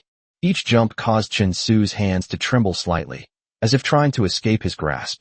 This bright red heart seems to possess an indescribable magic. With each beat, a scorching, magma-like aura rises forth. The Heart of the Ancient Titans. Introduction. The heart of an ancient titan possesses indescribable power and magic. After consuming this heart, a second heart will be generated within your body, enhancing all your attributes and combat strength. A second heart? These words made Chen Su's heart skip a beat. Generally speaking, only those with potential and talent can develop a second heart when their strength reaches the legendary level. Then, upon advancing to the epic level, one will acquire a third heart. The heart is the source of power. The more hearts you have, the more your fighting strength will increase. Currently, Chen Su's strength has not yet reached the legendary level. After consuming the heart of this ancient titan, he will grow a second heart. This boost to his strength is immeasurable. Moreover, this newly generated heart does not prevent Chen Su from obtaining new hearts after advancing to the legendary level. This means that Chen Su will always have one more heart than other powerful individuals. The benefits this brings are obviously immeasurable. Without the slightest hesitation, Chen Su swallowed the pulsating heart of the ancient titan in one gulp. This lifelike, bright red heart is actually generated from pure energy. The moment Chen Su opened his mouth, the heart flowed into his body like water. Meanwhile, The vibrant sound of a heartbeat grew louder and louder in Chen Su's chest. Chen Su could clearly sense that it was a newly formed heart, located on the right side of his chest cavity. The heart is gradually growing, and as more and more energy gathers here, the heartbeat becomes stronger and stronger. The final, thunderous heartbeat reverberated in the void around Chen Su. The surrounding earth trembled. Knock, knock, knock. The blood in Chen Su's body continuously flows through this heart, and this newly formed heart. With each heartbeat, a surge of blood, rich in energy, would burst forth, flowing through Chen Su's body and strengthening his physique and physical strength. Titans are beings with incredibly strong physical bodies. Now that Chen Su has inherited a Titan's heart, his physical strength will naturally increase. Ding! Congratulations on the creation of your second heart, the Titan heart. Your physical strength will increase by 50% within 1 year, and your self-healing ability will increase by 100% within 1 year. Because you possess Titan blood, your attacks will have an additional 10% chaos attribute. The ancient Titans were chaotic and disorderly beings. Their attacks would inflict additional chaos attribute bonuses on other living beings, and their destructive power would be multiplied when facing gods. One system notification after another rang in my mind, each one sounding so pleasant and melodious. Feel the heart throbbing powerfully within me. Chen Su clenched his fists tightly, feeling as if his body was filled with boundless power. The attribute bonuses that this ancient Titan's heart continuously provides him are simply too numerous. The number was so large that it even surprised Chen Su. At the same time, he couldn't help but marvel at how these ancient Titans, once beloved by the world, possessed such formidable attributes from birth. No wonder they were able to dominate an era. Regardless, the benefits this deal brought to Chen Su were unprecedented. A powerful passive skill called Alienation, and a Tier 3 enchanted equipment that can inflict additional damage on divine beings, God's Grudge, and a Titan's heart that provided Chen Su with incredibly powerful attributes and strength. To obtain these powerful items, Chen Su only paid the price of 20 divine power crystals. It seems that items imbued with divine power can be traded for even more valuable items on the mysterious tower. Chen Su muttered to himself thoughtfully. Chapter 166 Killing a God seems quite interesting. Last time, he only traded the statue of the explorer Nanluo in the Yuki Plain, which contained a trace of divine power. They then reaped considerable benefits. The fact that these 20 divine power crystals have now been traded seems to prove this point again. From this perspective, this plain is indeed a plain full of surprises and wealth. This is only the reward for killing 20 gray-robed priests. What if we kill more and more powerful units? At this moment, Chen Su couldn't help but think of the god of dust. After the transaction was completed, Chen Su went to visit the old butler, Webb, and after seeing that he was safe and sound, he stepped into the teleportation channel. First, they arrived at the Joyful Riding Dimension, and then returned to the previous subdimensional plane through the Joyful Riding Dimension's teleportation channel. In the Joyful Riding Dimension, the Azure Queen Eve's rate of progress is also terrifying. She is no longer interested in managing the affairs of the Empire. Instead, he devoted all his energy to drawing enchanted equipment and meditating to improve his strength. Now, she is not far from becoming a formal magician. Furthermore, they are skilled at drawing some basic enchanted equipment. Only one condition remains for Chen Su to fulfill his promise to take her away, successfully crafting a second-tier enchanted equipment. All of this was made possible by Eve's tireless efforts. What gift? Inside the Azure Palace, Chen Su stroked Eve's long hair and asked with a smile. I heard you've been fighting in other planes, so I've quickly crafted 50 high-quality Tier 1 enchanted equipment pieces for you. Although it won't be of much use, I still hope it can help you. Eve smiled and replied. This is a gift that someone went to great lengths to prepare for you. Do you like it? Haha, of course I like it. Chen Su's eyes lit up. Eve's gift delighted him. Now is a crucial moment for exploring subdimensions, and every means to increase power is vital. For Chen Su, this was nothing short of a timely help. Are you leaving again? Can't you spend more time with me? Eve said sweetly. Not now. The frontline dimensional expansion is at a critical juncture, and I can't be left out. Chen Su touched Eve's smooth forehead. Once I conquer this plane and you complete the task I assigned you, I will hand over the management of the new plane to you. I don't want to manage any different planes. All I want is for you to be with me. Eve pouted and said. Seeing Eve's delicate and charming appearance, Chen Su couldn't help but feel a surge of desire. In the end, however, reason prevailed, and Chen Su pushed her away and strode out. The situation in the secondary plane is still unstable. Now is not the time to indulge in pleasure. Chen Su also took with him the 50 level 1 enchanted equipment that Eve had prepared for him. No matter what, these equipment were all earned through my own hard work, so it's impossible for me not to take them with me. Meanwhile, in a distant secondary plane, during Chen Su's absence, nothing unusual happened, and everything was peaceful. Chen Su wiped out one of the Dust God's legions, but it was as if nothing had ever happened. Of course, Chen Su knew that the other party was stunned by his thunderous attack and was thinking of ways to deal with him. The current peace is only temporary. If the God of Dust were to make a move, it would inevitably be a fierce and thunderous strike. The God of Dust remained calm, but the Three Goddess Alliance was not. When the news of Chen Su's swift and decisive annihilation of the Dust God Legion reached the ears of the Three Goddess Alliance, it instantly caused a huge uproar. It should be noted that in the previous battles, the allied forces of the Three Goddesses Alliance faced the army of the God of Dust. However, they were constantly on the verge of defeat, relying solely on their advantageous terrain to defend themselves, and rarely achieved any remarkable results. But now, Chen Su's army is able to easily and decisively defeat the power of the God of Dust. This left the Three Goddess Alliance both surprised and worried. Surprisingly, these uninvited guests from another dimension defeated the seemingly invincible God of Dust. What worries them is that they don't know if these visitors from other dimensions share the same thoughts as the God of Dust. That is to occupy the entire plane and remove the power of all other gods from the plane.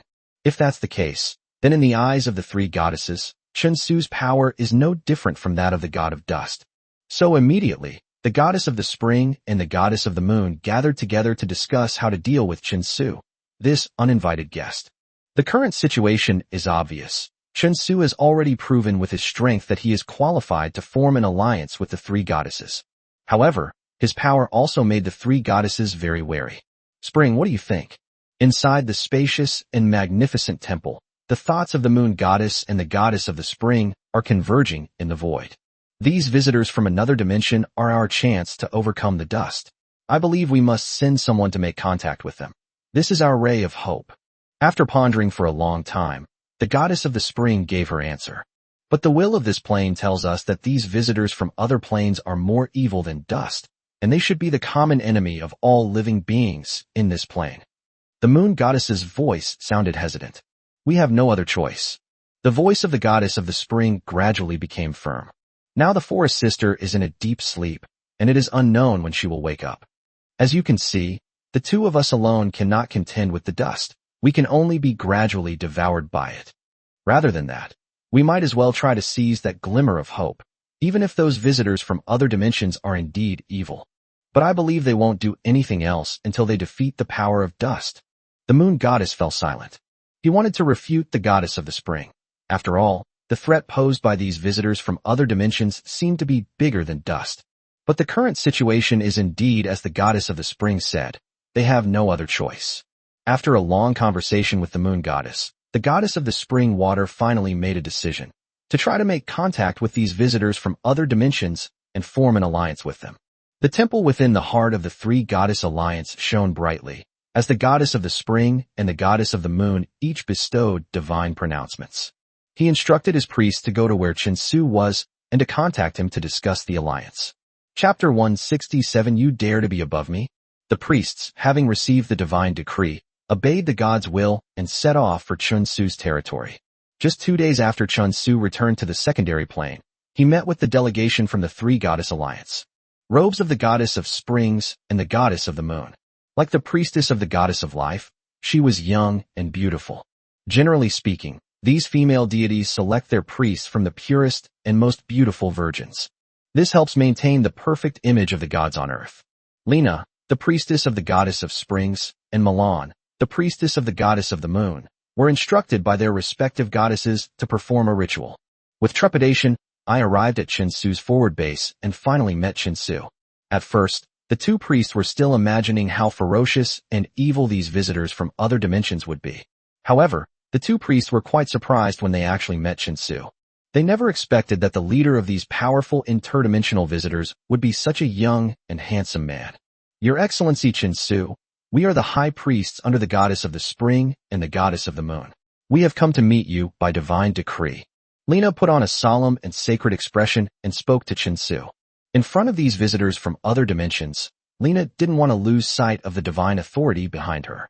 Chinsu sat at the table, observing Lena and Milan, the two representatives of the local gods, with great interest. Behind him stood equally solemnly the 5 priestesses of the goddess of life. The goddess of the spring and the goddess of the moon? Are you the 2 deities who were beaten by the god of dust and ran away with their heads in their hands? Chinsu chuckled silently, his voice carrying an undercurrent of domineering arrogance. He knew that he had to maintain sufficient strength when facing these 2 weak gods. They need to know that their existence is indispensable in order to contend with the god of dust. Lena and Milan were both shocked after hearing Chinsu's arrogant words. Although he still maintained a sacred and solemn demeanor, his aura had clearly weakened somewhat. Your Excellency Chinsu, maintaining reverence for the gods is something every mortal must do. If we incur the wrath of the gods, it will be a calamity that mortals cannot bear. Milan, the priestess of the moon goddess, spoke to Chinsu with great seriousness. For these priests, who regard the deity they serve as the highest being, this is a different matter. Chinsu's words were undoubtedly a desecration of the most sacred and greatest existence in their hearts. Oh, is that so? Chinsu smiled knowingly and gestured for the 2 priest representatives to look at the 5 goddess priests behind him. So, what kind of people do you think they are? Lena and Milan had already noticed the presence of the 5 priestesses behind Chinsu. Lena and Milan sensed a similar aura in them. They must also be from another dimension, followers of gods. Lena guessed, feigning composure. That's right, you guessed correctly. Chinsu nodded approvingly, then changed the subject and continued. So, what do you think is the nature of my relationship with them? You must be a general under this deity, responsible for expanding the territory. These esteemed priests must be representatives sent by the gods behind you, urging you to fight for the gods and expand their territory. Milan continued, and Lena, who was standing next to her, nodded in agreement. This is not uncommon in this dimension. This plane is one where gods hold sway over all power in the mortal realm. The priests held a supreme position. They acted on behalf of the gods and managed everything in the human world, just like the dust army of Rose that Chinsu wiped out before. Although the Legion commander was sorry, even Sari had to obey the commands of the gray-robed priests at crucial moments. Therefore, Milan believes that Chinsu's situation is probably similar to his. Rather than saying they came here to negotiate with Chinsu, rather, they were there to negotiate with the deity behind Chinsu. Only between gods can there be equal communication. As for ordinary people, they are merely their representatives. Upon hearing Milan's guess, Chinsu's lips curled into a slight smile, and he spoke calmly. You're only right about one thing. I am indeed here to expand our territory, but I don't represent any god. I represent myself. As for these goddess priestesses, who are as beautiful and noble as you, they are merely assistants sent to me by the local gods who asked for my help. He did this not just to show off, but to completely shatter the pride in the hearts of these priests of the 3 goddesses alliance. And behind them, the pride of the gods. Chinsu would certainly not simultaneously oppose the god of dust and the 3 goddesses. That would undoubtedly be an incredibly foolish act. And forming an alliance with the 3 goddesses is undoubtedly the best choice right now. Moreover, Chinsu also realized that the 3 goddesses alliance had no choice but to cooperate with him. However, during the collaboration, Chinsu must be certain of his leadership position, just like him and the goddess of life in the plane of gods. Chinsu wanted to occupy an absolute leadership position, so that even the power of the gods would be subordinate to him. Everything Chinsu did was less for Lena and the 2 priests Milan to see. Rather, it was meant for the moon goddess and the spring goddess behind them. Chinsu wanted to tell them that in this world, the status of gods is not supreme. As long as mortals are powerful enough, they too can possess the strength to stand on equal footing with, or even surpass, the gods. The 5 women standing behind Chinsu were all priestesses who served the gods. Lena and Milan were certain of this. They were not mistaken. The divine radiance flowing through them was a gift from the gods. But what they were seeing was something they simply couldn't understand. Born in a secondary plane, Lena and Milan were unaware that the so-called gods were not as lofty and unattainable as they had imagined. This is simply because of the upper limit of power in the secondary plane. If it were like the plane of gods, it could continuously produce epic powerhouses. Some of the most powerful epics are comparable to those of the gods. Even when epic-level powerhouses become powerful enough, so-called gods are nothing more than prey in their eyes. Lina and Milan were stunned, feeling that their faith was about to collapse, which was even more terrible than losing to the god of dust. The will of the goddess of springs and the goddess of the moon secretly reside within Lina and Milan. At this moment, it finally erupted in full force, temporarily taking over the bodies of the two women. Chapter 168, I Only Represent Myself. A vast divine light emanated from the two goddess priestesses, and two incomparably sacred goddess statues appeared behind them. At this moment, the eyes of the two priestesses turned into pure gold, symbolizing the descent of the two goddesses. Visitor from another dimension, I am the goddess of the spring. Lina's mouth was completely different from her previous tone, sacred and solemn. Milan, on the other side, also spoke up. I am the moon goddess. Seeing that the will of the two goddesses had finally manifested, a smile finally appeared on Chen Su's face. These two goddess priestesses arrived. The priestess of the goddess of life told him this. These two priestesses possess the will of the gods, though it is not manifested. Now, after being provoked by Chen Su, the other party couldn't help but show up. That's more like it. Sending only two men down doesn't give them the right to negotiate with me. With the arrival of the two goddesses, our negotiations can continue. Chen Su stood up and addressed the two gods from the secondary plane. Strictly speaking, this was the second time Chen Su had faced the will of the gods. The first time was in the palace of the gods in the plane of the gods, when she met the goddess of life. However, on that occasion, the other party's attention was mainly focused on Princess Anfiel, and they did not have much interaction with him. Now, although it is only a secondary plane, at least on the surface, Chen Su has the qualifications to sit on equal footing with the gods. If we want to talk to the real ruler, let's bring out the god behind you.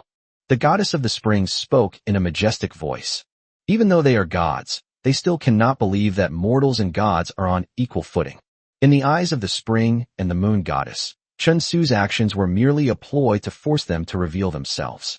Contrary to his claim that even the gods sought his help, he did not do so. It seems you haven't grasped the fact that the power ceiling of the subplane limits your imagination. Chen Su shook his head, but it wasn't that he couldn't understand. The level cap of the subplane determines how powerful the epic beings are, a fact beyond the imagination of the gods here. Some powerful epic beings could even destroy an entire plane single-handedly. I swear in the name of the god I serve that everything Lord Chen Su said is true, and we are indeed gods, a gift to Lord Chen Su. The priestesses behind him blushed and spoke.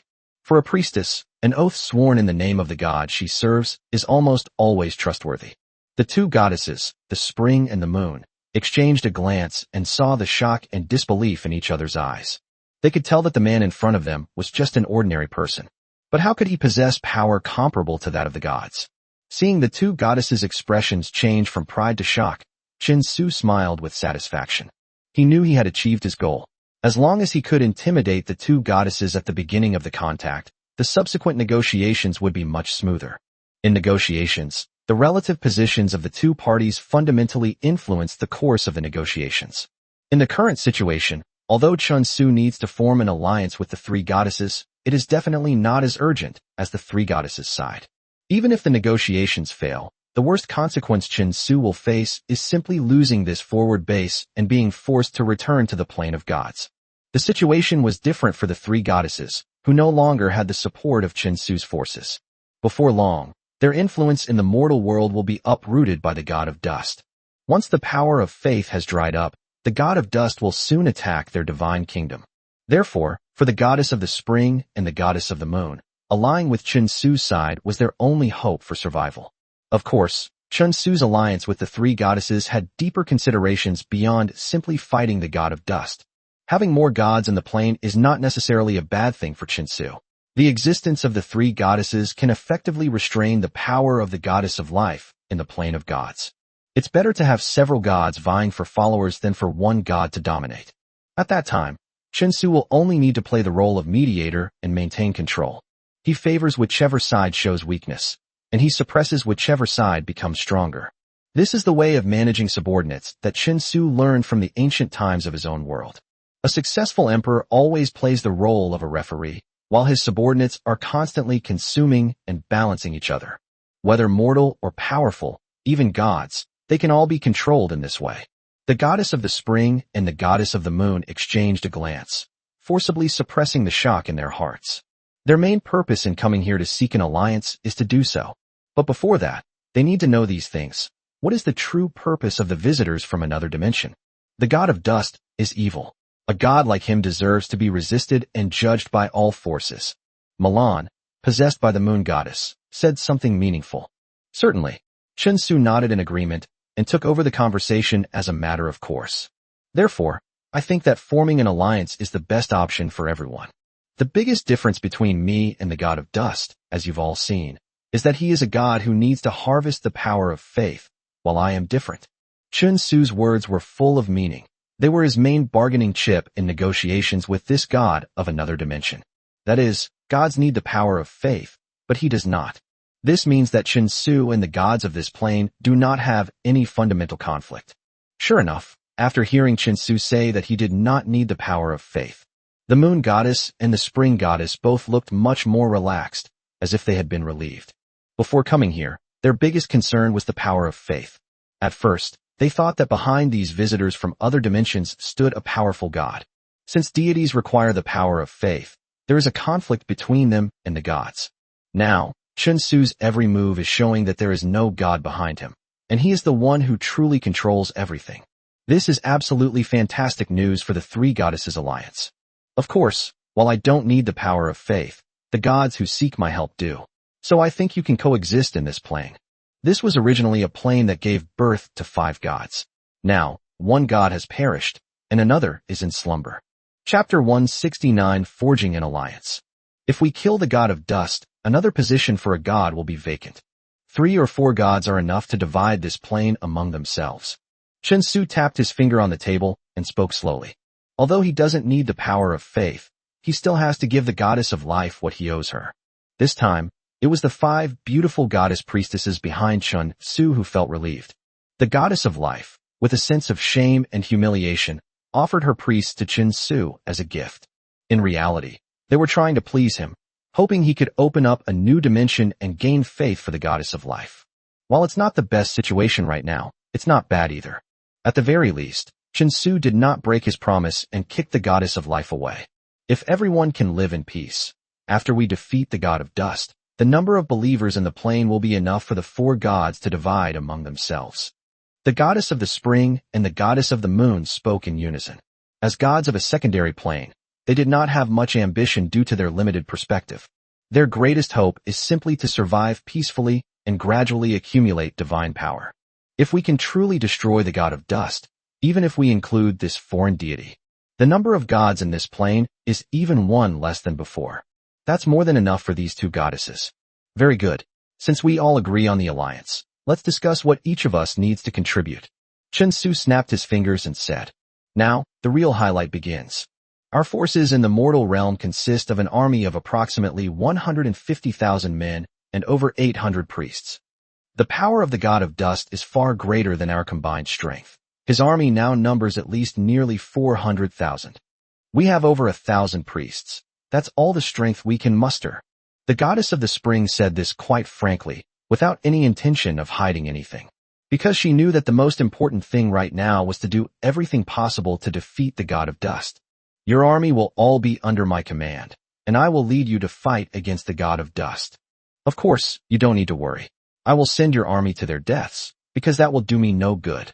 Of course, in return, I will lead them to victory after victory, and ultimately defeat the god of dust, guaranteeing your safety," Chen Su said with absolute confidence. The conditions he proposed were undeniably demanding, but Chen Su believed that these 2 goddesses would absolutely not be able to refuse them. The conditions proposed by Chen Su put both the goddess of the spring and the goddess of the moon in a dilemma. He entrusted all the power in the mortal realm to Chen Su for command. This almost means that they are handing over their last remaining chips to Chen Su. Making such a decision requires immense courage. The goddess of the spring and the goddess of the moon gaze at each other and communicate. Chen Su wasn't in a hurry. He waited patiently for the 2 goddesses to make their final decision. After a long while, the 2 goddesses seemed to have made up their minds and looked at Chen Su, saying something. "We can entrust you with the power of the mortal realm, but before that, we must do so. You need to prove your strength again. The previous time alone is not enough." Previously, Chen Su's forces had defeated Rose's Dust Legion, proving that he had the strength to form an alliance with the three goddesses. However, these alone are not enough to make the goddess of the spring and the goddess of the moon hand over their forces to him to rule. A single victory in battle is not enough. Sure, no problem. After a moment's thought, Chen Su readily agreed to the conditions of the spring goddess and the moon goddess. Anyway, he was destined to be an enemy of the god of dust, and proving his strength again was just a side effect. Very well, as long as you can prove once again that you have the strength to fight against the god of dust. We will entrust you with the command of the mortal realm until the very end, and we will achieve victory in the war. However, after the war ends, you must also ensure that our three goddess alliances followers within the plane are not affected in any way, and that we still have the right to spread our faith. The moon goddess looked on, and Chen Su spoke in a solemn voice. No problem. Chen Su nodded and readily agreed. Then I think we can sign an alliance agreement. The goddess of the spring then spoke. Signing the contract is the most crucial step in the alliance, and it is also what the goddess of the spring and the goddess of the moon value most. A covenant is binding on both parties that sign it. It is not simply a blank piece of paper. Covenants signed between the gods are protected and bound by the unseen forces of different planes, making the signing of covenants the most important thing for the gods. By the will of the plane's origin, I, the moon goddess, swear that I will fulfill the alliance pact with Chen Su during the period it is established, and any betrayal will be punished. The moon goddess clapped her hands repeatedly in the void, and wisps of the plane's origin energy rose around her. And eventually it formed a mysterious symbol that disappeared into the space between her eyebrows. This is a covenant sworn upon the very origin of the plane, and it has unparalleled binding force even on the gods. Immediately afterwards, the goddess of the springs followed suit and forged an alliance. By the will of the origin of the divine plane, I, Chen Su, will form an alliance with the three goddesses. During the period of the alliance, I will fulfill the alliance. If I break my promise, I will be punished. The plane in which Chen Su made his vow was naturally the plane of gods. As soon as he recited the oath, he felt a vast, emotionless power rise above his head. It even squeezed out the original power of the secondary planes. Then, it transformed into a mysterious symbol and entered his body. Seeing this scene before them, the eyes of the goddess of the spring and the goddess of the moon showed both relief and shock. What's reassuring is that Chen Su, like them, swore an oath in the name of the origin of the plane. This enhances the reliability of the alliance, meaning that Chen Su will not betray the alliance. What's shocking is that it's also done in the name of the origin of the plane. The plane Chen Su used to swear his oath possessed a surging dimensional power that far surpassed the primal power of this level of plane by hundreds or thousands of times. You have to understand, this is their plane of existence. This is their territory. The dimensional power behind these visitors from other dimensions was actually able to cross the endless void and descend upon this dimension. And it also completely emptied the primordial power of this plane. Chapter 170. The situation is excellent. This is enough to prove that the plane Chen Su came from is thousands of times more powerful than this one. Such a powerful plane might indeed give birth to many beings even more powerful than the gods. At this moment, the goddess of the spring and the goddess of the moon no longer had any doubts about what Chen Su had said before. After the alliance was established, the will of the two goddesses left Lina and Milan's bodies and returned to the distant heavens. Lina and Milan, who had regained control of their bodies, looked completely bewildered. Their memories are stuck at the moment they were possessed by the two goddesses, and they have no idea what happened. Looking at the two utterly bewildered priestesses, Chen Su's lips curled into a slightly strange smile. He decided to flirt with the two priestesses. The god you were serving has just descended and made a covenant with me. Chen Su looked at the two beautiful priestesses and said with a smile, I see. A look of realization flashed across Milan and Lina's faces, and they spoke to Chen Su with slight restraint.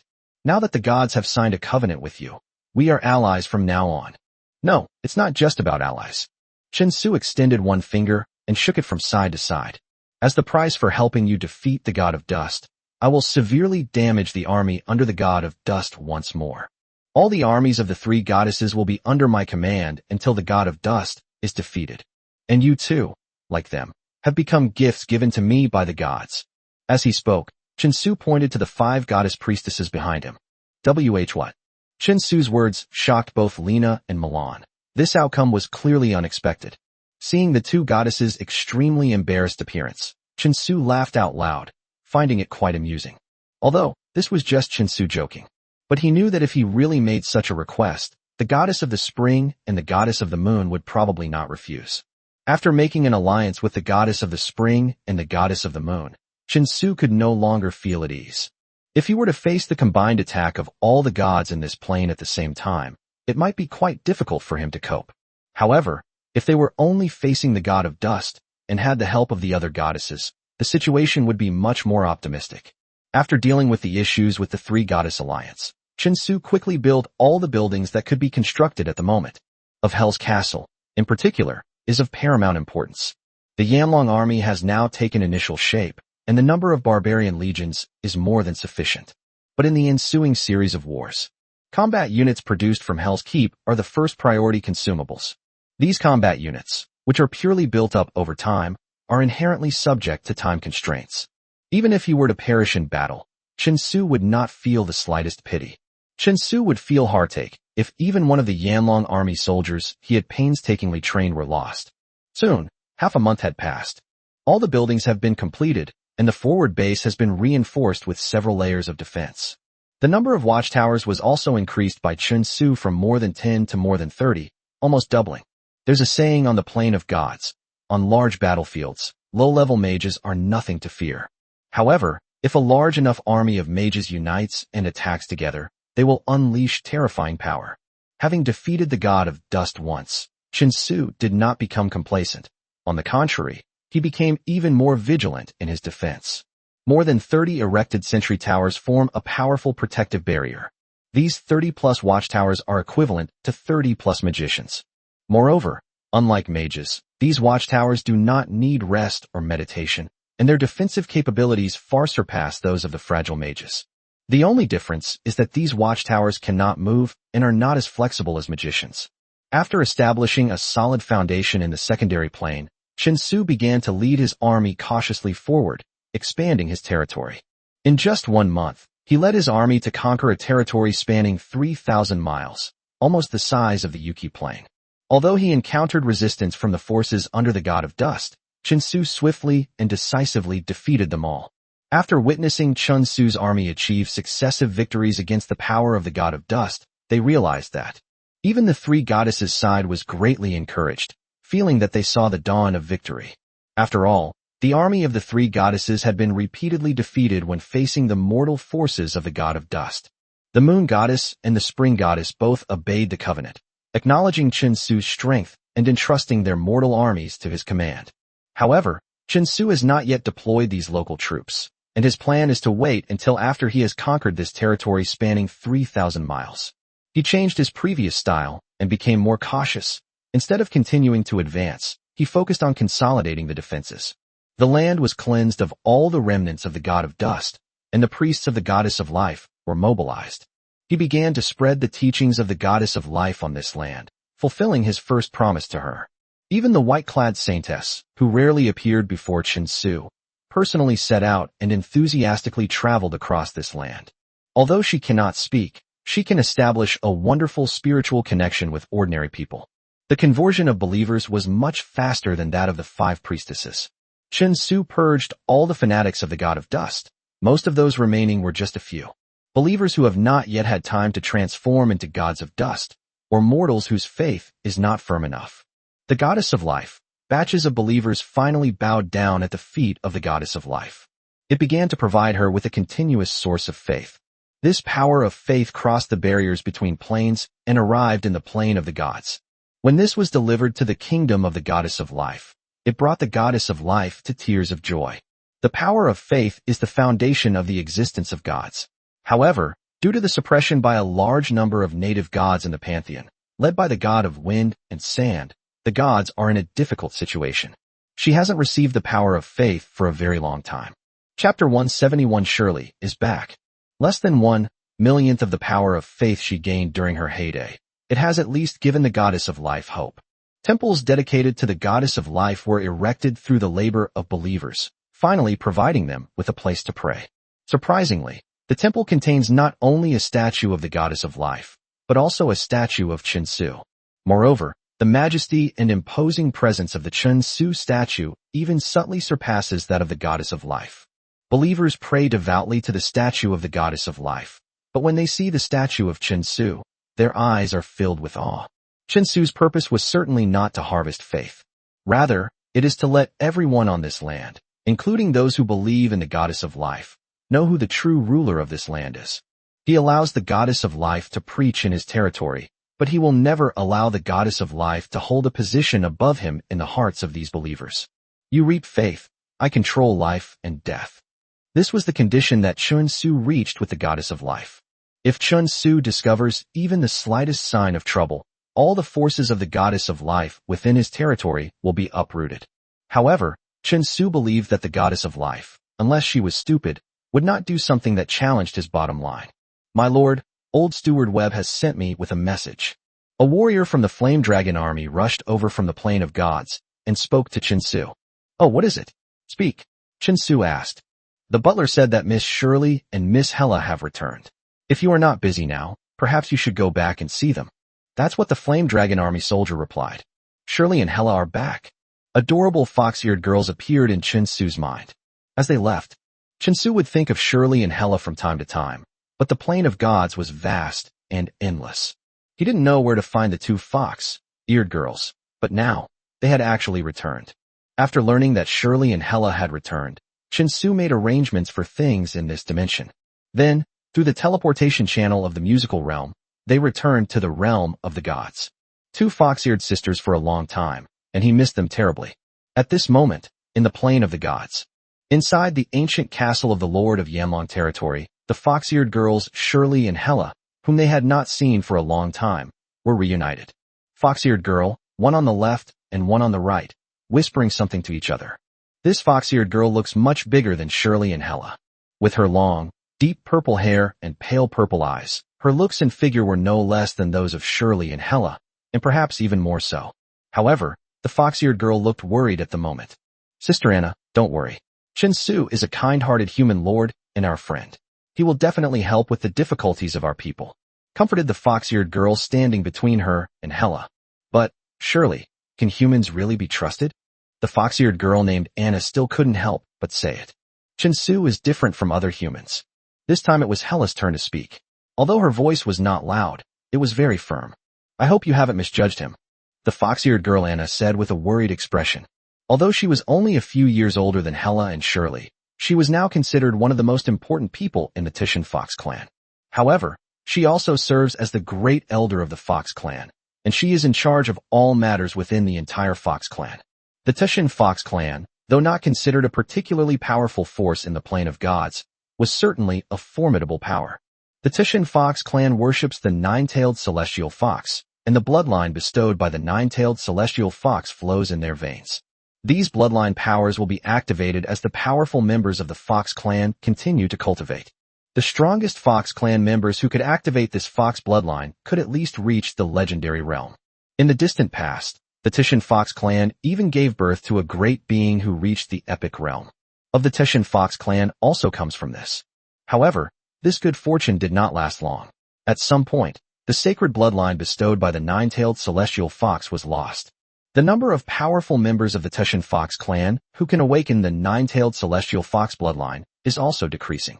As a result, the overall strength of the Titian Fox clan naturally declined.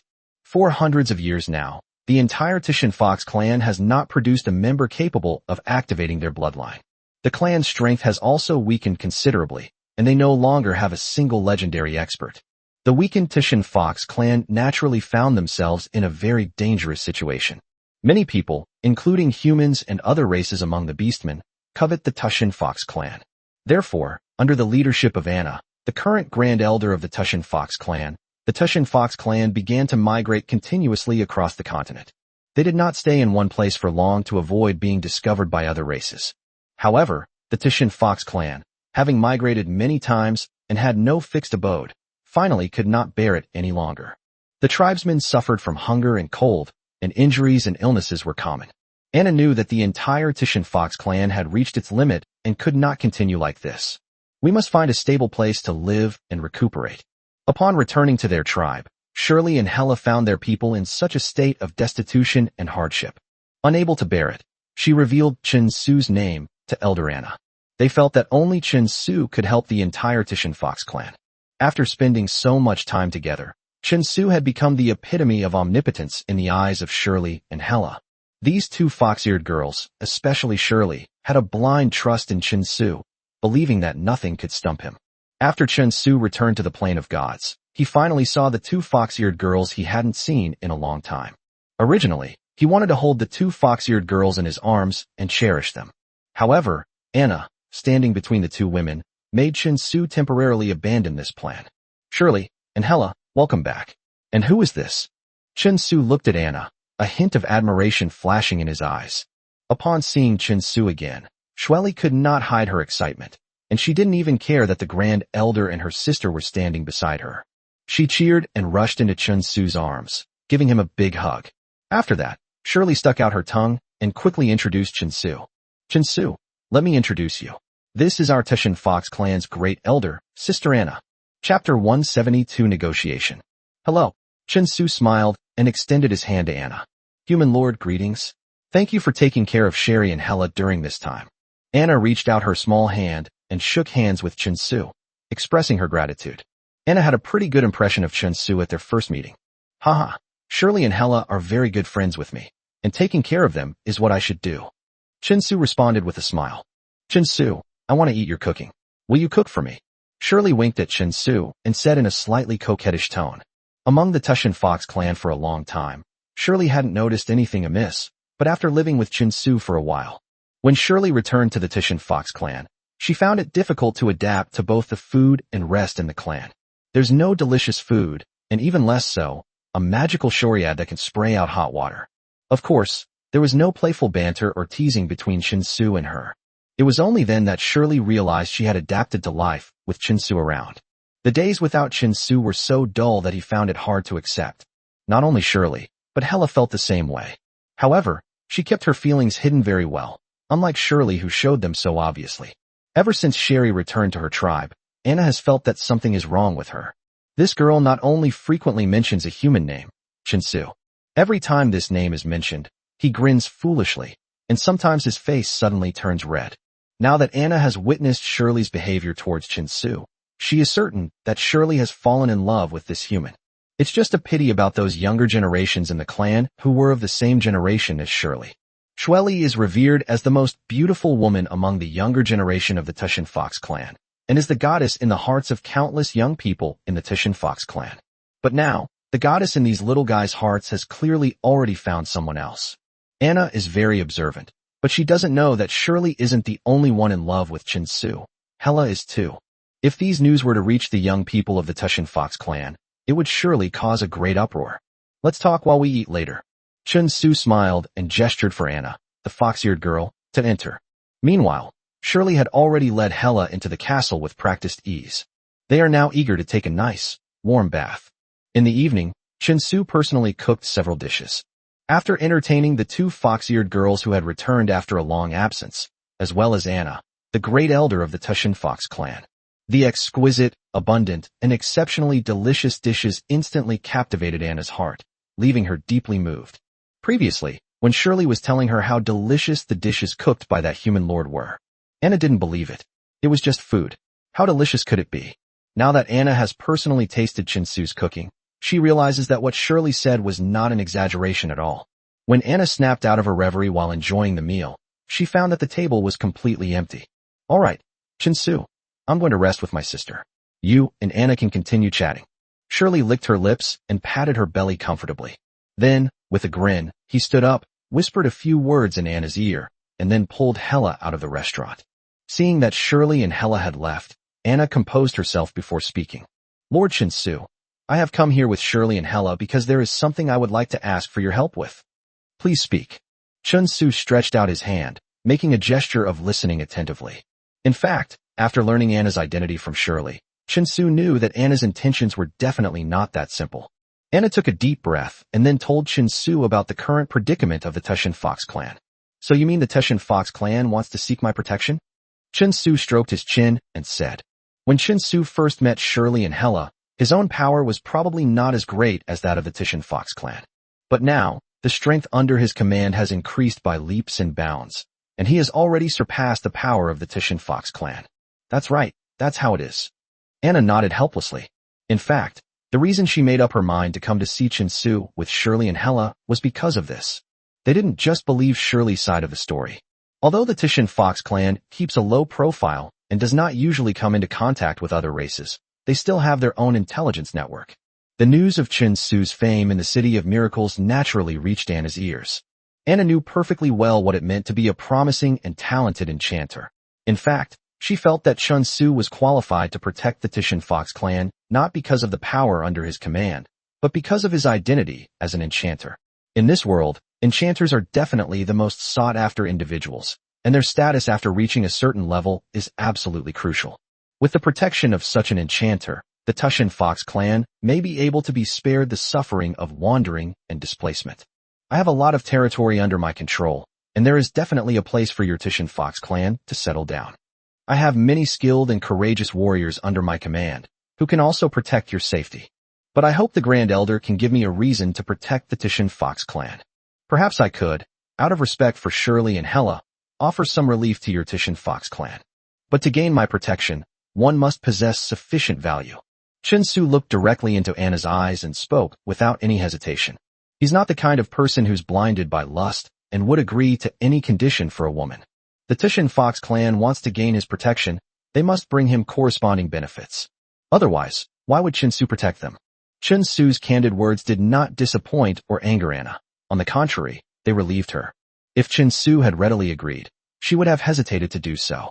Now that Chin-Su has proposed conditions for sheltering them, Anna can sense that Chin-Su is seriously negotiating with her.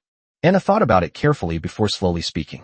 The Titian Fox clan now has 5,000 members, including 300 skilled fox warriors who can provide you with considerable assistance. 300 Fox clan warriors. Chin-Su's brow furrowed almost imperceptibly. Chapter 173, A Freebie. Although these fox warriors were quite strong, their numbers were very small. Just for these 300 people, Chin-Su was tasked with solving the problem of feeding and resettling 5,000 people. Although he is capable of doing it, the effort he puts in is clearly disproportionate to the reward he receives. In 2 more years, about 200 of our people will be able to become qualified warriors. Seeing Chin-Su frown, Anna's heart tightened, and she quickly said something. After saying that, the beautiful fox-eared girl seemed to remember something, her eyes darkened, and she sighed. If there is anyone in the clan who can awaken the fox bloodline and become a berserker mage, they would surely be of great help to you. Berserker mages were once the foundation upon which the Titian Fox clan made its name on this continent. It is important to know that the Titian Fox clan are born warriors, and once they awaken their fox bloodline, they will gain the ability to use celestial fox magic. With exceptional combat skills and the activation of their fox bloodline, fox warriors who can use corresponding magic become dual wielders of magic and martial arts. On the battlefield, they can seamlessly combine martial arts and magic, unleashing a power that is always greater than the sum of its parts. It can be said that fox warriors who have awakened their fox bloodline are even superior to enchanted knights in terms of individual combat ability. Members of the Titian Fox clan who are sensitive to magic will become powerful magicians after their fox bloodline awakens. It is precisely because of these factors that the existence of people who are constantly awakening their fox bloodline has protected the Titian Fox clan. It survived the long course of history and was not eliminated by history. However, for hundreds of years now, no one in the Fox clan has awakened their bloodline. The Titian Fox clan's resources have been completely depleted, leading to its current predicament. However, if someone in the Titian Fox clan could still awaken their bloodline, that would be a good thing. So why would the Titian Fox clan need anyone else's protection? Fox clan bloodline.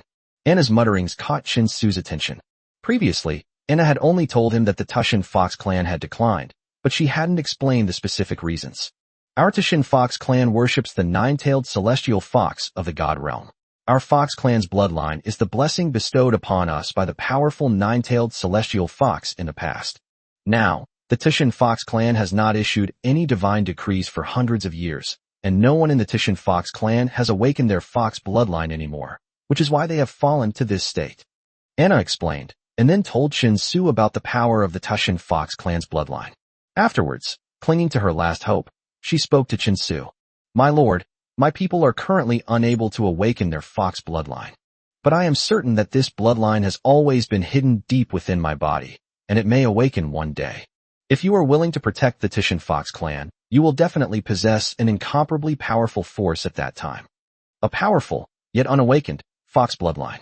Although Chun Su maintained a calm expression, he was secretly delighted. At that moment, he thought of the bloodline reversion ability in the city of Berserkers, which was as useless as a chicken rib. In the past, Chun Su had a group of Yanlong army warriors attempt to revert to their ancestral bloodline in the City of Madness, but without exception, they all failed. At first, Chun Su thought it was because the success rate was too low, but after careful consideration, he realized that he might have guessed wrong. Although he trained these Yanlong army warriors, they probably didn't have any ancestral bloodline power in their bodies, so how could they possibly revert to their ancestral ways? However, these Titian Fox spirits are different. They possess powerful Fox bloodlines within them. It's just that it's sealed away now, unable to awaken deep within its bloodline. If we send them to the city of Berserkers to try to revert to their ancestral form, could we awaken the long-dormant Fox bloodline? If that's the case, then the Titian Fox clan is definitely the greatest treasure the gods have given them. Elder Anna, I am willing to protect your Titian Fox clan, but you must guarantee that the Titian Fox clan will be loyal to me. Especially the Fox clan warriors. They must obey my commands completely and must not disobey. Chun Su looked at Anna, the fox-eared girl, and said, word by word. If he could use the bloodline reversion ability of the City of Madness to awaken the dormant Fox bloodline within the Titian Fox clan, it would naturally be a good thing. However, if the Titian Fox clan, whose Fox bloodline power has been awakened, becomes arrogant and disobeys Chun Su's commands, they even plan to break free from his control, a situation Chun Su did not want to see. He didn't want the soldiers he had painstakingly trained and invested so much in to end up disobeying his orders. This is something Chun Su absolutely cannot tolerate. Lord Chun Su, we can sign an alliance if you can truly protect the safety of our Titian Fox clan. As long as you don't make any unreasonable demands that endanger the safety of our clan, then the entire Titian Fox clan will obey your orders. Anna said this. Okay, then it's a pleasure to work together. A smile appeared on Chun Su's lips. He couldn't wait to test the power of the Berserker City's bloodline reversion. Although each unit that performs a bloodline regeneration will consume 5,000 gold coins. However, as long as the Fox bloodline of the Titian Fox clan can truly awaken and become as powerful as Anna said.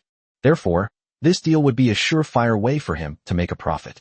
Elder Anna, I think you can arrange for your people to come to my territory tomorrow. After signing the alliance agreement with Anna, Chun Su continued. Yes, my lord. I will set off immediately to summon my people. After signing the alliance agreement with Chun Su, Anna breathed a sigh of relief. And they couldn't wait to set off to summon their poor people to Chun Su's territory and accept his protection. In Anna's opinion, Chun Su's willingness to accept the Titian Fox clan was thanks to the sisters Shirley and Hella. If it weren't for them, the poor Titian Fox clan would probably be wandering somewhere else right now. A single, exceptionally talented enchanter is enough to protect the Titian Fox clan for decades. Hopefully, during this period, the younger generation of the Titian Fox clan will all grow up. With that thought in mind, Anna hurriedly left. After watching Anna leave, Chun Su couldn't wait to set off as well. Chun Su had quietly appeared beside Shweli, looking at her with a smile on his lips. How did you get in? Chapter 174, Placing a Heavy Bets. Shirley stared blankly at Chun Su, her mind completely blank. The door was locked. I came in through the window. Chun Su shrugged and pointed to the quietly open window. For a mage, coming in through the window is incredibly easy. All it takes is casting a levitation spell. Chun Su's appearance made Shirley secretly happy. Although she secretly hoped that Chun Su would come to find her, when Chun Su actually appeared in front of her, she didn't know what to say. Shirley, you've been gone for so long. Have you missed me? Upon hearing Chun Su's words, Shweli said something she didn't mean. I haven't been thinking about you at all. Is that so? Chun Su said jokingly. By the way, what about Hella? Does she miss me? You wish.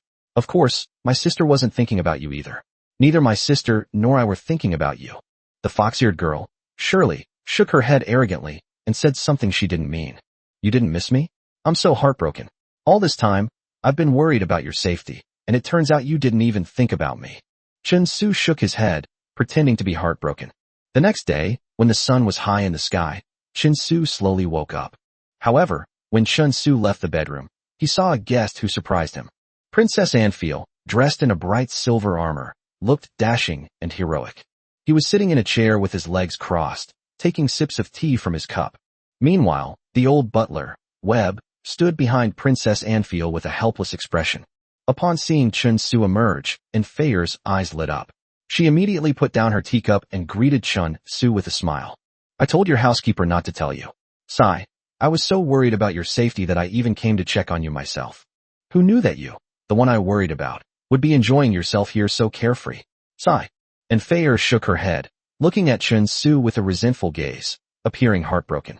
Seeing this, Chun Su couldn't help but touch his nose. Although there was no deeper relationship between him and this royal princess. But for some reason, being looked at like that by the other party gave Chun Su the strange feeling that he had been caught in the act of adultery. What's there to be afraid of? No matter what, I'm a powerful lord now, Chun Su thought to himself.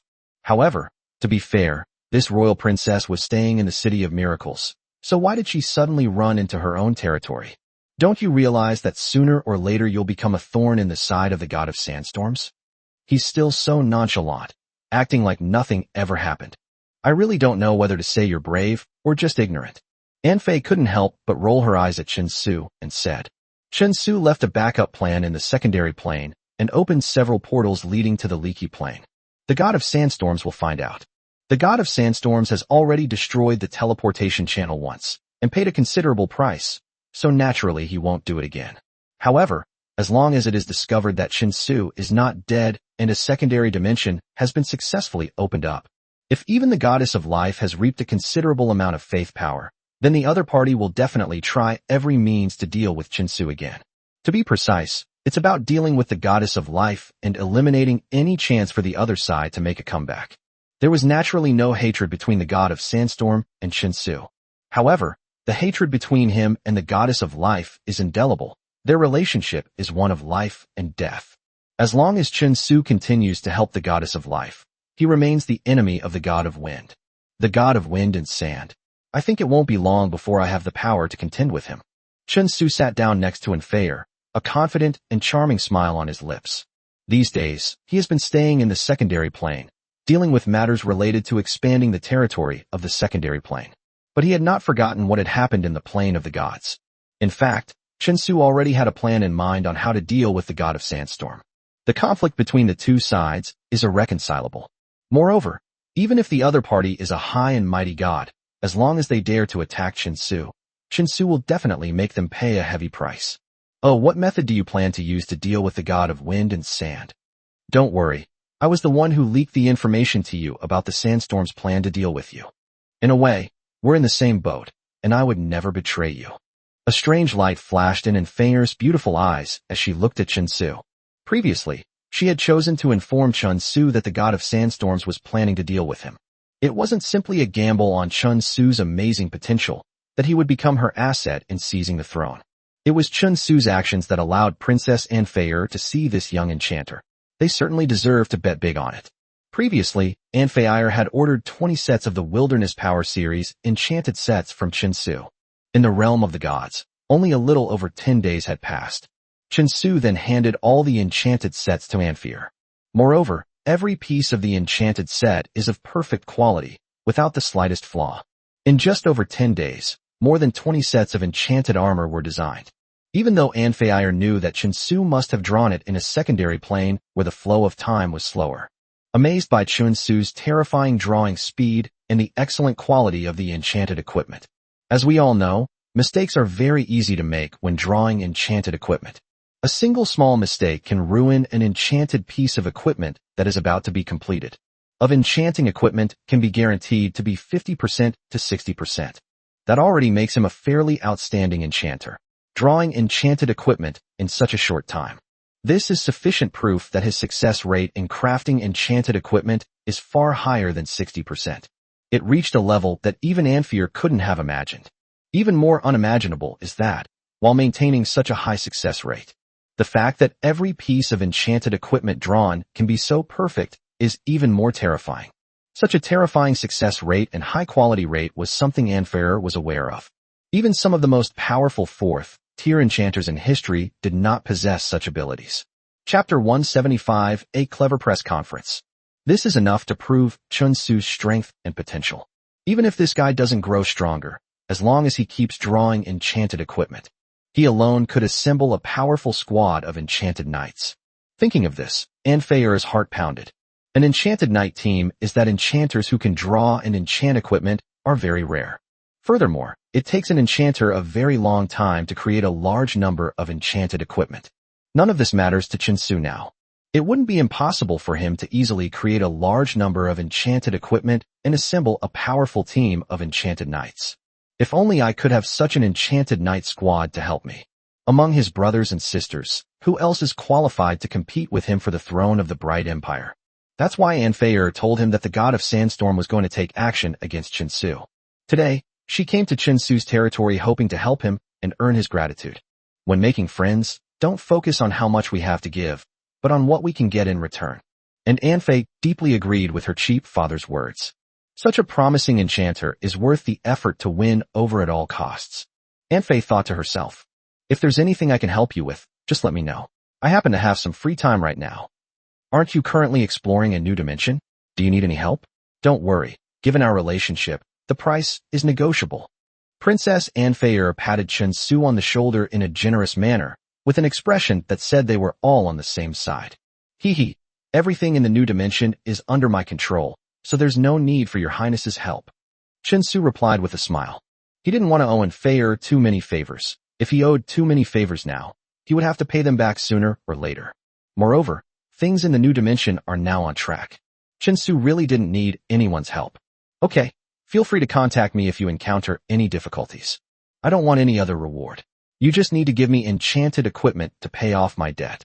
Hearing Chinsu's answer, Anfei did not insist, but replied with a smile. Haha, speaking of enchanted equipment, I do have something that I need your highness's help with.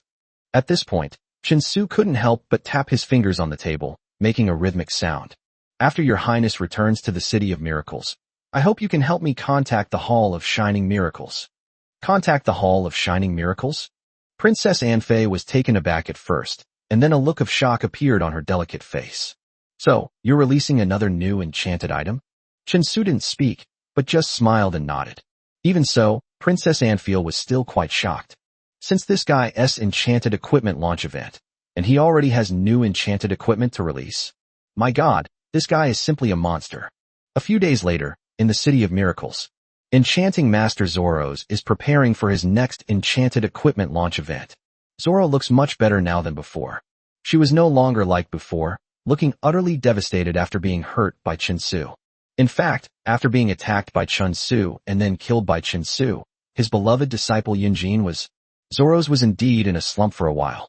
But perhaps it was a stroke of luck, for not long after, he discovered that his enchanter skills had actually improved.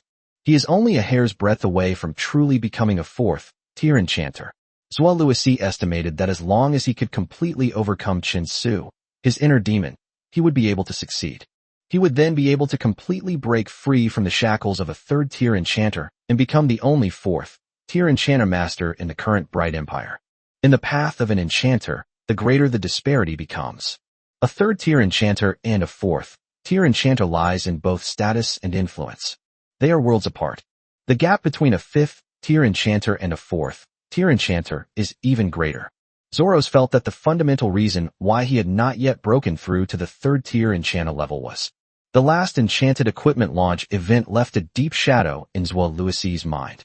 This caused Zoros to waver in his belief in his enchanter skills, which is why he has been unable to break through to the fourth-tier enchanter level for so long. Just then, Zhuo Luisi was thinking about how to defeat Chinsu and regain his confidence. He received news that filled him with immense joy. That despicable guy named Chinsu is going to hold his own enchanted equipment launch event in the Hall of Shining Miracles again. This is simply the best opportunity God has given Zoros. He plans to simultaneously hold a press conference to launch his enchanted equipment, where he will decisively defeat his opponent and regain his confidence. Then he made great strides forward and broke through to the level of a fourth-tier enchanter, whose enchanting skills have improved again, is very confident, and is almost determined to win this enchanted equipment launch event. He believes that he will definitely regain his former glory at this press conference. As for that wretched brat named Chinsu, previously, he had only managed to beat me by a hair's breadth, but this time I will make him pay back everything, with interest. Meanwhile, on the other side, is that guy Zoro's going to hold his enchanted equipment launch event at the same time as me again? Heh, he's like an unkillable cockroach. Upon hearing this, I learned about the timing of the enchanted equipment launch event by Zoro's. They adjusted it again to be the same as him, and even the exhibition hall was the same as last time, only separated by a wall. Chinsu couldn't help but chuckle. After killing Yunjin, Chinsu initially had no particular thoughts about his arrogant teacher. Although Zoro's was arrogant, from another perspective, he did Chinsu a great favor. Without his supporting role and the support he garnered, it wouldn't be possible to achieve such success. If Chinsu had held his first enchanted equipment launch event that day, it wouldn't have had such a sensational effect. Unexpectedly, the other party is still not giving up and wants to fight me again, which is quite interesting. A faint smile appeared on Chinsu's lips. This kind of behavior, offering himself up to be humiliated, is quite amusing. I think you'd better be careful. I heard that Zoro's enchanting skills have improved again recently. Even if he's not a 4th-tier enchanter, he's probably already very strong. Chapter 176 The Opening. If you get overshadowed by him after the enchanted equipment launch event, you'll be in for a rough time. Princess Anfiel reminded her. He's destined to be the supporting character. Chinsu smiled and shook his head, his voice carrying an unspoken confidence. Chinsu was confident that no matter what enchanted equipments Ross was preparing to release this time, this enchanted equipment launch event is destined to be Chinsu. Zoro's could only play a supporting role. Chinsu and Zhuo will simultaneously launch an event to announce the release of enchanted equipment. In the blink of an eye, the news spread throughout the entire City of Miracles, causing a great sensation. Chinsu today is not the unknown figure he once was. His name was already known to most of the high-ranking officials in the Light Empire after the last enchanted equipment launch event. Nowadays, even mentioning him alongside Zoro's wouldn't diminish his prominence. However, some onlookers who knew about the conflict between Chinsu and Zhuo knew that the matter was not so simple. I heard from the people in the Hall of Shining Miracles that Chinsu was originally going to host the enchanted equipment launch event, which was scheduled to be held earlier than Zhuo event. However, later, Zoro's found the Hall of Shining Miracles and adjusted the time of his press conference to be the same as Chinsu's. It seems that Zoro's came prepared this time, hoping to regain the face he lost last time at this enchanted equipment launch event. I wonder how that kid named Chinsu will choose to deal with this. Will he face the challenge head-on or avoid confrontation? Zoro's is a veteran enchanting master. Last time it was just that kid named Chinsu's first time releasing enchanted equipment, which was quite amazing. Now that Zoro's is confident that he can regain his lost face, he must have come prepared. We will definitely produce something that will impress people. In my opinion, avoiding direct confrontation is the right choice. However, I still hope he can rise to the challenge. That would make for a good show. Within the City of Miracles, it was like a lake tossed with a giant rock, rippling and surging with undercurrents. As bystanders, these spectators certainly hoped that Chinsu would not be afraid of the challenge and would release the enchanted equipment together with Zhuo. That way, they'll have a good show to watch. Young enchanter named Chinsu would not do such a thing. After all, he has achieved so much at such a young age. Given enough time, surpassing Zoro's should not be a problem. However, he is still young, and his ability to draw enchanted equipment is probably not yet comparable to Zoro's. If he were to lose to Zoro's at this moment, it would certainly leave a stain on the illustrious resume of this promising and talented enchanter. Therefore, not competing with Zoro's is the right choice. However, the time for the enchanted equipment release event is approaching. However, no one noticed that Chinsu's press conference might have been postponed or brought forward. At this moment, everyone knew that this young enchanter had not chosen to back down, but had chosen to confront Zoro's head-on. They're still too young. They haven't experienced the taste of failure. Some heads of wealthy families have made this comment. However, for the many onlookers, Chinsu's choice to confront Zhuo head-on is sure to be an incredibly exciting show, something they can look forward to. Time passed, and finally the day arrived for Chinsu and Zhuo's enchanted equipment launch event. This time, the number of people who came to the Hall of Shining Miracles to participate in the two-person enchanting equipment event was even greater than last time. After all, it's not always possible to see two enchanters clashing on the same stage like this. Not to mention, one of the enchanters clashing is a well-established enchanting master. The other is a rising star in the world of enchanters who is now gaining fame. Such a thrilling exchange naturally required the participation of the audience. Even before the Enchanted Equipment launch event was scheduled to begin, Chen Su and Zhuo Luisi's exhibition halls had already attracted a considerable number of viewers. All the seats prepared in the exhibition hall were already full. Even with the staff in the Hall of Shining Miracles adding an extra row of seats, they still couldn't stop the endless stream of enthusiastic spectators from arriving. However, this time is different from the last time. Although the Enchanted Equipment launch event hasn't started yet, the audience in Chen Su's exhibition hall is already there. In terms of quantity, it is in no way inferior to Zoro's exhibition hall. The last Enchanted Equipment launch event earned Chen Su a lot of popularity, and the event was no longer as deserted as before. Interestingly, many of the visitors in Chen Su's and Zhuo Luisi's exhibition halls came from the same faction. However, although these viewers came from the same faction, they belonged to different factions. They went to Chen Su's or Zoro's exhibition halls respectively, and naturally, they also registered, selected the enchanters they liked, and then had the idea of trying to win them over. Soon, it was time for the Enchanted Equipment launch event to begin. Amidst great anticipation, Chen Su and Zhuo Luisi finally walked slowly onto their respective booths. Looking down at the bustling crowd of spectators, Zoro's took a deep breath, and a sharp glint flashed in his slightly cloudy old eyes. He couldn't help but turn his head and look into the exhibition hall where Chen Su was. Although separated by a wall, Zoro seemed to see Chen Su standing there. Just wait.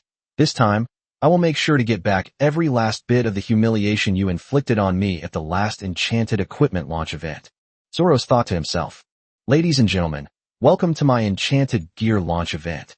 What I want to show you today are the new inspirations I've had recently. Zoro stood on the stage and began to speak eloquently. This time, however, he learned from his previous mistake and didn't say anything unrelated to Enchanted Equipment. He talked about the new Enchanted Equipment he was about to release, hoping to capture the interest of the audience. Zoro's idea was not wrong. What he said was closely related to the Enchanted Equipment that was about to be released. The visitors in the exhibition hall did not show the slightest impatience. On the contrary, they listened with great interest. No one left the exhibition hall. The number of visitors in the exhibition hall is even increasing. Upon seeing this, Zoro finally put on a slightly smug smile. Everything that is happening now is under his control. Chapter 177 Another Suit. Zhuo Luisi was talking non-stop, while Chen Su was in the exhibition hall, which was only separated by a wall.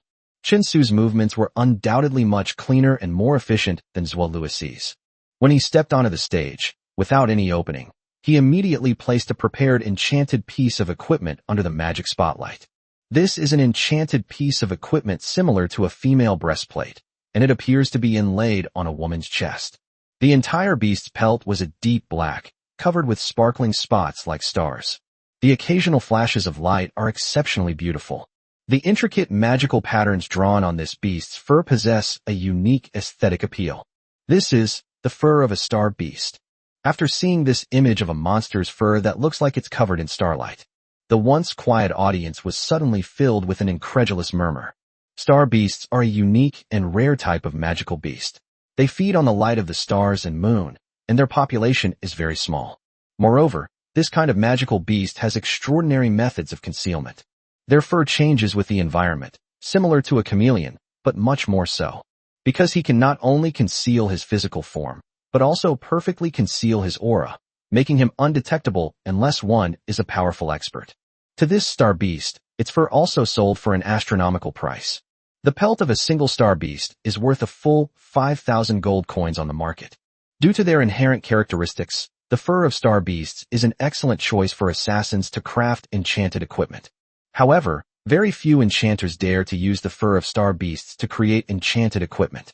One reason is that the fur is extremely expensive, and even an enchanter cannot afford to fail a few times.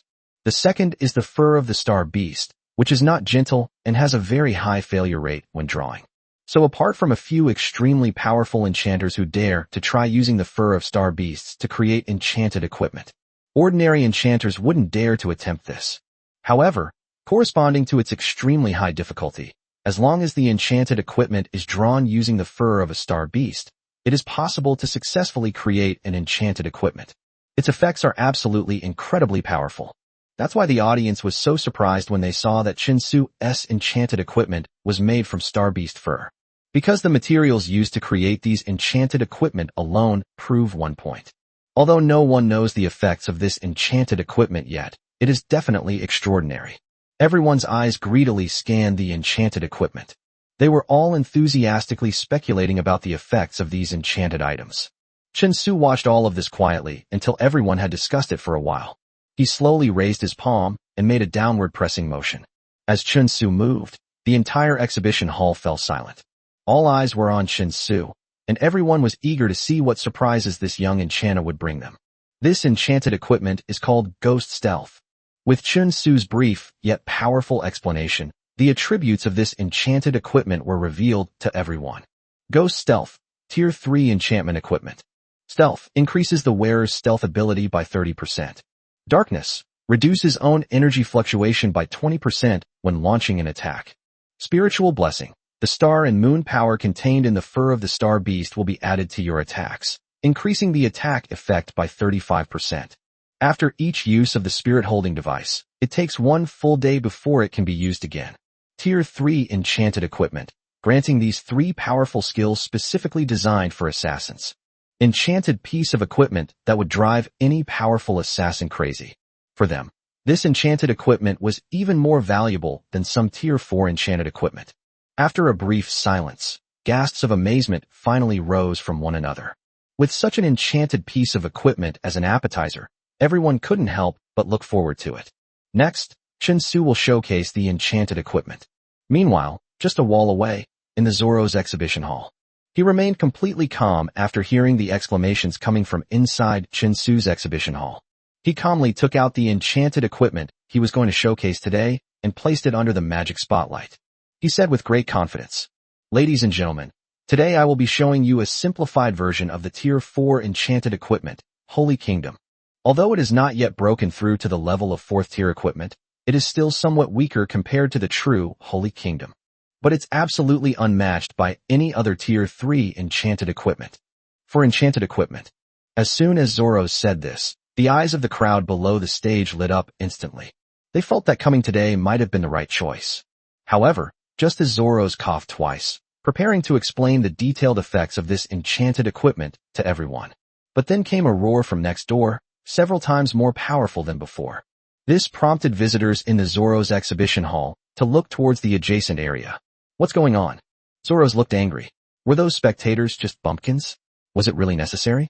At this moment, Chen Su's exhibition hall had become a sea of exclamations. All the spectators stood up, staring ahead in disbelief.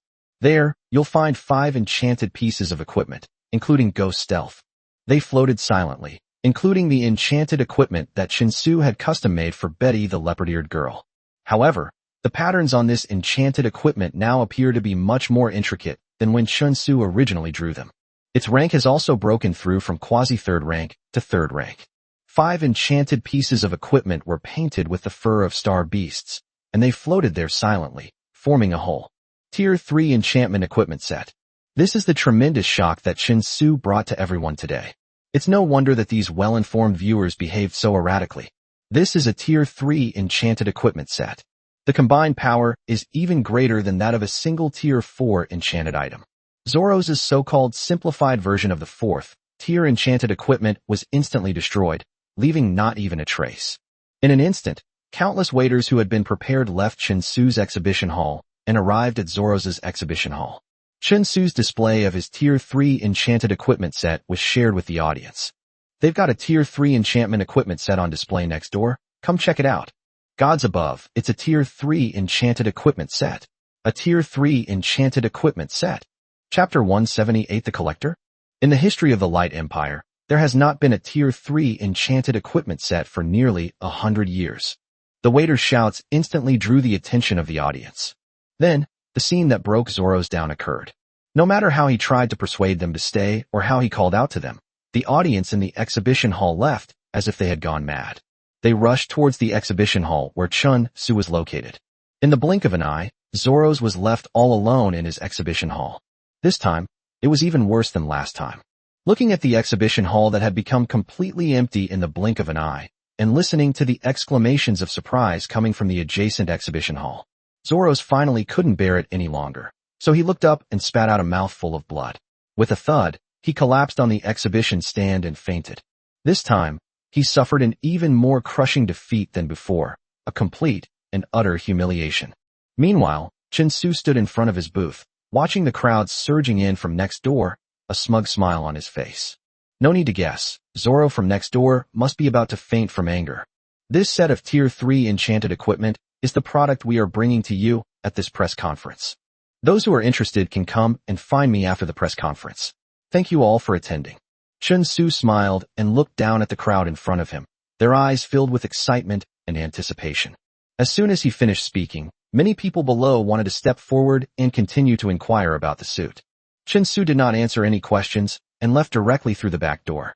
Amazed by the Tier 3 enchanted equipment set created by Chen Su, he also met Zoros and was once again thoroughly humiliated by Chen Su. This press conference can be described as a great success. It seems Chen Su was right. A Tier 3 enchanted equipment set is like a rare treasure to these people. Moreover, his competitor, Zoros, simply couldn't compare to his work this time. Next, all Chen Su had to do was quietly wait for the buyer to come to him. Anfeir came to Chen Su's side and said with a smile, "You're really something. I really underestimated your abilities. In such a short time, you've already completed a set of Tier 3 enchanted equipment." Chen Su smiled but didn't say anything. At this moment, Anfeir smiled and spoke. "Please follow this receptionist to the VIP lounge at the back. There will probably be some businessmen coming to talk business with you. I have some things to attend to, so I'll be leaving now. If you need any help, feel free to come to me." After exchanging a few pleasantries, Chen Su bid farewell to Anfeir and followed a beautiful receptionist in a red cheongsam to the VIP lounge. The VIP lounge is adorned with a sapphire chandelier, its blue light filling the entire room. In the large room, there was only a long table and a sofa. Chen Su slowly walked to the sofa and sat down. The beautiful receptionist beside him was also very polite to him and dared not neglect him. First, she poured Chen Su a cup of precious, high-quality strong tea, then stood beside him. After picking up his teacup and taking a sip, Chen Su smiled and turned back to ask, "May I have your name?" The pretty receptionist looked a little nervous, but still maintained a smile as she spoke. "Respected enchanter, my name is Shushu, and I am the hostess in this VIP lounge. If you have any needs, I can meet them for you." Chen Su was silent for a few seconds, then suddenly burst into laughter. "I must say, this girl is quite interesting." After waving her hand, she said, "Just kidding. Okay, I don't need anything right now, so you don't need to be so nervous." Shu Shu raised her head and looked at Chen Su in front of her, her heart tightening instantly. Thinking Chen Su was angry, he quickly said, "Enchanter, it is my duty to serve you." Chen Su waved his hand, about to say something more. Just then, there was a gentle knock on the door of the VIP lounge. Chen Su's eyes lit up. It seemed his business had arrived. Chen Su straightened his languid body, his eyes fixed on the doorway, and said softly, "Come in." As soon as he finished speaking, the door to the VIP lounge was slowly pushed open, and the person outside slowly walked in. The person who entered was a man dressed in black. He looked to be in his 30s or 40s, wearing gold-rimmed glasses and a smile on his face, staring at Chen Su sitting on the sofa. At this moment, Shu Shu, a beautiful woman standing next to Chen Su, who was still annoyed by what had just happened, quickly said, "Lord Keixi." It seemed that this man was even more frightening to her. Chen Su didn't recognize the man in front of him, but he could tell from Shu Shu's reaction when he first entered the room. It can be roughly guessed that this man's identity is not simple. The other person slowly straightened up, then bowed slightly, and said, "Hello, my name is Casey Hisdo. I just watched your enchanted equipment launch event, and I am very interested in this set of enchanted equipment. May I ask if we can talk about it?" Chen Su raised an eyebrow, not expecting that this Casey didn't seem to have the haughty attitude that he disliked. Moreover, judging from his words and actions, he really is a polite nobleman. Chen Su was quite interested, nodded, and pointed to the sofa in front of him. "Please have a seat." Casey nodded, sat down on the sofa in front of Chen Su, and then smiled and said, "Your name is Chen Su, right? It's a pleasure to discuss this business with you. First, let me introduce myself. I am an enchanted equipment collector and the 13th generation of the Casey family." Casey spoke slowly, and then took out an exquisite badge. After receiving the badge, Chen Su examined it carefully, recalling the high-ranking officials and nobles of the Bright Empire. "But I just can't recall ever having a Casey family."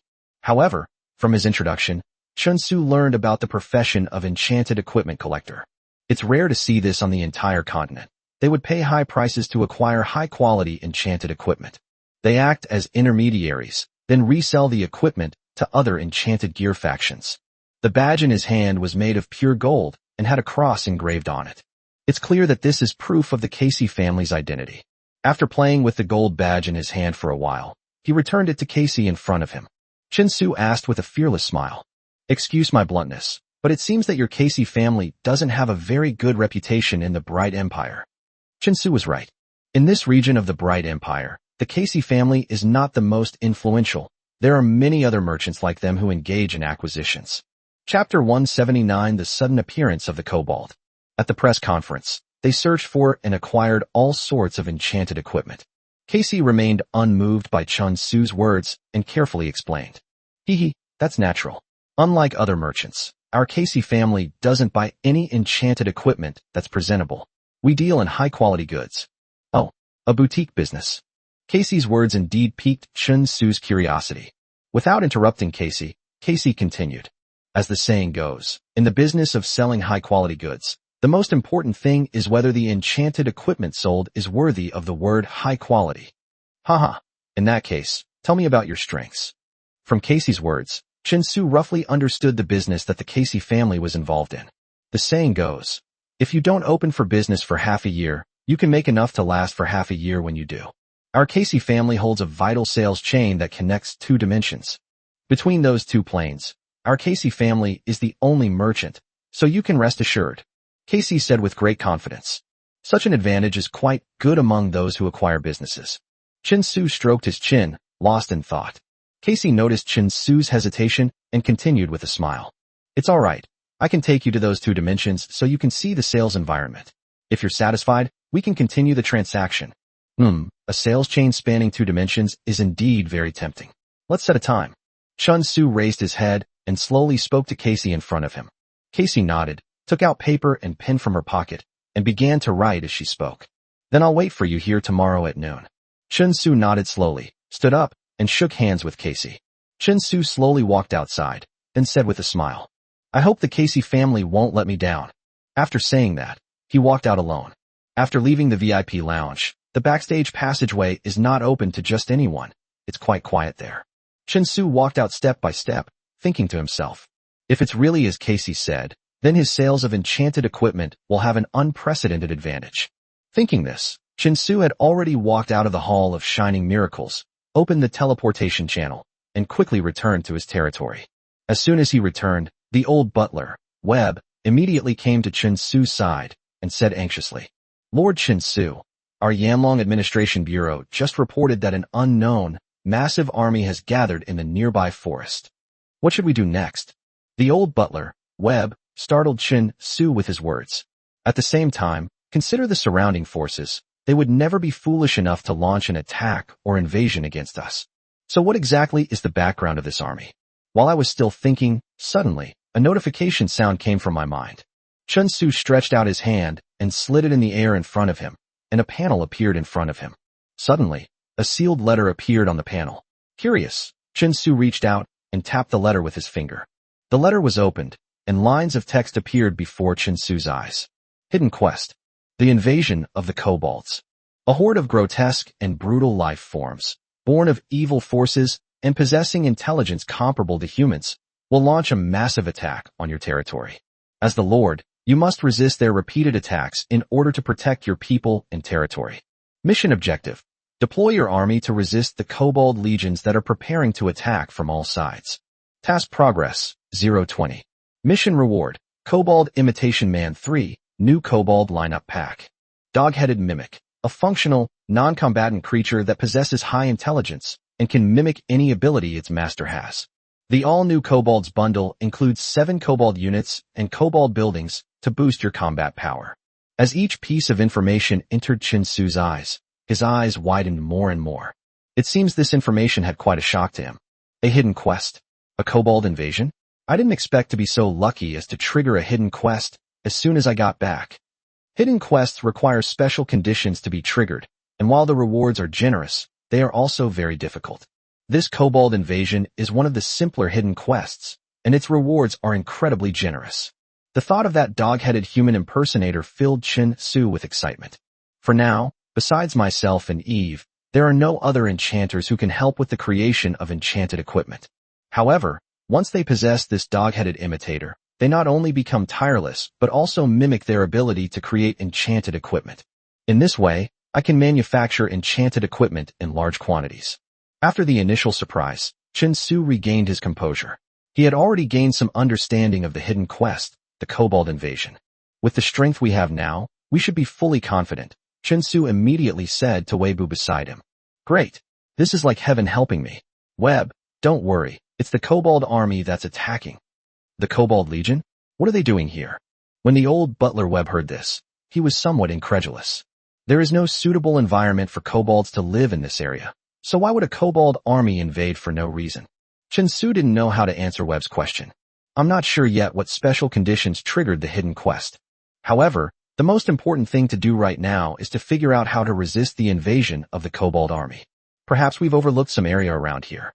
Kobolds have their own thoughts and intelligence, and it's quite common for them to attack nearby villages. Don't worry about that now. They will be attacking us soon.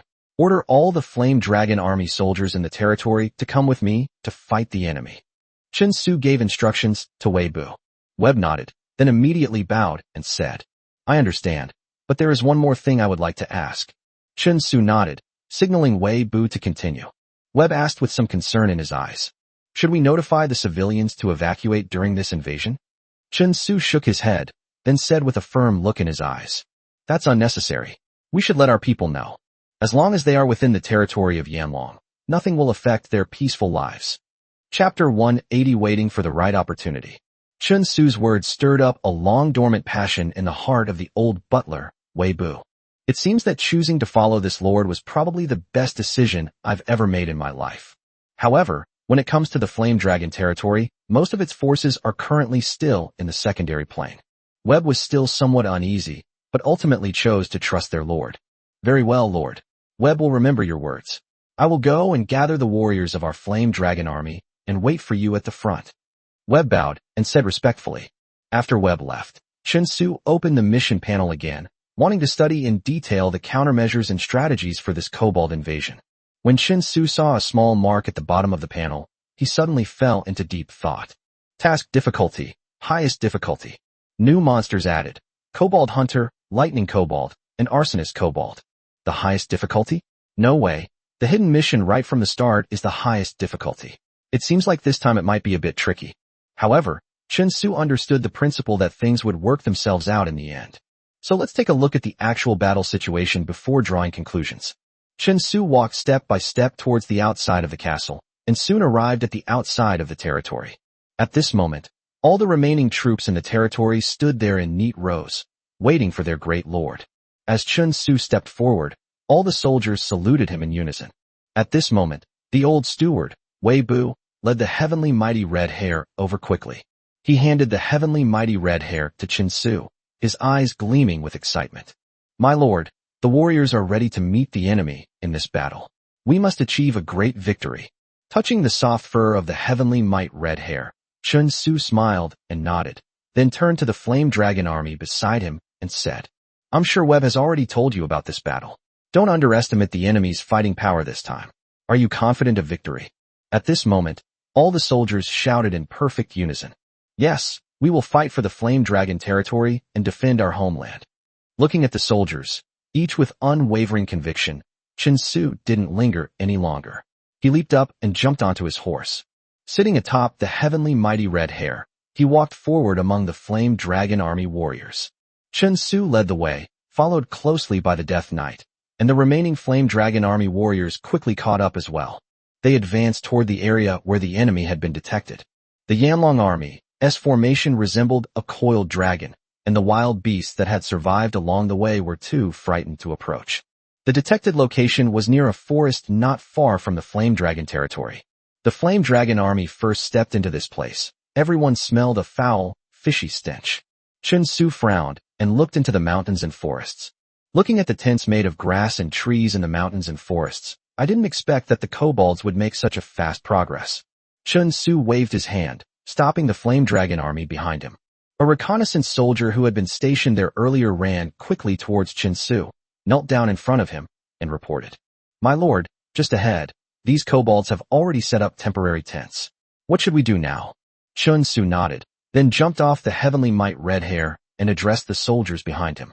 Instead of waiting for these kobolds to attack, let's wipe them out right here. Kobolds are creatures that resemble humans in appearance, but their individual combat ability is not high. But they have a numerical advantage, while we can only make use of the advantages around us. The forests here are dense, and their buildings are just simple structures made of grass and wood. Then let's use fire to attack. Take advantage of the chaos and charge in. We're sure to succeed. Chun Su shared all his battle strategies with the Yanlong army. The Flame Dragon army all expressed their agreement. Having made his decision, Chun Su led his army and hid on the other side of the mountains and forests. Everyone waited quietly, no one daring to let their guard down, waiting for the surprise fire attack that night. These kobolds are creatures that live by rampage and love killing. Once they attack a territory, they will kill all the humans in that territory. At the same time, their living habits are almost identical to those of humans, so nighttime is when they are at their weakest. Dusk has arrived, and the light in the sky will grow dimmer and dimmer. Apart from the occasional creaking sounds coming from the kobold camp, there were no other sounds in the mountains and forests. Suddenly, Chun Su snapped his fingers, and a black crow appeared on his shoulder. Chun Su said softly, "Go to the camp ahead and check the distribution of this group of people." Black Crow suddenly transformed into a black shadow and rushed straight towards the kobold camp, stopping beside it and beginning to circle. Chun Su closed his eyes, listening to the information emanating from Black Crow's eyes. As you can see, there is a huge tent in this camp. Kobolds kept bringing in wild fruits or animal hides from the surrounding area. Chun Su could guess that this was probably the residence of the kobold leader, so the main attack would be on this area. Around the huge tent, there were also 5 red tents. Outside the tent stood a group of kobolds clad in armor. Upon closer inspection, Chun Su was instantly shocked. The kobolds weren't wearing ordinary armor. They were wearing enchanted equipment. How come they have enchanted equipment? This is truly the highest difficulty level. It's quite a challenge. Chun Su said to himself in surprise. Judging from this, the strength of this kobold legion should be comparable to that of the Rose's Dust Legion. It has enchanted equipment and a lightning kobold mage of the same level. Just as I was thinking this, suddenly, a kobold on the ground pointed at the death raven in the sky and started cawing. Soon, 5 or 6 kobolds gathered together, each holding a weapon. Weapons were thrown directly at the death crows in the sky. Chun Su realized something was wrong. He hadn't expected that these kobolds would discover the death ravens he had sent out. So he immediately gave the order for the death raven to fly back. When the kobolds on the ground saw the death raven fleeing from the sky, they immediately gave chase. At the same time, it continued to attack the air. The kobolds were quickly drawn by the death raven and left their territory. At this moment, the death raven suddenly disappeared into the mountains and forests, leaving them disoriented. Chapter 181 Burning the Camps. Several kobolds began to look around. After searching for a long time without finding the death raven again, they reluctantly left. Chun Su, who was hiding, breathed a sigh of relief. Fortunately, they hadn't discovered him. Otherwise, their grand plan to launch a fire attack that night would have been impossible. Relaying the information detected by the newly deceased crow to the warriors of the Flame Dragon army. All that everyone had to wait for was nightfall, the arrival of darkness. The pitch-black night finally descended. The mountains and forests fell into complete silence once again, with no light except for the firelight in the kobold camp. Chun Su knew it was time to launch an attack. He stretched out his hand and made a slashing motion towards the Flame Dragon army warriors hiding beside him. After receiving their lord's instructions, the group, who had been concealing themselves, prepared for battle. Pick up your weapons and rein in your warhorses. Once Chun Su unleashes his fireball spell and ignites a massive fire, they will charge into the kobold camp and slaughter the enemies. Chun Su was also ready. He clasped his hands together, and his magical power surged forth and gathered in his hands. As the palms slowly opened, a glimmer of light began to spread outwards. In the pitch-black forest, some light finally appeared. 6 small fireballs were swirling in Chun Su's hand. Creating 6 fireballs in one go is now Chun Su's limit. But the power of this fireball was enough to burn down the kobold camp. At this moment, driven by magic, the fireballs began to merge together. Finally, they merged together, and he slowly raised his hands above his head, the fireball in his hands beginning to expand continuously. The intense heat permeated the air as the fireball continued to grow larger. The hidden Death Knights began to move slowly forward. When the fireball reached its limit, with a roar from Chen Su, it swept out and rushed straight towards the densely packed tents. In an instant, a cluster of grass and wood tents was raised to the ground by the fire, and the fire did not stop but spread rapidly. In the camp, the kobolds who were still resting began to stir. They had no idea where the fire had suddenly started. Being naturally afraid of fire, they were in complete panic. This was exactly the effect Chen Su wanted. Chen Su took the lead and charged forward, riding the heavenly mighty red hare and holding the Qin spear in his hand.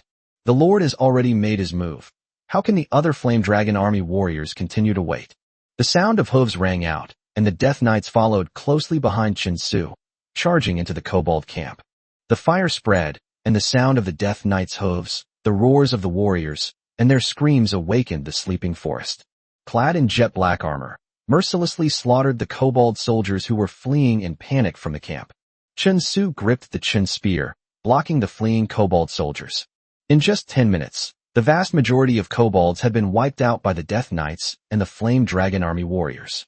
Slowly moving forward, the Flame Dragon Army made its way to the center of the camp, towards the few remaining tents. Just then, a Flame Dragon Army soldier was about to look ahead. The tent suddenly opened, and a kobold with unusually dark skin, stronger than the other kobold soldiers, rushed out. The advancing Flame Dragon Army warrior had no time to dodge and launched an attack with the dagger in his hand. The black-headed kobold leaped into the air and swiftly dodged the attack. The dagger in his hand was thrust directly into the heart of the Flame Dragon Army warrior. Accompanied by the scream of the Flame Dragon Army warrior, the black kobold once again drew his dagger and attacked the other Death Knights. Death Knights are inherently fearless warriors, capable of making the calmest reactions even in the midst of chaos. Blasting away the charging black kobold. Taking a few steps back, Chen Su frowned and carefully examined the black dog-headed man. Thinking back to the elite monster I saw in the quest panel, it seems this kobold must be the one.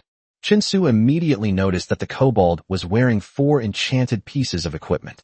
These enchanted equipment should be used to increase speed and strength.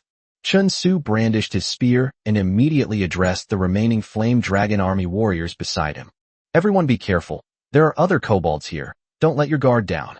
The black kobold standing in front of the tent looked at his own side, which had been ambushed and surrounded, with kobold corpses everywhere. He couldn't help but let out a roar at the crowd. The body charged forward again, and the Death Knight in front was about to swing his spear. Suddenly, from another tent behind him, a white bolt of lightning exploded out and struck the Death Knight directly.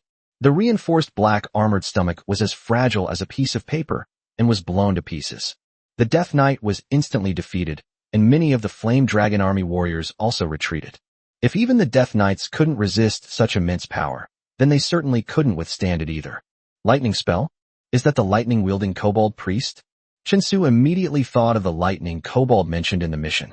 It seems that this kobold is far stronger than our military force. The Yanlong Army soldiers around him. Don't panic. Form a fan shape. I'll handle the lightning. No sooner had he finished speaking than the dark-skinned kobold hunter charged into the ranks of the Flame Dragon Army. Several Yanlong Army soldiers surrounded and resisted him, finally managing to stop his actions. His gaze was fixed on the tent that had just unleashed lightning. Chen Su immediately activated the magic power within him, which surged forth and instantly condensed in his palm, similar to the steps involved in releasing a fireball spell. This time, when he opened his palm again, a blue, crackling lightning slowly emerged. They were charging up, waiting for the lightning kobold's next attack. If Chen Su's guess was correct, this lightning kobold should be similar to a human mage. The lightning released belongs to the category of magic. Furthermore, the power of lightning suggests that there must be an interval between each release. In an instant, another beam of light flashed out from the tent. At that moment, Chen Su pushed his palm forward, and the lightning tree he had gathered in his hand also burst forth. Blue lightning collided with white lightning, creating a deafening explosion. After successfully blocking the enemy's lightning attack, Chen Su immediately gave orders to the Death Knights in front of him. Charge! Attack that tent directly, and take out that lightning kobold first. Chapter 182, Unstoppable Momentum.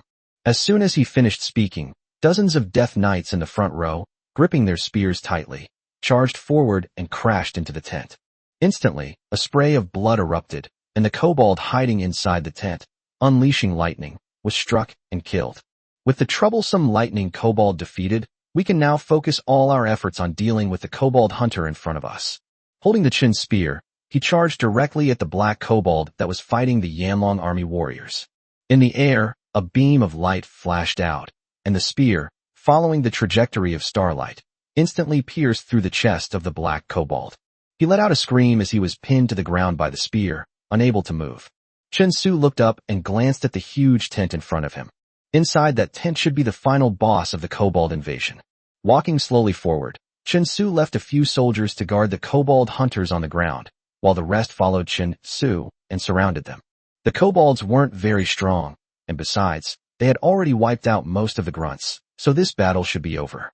He waved his hand, directing a death knight to approach the tent, while the other warriors all stared intently at it. With previous experience, they will no longer be assassinated or ambushed. When the tent was opened, a huge, fat, and bloated kobold lay inside. The kobold leader, the boss of this mission. Beside him stood 2 kobolds wearing special equipment. The 2 kobolds had anticipated that someone would open the tent and instantly pulled out weapons from behind them. When Chen Su saw the 2 kobolds holding their weapons, he was startled. It was a simple musket. Chen Su immediately dodged and came over. Sure enough, 2 gunpowder explosions rang out, and black gunpowder sprayed out from the tent. Cold sweat broke out on Chen Su's forehead. Luckily, he dodged quickly, or he would have been finished if he had been hit. The Flame Dragon army soldiers swarmed out, brandishing their weapons and killing the 2 kobolds guarding the area. At this moment, the obese kobold leader, who was still immersed in his sleep, was finally awakened. He looked in panic at the soldiers who had completely surrounded him. Chen Su slowly walked in from outside. The entire tent was filled with a stench as he looked at the 2 kobolds who had already been killed. Chen Su opened his task panel. Hidden quest. Kobold invasion. Mission progress. Wave 19/20. Upon seeing this, Chen Su let out a breath and stared at the panicked kobold leader. He looked around and saw some rotting corpses on the ground. These corpses must be the civilians they had harmed. He turned around and spoke mercilessly to one of the soldiers beside him. Let's get started.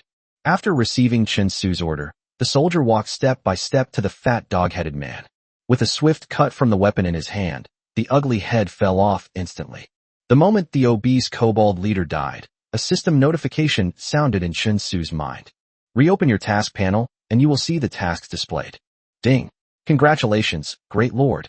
You have completed the hidden quest. Please claim your reward. Dog-headed imitation man. Requires the creation of a dog-headed man cave.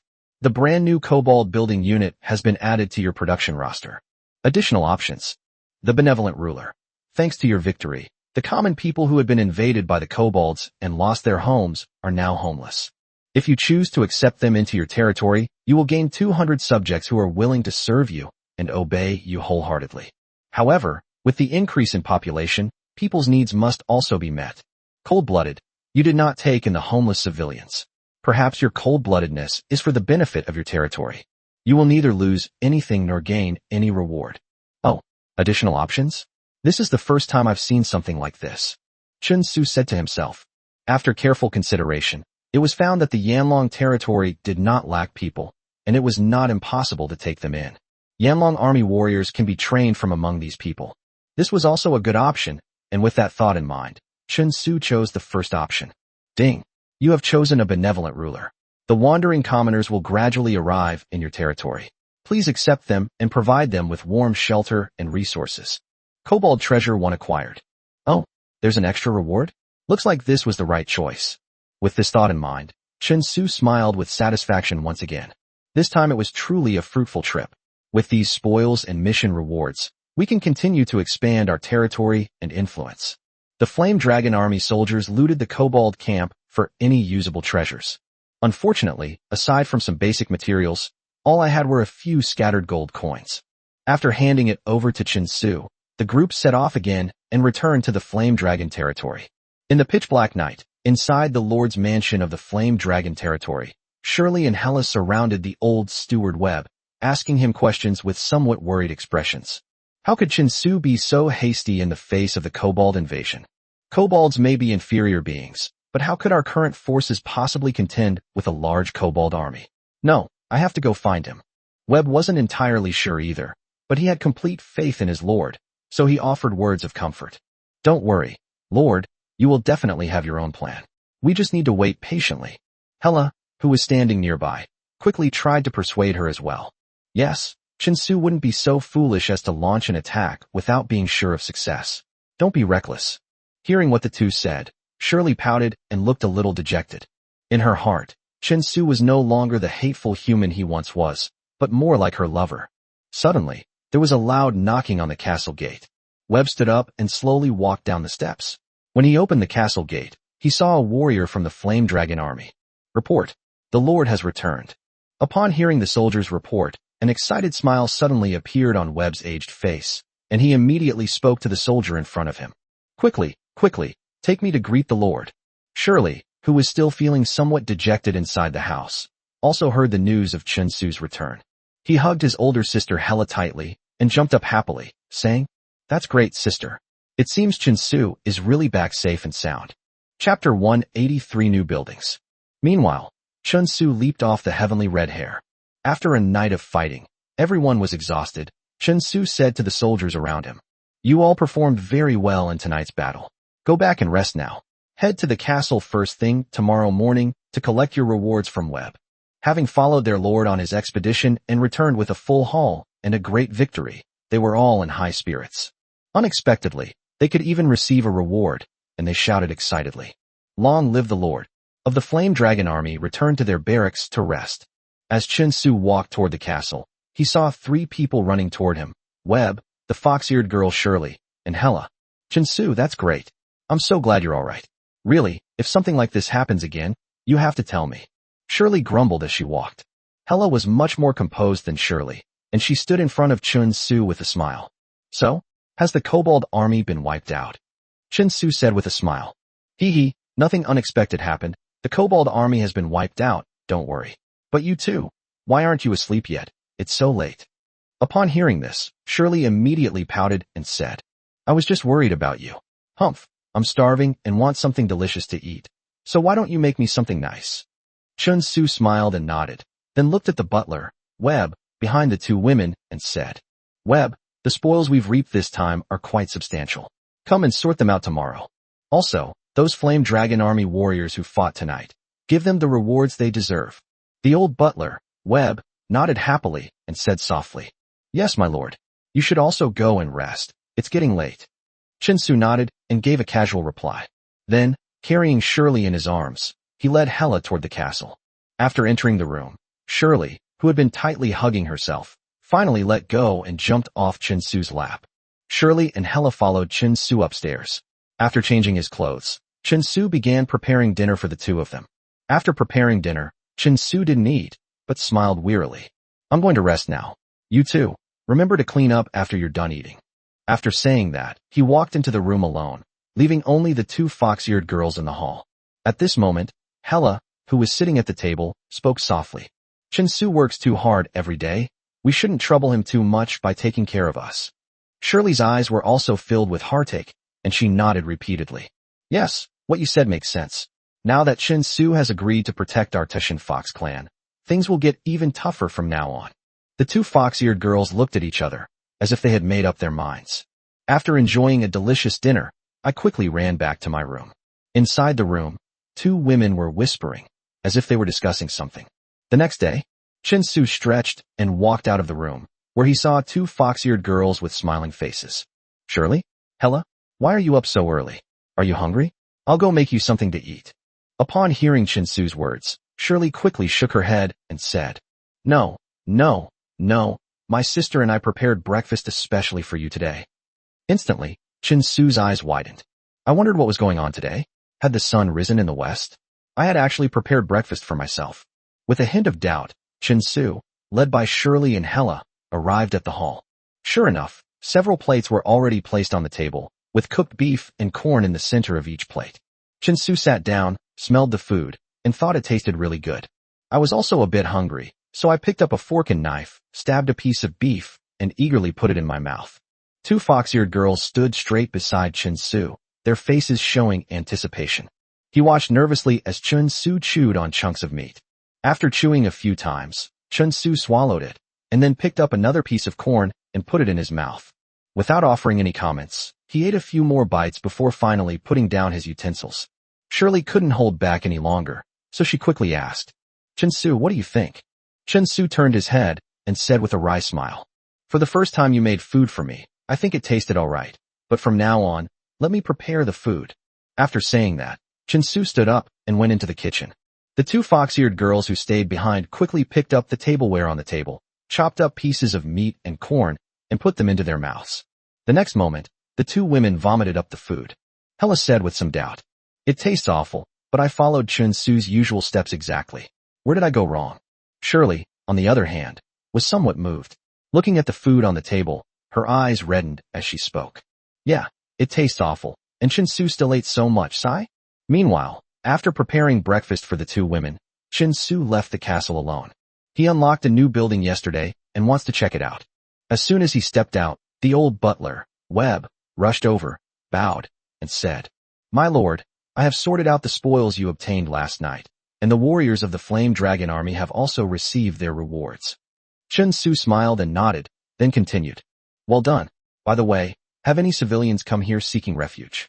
Webb nodded, and then said, "Yes, there was a group this morning, and I've already arranged accommodations for them." Chin-Su nodded again, and after learning about the recent economic situation in the Yanlong territory, he went alone to an open space in the territory. He reached out and opened the panel, and sure enough, a new building had appeared in the building sequence. Architecture. Cobalt Cave. Construction requirements. Unlocked during the Kobold's invasion mission and requires a large, open area to be built. Required resources: 800 units of wood, 100 units of forged steel, and 9,000 gold coins. Kobold Training Grounds. Construction requirements. Unlocked during the Kobold invasion mission and must be built near a Kobold cave. Required resources: 700 units of wood, 10,000 gold coins. I remembered that yesterday's mission reminded me that to use the kobolds to mimic humans, I had to build a Kobold cave first. Therefore, Chin-Su chose to build the Kobold cave first. I chose a large, open area and gently placed the virtual miniature building model in my hand on the open space. In an instant, a huge stone cave slowly appeared. Chapter 184: The Beauty Trap. Ding! Congratulations on successfully building the Kobold cave. The notification sounds in their minds also rang out simultaneously. Chin-Su focused his gaze on the building in front of him. Kobold Cave. Explore and excavate. The building comes with a collection unit, which can excavate 0.2 gold coins underground per day. Currently available unit types: Dog-Headed Imitation Man, Dog-Headed Imp.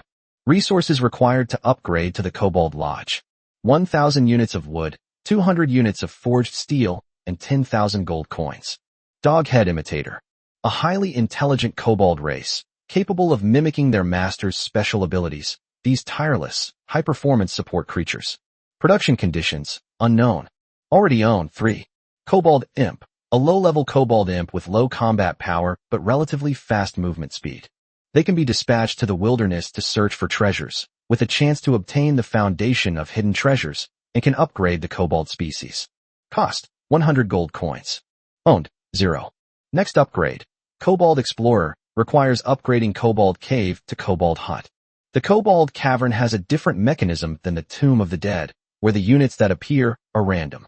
However, the Kobold unit requires upgrading the basic Kobold Imp to obtain the new unit. After gaining a general understanding of the Kobold Caves, Chin-Su saw that the dog-headed humanoid dog's production conditions were listed as unknown, meaning he could only own 3. In that case, I must make good use of it. Chin-Su summoned 3 dog heads that mimicked a human, watching the small figure emerge from the cave. They didn't look like the kobolds we encountered last night. They seemed much friendlier. Since they weren't needed for the time being, Chin-Su temporarily placed the 3 dog-headed humanoids in the steel forging plant and the timber yard to temporarily improve the efficiency of the collection. The morning passed just like that, and before we knew it, it was a bright and sunny noon. Chin-Su returned to the castle and thought of Casey, whom he had met at the Enchanted Equipment launch event yesterday. Today is the day to head to the sales section and take a look. After making some preparations, Chin-Su once again used the teleportation channel to arrive at the VIP lounge in the Hall of Shining Miracles in the City of Miracles. As soon as I entered, I saw Casey, who was already waiting there. Upon seeing Chin-Su arrive, Casey stood up respectfully and said with a smile, "You've come. I thought you wouldn't come again." "Haha, no way. The conditions you've offered are quite tempting." How could I easily give up such an opportunity? Chen Su smiled and stepped forward, shaking hands with Casey again. Casey nodded and said with a smile, You are a shrewd businessman. I hope we can cooperate successfully. Please follow me. Chen Su followed Casey out of the Hall of Shining Miracles. As I walked out the door, a luxurious noble carriage slowly drove up. A beautiful woman dressed in a gauze dress stepped down from the carriage. Her hair, shimmering like a golden waterfall, cascaded down her face, and her bright blue eyes were fixed on Chen Su in front of her. Casey smiled and extended her hand, then began to introduce them. Respected enchanter, let me introduce you. This is my sister, Fuss, who has come to accompany me to the sales dimension. Chen Su looked at the woman in front of him and couldn't help but feel a little dazed. The opponent was like a lively and agile elf, and even within the entire territory of the Bright Empire, they would be among the best. Looking at Chen Su, Fu Xi's lips curled up into a beautiful smile. She stretched out her hand and pointed to the carriage. Enchanter, I have already heard about your abilities from my brother. I admire you very much, and I have come here specifically to invite you to visit our castle. Upon hearing the other party's words, Chen Su nodded calmly and said, Okay, let's go then. After saying that, he took the lead and boarded the carriage. Then, Casey and her brother quickly boarded the carriage, and once they were settled, the carriage slowly started moving. The castle where Casey is located is the territory passed down through generations of her family, situated on an open field on the outskirts of the Bright Empire. In the carriage, Fuss took the initiative to sit next to Chen Su, while Casey sat opposite them. Chen Su was very close to Fu Xi, and could even smell the aristocratic perfume emanating from Fu Xi, which was not pungent. Casey broke the silence, smiling as she looked at Chen Su and said, Enchanter, may I ask which territory you belong to? You don't seem to be from the Light Empire. That's right. I am not from the Light Empire. I belong to the Flame Dragon territory. Chen Su looked at Casey in front of him and said softly, The Flame Dragon territory? What kind of place is that? Casey clicked her tongue awkwardly, then asked in confusion. Chen Su wasn't angry at Casey's words. Instead, he chuckled and said, It's normal that you don't know, because it's very far from here. Upon hearing this, Casey nodded and did not ask any further questions. In his mind, this Flame Dragon territory was probably the territory of some unknown small force. However, Casey didn't care about any of these things. After all, the man sitting in front of her was a true enchanter capable of creating a complete set of Tier 3 enchanted equipment. This identity alone is enough for them to recruit him. Casey brought her sister along to greet Chen Su today was precisely because of Casey's tactics. From yesterday's conversation, he wasn't sure if Chen Su was attracted by the sales opportunities he proposed, so he wanted to send his sister to handle it. After all, Fuss's reputation far surpasses that of their family. Within the territory of the Bright Empire, she is known as one of the 4 most precious beauties of the empire, along with Anfir and other beauties. She is also the dream beauty of many men. Over the years, Casey has encountered many enchanters with eccentric personalities, and each time he sends his sister to handle the business, which is quickly resolved. Moreover, with the protection of the guards carefully trained by Casey, it was guaranteed that these enchanters would not be able to gain any advantage. Therefore, he could gain business without harming his sister. In Casey's eyes, this plan was absolutely perfect. The expression on Chen Su's face when he first saw his sister today. Casey knew then that things were looking promising. Thinking of this, he secretly winked at Fu Xi. Upon seeing this, Fu Xi immediately understood what her brother meant, then glanced at Chen Su beside her and said with a smile, Enchanter, this time I will introduce you to our family's main sales chain, the Rambo subplane. Chapter 185 Negotiation. Chen Su also turned around and said with a smile, Then I shall accept your offer. Hee hee, Enchanter, you're quite the joker. Well then, I wish us a pleasant collaboration. Fu Xi covered her mouth and said with a grin.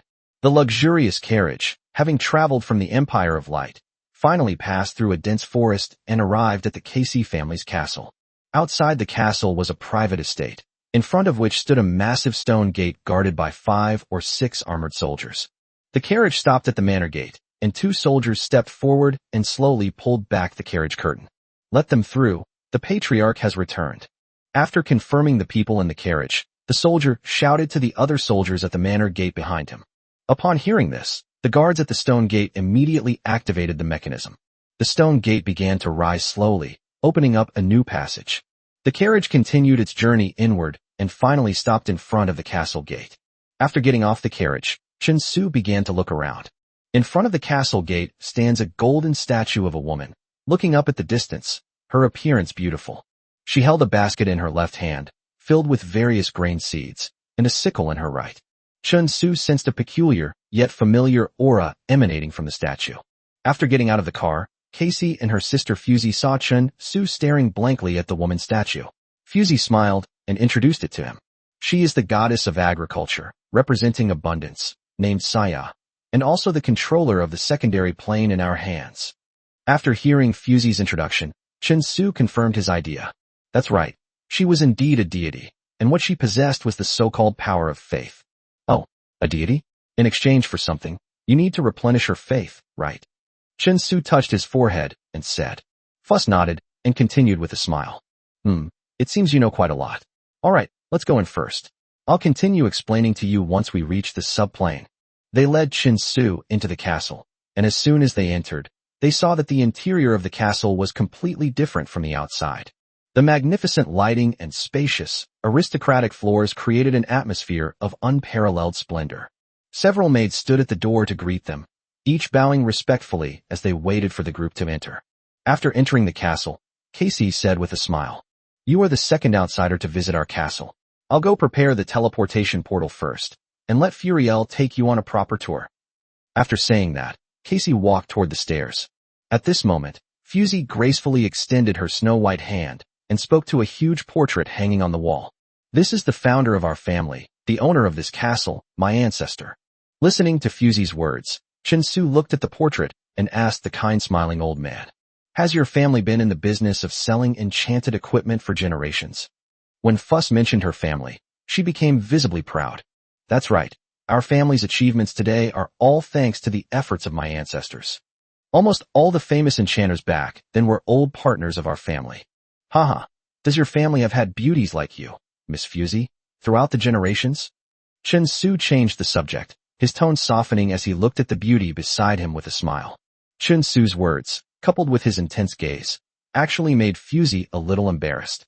Without looking Chen Su in the eye, she simply smiled and continued walking forward. By the way, Enchanter, I don't know your name yet. Would you mind telling me? As Fusey walked forward, she asked Chen Su behind her. Chen Su. Chen Su touched the various vibrant murals on the castle walls with his fingers and murmured something. After learning Chen Su's name, Fusey led Chen Su on a tour of the castle, including the enchanted equipment collection room, the living room, the kitchen, and so on. Soon, half an hour passed, and the two had only visited half of the castle. Chen Su glanced at the clock on the wall and interrupted Fu Si, who was about to continue her tour. Miss Fuss, I think we should go and take a look at that subplane. If we keep wandering around like this, I guess we won't be able to leave here tonight. Fusey nodded in response to Chen Su. Turning around, he led Chen Su towards the stairs in the hall, arriving at the third floor of the castle. The place was very spacious, with no superfluous decorations or buildings. At its center stood a huge altar. Feeling the spatial pressure emanating from the altar, Chen Su was certain. This plane is not the one he is currently conquering. The secondary plane is vast, but it is stronger than the leaky plane. At that moment, Casey, who was tidying something up, turned around and looked at the two people who came up, and said very politely, Enchanter, the secondary portal on the other side has opened. Let me guide you there. I have other things to do. If you have any questions, she can answer them for me. Hearing this, Chen Su didn't care. In fact, he had already seen through the clues about the Casey siblings. As the saying goes, those who offer unsolicited kindness are either up to no good or are thieves. Chen Su could roughly guess that Casey wanted to use his sister's looks to seduce him. This allows them to add conditions to the transaction and reach a consensus. Thinking of this, Chen Su's lips curled up, but his eyes and expression remained unchanged. After nodding, he stepped into the teleportation channel first. Seeing Chen Su enter the teleportation channel and disappear into the castle, Casey said with a smile, Fuss, it's up to you this time. Make sure you set some conditions. That will be more beneficial for our future. Fusey nodded slightly, her eyes darting around as she spoke. I don't know why, but I have a feeling that this time won't go so smoothly. Casey reached out and put her hand on her sister's shoulder, then comforted her. Relax, just like before. Fusey nodded, broke free from her brother's arm, and stepped into the teleportation tunnel together. A feeling of falling came over me, and when I came back to normal, I was in another world. Chen Su slowly opened his eyes and looked at what was in front of him. The view before them was no longer the ancient castle they had just seen, but a simple stone brick house. Looking back, the space shook again, and Fusey followed her out. Seeing Chunsu waiting for her, Fusey smiled, walked to the wooden table to the side, and sat down. Seeing this, Chunsu followed. Chapter 186 The Transaction. At this moment, Fuss handed over a yellowed notebook from the wooden table and said, "We call this subplane the subplane. This notebook records the buyers who frequently trade with our family. Please take a look." I opened the notebook in my hand. It contained clear handwriting and a simple map. The map is mainly divided into 3 regions, which are marked as Ethiopia City, Abiy Territory, and High Mountain City. Chunsu pointed curiously to 3 locations on the map and asked, "Could you give me a brief introduction to these 3 places?" Fusey looked at the coordinates of the 3 cities on the map and introduced them to Chunsu one by one. These 3 cities are the main forces in this plane, dividing up the territory of this plane equally. The city of Ethiopia is inhabited by the Ethiopian cattle tribe, the territory of Abiy is ruled by the king of Afen, and the city of High Mountain is inhabited by the royal family of Yar. That's why our enchanted equipment is so popular here.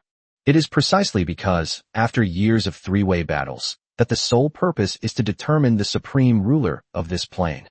As Fusey explained, Chunsu continued flipping through the pages. At the same time, he carefully noted down the sales situation of the Casey family here. As you may have seen, our best-selling products here are from the Yar royal family of the Jason tribe. Because this generation, the elected ruler is an empress, and they are temporarily at a disadvantage when facing attacks from the other 2 major powers. Chunsu nodded, having roughly understood the entire situation of this plane.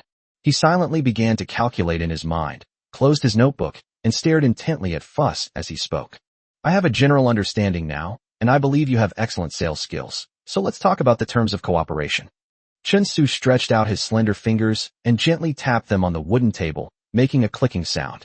When Fusey's clear, bright eyes met Chunsu's gaze, she held up 3 fingers and said with a smile, "Our Casey family will only take 30% of the profits. The rest will all belong to you."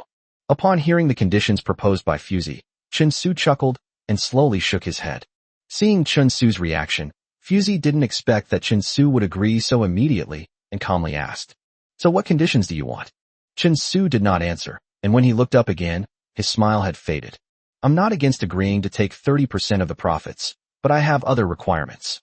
Upon hearing this, Fuss's eyes lit up, and the smile on her lips widened once more. Unexpectedly, Chunsu actually wanted to agree to his request. Enchanted equipment is often extremely profitable. A single excellent enchanted piece can fetch a price of over 200,000 gold coins. Moreover, this deal involves a high-quality Tier 3 enchanted armor set. "I need the coordinates of this plane." A soft voice slowly drifted out. Upon hearing this, Fusey's smile froze instantly, and she stood there, stunned, staring at the man in front of her who was grinning mischievously at her. After several seconds, Fuss suddenly frowned and said, "What nonsense are you talking about? If you're not serious about cooperating, then please leave." In First's mind, this was simply a joke. It's absolutely impossible for him to obtain the spatial coordinates of this plane. Seeing that Fusey was already angry, Chunsu was not afraid, but continued to speak.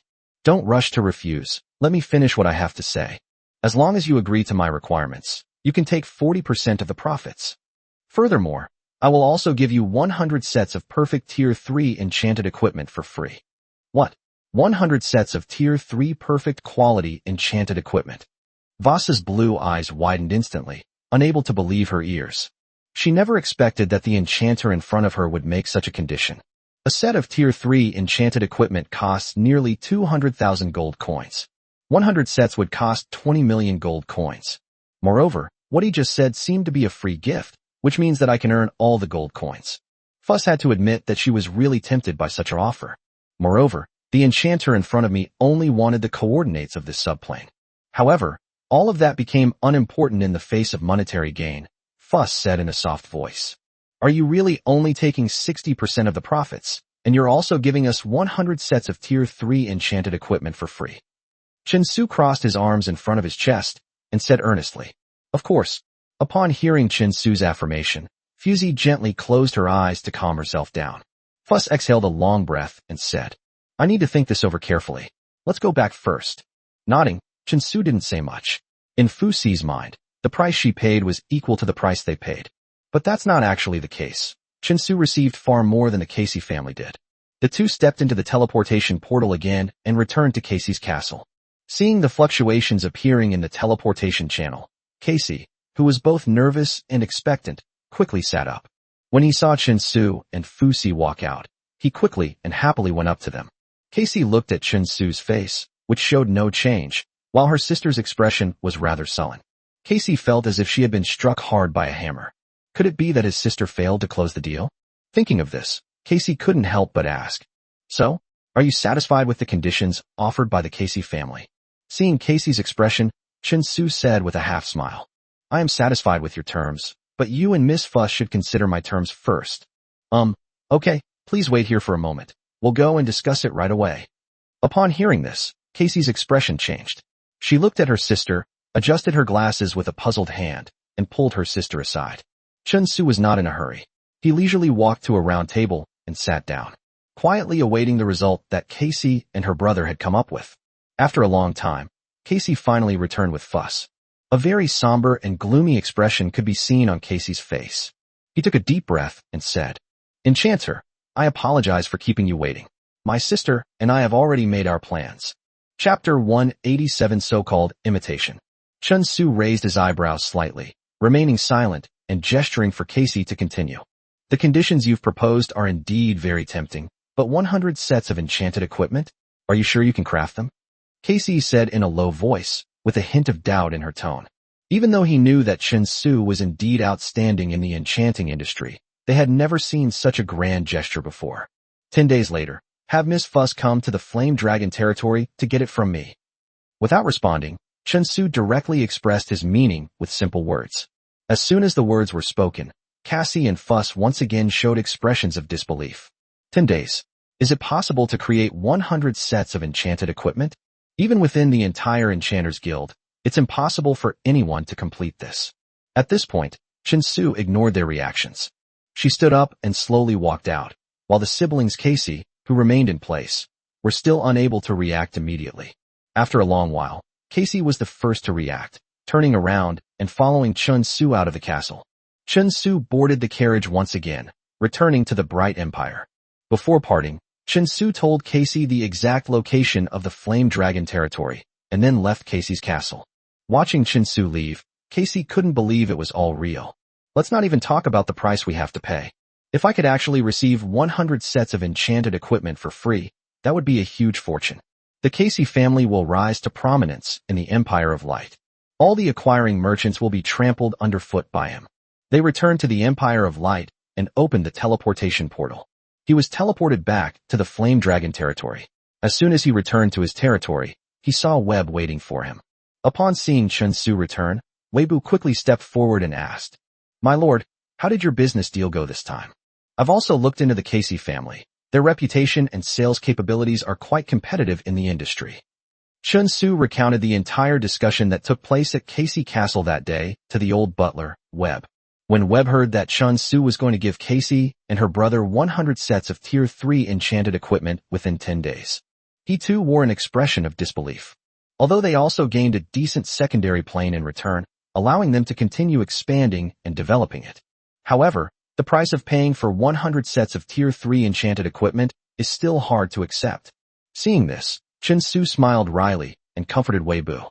"Don't worry, I know what I'm doing. You should know me. I wouldn't agree if I wasn't sure." Webb had recovered from his shock and recounted what had happened after Chinsu left that day. "My lord, as you instructed, all the refugees who came to our territory today seeking help have been accepted. There are 1,200 people in total. I have arranged accommodation and food for them, and temporarily assigned them to work in the steel forging plant and the logging camp." Chinsu sat down in the chair, relaxed his tired body, and then said, "Well done. Select 700 people from them to enter the barracks for training, in preparation to explore new subdimensions with me." The old butler, Webb, nodded and then said, "Yes, my lord. I will go and carry out your orders immediately. You should get some rest." After the butler Webb left, Chinsu had no time to rest. After all, the 10-day promise he made was indeed quite tight, so he had no time to rest. One person quickly headed towards the vicinity of the newly built Cobalt Cave. Upon arriving at the cave entrance, They observed several kobolds busily collecting items inside. These kobolds can collect gold coins from underground. Although it's still a small amount, even a fly's leg is still meat. The 3 dog-headed humanoids dispatched to the steel mill and logging camp will be recalled. Chen Su immediately led them into the portal that would transport them to the leaky dimension. There is a different time difference in the plane of joyful riding compared to the plane of gods. Drawing enchanted equipment sets here is the best choice. Chen Su led the 3 dog-headed figures, mimicking humans, into an empty room and opened his control panel. Ding! Do you wish to use the dog-head imitation skill? Chen Su had an idea. He selected yes on the panel, and a long list of sequences that could be imitated appeared. Looking at the abundance of templates available for imitation, Chen Su didn't hesitate to choose to draw enchanted equipment. Just as the selection was completed, 3 tables appeared simultaneously in front of the 3 dog-headed figures imitating people. In their hands, each of them held the gauge pin they had once used to draw enchanted equipment. Chen Su watched excitedly as the 3 dog heads mimicked human movements. He then checked the panel again, where he could draw enchanted equipment. Set, Wild Power, near Tier 3 Enchantment Equipment Set. Drawing time, 9 minutes. Success rate, 100%. Looking at the information about the Wild Force set, most of them could achieve a 100% success rate in a short period of time. Chen Su increasingly felt that the doghead's ability to mimic a human was far too powerful. So he couldn't wait to look down at the enchanted equipment sets that could be drawn. A tribute to life. Ghostly stealth. Faced with a multitude of options, Chen Su did not hesitate to choose his newly crafted Tier 3 enchanted equipment set. The 5-piece set from Ghost Stealth. Immediately after Chen Su made his choice, the 3 dog-headed humanoid figures in front of him began to move. He swung the gauge pin in his hand and began to draw. They watched as the star beast pelts and blood in their resources gradually disappeared. The heavy burden in Chen Su's heart finally eased, and it seemed that 100 sets were not a difficult task after all. In a short time, the dog-headed imitator achieved amazing results. Looking at the table, the completed enchanted equipment was piled up into a small mountain. Astonished by the amazing performance of the dog-headed impersonator in front of him. With a success rate as high as 95%, out of 100 items discarded, there will be 3 to 4 failed items. It won't take more than 10 days to complete 100 sets of Tier 3 enchanted equipment. It seems I was overthinking things. I didn't realize how powerful these dog-headed human imitators were before, but now I truly understand. This is more than just powerful, it's incredibly powerful. Level 3 enchanted equipment before Fusey arrives, and we can complete this business deal. Chapter 188 The Thief.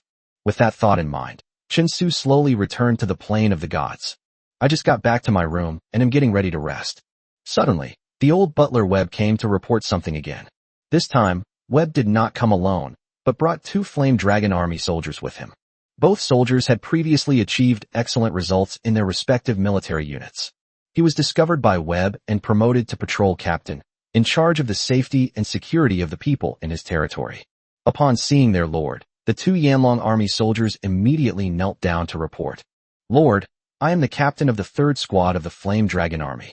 In the district I patrol, some citizens have reported to me that someone is frequently stealing their property. I didn't want to tell you, as that would only cause you trouble, so I wanted to handle it myself. But not only did we fail to catch the thief, the situation became increasingly troublesome and serious. After the 3rd team leader finished his report, a look of fear appeared on his face, clearly indicating that he was afraid his lord would blame him. Upon learning the news, Chen Su merely nodded slightly and did not punish the captain of the 3rd team. The other person who came with them was the captain of the 4th team, who had also been robbed, and the thief could not be found. After letting the 2 captains go down, Chen Su looked at Wei Bu in front of him and asked, besides the areas under the jurisdiction of teams 3 and 4, are there any other areas where thefts have also occurred? Webb shook his head, his tone tinged with anger. My lord, we provide our people with the best housing and give them enough resources to live on. I never expected something like this to happen. What a bunch of ingrates. Chen Su waved his hand, signaling to Wei Bu not to be too angry. Now that the Yanlong territory is growing larger and larger, with an increasing population and subjects, anything is possible. Therefore, getting angry is useless. We must find a way to deal with it. After carefully considering a solution, Chen Su immediately set off. I'll personally go down to the streets and residences to check. What? You mean you want to personally visit the people's homes to check? That might be inappropriate. The old butler, Webb, immediately looked embarrassed as he replied, "It's all right. As a qualified lord, it's necessary to care about some of your subjects when you have nothing else to do. I'll go get ready. You stay here and keep an eye on things. I'll call Shirley and Hella to come with me." After Chin Su finished speaking, he got up and left.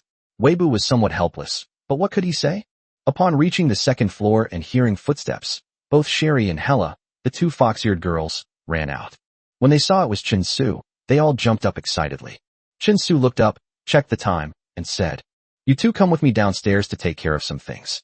Go and get ready quickly." After saying that, Chin Su took out 2 sets of fairly formal clothes from the wardrobe next to him and handed them to the 2 fox-eared girls. Shirley took the new clothes, her ears perked up happily, and she shouted excitedly, "Really? Chin Su, are you going to show us around the Flame Dragon territory?" Looking at the adorable Shueli, Chin Su didn't know what to say, so he smiled helplessly and said, "Well, this isn't a game. I need both of you to help me catch someone." "Arresting people? Who are you arresting? What happened?" Hella, standing nearby, asked with great concern what had happened. Chin Su also took out a clean set of clothes and slowly walked towards the room, saying, "You'll find out when we get there. Go change your clothes." Shirley and Hella didn't ask any more questions. They ran back to their room, changed into new clothes, and then came out of the room. Chin Su prepared for the 2 fox-eared girls were 2 aristocratic long dresses. Shirley was wearing pink, while Hella was wearing dark purple. After donning the aristocratic gown, the 2 fox-eared girls instantly gained an air of nobility. She was like a princess in royalty or nobility. After regaining his senses, Chin Su smiled and said, "You are the most beautiful today, come with me." Accompanied by 2 fox-eared girls, they boarded a carriage bound for town. Led by the team leader, they soon arrived at the street where the incident had occurred. The Lord's personal arrival was a momentous occasion, and the people had been notified well in advance, holding a grand welcoming ceremony. When the carriage slowly approached, the people cheered. The entire street became incredibly lively. Sitting in the carriage, Shirley heard the cheers outside, and curiously pulled back the carriage curtain. "I was also overwhelmed by the sheer number of people outside. They really welcomed us. Look, that little girl over there, she's so cute." Shirley stretched out her hand and pointed to a man holding his newborn daughter in the crowd. Hella, standing nearby, leaned against the window, watching these enthusiastic humans with a smile on her face.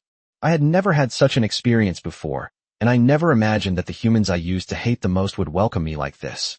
Seeing the 2 sisters' appearance, Chin Su did not stop them and let them enjoy their time in the Yamlong territory.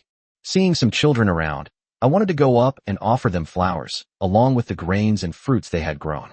Shirley and Hella quickly reached out their hands to catch it through the window. The children's faces beamed with joy as they interacted with the 2 fox-eared sisters. The scene was truly beautiful. In the blink of an eye, the carriage was filled with all kinds of flowers, grains, and fruits. Seeing that the carriage was already full, Chin Su smiled wryly and reached out to stop the 2 sisters from continuing. Not long after, the carriage stopped. Hearing that the cheers from the carriage had ceased outside the window, Chin Su got up, opened the curtain, and jumped off the carriage. This was the camp of the 3 patrol teams. There were no other citizens around, only a few dozen patrolling soldiers. At this moment, the captain of the 3rd team in front of the car walked up to Chin Su and said respectfully, "Since the people are so enthusiastic, my lord, perhaps you should not go out." Chin Su nodded and gave instructions to the captain of the 3rd team. "Summon those residents whose homes were burglarized here. I want to investigate this myself." The 3rd team leader nodded and personally got up and walked out of the camp. Not long after, several middle-aged men and women in plain clothes entered the camp with an old woman. Upon seeing the Lord, the group appeared somewhat awkward, nervously bowing and speaking. "Greetings, your lordship." Chapter 189 Arrest and Return to Justice. Chin Su sat in the Yamlong army camp, nodding and waving his hand in the middle seat, inviting several leaders to stand up. "It's about you guys, the ones who had your homes burglarized, right? Tell me what was stolen from each of your homes." At this moment, the old woman stepped forward and said, "My lord, just a week ago, 1,000 gold coins went missing from my house. Those were my dowry for my daughter." As she spoke, her emotions became somewhat agitated and aged, and tears welled up in the corners of her wrinkled eyes. Shirley and Hella quickly stepped forward to comfort the heartbroken old woman. "Don't get agitated. We will arrest the thief as soon as possible. But you must tell me the specific events and the people you've been in close contact with recently." Chin Su continued to inquire. The old woman wiped away her tears and then carefully recalled the events. However, because of her advanced age, she couldn't remember some of the specific details. We didn't get any useful information out of her. Next up was the middle-aged couple who had moved from another street and had lost 5,000 gold coins and 5 bags of fresh grain. After getting a general idea of what was going on, Chinsu took out 6,000 gold coins from his personal supplies and temporarily returned them to the 3 citizens who had lost their belongings. After the several citizens left with gold coins and expressions of gratitude, Chinsu began to analyze the incident. At the same time, another notification sound appeared in my mind. Ding! Congratulations! You have successfully quelled the discontent of your subjects and increased their satisfaction by 100 points. If you successfully capture the thief, you will receive even greater rewards. Upon seeing this message, Chinsu was momentarily stunned. Surprisingly, completing this kind of event can actually increase the satisfaction level within the game. It's important to know that when the satisfaction level of the citizens reaches 500 points, the harvesting speed of resources in the entire territory can be doubled. Seeing that Chinsu did not speak, Shirley and Hella came up again. How's it going, Chinsu? Have you thought of anything? Chinsu shook his head and looked at the 2 fox-eared girls, asking them a question. What are your thoughts and discoveries? Hella, who was standing to the side, thought about it carefully. He snapped his fingers lightly as he said what the others had just said. Then let's use the power of the people. Since this person was able to steal without leaving any clues, they must be quite familiar with the local residents. Hella's words startled Chinsu, who was completely bewildered. He stood up, nodded, and said, Now, all Yanlong army soldiers, proceed to the streets to issue my orders. Anyone who reports this thief will receive a reward of 5,000 gold coins. After receiving Chinsu's order, the 3rd squad leader immediately led all the Yanlong army soldiers to take action. In the pitch-black night, the streets, which should have been quiet, came alive again. After all, the reward of 5,000 gold coins is a huge sum of money for the people. Following Chinsu's method, the residents of the street quickly gathered together. People began to excitedly discuss the possible suspects in the theft. Before the old woman lost her gold coins, I clearly saw her neighbor go to her house, and he was acting suspiciously. I think he's the despicable thief. I'm going to report this to the Lord and have him arrested immediately. Don't talk nonsense. The old lady's neighbor is an honest lumberjack who would never steal her money. Don't make false accusations and wrong an innocent person. And so the people discussed among themselves, and everyone voiced what they thought might be the thief's target. Meanwhile, soldiers from the Yanlong army were diligently taking notes, and the final selection was made before a wanted list was issued. The person most frequently nominated for accusations was a lazy and good-for-nothing steelworker here. He frequently makes excuses to take leave from work, and I haven't seen him in a long time. The 3rd team leader quickly reported the matter to Chinsu. Upon receiving this news, Chinsu immediately led the Yanlong army soldiers to the worker's home. Upon arriving at the worker's home, the worker immediately panicked and jumped out of the window to escape. Team, who was prepared, grabbed him and took him back to the Yanlong army camp.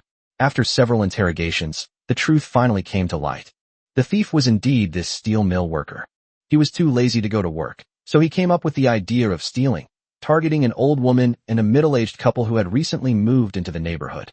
After learning that the thief had been arrested, all the people gathered outside the Yanlong army camp to await the final resolution of the matter. The thief deeply regretted his actions, but Chinsu knew he couldn't let the matter rest. We must find a way to completely stop this from happening. It happened again. When I opened my panel again, I found some buildings that I had never noticed before. Upon seeing the building, Chinsu's eyes lit up. Punishment prison. Resources required: 30,000 subjects, 500 units of wood, and 7,000 gold coins. Construction effect. Warden. All subjects who violate or disrupt the order of the territory will be imprisoned. They awaited the warden's decision to impose appropriate punishments on each of the prisoners' crimes. Endless confession. The establishment of prisons will disrupt the carefree lives of the people, making them more strict and disciplined, and reducing their satisfaction by 70%. The light of righteousness. The establishment of prisons instilled fear in all the people whose hearts were filled with sin, and effectively reduced the occurrence of crime. Chinsu was quite satisfied with the results of the repentance prison. If they successfully establish a prison, they can effectively stop crime and reduce the workload of the Yanlong army soldiers. Without hesitation, Chinsu immediately gave the order to the captain of the 3rd team. Now, I have decided to leave the thief here, and I hereby announce that from today onwards, our prison will be officially established. Anyone who breaks the law or disrupts order will be arrested by the Yanlong Army soldiers and taken to prison to repent. Chen Su's voice carried throughout the entire camp, and all the people outside the camp couldn't help but show unease in their eyes. At the same time, discussions have arisen, indicating that the negative effects of prisons have already taken place. Ding! Congratulations! You have successfully captured the thief. You will receive Thief Gift Pack 1. Ding! Congratulations on successfully establishing the confession prison. The crime rate in your territory will decrease. Ding! Workers have gone to the vacant site to begin construction. It will take 2 business days to complete. Chapter 190. Can a god who steals be stolen from? Thief's Gift Pack. What is this? Chen Su looked curiously at the new items he had obtained on the panel. Without much hesitation, I opened it directly. The gift package suddenly opened, and 2 golden orbs of light appeared in front of him. Reaching out and grasping the first one, which was floating above the golden orb in front of me, I was surprised to find it felt icy cold to the touch. The stolen God of Thieves Rubik's Cube. The God of Thieves Rubik's Cube only has 10 uses left.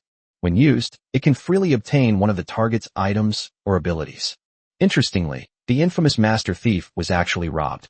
Upon seeing this item, Chen Su froze in place. My God, this is simply an incredible artifact. With this Rubik's Cube, wouldn't he be incredibly powerful? Although there is a fixed number of uses, it is sufficient. After the theft was resolved, the prison was gradually completed under the workers' construction. Back in his territory, he spent most of the last 2 days cuddling with the 2 fox-eared girls. Chen Su felt it was time to head to the secondary plane again. After all, there are still unresolved issues in the secondary plane. Having been away for so long, it's time to go back and take charge. Bid farewell to the 2 reluctant fox-eared sisters. The 2 sisters stayed in the Yanlong territory, waiting for Elder Anna to lead the Tushan Fox clan to arrive. Therefore, she could not accompany Chen Su and, after leaving the Plain of Gods, agreed to Chen Su's departure alone. Before leaving, Chen Su returned to the Kobold Cave, where nearly 300 Kobold Imps had already been created. Although it was enough to form a Kobold squad, it was still far from meeting Chen Su's expectations. After opening the panel, Chen Su selected the building above and constructed a Kobold training ground for the Kobolds. They placed it near the Kobold Cave, and instantly the wood and gold coins disappeared, revealing a square training ground. Kobold Training Ground. Currently trainable unit types: Archer Kobolds, Round Shield Kobolds, Kobold Hunters, Elite. Archer Kobolds, low-level kobolds with low combat strength, but can fight with bows and arrows and have a fast movement speed. It can attack air units with low defense, making it suitable for countering slow-moving, high-attack melee heavy units. Consumables: 1 Kobold Imp, 1 bow. Unable to upgrade. Round Shield Kobold, a medium-sized kobold unit with medium combat strength. They wield thick round shields and have a medium movement speed. Unable to attack air units, possesses high defense, and has a strong advantage against infantry-type combat units. Cost: 1 Kobold Imp, 1 steel round shield. It can be upgraded to the Heavy Hammer Kobold, requires upgrading the Kobold Training Grounds to the Kobold Gladiator Arena. Kobold Hunter, a high-level kobold unit with high combat strength, wielding a poison dagger and extremely fast movement speed.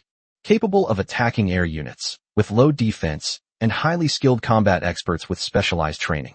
Suitable for combat in various complex terrains, allowing for flexible use of tactics, and ideal for solo assassinations and sneak attacks. Consumables: 1 Kobold Imp, 1 Deadly Poison. Unable to upgrade. Looking at the 3 types of kobold soldiers, Chen Su's eyes lit up with increasing surprise as he looked further ahead. Especially the final Kobold Hunter, I had personally witnessed the power of this unit. If I can successfully create a squad of Kobold Hunters, then, no matter what the enemy is, you will have complete confidence. However, seeing the materials needed to create the Kobold Hunter gave him another headache. He was familiar with this highly toxic drug. It was an extremely rare material. Of the known drugs, the most likely source is near the territory of barbarian tribes. The venom was extracted from a mountain known as the Giant Poisonous Man-Eating Peak. It seems that to obtain this material, we will have to wait until the next time the barbarian merchant comes to trade. Thoroughly, Chen Su did not stop, but instead strengthened his kobold squad. I selected 100 kobolds and brought them into the training ground to create new archer kobolds. It must be said that the production speed of kobolds is more than twice as fast as that of other unit types. In less than 10 minutes, 40 kobolds wielding bows and arrows appeared. They walked out of the training ground in perfect unison and stood in front of Chen Su. Archer Kobold. Skill. A volley of arrows. Fires all arrows at once, reducing the movement speed of the target area by 15%. Seeing this, Chen Su nodded in satisfaction and sent another 150 Kobold Imps into the Kobold training ground. This time, the chosen unit is the Round Shield Kobold. The Round Shield Kobolds are probably a bit higher level than the Archer Kobolds. The manufacturing time was a bit longer, but it was still much faster than creating a batch of Death Knights myself. After nearly half an hour of waiting, hands held silver-white shields. Short in stature, but numerous, round-shielded kobolds emerged, each carrying a metal round shield and a longsword. Round Shield Kobold. Skill. Raise and swing shields. Swinging shields together will increase the defense of nearby friendly units by 10%. Damage absorption. Kobolds' weak physique is their disadvantage. Therefore, Round Shield Kobolds will receive a 20% reduction in damage taken. If a group of Archer Kobolds serves to suppress, then this Round Shield Kobold will act as a shield for its front line. Not only can they stack to create a buff aura, but they also receive reduced damage, making them practically indestructible. Now, as long as I develop the healing effect of the Shrine Maiden Kyo, I can achieve a cheat-like tactic of clearing stages without taking damage.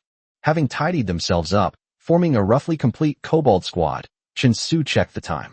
It was noon, just the right time to head to the front lines of the secondary plane and test the prowess of the Kobold squad. Leading his Kobold squad, he stepped into the dimensional portal, where Webb and the Fox-Eared Sisters came to see him off. After giving some instructions on safety, Chen Su and the others arrived at the Leaky Dimension. I checked out the Leaky Dimension and saw the astonishing progress of the 3 dog heads imitating humans. Unexpectedly, in just 3 days, these 3 dog-headed humanoids had already drawn more than 200 sets of level 3 enchanted equipment. Only 10 sets of enchanted equipment failed to be drawn, such results and speed. Even Chen Su felt that the conditions proposed to the Casey family were incredibly wise. Isn't this what they call getting something for free? I didn't do anything, but I gained an entire dimension for free. Chapter 191, Locating the Enemy Camp. Flame Dragon Army warriors were dispatched to guard and watch over the Yuki Plain to continue collecting and hunting the fur and blood of the star beasts, to replenish the materials consumed when enchanting equipment. Then, he temporarily placed the Kobold squad in his territory to wait. He traveled alone to the Azure Kingdom. Upon learning of Chen Su's arrival, the Azure Queen Eve personally went out to greet him and held a grand banquet to welcome him. So much so that by the time Chen Su finally arrived at the secondary plane, it was already close to night. Upon learning that the Lord had returned, the Shrine Maiden Kyo quickly went to Chen Su's side. When they saw Chen Su leading a large number of Kobold soldiers, they were also taken aback. Afterwards, he reported on the recent events that had occurred since Chen Su left the secondary plane. He then summoned the 2 guards. At the same time, Simon, a warrior of the Flame Dragon Army, and Betty, an assassin of the Leopard Clan, also arrived. Chen Su explained the upcoming tasks to the group in the temporary lord's quarters he had set up. He left them with a brief overview. The guard standing nearby suddenly stood up and reported, "My lord, in the days since you left, strange forces have been frequently appearing near our territory." "A strange power? What's going on? Has Kyo found anything?" Chen Su turned his head and asked the witch beside him. "It must be the power released by the god of dust." The first to be attacked by this power were the goddess of the moon and the priests of the goddess of the springs. Their bodies all showed abnormalities. "Oh, such a thing has happened. Take me to see it quickly." Chen Su frowned, immediately stood up, and said to King Hui. The 4 of them followed Chen Su as they left the Lord's mansion and headed towards the residence of the 3 goddess priestesses. Upon reaching the entrance, Chen Su ordered the guards and Simon to stand guard at the door. He led King Hui and Betty inside. Sure enough, as soon as Chen Su stepped into the priest's residence, he sensed a strange and exceptionally powerful force. This power was exactly the same aura I sensed from the priest of the god of dust during the battle with the Dust Legion of the Rose. Betty sniffed the air and then wrinkled her nose as she spoke. "This smell is awful. What's going on?" King Hui frowned and said in a cold voice, "The power of the god of dust caused the priests of the 3 goddesses to lose control of their bodies. I haven't found any way to manage them yet, and they probably won't live much longer." Just as King Hui finished speaking, Chen Su and the other 2 arrived at the last room. Looking into the room, the priestesses were all kneeling, their eyes vacant, their hands tightly clutching the tokens of the 3 goddesses. His whole body trembled uncontrollably, and he kept making squeaking, painful sounds. Chun Su frowned when he saw a pool of pale yellow liquid flowing on the wooden bed and the ground. He was immediately shocked, never expecting that the power of this god of dust was so great. So he immediately stepped forward and, ignoring King Hui and Betty's attempts to stop him, said sternly, "Goddess of the spring, goddess of the moon, come out and see me." As soon as Chun Su finished speaking, a faint light emanated from two of the priests. The appearances of the two goddesses were not shown. Only their faint voices responded. "I'm sorry, the god of dust has already begun to attack us, because with our current strength, we are no longer able to resist his power. Our priestesses have been corrupted by evil. Please kill them. We have no way to fight against the god of dust anymore." Upon hearing the two goddesses' replies, Chun Su cursed inwardly and immediately turned around to King Hui. Although the god of dust is powerful, he is not powerful enough to cover the entire plain. We should send people to search for spellcasters who may be hiding nearby. Chun Su was furious because he simply couldn't understand why there was such a huge difference between the two gods. While those two goddesses might not be as powerful as the god of dust, they shouldn't be completely helpless. Chun Su can now completely abandon these priests of the three goddesses. However, he did not do so, even though these priests were not very useful. But at least she still possesses the goddess's divine power, which might help her do many things in the future. After receiving Chun Su's order, King Hui immediately set off to report it to the two guards. The two guardians immediately set off, leading their soldiers to search for any hidden forces of the god of dust in the vicinity. Seeing the five goddesses in pain, Chun Su was at a loss. Whether they live or die depends on luck. If they can find the spellcaster, they can save their lives. Chun Su, along with Betty and the others, left the priestess's residence. Before heading to the Lord's manor, he also sent out the kobold squad he had brought with him. The 20 kobold imps were tasked with searching and investigating. As soon as Chun Su gave the order, the 20 kobold imps quickly spread out in all directions, exploring at twice the speed of the two guardians. Soon, half an hour later, Chun Su, who was in the Lord's manor, received a report from a kobold. Sure enough, there was a camp that had been concealed by a magic spell just 300 meters outside his territory. Chun Su took out the Chun spear from his ring and arrived at the center of the territory. At the same time, all military forces were gathered and orders were issued. Warriors of the Flame Dragon, follow me into battle and annihilate the followers of the god of dust. It seems that the legion we wiped out last time didn't make the god of dust realize our power. Then this time, we'll show him that even a god who offends our flame dragon will have to pay the price. Chun Su's voice resounded throughout the entire territory, instantly igniting the fighting spirit of all the flame dragon army warriors. Simon then swung his sledgehammer and roared, "Destroy these damned believers. Those who stand in our way, the flame dragons, must die." With Simon leading the way, all the soldiers were once again excited and their fighting spirit soared. Chun Su did not linger. This time, he left behind a guardian to lead 10,000 Yanlong army warriors to guard the area. All other troops must accompany Chun Su into battle. In an instant, thousands of troops rushed towards the camp where the followers of the god of dust were hidden. Meanwhile, on the other side, reporting, "Sir, something terrible has happened." In the believers' camp, a believer dressed in a gray robe ran into the central camp and shouted in panic. Chapter 192 War. War. War. Damn it, what's wrong? Tell me. Inside the camp, a man clad in scarlet armor coldly cursed. This is what the gray-robed believer said quickly. "General Mo Fan, it seems we've been discovered by the people of the Flame Dragon territory. What should we do now? A bunch of useless trash. I really don't know why the god of dust trusts you. When it comes to the crucial moment, I, the general, still have to take action. A mere territory of the Flame Dragon? I'll show you what true strength is." Mo Fan roared angrily, his eyes filled with confidence. Mo Fan is the commander of this legion and the lord of the territory known as the Invincible Empire in this subplane. Their strength far surpasses that of the Dust Legion, which is also far superior to that of the Roses. He stood up from his seat, kicked the believer in the chest, and grabbed an axe from the weapon rack next to him. He walked out of the camp, and just as he stepped out, he put his finger to his lips and whistled. A loud bang came from a stable behind them. A warhorse clad in full armor galloped out at breakneck speed, its eyes bloodshot, like a demon from hell. "Ha ha, my good horse, let's crush this little flame dragon territory together this time. Use your hooves to crush their lord's skull." The arrogant Mo Fan spoke to the horse that had stopped beside him. This horse is no ordinary horse. It is a type of elite mount known as the Evil Spirit Horse. It is Mo Fan's proudest work, and also his trump card for defeating the Flame Dragon territory. Fueled by the fury of battle, the Flame Dragon army soldiers swiftly arrived at the location of the Believers' camp. Chun Su waved his hand, ordering the army to halt. He stared at the area in front of him, where, although there were no camps, he could sense a kind of magic. It was this magic that concealed the camp. Chun Su gripped the Chun spear tightly in his hand, and his magical power slowly condensed on the spear. The elven battle technique was unleashed instantly, and powerful magic burst through the sky, forming a golden blade of energy in the air. They headed straight for the hidden camp. Lord of the Flame Dragon, how dare you be so arrogant in front of the undefeated empire? The air blades did not cut through the camp, and instantly, the hidden magic outside the camp disappeared. A group of knights clad in black armor stood upright in front of the camp, and right in the center stood Mo Fan, riding the Evil Spirit Horse. The elven warrior's airblade attack was blocked by the giant axe in Mo Fan's hand.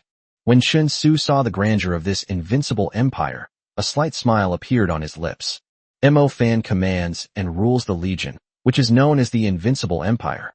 It was originally stationed in the western coastal region of the subplane.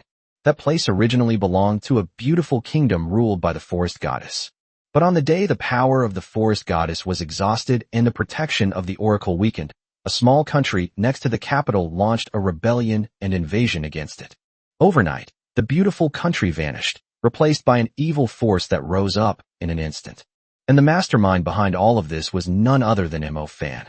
The lord of a once minority country was willing to accept flattery from the god of dust in exchange for a terrifying power strong enough to overthrow a kingdom 100 times larger than himself. The Evil Spirit Horse was the first gift the god of dust gave to Mo Fan. It was a warhorse that, according to legend, was transformed from an evil spirit from hell. The faint divine power that protected the kingdom was utterly ineffective before him. As a reward for successfully conquering the capital, this was the second gift from the god of dust. It was once a 10,000-strong army under the command of the god of the dead, the Corpse Legion. The corpses, like true demons, roamed the entire western half of hell. The sacred territory that once worshipped the forest goddess gradually became the evil source of the dust god. Of Pingmiao, the two teams met.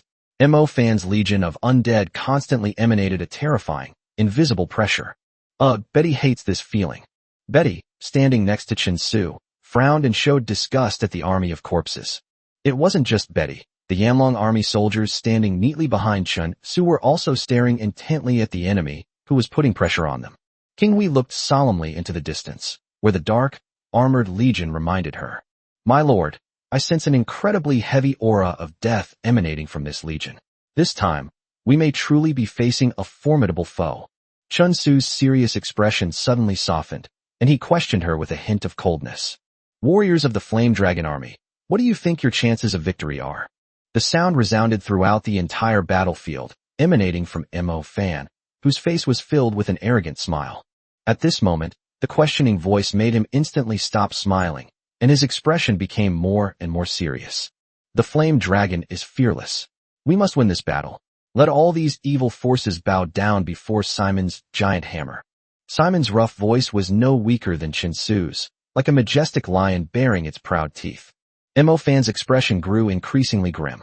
He had originally thought that his undead army, having just revealed itself, would be enough to frighten the enemy into abandoning their armor and refusing to engage in battle. But to everyone's surprise, the army in front of them, after initially showing a look of astonishment, in an instant, they were encouraged and rallied again.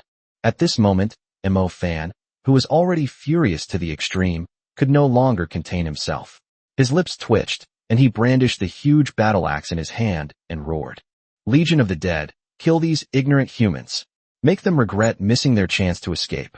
As soon as the voice fell, the undead cavalrymen beside Mo Fan raised their weapons and prepared to charge. The infantry on the ground also stepped forward, ready to fight alongside the cavalry. Chun Su sneered, and with a flick of his hand, an ancient, yellowed horn appeared. He gripped it tightly in his hand, looked at Mo Fan, and gave the same order. Listen up, all soldiers of the Flame Dragon army. For today's battle, 3,000 gold coins for every enemy killed, and a noble title for every cavalryman killed. Let even this so-called god of dust fear the might of our flame dragon." As soon as he finished speaking, Chen Su raised the horn, and the deep, resonant sound echoed throughout the million-strong Yanlong army. Simon, the guardian, led the flame dragon army to meet the enemy head-on. The undead army also began to move, a dark mass, like a surging black wave, crashing down on the flame dragon army warriors. The barbarian legions and round-shielded kobolds lined up to resist, and Kyo applied a combat buff. Spoke to the shrine maiden Kyo beside him, who was awaiting orders. King Hui clasped her hands together, her divine power gathering and dispersing, and instantly an invisible blessing of enhancement was released from her hands. Chapter 193 Fearless. It covered the barbarian soldiers and round-shielded kobolds in front of them. The two powerful armies clashed. This was a true battle between different planes, and even if you were a god, you would be completely overwhelmed by the might of the fiery dragon. In the first wave of clashes, the barbarian soldiers and round-shielded kobolds were able to hold their own, and with King Hui's blessing, they did not suffer too many losses. The undead cavalry are attacking. King Hui looked at the cavalry charging from the undead army and couldn't help but remind them. Chen Su's spear drew a flash of light in the air as he spoke sharply. "Death Knights, it's your turn to step up. Let them know what true terror from hell is." Upon receiving the order, the Death Knights, instantly forming a spearhead formation, launched a full-scale charge. In the ranks of the Yanlong army, it was like an arrow that had been drawn up for a long time. The sword of hell, with the might of a giant arrow, can destroy anything that stands in its way. The passionate Chen Su did not show fear of war on his face. He enjoyed the war. With swords clashing and horses galloping, battle is about to erupt, and passionate young men brandish their weapons in fierce combat. Perhaps, war is the true romance of men. Clad in black armor, clashed instantly. The undead legion's ghost cavalry was no weaker than the Death Knights, and the two armies clashed, making it difficult to determine a winner for the time being. The Death Knight brandished his lance, piercing the breastplate of the undead cavalryman before him. However, the undead cavalry did not lose their fighting ability. They swung their lances and leaped to cleave one of the Death Knights in two. Seeing the Death Knight instantly wiped out, Chen Su raised his eyebrows slightly and issued another command. "Death Spear, move forward to provide support. We must take down the enemy cavalry, or we'll soon be at a disadvantage." As soon as Chen Su gave the order, a group of elite Death Spears rushed to the front lines to provide support. Once within attack range, he instantly threw out the spear in his hand. Tens of thousands of spears swept down, instantly filling the entire sky, heading straight for the undead army. Upon seeing the long-range support coming from the rear of friendly forces, Simon and the others fighting on the front lines immediately shouted, "Retreat, raise your shields, and have the guards take their positions." Of the Yanlong army on the battlefield instantly coalesced. Warriors wielding shields formed a powerful shield wall, deflecting the deadly spears from the sky. The undead legion did not have such means of dealing with this. Mo Fan watched as his army was instantly engulfed by countless spears, and a sense of panic began to creep into his heart. Although their own troops were more powerful, they lacked effective strategies and tactics to deal with the enemy. Chen Su stared intently at the battlefield before him. At this moment, all the undead cavalrymen had been pierced by spears, fallen off their horses, and pinned to the ground. The support strategy of using his own death spear had a reversal effect. Beside the soldiers at the front, the shrine maiden Kyo, who was bestowing blessings, also spoke in a cold voice. "My lord, the enemy's undead units seem to possess some kind of immortality. Although the attack of the death spear had an effect, they were not truly killed. We must find a way to deal with it quickly. Otherwise, our soldiers' energy will be gradually depleted." Chen Su understood this principle and carefully observed the entire battlefield. The situation on the battlefield is now under their control, and the real way to eliminate this army of undead is, they should only need to kill their commander, Mo Fan. Thinking of this, Chen Su turned to look at Betty, the leopard assassin beside him, and said, "Betty, it's your turn to make a move. Mo Fan must be the core of this undead army. Once he falls, the Corpse Legion should be rendered incapable of fighting." Betty, who had been eagerly waiting, reached out and gently scratched her adorable ears on her head. With a flick of his wrist, a sharp blade appeared in his hand. She stuck out her tongue and licked the back of her white hand, a bright smile appearing on her face. "So, killing Mo Fan will end the battle? Betty definitely won't let you down." Betty, who was originally an assassin, is further enhanced by the effects of a Tier 3 enchanted set. With a light leap, she vanished from Chun Su's side in an instant, her speed almost absurd. In the enemy camp, staring at the situation that was no longer favorable to him, Mo Fan cursed angrily. Damn it, the Flame Dragon army doesn't seem as weak as I thought. They're actually able to resist the Corpse Legion. Behind Mo Fan, a believer dressed in a gray robe ran up quickly and said tremblingly, General Mo Fan, this Yanlong army is indeed quite capable, and they are better than last time. They seem even stronger than the Rose's Dust Legion when we fought them. Perhaps we should retreat first. Hearing the voice in his ear, Mo Fan turned around, kicked the believer, and said with bloodshot eyes, A bunch of cowardly good-for-nothings. You're not going to retreat. One flame dragon is no match for me. If you dare to stop me again, I'll kill you all first. You? The believers were already terrified by Mo Fan's imposing manner. In his heart, believers should also hold the highest position, in addition to the god of dust. But to his surprise, Mo Fan didn't take him seriously at all. The Flame Dragon army warriors advancing relentlessly. The believer quickly got up and ignored the rampaging Mo Fan. He led the other believers in the camp and ran away from the battlefield from the back. Looking ahead, the Flame Dragon army had already charged forward, pulling hard on the reins of the evil spirit horse, its hooves, burning with purple flames, lifted off the ground, and it let out a neigh to the sky. They instantly charged into the ranks of the Flame Dragon army. Faced with the onslaught of the evil spirit horse, all the Flame Dragon army warriors who wanted to step forward to resist it. After being struck by the horse, it instantly began to wither, and painful cries began to rise continuously from the ranks. More than a dozen Flame Dragon army warriors flying. With his face and armor stained with the blood of the Yanlong army soldiers, he roared at Chun Su behind the army.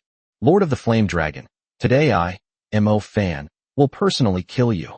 For the Yanlong army warriors, charged straight toward Chun Su. Just as no one dared to step forward to stop them, several enormous figures swarmed toward the evil spirit horse. Don't even think about harming the Lord. A series of deep voices rang out from the crowd. Those who stepped forward to stop the evil spirit horse were none other than the barbarian warriors. The sudden appearance of a human wall blocked his way, causing Mo Fan's smile on horseback to slowly fade. Chapter 194 Long Live the Emperor. His eyes were bloodshot with rage as he cautiously stared at the barbarian warriors in front of him. You're courting death, so I'll grant your wish. The evil horse did not stop. Its eyes were fixed on the wall of people ahead, and its speed increased again. Mo Fan also swung his giant axe, preparing to attack the barbarian warriors. Every barbarian warrior showed no sign of retreat, roaring and spreading their arms to block the evil spirit horse's impending charge. As they drew closer, the evil horse crashed into the human wall formed by the barbarian warriors. The first few barbarian warriors forcefully lifted the head of the evil spirit horse, enduring the rotting of their arms and body skin. They successfully repelled the evil spirit horse that wanted to continue its advance. Come and taste the power of my giant hammer. The Flame Dragon army will surely prevail. The moment they stopped, a group of Flame Dragon army warriors rushed forward. Simon, wielding his giant hammer, slammed it down on Mo Fan on horseback. The evil horse was unable to move forward, and Mo Fan was surrounded by the Flame Dragon army. He had no choice but to swing his giant axe and chop at the oncoming hammer, roaring as he did so. You think you can defeat me? I am the Lord of the Invincible Empire. Simon's attack was deflected. Mo Fan's strength was no weaker than his. The Flame Dragon army was knocked away again. At this moment, the barbarian warrior who was holding the horse's head had arms that were almost rotten. In that moment of relaxation, the evil horse charged forward once more. As he moved again, streams of energy slowly emerged from Mo Fan's body, instantly piercing through the corpses of the Flame Dragon army warriors.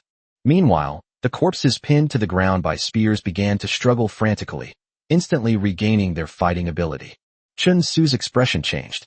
The battle situation had reversed again, and he was once again at a disadvantage. Unable to look ahead any longer, with large numbers of barbarian warriors sacrificing themselves, Chun Su tightened his grip on the Chun spear and charged toward Mo Fan. The heavenly red hair leaped swiftly into the air, paused for a moment, and then plummeted downwards.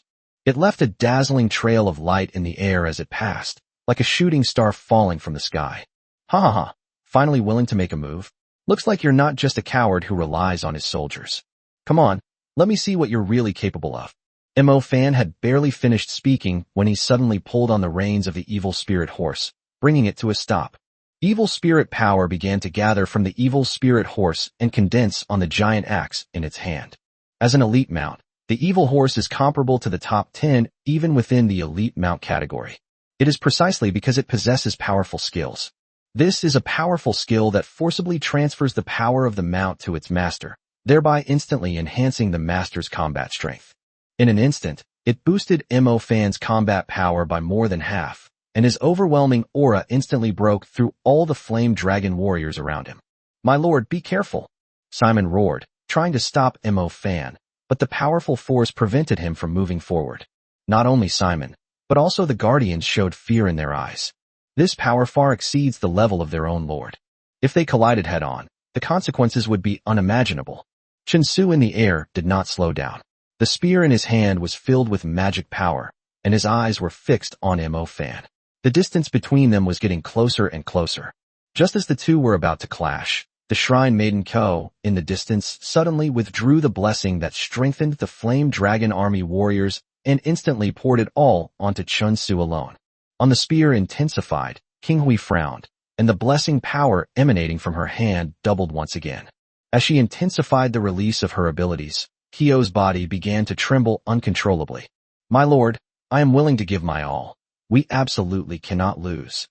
As the golden light descended, Mo Fan roared and swung his giant axe, the powerful evil energy mixed with the blade of energy, directly striking Chen Su. Chen Su also unleashed his elven battle technique, his magic colliding with the enemies, instantly causing sand and dust to fly, trees to break, and earth to tumble. King Hui's brief enhancement of the blessing power broke down, and she collapsed weakly to the ground. Simon and the guards got up from the ground, brushed the dust off themselves, and looked ahead anxiously, all worried about the Lord's safety. As the dust in the air slowly dissipated, Mo Fan's figure could be seen sitting upright on his horse amidst the smoke and dust. In front of him was Chen Su, and behind Mo Fan stood another person. When everyone saw the final result, even a tough guy like Simon couldn't help but shout out excitedly. At this moment, Mo Fan's pupils contracted, realizing that the giant axe in his hand had indeed struck Chen Su. But at that moment, Chen Su was holding a shield in his left hand. The giant axe was deeply embedded in the shield, and half of its power had been absorbed by the shield. He looked at what was in front of him with great resentment, opened his mouth as if to say something, but no sound came out. Instead, a mouthful of blood spurted from his mouth. Looking down at his armor, Chen Su saw that the spear in his hand had completely pierced through it, and there was even a dagger stuck in his back. He turned around and looked at the person who had attacked him from behind. When he saw that it was a girl with animal ears, he was shocked. Mo Fan finally realized that he had long since fallen into Chen Su's trap. But by then it was all too late. The body's strength was gradually fading away. He fell off the evil spirit horse. The invincible empire has fallen. That had broken free from the control of the spear of death was now immobilized once again. They all dropped their weapons without prior agreement, becoming soulless puppets. "Lord, you have won. That's wonderful. The flame dragon has won. The invincible empire has been defeated by us. Long live the flame dragon." The Yanlong army warriors rang out continuously. Unleashing his full power for the first time, using the elf battle technique, Chen Su wasn't entirely confident he could kill Mo Fan, but the effect was surprisingly good. However, what's even more fortunate is the shield from the spatial ring. If it weren't for this shield, which blocked most of the damage, I would probably have been seriously injured. The spear was pulled out of Mo Fan's body, and blood gushed out like a fountain. I can finally breathe a sigh of relief. Chen Su was also extremely weak at this moment, feeling as if his entire body had been hollowed out. This made his head feel heavy, and he almost fell off the back of the heavenly mighty red hair. Upon seeing this, Betty immediately stepped forward and supported the weakened Chen Su. Yanlong army soldiers who were coming forward and cheering, and said calmly, Chapter 195, Counting the Spoils of War. Let's go back to our territory to recuperate first, even though we won this battle. But the God of Dust will not give up so easily. The next battle awaits us. Upon receiving Chen Su's order, the Guardians immediately led the Flame Dragon army to retreat to the temporary territory. With Betty's care, Chen Su was able to barely manage. Meanwhile, the priestess Kyo, through the application of a powerful amplification spell, helped Chen Su defeat Mo Fan. He had already fallen into a coma. He placed King Hui on the back of the Heavenly Might Red Hare and returned to the territory with Chen Su. At Mo Fan's temporary camp, Simon led a scavenging squad of about 100 men to stay and collect spoils from the battle.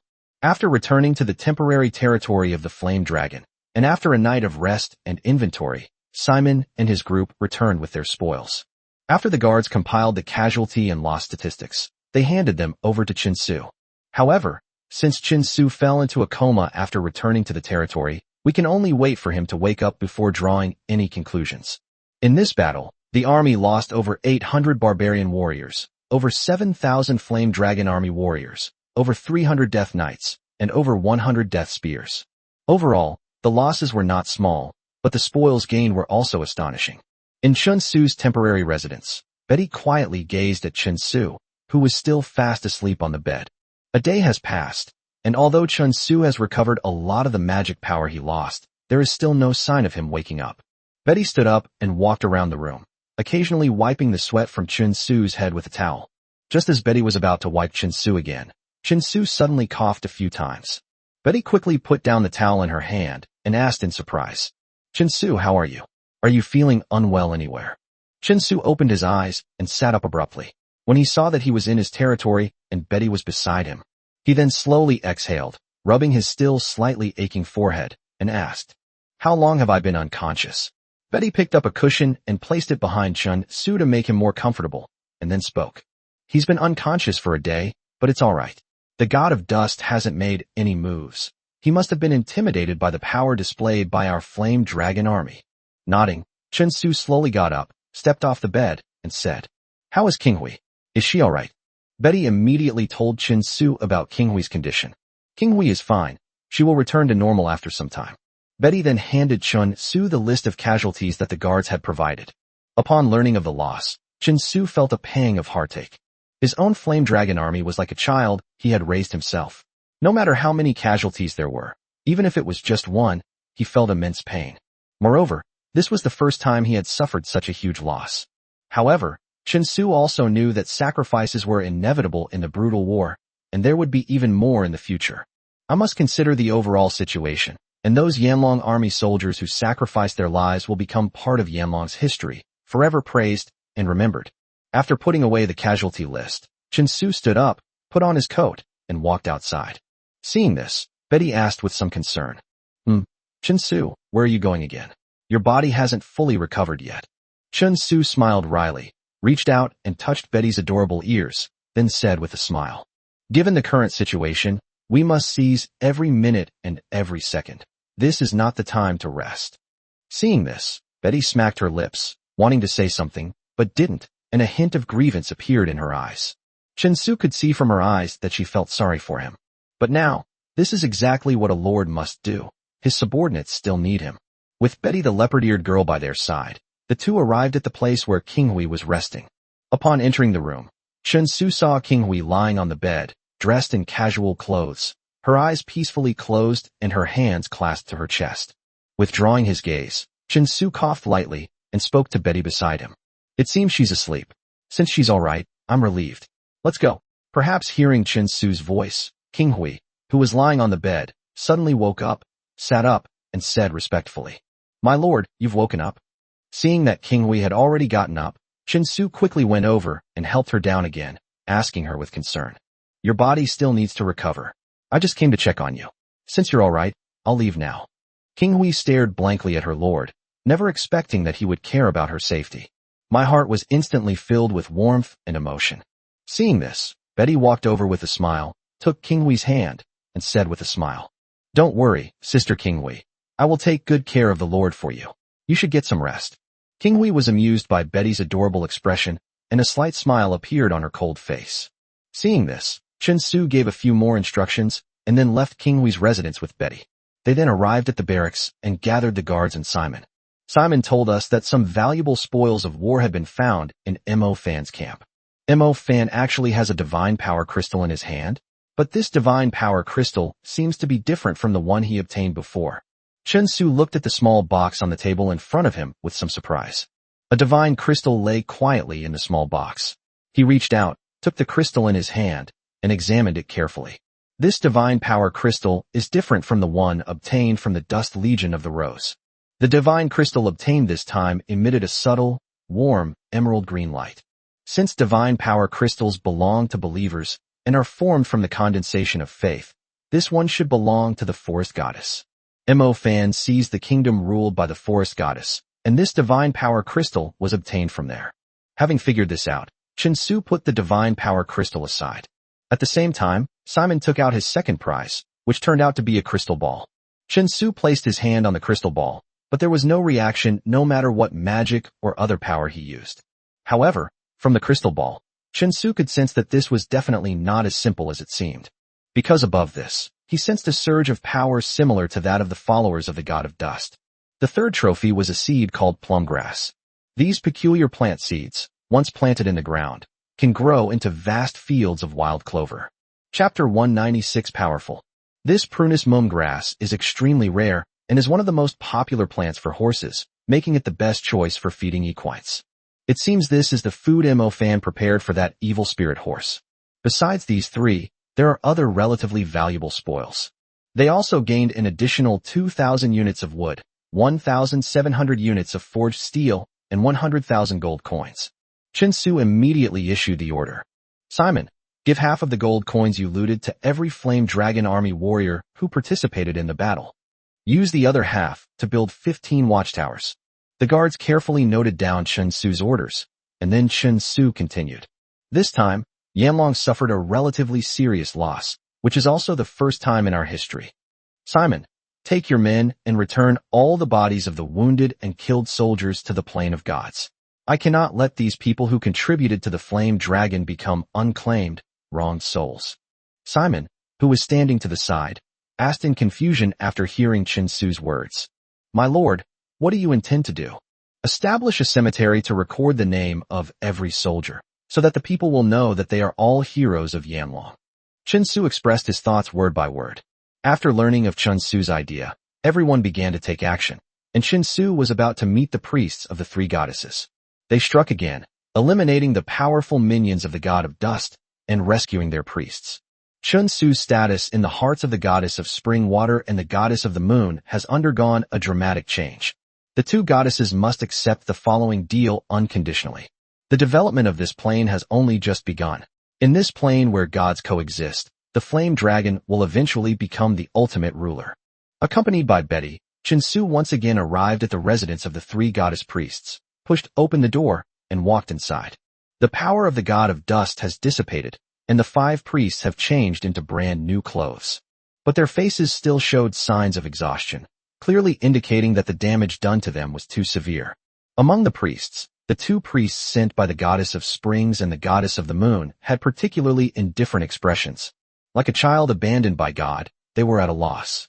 The two priests immediately stood up, lowered their heads, and spoke softly. Lord of the Flame Dragon, the goddess of the spring and the goddess of the moon have something to say to you. A hint of disdain and dissatisfaction flashed in Chen Su's eyes as he spoke in a cold voice. I happen to need to talk to them, so let's get them to show themselves. Upon hearing Chen Su's words, the two priests nodded and placed their hands on their chests. A holy light flowed from the bodies of the two priests. The images of the two goddesses, the spring and the moon, had already appeared before Chen Su's eyes. Valiant Flame Dragon Lord, we, the two goddesses, express our heartfelt apologies to you. The moon goddess no longer possessed the arrogant demeanor she had when she first met Chen Su. Chen Su's lips twitched at this. He leaned against the wall by the door, staring at the goddess in front of him, and said coldly, Sorry? You think an apology can make up for everything? This so-called god, when his believers are harmed, actually chooses to abandon them. The two goddesses offered no rebuttal, explaining why they chose to abandon the priest when he was harmed by the power of the god of dust. That's because in their hearts, the god of dust was simply too powerful at that moment. Chen Su is no match for his opponent. But to their surprise, Chen Su not only succeeded in capturing the camp of the dust god's followers, but also, they were defeated, and this time their opponent was Mo Fan, a trusted confidant of the god of dust. In the perception of the two goddesses, the curse on the priest disappeared. When the power of the god of dust also disappeared from the once conquered territory, the two goddesses already knew that Chen Su had truly defeated the power of the god of dust. This completely shattered the dignity of the two goddesses, but it also made them even more certain. No matter the cost, it is essential to maintain a good relationship with Chensu. Only in this way can the three goddesses' alliance truly defeat the incomparably powerful god of dust. We will try to make amends for the mistakes made by the priests, but we also have our own difficulties. Beside her, the goddess of the spring, who had been silent until now, bit her lip and spoke softly. It seemed that he was very worried about Chensu, and therefore abandoned them. Hey, your reasons? What I hate most are people who only talk about giving up. Oh no, you are gods. Chensu raised his eyebrows slightly and walked step by step toward the priest beneath the two goddess phantoms. When he arrived before the two priests, Chensu reached out and gently touched their foreheads before continuing. I retract my previous agreement with you. The alliance ends here. Chensu's voice, word by word, reached the ears of the two goddesses in front of him. Instantly, the expressions of the two goddesses froze. The moon goddess frowned and said with a look of panic, "What did you say? How could you do this? Breaking your promise to God is punishable." Punishment? Did you impose it on me? Are you threatening me? Chensu's gaze grew colder and colder. He disliked being threatened the most, not even by a god. Very well, Lord of the Flame Dragon, we apologize to you again. Whatever conditions you desire, we can fulfill them, as long as you do not abandon the oath of our previous alliance. The goddess of the spring sincerely apologized, even though this was a feeling they had never experienced before. Conditions? Can any condition be met for me? A bright smile appeared on Chensu's face. Had been wandering over the goddess and priestess were lowered, and the priestess crossed her arms in front of her chest as she questioned them. The goddess of the spring and the goddess of the moon exchanged a glance and nodded firmly. Chensu said with a smile again, "The conditions you previously agreed to are now in effect. All troops must obey my unconditional orders." The two goddesses quickly nodded in agreement, not daring to be negligent in the slightest, for fear of angering Chensu again and causing the alliance oath to collapse. Chensu walked a few steps in the room, then continued speaking. "The enemy I defeated this time is named Mo Fan. My men told me that the territory he occupied was once one of the three goddesses. I am now transferring all my troops to the kingdom ruled by the forest goddess, and you two goddesses must also appear there." Upon hearing Chensu's proposed conditions, the moon goddess once again looked puzzled and frowned as she questioned him. "Appear? How is that possible?" However, Chensu remained unmoved and repeated himself, this time with even greater force. "Impossible, but it must become possible. I must be there, to see you." Chapter 197 Return to Yanlong. The two goddesses seemed quite troubled, since throughout history, gods have always communicated with humans through priests. Chensu's demands were beyond what they could do. The goddess of the spring looked at the goddess of the moon beside her, unsure how to grant Chensu's request. The moon goddess lowered her head and said softly, "All right, we agree to your request. If humanity wants to see the true form of God, an altar must be built. This altar can connect to the realm of the gods, so that we can appear before you through the altar." Chensu stroked his chin, made a mental note of it, and then waved his hand and said, "All right, I understand. You guys step aside for now. I'll tell you my next request when we meet." Arrogant humans who do not respect God. These are the evaluations given to Chensu by two goddesses, but they can do nothing about it, and can only obediently accept Chensu's requests. The figures of the two goddesses slowly disappeared from the room, leaving two priests kneeling weakly on the ground, panting. Chensu gave instructions to Betty beside him.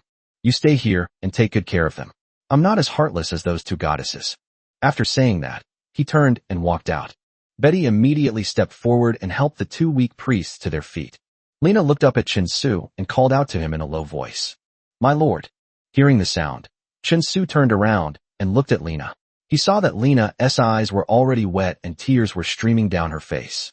"Thank you so much. If it weren't for you, we might all be dead by now." Chensu did not answer, turned around, and continued walking outside. He simply granted these priestesses the right to control their own lives. It's time for them, who have been manipulated by the gods, to wake up.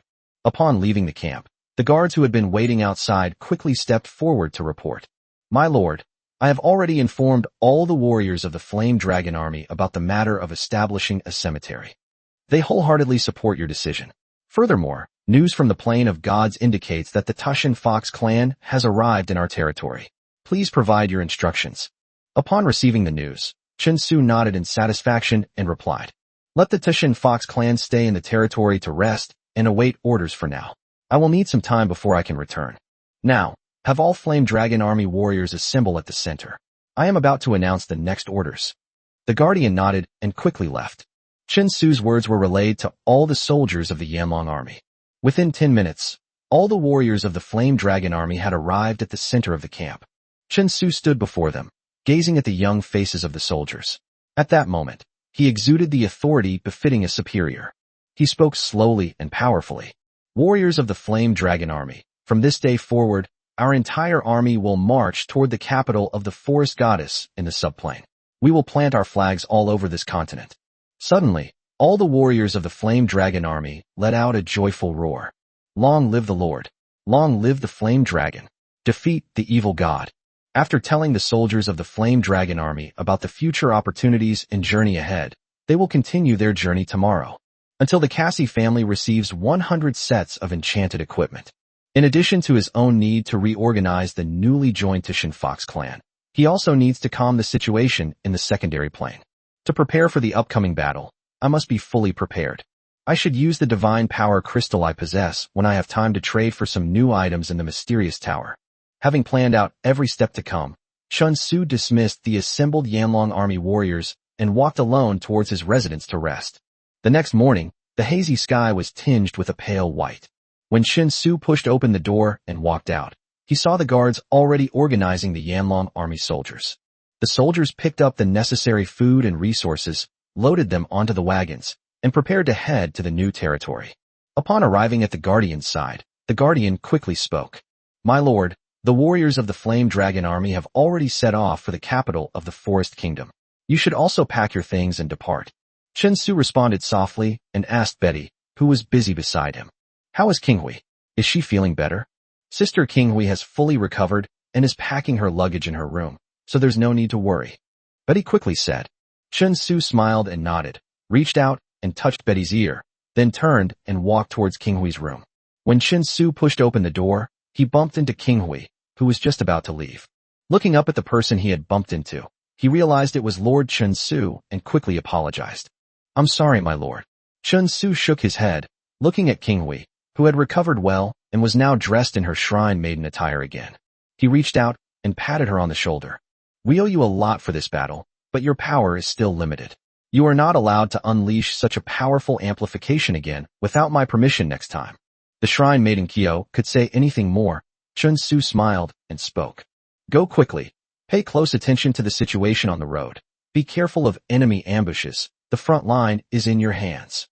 Qinghui nodded and walked quickly towards the army ahead. Chen Su also returned to his residence and began packing his belongings.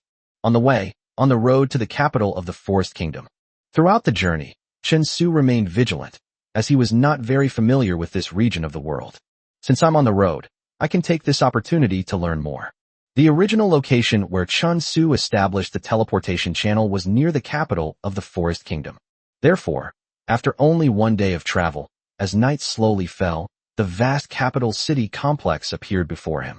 Not only were the soldiers of the Flame Dragon army filled with excitement, but Chen Su also found it hard to believe that this huge forest capital was now Flame Dragon's territory.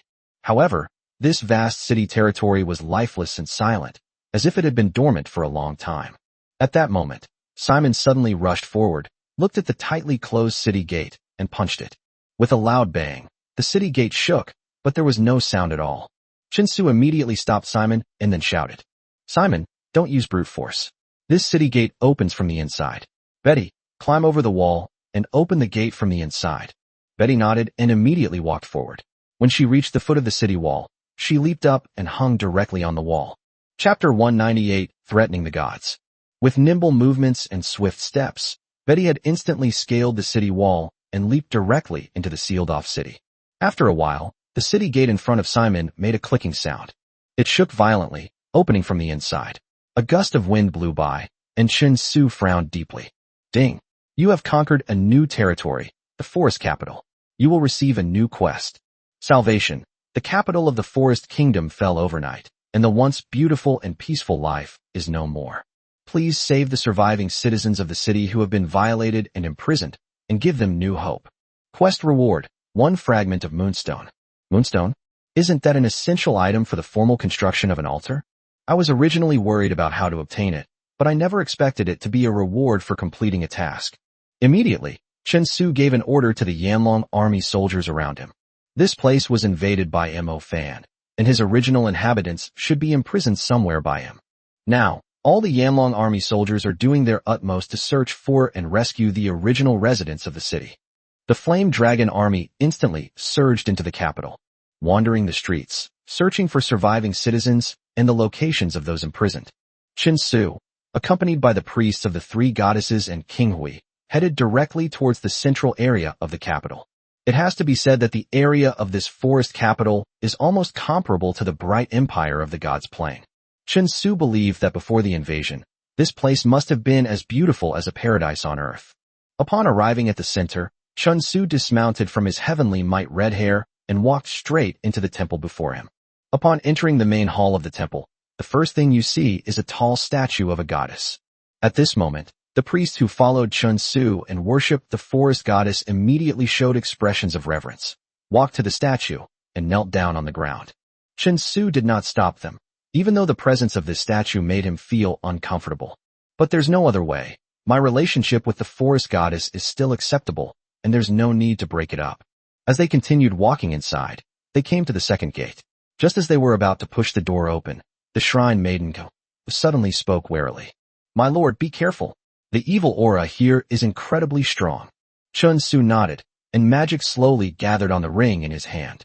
"If any unexpected situation arises, I will be able to react immediately."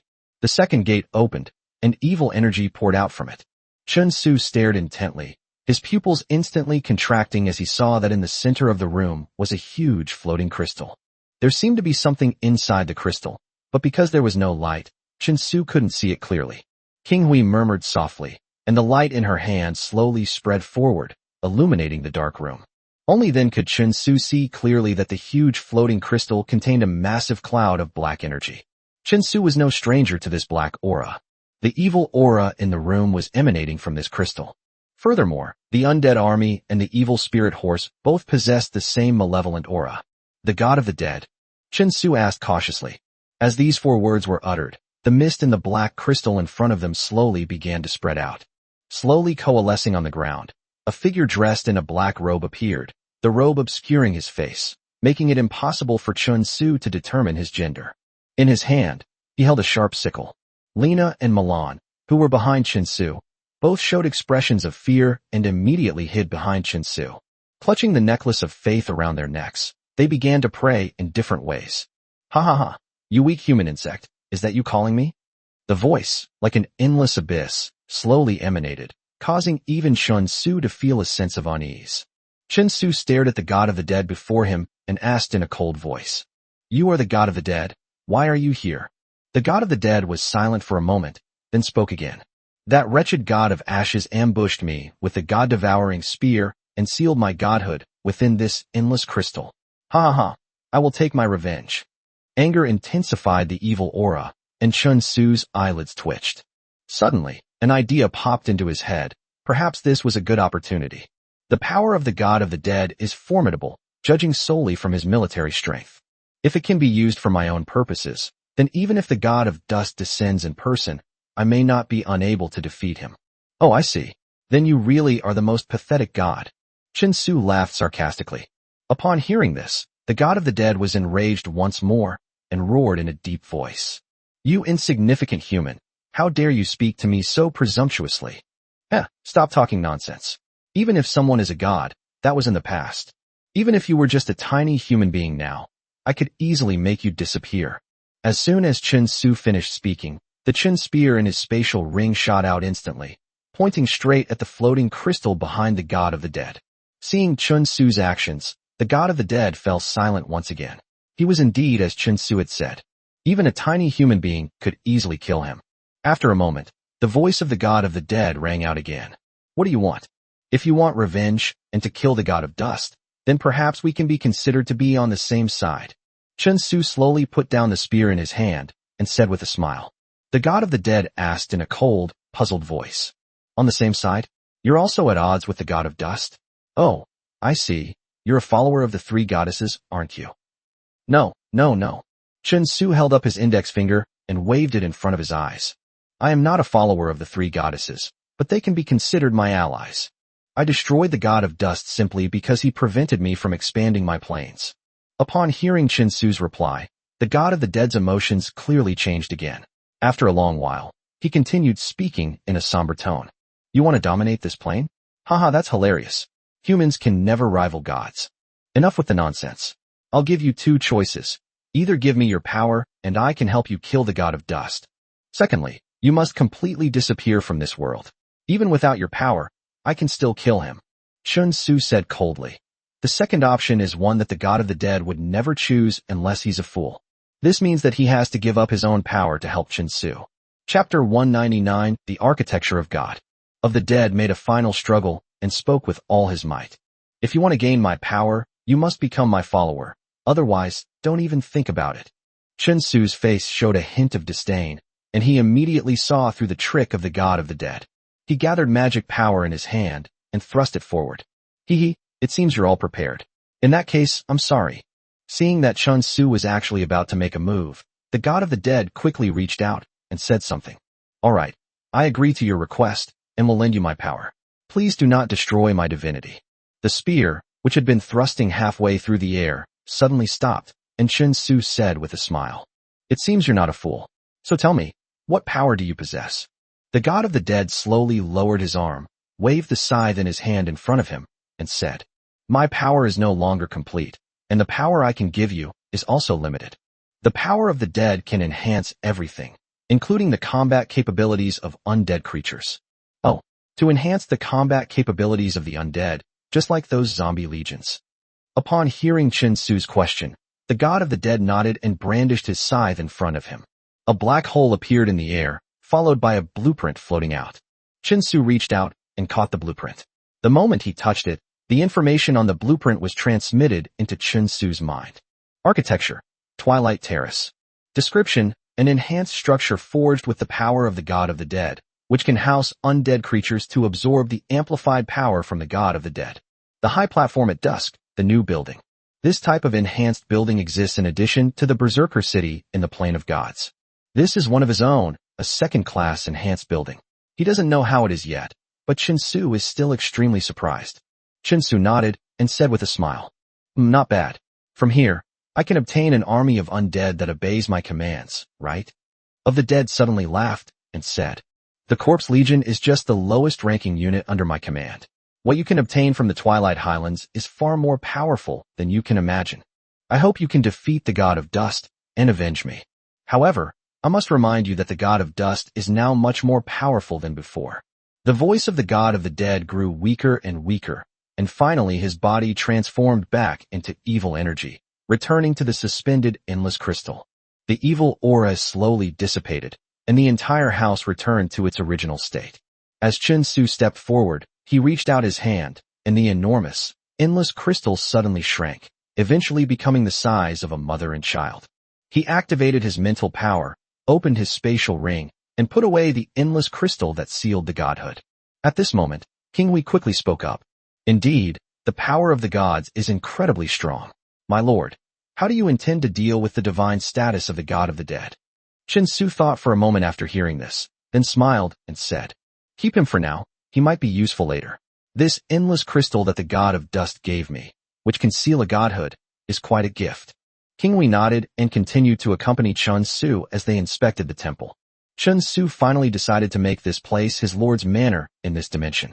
After all the luggage and supplies had been sorted and arranged, Chen Su summoned the guardians who were searching for the imprisoned citizens. The guards arrived at Chen Su's residence and immediately reported, My lord, we have found the imprisoned subjects. Some of them have died from their injuries and illnesses. One of them seems to be the king of this country. However, the princess of this country is still alive. Shall I bring her to see you?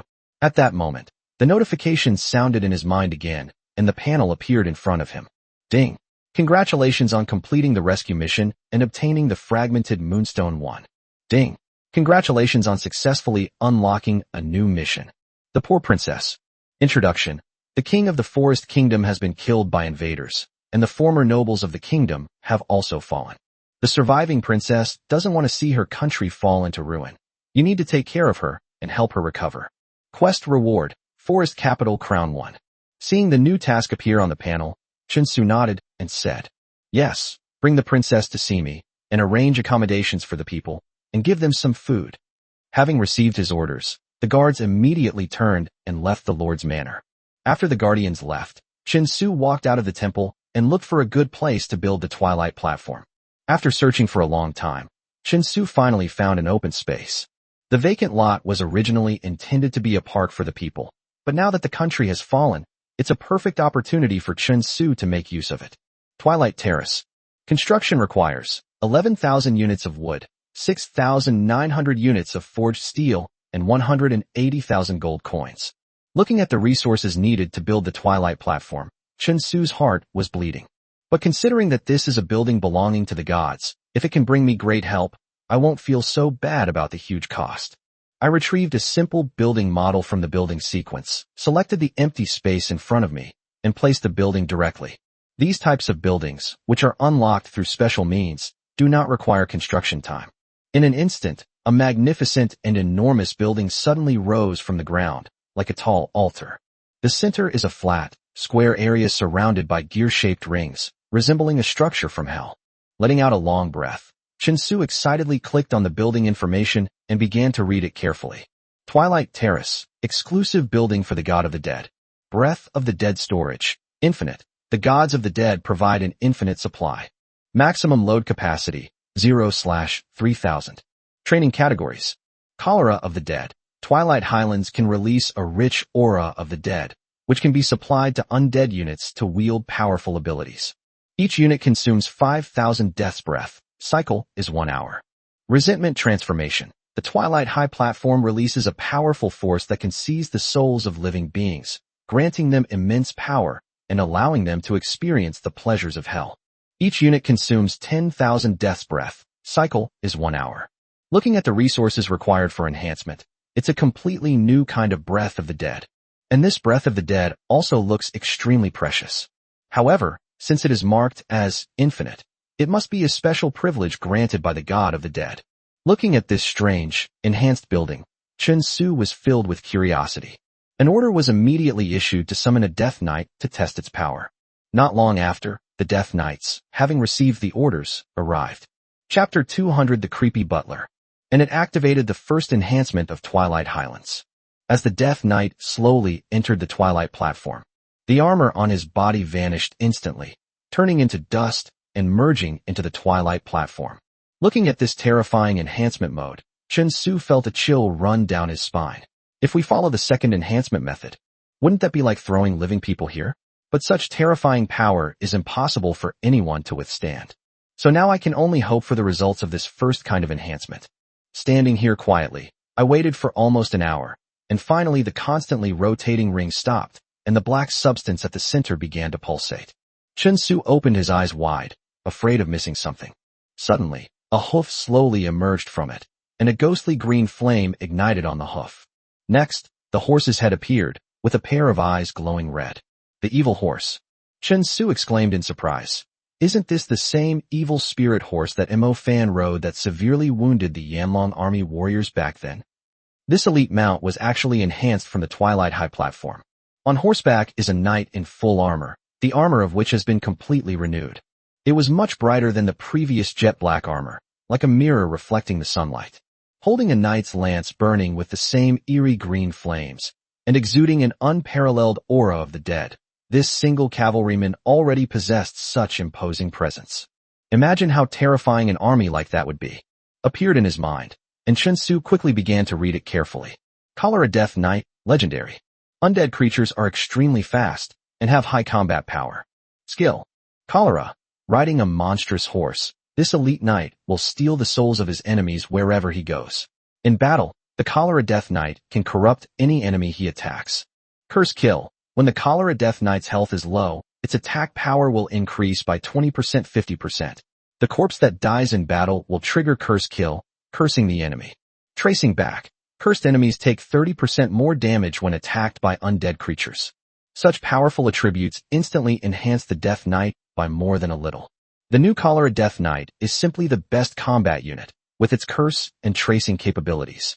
It can instantly increase the attack power of a single enemy several times over. For such an army, destroying a country would be as easy as blinking an eye. Chen Su was no longer interested in the second idea and dismissed it, summoning all the Death Knights. One by one, they were placed into the Twilight High platform to be strengthened, and soon, a Cholera Death Knight team would be born. After arranging the enhancement of the Death Knight, Chen Su also added his own Ghoul and Death Spear to the enhancement training. We eagerly anticipate what powerful effects will occur. Time flew by, and only one unit could be trained at a time, with the goal of completing the enhancement for all. That will take more than 20 days to complete. Back in his lord's manor, Chen Su reopened a teleportation portal. The original teleportation channel had already been destroyed by Chen Su before he left. Meanwhile, in the realm of the gods, at the mansion of the Ruby Grand Duke. Suddenly, the main door opened in the hall, and the butler rushed in. The Ruby Duke's pleasant mood was suddenly interrupted, and he was naturally extremely dissatisfied. He glared angrily at the butler in front of him and said, "How many times have I told you to knock before coming in? Do you think I'm joking?" Upon hearing this, the butler trembled and immediately lowered his head to apologize. "Your subordinate would not dare to disturb your highness's rest, for I have urgent business to report to you." The Ruby Grand Duke took a deep breath, turned around, and sat down on the black gold sofa next to him. He picked up the wine glass in front of him, brought it to his lips, drank it down in one gulp, and casually asked a question. "Speak. What's the matter that's so urgent?" The steward in front of the Ruby Grand Duke immediately informed him of the news. "Reporting to your majesty, our spies have brought back news once again, after the god of Sandstorm destroyed the dimensional portal.